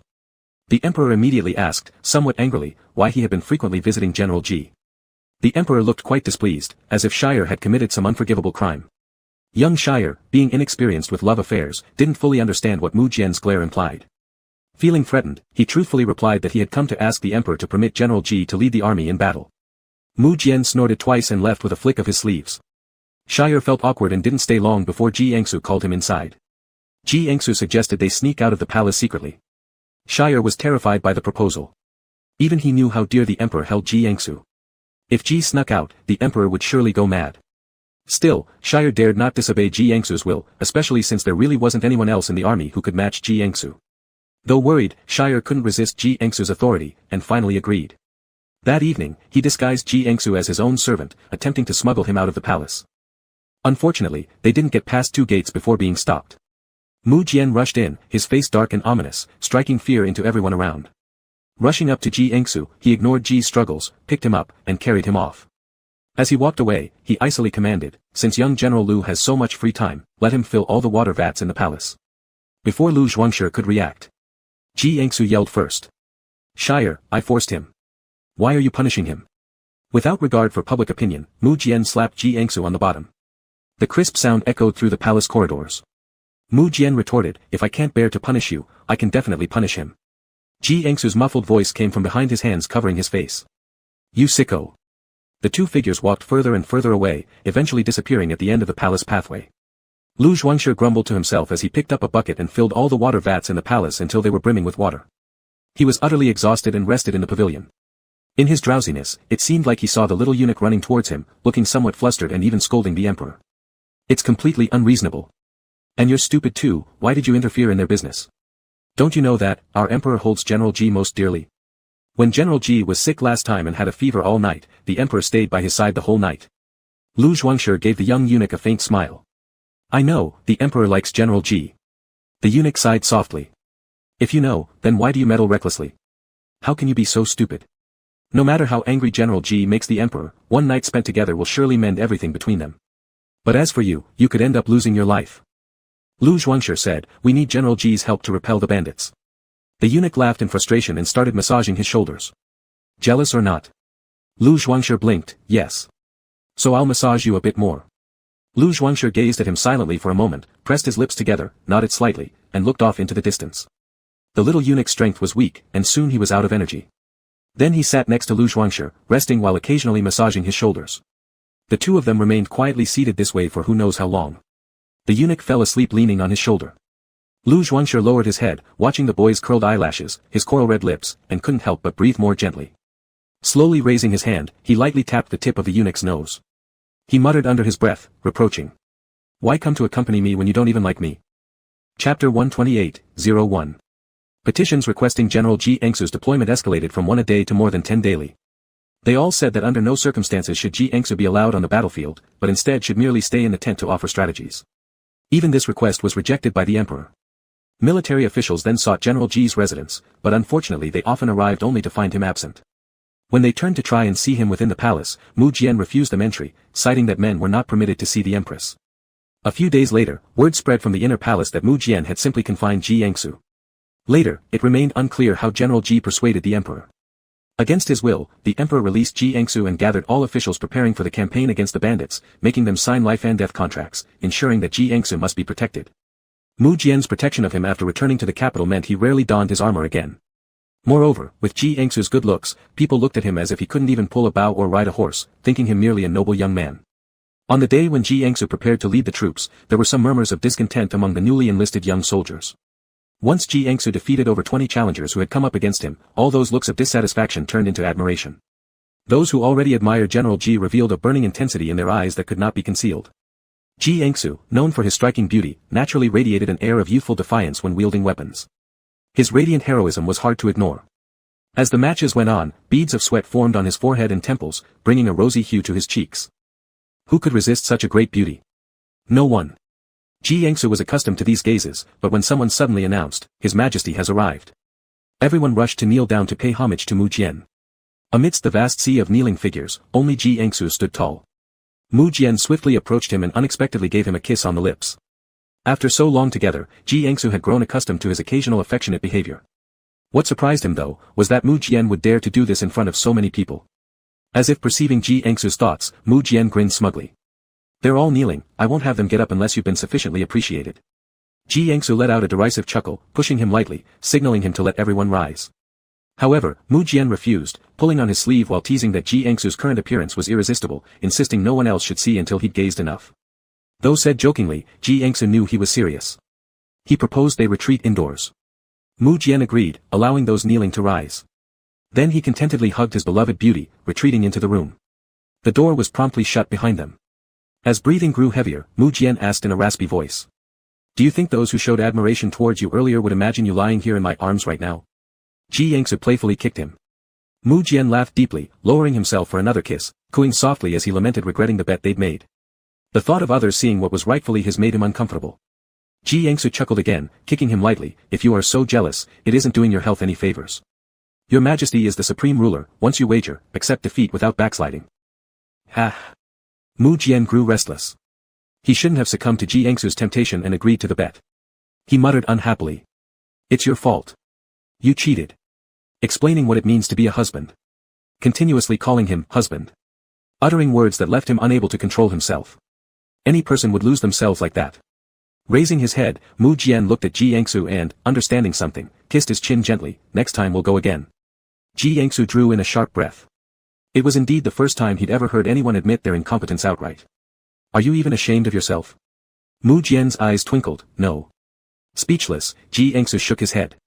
Mu Jian tightened his embrace around him, staring silently at him for a while before sighing wistfully. "What am I going to do? I've already started missing you so much that I feel like I'm going crazy." Ji Engsu's heart pounded fiercely. "I will write letters to you. Write more." "All right." Ji Engsu complied.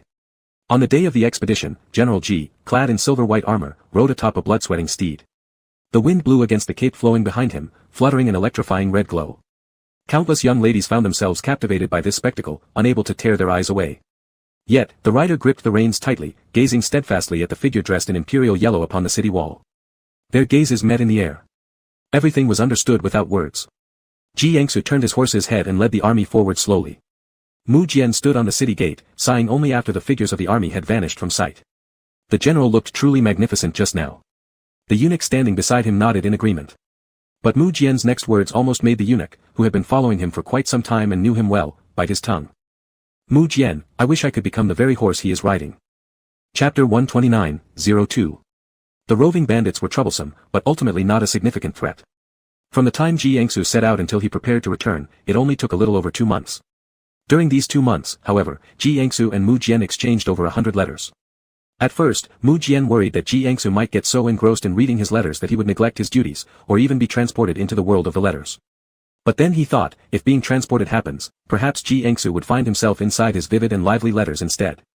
Such desires are hard to attain, hard to attain. Mu Jian had time to send letter after letter to Ji Engsu, like snowflakes falling one after another. However, Ji Engsu didn't have as much time to respond. Usually, he wrote 1 letter per day, but when he was exceptionally busy, it became 1 every 2 days. If he really sent letters every other day, the first line of the letter from Mu Jian placed on his desk would inevitably complain about how occupied he was, scolding him for not being as thoughtful as the sender desired. Ji Engsu couldn't help but suppress a smile. He didn't like overly expressing his feelings in letters. Therefore, their exchange style was mostly like this. "Today, those old ministers came again trying to persuade me to adopt a son. I still want you to bear me children when you come back. Once you return, I will strive harder. Miss you so much. When will you be back? No, what was said in the previous letter doesn't count. I still don't want kids. Just thinking about your heart going elsewhere makes me uneasy. I have an amazing idea. You once told me in your world, everyone has to go to school and take the college entrance exam. We can also establish an imperial throne selection examination. The children could be raised by others, let them all try, whoever passes gets the dragon throne. Of course, I will still make efforts on my side, different matters should be treated separately. When will you be back? You didn't say you missed me in the last letter. I miss you so much. Typically, after receiving 2 or 3 such letters, engsub would reply. I miss you. The border bandits have been crafty recently. My troops have encountered several perilous situations, and we met heavy rains just the other day. Our plans for military movements have been hindered, but worry not, we will still win. Mu Jian replied, who cares about your military updates? When engsub read this letter, he couldn't hold back a laugh. He then penned down a very long letter expressing deep longing. When someone delivered the letter and accidentally caught a glimpse of its contents, Sher happened to spot it. In the following 30 minutes, young General Lu was summoned into General's tent and received a thorough investigation. Eventually, they learned that the recipient of the letter was a small eunuch from the palace. It turned out that the valiant Lu General harbored a secret crush on a palace eunuch. Due to male pride, he dared not express his feelings openly. He could only secretly send letters to comfort his loneliness. Sher begged engsub to keep this matter hidden for now. After all, the person concerned may not reciprocate his feelings. Worse yet, the target of his affection was not only a man but also a eunuch. His father would surely be enraged upon learning about it. As the saying goes, a lie cannot be concealed forever. For some unknown reason, the news reached the ears of General Lu Yong, who remained in the capital. Furious beyond words, the great general fainted on the spot. After waking up, he repeatedly murmured, even if it's a normal man. Even if it's a normal man. General Lu Yong was a straightforward person who couldn't hide things. Within a few days, he rushed to the palace to dig out the offending eunuch. Once Mu Jian heard about Sher plan concerning the eunuch, he readily offered assistance. However, after searching through the entire palace, they couldn't find the particular eunuch. As the matter began to spread throughout the palace, whispers started to arise and become uncontrollable. One night, the young princess crept into the imperial study, knelt with a thud, and pitifully recounted the entire incident. To everyone's surprise, Mu Jian informed Lu Yong about the situation. Lu Yong smiled broadly and acknowledged his knowledge of his son liking a eunuch within the day's reply letter, stating that after much contemplation, he respected his son's decision.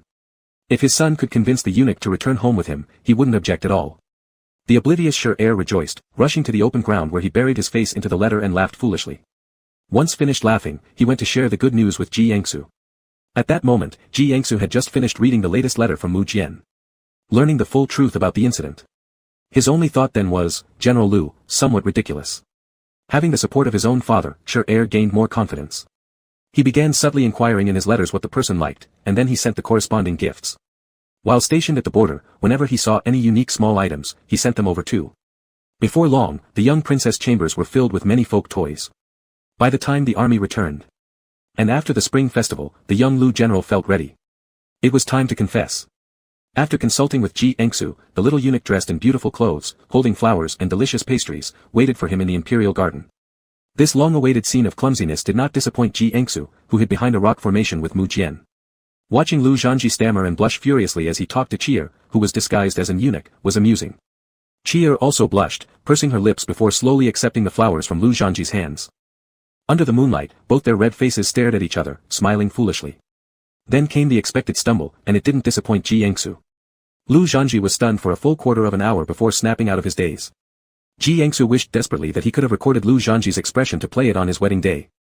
Unfortunately, conditions were not conducive. By year's end, the princess married. Her red bridal procession stretched for miles. Riding a fine steed, young General Lu personally arrived at the palace gates to welcome his bride. His grin couldn't be contained. Perhaps too delighted, during the evening's toast sessions, he scarcely refused any offers. In the end, it was General Lu Yong, accompanied by a group of iron-hard generals, who had to step in, declaring he couldn't drink any more or risk missing his wedding night. Only then did Lu Zhanji manage to escape. Once the groom departed, the remaining warriors became the focus of all-around attacks. Guarded by Mu Jian, no one dared to force engsub to drink. But engsub himself was in high spirits, and when Mu Jian briefly turned away, he downed 2 extra cups.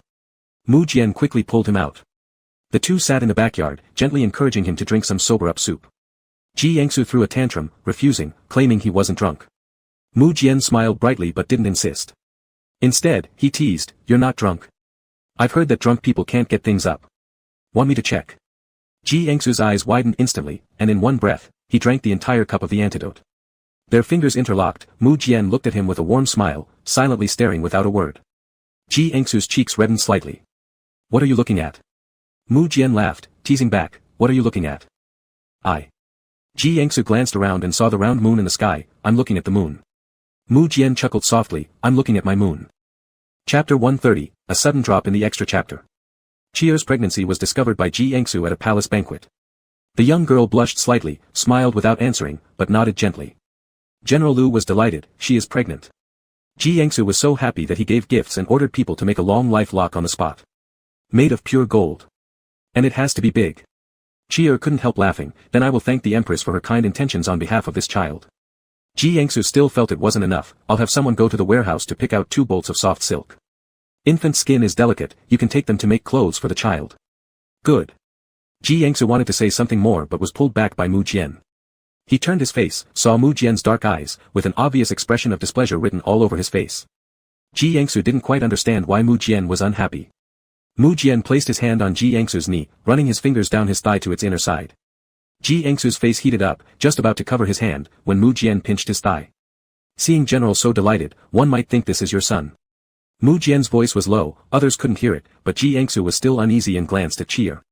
Mu Jian was displeased, look at you, do you also want to lay your head on Chia's belly to listen to the fetal movements? I haven't. Mu Jian grabbed his thigh tightly, truly not. Ji Yangsu trembled, almost knocking off the chopsticks, stop fooling around. Do you like children so much? Why don't you give birth to one? Ji Yangsu stared at him in shock, don't go crazy here. Mu Jian wouldn't let go. After the banquet dispersed, he dragged the man into the sleeping chamber. No matter what, Ji Yangsu must have a child, only then could they listen to and touch his own belly in the future, preventing his gaze from lingering on other people's bellies. This commotion lasted until dawn. General Ji missed the early court session. Ministers had already grown used to seeing this. Not mentioning further, just within this month, this was already the 3rd time. The first time was when General Ji went out of the city to inspect, met a woman. She had some beauty and unrighteousness, offering herself, clinging to General Ji's horse legs and refusing to let go. General Ji was kind-hearted, fearing hurting anyone, talked to her nicely for a while before dismissing her. The next day, the woman was thrown onto a fishing boat and never allowed to set foot on land again. General Ji didn't come to the court session. The second time was when there was a significant breakthrough in the irrigation farming tools General Ji was studying in the military camp. When the sample was completed, he drank wine with his subordinates.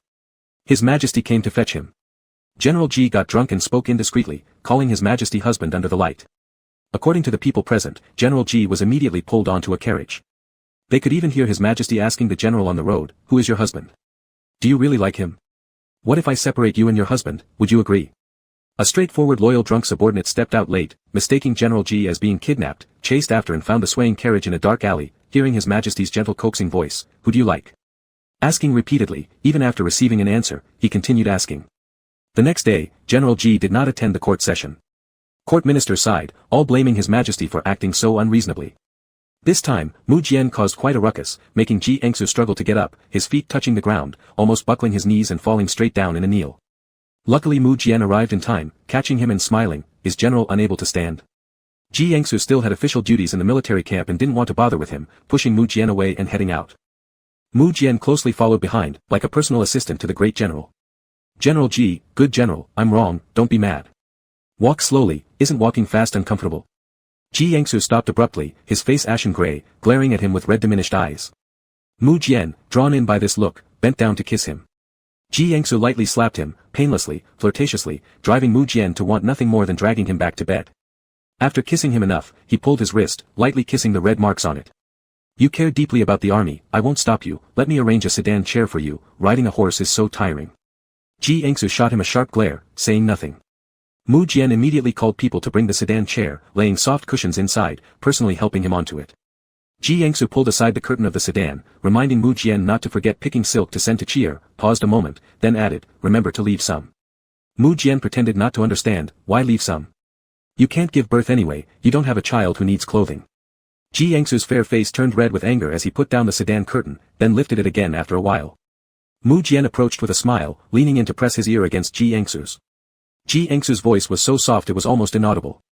I'm uncomfortable. Mu Jian chuckled, understanding immediately. But still pretended not to get it, teasing him further, uncomfortable. Shall I send for a royal physician? This made Ji Yangsu angry enough to ignore him completely. Mu Jian quickly climbed into the sedan, forcefully yet possessively hugging him and cooing for quite some time, promising solemnly that he wouldn't misbehave like this anymore and wouldn't make the general so higher collars even during hot summer days.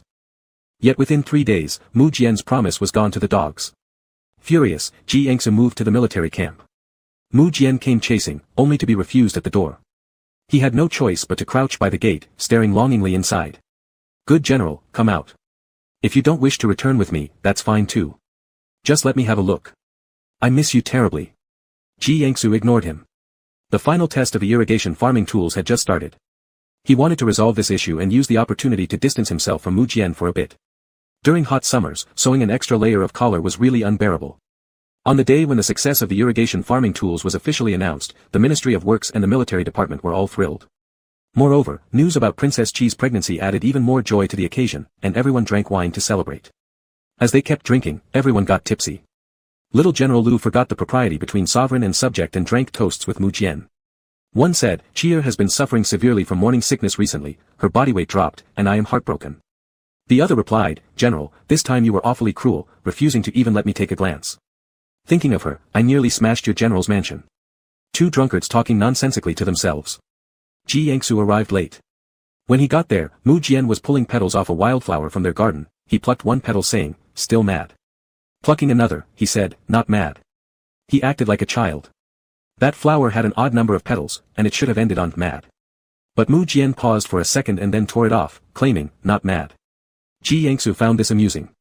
Hearing a sound, Mu Jian turned around. Seeing Ji Engsub, he swayed to his feet and walked towards him. Are you still mad? Please come back with me. All right. Without you, the bed is cold, and I can't sleep. Ji Engsub flushed hearing these words. In the heat of summer, how could the bed possibly be cold? Mu Jian nodded earnestly, it is indeed cold. Unable to withstand his gaze any longer, Ji Engsub relented slightly. All right, I'll go back with you, but you're not allowed to treat me like a dog biting me again. Mu Jian agreed promptly. In the first half of the night, Mu Jian adhered perfectly to his word, but later, he lost control more and more. In Ji Engsub's faint crying tone, he confessed he couldn't help himself, blaming Ji Engsub for being too handsome, seducing him. The next morning, Ji Engsub gave up resisting and left the house with a neck full of hickeys, and by evening due to the summer heat, he simply draped something loosely over himself, exposing his chest down to his abdomen. Mu Jian was stunned. Ji Engsub closed his book, if you continue acting wildly, I will dress like this every day. Mu Jian's Adam's apple involuntarily rolled as he murmured, dressing like this is good, you look very handsome like this. Why didn't you dress this way before? Ji Engsub.